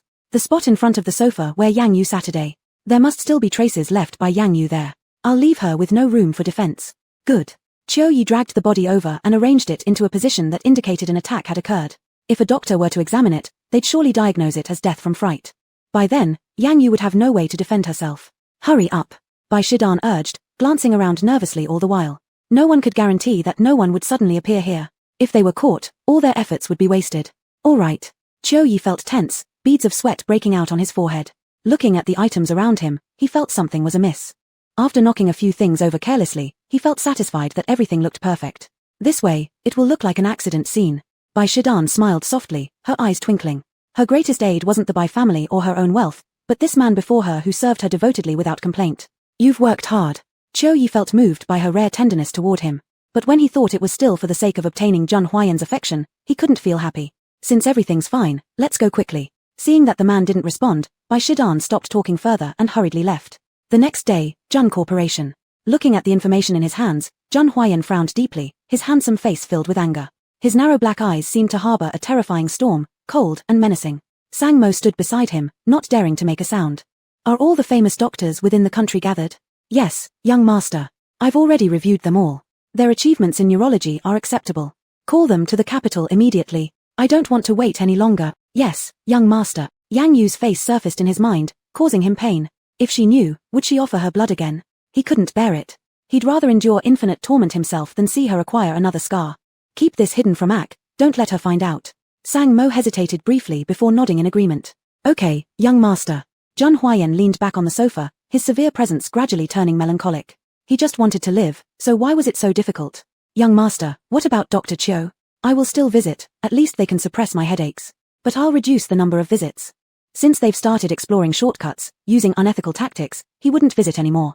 Okay, I will communicate well with Dr. Chiu. How is the public opinion online? Have they been deleted entirely? They've all been removed. Any mention of both you and Bai Shidan will be reported immediately. Zhang Huayan opened his computer, carefully inspecting it. Confirming that there were no more such mentions, his demeanor relaxed slightly. Are they all blind? Dare they say I match with her? This is insulting my judgment. Young master, please rest assured, it won't happen again in the future. Are our businesses cooperating with Bai Shidan? Yes, she just became the Empress of Movies, with immense influence. To boost sales, she was chosen as the supreme spokesperson. Zhang Huayan's expression showed disdain. Withdraw the partnership. In the future, the Zhang company shall have no affiliation with her. I don't want Ak to see her, not even a single ad clip. Yes. Zhang Huayan gradually felt at ease. With this, Ak should no longer be jealous because of this woman. But before he could relax long, messages from his computer and phone sounded consecutively. A flash of doubt passed through Zhang Huayan's eyes as he brought the computer back in front of him. What is going on? An angry roar sounded as Zhang Huayan threw the computer on the ground. Go home. At the moment the news broke, Yang Shi arrived at the Zhang residence. Sister, did you see the news? In a house with Gong Shiyu, who loves watching TV, Yang Yu wouldn't receive the news late. Yes. Gong Shiyu held the computer, her small face filled with sorrow. What do we do? Sister, they're framing you. How could you harm someone? Damn. Someone is definitely plotting against us. Sister Yang Yu, we checked everything when we left, and there was nothing wrong. Yang Yu's expression remained unchanged, lightly tapping the computer. We were indeed plotted against. Sister, let me help you check. No need, I want to handle it myself. Yang Yu scrolled through the webpage, which was flooded with messages accusing her of misusing supernatural powers to cruelly kill someone. Ak, are you okay? Zhang Huayan walked in and rushed quickly to Yang Yu's side. Seeing Zhang Huayan, she finally revealed a smile. Yeah, just a little problem. I will send people to investigate right away, and I will surely find the murderer for you. Seeing Yang Yu's instantly changed expression, Yang Shi's heart sank. Whether or not he was the first person by his sister's side, she wouldn't even look at him. No need, I want to handle it myself. Yang Yu immediately declined. No matter how loud the noise on the internet, it wouldn't affect her one bit. Chapter 197, whenever it involved Yang Yu, he always lost control. In her view, these tricks were not worth mentioning. It only took a simple investigation to pinpoint the murderer. But I can't help but worry. The murderer is targeting you. Given the current trend, he's out to ruin you. Do you not have faith in me? Yang Yu's red lips curved upward slightly, forming a smile. Her calm and composed demeanor calmed everyone around her down significantly. Seeing this, Zhang Huayan gradually regained his composure as well. Whenever it involved Yang Yu, he always lost control. I believe in you. All you need to do is manage the shares of Zhang Corporation. Don't let these trumped-up charges affect us. Trust me, Yu. Yang Yu stood up. Weizha, come with me. Sister, let me go with you. Yang Shi didn't give up and immediately followed. Yu doesn't need you. Have you finished your own work? Zhang Huayan stepped in to stop him. No matter what, he wouldn't allow the two of them to be alone together. Sister-in-law is right. We haven't even found the person who tried to kill me yet. Brother Yang Shi, let's investigate together. Sister is so capable, she'll surely be fine. Sister-in-law? Hearing these words, Yang Shi fell silent. How did Gong Shiyu and Zhang Huayan get so close? Zhang Huayan, on the other hand, shot Gong Shiyu an approving look. Well done, she should call him in front of Yang Shi, letting him know his proper place as a younger brother and discouraging any inappropriate actions. Yes, figure it out as soon as possible. It's already been a month. If we delay further, the murderer might have fled the capital by now. With Yang Yu's command, Yang Shi raised his head reluctantly and responded feebly. Mansion. Upon returning to the mansion, the scene had completely changed. Rumors of ghost sightings originally left the house deserted, but now it was swarming with reporters. A police cordon was set up outside, and both police officers and forensic experts were conducting examinations inside. Seeing the situation, Yang Yu refrained from getting out of the car immediately. Sister Yang Yu, I think we'd better wait. Otherwise, no matter if we're related to this case or not, these reporters will rip us apart. Yang Yu didn't raise her head, flipping through surveillance footage instead. This footage was sent to her just moments ago by Zhun Huayan. It showed the recordings of the past 2 days at the mansion.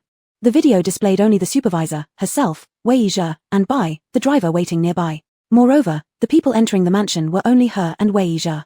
No matter how you looked at it, there was definitely a connection between the unexpected appearance of someone inside and their visit. The footage continued further. From their departure until today, nobody entered the premises again. Clearly, the surveillance had been tampered with. They conducted a check when they left, confirming that there was no one inside the mansion. Yet someone died in the mansion coincidentally, which only meant that the murderer entered after they left. Sister Yang Yu, could the killer be Qingxian? Didn't he envy your title as a master of metaphysics before? That's why he challenged you. This situation fits perfectly for you to lose that title and end up disgraced forever. Yang Yu placed the computer aside. It's not him. Why do you think that? For such meticulous and ruthless tactics, he lacks the intellect. Wei Yizhe's eyes widened. Yang Yu added dismissively, but it could have been orchestrated by the person behind him. She gazed out the window where the corpse was covered with a white cloth, and reporters were furiously photographing.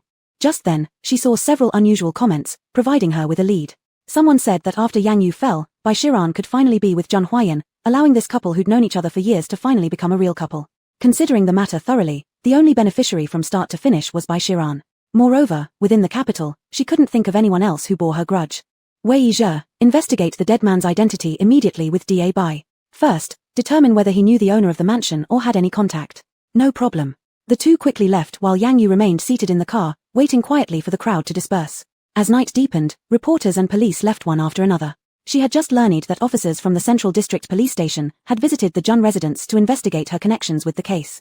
Zhun Huayan suppressed the situation for now and wouldn't bring her to the police station immediately. Time waited for no one. Yang Yu got out of the car. She had to clear her name before the matter blew up completely. Inside the villa, many decorative items lay scattered on the ground, and traces indicated the final moments of the deceased. It really took some effort. Yang Yu glanced coldly. Wei Yizhe and Da Bai walked in, handing over the documents to Yang Yu. Sister Yang Yu, the family of the mansion stated clearly that they didn't recognize the dead man. They had no connection. That's correct. The police are aware as well. It's truly an innocent person. Yang Yu took the documents and skimmed through them quickly. No relatives in the capital. No wonder he was used as a pawn. Miss Yang Yu, do you have any suspects in mind? Yang Yu squatted down. A flicker of golden light shimmered between her fingers. It was her spiritual power. Da Bai scratched his head, confused, and asked, Miss Yang Yu, what are you planning to do? Chapter 198. I have my own way to make her embarrassed.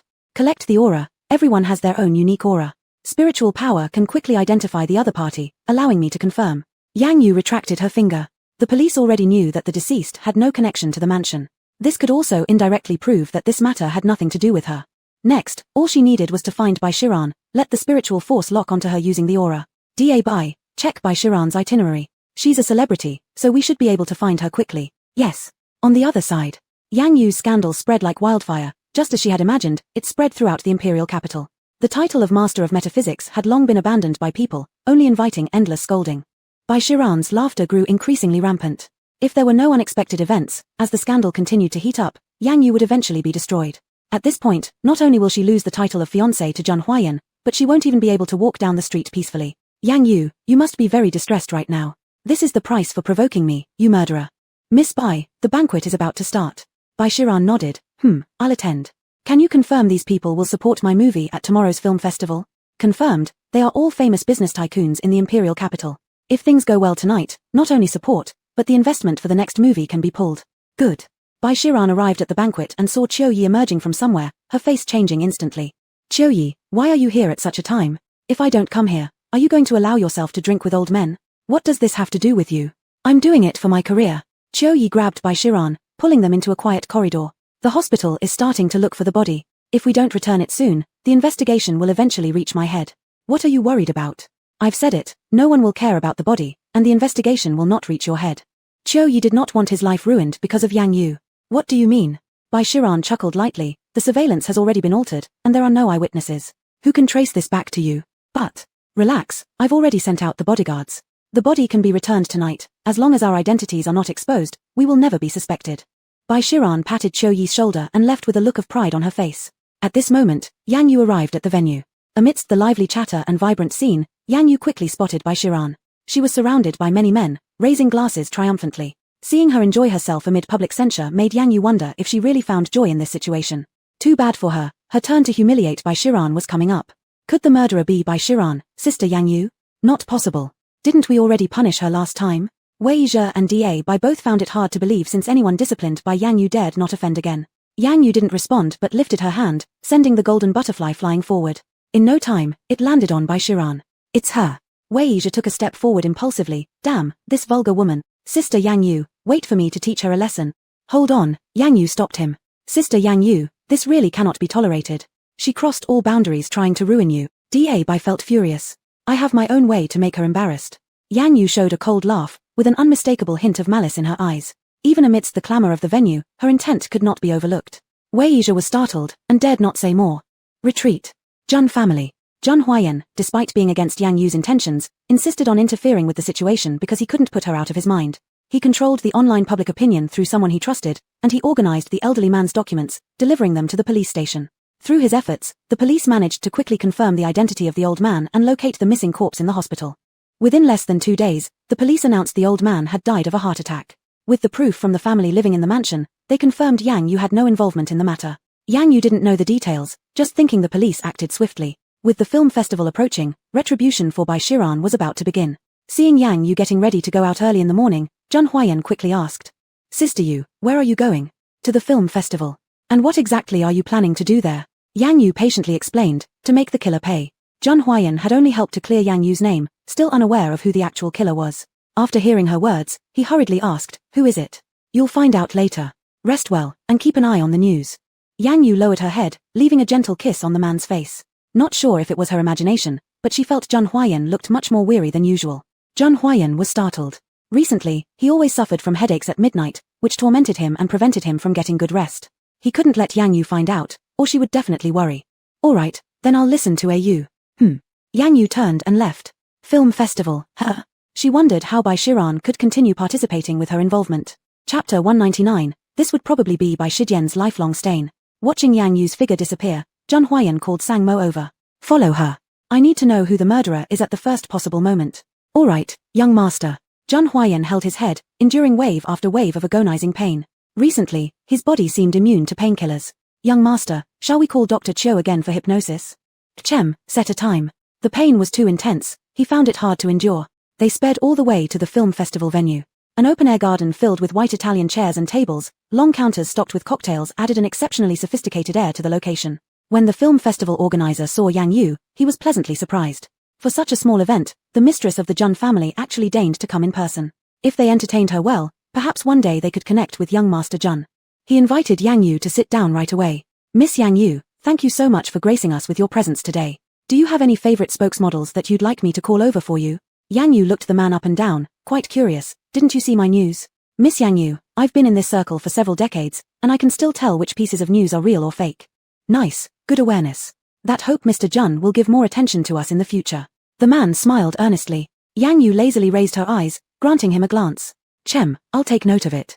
Great, Miss Yang Yu, feel free to choose which artist suits your interest and let me know immediately. Yang Yu nodded, not speaking further. At the same time, backstage. Upon seeing Yang Yu appear on the seating platform, Bai Shijian hesitated slightly. Why would she be here? Miss Bai, are you ready? It's almost your turn.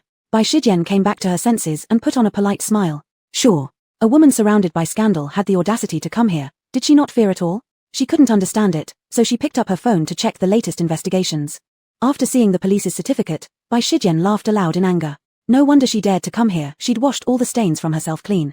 She looked ahead, and Yang Yu was already sitting confidently there, making her worry a bit. Was Yang Yu starting to suspect her? On second thought, she hadn't acted all along. What if Yang Yu suspected her? As long as there was no evidence, she wouldn't be charged. Yang Yu, our war isn't over yet. As thunderous applause erupted, even louder than the previous times, Yang Yu lifted her gaze, focusing ahead. Sister Yang Yu, is that woman about to come out? Chem. Wei Zhe looked furious. Sister Yang Yu, don't stop me this time, I must teach her a lesson. I've endured it for a whole night, growing angrier each passing minute, nearly losing my appetite from being so angry. Don't rush, your revenge is coming soon. Do you have a plan? Just wait and see. In the midst of everyone's anticipation, Bai Shijian ascended the stage, her fringed long dress perfectly showcasing her curvaceous figure, while her icy makeup highlighted her elegant and unique charm. No wonder she's a big star, truly extraordinary. Yang Yu lowered her head and smiled faintly, allowing her spiritual power to cut through the crowd quickly and precisely reaching Bai Shijian. Just as Bai Shijian was walking steadily, an inexplicable force surged forward, making it difficult for her high heels to maintain balance. With a thud, she fell onto the ground. Her gown got caught underfoot and tugged sharply downward. Instantly, impropriety revealed. Bai Shijian froze for a second, then began screaming immediately. She desperately covered her chest but realized everything had already been seen. Her assistant reacted fastest, swiftly removing her coat to cover Bai Shijian, while stopping others from taking photos. Unfortunately, the reporter's lenses never stopped. The live stream broadcast the scene simultaneously across platforms. The renowned actress Bai Shijian deliberately tripped to gain heat using her body. This news rapidly spread throughout neighborhoods and streets alike. Soon, no one paid attention to the progress of the film festival anymore. All their focus turned toward Bai Shijian. Seeing this, Yang Yu couldn't help but laugh continuously. This would probably be Bai Shijian's lifelong stain. She was curious how this one would be whitewashed. Let's go. From the very moment Bai Shijian fell and exposed herself, Wei Zhe and Bai both covered their eyes. They only removed their hands once the commotion started dying down. Sister Yang Yu, was that you? Yes, it was me. Bai clicked his tongue repeatedly. TSK. With just this scandal alone, Bai Shijian won't be able to receive any meaningful endorsements or films within half a year. Rightfully deserved. I think it's still too lenient. After all, why would she want to ruin Sister Yang Yu? You're absolutely correct. Let's leave. Yang Yu stood up, stepping lightly as she prepared to leave. The organizer chased after her. His film festival had never experienced any trouble, but he never expected that Yang Yu's first visit would result in such a situation. For a moment, he utterly detested Bai Shijian. How could an insignificant best actress compare with the Jun family who possessed tens of millions of wealth? The Jun family only needed to lift a finger to decide whether he became rich or went bankrupt. I'm so sorry, Miss Yang Yu, we really didn't expect this to happen. I don't want to see this woman at the film festival ever again in the future. Chapter 200, Gong Shiyu, you will always be my younger sister. Hey, she's an Oscar-winning actress. Yang Yu stopped in her tracks, her eyes becoming sharp. Do you not want your own business anymore? Think about it. I'll do what you said right away. Immediately. Backstage, Bai Shiduan still couldn't come to terms with what just happened. She was lost in deep thought, unable to believe this. It was by far the biggest scandal of her career since she debuted, or even from birth. Her photos spread across every corner of the streets within seconds. There's no way to destroy them now. How could she show her face to people? Miss Bai, please calm down. Go away. Bai Shiduan shouted angrily. Already changed into her clothes, she rushed to her car. Seeing the overwhelming amount of mockery online, she threw her computer to the side with great force. Recalling that strange feeling, she felt increasingly abnormal. Yang Yu, this is definitely your doing, isn't it? Otherwise, why would you suddenly show up here for no reason? She clenched her fists tightly, trying desperately to suppress her anger. It was because she underestimated Yang Yu's strength. She had thought that she could smoothly use the news of murder to bring Yang Yu down, but instead of bringing Yang Yu down, she ended up embarrassing herself completely. She needed to find another way and rethink her strategy against Yang Yu. Meanwhile, at the dance studio. Ever since Gong Shiyu recalled quite a few pieces of memory, whenever they wanted to conduct an investigation, Yang Shi always brought her here. After searching for these 2 days, I have ruled out 2/3 of the people, which includes students and their parents. The rest are adult members, they are the most suspicious. Good, I just remembered something important. Gong Shiyu waved her hand, gesturing the number 1. As she moved, a foul odor wafted through the air, prompting those walking ahead to pinch their noses. Yang Shi furrowed his brows lightly, revealing a look of helplessness as he took out a bottle of perfume. Spray a bit. Gong Shiyu lit up inwardly, her bright eyes gazing unreservedly at the man beside her with joy and fondness. The intensity of her feelings was impossible to ignore, and Yang Shi, being an intelligent person, naturally noticed. No wonder recently she had been sticking close to him. He mused inwardly. He wouldn't let it affect him, but Gong Shiyu might not be so sure. She could end up feeling the same sense of uncontrollable loss and sorrow. Looking at this girl who might be years younger than him, his heart softened. Rarely did he feel compassionate enough to offer advice voluntarily. Gong Shiyu, you will always be my younger sister. Upon hearing this, Gong Shiyu's smile vanished in an instant. Even if Yang Shi hadn't said anything, she already understood his meaning. She had been watching him closely. How could she miss the fact that his gaze was following someone else? I understand, brother Yang Shi. But liking him was her own matter. It was her first time liking someone, and she didn't want to give up. What did you remember just now? Gong Shiyu forced a smile, quietly putting the perfume in her pocket. I remembered that the person who initially pursued me was a very mature man. Really? That's wonderful, then we can rule out a large portion of people. Looking at the limited names left in his hands, Yang Shi couldn't hide his excitement. I imagine we'll find out soon. Alright, then what should we do with these people? Should we investigate them door to door? Yes, the more crucial it is, the less we can afford to let our guard down. We must investigate carefully while also making sure not to tip them off. Alright, Then let's start with the first person. The two walked to their car, preparing to begin investigating where the first person lived. Caught up in their excitement, they didn't notice that in the corner, a man was quietly observing them. His blood-red eyes glinted sharply with menace. Clutching his fists tightly, his bones creaked. Not dead, huh? Truly lucky. Don't blame me for torturing your soul then. As the two were on the road, Gong Xiu was in a complicated mood and hadn't spoken a word. Yang Shi could more or less understand her feelings, so he stayed silent. Being both in unrequited love, this moment called for quiet contemplation. Brother Yang Shi, why do you like sister Yang Yu? Yang Shi slightly startled, but quickly realized the situation. Although the girl in front of him had lost her soul, it didn't mean she had lost her consciousness or perception. I don't know, I can't explain the reason. Since before I knew what liking meant, I've already liked her. Sister Yang Yu is so outstanding and powerful, it's difficult for people not to like her. Right, my elder sister has always been exceptional. After deliberating for a long time, Gong Xiu hesitantly spoke. Yang Shi, have you ever thought about it? Sister Yang Yu already has her husband by her side. Yang Shi's face immediately turned cold. I know. Isn't this kind of torture for yourself? This question, I return to you exactly as it was. Chapter 201. Sister, are you thinking of using your own blood? Gong Xiu lowered her head and remained silent. She was at it again, meddling unnecessarily, but she couldn't help herself. She didn't want to see the person she liked torturing themselves every day. She was about to say something more when a piercing pain hit her, making her cry out on the spot. Yang Shi, who was still driving, was startled and turned around. The person who had just looked perfectly normal now had a deathly pale face, trembling all over, as if on the verge of collapse. This body had already endured much torment and could not afford any more trouble. He immediately parked by the roadside. Gong Xiu, are you alright? Gong Xiu could no longer speak, shaking her head frantically and began pounding on her own body. Yang Shi was startled, completely unsure of how to react. What's wrong with you? Do you need to take blood drop pills? I'll get them for you right away. Yang Shi took out the blood drop pills and quickly forced them into Gong Xiu's mouth. However, her pain did not subside. Thinking back and forth, there was nothing left to do but seek Yang Yu. At the Jun family residence. Seeing Yang Shi rush in with the unconscious Gong Xiu, Yang Yu hurried up from the couch. What happened? When we were about to investigate, she suddenly started to feel pain. I gave her blood drop pills, but it was completely useless. Yang Yu stared at the figure on the bed, pondering deeply. Since the blood drop pills don't work, it isn't related to corruption. Then what is it? It's the soul. Only the soul can cause her such agony. But isn't the soul still in the murderer's hands? How can this happen? As Yang Shi spoke, his entire body froze stiff. He thought of a possibility, the only possibility that would cause Gong Xiu such immense suffering. Did the murderer discover that Gong Xiu is still alive? Yang Yu nodded. Yes, this is the only possible reason. How can this be? We've always been very careful. One tiny mistake, we've gone to the dance studio so many times, it's impossible that we wouldn't have drawn attention. Yang Shi slumped onto the long chair, guilt gradually creeping into his heart. If I had been a bit more cautious. This isn't your fault. Gong Xiu continued to tremble even in her unconscious state, clearly enduring great pain. Yang Yu glanced around. Jun Huorian wasn't here, which made her consider breaking a previous promise. She had promised Jun Huorian that she wouldn't harm herself anymore.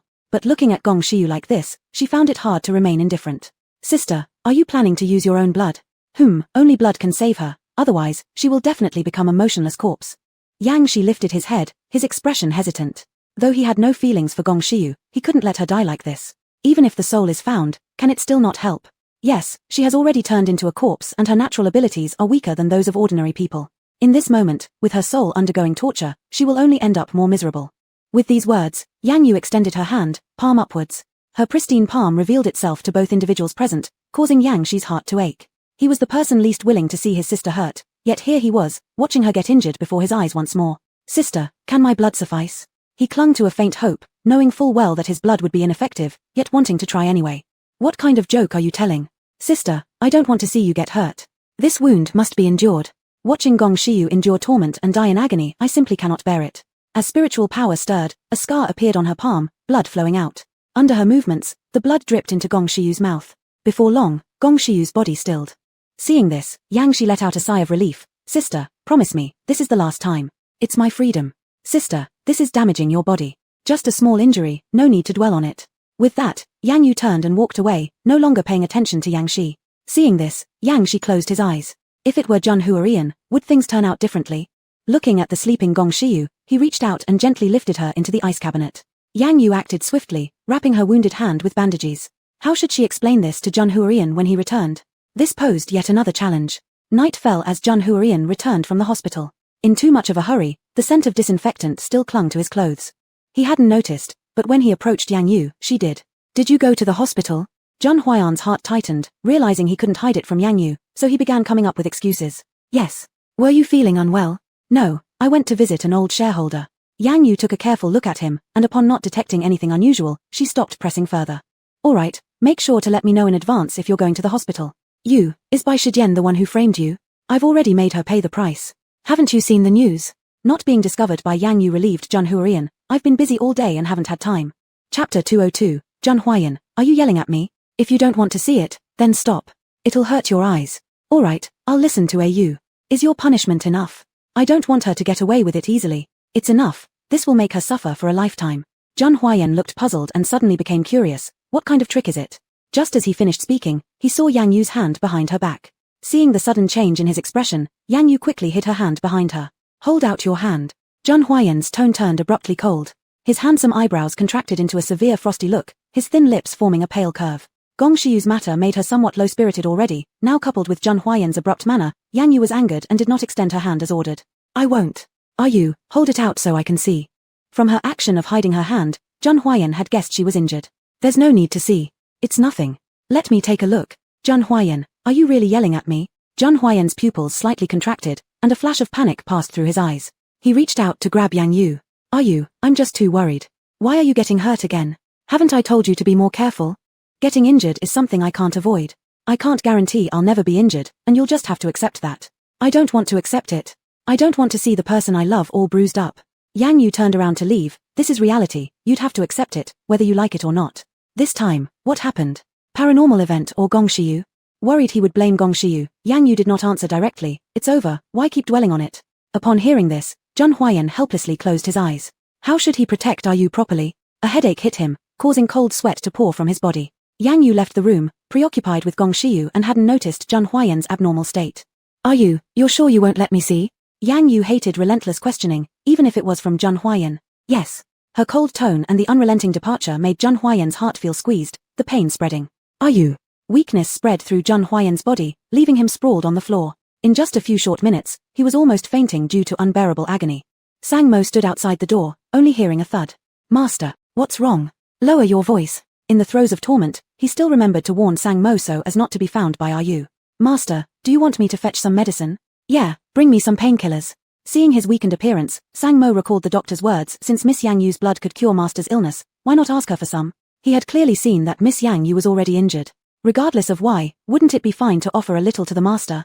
Jun Huaiyan took the painkiller without blinking and swallowed it whole. Master, I think the doctor is right about Miss Yang. Shut up. Before Sang Mo finished, Jun Huaiyan already knew his intention. I will absolutely not let Yu get hurt because of me, never in my life. Master, but continuing like this, you won't last long. Hasn't an expert already arrived? Let them hurry up and figure out a treatment plan suitable for me as fast as possible. Pain and torture made Jun Huaiyan's usually fierce tone tremble uncontrollably. The once lofty and arrogant figure was reduced to such a state by illness. Sang Mo, upon seeing this, decided to bring Li Fengyuan. As the master's best brother, he would certainly be able to persuade him. Yang Yu arrived at the freezer where Gong Shiyu had awoken, peeking out when hearing noise. Sister, I know everything. Thank you for saving me. Don't tell Jun Huaiyan. Yang Yu's demeanor remained calm, the recent argument with Jun Huaiyan making her uneasy as well. Gong Shiyu knew why. Seeing the scars on Yang Yu's palm, guilt washed over her, and she lowered her head. I'm sorry, it's all because of me. It's not your fault. If you feel guilty, catch the murderer quickly. I will. Gong Shiyu immediately agreed, yet deep down, she understood how difficult finding the killer would likely be compared to before.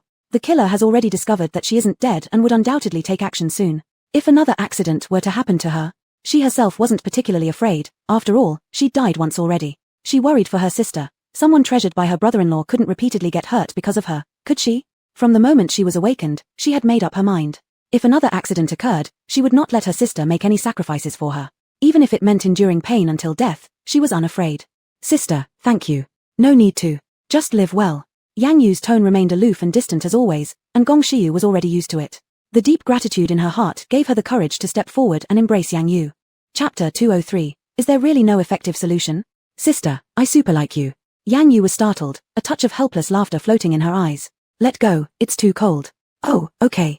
Outside the door, Li Fengyuan arrived out of breath. When he saw Sang Mo's message, he was right in the capital. The situation being urgent, he did not hesitate to come over. What on earth is going on? I've just been away for a while, why has his condition suddenly become so severe? Jun Huaiyan had already fallen into a coma, a grim face presenting a morbid paleness, looking very weak. The young master's congenital poison has re-emerged, and recently it's getting worse. We have gathered many renowned doctors who are searching for the most effective treatment method. When can we determine the optimal treatment plan? The young master's case is special. It will be hard to confirm in a short time. Dr. Chiu has been administering hypnotic treatments on him, but it only suppresses and alleviates the condition. It cannot eradicate the root. Li Fengyuan was confused, his heart full of anxiety. Is there really no effective solution? I remember his condition was good before. Sang Mo hesitated.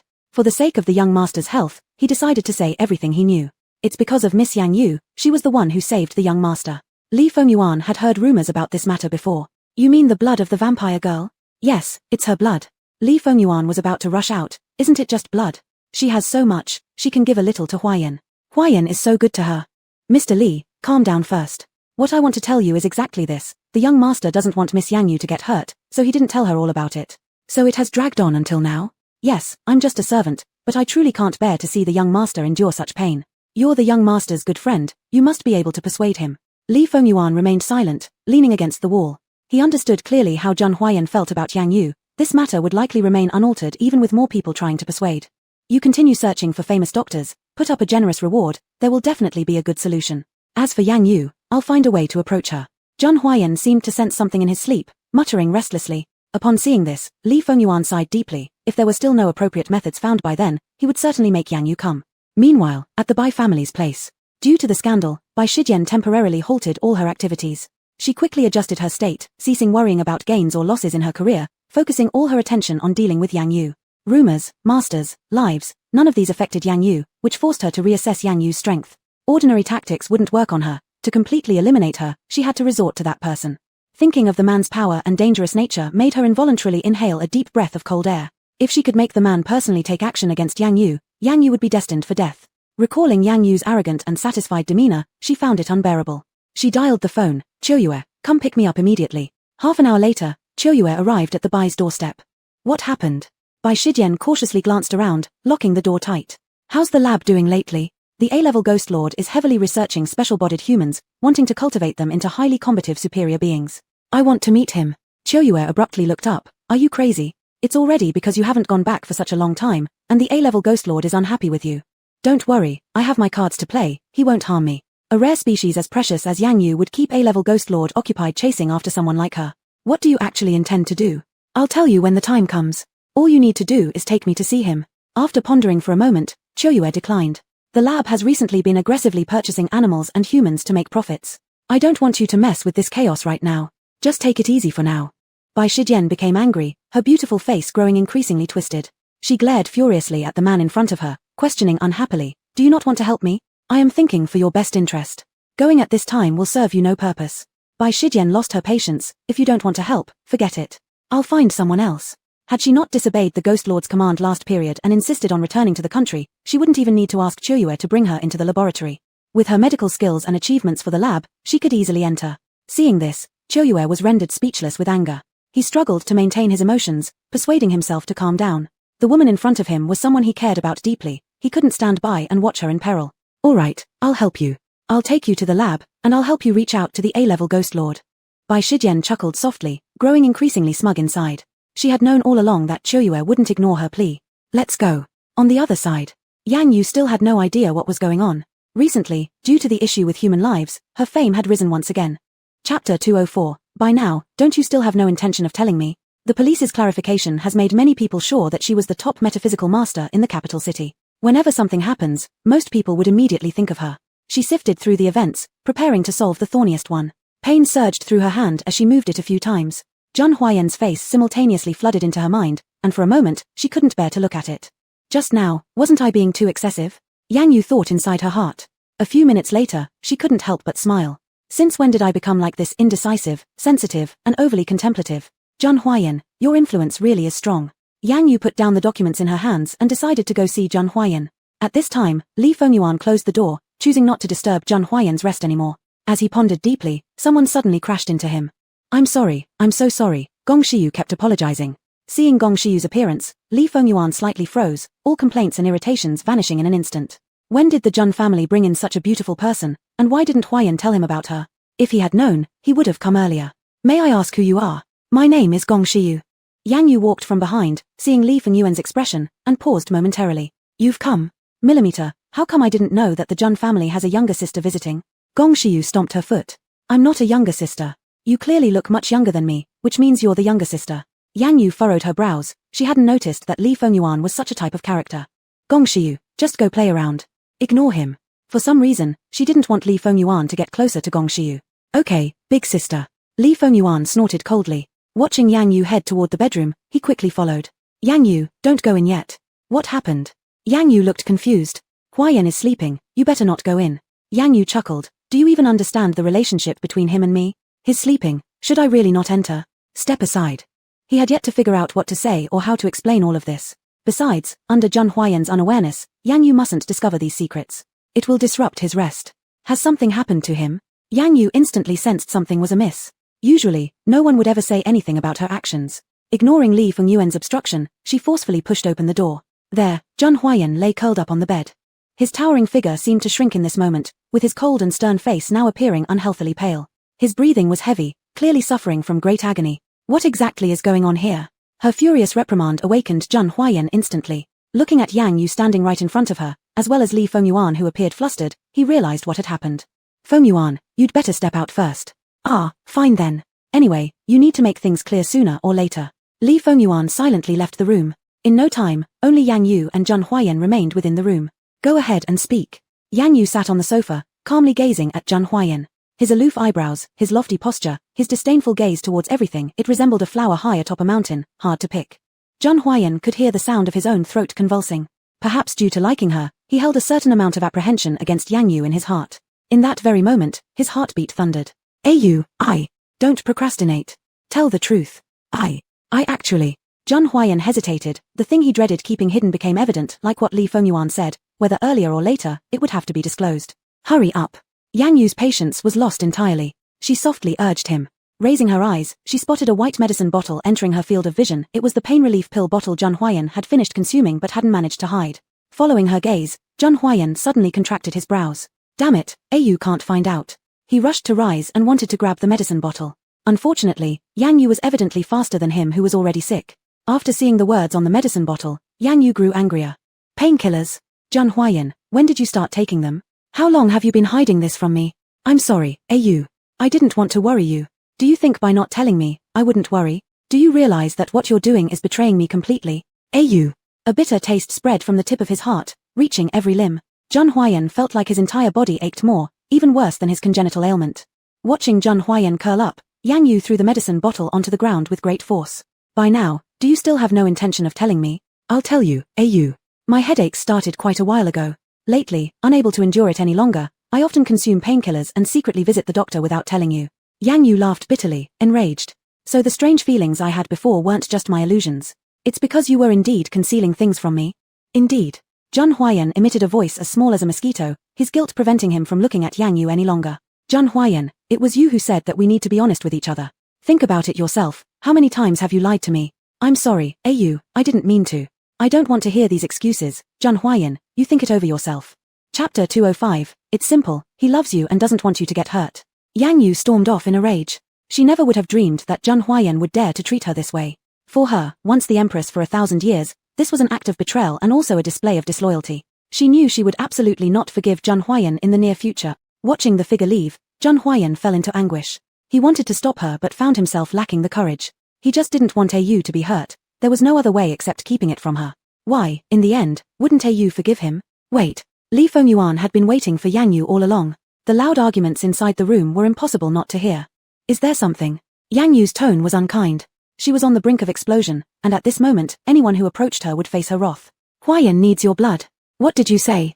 Li Fengyuan glanced behind him, making sure Zhun Huaiyan wasn't there, then hurriedly said, I know it's none of my business to intervene, but I can't stand seeing Huaiyan endure endless torture and pain. Your blood could save him, so please save him.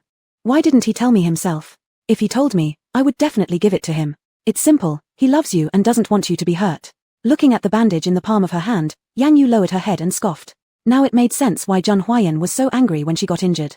This fool, rather than endure his own pain, wouldn't let her blood be used as medicine, would he? I will give it to him. I feel relieved hearing you say that. Li Fengyuan sighed with relief. His trip hadn't been in vain. At the same time, Kexiting's underwater laboratory. This renowned laboratory is located 3,000 meters beneath the sea and covers an area of 200,000 square meters. Because of its special research subjects, its location remains unknown to the public. But there's no denying that the overwhelming strength of all its experimenters shocks and terrifies the entire world. In the dead of night, Qiu Yi and Bai Shiran stood on the ferry deck. They were heading to the laboratory. Its entrance was peculiar, and after landing on the sea, they had to drive to the center of the ocean. The ghost man will certainly teach you a lesson, Qiu Yi said with deep concern. I know, I'm prepared for it, Bai Shiran replied expressionlessly. For the sake of Jun Huayan, what punishment could the ghost man give her compared to this? The ghost man hates his subordinates disobeying orders the most. Qiu Yi didn't want to watch someone he cared about suffer helplessly. I'll take the punishment for you. When the time comes, just beg for mercy. That's unnecessary. I've already said I'm prepared. Bai Shiran took a step back, away from Qiu Yi's reach. His excess sentiment always left her struggling to breathe properly. She just wanted to borrow Qiu Yi's abilities and didn't want to have any further entanglements with him. What have you done? I'll still say the same thing when the time comes, you'll know. Qiu Yi remained silent, watching Bai Shiran gradually move farther away from him, his heart feeling increasingly weighed down. No matter what he did, would she never see him clearly? The entrance was just ahead. Bai Shiran lit up with excitement. Her desire to execute Yang Yu overshadowed her fear of the ghost man, urging her impatiently toward entering the lab. Qiu Yi fetched a life-saving suit, as usual, first helping Bai Shiran put hers on. Bai Shiran paid no attention, having become accustomed to this routine and no longer caring to argue about it. Both of them dived into the sea one after another. After swimming underwater for several minutes, they reached the laboratory's entrance. Looking at the tunnel ahead, Bai Shiran revealed a smug smile. It was the place where she had fought hard before. After being away for so many days, she had returned. Let's go in. After taking off their life-saving suits, the two entered the tunnel. After passing through a tunnel 100 meters long, a huge electronic door came into view. Bai Shiran moved forward, pressing her fingerprint on the sensor and approaching for iris identification. She was once a primary researcher here, second only to the ghost man in rank. Only those of superior status had the qualification to open the door. Following closely behind, Qiu Yi's heart pounded anxiously. Would things go as smoothly as he imagined? Would the ghost man easily let Bai Shiran go? Director Bai has arrived. Good day, Director Bai. It's been a while, Director Bai. Voices came from around them. Each researcher wore a white sealed suit with black masks covering everything but their eyes. But it wasn't hard to see how excited they were by Bai Shiran's return. Bai Shiran nodded in response to each person. A third of the people here were her capable subordinates. After going against the ghostman's order and returning to the country, she wondered which commander had received these subordinates. On the top floor glassroom, Ghostman stood before the floor-to-ceiling windows, his posture making his figure appear even more stretched and elegant. He was dressed in a black shirt and black pants, mature and dignified. A cigarette hung between his slender fingers as he smoked, the swirling smoke obscuring his white mask, revealing only the sharp lines of his jaw. His striking demeanor caused everyone who passed by him to glance at him secretly. Has Bai Shiran returned? Report to the Ghostman, she has returned, and Qiu Yi came along with her. The Ghostman placed the half-smoked cigarette in a porcelain ashtray, the glowing ember forcefully extinguished by his hand. Bai Shiran had anticipated this. The Ghostman was someone who allowed no defiance of his orders, yet she leisurely chatted with others as if reminiscing about old times. Within less than 10 minutes of arriving, the order was given. Chapter 206, If Gui Laro acts, Yang Yu will absolutely have no place to bury her body. Gui Lao, good evening. Gui Laro turned around, his exquisite chin moved slightly, signaling that he was about to erupt. Bai Shiduan hadn't seen his face. Since she came here, Gui Laro had always worn a mask. Not only that, according to what she heard, Gui Laro wasn't even his real name. How dare you come here? Gui Laro's demonic voice echoed heavily in the hearts of the two people. Qiu Yi lowered his head and hastily said, Sorry, Gui Laro, it wasn't Shiduan's intention. Fool, shut up. Gui Laro extended his hand and threw the porcelain plate away. The sturdy porcelain plate hit Qiu Yi's forehead, and in an instant, blood was streaming down. Qiu Yi let out a muffled groan and passed out. Foolish thing. Gui Laro cursed under his breath. If it weren't for some skill, he would never have kept him at the base. For a woman, doing such foolish things was simply a disgrace to the laboratory. Bai Shiduan was startled in her heart, striving hard to keep herself steady and not lose composure. Gui Lao, I've brought the thing you want. Gui Laro sat on the chair, the black chair spinning, making him appear more like a mischievous king. Do you see outside? Bai Shiduan followed his words and looked outside the wall. Outside the highly liquid glass, a giant shark was tightly staring at them, as if ready to tear them apart and eat them. I see. If I'm not satisfied, go fill its stomach. Bai Shiduan quietly watched the shark and revealed a hint of a smile. Having conducted experiments in the sea for a long time, she wasn't afraid of these things. All right. Speak. Gui Laro lit another cigarette, the swirling smoke making his appearance even more mysterious. I discovered a special woman with an extraordinary constitution in the capital city, very suitable for our experiments. How special? She is a blood clan girl. Gui Laro froze, instantly rising. His tone was fierce like a sharp sword, directly piercing towards Bai Shiduan. Is it true? Absolutely true. Quite a few people in the capital city have once hunted her down, but unfortunately, they all failed at her hands. Such strong abilities, could she be one of the previous blood clan emperors? If so, then he absolutely wouldn't miss this opportunity. Good, get out. Bai Shidwan didn't leave immediately, placing the documents in her hand onto Gui Laro's desk before quietly departing. Seeing Gui Laro's excited and exhilarated expression, her mood also became unprecedentedly elated. Now, she didn't need to worry about how to remove Yang Yu anymore. If Gui Laro acts, Yang Yu will absolutely have no place to bury her body. Looking at the pictures in the documents, Gui Laro burst into laughter. What he'd been tirelessly searching for was hiding in the capital city all along. Since that's the case, don't blame him for personally going to grab the person to avenge his family. At the same time, in the capital city, after Gong Shiyu got injured, Yang Shi did not stop investigating. When there were clues, he immediately took Gong Shiyu away, intending to go together. Perhaps she might recall some memories on the way. Unfortunately, before they reached the destination, strange ghosts blocked their way. Looking at the peculiar ghosts, Gong Shiyu felt something was wrong. Brother Yang Shi, we should leave quickly. As dawn approached, where could there be so many wild ghosts? Yang Shi frowned deeply, also sensing something was off. They had just arrived in the suburbs, with no one around either ahead or behind. If something really happened, it would likely be even trickier to handle. I'll turn back immediately. Want to run? Gui Laro, dressed in black, stood on top of the hill and silently observed the two. Yang Shi immediately shielded Gong Shiyu behind him. Who are you? You have no right to know my name. Gui Laro didn't recognize Yang Shi and lightly flicked his fingers. Dozens of wandering spirits rushed toward Gong Shiyu. After conducting his own investigation on Yang Yu, he learned of the special presence beside her. One was Gong Shiyu, the other being Wei Zhe. He decided to deal with Gong Shiyu first, then Wei Zhe. In the end, he wanted Yang Yu to taste the feeling of being utterly isolated and without support. Gong Shiyu had just recovered, her body still weak, with no defense against the ghostly attacks. Soon, she was left at their mercy. Yang Shi took out the talisman given by Yang Yu and flung it into the air. For a short period, Gong Shiyu was protected. Without any time to think further, he sent a message to Yang Yu. At the Jun family mansion. After Yang Yu left, Jun Haiyan endured the pain in his body and immediately went to look for her. Unfortunately, he was too late again. Early in the morning, Yang Yu had already left with Dubai to solve matters outside. This made him increasingly disappointed. They had already quarreled so intensely, yet she still insisted on dealing with her own affairs. Does you really care about him? Young master, there is a treatment session this afternoon. Are you still going? I'm going. Sang Mo was slightly startled in his heart.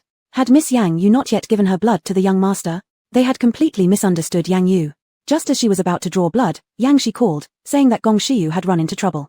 The hazy mist still swept through the imperial city, but Yang Yu paid no attention to it. When the two arrived at the outskirts, the talismans had already lost their power. Chapter 207, Sister, come with me. Yang Shi lay unconscious to the side, while Gong Shiyu stood awkwardly in front of him, battling the wild ghost. Not far away, a man in black sat on the ground. His white mask was striking, and his sharp jawline made him appear mysterious and unpredictable. Yang Yu, you finally arrived. Who are you? Yang Yu let out an angry shout. The dangerous yet familiar sensation from the other side instantly raised all her defenses. You're even less worthy to know my identity. Sister, run quickly. That man is very dangerous. Gong Shiyu's voice was weak, as if she could barely hold on any longer. Upon seeing this, Yang Yu immediately moved forward, unleashing her abundant spiritual power onto the wild ghost. Several ear-piercing screams rang out into the air, sounding incredibly terrifying. At this, Ghost Elder anticipated something similar and took out a golden cloth bundle. Moments later, an ethereal ghost shadow emerged, lunging toward Gong Shiyu. Yang Yu instantly blocked her, pushing back the ghostly figure. The Ghost Elder was enraged. I allowed you to live for a few more minutes, and yet you still don't appreciate it. How dare you? Who do you think you are? Yang Yu made a sudden charge, arriving in front of Ghost Elder.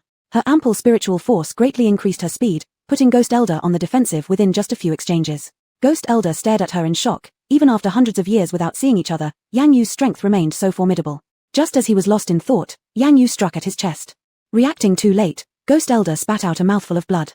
The distinctive aroma of vampire blood immediately alerted Yang Yu to the differences in this person's identity. Are you from the Bloodline clan?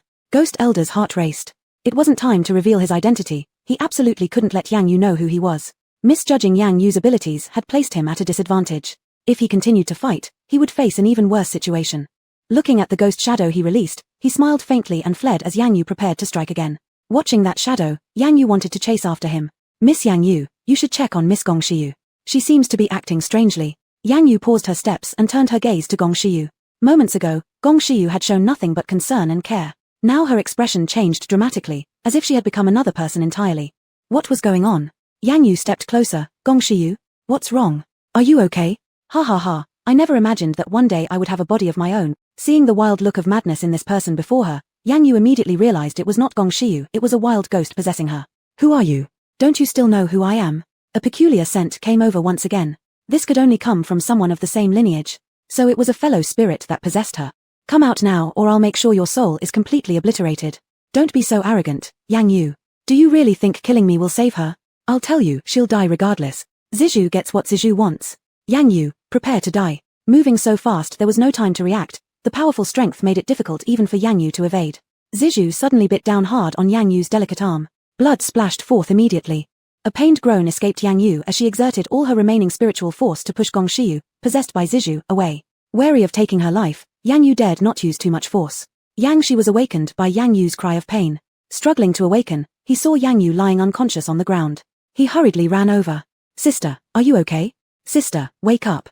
There was no response, only the wound on her arm continued to bleed profusely. He tore a piece of his shirt and tightly wrapped the injured area. Looking at Gongshiyu, whose demeanor had completely changed, he instantly sensed something was amiss. He quickly tied her up and put her in the car. Yang Shi lowered his head. Yang Yu lay peacefully in his arms, an expression of serenity and slumber that he'd never seen before. As soon as he thought about how this fleeting moment of beauty would soon be taken by Zhen Huayan and possessed by him, a greedy beast within him roared uncontrollably. This was his sister, the person he had loved for so many years. Could he give her up easily to Zhen Huayan under such a favorable opportunity? What to do? It seemed he couldn't bear to. Yang Shi's eyes gradually turned crimson, gleaming with possessiveness under the dim light of dawn. This time, it was sister falling into his hands. It was Zhen Huayan who didn't protect her well enough, leading to this outcome. He would never let go now. Sister, come with me. I'm 10,000 times better than Zhen Huayan. The car screeched past, leaving behind only a dazed and unconscious bodyguard on the quiet road. Meanwhile, at the hospital, Zhen Huayan had just lain down when a splitting headache gripped him. A never-before-felt torment made him cry out in pain. He clutched his head tightly, writhing in anguish. Qiu Yi wore a medical cap, shielding the bandaged forehead. He was startled by the situation before him and quickly called for Bai Shiran. Look, what's wrong with him? Hurry up and use sedatives to calm him down. All right. Qiu Yi took out a sedative and injected it into Zhen Huayan. In just a few seconds, Zhen Huayan fell into a deep sleep. Looking at the sleeping man, Bai Shiran was filled with concern. Chapter 208. After Zhen Huayan had Yang Yu, I went crazy. At the same time, she couldn't ignore the madness surging in her heart. The man she had always yearned for fainted right in front of her eyes. Zhen Huayan, the man who wouldn't let anyone close and treated everyone with an icy indifference, was unconscious. Right now, he belonged to her alone. Soon, her worries were replaced by insanity. Her gaze began to change as well, tightly fixated on Zhen Huayan. The greed in her eyes made others shiver with fear. Qiu Yi knew her best. What are you planning to do? Tell me, what if I take him away? Are you insane? Qiu Yi shouted involuntarily. Shut up. There was Sang Mo outside, and Bai Shidwan didn't want to attract attention. He's only unconscious, he'll wake up eventually. Have you thought about what will happen when he wakes up? Based on his usual behavior, don't you see it? Bai Shidwan had lost all reason, her calmness had completely burned away the moment she saw Zhen Huayan collapse. So what? I can make him slowly forget Yang Yu, so that from now on he will only see me. Qiu Yi couldn't comprehend what was happening. This Bai Shidwan before his eyes bore no resemblance to the senior researcher he once knew. You're absolutely mad. Bai Shidwan laughed wildly. Yes, I am mad. Since the day I saw Zhen Huayan with Yang Yu, I have been mad. I won't let you take him away. Do you dare stop me? Yes, because I can't let Zhen Huayan kill you. Haven't you heard how rebellious he can be? If he's unhappy, he could easily let those around him perish. Upon hearing this, Bai Shidwan hesitated. You need to play a long game to catch a big fish. She understood this principle better than anyone. However, in front of Zhen Huayan, all her careful plans vanished into thin air. Seeing her hesitation, Qiu Yi sighed in relief. Keep treating him. I'll assist you from the side. All right. Bai Shidwan used her lifetime of expertise to help Zhen Huayan alleviate his pain while keeping the patient deeply asleep. Outside the door, Sang Mo anxiously waited. He had just received news that Bai had collapsed on a suburban road, but Yang Yu, who was with him, had disappeared without a trace. Looking at the tightly closed door, he repeatedly thought about bursting in and waking his master. But reason stopped him. His master was already in bad condition, and there was finally a way to relieve his suffering. He absolutely couldn't interfere. Having no choice, he could only turn to Li Fengyuan again, asking him to search for Yang Yu so that his master could receive her news as soon as he woke up. The next day, under Bai Shidwan's deliberate manipulation, Zhen Huayan slept for several hours. Due to Sang Mo's insistence on guarding him nearby, Bai Shidwan didn't even get a chance to approach him. This drove her mad with frustration, but she had no choice but to swallow her anger. For her future plans, she had to endure. Doctor, when will my master wake up? Why are you in such a hurry? The more he sleeps, the better this treatment will work. Sang Mo said nothing more and prayed incessantly in his heart for his master to awaken quickly. Li Fengyuan had been searching for 2 hours but still had no news of Miss Yang Yu. Although he knew Miss Yang Yu was capable, something felt off. She had never been gone this long. Something must have happened. Half an hour later, Zhen Huayan slowly awakened. Bai Shidwan's eyes lit up instantly. You've awakened. Sang Mo pushed her aside and immediately reported. Master, Miss Yang Yu is missing. What? What exactly happened?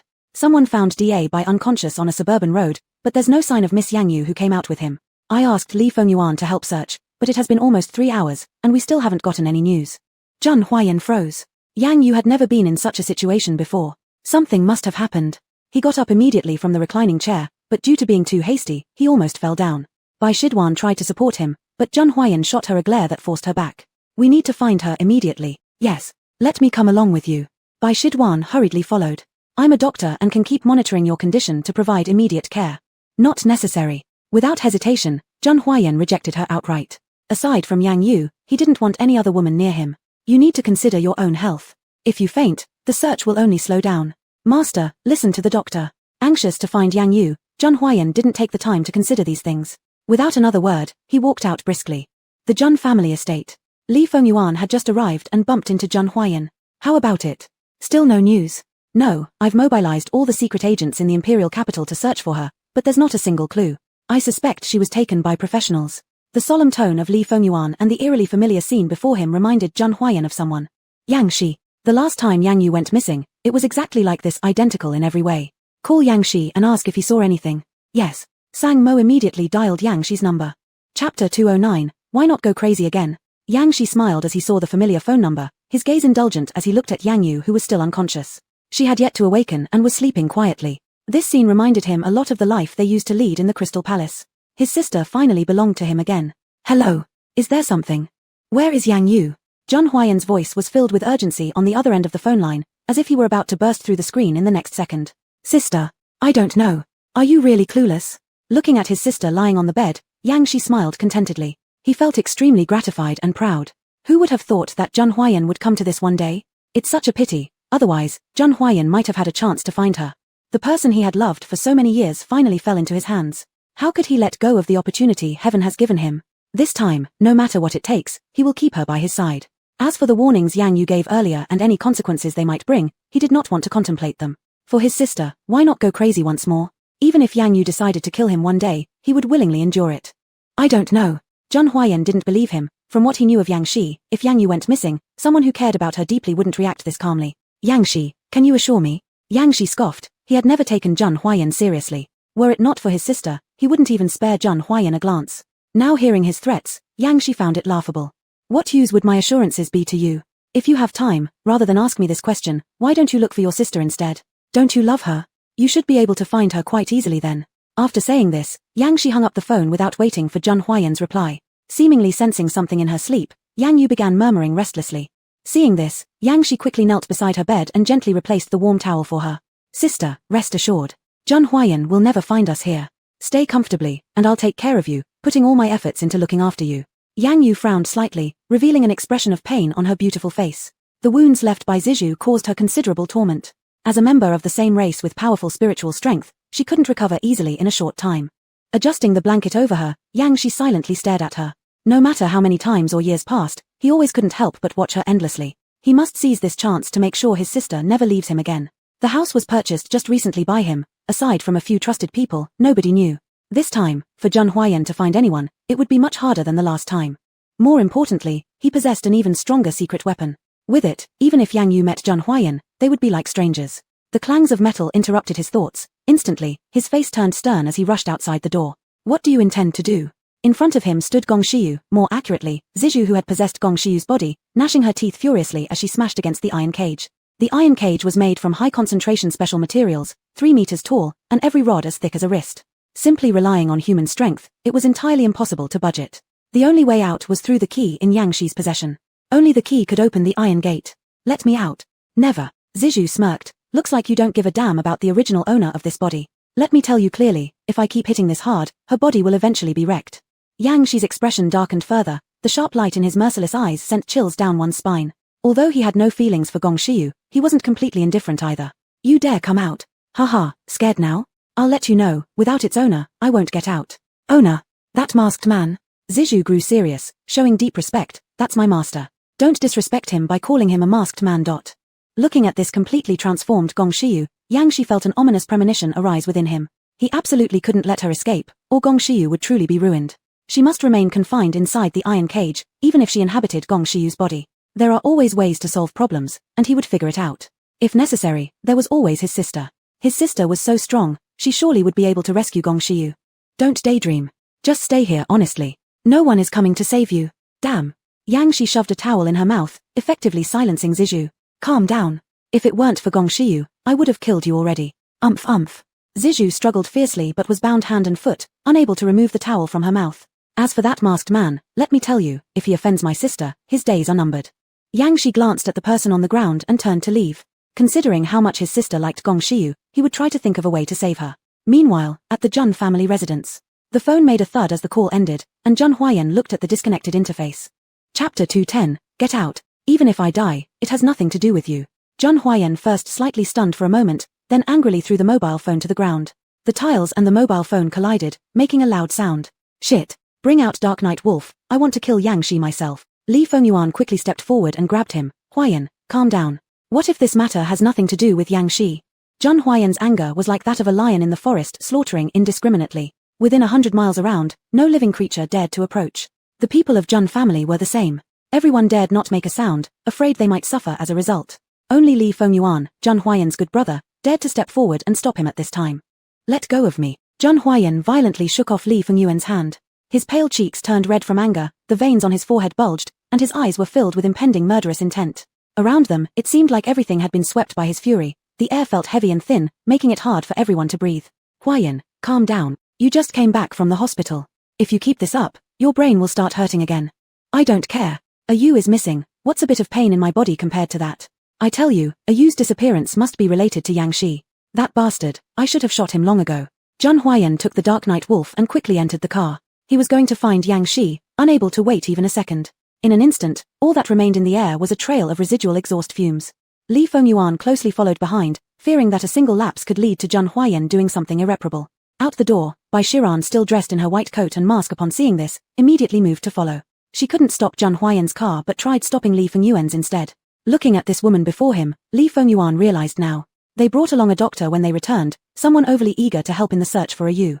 But because Jun Huayan can't bear the smell of strange women, she wasn't allowed past the gates of the Jun residence. Unexpectedly, this woman didn't seem angry at all, rather, she waited outside. Let me come along. As a doctor, I can constantly monitor his condition. Li Fengyuan looked her up and down, feeling as though he'd seen those eyes somewhere before. What's your agenda? Bai Shiran, worried sick about Jun Huayan being in danger, paused after hearing Li Fengyuan's question and then became infuriated. Nothing more than compassion. What else could I want? As a renowned assassin, Li Fengyuan's ability to read people far exceeded that of ordinary men. From Bai Shiran's simple words, he could discern an unusual emotion hidden within. Get in, after we're done with this, take your money and get out, don't humiliate yourself. What do you mean by that? You know, now is exactly when Huayan needs medical attention, so I won't say more. But once his condition stabilizes, I'll be the first one to kick you out. To dare lust after a married man like Huayan, don't think you deserve him? You. If you don't shut up, I'll throw you out. Jun Huayan sped forward recklessly. With only one hand on the steering wheel, he pushed the speed to its highest limit. Passers-by seeing the insignia of the Jun family didn't dare utter a word. Silently giving way, their journey was smooth sailing. Seeing the palace-like building ahead, Jun Huayan, holding the Dark Knight Wolf, forcefully kicked open the car door. Jun young master. The guard outside was visibly frightened.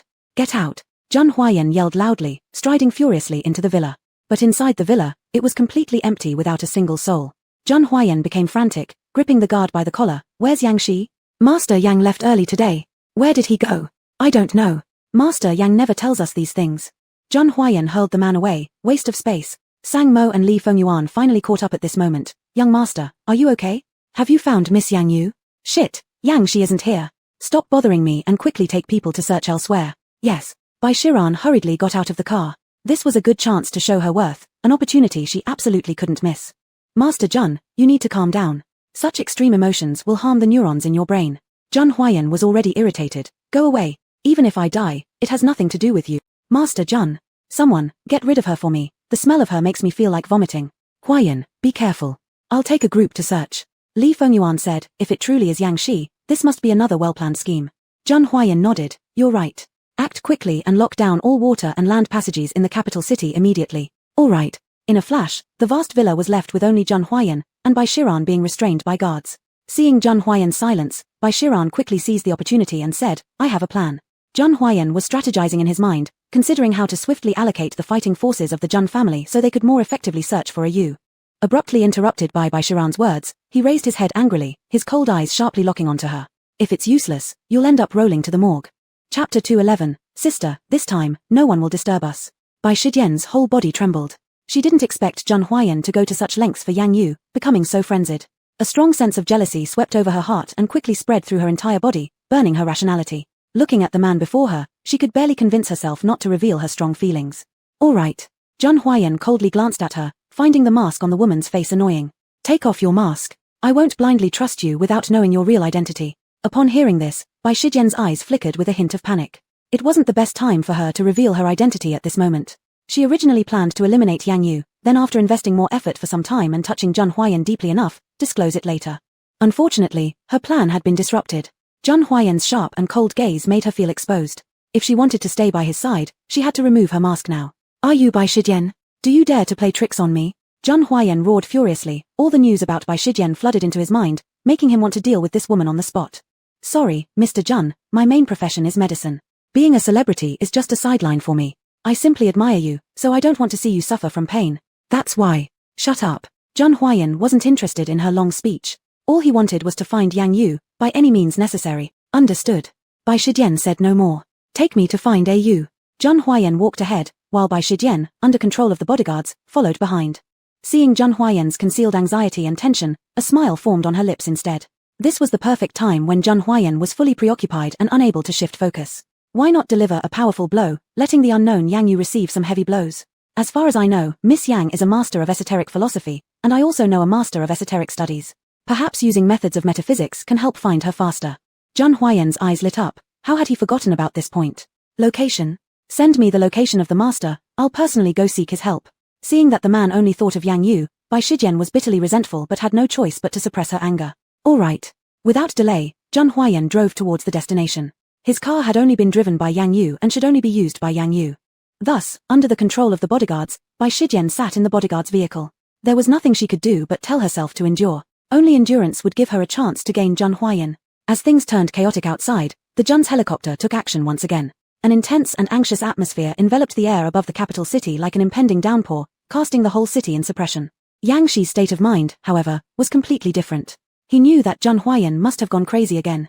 Judging from what he knew, a man who cared so much for his sister, upon seeing her disappear, must fall into despair. He didn't care at all. What if he went mad? Better yet, let him become a complete lunatic, unworthy to be paired with his sister. Moreover, compared to love, could Zhang Huayan's feelings run as deep as his own? He tightened the window, isolating himself from all external clamor. His sister's wound had been treated appropriately, but judging by the current situation, there were definite signs of memory impairment. He decided to turn this disadvantage into an advantage and initiate his secret weapon. From the heavily locked wooden cabinet, Yang Shi retrieved a small lunchbox. After entering the 4-digit password, a string of numbers he would remember forever until death, it unlocked easily. It was his sister's birthday, the date of his dearest sister. With a soft click, the lock opened. Before him appeared a syringe filled with clear ice blue liquid. This was his secret weapon, custom-made for high cost specifically for his sister, a special medication designed for her alone. With this, his sister's memories could successfully be rewritten. Fond of Zhang Huayan, was she? Haha, just a single injection of this liquid would turn even the deepest affection into hatred. Even if Zhang Huayan knelt down weeping and begged his sister, nothing could change reality. Gazing at his sister whose complexion improved noticeably, Yang Shi smiled faintly. Nothing was as beautiful as a vivid and lively sister, and he couldn't wait to see her. Sister, rest assured. This time, no one will come to disturb us. No matter how hard Zhang Huayan tried, he would never find this place. Gong Xiuyu had already been given a sedative by him. There would be no one left in this world to stop him. He pulled out the syringe, and under the glare of the white light, his slender fingers became even more graceful and attractive. Slightly moving his fingers, a few drops of liquid emerged from the needle tip. Raising an eyebrow, Yang Shi placed the needle under the light, gently tapping the needle head to cause droplets to disperse. Sister, it might be a little painful, but don't be afraid. It'll pass soon. Lowering his head, Yang Shi reverently picked up Yang Yu's hand. Her skin was delicate and fair, as smooth as lamb fat. Yang Shi's Adam's apple moved, his eyes filled with surging desire. Their interlocked palms couldn't help but tighten. At this moment, the one who needed to restrain himself wasn't just Yang Yu, but also him. He must not touch his sister, absolutely not. Otherwise, she would surely hate him to the core. Chapter 212, a Yang Yu with an entirely new memory will awaken. By then, he will have no chance at all. Sister, can I hold your hand? Just for a moment. For 1,000 years, I've never been close to you.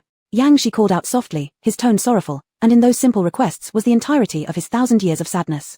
In her sleep, Yang Yu felt as if someone was approaching her. But this aura wasn't what she had become accustomed to, causing her some rejection. Seeing Yang Yu's body retreating, Yang Shi's expression changed. All traces of sadness vanished, and the forlorn look in his crimson eyes disappeared. Sister, are you avoiding me? No one answered him, only Yang Yu showing signs of shrinking back and rejection. Sister, you cannot escape me. In this life, the only person by your side will be me. Yang Shi aimed the syringe at Yang Yu, and in just a few seconds, he injected the strange liquid into her body. Yang Yu fell into a deep slumber again, looking no different from before. But only Yang Shi knew that her brain was quietly changing. Soon, a Yang Yu with an entirely new memory will awaken. To make the effects of this injection better, he stood up and took his diary, deciding to read aloud from it every day starting now. After her memory has been altered, his sister will begin to hate Jun Huayan because Jun Huayan had once cruelly hurt her. Meanwhile, at the Jun family residence, led by Shiran, Jun Huayan found the master. The master used divination and pointed the two towards a location. Where is this? Jun Huayan continued to look at the master with a questioning gaze, but for the sake of finding Au, even if the current situation seemed absurd, he was willing to try anything. Shiran thought quickly and said hurriedly, "This seems like the west side. Are there any residences there?" Jun Huayan thought about it. The west side was a famous scenic garden with residences, but very few. With the target determined, he didn't want to waste any more time. He moved quickly and immediately drove off. Shiran wanted to go with him and followed closely. Jun Huayan sent a cold glare at her, his arrogant and overbearing demeanor causing people to instinctively back away. "Don't think I'll thank you just because you gave me a lead. You should leave now. Master Jun, I must go with you." Ignoring her, the Jun family vehicles raced off one after another. Jun Huayan led the way, heading towards the residential area. "Au, wait for me. I'm coming right away. Au, please don't let anything happen." Watching the car leave her behind again, Shiran erupted in bitter laughter. Did they really think they could get rid of her so easily? Little did they know, she had already made all the necessary preparations. "Thank you, Master Qingxian." Qingxian waved his hand. "As long as the money comes in on time, everything is negotiable. Are the things inside all arranged properly?" "Rest assured. Everything you instructed, I have done." Satisfied, Shiran nodded. "Very good." That still wasn't enough. She needed a fire to burn fiercely. And these materials were that fire. Now was the time to ignite it. Though she didn't know where Yang Yu was, the explosion of this scandal would shake the world like a world war. "Yang Yu, just wait and see the show. Hey, Qiu Yi, send out the news you're holding." While speaking, she sat in the car and drove alone towards the residential area. "Are you sure?" "Sure." Qiu Yi sneered. "I hope everything you're doing is worth it and doesn't ruin all the things you've struggled to gain. As long as I can get Jun Huayan, none of this matters to me. For the Jun family, it's just a flick of their fingers. In the future, when I become the lady of the Jun family, what could I possibly not have? The alliance between the Jun and Bai families will bring us so much help and benefit, and you should understand that clearly." On the other end of the phone, Qiu Yi tightly gripped his phone.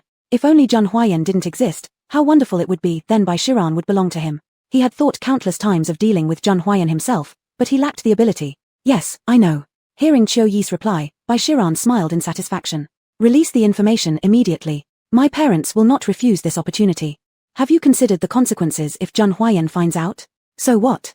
I have ways to make him let me go." Shiran lowered her head and chuckled softly, and this time, it wasn't just letting go, it was making Jun Huayan take care of her and accept her. "I hope so." Qiu Yi began encrypting the account names layer by layer, then sold them at high prices to famous marketing accounts. With their help, within 10 minutes, the message would spread throughout the entire capital. Then, a piece of news exploded onto the front page headlines of the capital. At this time, Jun Huayan was leading a large team of professionals from the Jun family searching in the residential area. Similarly, Li Fengyuan, Sang Mo, and others were also urgently searching. The one who discovered the news was Wei Yizhe, who had stayed behind to guard the home. After confirming Jun Huayan's location, he immediately came in person. "Brother-in-law, something's wrong." Jun Huayan was drenched in sweat, enduring intense waves of pain from his forehead while searching urgently. Seeing Wei Yizhe holding a computer, he snapped impatiently, "Why did you come? Didn't I tell you to stay at the Jun residence in case Au comes back?" Chapter 213, Everyone is afraid of Jun Huayan, and she's no exception. "Sister-in-law, I left Da by there. We can't delay this matter any longer. If Sister Yang Yu sees it, she'll definitely be furious." The mention of Yang Yu made Jun Huayan stop his searching motion and step forward to Wei Yizhe. "Let me see. It's here. Unscrupulous media actually said you're engaged to Bai Shidwan. They're truly a group of dogs without morals who only care about gaining attention at all costs. Where does that leave Sister Yang Yu?" Jun Huayan's expression turned icy cold suddenly, his handsome eyebrows immediately covered with a frosty layer of severe sternness, his lips pressing into a pale arc. His imposing aura, powerful like a king's, made everyone present shiver involuntarily. "Haven't I already said to remove similar news? All matters concerning me and Bai Shidwan will be reported the moment they appear. How is this still happening? I've already investigated it. The main account source is anonymous, with multiple layers of protection. We have no way of knowing their real identity. Find a computer expert from Jun Group to crack it. Give it your best shot." Wei Yizhe gestured. "No problem. Tell Sang Mo to release a statement right away. Henceforth, whatever media or marketing account dares to spread these false messages will make me drive them and their entire family out of the imperial capital. Zhang Huayan's angry roar rang clearly in everyone's ears, making their body hairs stand on end. At this moment, he was like an enraged lion. Whatever came into his sight would be mercilessly hunted by him. Zhang Huayan had lost all rationality. Yang Yu's disappearance alone had already pushed him to the edge of collapse. Now, such a disgusting event comes along to humiliate his ears, driving him towards explosion. The intense emotions started causing his brain to ache, his vision becoming blurred as pain crawled over his entire body. In a daze, he seemed to see Yang Yu's figure, waving at him. "Are you?" Bai Shidwan rushed forward, wanting to treat Zhang Huayan. Just as she was about to touch her long-awaited man, Zhang Huayan suddenly kicked her and stepped on her. His ayu smelled divine, nothing like Bai Shidwan's repulsive scent that pierced the nose. He barely maintained some level of sanity, his narrow eyes were full of exhausted red bloodshot lines, his face under the eyes blackened, and beads of sweat rolling down his face made him look completely disheveled, the overall aura around him emanating a sickly grim demeanor. However, because of his incomparable facial features, he appeared sinister yet dignified. Bai Shidwan felt as though she were in a trance, even willing to offer everything for this man despite being stepped on by him. "Was it you? Master Jun, what are you saying?" Zhang Huayan grabbed a bottle of mineral water, pouring it directly over his head. The cold water didn't alleviate his pain but helped clear his mind significantly. "Not willing to admit, eh?" A death call akin to Satan's let Bai Shidwan tremble uncontrollably. Everyone feared Zhang Huayan, and so did she. "Master Jun, I." The next second, Bai Shidwan could no longer speak. Because Zhang Huayan clutched her neck, lifting her up. Those strong hands tightly controlled her cervical bones, preventing her from escaping. Cough, cough. "Master Jun, let go of me. Aren't you just dying to be involved in a scandal with me? Let them take all the photos they want, give them enough gossip for now. Master Jun, it really wasn't me, I know nothing." Zhang Huayan paid no heed, his ayu would certainly get upset, and this woman was undoubtedly the root cause. "Sir, there's a situation ahead," a guard hurried over. "I'll check it out." Zhang Huayan threw Bai Shidwan aside. "I'll deal with you later." Seeing Zhang Huayan rushing off worriedly, Bai Shidwan smirked slightly. Her plan was starting. "Zhang Huayan, prepare to take responsibility for me." Meanwhile, at Yang's private villa, Yang Yu woke up in bed, first seeing Yang Shi's face. Seeing her younger brother sitting beside her, distorted memories altered her feelings. "How are you here?" Hearing this utterly different tone, Yang Shi revealed a comforting smile. It wasn't in vain. Everything he wanted seemed close to fruition. Next, he had to test Zhang Huayan's situation. "I'm here taking care of my sister." Yang Yu lowered her head and thought for a moment. Soon after, scenes played out in her mind. Zhang Huayan seemed to have engaged her in combat before, during which he showed no mercy, injuring her severely. Not only that, but when Yang Shi tried to save her, he got accidentally injured too. With that in mind, Yang Yu raised her head, her bright beautiful eyes locking onto the man in front of her. Gazing eye to eye, Yang Shi felt moved. His sister was so beautiful, her silky black hair was tucked behind her ear, falling over her shoulders and exposing her delicate elegant face. Even at this moment, wearing simple clothes and pale from illness, her innate beauty could not be hidden. "Sister." Yang Yu did not notice his abnormality, the graze on his forehead had drawn all her attention. Was this caused by Zhang Huayan? Without needing confirmation, these few simple words made Yang Shi affirm the effect brought on by the injection. Chapter 214. At this moment, even demons would detour when seeing Zhang Huayan. The sister's memories had been successfully altered. The next step was to take her to get revenge and make Zhang Huayan give up completely. "Yes, he is too cruel. He not only hurt me, but also hurt my sister." Yang Yu showed a look of regret. "It's my fault that I couldn't protect you well." "No, sister, you shouldn't say that. I've grown up now. Let me protect you from now on, okay? I have the ability to defeat Zhang Huayan and take revenge for you. I won't easily forget the wounds I've suffered. Zhang Huayan, I must not let him go." "All right, I promise, sister." In her memory, the scene where Zhang Huayan attacked them kept replaying. Yang Yu clutched her head, overcome with anger. "Let's go find Zhang Huayan and take revenge." Yang Shi smiled coldly. "Sister, are you sure?" "Yes, I'm fine now. No one dare to harm our family like this, and I don't want to endure it a single moment longer." "Okay, let's go right away." Yang Shi picked up a large coat and draped it over her herself. As they walked out of the villa and looked at the helicopter hovering in the sky, Yang Shi laughed coldly. "Zhang Huayan, just give up. Everything is over." He turned his head, and the exquisite and beautiful face of Yang Yu fell into his eyes. At this moment's beauty made him wish he could cherish it forever. After 1,000 years, his sister had finally become his own. "Let's go." "Okay, sister." On the other side, the residential area. Zhang Huayan arrived in front of the mansion, slightly stunned. He had once seen this house on Yang Yu's computer. Hadn't she come here before to handle some supernatural trouble? "Did you discover anything here?" The bodyguard stood by the door. "I just saw pictures of Miss Yang Yu inside." "How is that possible?" Zhang Huayan quickly walked over. After Yang Yu personally dealt with the ghost issue, the original owner planned to move in the next day. But unexpectedly, a corpse appeared the next day, making this luxurious villa become an abandoned house. How could such an abandoned house possibly have Ayua's picture? Bai Shijian had recovered her senses and tightly stared at the movements ahead. As soon as she saw Zhang Huayan about to enter, she immediately moved to follow. The door creaked open, and a putrid smell spread through. Zhang Huayan entered the hall, and sure enough, the bodyguard was right, there were indeed pictures of Yang Yu inside, hanging high on the wall. Recalling the location given by the master, Zhang Huayan questioned himself. Could this be the place? Are you in here? No one answered, but Zhang Huayan did not give up. He continued searching the entire hall. At this moment, the portrait began to tremble, and objects around started moving strangely. Zhang Huayan remained calm, watching everything silently unfold before him. Now, no matter which world's ghosts, none of them can stop him from looking for Ryu. Regardless of the strange events occurring around him, Zhang Huayan obstinately continued searching for Yang Yu room by room. Just then, the chandelier above shook dangerously, threatening to fall on Zhang Huayan. Unaware of the danger, Zhang Huayan began looking for the stairs leading directly to the second floor.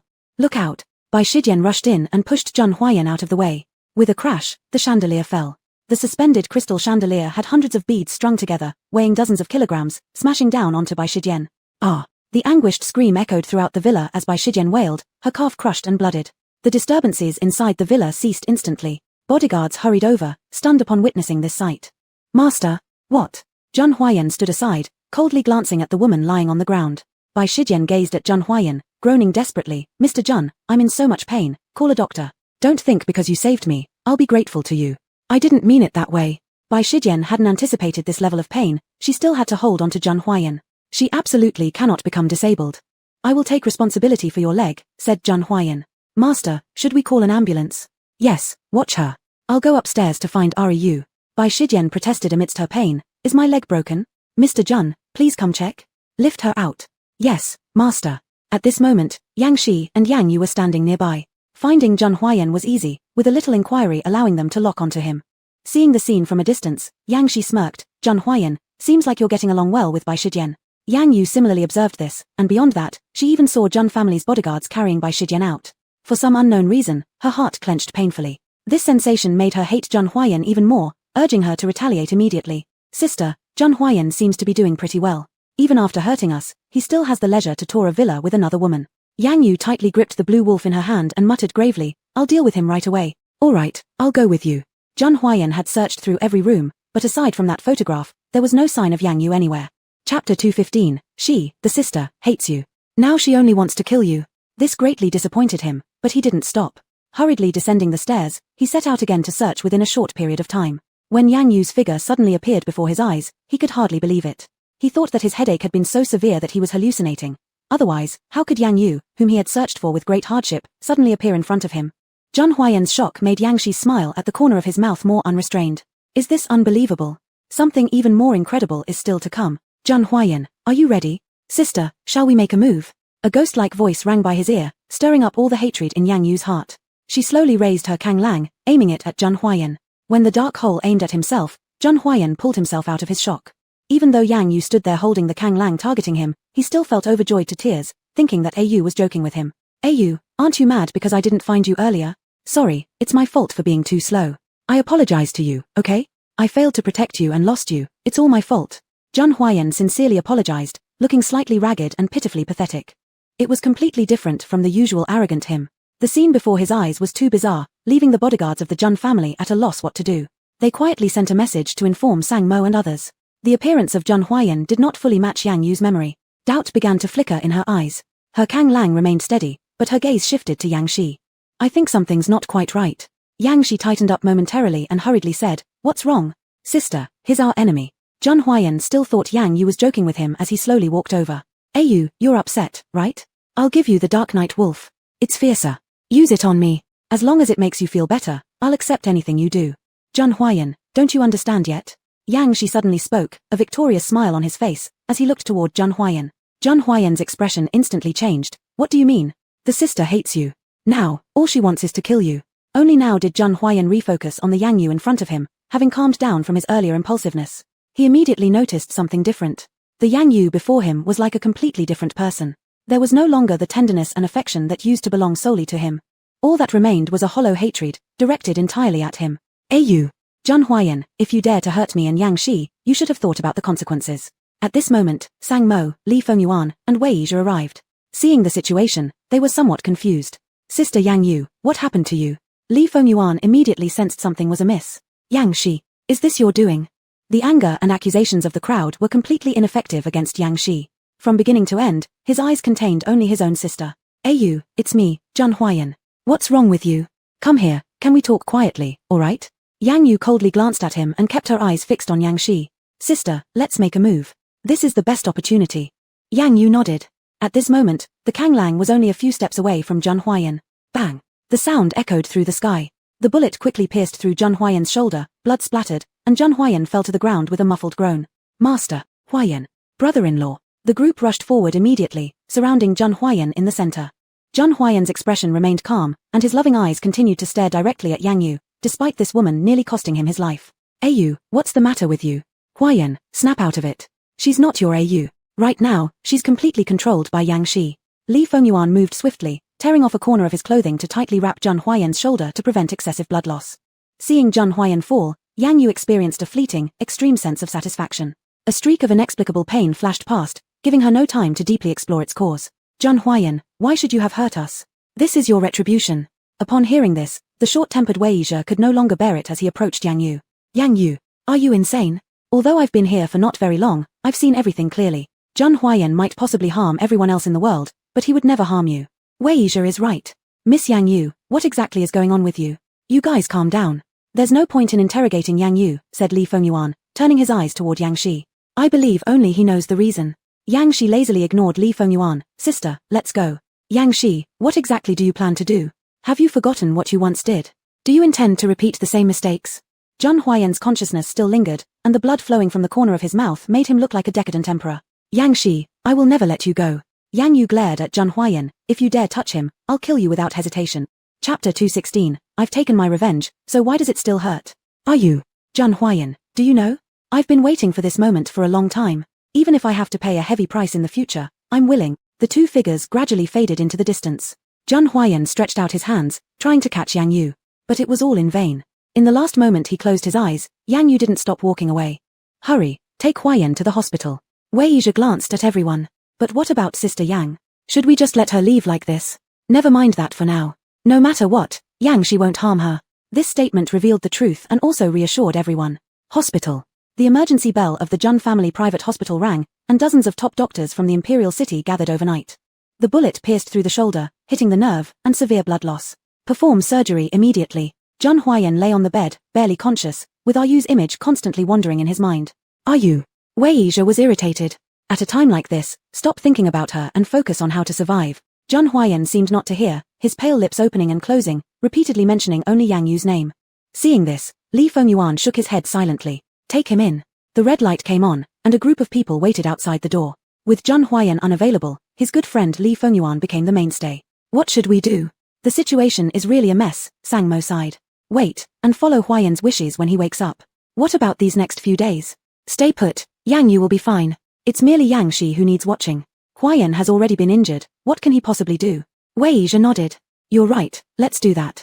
There is another thing I haven't told you yet, fearing to add to your burdens." "Go ahead, what else is there in the Jun family?" Sang Mo asked. "Gong Shiyu is also missing. I've searched many places recently but haven't found her." Li Fengyuan reflected, connecting recent events together. "Don't worry, nothing bad will happen to her.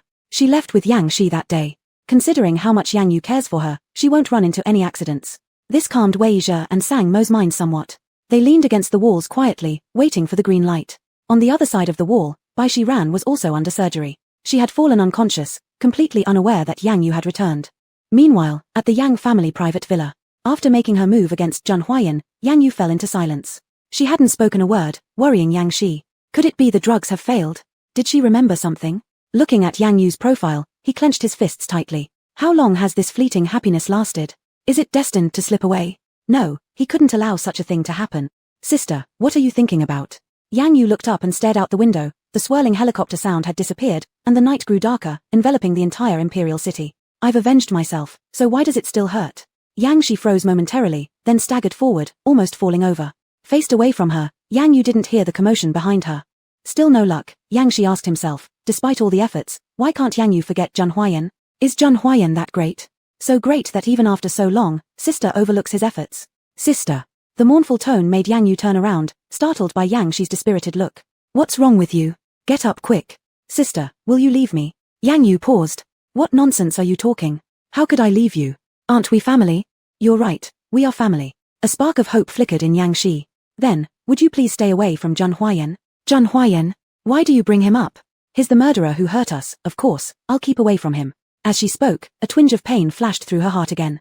This time, she caught it accurately but didn't say anything looking at Yang Shi's face. Yes, let's stay far from him. We must never see him again in our lives. Yang Shi's crazed expression made Yang Yu increasingly doubtful. Was something else going on between them? Sister, you've been exhausted all day, go to rest early. Alright, you too. When Yang Yu closed the door, images of Zheng Huayan collapsing in injury kept appearing in her mind. However, every time sympathy arose, memories of Zheng Huayan harming them surfaced, preventing her from calming down. Caught in a surge of various emotions, she slept uneasily. Outside the room, Yang Shi didn't leave. Leaning against the doorframe, he closed his eyes helplessly. He just wanted to have sister, that's all. The next day, at the hospital. The sky was hazy, and after flashing all night, the red light finally turned green. The doctor walked out, looking exhausted. Everyone hurriedly surrounded him. Doctor, how is he? How about my young master? Is there anything wrong with him? Can we go in and see him now? The doctor waved his hand. Calm down, all of you. Chapter 217, but, you won't come back. I'm worried about our young master. This is a bullet wound, it pierced through his shoulder, Sang Mo wailed. Li Fengyuan shook his head. He had endured more injuries than anyone present, and naturally knew that this was not as serious as they were making it out to be. Calm down, shoulder wounds aren't fatal. That's right. The surgery was successful, and there's no major issue now. Visiting hours are temporarily suspended, the patient at least needs a full night's rest. Everyone sighed in relief. Alright, thank you, doctor. We can relax knowing he's safe. After the doctor left, Wei Yizhe patted his behind. Since my brother-in-law is fine, I'm going home to rest. Sure, you go ahead.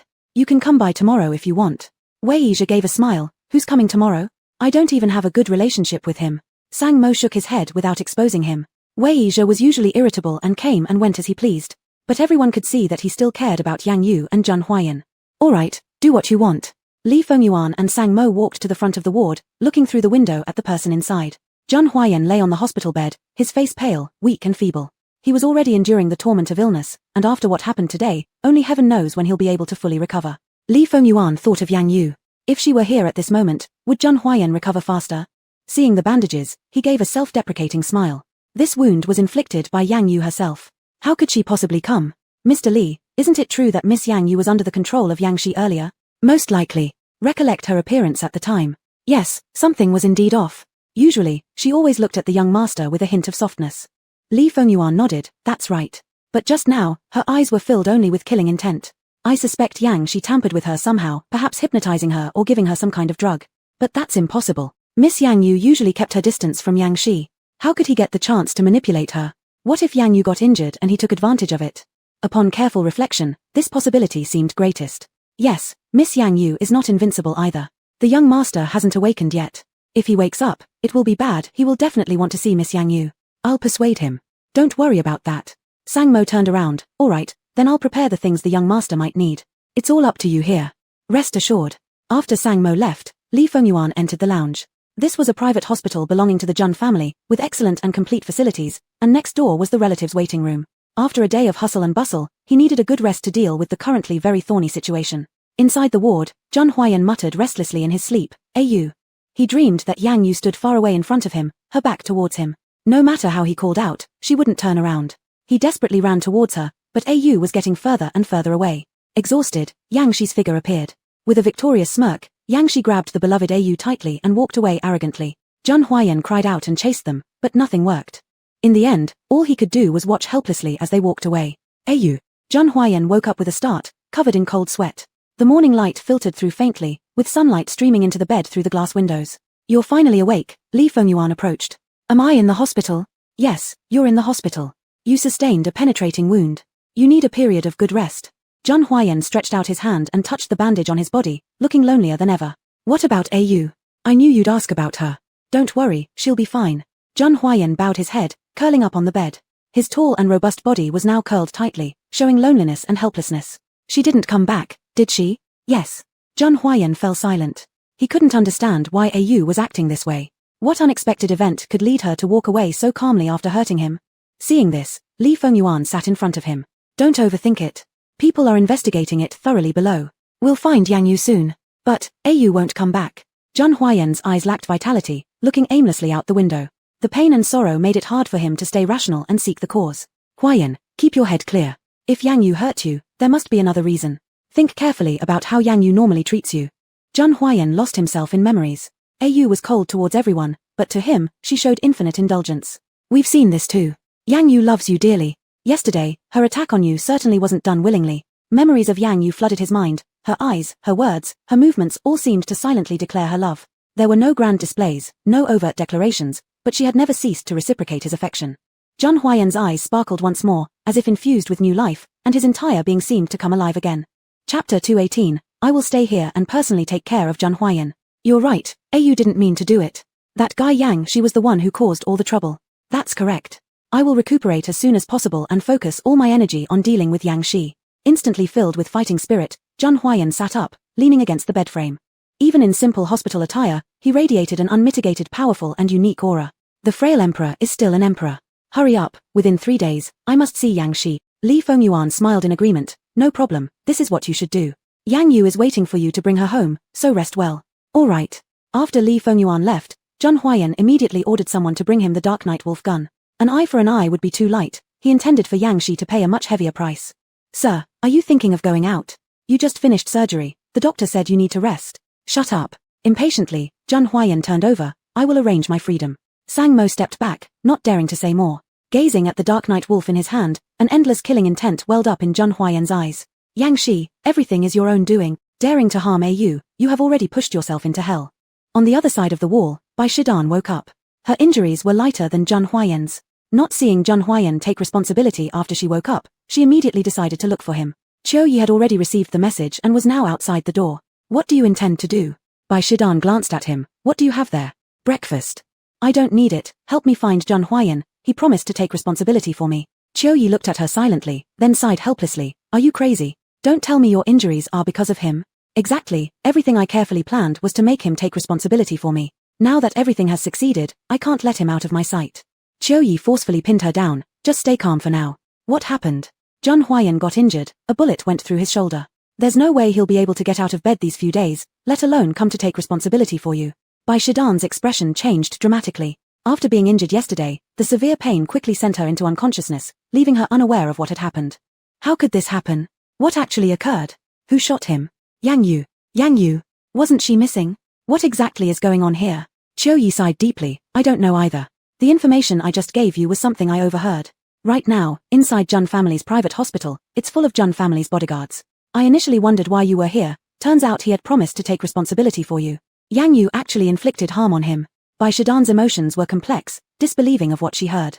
She was worried but also strangely happy, worried about the potential damage to Zhang Huayan's health, yet elated that Yang Yu had taken action. This meant, from Bai Shidan's perspective, Yang Yu pushing Zhang Huayan away herself. I wonder how Zhang Huayan feels about all this. The woman he always cherishes doesn't think twice about harming him as if he's mere grass underfoot. What are you thinking? Qiu Yi felt vaguely uneasy. I'm going to take care of him. Are you insane? Bai Shidan smiled, not rushing to get out of bed anymore. I'm not crazy, you don't need to publicize my condition. I will stay here and personally take care of Zhang Huayan. Sometimes I really don't understand what you're thinking. Is Zhang Huayan worth so much to you? Worth risking everything, even enduring injury to your legs to save him? And not only that, to stay here and take care of him? Don't you know?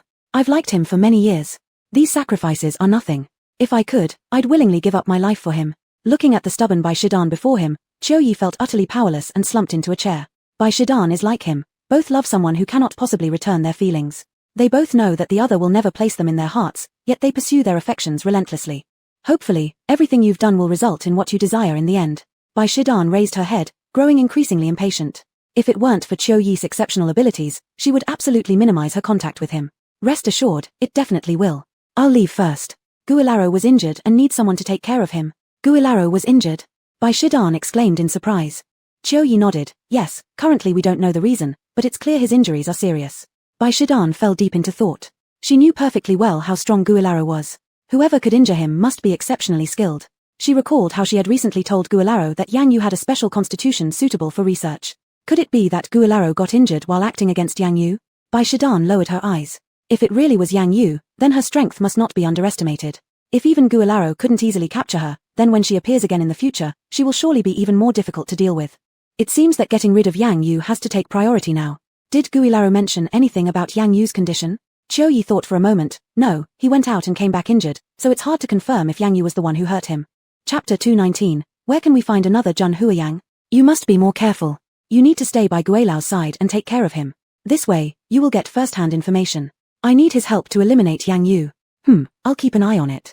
Qiu Yi suppressed the reluctance in her heart, convincing herself that if she wanted Bai Shiran, she had to work hard without complaint. Sooner or later, she would notice him and forget about Jun Huayang.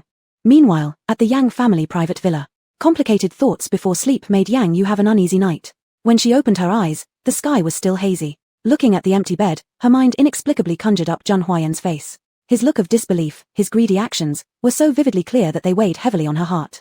Does he really bear a grudge against me? Why do I feel something isn't quite right? After a restless night, Yang Shi did not return to his own room but instead remained outside her door all this time. For this rare opportunity, he didn't want to waste a single moment and wished to hold on with all his strength. Sister's words yesterday frightened him. Perhaps one day, she would recover her memories and go back to Jun Huayang. Before then, he must find a way to stop her from remembering. He waited for hundreds and thousands of years, he couldn't let his sister drift away from him again. Sounds of conversation came from inside. Yang Shi softly knocked on the door. Sister, are you awake? Yang Yu emerged from her train of thought and opened the door voluntarily. Why are you at my door? I heard you talking as I passed by. Yang Shi didn't tell the truth because he feared that revealing too much emotion might scare his sister. I'm hungry, Yang Yu said quietly, craving fresh blood and needing it urgently to replenish her energy. Yang Shi looked flustered. What could he do? There wasn't any of Jun Huayan's blood here. What's wrong? Is there no blood? Sister, Jun Huayang betrayed you. Are you sure you still want to drink his blood? Only now did Yang Yu remember that Jun Huayang had harmed her. She never showed mercy to those who hurt her. If he was just a blood slave, she could easily find another one. Then you go find me a new one. Remember, I want sweet blood. A flicker of tension crossed Yang Shi's eyes. Sweet blood, huh? Apart from Jun Huayang, there was probably no one else like him in the world. Where could they find another person like Jun Huayang among millions? Alright, I'll try. Let's eat some food first. You look quite tired too. You should rest. Walking ahead, Yang Yu casually reminded Yang Shi. She could see the dark circles under his eyes. This rare tenderness almost made Yang Shi cry with joy. He affirmed that everything he was doing was correct and worth it. Alright. In order to show that he was better than Jun Huayang, he practically poured out every skill he possessed. From personally taking care of Yang Yu to actively cooking breakfast, the villa was well stocked, allowing him to quickly prepare a bountiful breakfast. Full of delight, he immersed himself in the satisfaction of making breakfast for his sister, unaware that Yang Yu hadn't paid him any attention. To be precise, she hadn't given him a single thought. Although her memory had been tampered with, her instinct still told her that something felt off about the situation. When Yang Shi placed the last dish on the table, he finally noticed Yang Yu's distraction. Sister, what's wrong? Yang Yu came to her senses and answered truthfully, I just feel something strange. What's strange? It feels like this shouldn't be happening. It seems like I haven't experienced such a life before. Yang Shi knew that although he altered Yang Yu's memories, he couldn't completely change them. Without intending to hide it, he admitted openly, that's true. Before, you lived in the Jun household. I remember this.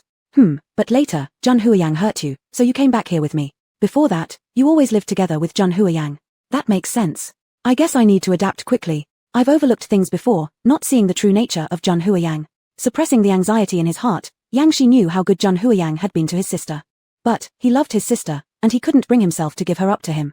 Yes, sister. Since we've already taken revenge, let's forget about him. Another twinge of pain arose in her heart, making her feel stifled. If she'd already taken her revenge, why was she still unhappy? Could it be because he didn't die? Just so, a mere blood slave. That's right. In the future, there will be better ones. But regardless, I will always stay by your side, sister. Warmth flooded Yang Yu's heart. Her memory told her that Yang Shi had always helped her, stayed by her side, and even got injured multiple times for her sake. Rare kindness touched her deeply, and Yang Shi felt confident that his efforts weren't wasted, everything was worthwhile. We are a family, and we will be together forever. After the meal, Yang Shi, thinking about the blood, decided to visit the private blood center in the capital. It housed the most expensive and rarest blood in the capital, which would surely replace Jun Huayan's. Sister, I'll be back shortly. Alright.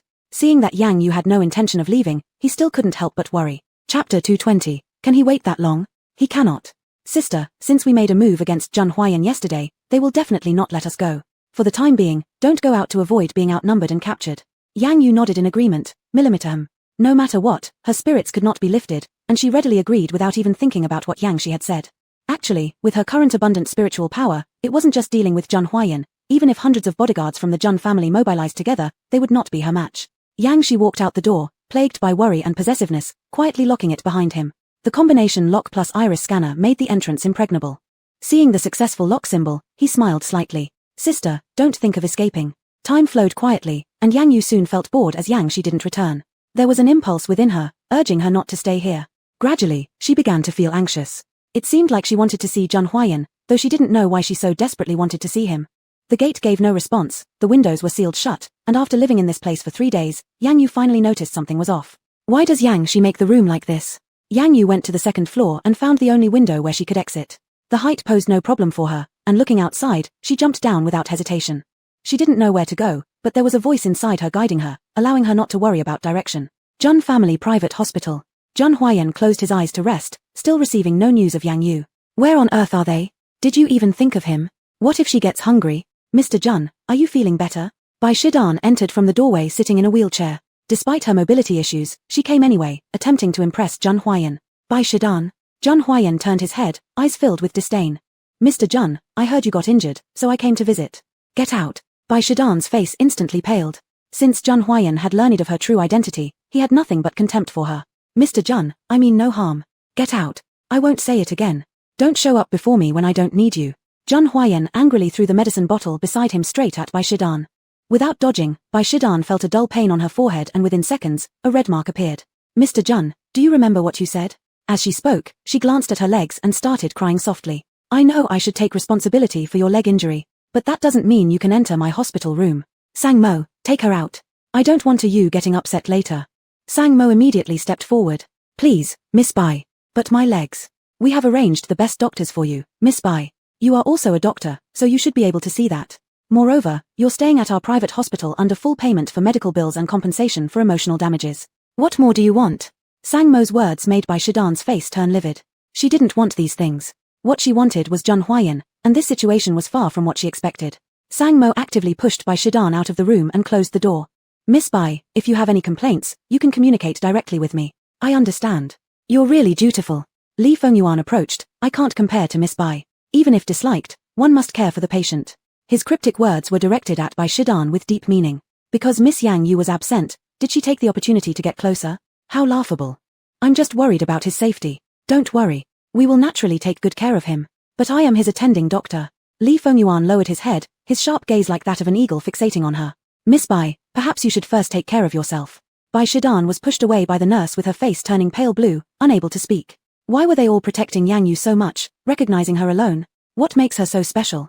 Seeing this, Li Fengyuan sneered slightly. He saw through her thoughts clearly. Have the guards keep watch at the door, and don't let her have any chance. All right, Master Li. Upon seeing Li Fengyuan come in, Zhang Huayan's expression relaxed slightly, and he immediately rose from the bed. How is it going? Any news of Yu? Not yet. Likely, she is still being confined by Yang Shi. At present, the secret surveillance system of hundreds of bodyguards has been deployed. Rest assured, we will surely find her soon. Zhang Huayan looked grave. Do you remember? The last time, the situation was similar. I can't relax. I can't bear watching her leave me again for so many days. We've searched everywhere we can think of for now. Next, we will extend our search to other provinces. Huayan, please recover quickly. This way, when Yang Yu returns, you can greet her in a better state. Zhang Huayan did not respond. His thoughts were entirely consumed by Yu. Was he expected to wait that long? He simply couldn't. Huayan, what are you thinking about? Chapter 221, Yu, I've never hurt you. Seeing his condition, Li Fengyuan was very worried. He was afraid that he might do something uncontrollable. After all, he had done it before. No problem, you go out first. I want to rest well. Zhang Huayan turned around, not wanting him to see his expression. He had already made a decision. He must go find Yu immediately, not even waiting a moment longer. Li Fengyuan felt he could not let his guard down, and he repeatedly looked at Zhang Huayan until the latter asked him to leave again. Just go, there won't be any problem here. With this much said, Li Fengyuan didn't feel right staying any longer. He turned and left, taking the time to carefully instruct Sang Mo at the door. Sang Mo remembered his words deeply, assuring that he would keep an eye on the young master. Once everything outside the door became completely silent, Zhang Huayan painfully rose up. The feeling of the bullet passing through his shoulder was extremely painful, making his movement very inconvenient. But for the sake of quickly finding Yu, he felt he could endure. Looking out the window, Zhang Huayan didn't hesitate and jumped out while enduring the pain. Yu, just wait a bit more, I'll find you soon. At the same time, Yang Yu had walked out of the Yang family compound, temporarily breaking away from Yang Shi's control. Following her inner calling and guidance, she arrived outside the Jun family's gate. Seeing Yang Yu, who had been gone for many days, Wei Yizha immediately became agitated and hastily dialed Zhang Huayan's phone. Simultaneously, to prevent Yang Yu from doing something similar to what she did to Zhang Huayan last time, Wei Yizha took action in advance. He walked in front of Yang Yu and carefully checked whether she carried any weapons on her. What are you looking for? Yang Yu scrutinized the man in front of her. To make sure you won't pull out another Kang Lang knife at any time. After all, brother-in-law isn't strong enough to withstand your attacks twice. Yang Yu's eyes darkened. That's his own fault. Hearing this, Wei Yizhi clicked his tongue, completely unsure how to react. Why did Yang Yu suddenly seem like a changed person, harboring so much hatred towards her brother-in-law after only a few days? I really don't know what my brother-in-law did to make you hate him so much overnight. That's none of your business. No, it doesn't add up. If you hate your brother-in-law, why are you here? Didn't you leave with Yang Shi? Yang Yu froze on the spot. She herself wasn't sure why, but somehow, she ended up here as she walked. Seeing this, Wei Yizhi understood something. Just as he was about to speak, he noticed Jun family's car speeding toward them. Not wanting to be the third wheel, he quickly turned and left. When Wei Yizhi sent the message, Jun Huayan was searching for clues inside the palace. When he saw the message, he was skeptical. But his urgency to see Yang Yu drove him to rush home without much thought. When he finally saw Yang Yu standing before him, he almost cried. His Yu was finally back. He knew she wasn't that heartless, she wouldn't leave him. Yang Yu turned around, and Jun Huayan was stumbling toward her. In her mind, images of him hurting her and Yang Shi resurfaced, prompting her to instinctively raise her hand to attack using spiritual power. Jun Huayan understood Yang Yu better than anyone else, refusing to dodge or evade. Instead, he bravely rushed forward without hesitation. The spiritual energy hit him squarely in the waist. Jun Huayan let out a muffled groan but staggered faster, closing the distance. Just as Yang Yu prepared to use her next move, he embraced her tightly. Yang Yu's face changed abruptly as she extended her hands. Don't push me away.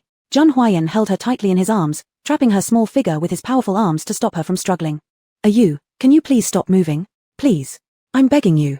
The sob in his voice was too evident to ignore, leaving Yang Yu stunned, wondering why Jun Huayan appeared so heartbroken. Heat radiated from his chest and passed through their thin clothing onto her body. It ignited something within her, causing her to voluntarily calm down. I miss you so much. You're finally back. Jun Huayan slightly tightened his hold, pushing her gently against the corner. Behind her was the wooden fence. In front of her, his solid frame created a confined space enclosing Yang Yu firmly. The light mint fragrance permeated her nostrils. Yang Yu snapped back to reality, noticing the position they were in brought back memories of her previously being attacked. Do you think you can trap me? Jun Huayan, on the verge of tears, replied, yes, but it's definitely not the kind of trapping you understand. His meaning of trapping should bring laughter to Yu, not now, showing complete indifference. Looking at the puzzled look on his face, his heart couldn't help but soften. This was his cherished lover, who slept closely by his side not long ago. What exactly did Yang Shi do to her? Making both of them change overnight. Let me tell you this, if you dare to harm us again, I will make you pay immediately. Yang Yu didn't carry any weapons, so she could only warn Jun Huayan beforehand. However, she realized that she seemed not to be afraid of this person in front of her. Without any thought, Jun Huayan guessed who was inside. I've never hurt you too. Don't make excuses.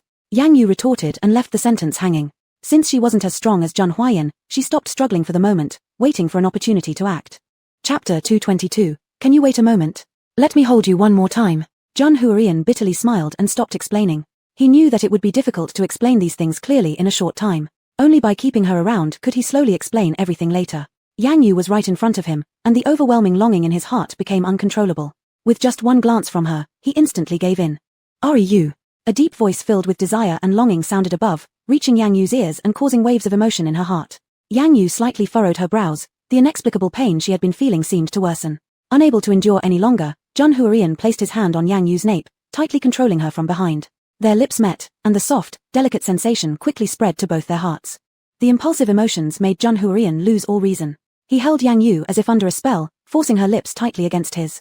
The force on her lips bordered on brutality, and within mere seconds, they turned from tender pink to swollen red. Yang Yu was shocked and felt pain, wanting to retreat but finding no room to escape. She extended her still free hands, hitting Jun Huayan's back in an attempt to make him stop. However, Jun Huayan seemed to have anticipated this. One large hand continued to firmly grasp her head while the other effortlessly captured both her wrists. In an instant, there was no way to escape. The actions grew deeper, and the strength intensified until Yang Yu struggled for breath, and only then did Jun Huayan slowly release her. Before Yang Yu could utter another word, Jun Huayan's lips fell again. This time, they landed on her forehead, accompanied by a teardrop falling, leaving Yang Yu completely silent. Why? When seeing Jun Huayan shed tears, why did her heart ache along with him? He was her enemy, the one who had harmed her and Yang Shi. Shouldn't she be happy? Why was she still saddened? Jun Huayan seemed to have lost his sanity, acting as if under a spell, continually bestowing kisses upon her. From her forehead to her cheeks, then down to her chin. Countless kisses were planted across her petite face. Too gentle, too careful, they left Yang Yu entranced, submerged within the moment. Until the pain came from Jun Huayan's shoulders after enduring a long operation, standing for too long left him unable to support himself. Reluctantly letting go, foreheads still touching, their eyes locked onto each other. The intense affection remained undiminished, transmitting through just a few centimeters of distance into Yang Yu's gaze. Yang Yu couldn't help but shrink her gaze slightly, regaining her senses. Let me go. Can you wait just a moment? Let me hold you one more time. Impossible. Jun Huarian, when you hurt us, you should have known the consequences. Tears once again streamed down Jun Huaiyan's face, 2 clear drops sliding down his cheeks, paired with his swollen red eyes, an image unbearable to look at. Yang Yu choked, all her triumphant words seeming to dissolve instantly, leaving only silence. Yu, I truly never did anything to harm you. Jun Huarian, does arguing make sense? I truly didn't. Ever since I've met you, I've never caused you harm. Regarding Yang Shi, it was only in the past that I disciplined him. Watching Jun Huarian mournfully recounting his version, Yang Yu fell silent once again. What he said seemed true, yet her memories were entirely the opposite. Her silence terrified Jun Huarian, prompting him to instinctively stretch out his hands and embrace her tightly in his arms. Yu, can you believe me? As Yang Yu was about to speak, a roar of fury erupted from behind them. Jun Huarian, let my sister go. Yang Shi ran up, his face filled with anger. He had never imagined in his wildest dreams that Yang Yu would come to the Jun household. After returning home, he discovered Yang Yu was missing. Suppressing his anxiety and fear, he kept searching, asking people along the way, until he detected some clues in her trail. Immediately, he drove straight here. He distinctly tampered with her memories, strengthening her hatred for Jun Huarian, so why was it still like this? Just as he arrived, the tightly embracing pair entered his sight. Unable to contain his anger any longer, he sprinted over. Jun Huarian abruptly lifted his head and immediately pulled Yang Yu behind him. Yang Shi, let my sister go. Jun Huarian let out a bitter laugh amid his rage, a severe murderous intent appeared on his stern face. It was as if he were a king whose territory had been invaded, his presence emanating with authority. Impossible. Yang Shi, what exactly did you do to Yu? Aren't you afraid of the consequences? Jun Huarian, how could I possibly be afraid? Ever since my sister was hurt, I haven't cared about anything else. Seeing the confrontation between the two, reason inclined Yang Yu towards Yang Shi. Struggling against his grip, she tried to free herself from Jun Huaiyan's control. Let me go. At this, Yang Shi smirked, his rampant thoughts becoming even more wild, starting to mock Jun Huarian, ridiculing his now desolate state. See that? My sister told you to let her go. You give me silence. Yang Shi, for all the things you've done, I will return your actions hundredfold. Sister, come over here.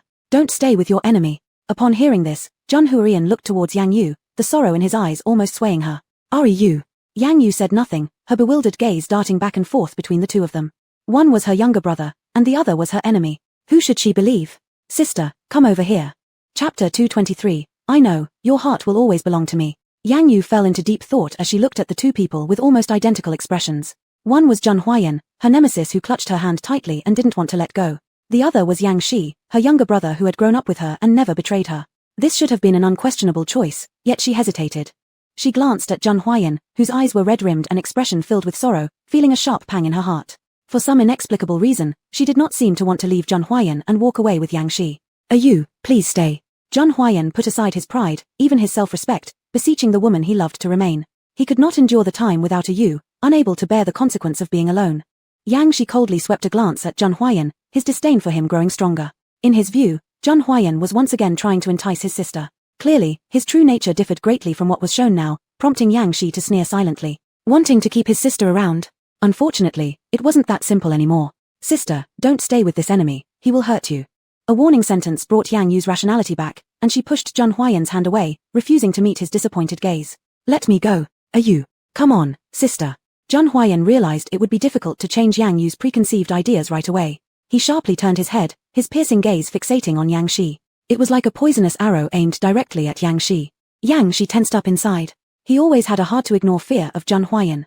But this time, he was prepared to die. His sister could only belong to him. Yang Shi, I will definitely make you pay. The conflicted look on Yang Yu's face disappeared in an instant.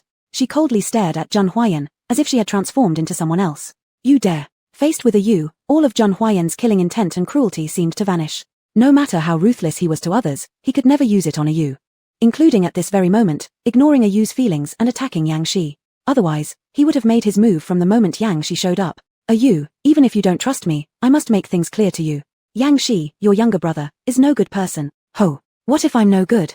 At least I won't harm my sister, I won't hurt the person I love. Yang Shi manipulated the memory within Yang Yu's mind.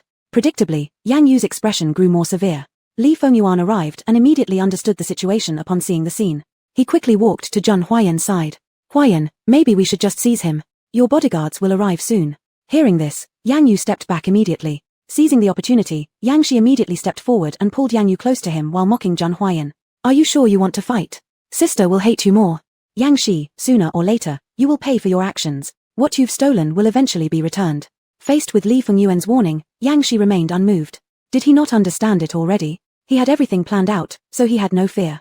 For the sake of his sister, for the brief happiness he could possess, he was willing to give up everything, even his life. I certainly know that. You don't need to remind me. You can't touch my brother. Yang Yu extended her arm, using a protective stance to shield Yang Shi. Seeing this, Zhang Huayan bitterly smiled. Even if he seized a Yu, the current situation wouldn't change much, would it? No, step back, Fengyuan. Are you insane? Zhang Huayan shook his head silently.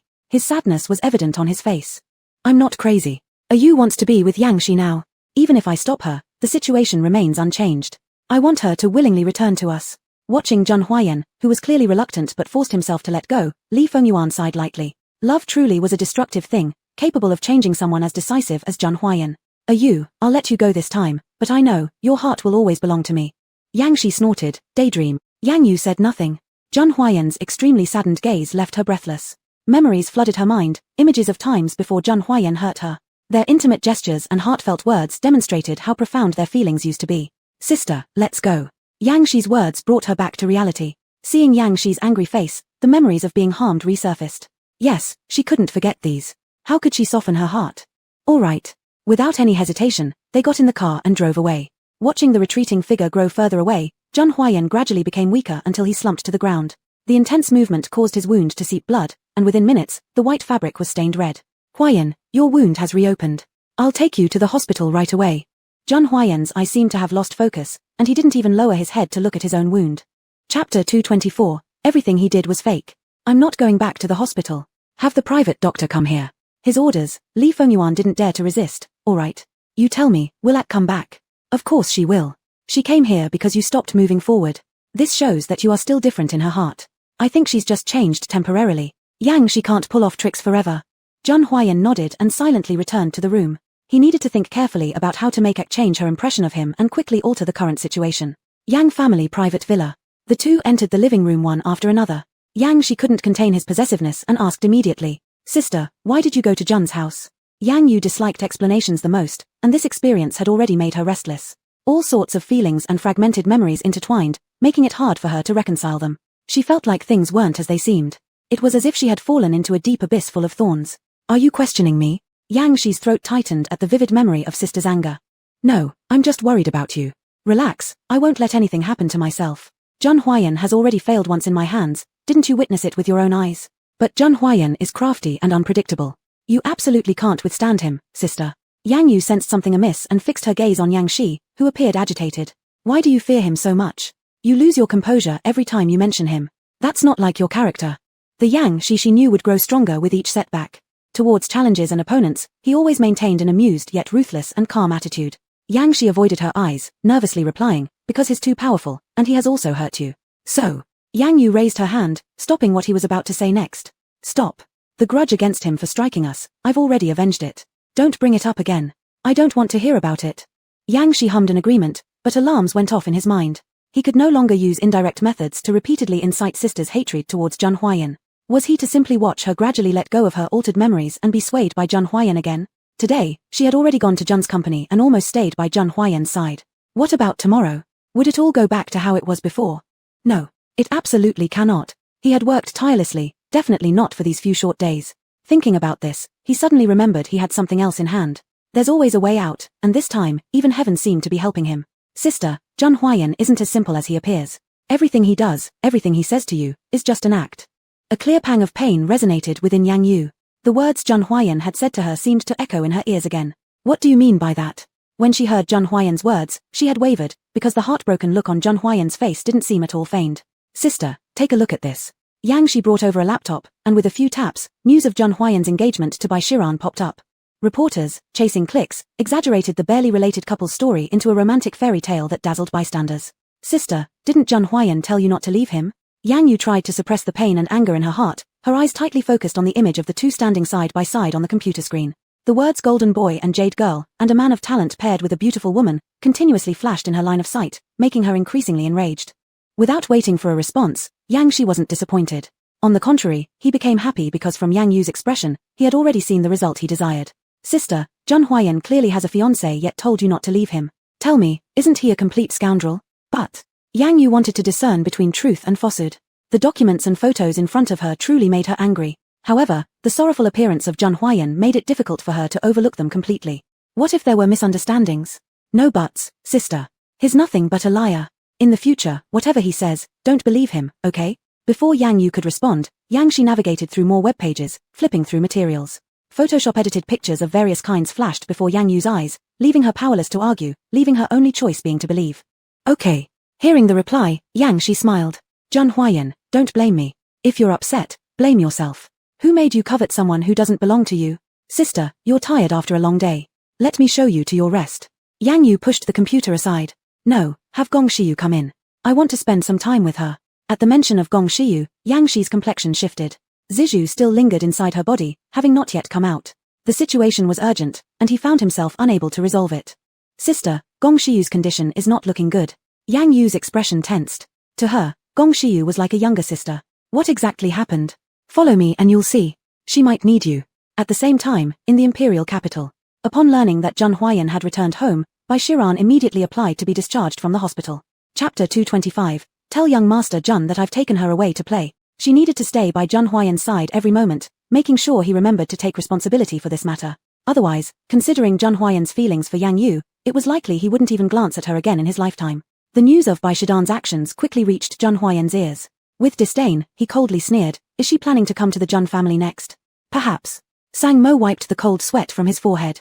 Let her roll far away, and not dirty the floors of the Zhun household. Zhun Huayang leaned against the bedpost. His elongated eyes were lined with red bloodshot marks of exhaustion, dark circles beneath them suggesting poor mental state. His entire being emanated a sickly gloom. Even so, his overwhelming dignity and fierceness were hard to ignore. All right, young master, but... Sang Mo hesitated to speak further. Speak. She will use taking responsibility for this matter as blackmail. A flash of killing intent crossed Zhun Huayan's face. Make it clear to her that if she dares say that again, even facing incurable consequences, I'll personally deal with her. Yes. Despite enjoying top-notch treatment in the Zhun family private hospital and astronomical compensation, she actually still dared to threaten him with responsibility, truly laughable.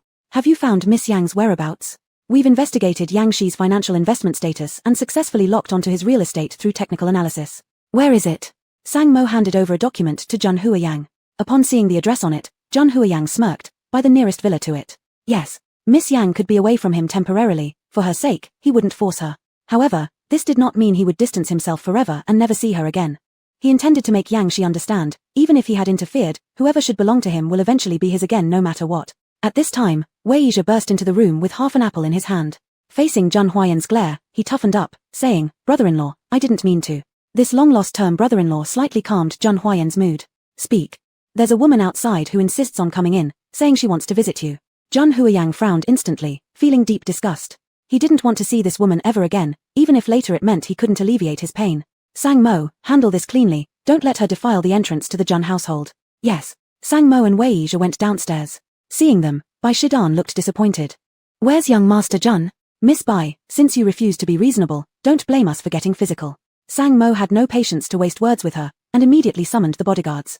Seeing this, Wei Yizhe volunteered himself, let me handle this. Who dares to steal away Sister Yang Yu? You're simply asking for death. Bai Shidan sensed something abnormal about Wei Yizhe and backed up her wheelchair. What do you intend to do? I came here today with no ill intentions. You being here is already wrong, old witch. Bai Shidan couldn't believe her ears. What did you just say? I said you're an old witch. Since birth, no one had ever disrespected her like this. Whether at home or in the lab, she was always respected and adored. Shut up. Wei Yizhe easily subdued the bodyguards beside her and controlled her wheelchair. Do you think I'll obey just because you told me to shut up? Dream on. Bai Shidan panicked. What do you plan to do? Wei Yizhe laughed out loud. Of course, it's about showing you the consequence of wall climbing. The wheelchair started moving at high speed, and Bai Shidan attempted to jump off. But Wei Yizhe had anticipated this move and directly used sinister energy to control her. The feeling of having stiff limbs, unable to control them freely, made Bai Shidan utterly terrified. What have you done to me? What kind of person are you really? Wei Yizhe ignored her and shouted to Sang Mo, tell young Master Zhun, I've taken her to play. At this moment, Qiu Yi looked grave from a corner. When he visited Bai Shidan at the hospital and found her missing, he knew it was right to look for her at the Zhun residence. As expected, he saw her here, just when he planned to rescue her. This happened before his eyes. Who was this youth? How could Zhun Huayang treat her like this? Wei Yizhe pushed her wheelchair towards an observation pool. This area was filled with high-end villas, and they all had observation pools. A few meters deep of water wouldn't drown someone but was enough to teach someone a lesson. Goodbye. With one powerful push, the wheelchair, together with Bai Shidan, plunged into the pool. Splash! A large wave of water splashed around everywhere. Watching this grand scene, Wei Yizhe felt incredibly refreshed inside. Still trying to climb over Sister Yang Yu's fence. It seems you want to die. Let me tell you, if I see you once more, I'll make sure you disappear silently. Due to Wei Yizhe's power, Bai Shidan's limbs became rigid, and she quickly sank underwater. Qiu Yi stood helplessly at the back, wanting to step forward but fearing it would be a suicidal move. Bai Shidan wept in the water, her only movable head repeatedly surfacing. Help! Help! Somebody, please save me. At this moment, Zhun Huiyang, feeling something amiss, walked over. Seeing Zhun Huiyang, Bai Shidan thought he had come to save her and instantly felt hopeful. Master Zhun, please save me quickly. Chapter 226, Sister, she is not Gong Shiyu. Originally able to swim, Bai Shidan could only splash her arms in the water because of her leg injury. Zhun Huiyan's appearance was undoubtedly her lifeline. But Bai Shidan was wrong. The stern man in front of her was Zhun Huiyan. Why would he save her? Bai Shidan. Zhun Huiyan spoke indifferently, spitting out these 3 words without emotion as if the woman before him were no different from garbage. Sister-in-law, this woman has been relentless lying you. Today, I'll teach her a lesson for you and Sister Yang Yu. Wei Yizhe crossed his arms, sneering at Bai Shidan who was on her last breath.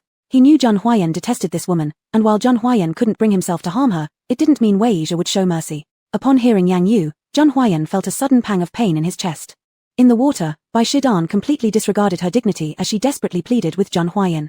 Mr. Zhun, save me, please. I can help you. Help me. What do you have to offer me?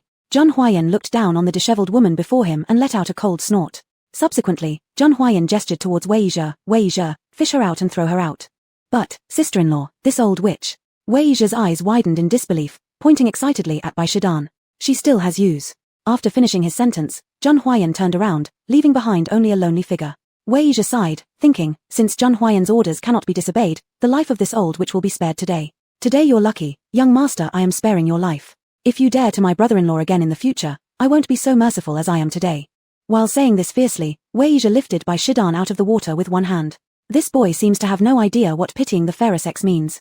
He threw the soaked Bai Shidan onto the ground, and left 2 words, get lost. Then he also stormed off. Cough, cough. Bai Shidan clutched her chest, coughing non-stop. The water from the observation pool made her choke, and Zhun Huiyan's cold demeanor just now caused a bitter ache in her heart. Zhun Huiyan, you will be mine Bai Shidan sooner or later. Let's see where this goes. Bai Shidan, how are you? Are you okay? Seeing that Zhun Huiyan and Wei Yizhe had left, Qiu Yi, who had been hiding in the dark all along, finally dared to appear openly. Upon hearing this, Bai Shidan looked up and saw Qiu Yi's worried face frowning tightly. At that moment, she was moved for a moment but quickly dismissed it. Why are you here? To laugh at me? Bai Shidan vented all Heron the man before her. Seeing his beloved being treated so wretchedly, Qiu Yi's heart was filled with sorrow. He took off his jacket and covered Bai Shidan's body with it. Without knowing where his courage came from, he picked up the drenched Bai Shidan. I'm sorry, I came too late. At this moment, Qiu Yi felt utterly incapable. Zhun Huiyan, one day you will pay for harming Bai Shidan. Yang family private villa. Yang Shi, what's wrong with Gong Shiyu? Yang Yu's expression carried more concern. For Gong Shiyu, there was no memory conflict, she only remembered her as the little girl she once saved. Sister, Gong Shiyu is in danger. Yang Shi led Yang Yu to the secret chamber. When they opened the mechanism door of the secret chamber, a terrifying iron cage came into view. And inside the cage was none other than Yang Yu's so-called sister Gong Shiyu. Yang Shi, what's going on? Looking at the Gong Shiyu in front of her with gnashing teeth and an unfamiliar face, Yang Yu had many questions in her mind. Before Yang Shi could open his mouth, the Gong Shiyu in the cage spoke first. Yang Yu, you haven't died yet. You're a calamity. It's all your fault my master got injured. I'll take your life. Her voice was raspy and unpleasant, definitely not the sweet voice of Gong Shiyu. Yang Yu furrowed her eyebrows beautifully, lost in thought. The Gong Shiyu in front, although in the body of Gong Shiyu, absolutely wouldn't say such words. Who exactly are you?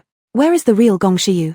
Yang Yu took 2 steps closer to the iron cage, her beautiful eyes glaring menacingly at the fake Gong Shiyu in front of her. Sister, don't get close to her, she's no longer Gong Shiyu. Fearing that purple bamboo who had taken over Gong Shiyu's body might hurt his sister, Yang Shi immediately shielded Yang Yu behind him.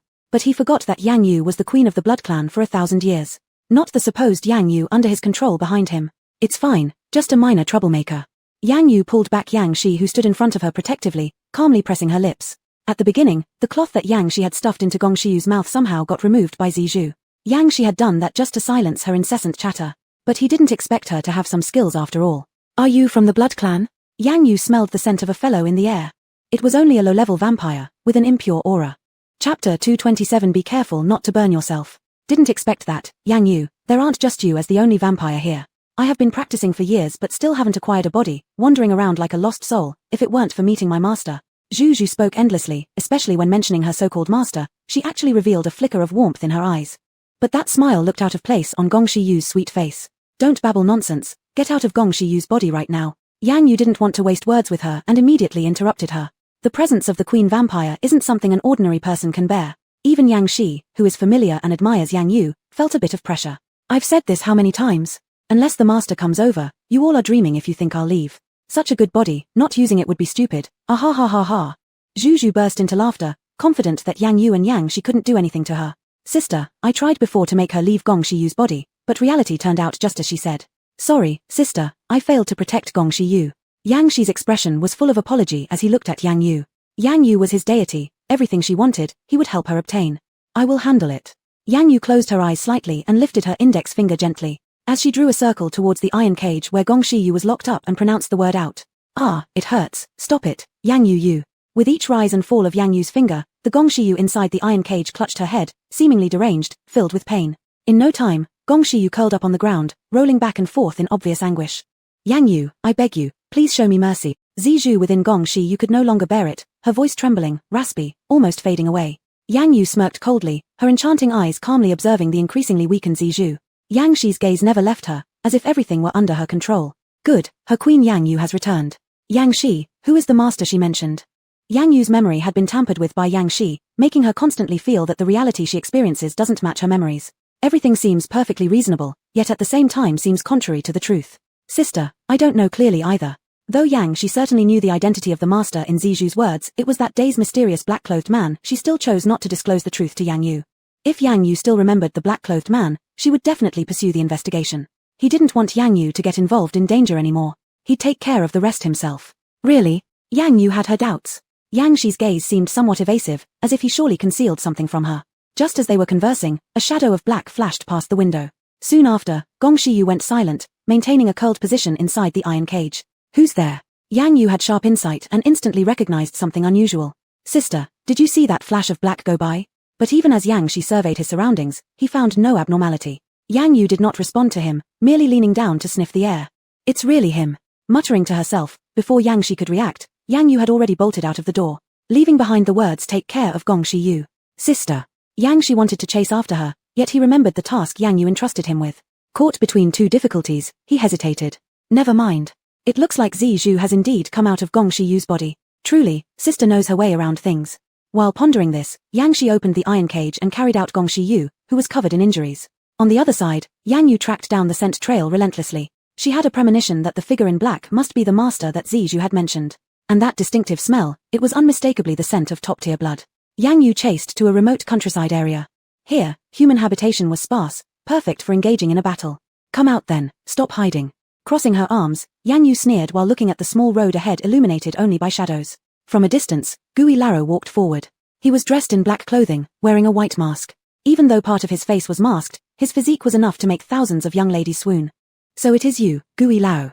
Yang Yu stared unwaveringly at the man in black without a hint of panic. That metallic stench of blood wafted toward her, and rather than being repulsed, Yang Yu felt fatally attracted. It had been too many days since her last blood feed. Slaves to blood, Zhen Hua Yang. Why does the thought of this enemy fill her with such heart-wrenching pain? What is going on? Yang Yu, I didn't expect we'd meet again so soon after merely a few days. The man in black took a step forward, speaking as though he and Yang Yu were long-lost friends. Speak, what mischief do you plan today? Yang Yu wasted no time in beating around the bush and asked directly. The black-clothed man chuckled instead of getting angry. Yang Yu, aren't you afraid I'll kill you? People in the circle already know that you are the queen of the vampires now. Seems like I'm quite well known.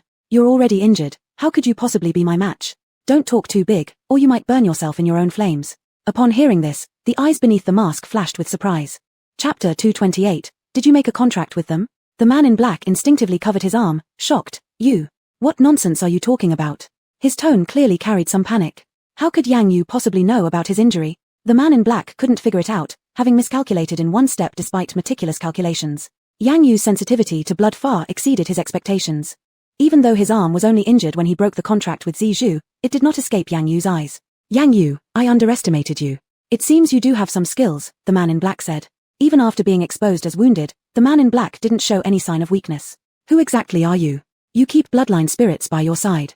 If I'm not mistaken, you made a contract with them, making them your slaves for use, said the man in black. The blood spirit attached to Gong Shiyu that day behaved similarly. If his memory served, they had already crossed paths once before. But why can't he remember the details of that encounter? Yang Yu's head began to ache slightly. She quickly shifted her attention. Now was not the time to think about those things. It is true, but you only know part of it. As for the rest, you'll guess in hell, Yang Yu said. Before her words faded, dark smoke rose around the man in black. In an instant, he turned into dozens of PRO rushing towards Yang Yu. Evil fiends, retreat quickly. Yang Yu stepped back and placed her hands crosswise over her chest, bowing her head and chanting a spell. Soon, a massive amount of spiritual energy surged between her hands. She spun her hands, transforming her fingers into palms, pushing out the spirit force from her palms. Bang! The dozens of PRO couldn't get close to Yang Yu and were repelled by her spiritual energy. What? Such a powerful Yang Yu left the man in black shaken. These souls were carefully trained by him, yet Yang Yu defeated them so easily. Tell me, who are you?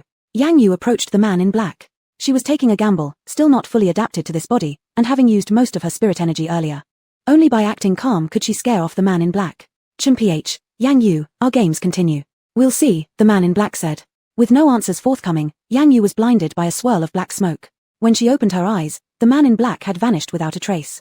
Damn, let him run away again. Yang Yu clutched her chest. The spirit energy used up in the previous attack would take some time to recuperate.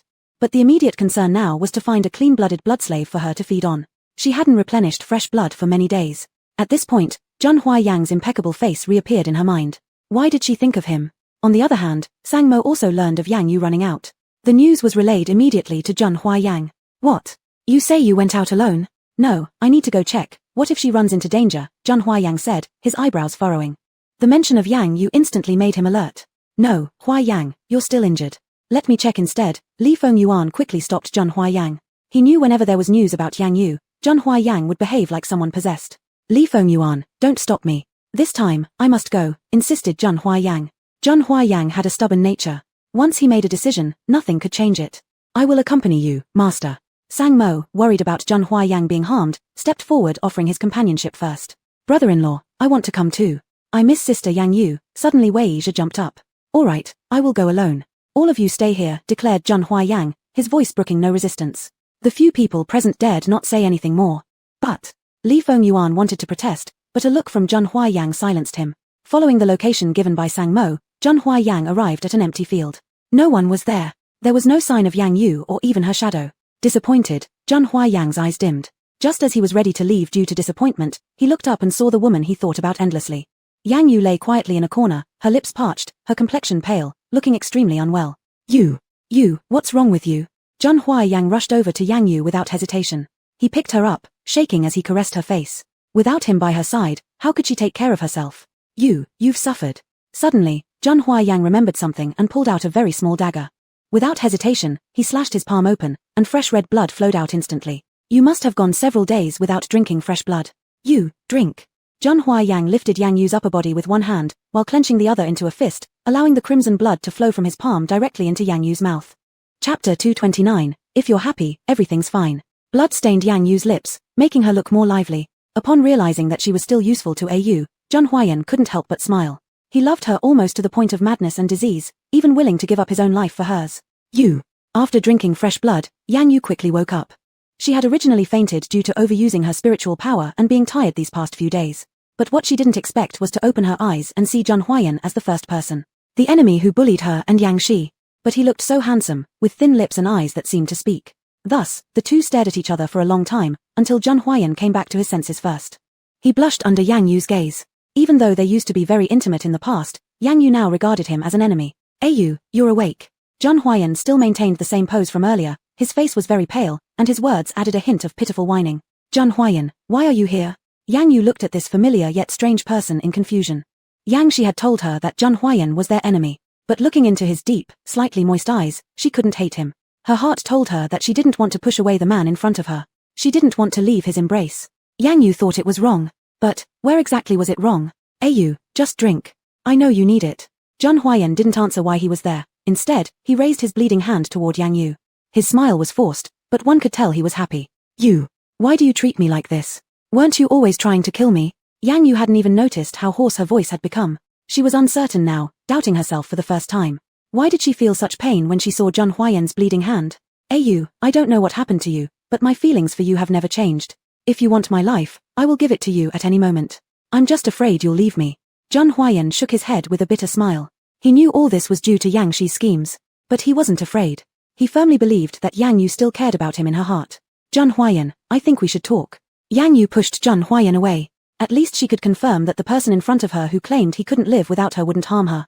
Whether or not what Yang Shi said was true, she had no way to verify it. However, her eyes no longer carried the affection and fiery passion they once held. Only coldness remained. Fine, as long as Ayu is happy, everything is fine. Seeing that Yang Yu didn't regard him with the same hostility as before, Zhang Huayan couldn't help but sigh in relief. No rush, he was willing to wait for his Ayu to fall in love with him again. Stay away from me for now. Yang Yu pushed Zhang Huayan away, signaling her desire to draw boundaries between them. Ayu, but my hand hurts so much. Zhang Huayan deliberately leaned closer to Yang Yu, though he didn't dare go too far, remembering well her reaction last time. It wasn't me who injured you. Yang Yu rolled her eyes helplessly. Though her mouth spoke those words, she couldn't stop herself from tearing a piece off her skirt to stop Zhang Huayan's bleeding. Despite the fact that Yang Yu applied strong force with no tenderness, Zhang Huayan was ecstatic. Ayu was worrying about him. Alright, I just don't like owing anyone. After drinking your blood, I'll let you off today. Yang Yu rose indifferently, as if what had just happened hadn't occurred. Ayu, are you going to leave me again, just like the first time we met? Zhang Huayan's voice trembled slightly. He refused to believe that Yang Yu could be so ruthless. The first meeting, Yang Yu just couldn't remember it no matter how hard she tried. Her head began to ache. Those tangled memories were like threads woven together, and she didn't know where the beginning was or where it would end. Zhang Huayan, did you ever try to kill Yang Shi? Yang Yu interrogated sternly from above. She was born noble, evoking an irresistible urge for eternal submission. Ayu, believe me, I've never intended to harm you. As for Yang Shi, I've never had any thoughts of killing him. Zhang Huayan replied sincerely, adding to the pitiable and wronged expression on his face, causing Yang Yu to be moved somewhat despite herself. Just as two conflicting sides within her waged war, Yang Shi arrived. Sister, why have you come here? Come over here, I missed you. Yang Shi's eyes stayed fixed on Yang Yu and hadn't yet noticed his surroundings. Yang Shi, is Zhang Huayan really our enemy? Yang Yu had no past to recall, and so she chose to ask about the doubts in her heart. She knew Yang Shi was her younger brother, and Yang Shi would never deceive her, yet she couldn't help but ask anyway. She wanted to find an excuse for Zhang Huayan. Zhang Huayan, what have you done to my sister? It was only then that Yang Shi noticed that the person sitting on the ground was Zhang Huayan. Without a word, he went forward and grabbed Yang Yu's hand, once again shielding her behind him. Chapter 230, Ayu, don't go. Yang Shi was conflicted when facing Zhang Huayan. He feared that Zhang Huayan would take Yang Yu away from him, but he also felt inferior to Zhang Huayan. However, Yang Yu no longer had memories of the past Zhang Huayan. Instead, Yang Shi was the one who could protect Yang Yu for a lifetime. Sister, are you alright? Yang Shi turned around, grabbing Yang Yu's arm and examining her up and down, afraid she might be missing even a hair. I'm fine. Let's go back. Yang Yu didn't know what was wrong with herself. As she faced Zhang Huayan's fiery gaze, she inexplicably pushed Yang Shi away. She even felt somewhat baselessly guilty. What was wrong with her? Yang Shi was her brother, so it was normal for him to care about her. Instead, what right did Zhang Huayan have to approach her? With this thought, Yang Yu felt more at ease in her movements. Ayu, don't go. Seeing the intimate distance between Yang Yu and Yang Shi, Zhang Huayan wished nothing more than to shred Yang Shi into 1,000 pieces right then and there. But his Ayu was still there. He couldn't lose control or else she would leave him forever. Zhang Huayan, if sister decides to spare your life today, you better scram. Yang Shi still felt somewhat guilty. He was worried that Yang Yu might remember something. Yang Shi, who do you think you are, using such despicable means to keep Ayu bound to your side? Zhang Huayan rose to his feet, clutching his chest with one hand, while the bleeding from the other had stopped. The influence of the birth toxin was growing increasingly severe. Whenever he got angry now, he experienced heart pain, a feeling that made it impossible for him to breathe. Ha ha ha. Zhang Huayan, admit it, you're my Yang Shi's defeated rival now. Every time Zhang Huayan looked pitiful, Yang Shi felt as if he'd found a vent for his frustration. Whenever Zhang Huayan suffered, he was happy. Enough talk with him. As Yang Yu's eyes swept over Zhang Huayan's pale face, she turned coldly. And yet, despite this, why did she feel heartache? What was the truth here? Yang Shi smirked smugly at Zhang Huayan and walked off triumphantly with Yang Yu. Ayu, what do I need to do for you to believe me? Zhang Huayan gave a self-deprecating laugh and headed in the opposite direction of the two of them.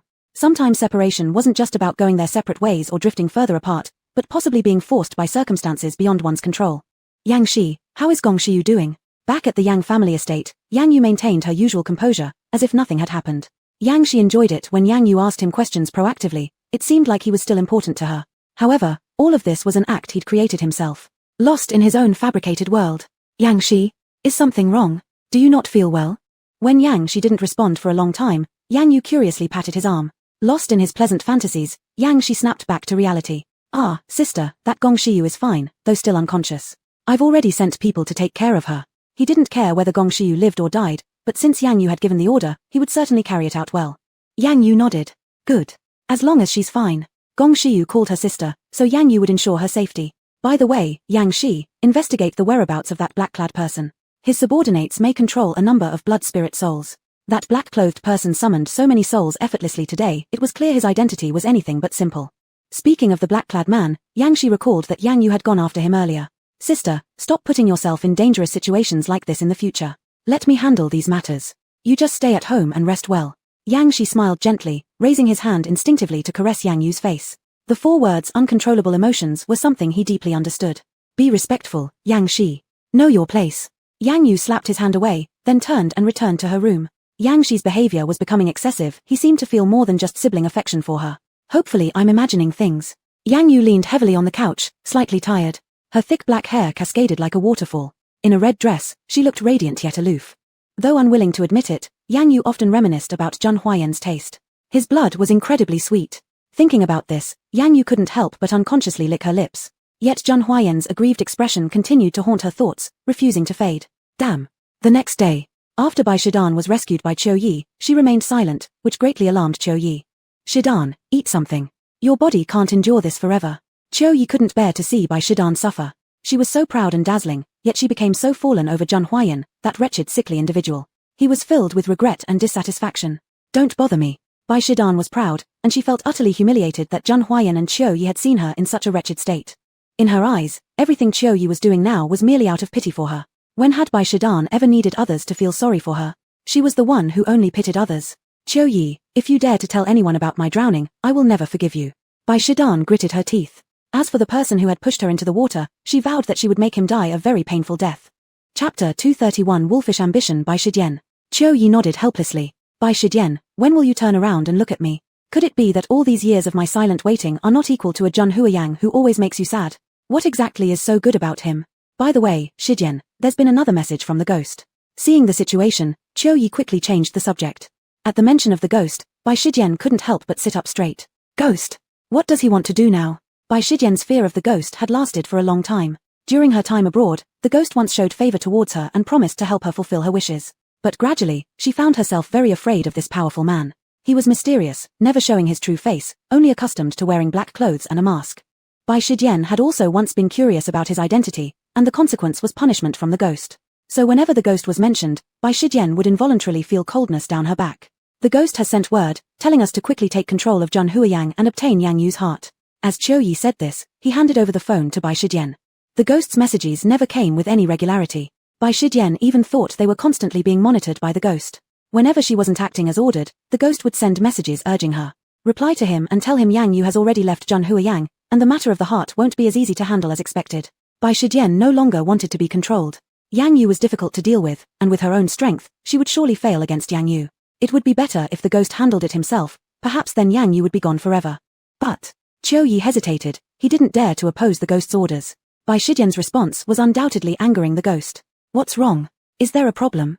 Just reply like this. Do you think we two could possibly match Yang Yu? My goal has always just been obtaining Zheng Huiyang.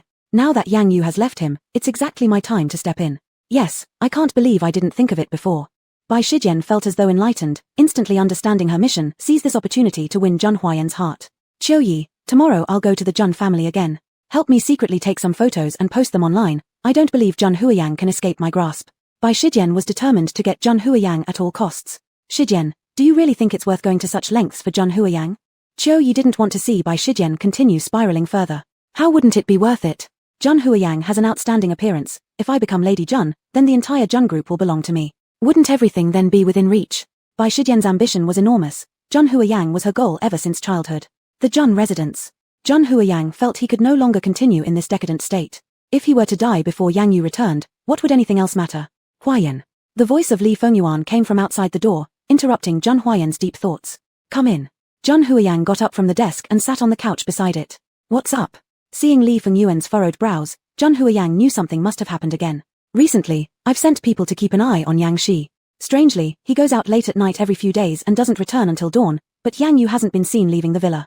Moreover, those who followed Yang Shi say he just aimlessly wanders around without doing anything.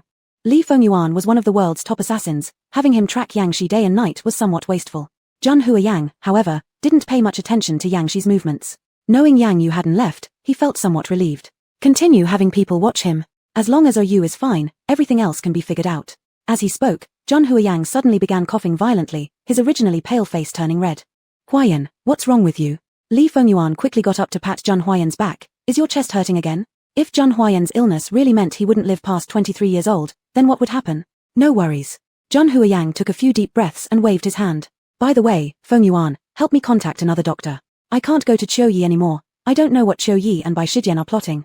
Since discovering the mysterious doctor was Bai Shijian, Jun Huayang had strongly resisted receiving treatment from Qiuyi again. But after the treatment with him, you did indeed get much better. Although Bai Shijian's motives toward you aren't pure, I believe she wouldn't harm you. Li Fengyuan had seen Bai Shijian's admiration for Jun Huayang clearly. Since it wouldn't harm Jun Huayang, why not use this woman a little? Moreover, you are Jun Huayang, why would you fear a little woman? Rest assured, I will help you find a doctor, but for this period of time, you should still continue treatment at Qiuyi's place. Li Fengyuan was genuinely concerned about Jun Huayang. Alright, this time I'll listen to you. Li Fengyuan was right, the top priority now should be to restore his health. Whenever Jun Huayang calmed down, he couldn't help but think of Yang Yu. Chapter 232, Gong Shiyu awakens. Every one of her expressions, every order she gave herself, and her helpless indulgence when she acted coy in front of him. I beg you, please remember. Jun Haiyan held the engagement ring he had given to Yang Yu in his hand and couldn't help but murmur to himself. Achoo, achoo. Yang Yu was sitting on the couch looking at her phone when she sneezed twice for no reason. She didn't know what was wrong. These 2 days, Yang Shi had been mysteriously going out, and she didn't know if he had gone to investigate the man in black. Yang Yu didn't bother to guess. For these few days, she hadn't taken any missions, considering it as taking a break. She needed to recuperate, and finding her kindred spirits still came first. Yang Yu had become a renowned metaphysical master in Beijing. Basically, if there were any strange happenings or ominous geomancy issues, people would ask her to solve them. It was about time to start working again. But Yang Yu always felt that something was missing around her. She seemed to recall having 2 assistants before, but now she couldn't remember who they were. Faintly, she thought she might have forgotten something, yet she couldn't bring it back. Never mind, she could do it alone. Among numerous missions, she looked carefully and found one particularly interesting. She thought this one should be prioritized. After simply tying up her hair, since the weather had turned colder, Yang Yu added a trench coat over her skirt, making her look tall and authoritative. As soon as she opened her room door, she heard an excited voice from the next room. She's awake, she's awake. Yang Yu was confused, and before she could react, the door was opened, and the servant quickly ran out. What's going on? Seeing Yang Yu right there at the door, the servant immediately stopped in her tracks. Obviously, she was here to report to Yang Yu. Miss Yang, Miss Gong is awake, and she's calling for you and Master Yang. Gong Shiyu has awakened. Upon pushing open the door, Yang Yu saw Gong Shiyu sitting by the bed. All the servants were standing far off against the wall. The temperature of the air conditioning in the room was very low, causing Yang Yu to shiver involuntarily as soon as she entered. However, the room didn't have any stench of decay, probably because Yang Shi had given some medicine to Gong Shiyu. You can all go out. Yang Yu turned her back to several servants, lifting her hand to signal them to leave. The servants sighed with relief and hurriedly ran out. After the servants left, Yang Yu couldn't help but sneeze. This room was cold like an ice house. No wonder the servants didn't want to come in. Sister, you've come. Gong Shiyu smiled sweetly at Yang Yu, but her body was too weak to get up to welcome her sister. Seeing Gong Shiyu try to get up, Yang Yu lifted her hand. Sit down, I'm just here to see how you're doing. Gong Shiyu was usually a bit scared of Yang Yu, but though Yang Yu seemed cold on the surface, she was really good to her. Gong Shiyu could feel that Yang Yu truly treated her like a younger sister. Sister, I'm sorry to cause you trouble, it's because I'm too weak. Gong Shiyu lowered her head, afraid to look into Yang Yu's eyes. It's fine, you haven't done anything wrong. Yang Yu patted Gong Shiyu's shoulder and sat down by the bedside. Sister, did that masked man in black hurt you that day? I only remember being knocked down by him, then I fainted. Gong Shiyu scratched the back of her head, filled with remorse. Do you know about the man in black too? Yang Yu was surprised. So, the battle with the man in black wasn't an illusion, everything was real. Just a few days ago, she had already faced the man in black for the second time. Gong Shiyu nodded questioningly. Sister, don't you remember? You were coming to save me, then I saw you being surrounded by a lot of dark things, and later I seemed to fall unconscious. The sight of Yang Yu stepping forward to save her that day would remain in her memory forever. Maybe I've forgotten some things. Lately, shadows of certain people or events keep appearing in my mind, rather vague. Yang Yu massaged her temples, truthfully saying so. She hoped to recover some lost memories through Gong Shiyu. Sister, if you can't remember, don't force it. Perhaps it's not important. Gong Shiyu noticed Yang Yu touching her forehead, her brows slightly furrowed, looking like she was trying very hard to remember. Well, let's talk more when I come back. Rest well. I'm leaving. Only then did Yang Yu remember that she had a mission to attend to. She didn't want to be late, which wasn't her style. Gong Shiyu tugged at her sleeve. Sister, are you going out? I want to go too. You can't go. You're weak right now. Stay home and rest. Just give orders to the servants if you need anything. Gong Xiu suddenly realized something. Sister, where are we? Where's the husband? Where's brother Yang Shi? Where have they gone? When Gong Xiu woke up, she saw several strangers in the room, and the environment was also unfamiliar, which scared her badly. Fortunately, Yang Yu arrived, and only then did she feel reassured that she was safe. Brother-in-law? Yang Yu still caught the key point. Gong Xiu nodded cutely. Yes, sister, your fiancé, Jun Haiyan. We all call him brother-in-law. Is there something wrong, sister? Chapter 233, The Zheng Family Ghost Incident. Jun Huaiyan. Yang Yu said these 3 words in disbelief. Gong Xiu, say again who he is. Yang Yu felt like she must have heard it wrong, or else Gong Xiu had gone crazy. How could she and Jun Huaiyan possibly? They were enemies. How could they be engaged? Gong Xiu was also confused as to why Yang Yu seemed to have forgotten everything. Jun Huaiyan, sister, what's wrong with you? How can you forget even him? I was just unconscious for a few days, and everything has changed. Gong Xiu's lifeless big eyes stared at Yang Yu strangely. Well, Gong Xiu, we'll talk about this when I come back. You rest first. Yang Yu didn't wait for Gong Xiu's response and walked out the door. All memories about Jun Huaiyan were hazy except for the part where he had hurt her and Yang Shi. It was so vivid as if it had been painted on. Yang Yu drove to an old residence area. The people living here might not be as illustrious as the Jun family, but they were definitely discreetly wealthy. Today, Yang Yu came to the Zheng family. This Zheng family dealt in porcelain antiques and was quite well known in Kyoto. The Zheng family matriarch, already over 90 years old, was particularly interested in feng shui and metaphysics. Yang Yu received information that strange sounds could always be heard from the room where the Zheng matriarch lived at night. At first, everyone thought it was because the elderly lady had developed hallucinations due to her age. Until Zheng Wen and his wife also heard strange noises at night, did they realize the seriousness of the situation. The Zheng matriarch said it was because the house's feng shui was bad, which had attracted evil spirits. Zheng Wen did not believe in these things of feng shui and metaphysics, but since his mother had unwavering faith in it, he sent someone to invite the most reputable feng shui master in Kyoto. Several masters were invited one after another, conducting rituals within the compound, but none of them seemed to produce any results. This time, he stumbled upon Yang Yu's news online by himself. A young woman claimed herself as a metaphysical expert, and with no other options left, he invited Yang Yu to take a look, treating it as a last resort. Yang Yu knocked on the door, and the person inside opened it to see an exceptionally beautiful young woman. The woman was tall and elegant, saying she could be a supermodel wouldn't be an exaggeration. Most importantly, her face was breathtakingly beautiful, enough to captivate everyone. May I ask whom you're looking for? The guard was somewhat dazzled, wondering what such a beautiful woman could be here for. She must either be extremely wealthy or a famous celebrity. Excuse me, I'm looking for Mr. Zheng. Tell him that Yang Yu has arrived. Yang Yu handed her business card to the guard. It wasn't until the guard saw the 2 characters for feng shui that he realized it was the master of feng shui that the master of the house had invited. Please come in quickly. Our master specially asked me to wait here. He has been waiting for Miss Yang in the living room for quite some time. The guard smiled and led the way for Yang Yu. It must be said that the Zheng family had quite a few rules, and the underlings were all rather polite. Following the guard, Yang Yu arrived at the living room. She immediately saw 1 man and 2 women sitting on the couch. The elder one must be the old lady Zheng, while the man and woman beside her were likely Mr. and Mrs. Zheng. Old lady, Master Zheng, Mrs. Zheng, Miss Yang has arrived. The guard gestured with a welcoming motion before turning to leave. At this moment, the 3 people in the living room quickly stood up to greet her. Miss Yang, you've finally arrived. Master Zheng was the first to speak. Yang Yu glanced at her wristwatch, noticing that she was half an hour late due to the delay talking with Gong Xiu. She did not explain. The situation of your house, I have a rough understanding of. Let's begin now. Yang Yu did not waste many words. She had other tasks awaiting her. Mr. Zheng nodded and took Yang Yu to the room where the grandmother resided. Upon observing roughly, Yang Yu noted that the structure of the entire mansion was quite ancient, and the feng shui orientation was excellent. Furthermore, the layout of the grandmother's room was precisely at the central point of the Zheng mansion, accumulating energy from 8 directions and making it highly beneficial for health. No wonder Grandma Jing lived to such an old age and still looked 20 years younger than she actually was. Judging by the surface alone, Yang Yu did not discover anything unusual, nor were there any signs of malicious presences around. Mr. Zheng, would it be possible for you to show me the other rooms? Yang Yu, wearing white gloves, calmly asked. Mr. Zheng nodded again and led Yang Yu to his and Mrs. Zheng's room. Although this room's orientation was not as good as Grandma Zheng's, it was certainly not bad either. This should not be the problem. Yang Yu speculated that perhaps these malicious presences only appeared during the night, and they might be hiding somewhere right now. What's wrong, Miss Yang? Have you identified any problems? Mrs. Zheng asked from the side. She was the one who believed in these metaphysical studies the least.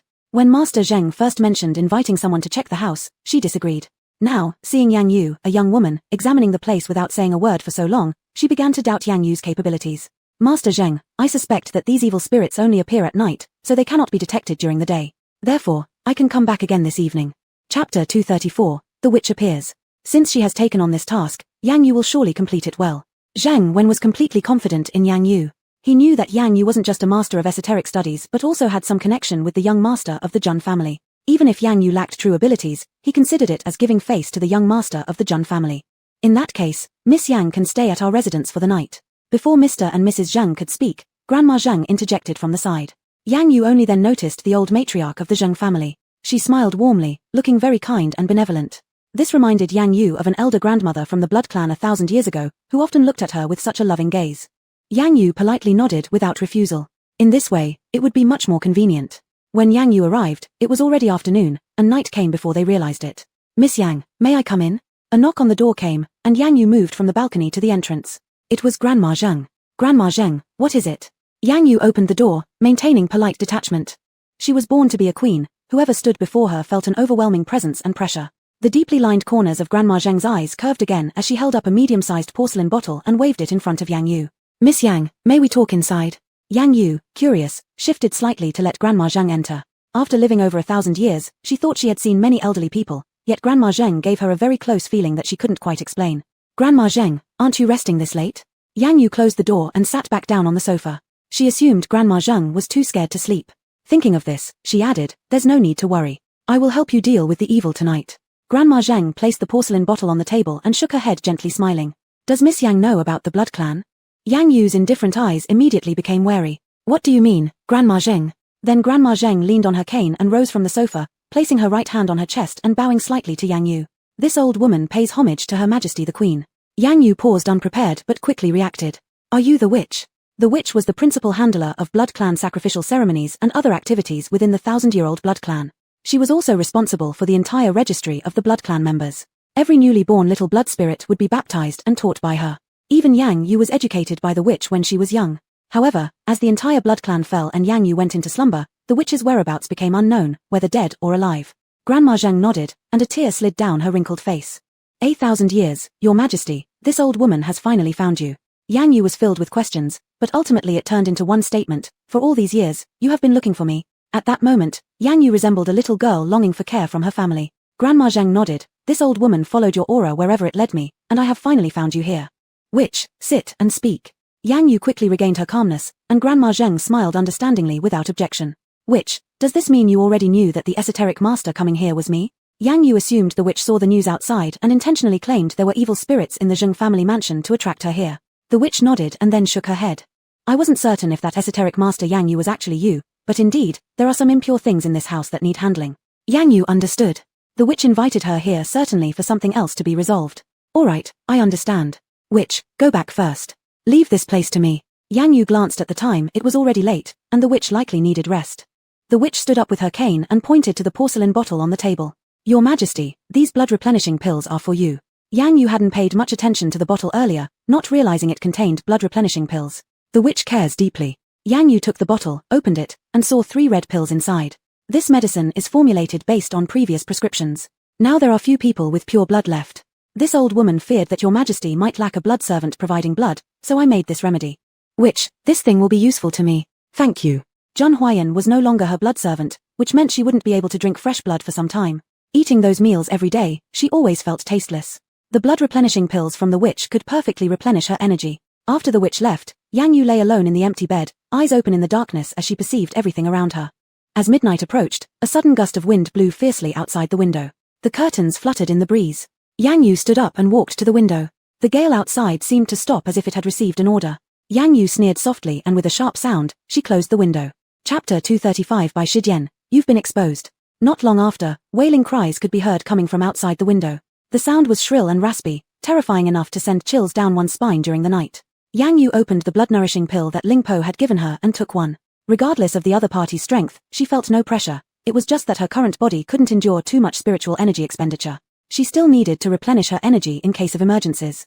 The cries outside the window grew louder, accompanied by a grating sound of nails scratching against glass. Yang Yu clicked her tongue, finding the sound quite tormenting enough to make her want to lash out. As the sounds grew increasingly louder, Yang Yu knew the time had come. She pushed the door open and jogged all the way to the back garden of the Zheng family residence. During the few hours she'd been there, she had already memorized every detail of each corner of the Zheng estate. This back garden was spacious and far away from the bedrooms, making it more convenient to deal with these evil spirits. Come out, all of you. Yang Yu knew that these malevolent entities became particularly excited by living beings. She deliberately lured them all over here so she could capture them all at once. Ah, woo! Black shadows swarmed in the air above, like endless voids surrounding Yang Yu inside a dark bubble. So, these are blood fiends. Upon seeing these dark forms, Yang Yu felt an overwhelming sense of disgust. Blood fiends were low-level blood spirits that survived by feeding on the blood of dead people. They could not speak, lacked physical bodies, and were unable to think. They only emitted mournful sounds similar to those of dogs or cats, sounding incredibly eerie. It made perfect sense why the Zheng family said they always heard strange crying. It was these blood fiends causing trouble.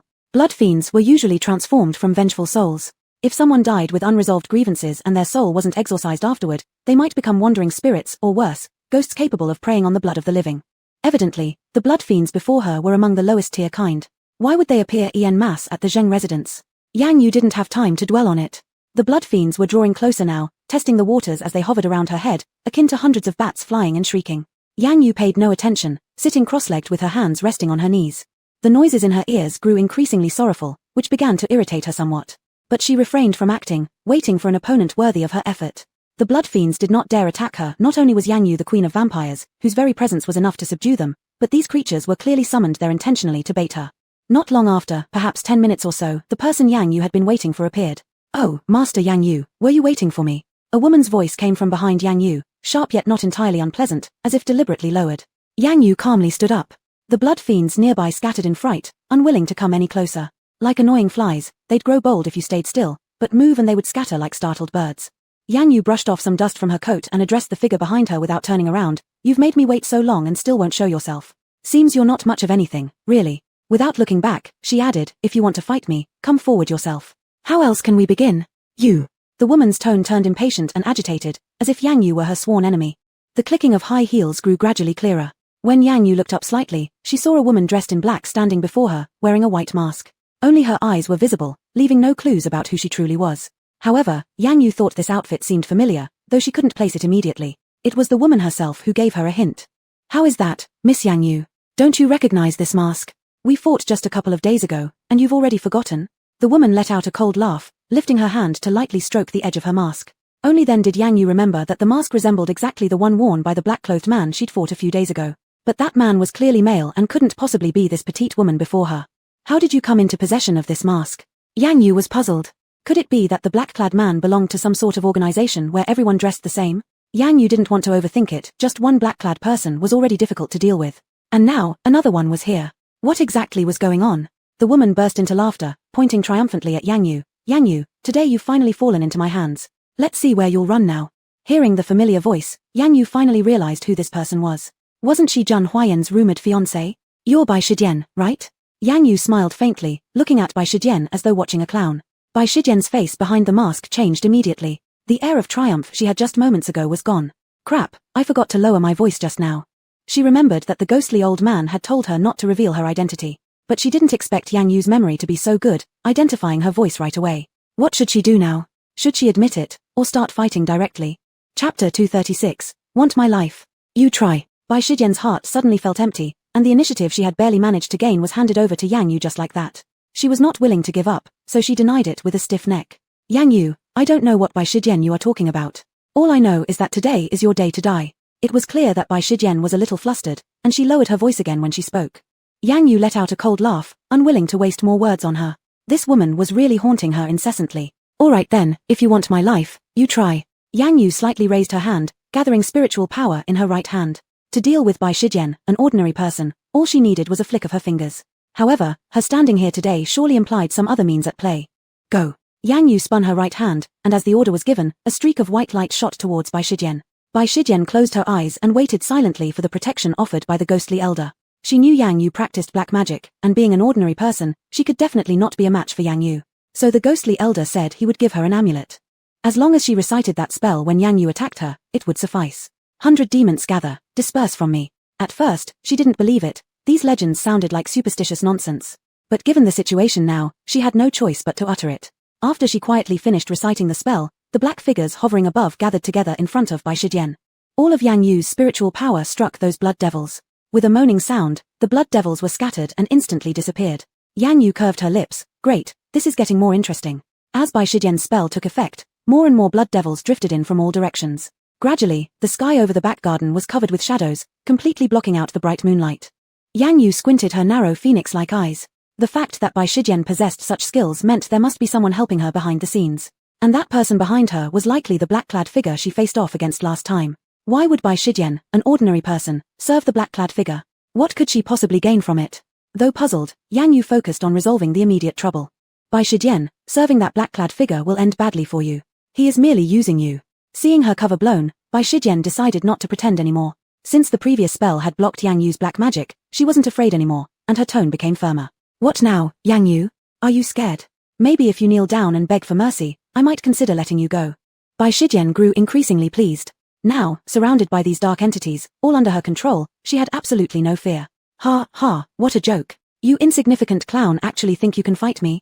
You're not even qualified. Bai Shijian's words seemed to Yang Yu like a huge joke, prompting a slight laughter from her. Seeing Yang Yu show no sign of fear, Bai Shijian grew a bit annoyed. At your death's door, you still struggle. Bai Shijian grew more bold as she chanted the spell, charge, kill her, ow. Following the order, all the blood devils rushed towards Yang Yu. In no time, Yang Yu was surrounded by the blood devils. Layer upon layer surrounded her, looking extremely terrifying. But the blood devils only dared to hover around Yang Yu, not daring to attack her. Disperse. Yang Yu clasped her hands together, gathering all her spiritual powers. Then, she extended her arms outward, and all the blood devils vanished without a trace. No remains left. Bai Shijian was stunned. What? Could so many shadowy figures have been dispersed by Yang Yu in one go? What should she do now? There's no way Yang Yu will spare her. 100 ghosts gather. Even as Bai Shijian continued chanting the spells, they no longer responded to her commands. Not a single one remained. All the blood devils around had been dealt with by Yang Yu. Yang Yu gave a slight smile, pinching her nape gently before walking composedly to stand in front of Bai Shijian. She raised her hand and patted Bai Shijian's face. Bai Shijian, I should thank you. By gathering all the blood devils here, you've saved me a lot of trouble. Yang Yu smiled, freely and carelessly. She shone so brilliantly that even the moonlight seemed to pale in comparison. Only then did Bai Shijian understand why Zheng Huayan was so devoted to Yang Yu. Indeed, Yang Yu was beautiful, so much so that Bai Shijian felt inadequate in comparison. But Bai Shijian was not someone who gives up easily. You think you've won? Yang Yu, you're too naive. Bai Shijian slapped Yang Yu's hand away angrily, clenching her teeth. A glimmer of determination flashed in her eyes. Die, Yang Yu. Bai Shijian pulled out a dagger from behind her and lunged directly at Yang Yu. Even though Yang Yu was prepared, the two were too close. Despite a quick spin, Yang Yu's arm was still slashed by Bai Shijian's dagger. Hiss. Yang Yu grabbed her bleeding arm and let out a low groan. Bai Shijian might not succeed with direct methods, but she resorted to underhanded tricks. This added to Yang Yu's growing disdain for her. You despicable person. Yang Yu kicked Bai Shijian with all her strength. Bai Shijian was kicked several meters away. Chapter 237, Are you injured? How could Bai Shijian be a match for Yang Yu? Lying on the ground, she coughed up a mouthful of fresh blood. You. And with that, Bai Shijian fainted. Yang Yu was also pushed backward several steps due to the momentum. The wound on her arm was quite deep, her hand covering it was soaked with blood. The bleeding wouldn't stop, and Yang Yu felt dizzy as she swayed unsteadily and walked inside. In the living room were Mr. Zheng, Mrs. Zhang, and Grandma Zheng. Seeing Yang Yu walk over, Grandma Zheng was the first to step forward. After exchanging a glance with Yang Yu, she said no more. Mr. Zheng wasn't heartless either. Without asking other questions first, he quickly called the servants. Call the family doctor quickly to treat Miss Yang Yu's wound. Yang Yu nodded. Lord Zheng, the evil spirit has been eliminated, my mission is complete. Mrs. Zheng now had absolute faith in Yang Yu's abilities. This young woman was both brave and wise, which made her admire her. Alright, Miss Yang Yu, I will pay you double the agreed upon reward. Mr. Zheng nodded at Yang Yu, gesturing for her to sit down first. Pale-faced, with lips devoid of any color, Yang Yu fainted before she could respond. By this time, Bai Shijian had already been taken away by Qiu Yi. When Qiu Yi found out that Bai Shijian had secretly sought help from Gui Laro, he started following her. Bai Shijian was too greedy for quick success. She wanted to get rid of Yang Yu quickly, but she underestimated her. Yang Yu was not as simple as Bai Shijian thought. If Yang Yu could have been easily eliminated, why would Gui Laro have personally tried twice and failed? Blinded by hatred, Bai Shijian was nothing more than a pawn to Gui Laro, used whenever necessary. This time, she even came voluntarily. How could Gui Laro refuse? Qiu Yi dared only to watch from the shadows. Although he liked Bai Shijian, he loved himself more. He wouldn't risk his life fighting for Bai Shijian against Yang Yu. Fortunately, since Yang Yu was injured, Bai Shijian's efforts weren't entirely wasted. Perhaps Gui Laro wouldn't punish her. Qiu Yi glanced at Bai Shijian in the passenger seat and pressed harder on the accelerator. The next day, Yang Yu felt as if she had just woken up from a long dream. In her dream, it seemed like she had raised a very obedient blood slave. The blood slave had a beautiful voice, an outstanding face, and occasionally got jealous when she became close to other men. The blood slave liked to act coquettish and enjoyed calling her a you.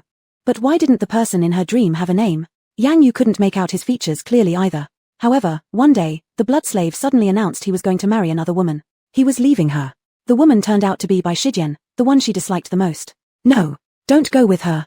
Yang Yu suddenly opened her eyes to find herself in a strange yet familiar place. Where was this? How did she end up lying here? She remembered being at the Zheng family home. She was injured, but she couldn't recall what happened afterward. Yang Yu tried to move her body and attempted to sit up. Something seemed to be pressing down on her legs, preventing her from moving. Stretching her neck, she saw a head of hair, someone sleeping on her legs. Sensing movement from the bed, Zheng Haiyan instinctively lifted his head. He met Yang Yu's incredulous gaze. Seeing Yang Yu awake, Zheng Haiyan's eyes, full of red bloodshot veins, instantly lit up with joy. You're awake. Are you still feeling dizzy? Does your wound still hurt? Zheng Haiyan skillfully reached out and touched Yang Yu's forehead. His cold palm touched her forehead, snapping her back to reality. Lifting her hand, she slapped Zheng Haiyan's away, warily eyeing the man before her. Don't touch me. Where am I? Zheng Haiyan bitterly withdrew his hand hanging in midair but resumed his usual composure as he asked, what's wrong? This is our house. Have you forgotten? Though Zheng Haiyan clearly knew Yang Yu no longer retained any wonderful memories of him. He refused to give up. If possible, he'd retell their story endlessly. Suspiciously looking at Zheng Haiyan, Yang Yu indicated disbelief. Why am I in your home? Zheng Haiyan rose and rubbed his slightly sore neck, maintaining a gentle smile towards Yang Yu. You fainted at the Zheng family's estate. Lord Zheng sent a doctor to examine your injuries and then had you brought here. At this point, Zheng Haiyan added that he should thank Lord Zheng. If it hadn't been for him, he wouldn't have known that Yu was injured or unconscious these past few days. These days, she must have suffered a great deal. Still, with Yang Yu now awake, he felt reassured. You think you can deceive me, Zheng Haiyan? I have no relation to you. Why would Lord Zheng let you take care of me? Although Yang Yu spoke these words, her eyes involuntarily focused on Zheng Haiyan's white, tempting neck. So tempting to bite. Yang Yu had been unconscious for a whole day, and now she felt an emptiness in her stomach, with not a shred of strength left in her body. Otherwise, she wouldn't have such inappropriate thoughts when Zheng Haiyan was right in front of her. But what she didn't know was that Zheng Haiyan could still sense her inner voice. Zheng Haiyan smiled as he drew closer to Yang Yu. The displeasure from earlier vanished completely. It seemed that Yu still needed me after all. Chapter 238, I am still Yu's blood slave. Even though she had lost her memory, Zheng Huayan was confident that he could make her fall in love with him again. Yu, would you like to? Zheng Huayan deliberately pulled his collar down a little, revealing the veins on his neck. Yang Yu swallowed her saliva. If she looked down further, she could see Zheng Huayan's alluring collarbone. Yang Yu suddenly felt an urge to leave her tooth mark on Zheng Huayan's collarbone. What should she do? Yang Yu must not be impulsive. After all, Zheng Huayan was her enemy. Chuckle. Zheng Huayan couldn't help but laugh upon hearing the quarrel between these two little voices in Yang Yu's mind. Are you laughing at me? Yang Yu felt deeply insulted. Did she reveal herself too obviously and get discovered by Zheng Huayan? It couldn't be. Yang Yu was not someone who would endure grievances. How could one possibly refuse such delicious food sent right to her mouth? Come here. Yang Yu quickly broke through her psychological barrier and took the initiative. She beckoned to Zheng Huayan.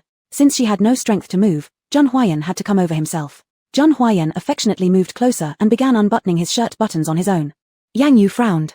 What are you doing taking off your clothes? I only want to suck your blood from your neck. Before Yang Yu could ask again, Zheng Huayan had already sealed her lips. He hooked her neck with one hand while unbuttoning the last button with the other. Before Yang Yu could push him away, Zheng Huayan had already placed her hand on his abs. He just wanted to show Yang Yu with his actions why he was unbuttoning his shirt. This kiss was hurried yet passionate, leaving Yang Yu feeling a bit dizzy. But surprisingly, she didn't dislike this kiss. Seeing that Yang Yu did not resist or refuse, Zheng Huayan secretly rejoiced. There was indeed still room for him in Yu's heart. How dare you? You're nothing more than a mere blood slave. Who allowed you to kiss me? Yang Yu didn't even know what she was saying. It was rare for her to be kissed by this young man, making her cheeks feel a bit hot. Zheng Huayan understood that Yang Yu was blushing out of shyness. He knew Yang Yu well, sharp tongue but soft heart. Although she seemed cold on the surface, she had been quite indulgent towards him. So does that mean you acknowledge me as your blood slave then? Zheng Huayan instantly latched onto the key words in Yang Yu's statement and started teasing her intentionally. It was only then that Yang Yu realized what she had said. To be my blood slave, you must belong entirely to me in body and soul, which you can't achieve. Yang Yu was very certain because the news of Zheng Huayan's engagement to Bai Shiran kept replaying in her mind. Zheng Huayan's smile vanished instantly, and his expression became unbearably pitiful. It seemed like he was about to turn into a baby seeking comfort any moment. Don't you trust me? Everything I have belongs to you. If you want my life, I'll give it to you anytime. Zheng Huayan's eyes were filled with determination, and his deep love for Yang Yu almost overflowed. Yang Yu instinctively turned her head aside, refusing to look at Zheng Huayan's gaze. This guy was like a little demon, mesmerizing her so much. Zheng Huayan was secretly pleased since Yang Yu had implicitly acknowledged him. But the next second Zheng Huayan couldn't help but laugh. Weren't you supposed to marry Bai Shiran? I don't like sharing my blood slave with others. Yang Yu's possessiveness was strong, whatever belonged to her was hers alone. Zhang Huayan grabbed Yang Yu's hand and placed it on his chest. The thumping sound of Zhang Huayan's heartbeat resonated under Yang Yu's palm. Zhang Huayan looked deeply into Yang Yu, hoping she would understand his sincerity and not misinterpret him. You, my heart beats only for you. When you're not around, I can't see anyone else. Do you understand that? Zhang Huayan spoke sincerely and simply. Yang Yu was an intelligent person. She clearly understood the situation with him. Remember what you said, Zhang Huayan. I despise being lied to the most. Zhang Huayan nodded repeatedly. Whatever Yu says goes. Yang Yu beckoned him with her finger, and Zhang Huayan obediently leaned over. Eat, Yu must be hungry. Zhang Huayan voluntarily brought his neck closer to Yang Yu's lips, and his seductive voice echoed in her ears. Yang Yu hesitated momentarily before biting down on Zhang Huayan's inviting neck. Familiar yet strange pain returned to Zhang Huayan once again. Sometimes, he thought he might be sick, becoming insensible, but only the pain brought by Yang Yu made him feel satisfied and truly alive. Satisfied with sucking, Yang Yu found Zhang Huayan's blood particularly delightful. She hadn't had such a pleasurable experience drinking blood for a long time. Had it not been for the blood supplements given to her by the spirit granny, she might not have defeated Bai Shiran. Zhang Huayan quietly embraced Yang Yu, listening to her inner voice. He felt like his whole world had returned. But at this moment, Yu was actually thinking about all sorts of random things. Who was Granny Ling? Well, she must be a woman. Wait, Bai Shiran? The one who hurt Yu was Bai Shiran. Zhang Huayan quietly clenched his fists, his black eyes filled with menace. Those who dare to bully Yu must die. Bai Shiran. It seemed that Zhang Huayan had given her too many chances, allowing her to live too comfortably. It was time to give her a taste of her own medicine. Chapter 239. Is Yu dissatisfied that I've become thin? Yang Yu felt Zhang Huayan's body suddenly stiffen, and she thought that she had hurt him, so she instinctively slowed down her movements. Unbeknownst to her, Zhang Huayan had noticed her small actions, and the smile at the corner of his mouth never faded. Huayan. The two were immersed in a subtle and ambiguous atmosphere when the door to the room suddenly opened. Li Fengyuan looked at the scene in front of him and realized he shouldn't have been there. Why didn't he knock on the door? Why? I came to the wrong place. Li Fengyuan quickly turned around and left, closing the door behind him. Zhang Huayan was speechless. Li Fengyuan was still ruining his good moments as always. Yang Yu was also nearly done eating. She looked up at Zhang Huayan's somewhat pale face and instinctively pinched it. You don't have an ounce of meat on you. Are you not eating? Zhang Huayan faintly smiled and naturally wiped the blood off Yang Yu's lips with his hand. Is Yu dissatisfied that I've become thin? Zhang Huayan's face consistently held a smile, indicating that he was genuinely happy, happier than he'd been for a long time. Yang Yu shook her head. She just instinctively felt that Zhang Huayan had become thinner, but no matter how hard she tried, she couldn't recall the old Zhang Huayan. Seeing her beautiful brows slightly furrowed, Zhang Huayan raised his hand to gently smooth them. It doesn't matter, Yu. If you can't remember the past, it doesn't matter as long as you are by my side, then we will be just like before. Yang Yu was a bit tired. She didn't want to think about those messy things anymore, she only wanted to take a good nap. You go deal with the wound on your neck. I'll sleep a bit more. After being full and well fed, Yang Yu was like a docile little kitten. Zhang Huayan couldn't help but want to touch her. Alright, Yu, you rest well. Call me if you need anything. I'll be outside. Zhang Huayan lifted his hand to properly cover Yang Yu with the blanket, and then he quietly exited the room. Sure enough, Li Fengyuan hadn't left. He was still leaning against the wall outside, smoking. Seeing Zhang Huayan approach, he casually extinguished his cigarette and looked at Zhang Huayan with a smile. Let's talk business. Zhang Huayan was defeated by his mischievous smile and sighed, hitting him lightly. This time, Li Fengyuan noticed the blood still flowing from his neck. Go treat the wound first. This matter isn't urgent. Zhang Huayan nodded. Go wait for me in the study. Shongmo skillfully fetched the first aid kit and helped Zhang Huayan tend to his wound. Master, did Lady Yang Yu recall anything this time? Shongmo also knew that Lady Yang Yu forgot their master because her memories were stolen by Yang Shi. The hateful Yang Shi had made Zhang Huayan disheartened every day. Fortunately, Lady Yang Yu still cherished their master. Truly, lovers who are destined to be together will end up united. Zhang Huayan faintly shook his head. Yu still hasn't remembered. But at least she has started to accept me now. This is a good start. Zhang Huayan felt that as long as Yang Yu was by his side, he would find motivation to do anything. Seeing Zhang Huayan's current state, Shongmo was almost moved to tears. The master had finally returned to normal. In the study, Li Fengyuan was still flipping through books on Zhang Huayan's bookshelf. Zhang Huayan's study had an entire wall filled with books, the shelves neatly categorized and well organized. No one knows what Li Fengyuan is looking for, yet he's working hard to find it. What are you looking for? As Zhang Huayan spoke, he tore open the chocolate packaging, carefully breaking off a piece and placing it in his mouth. Li Fengyuan waved his hand dismissively, just looking casually. He unceremoniously sat down on Zhang Huayan's office chair, crossed his legs, and changed the subject. When did you start eating chocolate? Weren't you the one who hated sweets the most? Zhang Huayan looked at the chocolate and smiled. Yu said eating more chocolate is good and can replenish energy. Li Fengyuan looked at his appearance and immediately realized questioning him was unnecessary. Since Yang Yu showed up, Zheng Huayan seemed transformed, completely replacing the former irritable and easily angered Zheng Huayan. This outcome was best. By the way, wasn't there something you wanted from me? What is it? Zheng Huayan sat on the nearby sofa, his eyes still fixed on the chocolate in his hand. Li Fengyuan was exasperated. The person I investigated for harming Yang Yu has been found. Can you guess who it is? Li Fengyuan thought Zheng Huayan definitely wouldn't be able to guess. This idea hadn't solidified when Zheng Huayan already answered. It's by Zidi. Li Fengyuan was astonished. Whoa, how did you guess that? That's impressive, really impressive. Zheng Huayan didn't respond to his joke and instead spoke with a voice as cold as frost. By Zidi, it's time to teach her a lesson. Hand this over to you. Li Fengyuan felt embarrassed. No way, Zheng Huayan, you want me to harm a woman? You know me, I, Li Fengyuan, never hit women. Zheng Huayan knew he would say this and his eyes gleamed. If not hitting women, how about undergoing calamity in the desert for a year? That seems more like your style. Even the term undergoing calamity was brought up. Li Fengyuan's pupils contracted immediately as he made an okay gesture. Understood. This matter is entrusted to me, you just focus on being with your sister-in-law. All this time, thank you for your efforts, Fengyuan. Zheng Huayan stood up and patted Li Fengyuan's shoulder. Chapter 240, Sister disappeared. Li Fengyuan frowned. Zheng Huayan, don't do this to me. I'm scared. Between you and me as brothers, why say these things? Zheng Huayan nodded with a faint smile. In the Yang family private residence, Gong Shiyu watched Yang Shi smashing things in the room, too afraid to speak. When Yang Shi returned home, he could not find Yang Yu. Seeing that Gong Shiyu was awake, he had no hint of joy at all. Brother Yang Shi, what's wrong with you? Gong Shiyu had never seen Yang Shi like this before. She thought it might be her fault that made Yang Shi unhappy. Yang Shi looked at Gong Shiyu standing in front of him and uncontrollably shouted at her. Sister is missing, and you're just standing there as if nothing happened. I think she wasted her time caring for you. Yang Shi spoke harshly, which frightened little Gong Shiyu so much that she cried immediately. The girl's crying made Yang Shi even more irritable. Well, why are you crying? I didn't hurt you. Yang Shi didn't realize how terrifying his expression had been earlier. He assumed that Gong Shiyu was crying out of guilt. Gong Shiyu sniffled and wiped her tears. Brother Yang Shi, you're so mean. You scared me. Yang Shi massaged his temples, paused for a moment, then calmed down. Sorry, Gong Shiyu.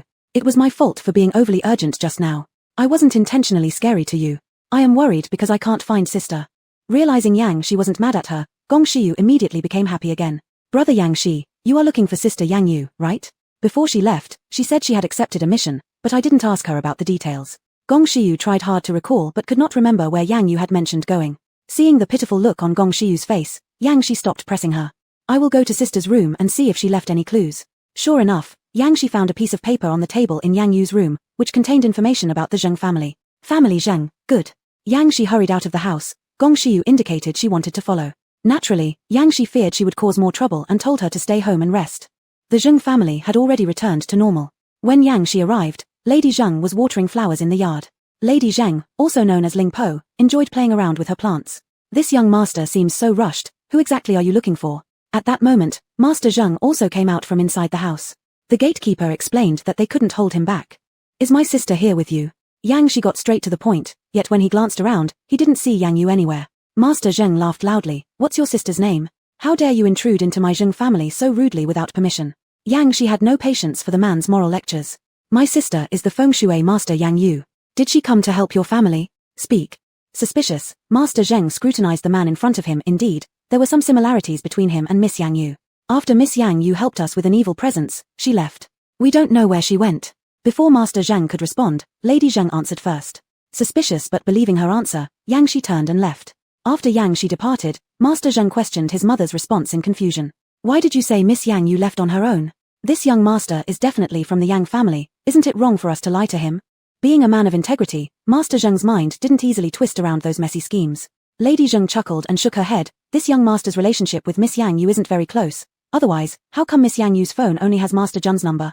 Her eloquent reasoning confused her son. Mother is correct. Yang Shi truly regretted neglecting his sister recently. If he hadn't, perhaps she wouldn't have left. Where on earth could she possibly go? At this very moment, Yang Yu was sleeping soundly. Just after eating well and having her fill, she took a good nap, and upon waking up, she felt especially refreshed. Even her injured arm didn't hurt as much. A knock on the door reminded Yang Yu that she was currently at Zheng Huayan's house. Come in. A servant entered carrying meals, which looked delicate and delicious. The sight alone was appetizing. But who was Yang Yu? The queen of blood, she drank sweet blood alone. These foods tasted like wax in her mouth. You may take it away. I'm not eating this. Yang Yu waved her hand, and the servant quickly exited with the dishes. Yang Yu wondered why Zhun Huayan hadn't come to see her yet. Could he be busy? But he seemed quite leisurely in the morning. As she was thinking, Zhun Huayan appeared once more, bringing her thoughts toward him. "Yu, I've been busy with some company matters and didn't come back to care for you in time. Sorry." Zhun Huayan seemed to transform into a well-behaved dog, more like a large one, whenever he returned to Yang Yu's side. "Everything's fine, go ahead and busy yourself." Yang Yu casually rubbed her eyes. What a comfortable nap that was. She didn't know why, but as long as Zhun Huayan was around, she would sleep soundly and feel secure.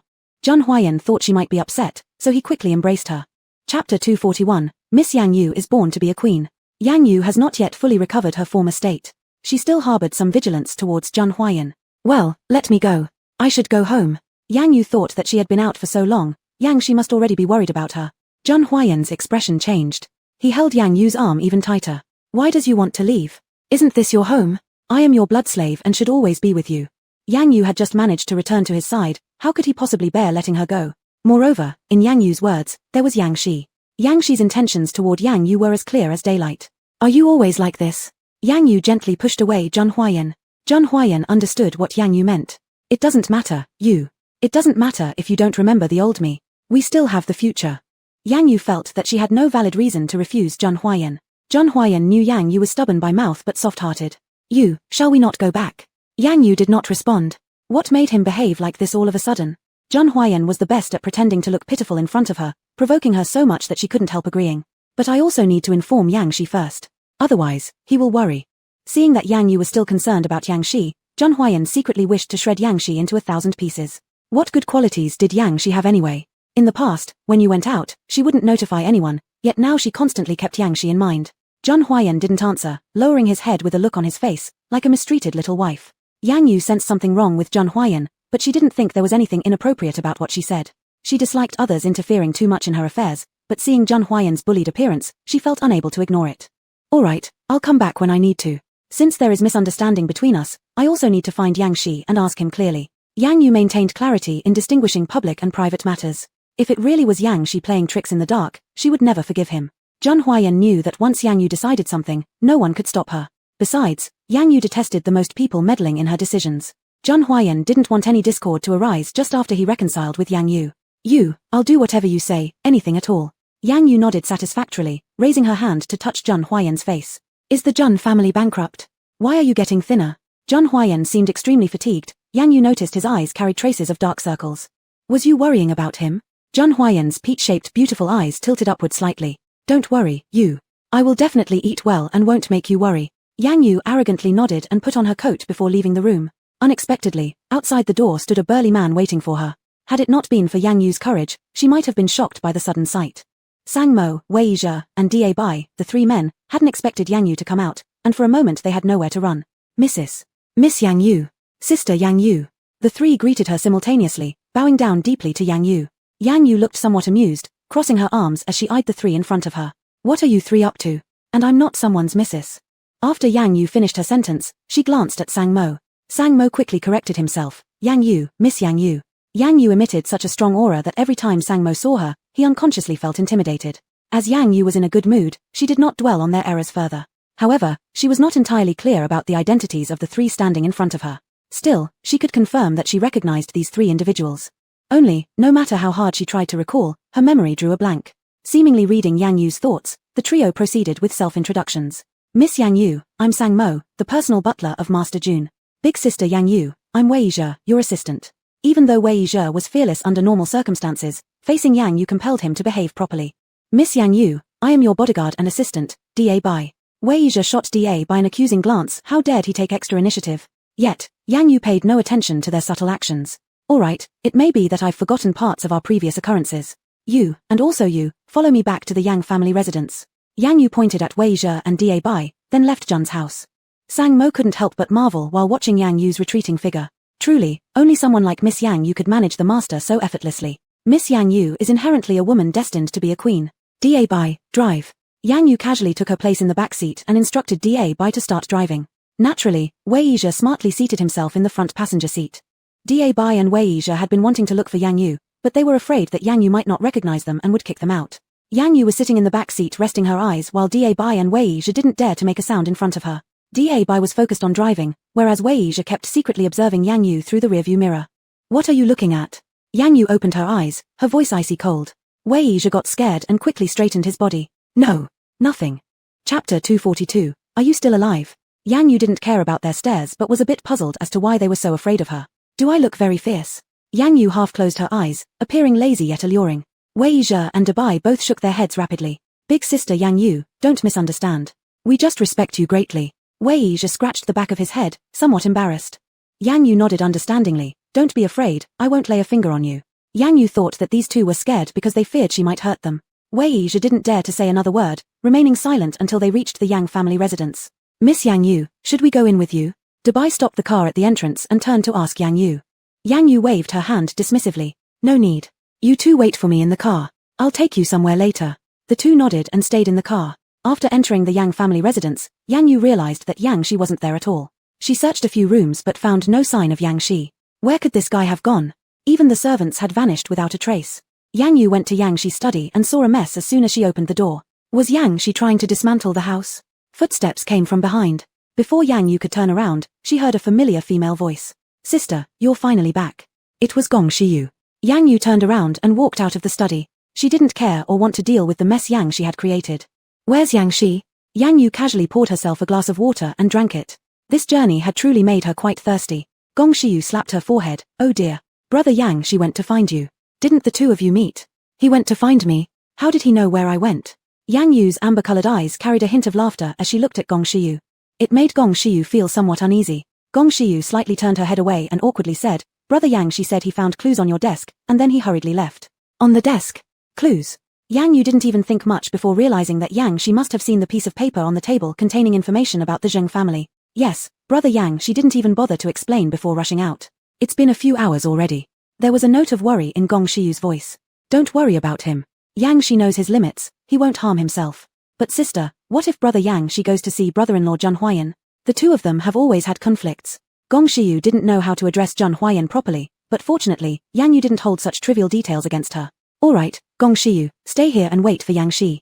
If he comes back, tell him I'm temporarily staying with Zheng Huayan, so he doesn't need to look for me anymore. After leaving this message, Yang Yu prepared to leave. Seeing something amiss, Gong Shiyu quickly realized big sister Yang Yu was leaving. If she left, what would happen to her? After all, the one who had always supported her was Yang Yu. If Yang Yu left, she'd essentially become dependent on others. Sister, don't go. What will I do if you leave? Is it because you think I'm useless, and you're going to abandon me? Gong Shiyu grabbed Yang Yu's arm tightly, preventing her from leaving.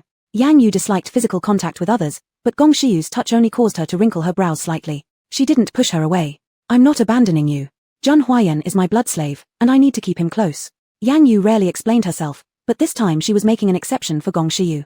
Gong Shiyu's pale face twisted in grievance, looking pitifully wretched. But if you leave, Brother Yang Shi will definitely get angry. You can't imagine how terrifying he gets when he's mad. If he finds out you've come back and I didn't stop you, I'll surely be in trouble. Gong Shiyu was frightened by the memory of Yang Shi throwing things during a temper tantrum.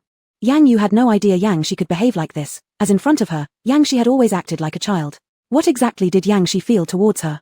In that case, come with me, so he won't give you a hard time when he returns. Yang Yu removed Gong Shiyu's hand from her arm and walked out. Gong Shiyu didn't have time to think, and had no choice but to follow. Wei Zhe and Bai had waited in the car for a while without seeing Yang Yu come out. Both got out of the car and looked around near the entrance, fearing Yang Shi might trouble Yang Yu. They saw Yang Yu calmly walk out from inside, with a frail little girl following behind her. Upon closer inspection, wasn't that Gong Shiyu? Since the battle with the black-clad men that day, neither Wei Zhe nor Bai had seen Gong Shiyu again. Wei Zhe and Bai had assumed Gong Shiyu was dead. Gong Shiyu, are you still alive? The two of them immediately returned to their usual back-and-forth banter, enthusiastically startling Gong Shiyu. She was supposed to be dead. Before the two could finish speaking, Yang Yu coldly delivered the final blow. Gong Shiyu stood behind, forcing a foolish smile. Thank you, big brother, for your concern. I'm fine. Chapter 243, Zheng Laofu's Identity. You don't know how much we've been worried about you. Wei Zhe patted Gong Shiyu's shoulder, causing her frail shoulders to shake slightly. Gong Shiyu gave a dry laugh and nodded. This person has quite some strength. Yang Yu, seeing the two of them chatting aimlessly, directly got into the driver's seat. Get in the car. When Wei Zhe, Gong Shiyu, and Bai heard Yang Yu speaking, they quickly got in without another word. Gong Shiyu naturally sat in the front passenger seat, fastening her seatbelt obediently. Miss Yang Yu, shall I drive? Where do you need to go? I can just take you there. Bai had never ridden in Yang Yu's car. He was worried what if Yang Yu knew everything except driving? Wei Yizhi gave him a glance, implying that he should just sit well and not talk so much. Yang Yu didn't reply either, she simply drove with skills, leaving Dubai speechless. Yang Yu's driving speed was fast, and all three of them clutched onto anything around them for support as they felt uneasy. Especially Gong Shiyu sitting up front, she was on tenterhooks, yet none of the three dared to speak up and ask Yang Yu to slow down. Yang Yu was fully concentrated on driving, she enjoyed this sensation of racing against the wind. The car emitted a fierce braking sound at the gate of Zheng's residence. All three in the car were shaken quite badly. "We're here, get out of the car." Yang Yu calmly stepped out of the car and slammed the door behind her. Gong Shiyu pressed her stomach and hurriedly stepped out of the vehicle. She felt like she was going to vomit, but as a zombie, she shouldn't be such a drama queen. However, when she turned around to find those two, she saw Wei Yizhi and Dubai leaning against a pine tree near the door and throwing up. Gong Shiyu immediately felt like her condition wasn't bad at all. Yang Yu helplessly smirked and walked straight into the Zheng household. Seeing Yang Yu enter, Dubai and Wei Yizhi quickly held their stomachs and followed after. Zheng's house servants naturally recognized Yang Yu. She was the great master who had helped remove the evil spirit from their family. "Miss Yang Yu, our old lady knows you're coming, so she prepared pastries and afternoon tea waiting for you." "Thank you." Yang Yu effortlessly found Zheng's old lady. The old lady was exercising while playing soothing music. As to what kind of exercise it was, neither Yang Yu nor the three people behind her could tell. Seeing Yang Yu arrive, the old lady didn't rush to entertain but continued doing her own thing. Yang Yu didn't seem anxious either and took a seat by herself on a nearby chair. Wearing white loose silk robes, hair graying, Zheng's old lady looked rather ethereal in her current appearance, which contrasted greatly from the figure holding a cane that Yang Yu had seen before. Could it be that Ling Po only pretended to use the cane and was actually agile? Yang Yu thought it was becoming increasingly intriguing. Perhaps Ling Po did it to cover her true capabilities. To be light-footed at her age might cause suspicions. After finishing a set of exercises, Zheng's old lady poured herself a cup of tea and placed it aside, then scanned over the other three beside Yang Yu with her eyes. These people looked relatively trustworthy in their appearances, one of whom was a vampire. Ling Po had sharp eyes, she could spot right away that Wei Yizhi was a vampire. "Miss Yang Yu, have some tea." Zheng's old lady pushed a cup of tea towards Yang Yu. "Old lady Zheng truly values health preservation. I've heard you are almost 100 years old, yet you still appear radiant." "It's obviously true," Wei Yizhi said sincerely. The old lady waved her hand. "I'm old, very old. Many times, I still feel unable to accomplish tasks." Yang Yu smiled and picked up the tea, taking a sip. Tea aroma wafted, the taste was perfect, neither too strong nor too weak. Even someone like Yang Yu who doesn't like tea, found this tea particularly flavorful. Dubai watched intently, finally realizing something and asked, "What kind of exercise was that you did earlier, Madame Zheng?" Madame Zheng chuckled heartily. "That's not really a martial art form, it is more akin to Tai Chi called Ba Duan Jin, 8 pieces of brocade, strengthening physical health. Youngsters like you probably won't fancy it." But Dubai showed genuine interest. "Madame Zheng, could you teach me this Ba Duan Jin later? I think it sounds interesting." "Of course." The old madam liked conversing with young people, making her feel youthful herself. "All right, you three go out first. I have matters to discuss privately with old lady Zheng." Yang Yu glanced at the three beside her. They understood instantly and promptly left. Dubai was even considerate enough to close the door. "The elder greets your majesty, the queen." Once the three had left, Ling Po bowed respectfully to Yang Yu. "Grandmother Ling, please refrain from unnecessary formalities." "Did the queen go to the Jun family?" Ling Po sat to the side and retrieved her cane once more. Yang Yu, upon seeing this, smiled without a word. "That day when I fainted, was it you who asked Jun Huayan to come and get me?" Though Yang Yu had questions, there was no dissatisfaction in her tone. Ling Po took note of this. "I saw that Her Majesty the Queen was weak and would surely need a blood replenishment. Jun Huayan is the best choice for that, besides, his unwavering loyalty to you means being a blood slave could be a good thing." Chapter 244, AU, Welcome Home. How did you know Jun Huayan would make an excellent blood slave? Yang Yu remembered that she had never said such a thing. Naturally, Lingbo knew what Yang Yu was suspicious about. The Blood Queen trusted no one but herself and seldom relied on others easily.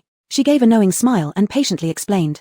"I have lived in this place for several years now, constantly searching for people with pure and sweet blood, but such requirements in this world have become a luxury." Lingbo took a sip of tea and continued, "Human hearts are unpredictable, ugly people abound, most ending up with vile consequences. Such people's blood is also impure. But Jun Huayan is different." Yang Yu didn't expect Lingbo to give such high praise to Jun Huayan, though he was indeed different in her heart. Where is he different? He's just an ordinary human, and a sickly one at that. Yang Yu was stubborn and refused to admit his importance to her. But when Lingbo praised Jun Huayan so much, she was secretly pleased.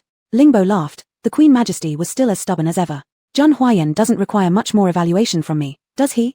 Queen Majesty knows him best." Yang Yu felt somewhat dazed. Am I the person who understands him the most? That's impossible. Only a few days ago, she regarded Jun Huayan as her enemy. Now, how could she become the one who understood him the most? It was inconceivable. Lingbo smiled while shaking her head. "Queen Majesty, you must confront your own feelings." Confront her own feelings. Yang Yu silently kept it in mind, Perhaps it was time for her to seriously reflect. By the way, Lingbo, do you know where that spell came from that Bai Shidan recited on that day? Yang Yu firmly believed Bai Shidan couldn't have just randomly chanted it. Certainly, someone must have instructed her. Lingbo was observing from nearby that day, unable to act since Bai Shidan wouldn't be enough to harm the Queen Majesty, but she hadn't expected her to be so despicable as to use a dagger. However, gathering all the blood demons within miles wasn't something easily achieved. Only they, the Blood Clan members, and especially the high-ranking ones, could accomplish such a feat. Lingbo recalled that ancient secret methods mentioned that Blood Clansmen could arbitrarily summon blood demons, yet spells related to that were forbidden teachings. Now, Blood Clan people were already few in number, indicating this person was likely among the survivors. After much thought, Lingbo decided to inform Yang Yu. It's highly possible that it was a Blood Clan member, and one who has secretly practiced forbidden techniques. Forbidden techniques? Yang Yu frowned. Forbidden techniques refer to magical arts banned from being cultivated by the Blood Clan. Practicing them would lead to a loss of mental control, harming oneself at least, or even harming others in severe cases. Yang Yu recalled often hearing her father reprimanding those Blood Clan members secretly practicing these forbidden techniques when she was younger. Later, the forbidden technique manual was destroyed, yet now why were there still people secretly learning forbidden techniques? That indicates the person behind Bai Shidan is a Blood Clan member who has mastered forbidden techniques. Yang Yu understood immediately. That evil art was quite powerful, and Bai Shidan had merely learned a fraction of it, surely taught by that black-clothed person. The black-clothed individual behind Bai Shidan is likely the same one I encountered twice before. The second time I met him, he had an arm injury which looked peculiar. Yang Yu recalled battling with the black-clothed man that day. His combat strength was weak, clearly due to his injury. However, his cautious nature made Yang Yu confident that no one other than her could have harmed him. Lingbo slapped the table, a bit excitedly. It must be an injury incurred while cultivating dark magic. Although this type of magic enhances one's spiritual powers, it has many drawbacks, damaging the body, mildly affecting muscles and tissues, and severely damaging internal organs. Alright, I understand. This person probably can't reveal themselves, hence they sent Bai Shidan. Yang Yu rose, preparing to leave. Is the Queen Majesty leaving? Lingbo also stood up, glancing at the tea on the table. It seemed the Queen Majesty didn't favor tea. She rarely met anyone who didn't love the tea she brewed, but Yang Yu only took a tiny sip. There are other matters to attend to, I'll visit another time, Lingbo. Yang Yu turned and left the room. Lingbo didn't step out to see her off. She feared saying too much might cause Master Zheng to speculate, given his naturally suspicious nature. Upon seeing Yang Yu come out on her own, the three quickly caught up. Dabai looked back. Lady Zheng had promised to teach him the 8 brocades, hadn't she? We will meet next time. Yang Yu glanced at Dabai, hinting for him to drive. Miss Yang Yu, where should we go next? Dabai already sat in the driver's seat voluntarily. Back to Jun's house. All right. Weijia and Dabai exchanged smiles. Miss Yang Yu had agreed to stay at Mr. Jun's home. As soon as the car stopped in front of Jun Huayan's house, Yang Yu had not even stepped out when someone opened the car door for her. Yang Yu looked up and met Jun Huayan's deeply affectionate eyes. Jun Huayan smiled warmly, raising a hand to steady the car door while using the other hand to take Yang Yu's hand. Ayu, welcome home. Chapter 245, You Are My Whole World. In that moment, Yang Yu felt a bit nostalgic. She thought that this way was actually pretty good. How did you end up here? Yang Yu looked up, meeting Jun Huayan's deeply affectionate gaze, and asked lightly. Jun Huayan was always like this, he never concealed his love. Of course I was waiting for you to come back. And just like that, Jun Huayan held Yang Yu's hand as they walked inside. Suddenly, Yang Yu started laughing, as if she'd heard an amusing joke. Yu, what are you laughing at? Jun Huayan thought Yang Yu was mocking him and his cheeks turned red with embarrassment. Nothing. Jun Huayan, were you really waiting for me? Yang Yu teased him with a slight tug of her finger. Without hesitation, Jun Huayan replied, certainly. Yang Yu pressed her lips together in a small smile, seemingly delighted on the inside. Jun Huayan, I'm hungry. Yang Yu pulled Jun Huayan into the room, shutting and locking the door behind them. From now on, no one would interrupt them again. Yu, what do you plan to do? Knowing fully well yet asking anyway, Jun Huayan pretended to take a few steps back, half resisting and half submitting against the wall. Yang Yu arched her lips slightly, pulling his collar toward her and whispering close to his ear. The atmosphere grew intimate and sweet scent filled the air. Do you think I'd be unclear about what I want to do? Yang Yu murmured in Jun Huayan's ear, causing shivers all over his body, almost weakening his knees. Yu is playing with fire. Jun Huayan raised his hand, stroking Yang Yu's flawless face, his eyes and heart full of nothing but her.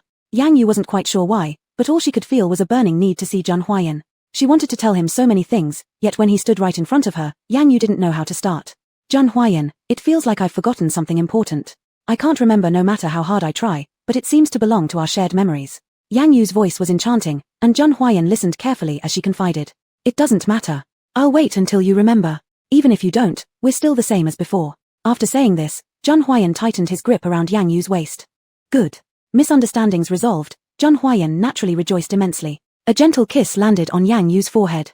Yu, Thank you for giving me another chance. Not wanting to hear such words, Yang Yu tiptoed and kissed Zhang Huayan's slightly cold lips. Surprisingly taken aback, Zhang Huayan then gripped Yang Yu's head, taking control of the kiss. His was dominant and assertive, making Yang Yu feel as if her whole body had been set on fire. When did Zhang Huayan become so skilled? Yang Yu refused to concede easily, trying to reclaim dominance, but alas, Zhang Huayan made her legs turn weak, leaving her unable to fight back. Let him have his way then. Zhang Huayan. Yang Yu called him in a dazed tone. Lowering his gaze, Zhang Huayan's eyes were practically glued to Yang Yu. What's wrong, are you? Do you feel unwell somewhere? Anxious, he hugged Yang Yu and inspected her from every angle, seeing no obvious issue. Yang Yu nibbled her lips, looking at Zhang Huayan's neck briefly. Understanding her intentions, Zhang Huayan relaxed with a light laugh. You scared me there. I thought your wound hurt. If you want to drink blood, just say so. Saying this, Zhang Huayan loosened his collar, exposing his enticing neck to Yang Yu. Without any hesitation, Yang Yu bit down. Zhang Huayan flinched in pain, gripping Yang Yu's neck but said nothing. Yang Yu was too hungry to care if her actions frightened Zhang Huayan, all she knew was that she was famished. Standing was too tiring, so Yang Yu led Zhang Huayan to the bed.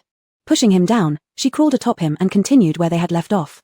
Seeing Yang Yu needing him so desperately, Zhang Huayan was overjoyed inside. You, no rush. Everything is yours. Touching Yang Yu's smooth black hair, Zhang Huayan felt as if the entire world was wrapped in his embrace. Meanwhile, Yang Shi was practically losing his mind with worry. He searched frantically for Yang Yu, but no matter where he looked, he couldn't find her. He didn't want to go to the Jun's house. He believed Yang Yu, who had lost her memory, wouldn't seek out Zhang Huayan willingly. He preferred to delude himself rather than accept otherwise. But now he had no other choice. If Yang Yu was gone, everything else would lose its meaning. After much deliberation, Yang Shi decided to visit the Jun's house. Just in case Zhang Huayan used tricks to keep his sister there, failing to retrieve her would be disastrous. Summon Zhang Huayan. Yang Shi shouted at the guards standing by the gate. They recognized him. Zhun Young Master had specifically instructed that this person was not allowed to enter the Jun's estate. Sorry, sir, our young master isn't seeing visitors today. Please leave. The guard blocked Yang Shi firmly, though his tone remained polite. Yang Shi was clearly furious, and with such a guilty demeanor, there must be something fishy. Zhang Huayan, you come out right now. Did you hide my sister from me? You despicable man. The more Yang Shi cursed, the more excited he got, so he started making a fuss right at the entrance. Gong Shiyu was practicing self-defense techniques with Bai in the courtyard when she heard a familiar voice from outside. Could it be brother Yang Shi? Chapter 246, Yang Shi goes berserk. Gong Shiyu was very sensitive to Yang Shi's voice. She didn't need to listen carefully to know it was him. How did Yang Shi come? Bai was very alert and quickly stopped what he was doing, preparing to go and inform Zhun Huiyan and Yang Shi. Wei Yizhi stopped him. Yang Yu and Zhun Huiyan had finally managed a moment of intimacy, and they couldn't let Yang Shi disrupt it. Gong Shiyu, you're familiar with Yang Shi. Go see what he wants. Wei Yizhi turned his gaze toward Gong Shiyu. After all, she's a girl, and Yang Shi wouldn't dare to make things difficult for her. Wei Yizhi thought if he went instead, it would surely lead to conflict with Yang Shi. I don't dare. Gong Shiyu did her neck and took a few steps back. She had seen Yang Shi in a temper before, and going to him now would definitely mean walking into the firing line. Wei Yizhi sighed. You said Sister Yang Yu is usually so good to you. If you go check on him, what could possibly happen? He won't eat you. Wei Yizhi hadn't expected that Gong Shiyu would be this timid, so he decided to try provoking her. If she still refused, then he'd have to go himself. Although Gong Shiyu had a small heart, she was absolutely not ungrateful. Wei Yizhi's provocation worked perfectly. I'll go then. Gong Shiyu pouted and walked towards the door with an expression that looked as though life had lost all meaning. Bai seeing this hit Wei Yizhi's shoulder. Why are you making the little girl go when you can clearly see she doesn't want to? Wei Yizhi fired back at Bai. Do you understand anything? It's obvious that Gong Shiyu has feelings for Yang Shi. It's better to make her realize who Yang Shi really is sooner rather than later than leave her in the dark. With a smug grin, Wei Yizhi made a ghost face at Bai, then quickly followed after Gong Shiyu. How could he really let Gong Shiyu face Yang Shi alone? If Yang Shi lost control and hurt Gong Shiyu, how would that turn out? So Wei Yizhi decided to hide in the shadows first and wait for the right moment. If Gong Shiyu could successfully dissuade Yang Shi, that would be a great thing. If not, he could always step in later. Gong Shiyu slowly walked to the door. Yang Shi was arguing with the security guard. The normally calm Yang Shi had already beaten the security guard until blood came out. This security guard was also very responsible, and even though Yang Shi attacked, he stubbornly held his ground, preventing Yang Shi from entering. Seeing that Yang Shi intended to attack again, Gong Shiyu quickly stepped forward to stop him. Brother Yang Shi, stop fighting. Yang Shi paused at the sound of her voice, lowering his hand and looking at Gong Shiyu. His eyes were not friendly, and it was clear he was still filled with anger. Gong Shiyu, why are you here? Yang Shi knew Yang Yu was here. It seemed his guess was correct. Gong Shiyu must have told Yang Yu the truth. Once Yang Yu knew the truth, she started hating him. A series of guesses flashed through Yang Shi's mind. Suddenly, he found it hard to trust anyone anymore. Even Gong Shiyu in front of him became unbearable. Brother Yang Shi, don't lose your temper. Let's talk about whatever is bothering us calmly. Gong Xiu stepped forward, pulling Yang Shi's hand down, but then she nervously stepped back a few paces, maintaining a safe distance from him. Seeing this, Yang Shi approached Gong Xiu with a cold laugh. What? Are you afraid of me? Gong Xiu retreated further, waving her small hands frantically. No, no. Brother Yang Shi, please don't overthink it. I just worry you might hurt yourself if you're angry. Gong Xiu felt Yang Shi's fury growing stronger. The air around them was thick with Yang Shi's anger. Yang Shi grabbed Gong Xiu by the neck. I hate liars most. Gong Xiu, you'd better tell me honestly whether my sister is inside or not. Gong Xiu's eyes widened in fear. The brother Yang Shi she once liked was no longer the cold outside warm inside person she admired. He had completely fallen into darkness. Brother Yang Shi, please calm down. Cough. I will not lie to you. Although Gong Xiu didn't fear being physically hurt, she was already a soulless corpse anyway. It wasn't what she wanted since she didn't wish for Yang Shi to be the one harming her. She liked Yang Shi, the man who stood up for her when she was in danger. But deep down, all this was probably just her own fantasy. Gong Xiu, I don't want to hurt you, but don't push me. Yang Shi's eyes were crimson red, terrifying and almost like someone possessed. Wei Yizhe, watching secretly nearby, could not hold back any longer. For Yang Shi to bully a girl, how could he call himself a man? But before he could act, someone else beat him to the rescue. Let go. Yang Shi felt a gust of wind next to him, and then he was suddenly kicked to the ground by the person who appeared. Everything happened too fast. Before Gong Xiu could react, she was suddenly spun around and her wrist was grabbed by a man who pulled her behind him protectively. Are you okay? Lik Fengyuan turned back and kindly asked Gong Xiu. Gong Xiu seemed lost in thought. This man is so handsome, and he appeared just in time, otherwise, she might have been strangled to death by brother Yang Shi. I'm fine, thank you. Gong Xiu's face turned slightly red under his gaze, and she began to stutter. Lik Fengyuan nodded, then let go of Gong Xiu's hand. Then you should head back. There's no need to worry here as long as I'm around. Chapter 247, Gong Xiu's Secret Affection. Gong Xiu glanced worriedly at Yang Shi lying on the ground and then looked at Li Fengyuan. This martial hero seemed skilled, so there wasn't much to worry about. She quickly nodded and hurried inside like she was escaping. Meanwhile, Wei Yizhe watched Li Fengyuan's prowess and felt inferior. Luckily, he hadn't intervened just now, otherwise, he would be lying on the ground right now.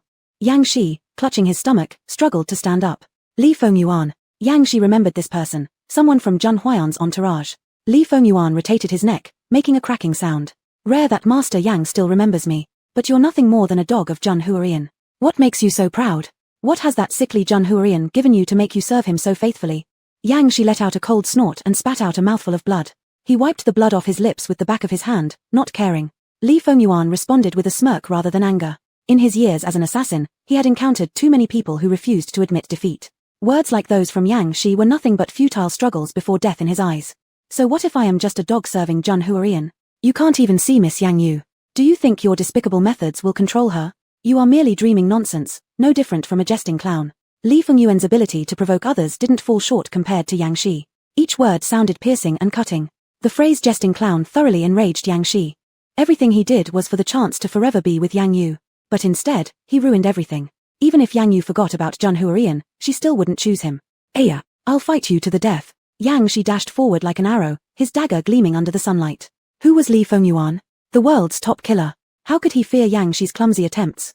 Reacting swiftly, with a clack, Yang Shi's dagger fell to the ground. Yang Shi was restrained effortlessly by Li Fengyuan. Li Fengyuan somehow pulled out a rope and bound Yang Shi's hands behind his back. Li Fengyuan, let me go. Yang Shi struggled, unbalanced without the use of his hands. He tried kicking Li Fengyuan and ended up falling on the floor himself. The security guard, previously beaten up and bruised by Yang Shi, laughed out loud at the sight. This is karma catching up with you. Yang Shi had never been so disheveled before. Even if he got killed, it didn't matter to him. However, if Yang Yu saw him in such a state, she'd find it disgraceful. For the first time, he strongly wished to hide away. However, as if reading his mind, Li Fengyuan dragged Yang Shi by the collar into the villa. What are you doing? Li Fengyuan, let me go. Yang Shi realized that Li Fengyuan intended to take him to see Yang Yu. No. How could he face Yang Yu in this condition? Li Fengyuan roughly yanked him along and gave a cold snort. Didn't you want to see Miss Yang Yu? Let me take you there then. As Yang Shi resisted, the servants of the Zhun family turned their backs, continuing their own tasks and dared not utter a word, fearing any trouble. Soon, Li Fengyuan brought Yang Shi to the door of Zhun Huayan's room. This time, Li Fengyuan knocked on the door. After 3 knocks with no response, he wondered if Yang Yu and Zhun Huayan were not inside. Huayan. Li Fengyuan knocked on the door several more times loudly. Yang Yu, resting on the bed, rolled over irritably upon hearing the knocking. Zhun Huayan, someone is knocking on the door. Go check it out. Zhun Huayan was showering in the bathroom. Hearing Yang Yu calling him, he quickly came out wearing a bathrobe. Upon hearing the incessant and annoying knocking accompanied by Li Fengyuan's voice, Jun Huiyan thought. If this Li Fengyuan doesn't have something important, disrupting me repeatedly, I'll make him regret it. Jun Huiyan opened the door, drying his hair with a towel. There stood Li Fengyuan smirking evilly at him. Li Fengyuan, you'd better have some important business. Before Jun Huiyan could finish his sentence, Yang Shi, like a mad dog, leaped forward trying to kick Jun Huiyan. Yang Shi? Jun Huiyan frowned and stared at Yang Shi, battered and bruised, which made him somewhat amused. What's going on? Jun Huiyan closed the door and signaled for Li Fengyuan to step outside and talk. Yang Yu was still asleep, and he didn't want to disturb her. Li Fengyuan threw Yang Shi to one side and went to the kitchen for a drink of water. This guy was yelling at the door, injuring the security guards. I just returned to find him harassing Gong Shiyu, even going after a girl. So I taught him a lesson. Li Fengyuan felt his sense of justice swell. Jun Huiyan nodded, his gaze toward Yang Shi growing colder. Yang Shi, you're getting bolder, daring to cause chaos outside my door. Yang Shi spat out saliva, resigning himself to his fate. Jun Huiyan, what are you pretending to be? What if I cause a commotion in your house? Are you capable of killing me? Do you think my sister will forgive you? Yang Shi was certain that Jun Huiyan wouldn't harm him. If Jun Huiyan really killed him, it would confirm the rumor that he wanted to kill Yang Shi. Then Yang Yu would truly consider Jun Huiyan as her enemy. At that point, there would be no way for Jun Huiyan to reconcile with Yang Yu. Chapter 248, The Lamb Awaiting Slaughter. Jun Huiyan sneered coldly, his tone filled with murderous intent. Do you really think I don't dare to kill you? As long as he gave the order, Li Fengyuan could easily kill Yang Shi. Now that Yang Shi was in their hands, Jun Huiyan could kill him as easily as stepping on an ant. But Yang Yu was still here. If Jun Huiyan impulsively killed him, Yang Yu would definitely misunderstand him. Yang Shi gave a self-deprecating laugh. Now, he was like a lamb awaiting slaughter. How Jun Huiyan disposed of him would depend entirely on his mood. Jun Huiyan, who has come? Yang Yu, rubbing her eyes, came out from the room. Her long hair flowed gracefully, and her words carried a trace of reproach. Yang Shi had never seen Yang Yu like this before. It turned out that she could also be so shy. Yu, how did you wake up? When Jun Huiyan heard Yang Yu's voice, he immediately changed his expression. He considerately helped Yang Yu put on a coat. Why don't you wear clothes when you come out? What if you catch a cold? Jun Huiyan's tone was full of concern, without any blame. This scene struck Yang Shi sharply in the eyes. Why? Why does sister still end up with Jun Huiyan even after losing her memory? He didn't understand, was it really true that he couldn't compare to Jun Huiyan? Yang Yu shook her head and looked up to see Yang Shi, bound tightly. Jun Huiyan, what is going on? Yang Yu turned and questioned sharply. Although she saw Yang Shi beaten up with a bruised nose and swollen face, she didn't feel particularly sad inside. After all, Yang Shi was her brother, and she wouldn't allow anyone to hurt him. Jun Huiyan knew that Yang Yu would ask him, quickly grabbed her hand, and pretended to be aggrieved. Yu, I don't know why Yang Shi suddenly showed up or how he injured the security guards at my gate. Li Fengyuan only tied him up because Yang Shi wanted to harm Gong Xiu. If you think it's inappropriate, I'll have Li Fengyuan let him go immediately. Jun Huiyan's appearance greatly surprised both Li Fengyuan and Yang Shi. Could Jun Huiyan always act this way around Yang Yu in normal circumstances? Yang Shi clenched his teeth. Sister, you must save me. Don't listen to Jun Huiyan's nonsense, he wants to kill me, sister. Isn't acting pitiful just his specialty? Yang Shi was used to making this trick work every time. Although Yang Yu looked cold on the surface, she had a kind heart. She certainly wouldn't want her brother to be wronged. But Yang Shi overlooked Yang Yu's level of trust in Jun Huiyan. Yang Shi, explain yourself. Don't try to deceive me. Yang Yu sat down on the nearby sofa, her legs crossed elegantly, looking noble and poised. Yang Shi almost dared not to look directly into Yang Yu's eyes. Sister, I just noticed you weren't home, and I was worried about you. I was afraid Jun Huiyan might hurt you, so I got a bit frantic. The security guard wouldn't let me in. Sister, sorry, it was my fault for being impulsive. In front of Yang Yu, Yang Shi did not dare to lie. If Yang Yu discovered, the consequences would be serious. Yang Yu stared straight at Yang Shi, trying to detect any abnormality in his eyes. Despite Yang Shi's fear, he showed no sign of guilt. He should not be lying. Then what about your attack on Gong Xiu? Yang Yu remembered Yang Shi always maintained a calm relationship with Gong Xiu, although not exceptionally good, it wasn't bad either. He certainly shouldn't have harmed her. Sister, it was really an accident. Gong Xiu said you were with Jun Huiyan and wouldn't come back home. In my anger, I only wanted to scare her, I didn't actually mean to harm her. This part of Yang Shi's explanation was indeed true. He recalled that initially, all he wanted was to threaten Gong Xiu and tell her not to meddle. However, she was so stubborn and insisted on saying things that irritated him. Yang Shi, you'd better not lie to me. Li Fengyuan, go get Gong Xiu. Yang Yu turned her gaze toward Li Fengyuan. Li Fengyuan, called by name unexpectedly, seemed lost in thought.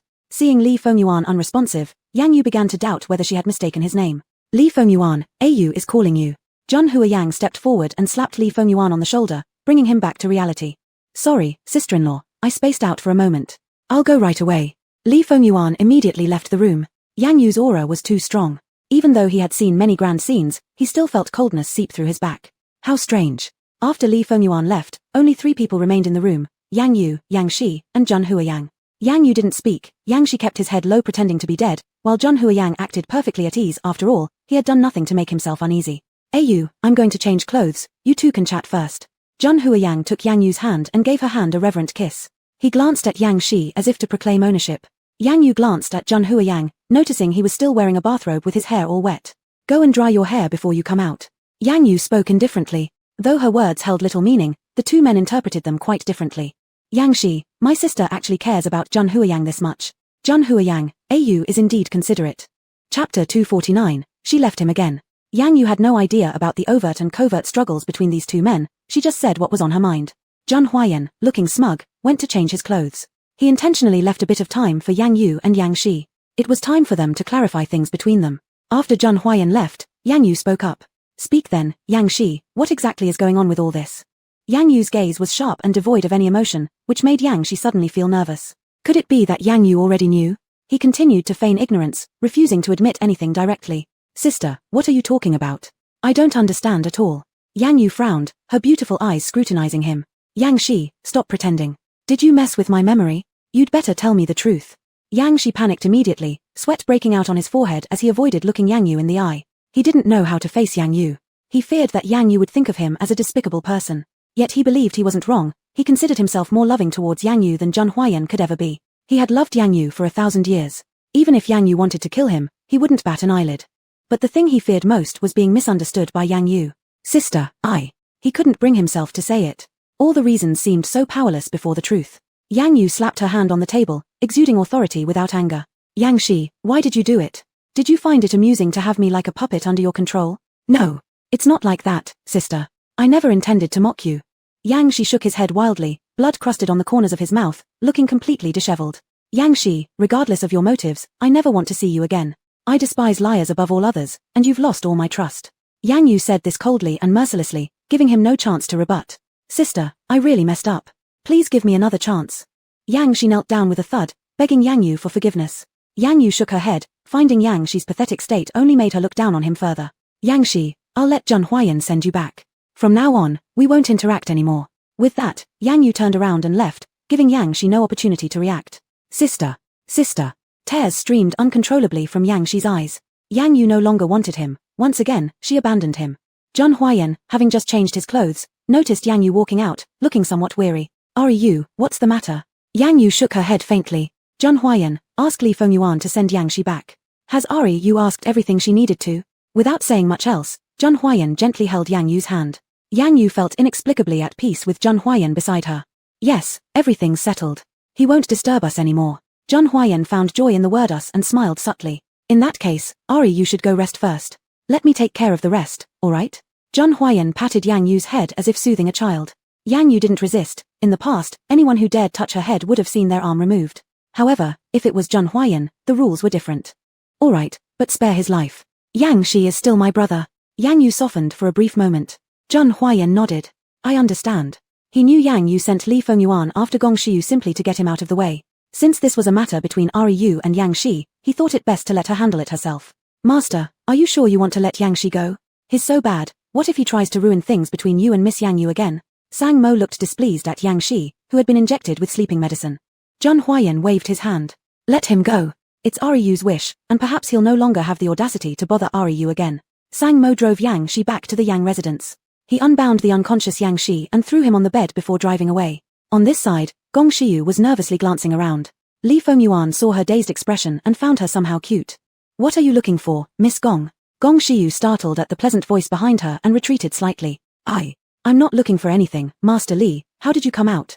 Gong Shiyu felt tense seeing Li Fengyuan. Perhaps because he had saved her earlier, she regarded him as some righteous hero. Miss Yang Yu sent me to find you, so here I am. Gong Shiyu's eyes widened happily. Has Yang Yu's sister woken up? Is she alright? Did brother Yang Shi say anything? Li Fengyuan shook his head. I don't know about that. Miss Gong can go ask Miss Yang Yu herself. Gong Shiyu nodded, a little bashful, and softly said, just now, thank you, Master Li, for coming to my rescue. Chapter 250, Searching for the Soul. A girl's thoughts are always easy to guess. Gong Shiyu already had the 2 words koi written all over her face. Li Fengyuan waved his hand. Miss Gong, there's no need to be polite. If it were someone else, I would have done the same. It has to be said, Li Fengyuan is really a straight-up guy. Upon hearing this, Gong Shiyu's upward curving lips immediately drooped. Ah, so that's how it is. That's right. Li Fengyuan didn't notice the change in Gong Shiyu's emotions at all. As an assassin, the first lesson he learned was to have no feelings. Being a killer with no feelings is the bare minimum. Miss Gong, go ahead quickly, Miss Yang Yu is waiting. Seeing that Gong Shiyu was still daydreaming, Li Fengyuan didn't ask further questions. After Li Fengyuan left, Gong Shiyu began to unconsciously lower her head again. That's right, she was just a soulless body now. How could a man as excellent as Li Fengyuan ever see her? Well, she still needed to find her own soul as soon as possible, otherwise, continuing like this wasn't going to work. Gong Shiyu, what are you thinking about? Suddenly, Yang Yu's voice came from behind, and Gong Shiyu got a shock. She turned around and met Yang Yu's confused eyes. Yang Yu sister, aren't you inside? Oh, by the way, what do you need me for? Gong Shiyu rubbed her eyes, trying to make herself look less dispirited. No big deal, you can accompany me somewhere later. Yang Yu patted her shoulder, attempting to comfort the young girl in front of her. Yang Yu has strong perceptive abilities. She could sense that Gong Shiyu was somewhat disappointed, but she didn't know exactly why. Could it be because she was bullied by Yang Shi? She remembered that Gong Shiyu seemed to like Yang Shi. Gong Shiyu, I've told you countless times already Yang Shi is unreliable, don't have any other thoughts on him. This was the first time Yang Yu had spoken to someone so earnestly. She regarded Gong Shiyu as her younger sister, naturally not wanting her to be sad. Yang Shi isn't someone worthy of trust. It's better to keep your distance from him. But who would have thought that Gong Shiyu nodded furiously, without a hint of difficulty. Yang Yu sister, I know you're doing this for my good. I'll listen to you properly. What's wrong with Gong Shiyu today? Has she been beaten silly by Yang Shi or something? Why does she seem a bit dim-witted? You understand, that's fine. Go change clothes. We'll leave shortly. While saying this, Yang Yu took out a blood supplement pill from her pocket and handed it to Gong Shiyu. Take this. Sister, what is this? Though Gong Shiyu was curious, she obediently swallowed it. This is a blood supplement pill. It will ensure your body remains identical to that of an ordinary person. This blood supplement pill was extremely precious. There were only 3 pills, even from Ling Grandma. She gave all 3 of her cherished pills to Yang Yu. And Yang Yu gave one of these pills to Gong Shiyu, showing just how good she treats Gong Shiyu. However, Gong Shiyu didn't realize how precious this thing was. She only considered it an ordinary pill for boosting vitality. In short, her sister did everything for her own good. Half an hour later, Yang Yu went out again with the 3 little ones. Jun Haiyan merely reminded her to take care and did not inquire where Yang Yu was going or what she was doing. Yang Yu drove personally, arriving at a deserted wilderness area. There was a broken-down minivan among a heap of weeds, standing out exceptionally. Miss Yang Yu, why did you bring us here? Dubai looked around at the wasteland suspiciously. As the sky darkened, the surroundings became increasingly eerie and terrifying. Looking at this place, Gong Shiyu felt oddly familiar. The more she thought about it, the more her headache worsened. She could hear the obnoxious laughter of many men ringing in her ears. When Yang Yu saw her covering her ears, she pulled her arm and got off the car. Gong Shiyu, did anything come back to you? This should be the first scene where they dumped your body. Dubai and Wei Yizha listened with wide eyes, feeling slightly horrified. Gong Shiyu kept shaking her head, remembering nothing. Sister, my head hurts so much. Yang Yu touched Gong Shiyu's head gently, softening her tone. Don't rush it, think slowly. Gong Shiyu's soul was very likely somewhere around here. She specifically waited until nighttime to help Gong Shiyu awaken her soul. Neither Dubai nor Wei Yizha stayed idle. Sitting in the car wasn't comfortable, so they got out too. Dubai, look. There are bloodstains on this vehicle. Wei Yizha initially felt this minivan was suspicious, and sure enough, it turned out to be true. Dubai nodded. These could very well be Gong Shiyu's blood. Wei Yizha shivered as he hugged his arms. No way, Gong Shiyu must have died awfully tragically, losing so much blood. Yang Yu remembered how terrifying Gong Shiyu's body looked when she was first rescued. It was beyond recognition. Gong Shiyu curled up in the corner, her mind filled with the same vague scene over and over again. It was a rainy night. She had just finished practicing dance and was heading home. The driver who was supposed to pick her up never came, and unable to wait any longer, she started walking home under an umbrella. Chapter 251, Someone Wants to Trap Them Deliberately. After walking only a few steps, a van stopped in front of her. She ignored it and continued walking, but the van kept following her. Gong Shiyu grew impatient and stopped. Why are you following me? Strangely, she wasn't afraid at that moment, just confused why this car kept following her. The window was rolled down from inside, revealing a beautiful woman's face. She smiled kindly at Gong Shiyu, showing she had no ill intentions. She just thought the girl was unsafe walking alone and offered her a ride. Seeing that an attractive older sister sat in the car, Gong Shiyu let down her guard and got in. Then she seemed to fall asleep. When she woke up later, she found her soul and body were separated. That was when she realized she was already dead. After recalling these memories, Gong Shiyu broke into a sweat, feeling completely drained. She told Yang Yu everything she could remember. She absolutely trusted Yang Yu, and only Yang Yu could help her. Yang Yu took out her handkerchief to wipe the sweat off Gong Shiyu's forehead. Do you remember what that woman looked like? If they could find that woman, perhaps the reason for Gong Shiyu's death could be uncovered. Gong Shiyu shook her head, but I think I've seen her now, though I can't recall exactly what she looked like. I only remember that she was very beautiful, with a mole on her ear. It wasn't because Gong Xiu observed carefully, it was because she remembered that day when she sat in the passenger seat, turning around, and saw the black mole on the woman's right ear, a prominent mark. This clue is also important. You can rest assured, I will help you find the murderer. For now, we need to find your soul. By now, it was completely dark outside. Yang Yu used a bit of spiritual power and summoned all the souls from the wilderness. Woohoo! Most of them were wrongfully abandoned souls who emitted whining sounds upon hearing Yang Yu's summoning. Have any of you seen a little girl's soul? Ha! As Yang Yu spoke, she pointed at Gong Xiu standing nearby with a vacant look. All those wandering spirits said they didn't know. Soon enough, a child spirit appeared. Sister, I've seen this sister's soul. Yang Yu and Gong Xiu exchanged glances. Where? Can you lead us to her? The child nodded and lightly floated ahead of them. Since Yang Yu had yin-yang eyes, she could see all sorts of spirits, and Gong Xiu, being a soulless corpse, could naturally see as well. Meanwhile, Da Bai and Wei Yizhi remained at the original spot, staring blankly at the car. The child led Yang Yu and Gong Xiu along for quite a while, but they hadn't reached the destination yet. Yang Yu couldn't help but doubt. Kid, aren't we there yet? Where are you taking us? Gong Xiu was inclined to trust others easily, let alone a child. She felt even less danger, but Yang Yu remained cautious. Almost there, just ahead. The child continued to drift forward without looking back, and Yang Yu followed behind. Suddenly, Yang Yu recalled something suspicious. Why did she gather all the spirits within a radius of a few miles, but not Gong Xiu's? Her spell must have been correct unless someone intentionally wanted to trap them or deliberately led them here. Before Yang Yu could further ponder, the child suddenly transformed into the appearance of an adult man. Yang Yu silently thought, not good. We fell for their trap. Gong Xiu stared dumbfounded at this unbelievable scene before her. How could a child just now turn into a large man in the blink of an eye? She couldn't comprehend it. Sister, what's going on? Gong Xiu sensed that something was wrong and turned to ask Yang Yu. Yang Yu pulled her behind her. We've been deceived. She regretted letting her guard down and never expected to be tricked by a little ghost. Even though Gong Xiu was somewhat afraid, she still stood up. Who are you really? What do you want? Yang Yu signaled her not to act impulsively with a glance. They were unfamiliar with this place. In the middle of nowhere, what if many people were lying in ambush? They wouldn't be able to fight them. Yang Yu recalled bringing a small detector before coming here. It was given to her by Zhun Huayan. He said if Yang Yu encountered danger, pressing the button would make him arrive immediately. Yang Yu tightly gripped the sensor, and if things became too difficult, she would have no choice but to ask Zhun Huayan for help. The man laughed loudly and disappeared instantly, leaving only Yang Yu and Gong Xiu standing there. What did this mean? Yang Yu didn't fully understand, but half an hour later, she realized why there was no one around. It turned out that she and Gong Xiu were trapped in a boundary. The boundary separated reality from the virtual world. They could see the outside from within, but those on the outside could never discover what was inside. It was as if they had entered a closed-off world, desolate and barren, with nothing around. It seemed that someone intentionally wanted to leave them there to die. Chapter 252, Zhun Huayan arrived. Gong Xiu knew she was trapped and burst into tears with a wail. Sister, I'm sorry. It's all my fault. If it weren't for me, you wouldn't have been implicated. It's all my fault. This isn't the time to say that. You don't need to blame yourself too much. Yang Yu didn't think this matter was particularly thorny. It was just that the other party wouldn't even reveal themselves but were so well informed about their movements, which left Yang Yu quite astonished. You stay here and conserve your strength. I'll go check if there's any way to break out.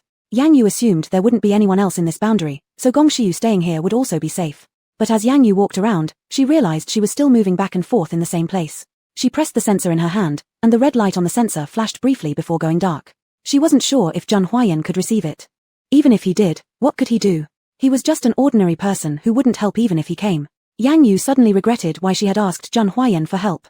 What if the target of that person was Zhun Huayan? The Zhun family. Sang Mo, hurry up and start the car. Zhun Huayan was dealing with company matters in the study when the sensor linked to his phone suddenly rang, only for a few moments then went silent. He quickly got up and called Sang Mo. Seeing Zhun Huayan still in his house clothes, without time to change, Sang Mo knew something big must have happened, and it was definitely related to Miss Yang Yu. Master, what has happened? Sang Mo immediately drove the car out of the garage and sat behind the wheel. Zhun Huayan had no time to explain further, sending the address the sensor had located to Sang Mo. Hurry and go to this place, quickly. Yes sir. Sang Mo wasted no time, speeding towards where Yang Yu was. Here, Dabai and Wei Yizhi were worried because Yang Yu and Gong Xiu hadn't returned yet. Wei Yizhi made multiple calls to Gong Xiu, all unanswered. When she tried Yang Yu, it showed not in service area. Dabai, Yang Yu's sister must have run into trouble.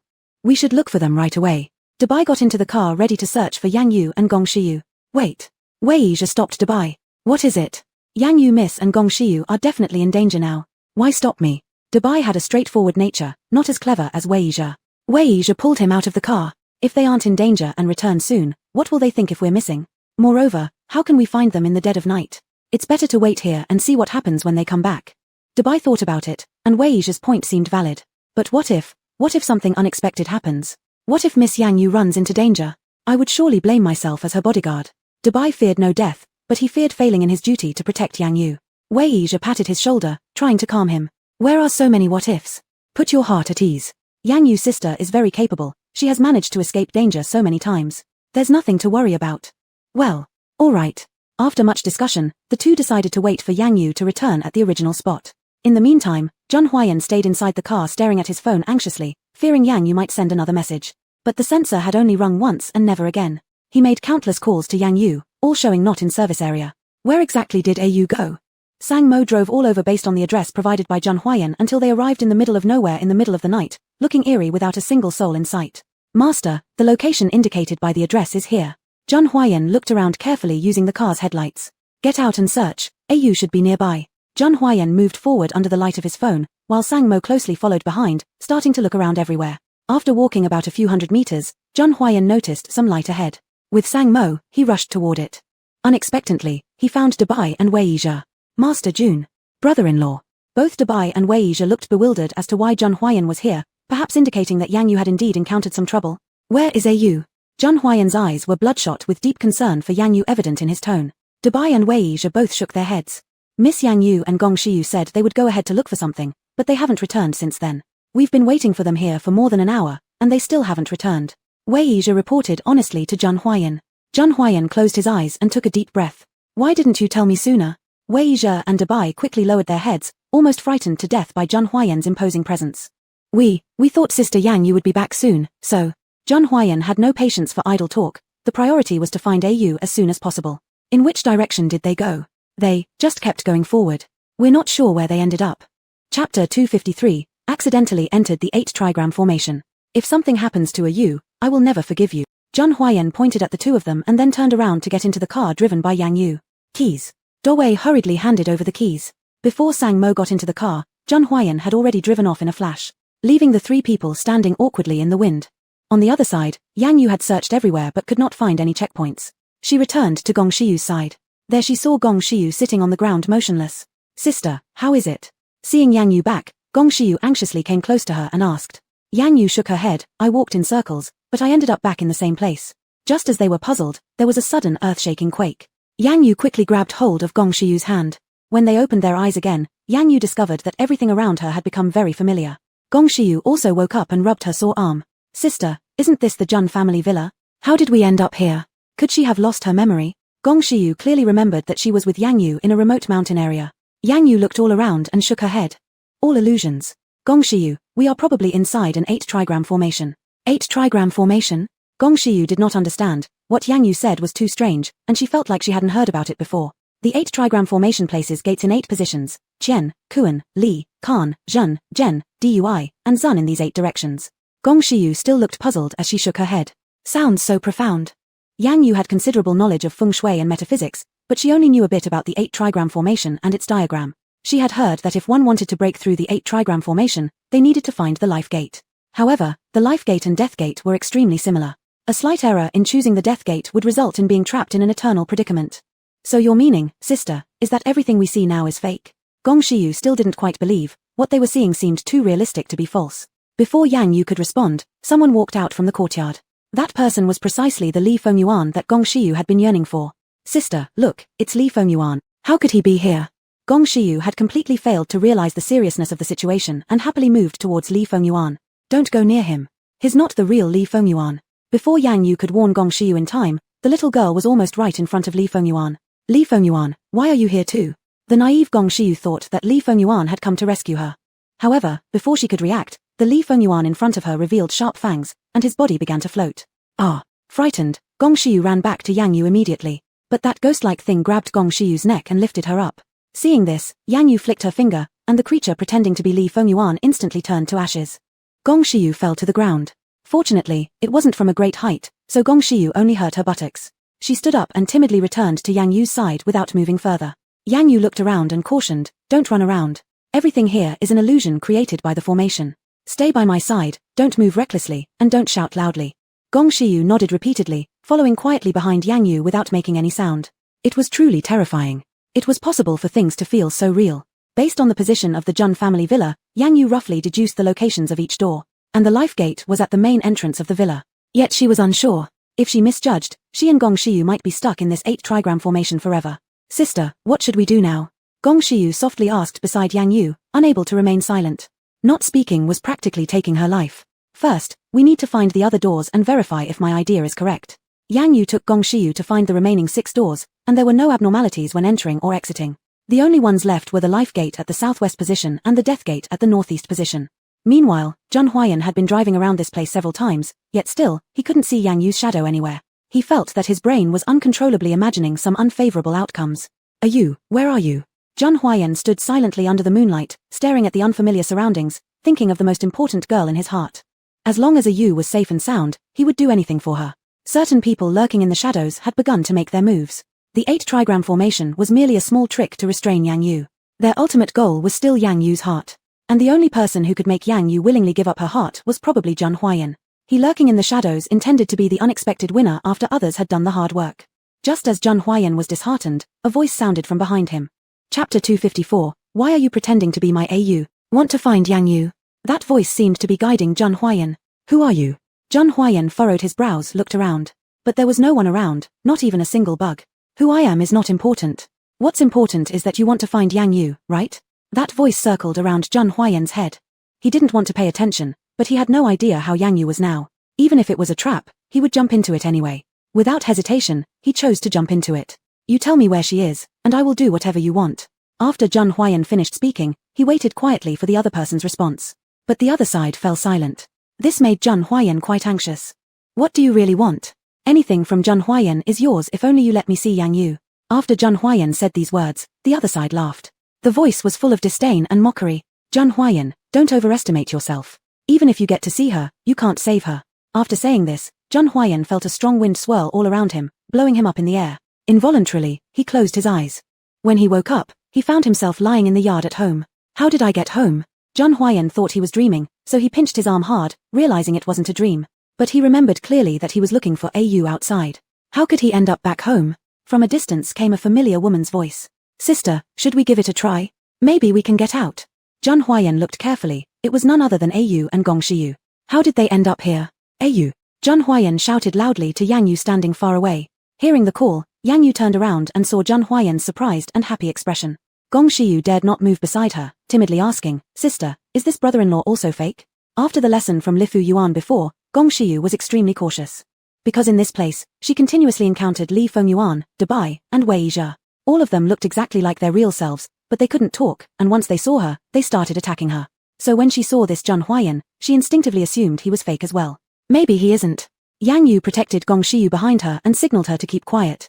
Gong Shiyu remained motionless in her spot while Yang Yu approached Jun Huayan herself. Jun Huayan was both shocked and delighted, thinking he must have died and entered heaven. AU, am I dreaming? Jun Huayan smiled bitterly as he took a few steps forward. When the two were finally face to face, Yang Yu spoke. Who are you? Why pretend to look like Jun Huayan? Jun Huayan was confused. This AU in front of him felt strange. Perhaps this wasn't the real AU? Both began to become wary and scrutinized each other with caution. I am Jun Huayan, and who are you? Why do you impersonate my AU? Upon hearing this, Yang Yu confirmed that the man before her was indeed Jun Huayan. Because only Jun Huayan would call her AU in such a doting tone. Suddenly, Yang Yu laughed happily, feeling like none of what happened before mattered anymore. Jun Huayan, how did you get in here? Without asking much more, Yang Yu quickly pulled Jun Huayan next to her. Jun Huayan hesitated. Is it really you, AU? As he spoke, he reached out to pinch Yang Yu's face. Soft and smooth, this was his AU. Jun Huayan embraced Yang Yu tightly, refusing to let go. Yang Yu felt suffocated from the tight embrace, almost finding it hard to breathe. Jun Huayan, let me go first. We need to leave here before discussing anything. But Jun Huayan seemed like he hadn't heard her, clinging tightly to Yang Yu. At this moment, Jun Huayan finally felt like he was alive again. A little later, Jun Huayan still wouldn't let go, so Yang Yu began to feel puzzled and gently patted his back, forcibly pushing him away. Only then did Jun Huayan appear pale-faced, struggling to open his eyes. Jun Huayan, what's wrong with you? Say something. Yang Yu helped him sit beside her and kept calling his name, but Jun Huayan seemed to have fainted without any response. Gong Shiyu ran over. Sister, what's wrong with brother-in-law?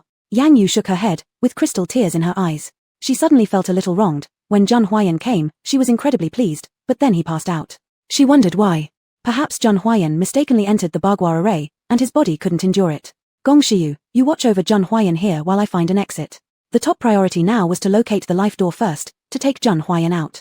Yang Yu arrived at what should have been the position of the life door, and all she saw around her was a strange glow, as if layer upon layer of nets were spreading around. Yang Yu took a step back and tried to use her spiritual power to break this net.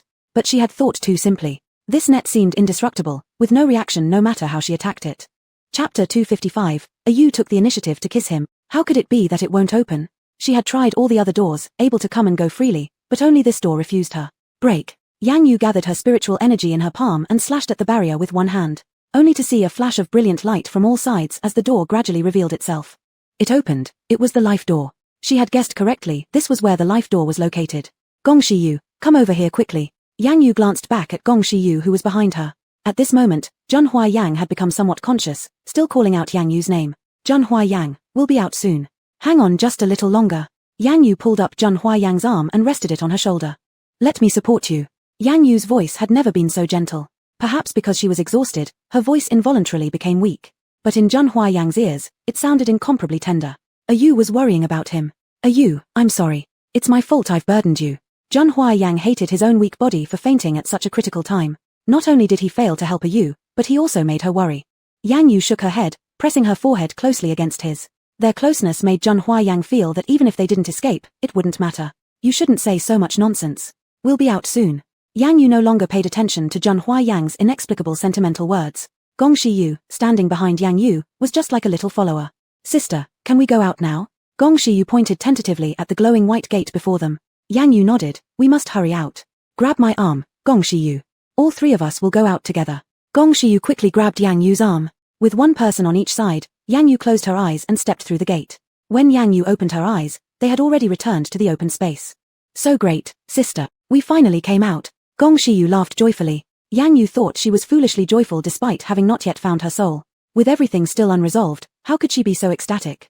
Zhen Huayan, wake up. We're out. Yang Yu patted the man lying in her arms. His long eyelashes resembled those of a girl's. His thin lips slightly puckered, inviting an impulsive kiss. Never hesitating to act, Yang Yu leaned down and kissed Zhen Huayan's lips. Zhen Huayan, pretending to sleep, couldn't resist moving his eyelids, with the corners of his mouth slightly curving upward. Who could resist Yu acting like this? Zhen Huayan felt that fainting might be good, it kept Yu worried about him. However, he didn't want to see Yu looking so anxious. Alright, stop pretending. Get up. Yang Yu had seen Zhen Huayan trying to suppress the urge to open his eyes. Once realizing he'd been exposed, Zhen Huayan laughed and sat up. He raised his hand to embrace Yang Yu around her shoulders. Yu, thank you for saving me. Gong Shiyu seeing their affectionate scene moved away, turning her back to give them privacy. Yang Yu hit his chest lightly. What are you saying these for? You're my blood slave. If you die, whose blood will I drink? Yang Yu pretended to stay calm, showing no care for Zhen Huayan. Yet Zhen Huayan believed every word. So, Yu just considers me her blood slave, someone she can suck blood from whenever she wants. But the next second, he heard Yang Yu's inner thoughts. Thank you, Zhen Huayan, for coming in time. Knowing you're here gives me peace. Hearing this, Zhen Huayan immediately cleared all his previous bitterness. Yu indeed cared about him, she was just shy to say it aloud. Yu, you're really something. Zhen Huayan supported himself with one hand on the ground while using the other to hold the back of Yang Yu's head, kissing her passionately. Yang Yu didn't resist, cooperating with him. Beneath the moonlight, the two cherished each other. Until Yang Yu couldn't bear it anymore, pushing Zhen Huayan away. Zhen Huayan smiled mischievously, leaning close to Yang Yu's ear and whispered deeply, can't handle it already, Yu? Are you satisfied with my kiss? Yang Yu turned her head, being stubborn as ever. It's just SOSO. There's still room for improvement. Besides, who said I wanted to kiss you? You're too eager. Zhen Huayan laughed loudly, his handsome eyes curved like a crescent moon. Yu still refuses to admit it, but clearly, you took the initiative to kiss me when I was asleep. How can you deny it now? This was the first time Zhen Huayan had seen Yang Yu blushing coyly, and he wanted to tease her endlessly. Yang Yu disdainfully slapped his head. Who would kiss you? I just wanted to kiss the moonlight. Zhen Huayan was slightly surprised. He turned his head to look at Yang Yu, who was looking up at the moon in the sky. So it turned out that in a US heart, he was like this moonlight. Yu, did you send a signal to the detector? Zhen Huayan suddenly remembered that the detector had only beeped twice. Yang Yu finally snapped back to reality. Yes, but it should have been blocked by the barrier, so the detector didn't respond. Chapter 256, A Troublesome Guy. I saw the sensor on my phone light up, so I came looking for you. Zhen Huayan was very happy that Yang Yu had thought of him when she encountered danger, which made him feel very gratified. Zhen Huayan, how did you get inside the 8 trigrams array? Yang Yu suddenly became curious about how Zhen Huayan managed to enter. This formation was peculiar, and ordinary people couldn't even see it. Zhen Huayan was also confused, He had been inexplicably swept into a gust of wind and woke up back at home. It all seemed incredible. I don't know who is behind all this, but if I find out, I will not let them off easily. Zhang Huayan's voice deepened as he glanced at Yang Yu sitting beside him. As long as Yu was safe, life would be fulfilling enough. Gong Shiyu was still doodling circles nearby. She had come today to look for her soul, but not only did she fail to find it, she almost lost her life along with sister Yang Yu. It was truly perilous. Yu, let's go home soon. You must be tired too. Zhang Huayan stood up first, reaching out his hand to help Yang Yu up. After hesitating for a moment, Yang Yu handed over her hand. Zhang Huayan, did you come alone? Yang Yu waved at Gong Shiyu behind her and then looked at Zhang Huayan. The man before her was truly handsome. How could a blood slave look so good? Zhang Huayan felt a bit shy upon hearing Yang Yu's inner thoughts. Why was Yu being so straightforward in her compliments?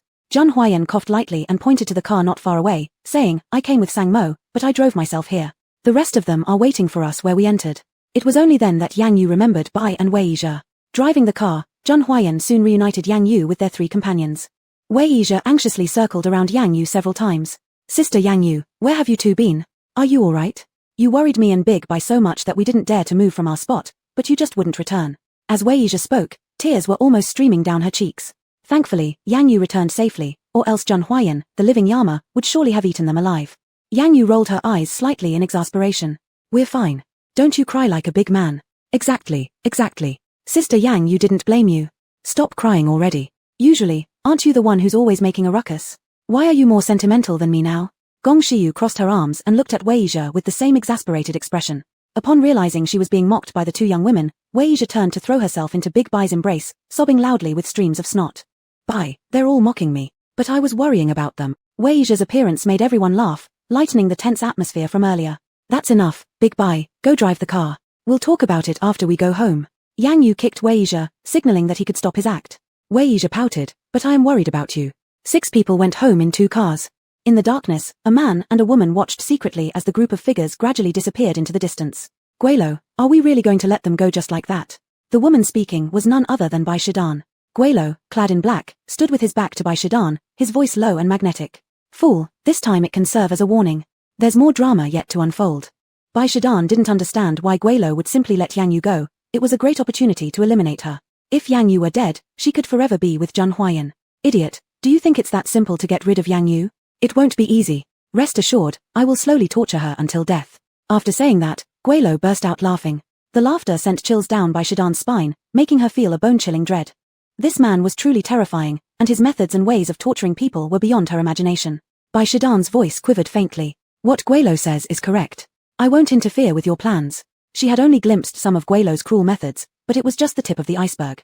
Who would willingly provoke such an unforgiving powerful figure, if not for the sake of obtaining Zhang Huayan? Though forced to work hard daily and maintain a pleasant smile, she was truly sick of it. However, with victory just within reach, she couldn't abandon the plan halfway through. Nevertheless, this didn't mean she couldn't secretly deal with Yang Yu. At the Jun residence, the moment Yang Yu returned home, she felt her entire body relax. After taking a bath, she collapsed onto the bed and fell asleep. By the time Zhang Huayan finished bathing and came out, Yang Yu was already breathing evenly. Zhang Huayan affectionately smiled, lifting his hand to gently pinch Yang Yu's petite and pert nose. You really give me a lot of trouble. After saying that, he lay down too, lifting his arm and placing it under Yang Yu's neck, pulling her into his arms with one hand. Zhang Huayan. Yang Yu shifted uncomfortably but snuggled closer to Zhang Huayan, mumbling his name in her sleep. Chapter 257, The Night of Returning Souls. Zhang Huayan felt like her heart was melting. How could there be such a cute person? Even if Yang Yu remained mysterious and caused her no end of worry, she would accept it. This night was truly one of joy for some and sorrow for others. Gong Shiyu sat alone in the courtyard, gazing at the moon. She wore a pink nightgown, and even without makeup, she still possessed the beauty of a young girl. Unfortunately, her face lacked color, appearing pale and unwell, evoking sympathy in those who saw her. It's not that she didn't want to sleep, but she couldn't fall asleep. Everyone in the world has their own things to do, people they need to protect. But she was merely a walking corpse, unsure of what she should or needed to do. Even this evening's beautiful moonlight left her at a loss as to with whom she could share its splendor. Such a late hour, why are you sitting here lost in thought? A man's voice came from behind her. Gong Shiyu turned around. It was Li Fengyuan. Nothing. I just can't sleep. Gong Shiyu shook her head and continued gazing up at the moon. Li Fengyuan also sat down, mimicking Gong Shiyu's posture by raising his head. Gong Shiyu felt uncomfortable and shifted slightly to the side. Why aren't you sleeping at such a late hour? Is Miss Gong afraid of me? Instead of answering, Li Fengyuan countered with another question. Gong Shiyu chuckled and shook her head. Why would I be afraid of you? You saved me last time, and I've always remembered that. Li Fengyuan reached out to gently pat Gong Shiyu's head. Miss Gong doesn't need to be courteous. His gesture made Gong Shiyu instinctively shrink back. Mr. Li, this is inappropriate. Gong Shiyu felt that they weren't close enough for such gestures, so his action was clearly wrong. Li Fengyuan realized his rudeness and laughed awkwardly. He wasn't sure why he had acted so unconsciously. Sorry, then Miss Gong should get some rest. I'll take my leave. Li Fengyuan departed as if fleeing, leaving Gong Shiyu sitting alone once again. TCH, what am I even scared of? Gong Shiyu proudly patted her forehead. Clearly, Li Fengyuan had no ill intent, yet she had spoken so curtly to him, as if deliberately avoiding him. Gong Shiyu looked up, and it seemed like the stars in the sky had increased by one. That was the brightest star accompanying the moon. Gong Shiyu. Gong Shiyu. Gong Shiyu seemed to hear someone calling her name, over and over. The sound appeared to come from the heavens. She only saw a vast sea of stars when she looked up. Who are you? Why do you know my name? Gong Shiyu stood up and began searching all around for the source of the voice. Who was it, who kept calling her name? The voice echoed, now distant, now close, lingering constantly in her ears. I am you, Gong Shiyu. I am Gong Shiyu. As if compelled by an unseen force, Gong Shiyu followed the voice and walked outside. The voice grew louder and closer. When she suddenly snapped back to reality, she found herself standing outside Jun's gate. How did I get out here? Gong Shiyu wondered and decided to turn back when the voice reappeared, urging her to continue forward. Gong Shiyu felt like her legs were moving on their own accord, carrying her further away from the Jun family villa. As she grew farther and farther from Jun's house, Gong Shiyu became increasingly anxious and unsettled. Yet she couldn't control herself. She didn't know why her body kept moving forward. No matter where she went, that star followed her. It was dazzling and extraordinary. That's enough, stop now, Gong Shiyu. The voice commanded Gong Shiyu to stop, and before she even realized it, her feet halted. Who exactly are you, and what do you want from me?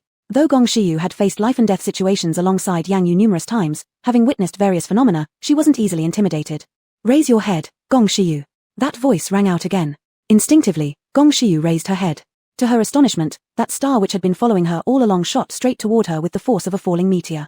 Gong Shiyu tried to flee, but her feet were rooted to the ground, unable to move.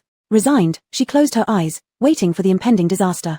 However, instead of the expected pain, the streak of light transformed into a wisp of white smoke that entered her body. She felt dizzy and disoriented, and fainted soon after. The next day, Yang Yu got up very early in the morning. The rest she had the previous night left her refreshed, and she intended to ask Jun Huayan some questions, but hadn't had the chance yet. On the other hand, when Jun Huayan woke up and touched the spot beside her, there was no one there. "Are you?" Jun Huayan called out twice but received no response, and immediately panicked, sitting up in bed anxiously. Seeing Jun Huayan walk out still wearing a bathrobe, Sang Mo was surprised. "Master, what happened?" Sang Mo only needed a few seconds to guess what Master Jun Huayan was looking for. It must be Miss Yang Yu.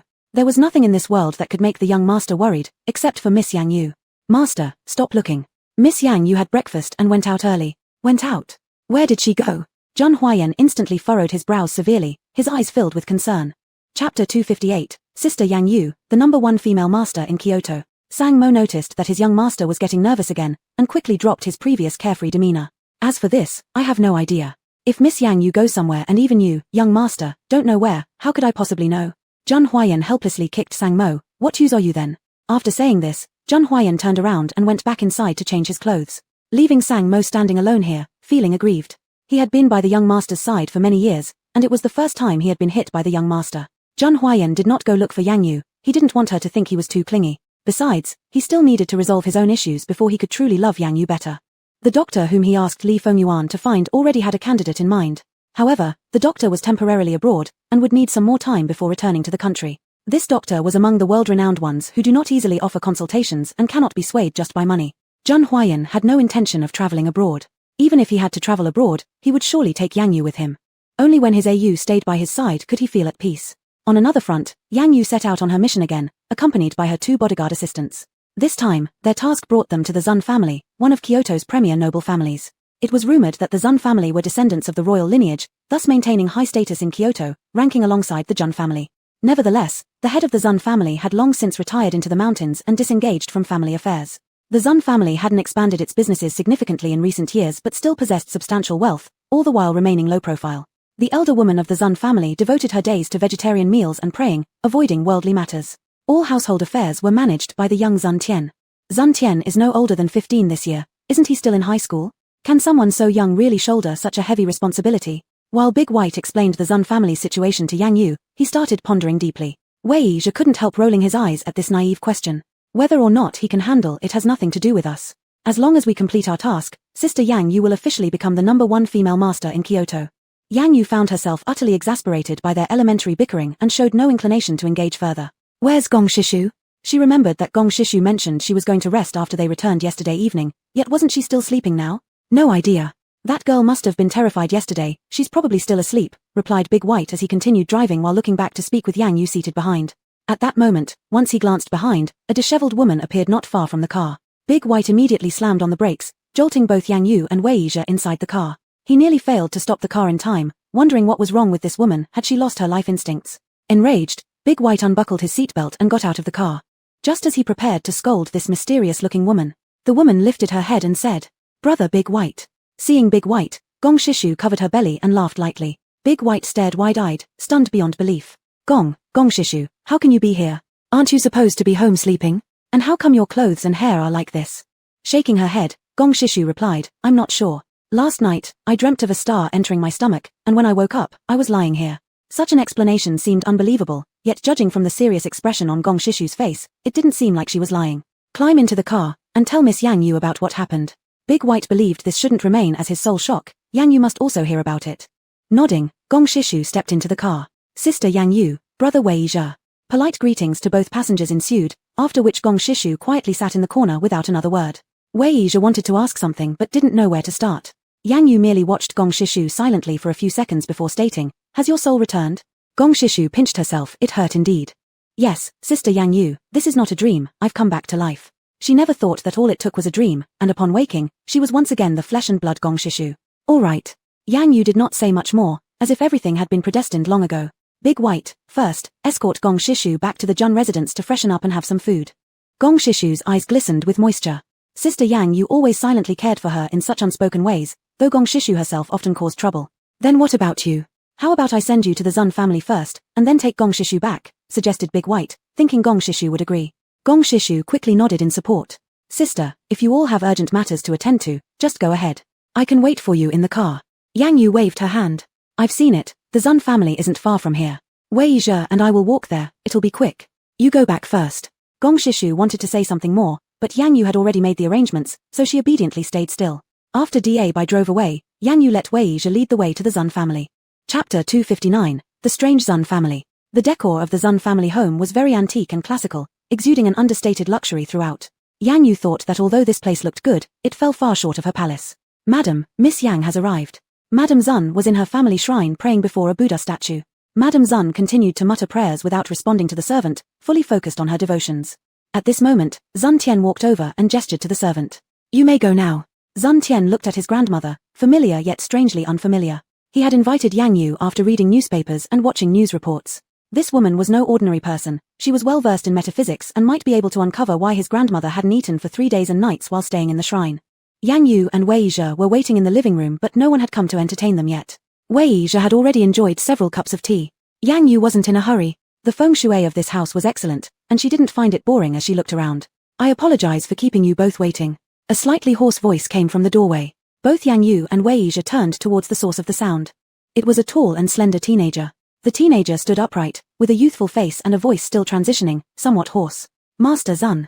Wei Yizhe immediately realized that the youth before them was none other than the current head of the Zun family, Zun Tian. "This elder brother doesn't need to be so formal, please sit down." Zun Tian was polite, clearly coming from a strict upbringing. Yang Yu glanced at the youth, finding him intriguing. This boy wasn't intimidated by her gaze, holding eye contact confidently, demonstrating some courage. "Miss Yang Yu, please take your seat. I've long heard that Miss Yang Yu is a rising metaphysical master in Kyoto. Today, meeting you, it's clear that you are extraordinary indeed. You're even more beautiful in person than in photographs." This Zun Tian must have grown up in a scholarly household, his speech carried a certain literate refinement. "Master Zun, what a jest. So, the client who requested our presence today is you?" Yang Yu eyed the young boy in front of her, confused. Logically, this house had excellent feng shui and shouldn't require any alterations. Before arriving, Yang Yu only received an address and no detailed information, so she wasn't quite sure about the purpose of this visit. Zun Tian nodded. "Yes, it was me who sent the text message. To be honest, Miss Yang Yu, can I call you that?" Yang Yu nodded, not refusing. "To be honest, my grandmother, Lady Madam, has recently become obsessed with chanting scriptures. She used to believe in Buddhism, but she still ate regular meals and only occasionally went to the shrine to pray. Lately, however, things have been strange. She kneels there every day, untouched by the food the servants bring, and doesn't respond even when I speak to her." That did sound peculiar. Did Lady Madam often spend long periods in the shrine before? Zun Tian shook his head. No, Grandma used to only light a few incense sticks and wouldn't stay for too long. After pondering for a while, Yang Yu believed something was definitely amiss with Lady Madam. A person wouldn't just stop responding to others, especially when considering Zun Tian was her most beloved grandson. Master Zun, could you take us to meet Lady Madam? Yang Yu stood up, looking at Zun Tian. Certainly, this way. Zun Tian led the way, taking Yang Yu to a shrine that felt like stepping back into ancient times. Goodness, I thought we were filming a period drama. Wei Yizhe, upon seeing this, also found it unbelievable. Even before entering, Yang Yu noticed an eerie mist swirling outside the shrine, radiating an evil aura. What Master Zun had said was correct, something suspicious was definitely going on here. Master Zun, when was this shrine built? Zun Tian paused, answering, it seems like 3 years ago, when I just started junior high school. What's wrong, Sister Yang Yu? Is there anything wrong with the shrine? Yang Yu couldn't confirm exactly when the shrine had been altered. 3 years, it was too long. Any time within that span was possible. No problem, I'll go inside to check on Lady Madam. The shrine wasn't large, but it closely resembled ancient decoration styles. In the center on a cushion, knelt an elderly woman with white streaks in her hair. She was undoubtedly Madame Zun, the grandmother of Zun Tian. Before Yang Yu even approached her, she noticed several black shadows circling around the woman. These shadows seemed unafraid of her, moving around Madame Zun and then hovering before the Buddha statue in front of her. Master Zun, when did this Buddha statue appear here? Yang Yu pointed to the grand Buddha statue before her. A few days ago, someone gave it to Grandma. Before, Grandma liked visiting temples to pay homage to Buddha, but since getting this statue, she hasn't left the house these past few days. Based on what Master Zun had said, this Buddha statue was certainly suspect. Master Zun, I can now confirm that there is definitely an issue with this Buddha statue. Zun Tian was puzzled. A Buddha statue shouldn't be a problem, it's just a statue after all. Yang Yu nodded. This indeed is a Buddha statue, but it consumes people's willpower. The existence of something like this is terrifying. Chapter 260, Lingering Spirit by Shijian. What? Feeding on people's will? What does that mean? Asked Zun Tian, looking incredulously at the Buddha statue before him. A regular Buddha statue feeding on people's will sounded like complete nonsense. Mr. Zun, I've already roughly understood the situation of the elder lady, said Yang Yu after walking around the shrine and turning to Zun Tian. Zun Tian was half believing, half doubting. Although the woman in front of him was very beautiful, he did not know if she was truly as capable as rumored. Before Zun Tian could answer, a woman's voice came from outside. Yang Yu thought this voice sounded quite familiar. When she turned back to look, it was her. Bai Shijian walked over with a smile on her face. Sister Shijian, how did you come here? Seeing the visitor was Bai Shijian, Zun Tian was both surprised and delighted. Bai Shijian was one of the most famous actresses at present, having just been crowned as Queen of Films, making her an immensely popular female star. Both Zun Tian and his male classmates viewed Bai Shijian as their goddess. Besides, there was some connection between the Bai family and their Zun family, naturally leading to a pretty good relationship between Zun Tian and Bai Shijian. However, what brought Bai Shijian here today? Little Tian, I heard you invited a master of metaphysics to visit your home. Who might it be? While speaking, Bai Shijian examined Yang Yu up and down, disdain evident in her tone. Seeing Bai Shijian made Yang Yu quite annoyed. The last time, this woman had injured her, and Yang Yu hadn't yet confronted her about it. And now, Bai Shijian came right to her instead. With a cold snort, Yang Yu said, Does Miss Bai have any interest in metaphysics? I can consider teaching you. You. What are you so smug about, Yang Yu? You're nothing but my inferior rival. Hearing this, Yang Yu laughed. Inferior rival? It seems, Miss Bai doesn't fully understand those 4 words. If achieving goals by underhanded methods makes someone a victor, then I truly cannot compare to you, Miss Bai. Bai Shijian naturally knew what Yang Yu referred to. She must not lose her temper, she always needs to maintain her image outside. The woman who originally wanted to scold her loudly suddenly changed her demeanor, gently smiling. Miss Yang Yu, as always so humorous. As for what's foul or not, I really don't get it. But I am indeed interested in metaphysics. Could Miss Yang Yu possibly teach me? After saying this, Bai Shijian even blinked at Yang Yu. Wei Yizhe standing nearby couldn't help but intervene, disgusted by this pretentious woman. He had once considered drowning her back when they initially met. How did I let such a repulsive woman stay until now, still annoying people? White Shijian, stop acting high and mighty, we don't buy into that act. Wei Yizhe, ever perceptive, believed that White Shijian, being the type she was, should be handled specially. Instead of losing her temper, White Shijian smiled at Zun Tian. She knew well that her charming laugh would leave young men like Zun Tian speechless. If she could get him to listen obediently, matters would proceed much smoother. As expected, Zun Tian had no defense against Bai Shijian's captivating smile that had conquered countless boys. Sister Shijian, whatever you say is right. Yang Yu and Wei Yizhe were left speechless. Was it really this easy to deceive such a child? Little Tian, could I possibly learn a little bit here under Miss Yang Yu? Infected like poisoned, Zun Tian wouldn't dare refuse Bai Shijian under her charm. Please let Sister Shijian stay, I'll go out and ask them to prepare lunch. Once Zun Tian left, Bai Shijian quickly revealed her usual self. Yang Yu ignored her, thinking how persistently troublesome this woman could be. Every time she undertook a mission, somehow Bai Shijian got news, arriving almost immediately to meddle. Yang Yu, who are you pretending to frighten by conjuring these superstitions? Bai Shijian spoke, hands clasped behind her back as she circled Yang Yu. Her eyes exuded pure contempt towards Yang Yu. Yang Yu simply couldn't understand where all her confidence originated from. Yang Yu sister, let me deal with her. Seeing her strutting around like that makes me want to hit her. Wei Yizhe approached Yang Yu, whispering beside her ear. Wei Yizhe was itching for a fight, already rubbing his fists. Dealing with Bai Shijian didn't even require using one finger. What's this talk of not fighting women? That was something gentlemen do, but he wasn't a gentleman. Yang Yu lifted her hand, indicating he shouldn't act rashly. Bai Shijian intentionally wanted to provoke them. This was Zun's home, and if they started fighting here, Yang Yu and Wei Yizhe would clearly be in the wrong. Evil woman, just wait. Wei Yizhe gave Bai Shijian an ugly face. Bai Shijian also wasn't in a rush. With her arms crossed, she stood confidently, her face full of smiles. Her demeanor was familiar to Yang Yu. It seemed Bai Shijian only displayed panic in times of great danger. She always appears so confident, as if she has some powerful backing. Oops, I didn't notice that Grandma Zun is still here. Bai Shijian pretended to be surprised while covering her mouth as she looked at Grandma Zun. Her acting was truly terrible, and Yang Yu seriously doubted how someone like her could win the title of Best Actress. Chapter 261, Do you really think you can hurt me? Naturally, Grandma Zun showed no response and remained in her unmoving stance, seemingly oblivious to others as she mumbled something unintelligible. This Grandma Zun must be bewitched. Can you do anything about it, Miss Yang Yu? Bai Shijian provocatively looked at Yang Yu. She was eager to see what skills Yang Yu possessed that could solve the current predicament. Bai Shijian, this is my job. Unnecessary people, please leave. Yang Yu, growing impatient, put on her gloves and made a gesture for Bai Shijian to leave. Yang Yu wasn't afraid of Bai Shijian, but now was not the right time to deal with her. After resolving the Zun family's issues, she would personally settle accounts with Bai Shijian. However, if Bai Shijian ruined her plans, she wouldn't spare her either. What? Does my standing here affect Miss Yang Yu's work? It definitely won't. I'll just sit here and watch since I am here to learn after all. Bai Shijian's tone was infuriatingly arrogant, making Wei Yizhe struggle to restrain his fists. Wei Yizhe, please escort Miss Bai Shijian out. Yang Yu signaled subtly to Wei Yizhe. Having received the signal, he eagerly approached Bai Shijian, pulling her arm and dragging her toward the door. Wei Yizhe had restrained himself for a long while. Now, upon finally receiving the order, he wasted no time at all. You, let go of me. You're nothing but Yang Yu's lackey, let me go. Bai Shijian hadn't expected that Yang Yu would show no regard for propriety and simply send someone to drag her out like this. TCH, shut your mouth. You're the kind of woman who's scheming and pretends to be pitiable just to gain sympathy. I hate women like you the most. Wei Yizhe increasingly regretted not drowning Bai Shijian when he had the chance, letting her stir up trouble here. After Bai Shijian was taken out, Yang Yu's ears were finally clear. She moved forward, crouching near Grandma Zun. Beside her, there were many untouched dishes of food, some perhaps days old, had started to spoil and emitted a strange smell around Grandma Zun that became unbearable. Grandma Zun, what are you thinking about? After Yang Yu spoke, the ancestral hall remained silent. There was no reply or word spoken. Yang Yu stood up and observed the eerie state of Grandma Zun. She walked over to inspect the Buddha statue. This statue was made of gold, its surface still gleaming with brightness, showing that it was indeed newly placed. Zun Tian hadn't lied. But why was Grandma Zun so influenced by this Buddha statue? Yang Yu intended to move the statue slightly to see if Grandma Zun had any reaction.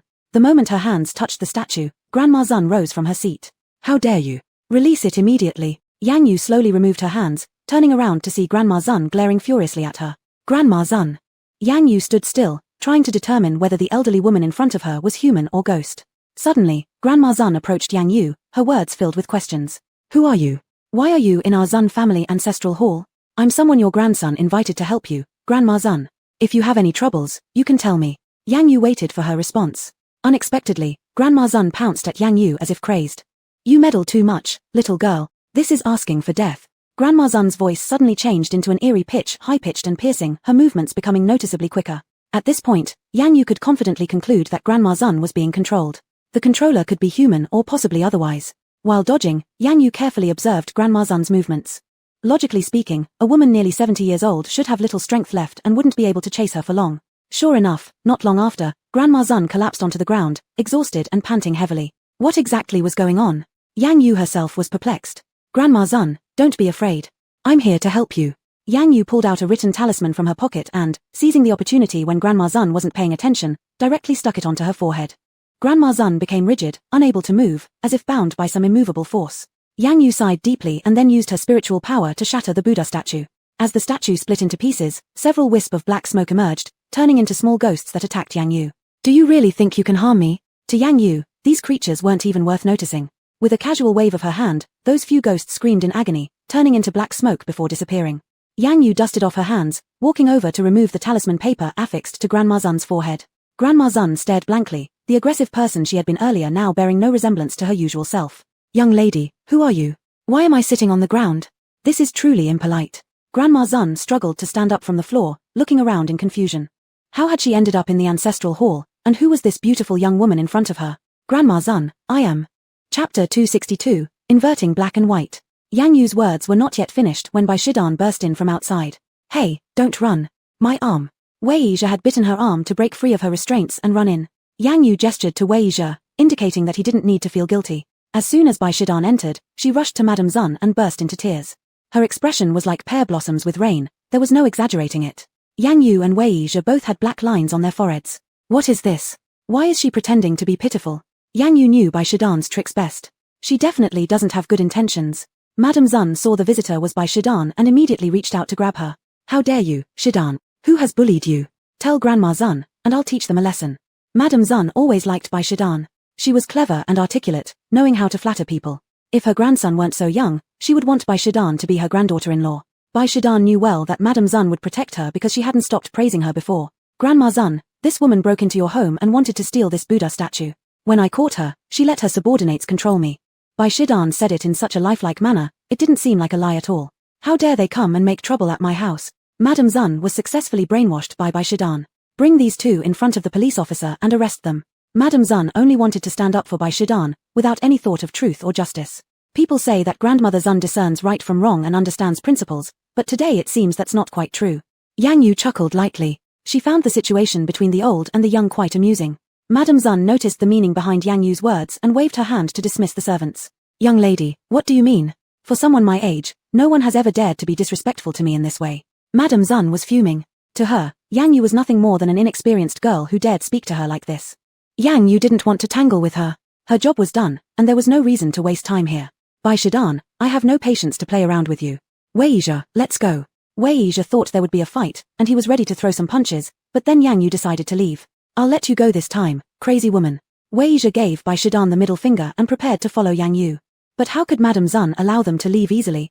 Little girl, the Zun residence is not a place you can come and go as you please. With a wave of her hand, 4 or 5 servants moved toward Yang Yu and Wei Yizhe. Seeing the situation, Yang Yu knew they wouldn't let them leave without a fight. Fine, let's settle this quickly. This indecisive old woman isn't worth feeling sorry for. She turned around and reminded Wei Yizhe. Don't hit too hard. Wei Yizhe was pumped, brimming with energy like a rooster that had just eaten a stimulant. Alright, Sister Yang Yu, you can count on me. These few people were no match for Wei Yizhe. Before they even got close to Yang Yu, Wei Yizhe knocked them down in no time. Sister Yang Yu, are you alright? Wei Yizhe brushed his hands and turned back to give Yang Yu a sweet smile. Yang Yu shook her head gently. I'm fine. Let's go. To Yang Yu, this whole episode was just a little joke, it didn't bother her at all. But this angered Bai Shidan. Grandma Zun, look. These two people are being so arrogant that they even beat people in your house. It's as if they don't even respect you or the Zun family. Indeed, Bai Shidan was extremely adept at fanning the flames. Whatever she said, Madame Zun believed her. By now, Madame Zun considered Yang Yu and Wei Yizhe irredeemable villains. So what, you two think you can ignore this old woman completely? Bring them out. Madame Zun used all her strength to shout loudly. At this moment, Zun Tian was in the main hall, and upon hearing the commotion, he rushed over. What happened? What's wrong, Sister Yang Yu? Sister Shidan, what's going on? Zun Tian thought something supernatural might have occurred, but instead, he found the household servants lying in disorder on the ground groaning in pain. Boy, my dear grandson, come over here quickly. Madame Zun beckoned him eagerly when she saw Zun Tian approaching. Zun Tian was puzzled. How did his grandmother suddenly get better and start talking? Before he could react, he stood beside Madame Zun, saying, Grandma, you're better? It seems Sister Yang Yu is really capable after all, having woken you up. Zun Tian glanced at the situation and bowed to Yang Yu. Tian, why are you thanking her? It was she ran who saved me. If it weren't for her, I might have been killed by these two people. Jun's old madam pulled over Zun Tian and said with a face full of disdain. Zun Tian, after hearing this, was covered in question marks. What exactly was going on?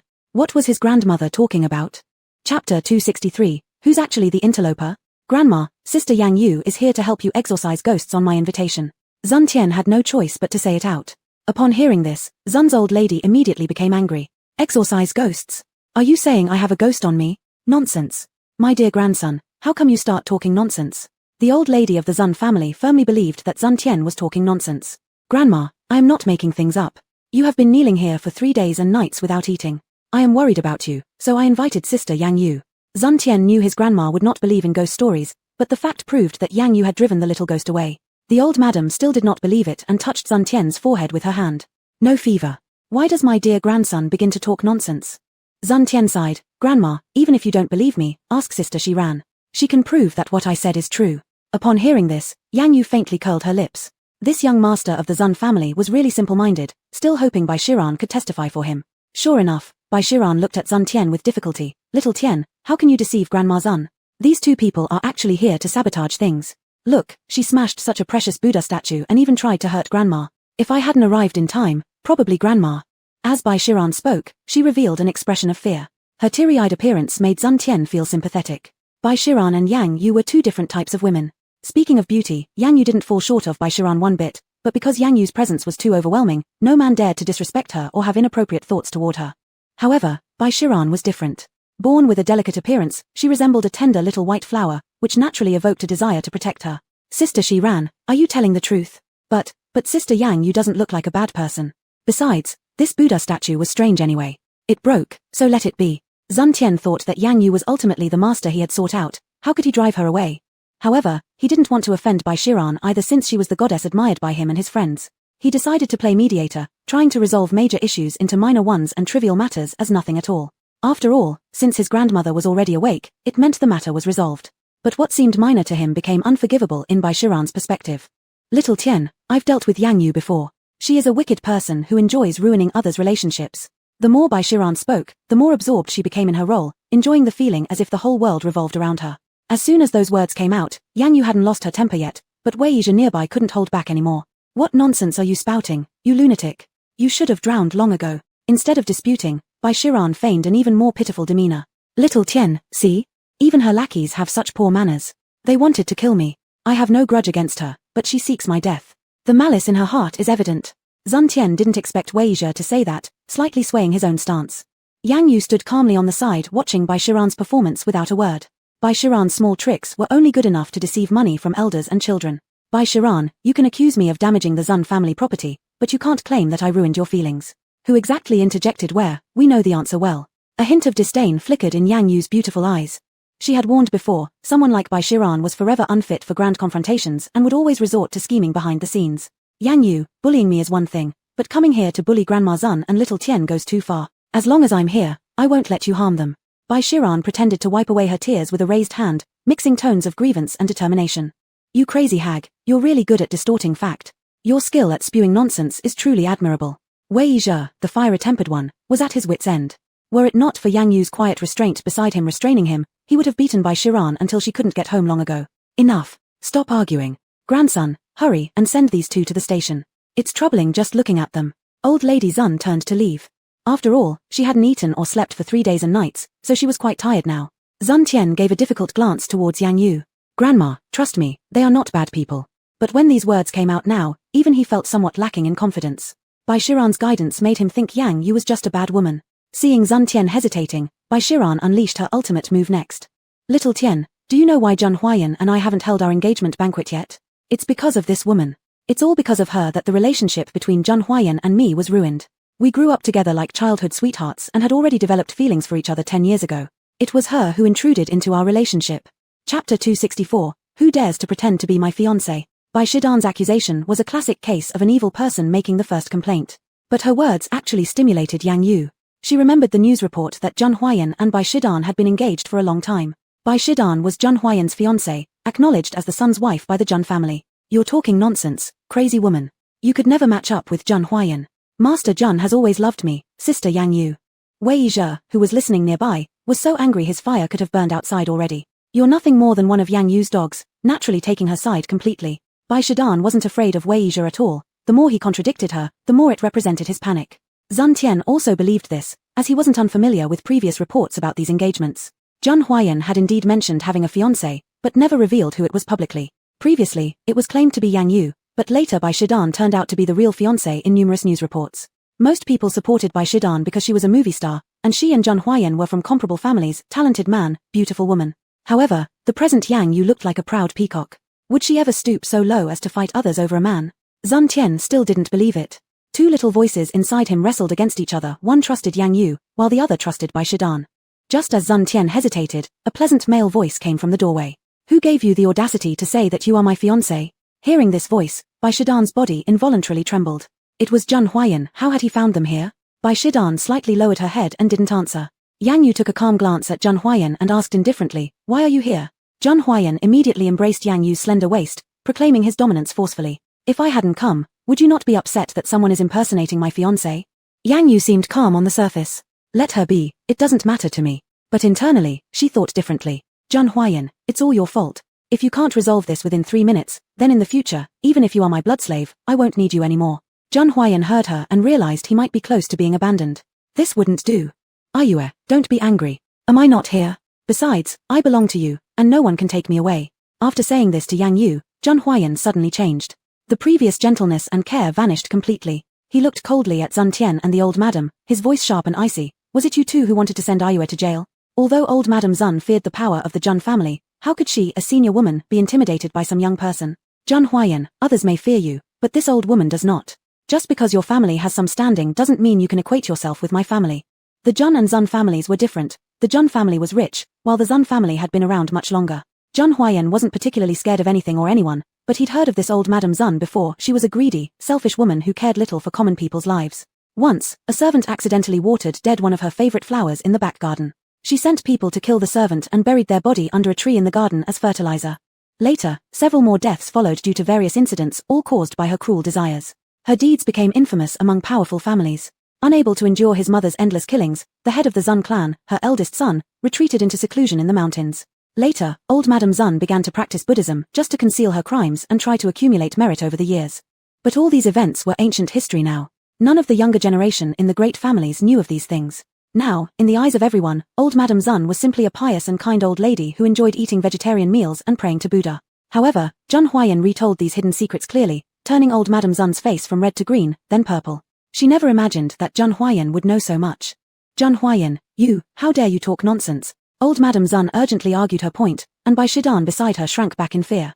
This grandmother had such a brutal past. Even Bai Shidan couldn't imagine it. "Grandma, are these things true?" Sun Tian incredulously covered his mouth, struggling to ask the question.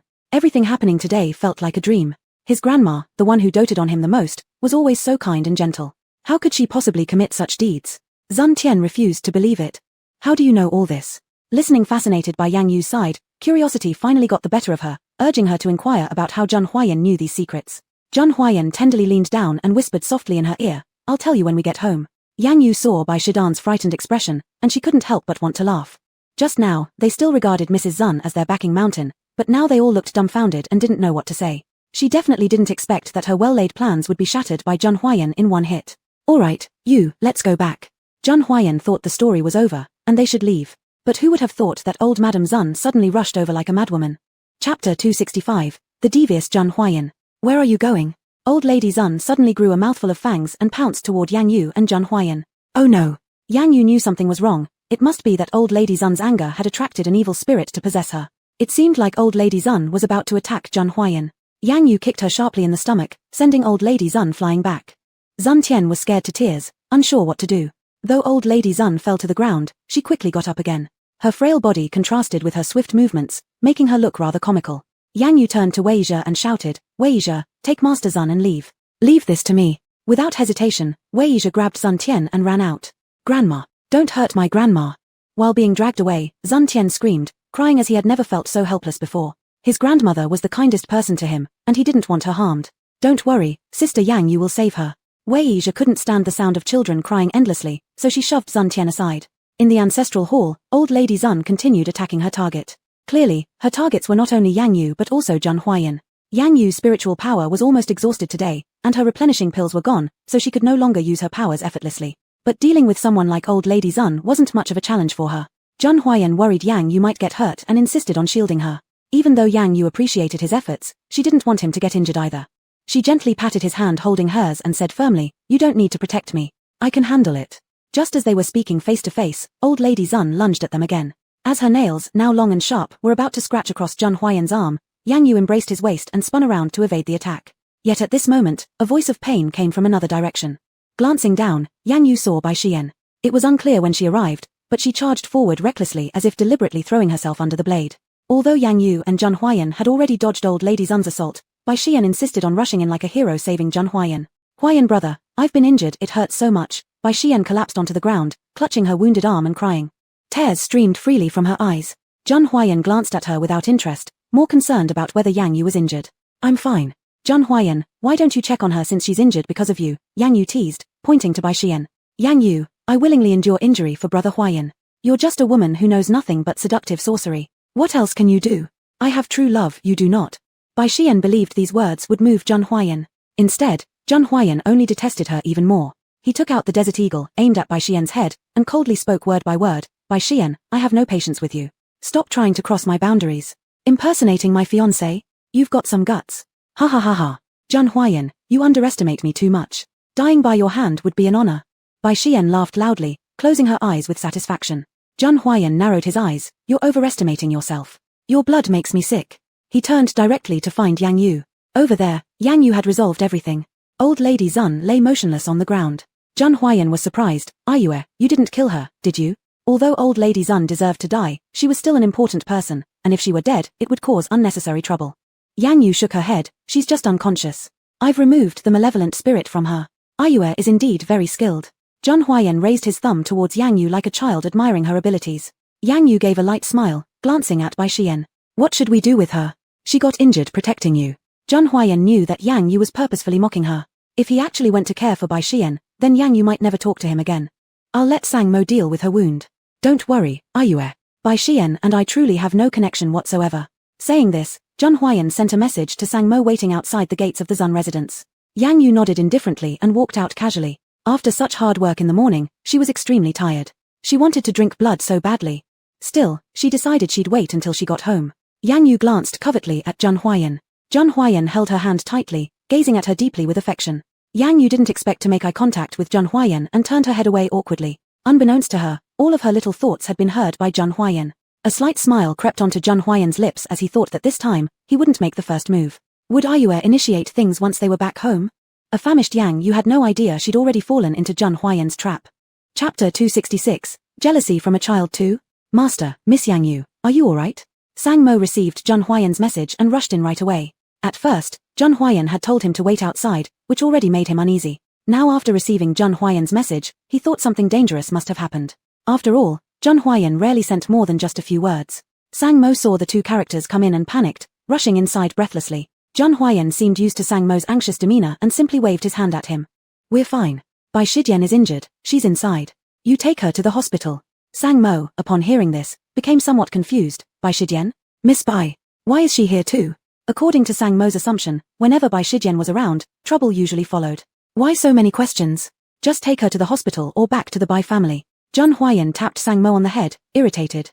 How come he'd become so talkative after being with him for so long? Sang Mo, while rubbing his sore head, left obediently without complaint. Yang Yu suddenly found it amusing and let out a soft laugh. Seeing Yang Yu smile, Zheng Huayan felt delighted himself. Ayue, your smile is truly beautiful. Zheng Huayan tenderly reached out to comb the stray strands of hair by Yang Yu's temple. Yang Yu didn't know how to respond to such words from Zheng Huayan, so she just coughed lightly as a cover and replied. Zheng Huayan, if you sent Sang Mo to take Bai Shijian, then what should we do? Yang Yu stopped walking and turned around, looking at Zheng Huayan with some displeasure. Zheng Huayan was momentarily confused.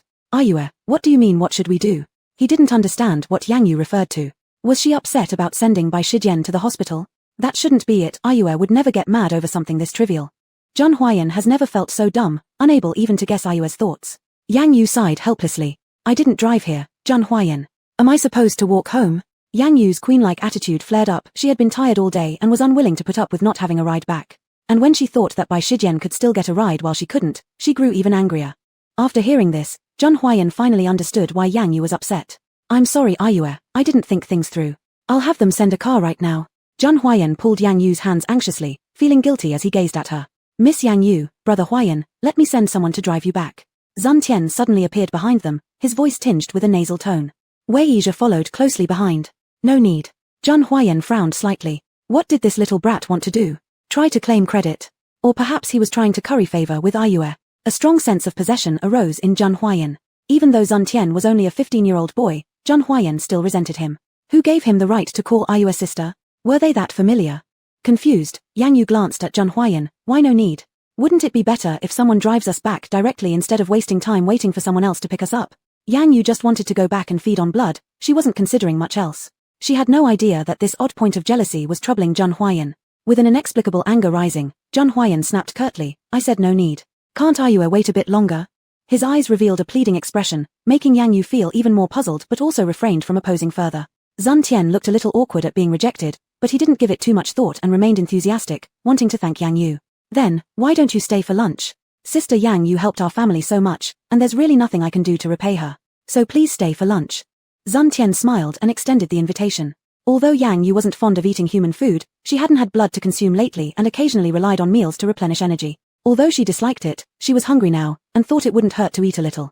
Alright, then Zheng Huayan, we'll stay for a meal. Yang Yu asked while meeting Zheng Huayan's gaze.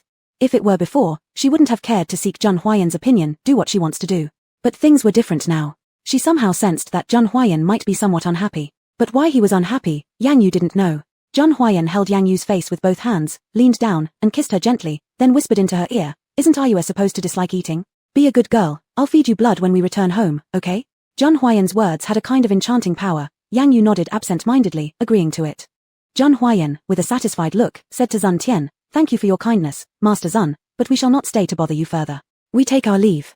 Before Zun Tian could recover from the previous kiss between the two, Zheng Huayan had already left holding Yang Yu's hand. Zun Tian blushed as he watched them go. So adults were this direct, were they? Chapter 267, the matter of seeing a doctor was discovered. When the two walked out of Zun's house, Yang Yu finally understood Zheng Huayan's previous series of actions. Seeing Yang Yu covering her stomach and laughing secretly, Zheng Huayan's eyes sparkled with laughter, but his tone was rather awkward. Yu, what are you laughing at? I'm laughing at you being jealous over a child. Idiot. Yang Yu laughed heartily and started laughing loudly without any concealment. She felt like she hadn't laughed this happily for a long time. Zheng Huayan was uneasy and didn't know what to say throughout the whole time. Yu, you're always bullying me. Why did Zheng Huayan suddenly appear bashful? Yang Yu patted his shoulder. When did I ever bully you? Yang Yu only wanted to go back now, she was already starving. Not long after they left, Bai Shidan ran over. Huayan brother, my arm really hurts. Sang Mo looked utterly helpless, indicating he couldn't hold her back. If it hurts, then go to the hospital. Zheng Huayan's tone turned cold instantly. In his world, there were only Yang Yu and everyone else. His attitude towards Yang Yu was one thing, but his attitude towards others was another. Bai Shidan lowered her gaze dejectedly and then said, Huayan brother, don't you remember? I am a doctor. And it's been a while since you've come to my place. Upon hearing this, Zheng Huayan froze momentarily. What? Because you managed to survive just now, do you think death no longer matters to you? Zheng Huayan was somewhat nervous. He feared that if Yang Yu found out about him going to see a doctor, she would be angry. Moreover, he initially had no idea that the doctor was Bai Shidan. If he had known it was her, he would never have gone there. Seeing Zheng Huayan's nervous look, Bai Shidan became even more reckless. Huayan brother, don't worry. You just came to see me as your doctor, nothing has happened between us. As Bai Shidan kept talking, Yang Yu, who was listening on the side, also felt something wasn't right. Zheng Huayan, what exactly is going on here? Zheng Huayan knew this was Bai Shidan's deliberate provocation. She was intentionally trying to anger Yu. I did go see a doctor, but I had no idea the doctor would turn out to be Bai Shidan. Zheng Huayan explained earnestly. He didn't want Yu to misunderstand him. Yang Yu nodded knowingly and countered, what's bothering you? Why did you need to see a doctor? At these words, Zheng Huayan was momentarily stunned. Not only did Yu not scold him, but she also asked why he went to see a doctor instead. It made him incredibly moved. I'm fine, Yu, just an old ailment. Zheng Huayan affectionately held Yang Yu's hand, interlocking their fingers tightly. Okay, that's good. Yang Yu thought to herself that if something happened to him, she'd lose such an excellent blood slave, it just wouldn't be worth it. Even though Zheng Huayan was absolutely certain that Yang Yu cared about him, when he heard this, a trace of bitterness still surfaced in his heart. Is Yu still just treating him as a blood slave? Never mind, let things develop slowly. Bai Shidan watched from the side, feeling almost exasperated by their intimate exchange. She clenched her fists so tightly that her nails were about to dig into her palms. Sang Mo, since Miss Bai doesn't need to go to the hospital, take her back to the Bai family residence. Zheng Huayan lifted his chin slightly toward Sang Mo, signaling him to quickly get rid of this troublesome woman. Sang Mo pulled Bai Shidan into the car. Even though Bai Shidan resisted fiercely, she wasn't as strong as Sang Mo. Yang Yu, even if you've got Zheng Huayan, I'll still take him away from you. Being by his side will just doom him. Bai Shidan shouted wildly at them as if uttering a curse. Wei Yizha remarked on the side, she really is insane. After Bai Shidan was taken away, there was finally a moment of peace in the world again. Yu, don't mind her. Wei Yizha is right, she's just a madwoman. Zheng Huayan was worried Yang Yu might overthink it, so he cautiously explained. I haven't given her a second glance. Yang Yu shook her head calmly. Jun Huayan secretly sighed in relief. Yu wasn't angry, which was good. The car of the Jun family soon arrived. Once Yang Yu got in, she felt sleepy and leaned on Jun Huayan's shoulder and fell asleep. Jun Huayan looked at Yang Yu sleeping quietly, and for a moment, he was dazed. Yang Yu seemed like a princess sleeping peacefully when she was quiet, making people want to love and cherish her. But when she woke up, she was like a queen, commanding submission and obedience. Jun Huayan truly believed that falling in love with Yang Yu was itself an unstoppable process. Soon they arrived at the Jun family estate. Seeing Yang Yu still asleep, Jun Huayan first got out of the car, then gently picked her up princess style and carried her down. The servants witnessed this boyfriend-like act of their young master, all unable to help but swoon. Our young master and Miss Yang Yu make such a perfect couple. And isn't that true? They are a well-matched pair. The two young maids were quietly gossiping while sweeping the yard, their voices low. Nevertheless, despite their quiet tones, Jun Huayan overheard them, and secretly, he felt pleased by their words. Gong Xiuyu was inside eating lunch when she saw Jun Huayan carry Yang Yu into the house. Startled, she quickly dropped her chopsticks and rushed over. Chapter 268, Sneaky Qiu Yi. Brother-in-law, what's wrong with sister Yang Yu? Why did she faint? What's wrong with her? Gong Xiuyu anxiously threatened Yang Yu as she turned around in circles. Jun Huayan helplessly shook his head. Yu is fine. She's just a little tired and fell asleep. Don't disturb her. If she's sleeping, then it's good, it's good. Gong Xiuyu sighed in relief and returned to enjoying her lunch. She thought that Yang Yu had been injured while on a mission, which frightened her greatly. Jun Huayan gently placed Yang Yu back on the bed, carefully covered her with a blanket, then kissed her forehead before turning and leaving. As soon as he closed the door, Jun Huayan felt a sharp pain in his chest, as if someone was twisting it from inside. Jun Huayan clutched his chest and squatted against the wall. Could it be that the fetal toxin had recurred? He painfully clutched his chest, unable to move. At this moment, Sang Mo had just returned from the Bai family residence and was about to report to Jun Huayan. When he ascended the stairs, he saw Jun Huayan squatting on the ground, clutching his chest in apparent agony. He quickly put down the items he was carrying and rushed over. Master, what's wrong with you? Jun Huayan's face was pale, and a layer of cold sweat had formed on his forehead. Sang Mo, medicine, bring me the medicine. Jun Huayan was in so much pain that his consciousness was becoming unclear, his eyes half closed, giving off an appearance of fragility akin to a porcelain doll. Sang Mo hurriedly retrieved the medicine from Jun Huayan's outer pocket and handed it to him. Here. Master, the medicine, the medicine. Sang Mo was so frightened by Jun Huayan's condition that he could barely speak clearly.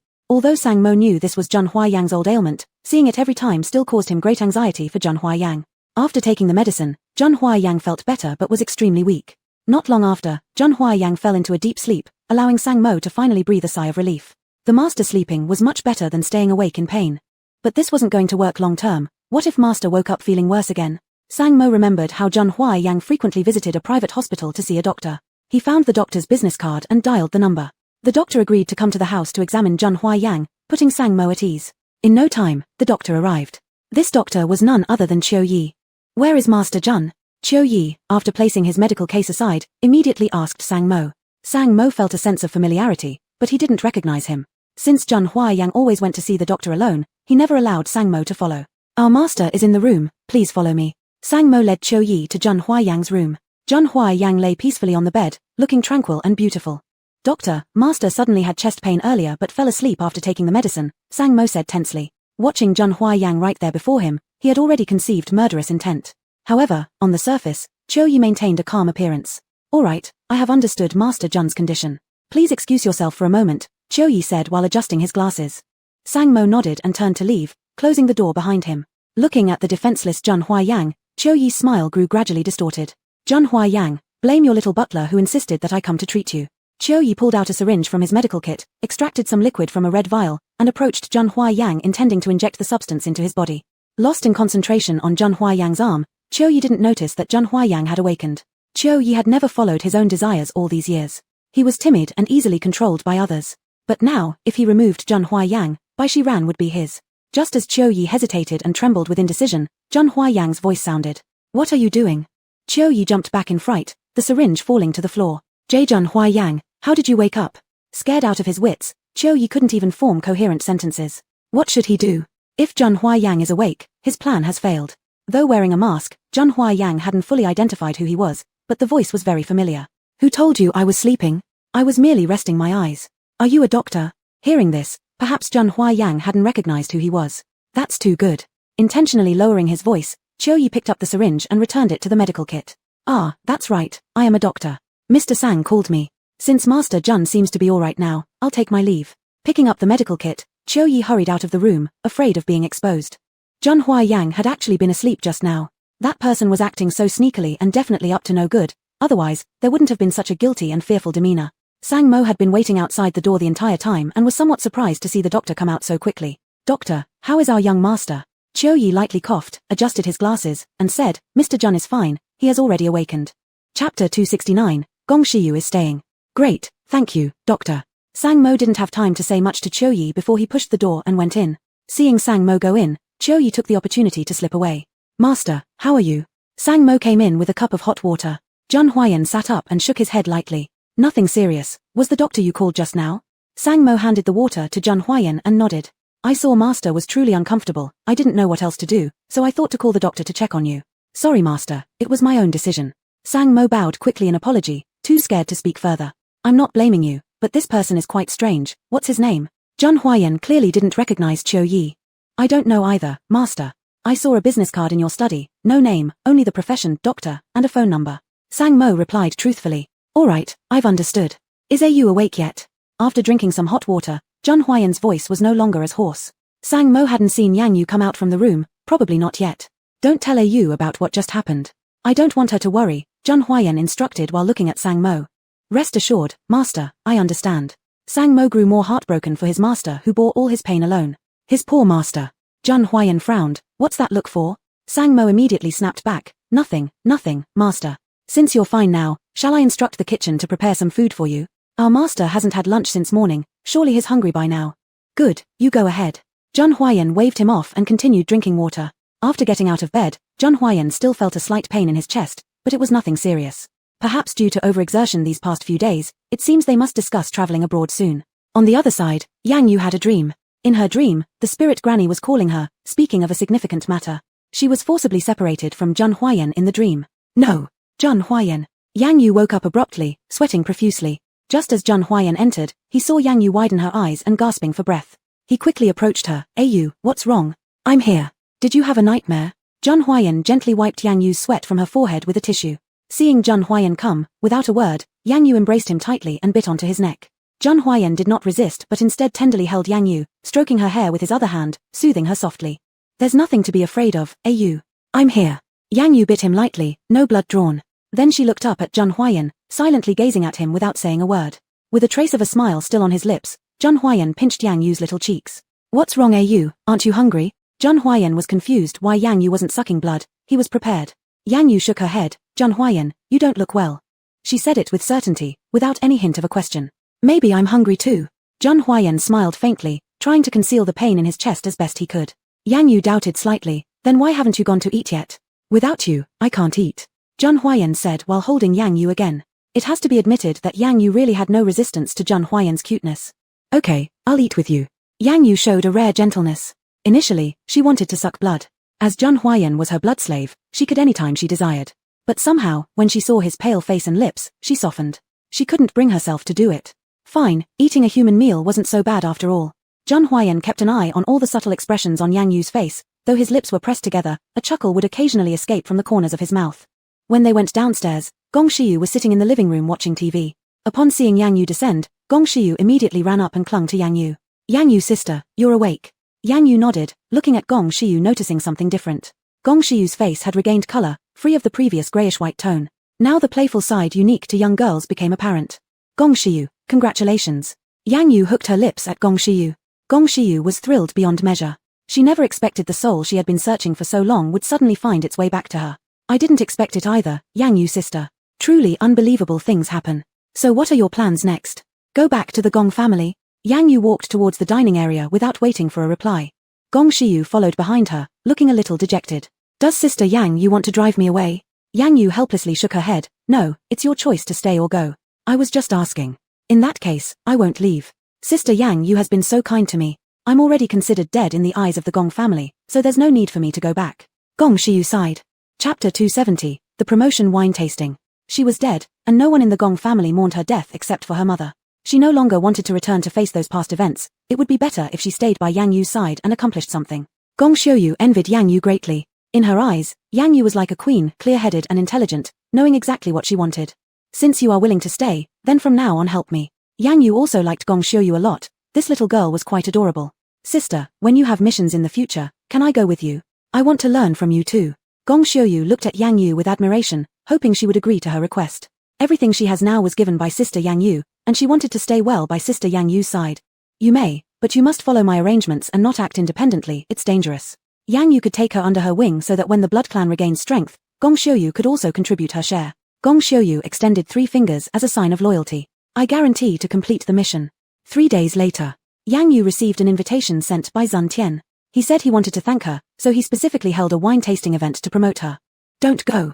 Upon hearing this, Zhun Haiyan strongly opposed it with both hands. Going to work was already perilous for Yang Yu, which he couldn't control. But this wine tasting event, who knows what intentions Zun Tian had? Seeing Zhun Haiyan's expression, Yang Yu shook her head with a smile. Why can't I go? Men understand men best. This time, listen to me, okay? Don't go. Zhun Haiyan knew that Yang Yu hated being controlled the most, so he didn't dare demand too much from her. Yang Yu crushed the invitation in her hand, and another one appeared. She handed the other one to Zhun Haiyan. This is Zun Tian's invitation for you. If you're worried, just accompany me, wouldn't that be fine? This wine tasting event organized by Zun Tian suited Yang Yu's intent. The Zun family held a high status in Kyoto. With Zun Tian's recommendation, Yang Yu's title as Master of Metaphysics in Kyoto would become even more famous. Moreover, Zun Tian mentioned that many friends from other places would attend, including even some from abroad, all attracted by her reputation. Such a great opportunity, how could Yang Yu let it pass? In that case, fine, let's go. With a huff, Zhun Haiyan took the invitation and tossed it to Sang Mo. The wine tasting event was to be held in the evening. Yang Yu originally intended to bring Gong Xiuyu along, but then thought that everyone in Kyoto's circle probably knew her. If she attended, it might frighten them and cause unnecessary trouble. Miss Yang Yu, you are truly beautiful. Gong Xiuyu looked at Yang Yu dressed in a red evening gown in the mirror and sincerely expressed her admiration. Yang Yu's black, lustrous hair had been styled up, leaving only a few strands near her temples for decoration. Her snow-white skin contrasted beautifully with the vivid red dress, making her appear radiant yet harmonious. Gong Xiuyu, help me put on this necklace. Yang Yu handed Gong Xiuyu a necklace. The necklace shimmered brightly, its fine diamonds understated yet luxurious. Wow, Miss Yang Yu, this necklace is truly beautiful. Gong Xiuyu accepted the necklace and helped Yang Yu put it on. Yang Yu's long, white neck highlighted the charm of the necklace resting at the collarbone area. This necklace was specially crafted according to her beloved item from 1,000 years ago, unique worldwide. And every member of the blood clan surely recognized this necklace. In a sense, it was also a symbol of her queenly identity. After getting ready, Yang Yu went downstairs where Zhun Haiyan was already waiting for her. Zhun Haiyan looked up upon hearing the sound, seeing the woman clad in a red gown with full presence. Zhun Haiyan approached with a smile, and as Yang Yu stepped down the last step, he knelt down on one knee and took Yang Yu's hand. Yang Yu paused in her steps, looking down at this incredibly handsome man before her. You are so beautiful. After hearing Gong Xiuyu's compliment, Yang Yu found it quite normal, but after Zhun Haiyan spoke, Yang Yu felt her cheeks slowly heating up. From the moment before getting into the car, Zhun Haiyan's gaze never left Yang Yu. Arriving at the Zun residence, Zhun Haiyan personally helped Yang Yu out of the car, drawing the curiosity of those outside regarding who the dignitary inside the car was. Once Yang Yu stepped out, everyone's attention was immediately drawn to her. Truly beautiful. Those who had seen Yang Yu and those who hadn't were all stunned. Not only did men cast appreciative glances, but women did too. Zhun Haiyan was annoyed. He moved his arm, signaling for Yang Yu to lean on him. Yang Yu understood he was jealous again. Helpless, this delicate fellow was always prone to jealousy. Yang Yu faintly smiled and followed his wish. The two made a perfect pair, appearing very suitable for each other. Zun Tian was already waiting in the hall. When he saw Yang Yu's outfit today, he was also impressed. He knew that Yang Yu was very beautiful, but he didn't expect her to be this stunning. There were not many women as beautiful and striking as Yang Yu. Sister Yang Yu, you've arrived. Zun Tian happily handed a glass of wine to Yang Yu. Zhun Haiyan stood by the side with a dark face and said nothing. Chapter 271, Strong Possessiveness. Yang Yu politely took the glass of wine, then clinked it with Zun Tian's. I should thank you more, young Master Zun. Zun Tian waved his hand with a smile and a sweet voice. Sister Yang Yu doesn't need to be so polite. This is all I should do. As he said that, Zun Tian was about to finish the wine in his glass. Unexpectedly, before the glass touched his lips, someone had snatched it away. Zhun Huayan grabbed Zun Tian's glass and drank it all up in one gulp. Zun Tian hadn't even reacted yet. Perhaps because Yang Yu was too captivating, Zun Tian hadn't noticed Zhun Huayan standing nearby earlier. Brother Huayan has arrived. There's plenty of wine here, but why did Brother Huayan have to take my glass? Zun Tian was a little puzzled, wondering if Zhun Huayan's possessiveness was so strong that he couldn't even allow her to drink with Yang Yu.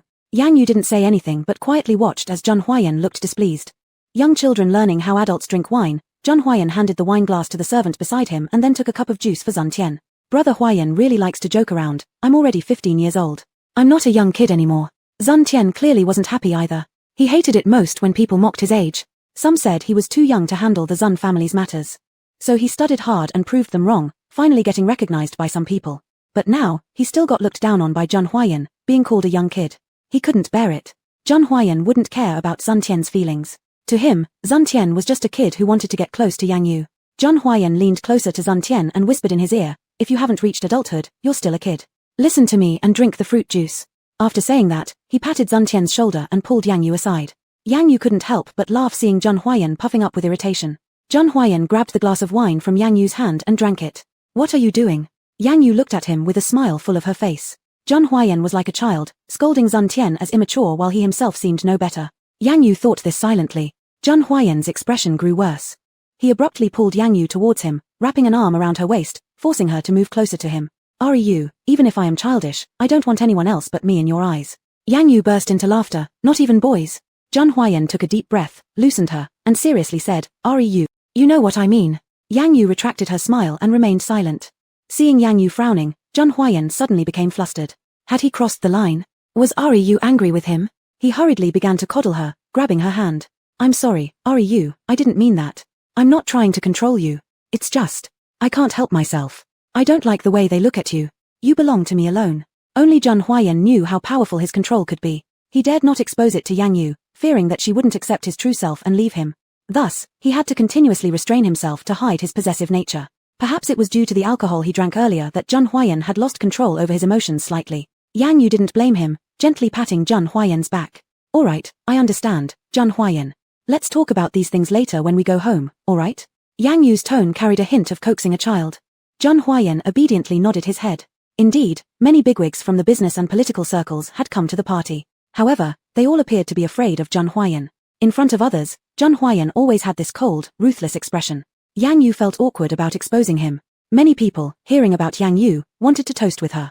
Yang Yu just politely raised her glass and sipped a little. These people, noticing Zheng Huayan's grim mood, didn't dare to say much, merely taking Yang Yu's business card before leaving. In no time, Yang Yu naturally became the center of attention at the venue. Zheng Huayan also relaxed more, since such an excellent woman belonged to him. As the old saying goes, where there is righteousness, there must also be evil. Sure enough, such an occasion couldn't possibly lack Bai Shiran. "Brother Huayan." Yang Yu didn't even have to turn around to know it was that ever-present Bai Shiran again. Zheng Huayan ignored Bai Shiran, continuing his light conversation with Yang Yu. Bai Shiran persisted, walking right up to both of them and making their presence known. "Brother Huayan, I knew you would surely come." Bai Shiran took the glass and attempted to clink it with Zheng Huayan's. Zheng Huayan frowned and dodged. "Sorry, I don't drink wine." The Zheng Huayan who had just drunk 2 glasses claimed solemnly that he didn't drink. This rejection couldn't be clearer. Who is Bai Shiran anyway? She clings like a stubborn patch of dogskin plaster. Even though Zheng Huayan had already rejected her so clearly, she would surely still shamelessly come closer. "Sister Yang Yu, if Brother Huayan doesn't want to drink, could you please drink a glass with me?" Bai Shiran smiled and raised her wine glass towards Yang Yu. Chapter 272 Bai Shidan's Wine. "Fine." Yang Yu smiled and lightly clinked her glass with Bai Shidan, naturally taking a small sip. "Yu, don't drink anymore." Zheng Huayan hooked his finger through Yang Yu's, not wanting her to drink too much. Besides, drinking together with Bai Shidan made him uncomfortable. His gaze towards Bai Shidan was filled with intense warning. Yang Yu merely wished to avoid conflict with Bai Shidan at this moment. She found further conversation wearisome. She knew that every time Bai Shidan showed up, trouble followed, so she tried to avoid any confrontation if possible. "Miss Yang Yu, you certainly have an impressive drinking capacity." As Yang Yu had almost finished her cup of wine in multiple sips, Bai Shidan took another glass from the nearby server and handed it to Yang Yu. "Miss Yang Yu, do indulge me by drinking another round. This would clear up our past misunderstandings." Bai Shidan said this sincerely, even causing Yang Yu to waver for a second. But Yang Yu knew that Bai Shidan must be waiting somewhere to get revenge on her. Yang Yu didn't move, refusing the drink, which left Bai Shidan somewhat embarrassed. "Bai Shidan, what tricks are you planning?" Yang Yu whispered in a tone only the 3 of them could hear. With an innocent expression, Bai Shidan replied, "What do you mean, Miss Yang Yu? Can I not seek reconciliation? I often used to target you in the past, but I apologize. I hope Miss Yang Yu gives me this opportunity." Yang Yu knew Bai Shidan must be scheming something, yet she still took the drink. "Fine, I want to see what trick you're playing." Yang Yu laughed, lifting her glass and clinking it with Bai Shidan's. Seeing Yang Yu take the glass, Bai Shidan's lips curled into a faint smile. Zheng Huayan, however, noticed it immediately. "Yu, I'll drink it for you." Without hesitation, Zheng Huayan snatched the glass and drank it all at once.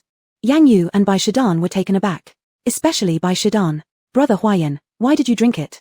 Bai Shidan seemed startled that Zheng Huayan had drunk the glass, as if she hadn't expected it. "What's wrong? Is there a problem?"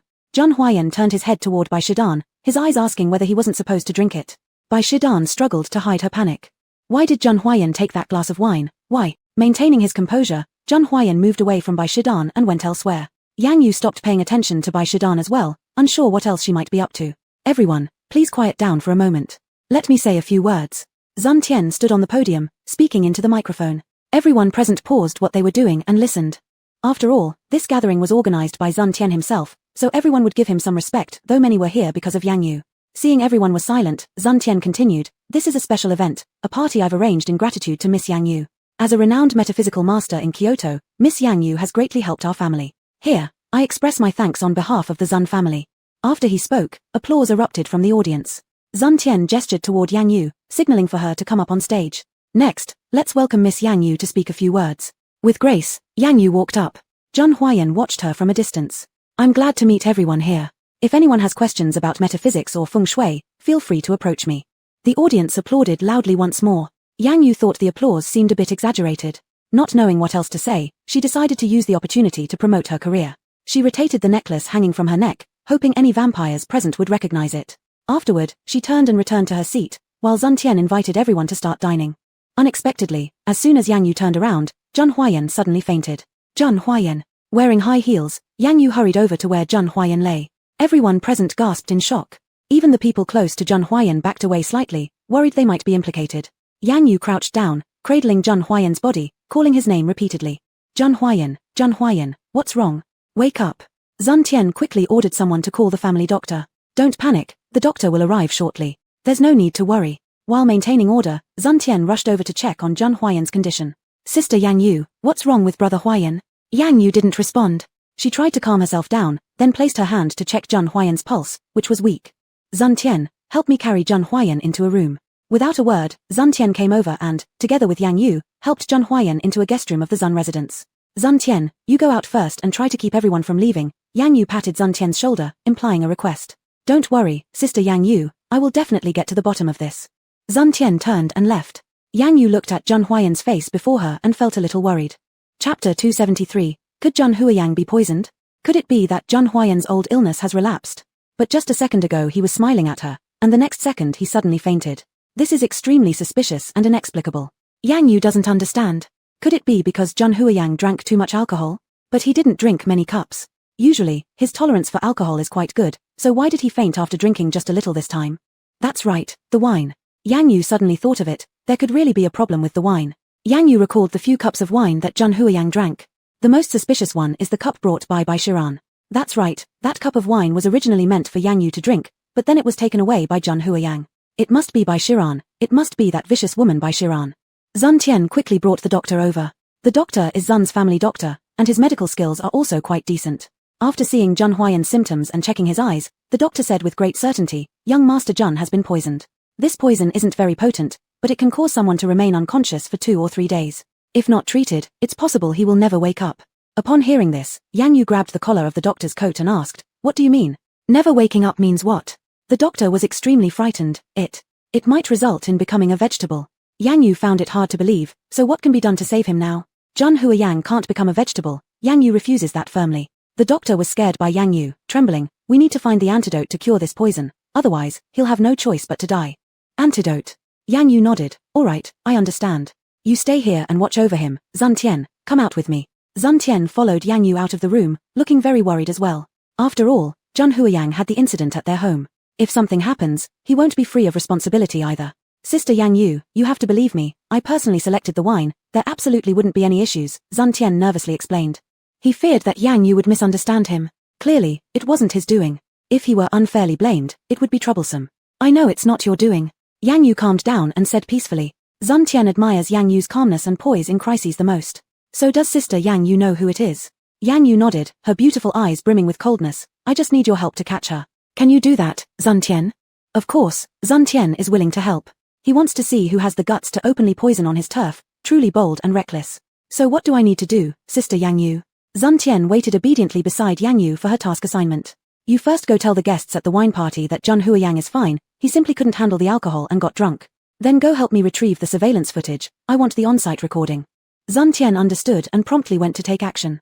The guests at the wine party were semi-believing and semi-doubting, but everyone acted like seasoned pros, pretending nothing happened and continued their activities. Since Sun Tian had blocked the entrance to the wine party, none of the people present could leave until the party ended. Bai Shiran originally wanted to slip out during this chance, but now she could only hide in a corner drinking. She was extremely terrified inside. She never expected that Jun Huayang would drink the wine. She still carried the antidote with her and had to think of a way to sneak it into Jun Huayan's consumption, otherwise Jun Huayang wouldn't wake up. Why? It should have been Yang Yu, yet Jun Huayang was the one poisoned instead. Yang Yu retrieved the surveillance footage and played it on the computer in the room. That cup of wine was placed by Bai Shiran on the tray of the servant right from the start, and they even spoke during that time. Zun Tian, bring this servant here now and question them. Zun Tian immediately sent someone to bring the servant seen on the surveillance over. Zun Tian could not have imagined that the person who poisoned the wine would be Bai Shiran. Indeed, the hearts of women can be cruel. Even though Bai Shiran looked so pretty, she hadn't expected her heart to be so wicked. Zun Tian no longer sees Bai Shiran as his goddess anymore. Now, Yang Yu is his new goddess. However, Yang Yu doesn't have the time to think about other things now. Waking up Jun Huayang as soon as possible is the priority. Sister Yang Yu, this servant seems not to belong to our family. Zun Tian sent people to search through the entire house, but no one had ever seen this person before. It was as if this person had vanished without a trace. I understand, this person must be an impersonated servant, actually Bai Shiran's accomplice. After some thought, Yang Yu reached this conclusion. You, go check the men's restroom to see if there are any discarded clothes. And you, find out where Bai Shiran is, she must still be around. Yang Yu instructed the two servants. Despite their confusion, neither of them dared to disobey and quickly went to carry out the tasks. Zun Tian only realized after much thought why Yang Yu had acted this way. It was truly ingenious. Chapter 274, Caught Red-Handed. It wasn't long before the two returned with their messages. Miss Yang Yu, you were right. I indeed found the work uniform of our housemaid in the restroom. Miss Yang Yu, Miss Bai Shiran is currently sitting in a corner drinking. After both had reported, they waited for Yang Yu's instructions on what to do next. You both can go about your business. I'll handle the rest from here. Yang Yu stood up, smoothed her dress, and walked out just as confidently as before. Zun Tian was mesmerized. Now he understood why Jun Huayan liked her so much. To have a woman like this, one might be worried about being unable to control her, fearing other men would covet her. But Yang Yu was so strong that ordinary men would probably be terrified when they saw her. Yang Yu returned to the banquet hall, and everyone turned their gaze onto her. Yang Yu directly approached the podium, picked up the microphone, and said to all present, "Everyone, I want to apologize here to Miss Bai Shiran. I hope she will forgive me."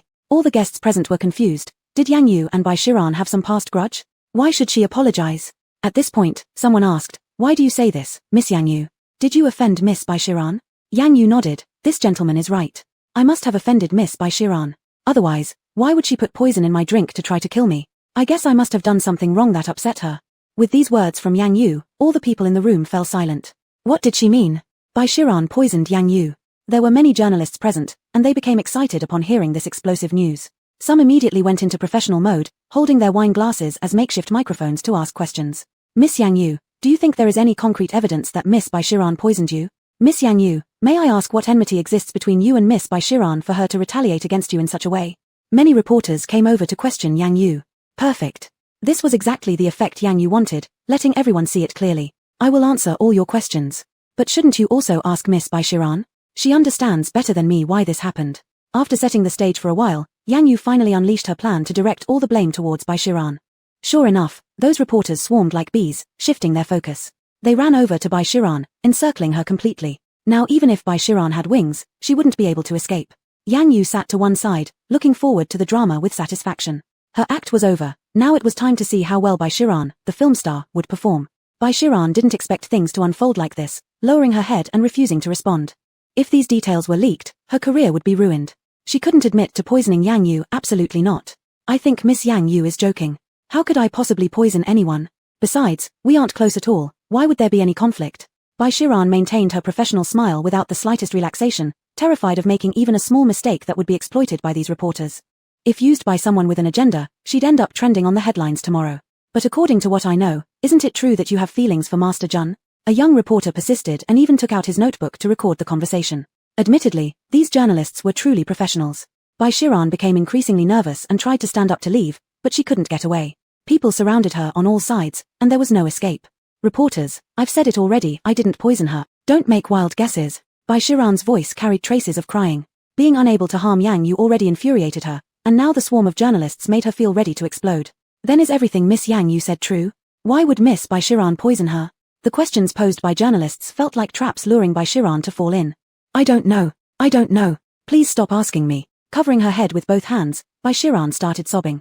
Not only did the journalists not cease, they pushed harder. In their eyes, Bai Shiran's reaction was the epitome of guilt. Ah! Bai Shiran screamed, her emotions spiraling out of control. She actually had the intent to pretend insane to fool the reporters, trying every possible trick to stop them from asking more questions. On Yang Yu's side, the evidence was already in place. The cup that Bai Shiran passed was located, and the drug she planted was found in the residue of the wine. Ladies and gentlemen, this is the evidence that Bai Shiran poisoned me. There are Bai Shiran's fingerprints on it, as well as mine and Zhang Huayan's. For more details, you can refer to the surveillance footage. The final situation is that Zhang Huayan drank this glass of wine and then passed out. Miss Bai Shiran, is there anything else you want to say? With such solid evidence, you shouldn't argue anymore. Yang Yu loudly addressed Bai Shiran word by word on the stage. Chapter 275, The Last Antidote. So, Miss Yang Yu, do you request the police to get involved in the investigation? Some reporters turned to ask Yang Yu. They considered today's wine party was well attended, as such an explosive event occurred, and the front page headline for tomorrow is secured. Yang Yu nodded. This matter is no trivial matter. Of course, the police must get involved to bring those who are guilty to justice. After Yang Yu finished speaking, she stepped off the stage and walked towards Bai Xianran.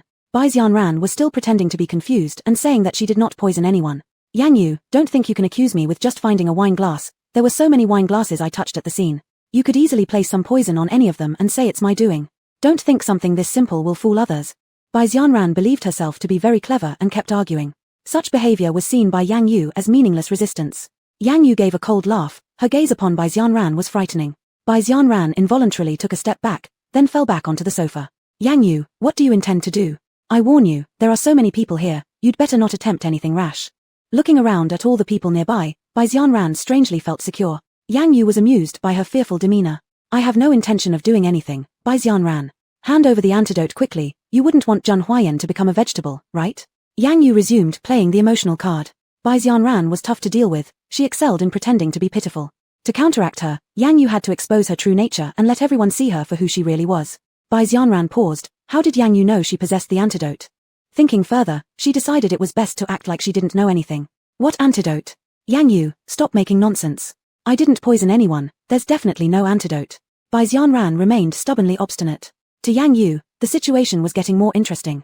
Since Bai Xianran wasn't budging, she decided to press her even harder. Bai Xianran, you should confess soon. It's better not to involve your accomplice, it won't be good for him if he gets dragged into this. Yang Yu smiled, her smile seemed like a declaration of war to Bai Xianran. Bai Xianran hesitated. Accomplice? What was Yang Yu talking about? I don't have any accomplices, it was just me, the whole thing was done by me alone. Interrupting herself halfway through, Bai Xianran almost fell into Yang Yu's trap. Yang Yu, you're trying to outsmart me, but I didn't poison anyone. Don't try to slander me either. My lawyer will be here shortly. Let's settle everything in court. Bai Xianran was counting on reinforcements from the Bai family. She believed that once they arrived, Yang Yu would be powerless to say anything. But Bai Xianran's calculations were mistaken. Yang Yu wasn't afraid of her at all. Even if Zhang Huayan wasn't poisoned, Yang Yu being poisoned would still lead Zhang Huayan to send someone to obliterate the Bai family. This time, it was her turn to protect him, Zhang Huayan. Bai Xianran, it's not only you who has a lawyer. Take responsibility for what you've done. Zhang Huayan is still lying inside now. I believe you wouldn't wish to see him become a vegetable either, right? Given your usual obsession with him, whether or not it was you who poisoned him, you wouldn't want him harmed, right? So, hand over the antidote. Yang Yu's words made Bai Xianran dizzy and disoriented. She didn't dare to speak anymore, fearing that one wrong word might be exposed to the press, thus ruining her acting career. Yang Yu, I already told you I didn't poison anyone. How long are you going to keep pestering me like this? Bai Xianran went completely berserk and didn't intend to explain anymore. She had convinced herself that it wasn't her who poisoned Zhang Huayan. But after all these arguments, she seemed closer to exonerating herself from suspicion. Yang Yu had no interest in wasting more time with her. The reason she spoke so much was simply to get Bai Xianran to surrender the antidote. However, Bai Xianran continued to procrastinate, refusing to give it up. Since you refuse to admit it, the police officer will be here soon. Yang Yu turned and left. Since Bai Xianran refused to hand over the antidote, Yang Yu still had other ways. Yang Yu returned to Zhang Huayan's side. The doctor was still pacing nervously inside the room. His anxiety was obvious. The one currently lying there was not just anyone but the young master of the Zhang family, Zhang Huayan. Miss Yang Yu, thank heavens you're here. The doctor was sweating profusely, yet he had absolutely no solutions. Yang Yu glanced at the pale Zhang Huayan. You go outside first. I'll stay and watch over him for a while. Without further questions, the doctor quickly left the room.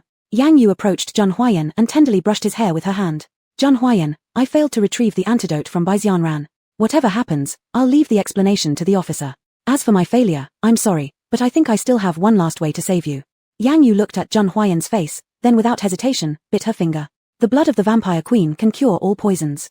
Yang Yu dripped her blood into Zhun Huayan's mouth. You've taken so much of my blood in the past, today I'll return a few drops to you. Yang Yu smiled bitterly as she watched Zhun Huayan's complexion gradually return to normal. In a short while, Zhun Huayan's pulse became stronger. Chapter 276. Why did Zhun Huayan wake up? Yang Yu's blood is comparable to a miraculous medicine, and many people would be willing to sell all their possessions to pursue it. Just after a few minutes, Zhun Huayan showed signs of awakening. His eyelids fluttered twice, and the next second he opened his eyes. A Jew. Zhun Huayan's voice was hoarse, as if he hadn't spoken for a very long time, which even surprised himself. I'm here. How are you feeling, Zhun Huayan? Yang Yu was sitting by the bedside. Seeing that Zhun Huayan had awakened, her heart was also at ease. A Jew, what's wrong with me? Why am I so dizzy? Zhun Huayan stared at Yang Yu's eyes, feeling confused overall. He seemed to have had a dream where Yang Yu bit her finger for him, feeding her blood to him. Yang Yu looked at Zhun Huayan's blank expression, her beautiful eyes flashed with worry. Could it be that Zhun Huayan became silly because of the poison? Why did he look so dazed? Her blood should have cured the poison. Zhun Huayan, how do you feel? You were poisoned, but now everything should be fine. Yang Yu was not a doctor, so she could not make arbitrary conclusions about whether Zhun Huayan was really alright. Zhun Huayan shook his head. I don't feel any discomfort. A Jew, you say I was poisoned? What happened? Zhun Huayan didn't even know where he currently was. He remembered that he went to attend a banquet with Yang Yu, then drank a few glasses of wine. When Yang Yu started her speech, he suddenly felt dizzy, and after that, he remembered nothing. It was probably when he fainted. It was Bai Xian's glass of wine. She intended to give it to me, but unexpectedly, you took it instead. Zhun Huayan, you indirectly saved me. Yang Yu seriously explained everything to Zhun Huayan. Zhun Huayan remained calm. She obviously didn't have good intentions. When I saw her saying that she wanted to reconcile with you, I knew there was something fishy about the wine. Zhun Huayan didn't celebrate right now that he managed to take away the wine. If Yang Yu had drunk it and been poisoned, he would have definitely killed Bai Xian. Don't worry, I've already found evidence. Bai Xian will pay the price. Yang Yu handed the slightly cooled water in her hand to Zhun Huayan. Drink some water. You just woke up, you must be thirsty. Zhun Huayan took the cup and drank it all in one go. Dizziness might have been due to the alcohol. He was originally not very tolerant to wine, combined with the entanglement of congenital toxicity, he rarely drank. A Jew, how did I wake up? Yang Yu looked at Zhun Huayan's flushed face and didn't answer directly. It's good that you've woken up. Rest for a while here, I'll check on Bai Xian. Saying that, Yang Yu stood up. Zhun Huayan grabbed Yang Yu's arm in one fell swoop. A Jew, I'll go too. Yang Yu stopped walking. Don't worry, I can handle it. After Yang Yu said this, she walked out. Zhun Huayan waking up shouldn't let Bai Xian know yet, and Bai Xian must learn a lesson this time. The police officer and lawyer arrived on this side. Bai Xian was surrounded by a group of people. Bystanders and reporters talked incessantly, causing the entire banquet hall to be in disarray. Seeing Yang Yu approach, the police officer came over to inquire about the situation. Miss Yang Yu, we have basically understood the matter.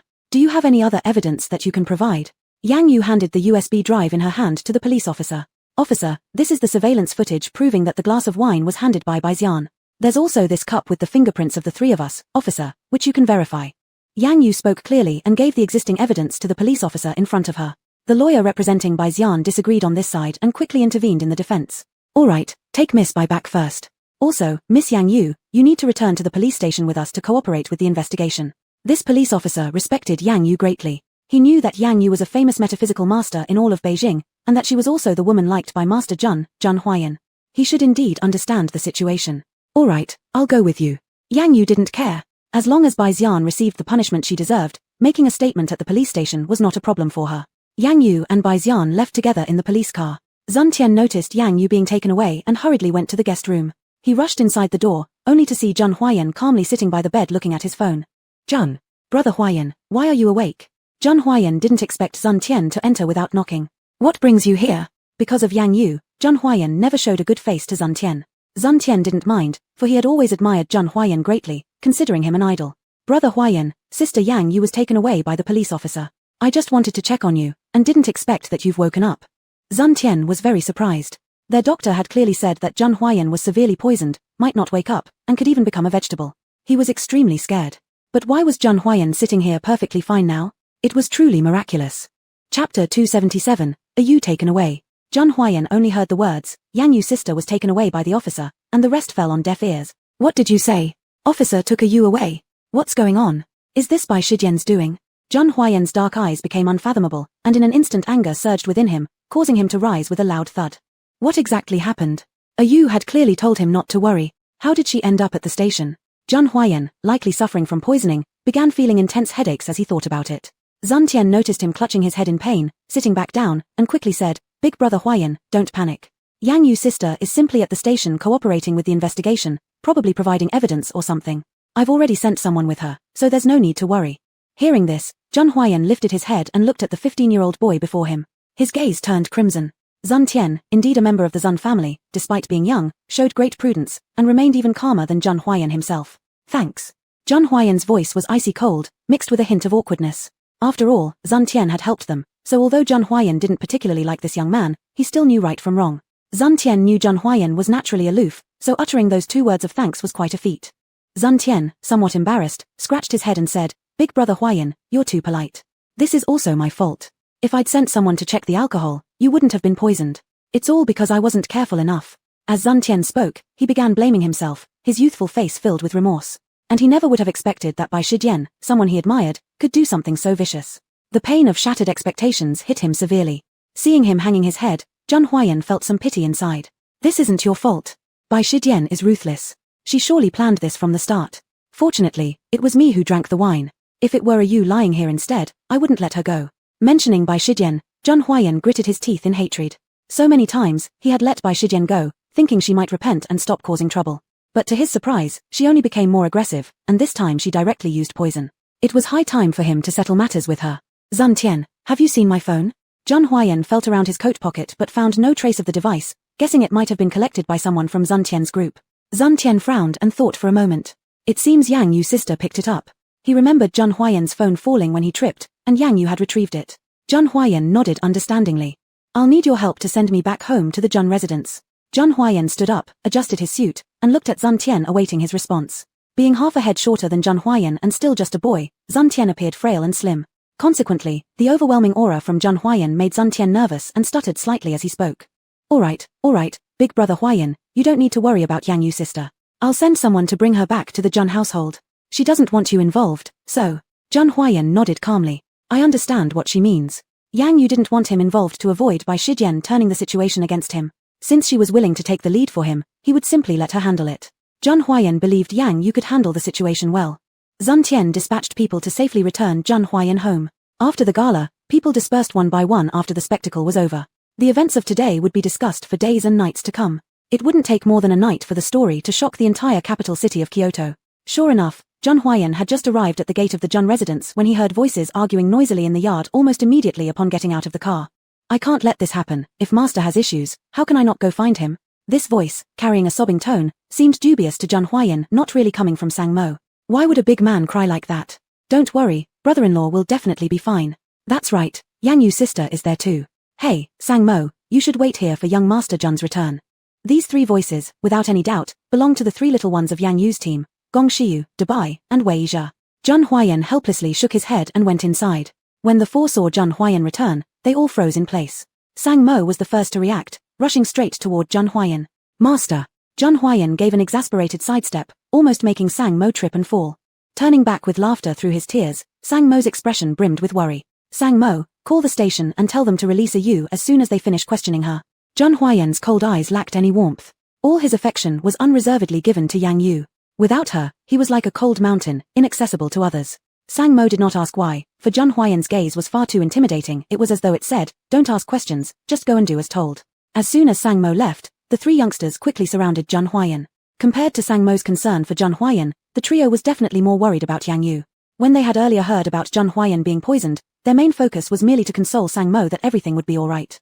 Chapter 278 by Shijian, Stop Being So Stubborn.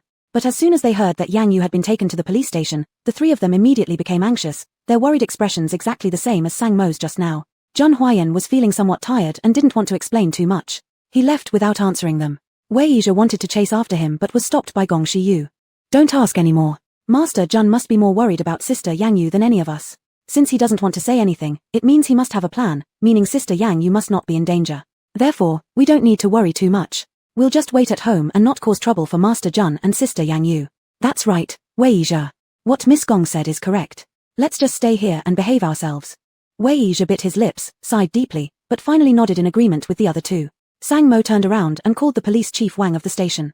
The police chief assured them that this was only a routine inquiry, and that Yang Yu would be released shortly. Meanwhile, Yang Yu and Bai Shijian were brought to the station for questioning. Bai Shijian steadfastly claimed she had not poisoned anyone. Officer, I did not put poison in that drink. Even if the wine was given to Yang Yu by me, there's no proof it was my doing. Despite the situation, Bai Shijian remained sharp-minded and clearly wasn't foolish. Yang Yu naturally knew she would claim innocence, and so instructed the Zun family members who came with her to bring out a disguised servant's outfit.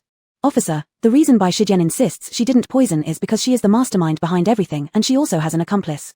The officer sitting opposite Yang Yu looked skeptical. How did all of a sudden there be another accomplice? Officer, don't listen to Yang Yu's nonsense.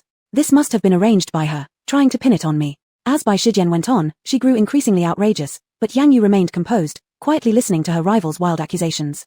Bai Shijian was desperate to clear her name, willing to say anything to do so. Officer, you can investigate thoroughly. While there might not be direct evidence proving that Bai Shijian is the one who poisoned, she definitely has some involvement. Yang Yu stood firm in accusing Bai Shijian. This left the officer completely baffled. That's enough. You two, stop arguing. We will quickly get to the bottom of this matter. And as for Master Jun's case, we will certainly give him our full attention. Yang Yu let out a cold laugh. Jun Huayan was poisoned and needs an antidote. By the time you finish your investigation, he will already be dead. Who among you will take responsibility then? At Yang Yu's words, the officers in front of her immediately changed expressions. In Kyoto, who wouldn't fear the Juns? As the person in charge of the Jun family, they couldn't dare slack in investigating for Jun Huayan. Miss Yang Yu makes a valid point. Bai Shijian, hand over the antidote immediately. Suddenly, that same officer took on an intimidating demeanor directed toward Bai Shijian. Bai Shijian was utterly terrified. She hadn't expected these people to cut straight to rough tactics. You, what are you going to do? Don't think that just because I'm Bai Shijian, I'm easy prey. You greedy people, afraid of the Jun family, does the Bai family scare you too? In her panic, Bai Shijian had mentioned her family. Though the Bai family wasn't as powerful as the Jun family, they were still considered a major clan in Kyoto, which could still sway things favorably when mentioned. However, these officers weren't fools. They understood very well who they could and couldn't afford to anger. At this point, Miss Bai, please stop being obstinate. Bai Shijian's eyes reddened, feeling deeply wronged from her childhood up to now. Why were these people allowed to treat her this way? It was all because of Yang Yu. Yang Yu, don't be so smug. I warn you, you can never frame me. Bai Shijian spoke with apparent confidence, momentarily causing even Yang Yu to hesitate. Could it be that Bai Shijian really hadn't poisoned anyone? But the next moment, a small vial falling out of Bai Shijian's bag revealed everything. This was Bai Shijian's personal handbag. When she left the Zun residence, she hadn't taken it with her, obviously hiding it in a certain corner.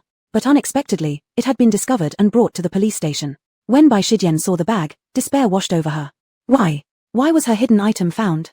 A young officer picked up Bai Shijian's handbag and started searching through it, but he found nothing initially. It wasn't until he turned the bag upside down and shook it vigorously that a small bottle fell out. That tiny bottle immediately drew everyone's attention. Miss Bai, what is this?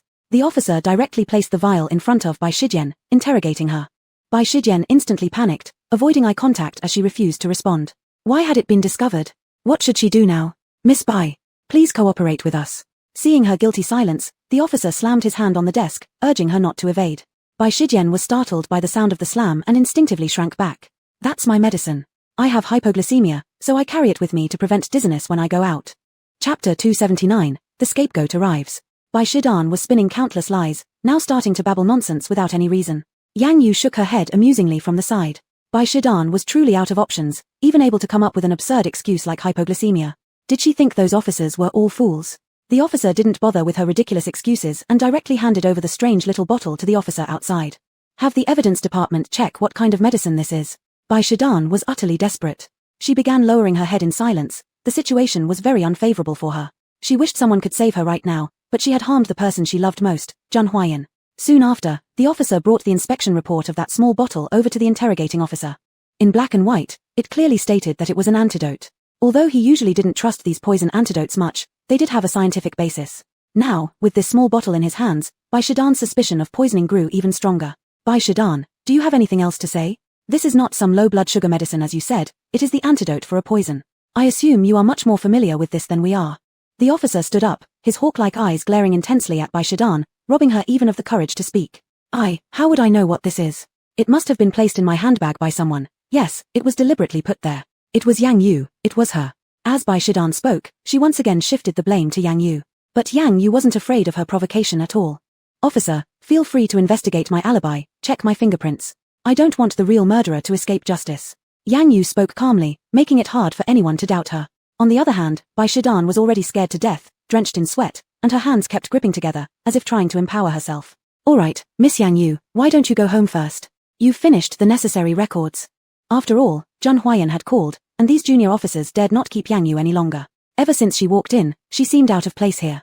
And her eyes often carried a disdainful expression, as if she found everyone beneath her regard, uninterested in paying attention. Yang Yu waved her hand. If the culprit isn't caught today, I won't leave. You continue your questioning, I won't interfere with your work. Yang Yu spoke sincerely, and even the officers gained more respect for her. Well then, Miss Yang Yu, would you wait in the lounge? The officer gestured invitingly to Yang Yu. Since she had spoken, Yang Yu felt awkward to stay any longer. She glanced at Bai Shidan and then turned and left.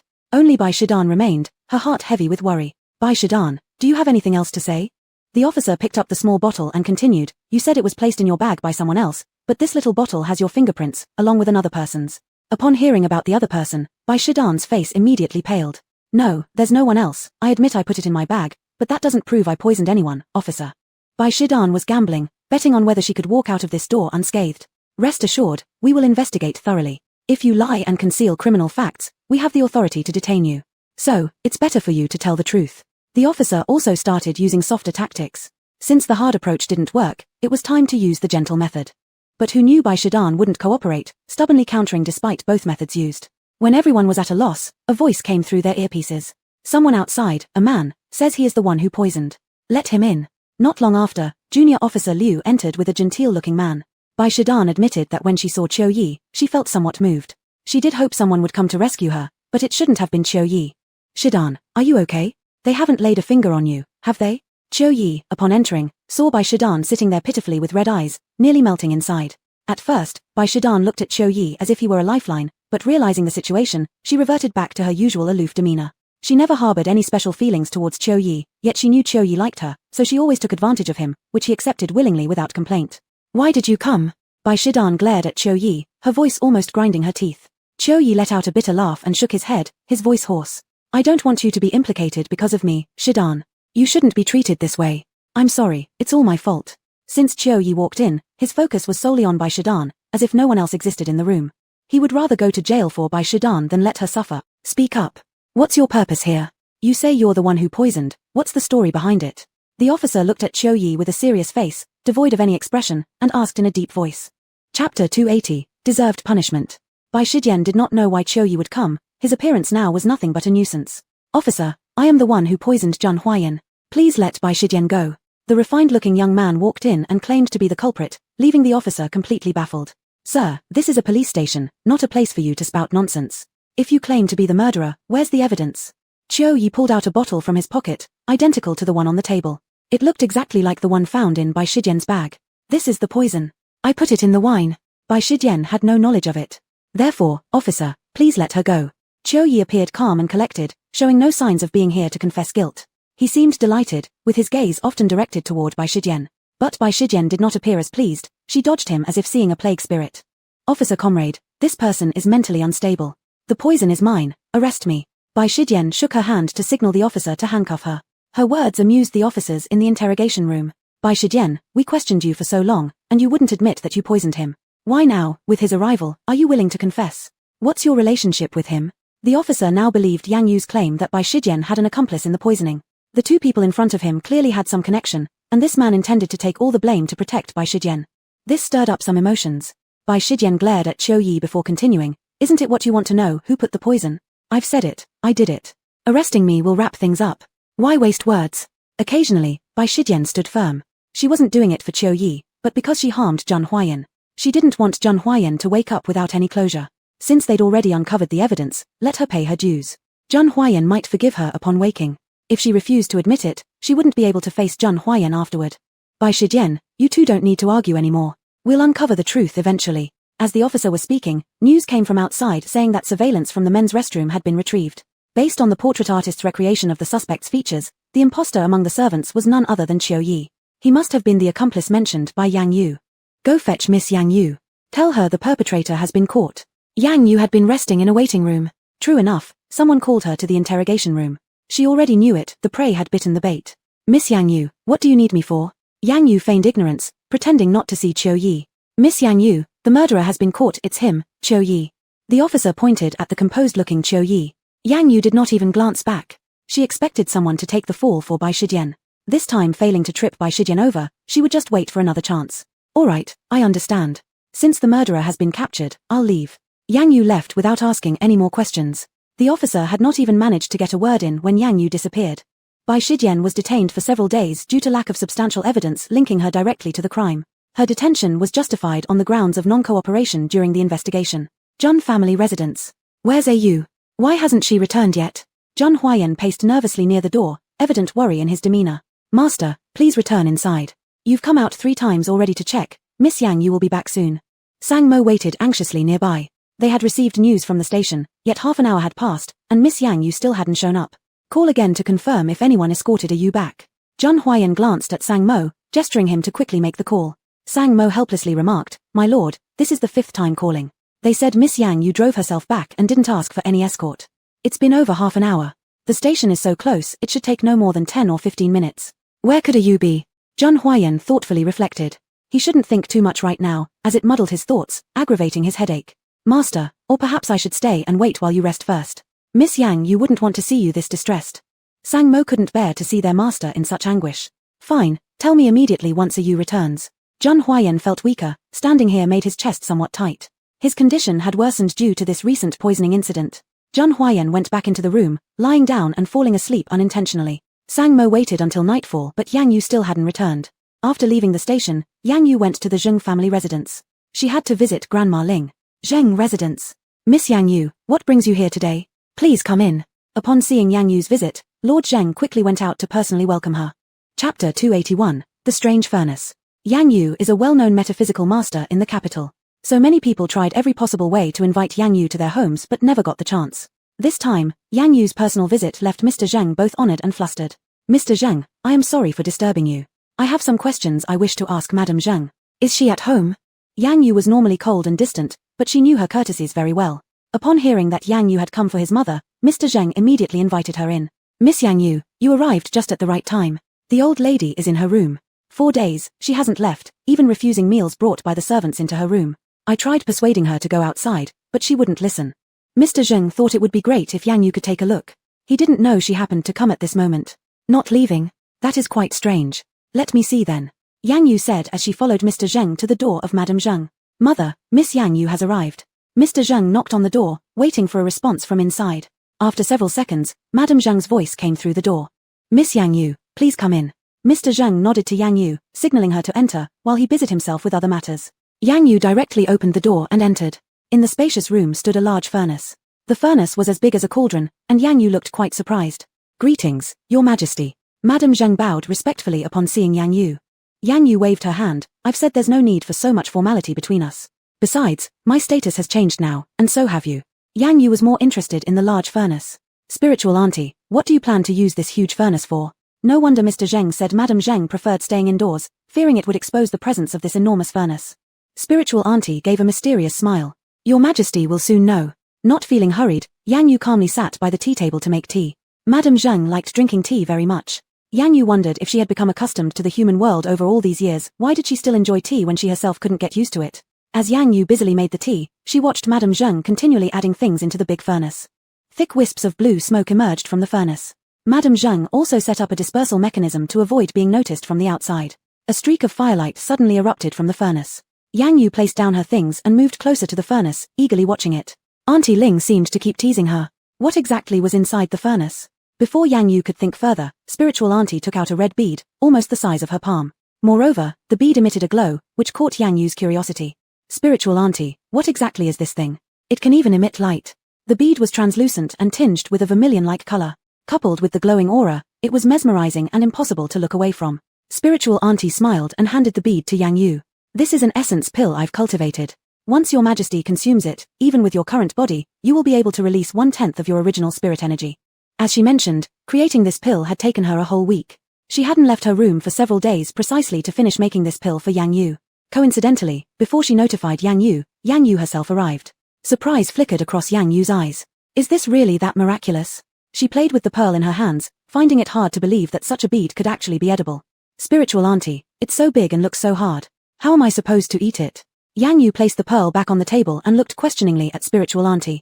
Your Majesty, don't worry. A single large one like this can be divided into several smaller ones. I'll need to melt it and then mold it accordingly, making it easier for you to carry. With that, spiritual auntie took out a device similar to a chocolate melter and placed the energy pearl inside. Yang Yu lost interest and turned toward the bookshelf to look for books to read. She waited, and after some time, she fell asleep sitting on the couch. Yang Yu didn't know how long she had been asleep until spiritual auntie announced it was ready, waking her up. Her sleep was always light, any sound could draw her attention immediately. What's done, spiritual auntie? Yang Yu woke up, rubbing her sleepy eyes. Spiritual auntie promptly handed a small box filled with energy pearls to Yang Yu. Your Highness, here are the pills that you can consume. Now, the essence pills indeed lack the brilliant glow and appear a dark red color. The feel when picking them up is no different from that of ordinary pills. Now it does look similar to the previous blood replenishing pills. Thank you, Auntie Ling. Yang Yu put away the box with a faint smile. Auntie Ling quickly waved her hands. Your Majesty, what are you saying? All these things I've done are only fitting. Chapter 282, Meeting Ling Po again. By the way, Your Majesty, how did you suddenly think of looking for me?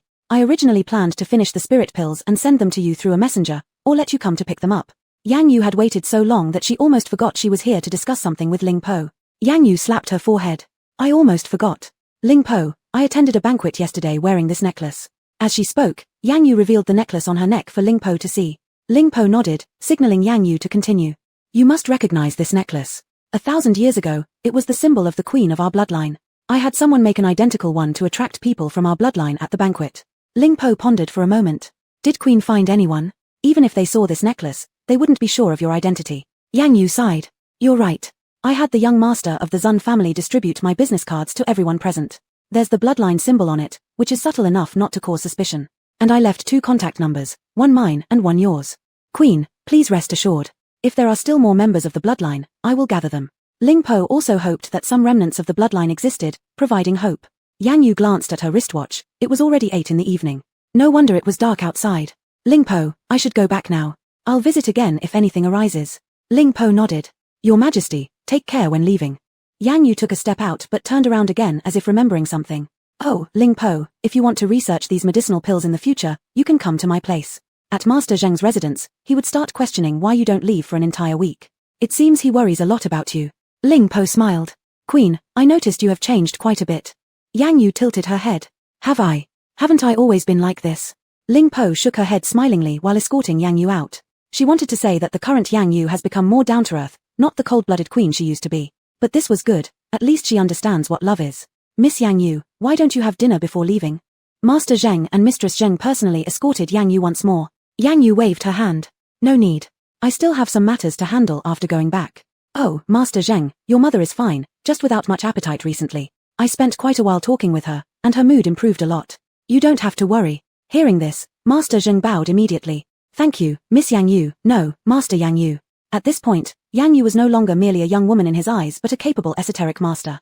Yang Yu faintly smiled. All right, Master Zheng, Mistress Zheng, please go back. I'll drive home by myself. The couple sent Yang Yu to the door and watched her car speed away before returning inside. Yang Yu quickly drove on the road, yet her mind involuntarily wandered to Zhun Huayan's image. I wonder if the little blood slave feels any better. He was already so weak, and now poisoned, his body must be suffering greatly. Thinking about this, Yang Yu's car was already at Zhun's house. Sang Mo was sitting by the door, dozing off. Yang Yu, getting out of the car, saw a shadow squatting at the entrance. As she got closer, she realized it was Sang Mo. Sang Mo, why are you sitting here at the door? Yang Yu frowned slightly, dissatisfied with him. Why wasn't he properly taking care of Zhun Huayan inside? Sang Mo thought he was dreaming. With half-closed eyes, he looked at Yang Yu in front of him and believed himself to be hallucinating. Don't come near. Miss Yang Yu, how could I dream of seeing you? This is too strange. Sang Mo muttered sleepily, unaware of what nonsense he was saying. Yang Yu furrowed her brow, ignoring him, and went straight into the house. Sang Mo thought he just dreamed a minute ago. Leaning his head on his knees, he fell asleep again, entirely forgetting the task Zhun Huayan entrusted to him. When Yang Yu entered the living room, she didn't see Zhun Huayan's figure and guessed he had probably returned to his room.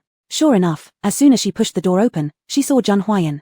Seeing this scene, Yang Yu shifted her gaze awkwardly. Even though she was worried about Zhun Huayan, the boy was casually strolling around his room shirtless. Moreover, his prominent abs were quite noticeable. She never expected that Zhun Huayan, who seemed so frail, would have such a well-toned physique. Yang Yu stood dumbfounded, unable to move as if her feet were glued to the spot. Seeing that it was Yang Yu, Zhun Huayan was both surprised and delighted. In an instant, he transformed into a clingy little puppy and ran over. You, where have you been? I've missed you. Zhun Huayan lowered his head and rubbed his face against Yang Yu's cheek, behaving just like a big dog. Chapter 283, Going Abroad. Yang Yu's body began to heat up unconsciously as he pressed close to her with his body. Zhun Huayan, let me go first. Yang Yu's voice carried a hint of helplessness, but more of an indulgence and tacit consent. Zhang Huayan obediently loosened the arm that was holding Yang Yu, yet his eyes remained fixed on her, unwilling to leave for even a second, as if he feared she would run away. Yang Yu sat down beside him, smiling amusingly while pulling his hand. "Why aren't you wearing clothes? If I'm not here, who are you planning to flirt with late at night?" Yang Yu pinched Zhang Huayan's ear playfully, pretending to question him. Zhang Huayan hugged Yang Yu tightly, unwilling to part for even a moment. There's something I want to tell you." Zhang Huayan held Yang Yu tightly in his arms, his voice hoarse, evoking a sense of pity. Yang Yu gently pushed him away, calmly asking, "What is it? Tell me." Zhang Huayan stared at Yang Yu and declared firmly, "My condition. Feng Yuan helped me contact a doctor abroad. I'd like to try treatment with him. Will you come with me? Or if you don't wish to, will you wait for me?" Zhang Huayan's voice conveyed a pleading tone. He feared, afraid that Yang Yu would refuse outright.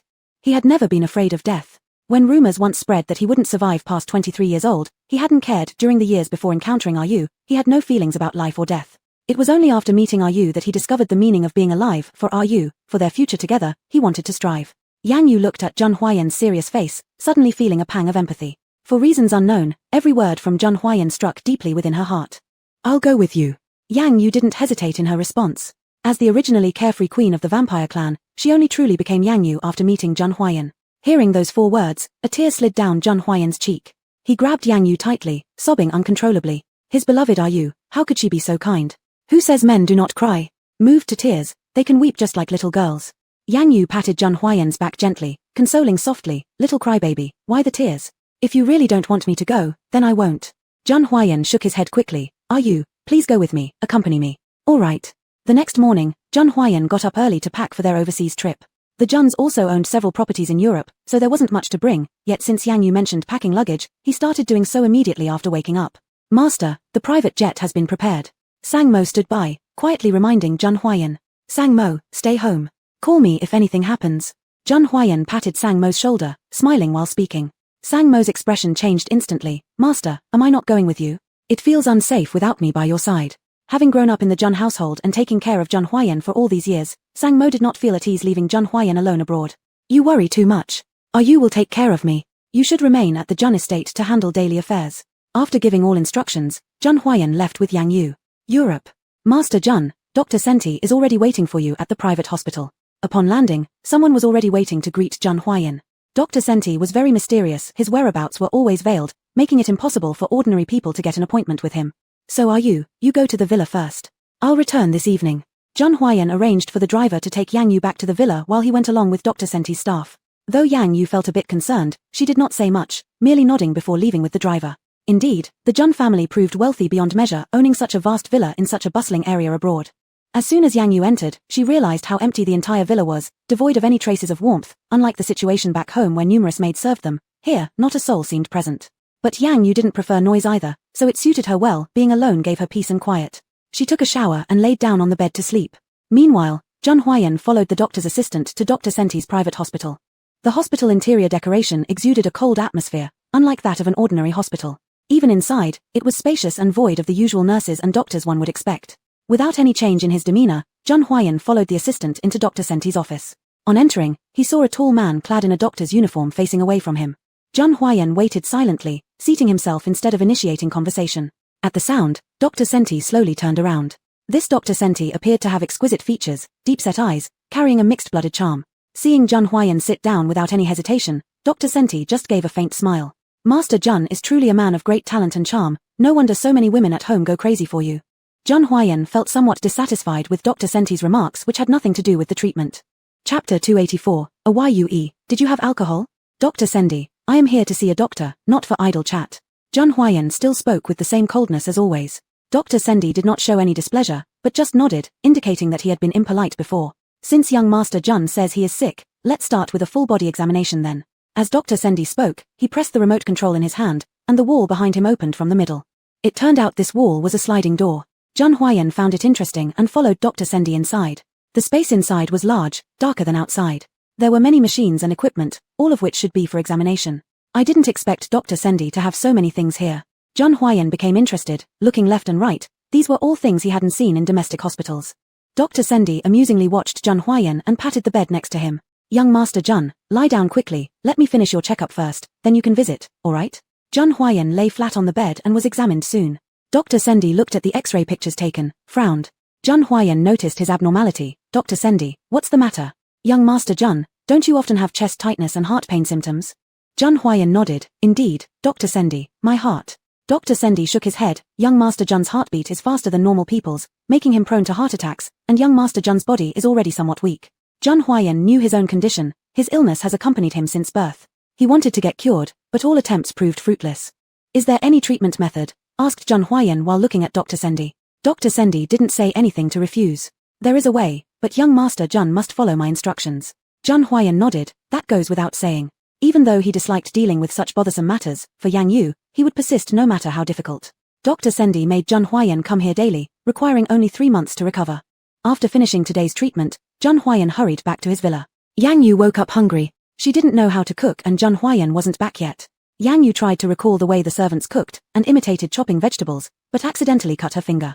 Drops of blood fell from her finger. Yang Yu took a small bowl to catch it. Her blood was extremely precious to ordinary people. Thinking about it, she believed that saving it to make a blood spirit pill for Jun Huayan would also be good. Awayui, I'm back. Jun Huayan walked in under the moonlight. But the living room was dark. Feeling around, he entered the room but didn't find Yang Yu. Jun Huayan's heart tightened. Could it be that a Yu had left? A Yu. Jun Huayan searched everywhere but couldn't find Yang Yu. Suddenly, he saw a glimmer of light coming from the kitchen. He walked over quickly and found Yang Yu amidst a mess. Seeing Jun Huayan approach, Yang Yu showed no surprise, wiped her face, and said naturally, "You're back, Jun Huayan." Jun Huayan, seeing the flower on Yang Yu's face, couldn't help but burst out laughing. "Awayui, what are you doing?" Jun Huayan pulled Yang Yu close and lovingly wiped her face. Yang Yu looked up earnestly and said, "Jun Huayan, I just wanted to cook a meal, but why is it so difficult?" As she spoke, her stomach growled. Jun Huayan tenderly embraced Yang Yu. "Sorry, Awayui, it's my fault for not thinking thoroughly and making you suffer." Yang Yu placed her chin on Jun Huayan's shoulder without saying anything. Then, he let go of Yang Yu, just holding her hand. Jun Huayan was indeed careful, noticing the band-aid on Yang Yu's hand immediately. "Awayui, what happened to your hand?" Jun Huayan's brows furrowed with concern. Yang Yu lifted her hand and examined it under the light. "No problem, I accidentally hurt myself while cutting vegetables." Jun Huayan slightly angrily kissed Yang Yu's forehead.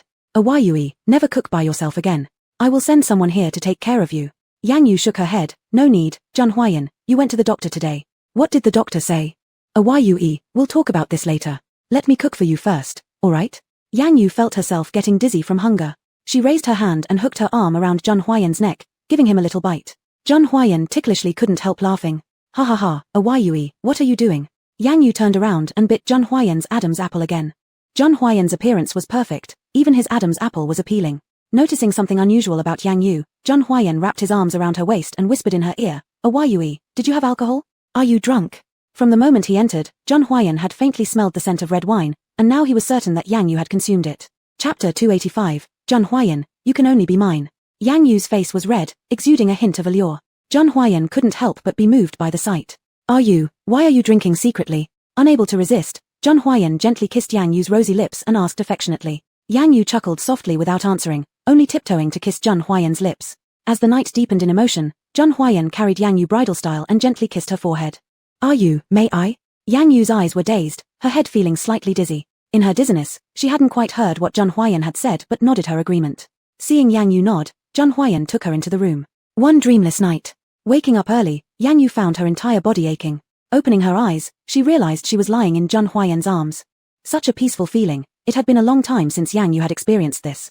She raised her hand to gently caress Jun Huayan's prominent nose and thin lips.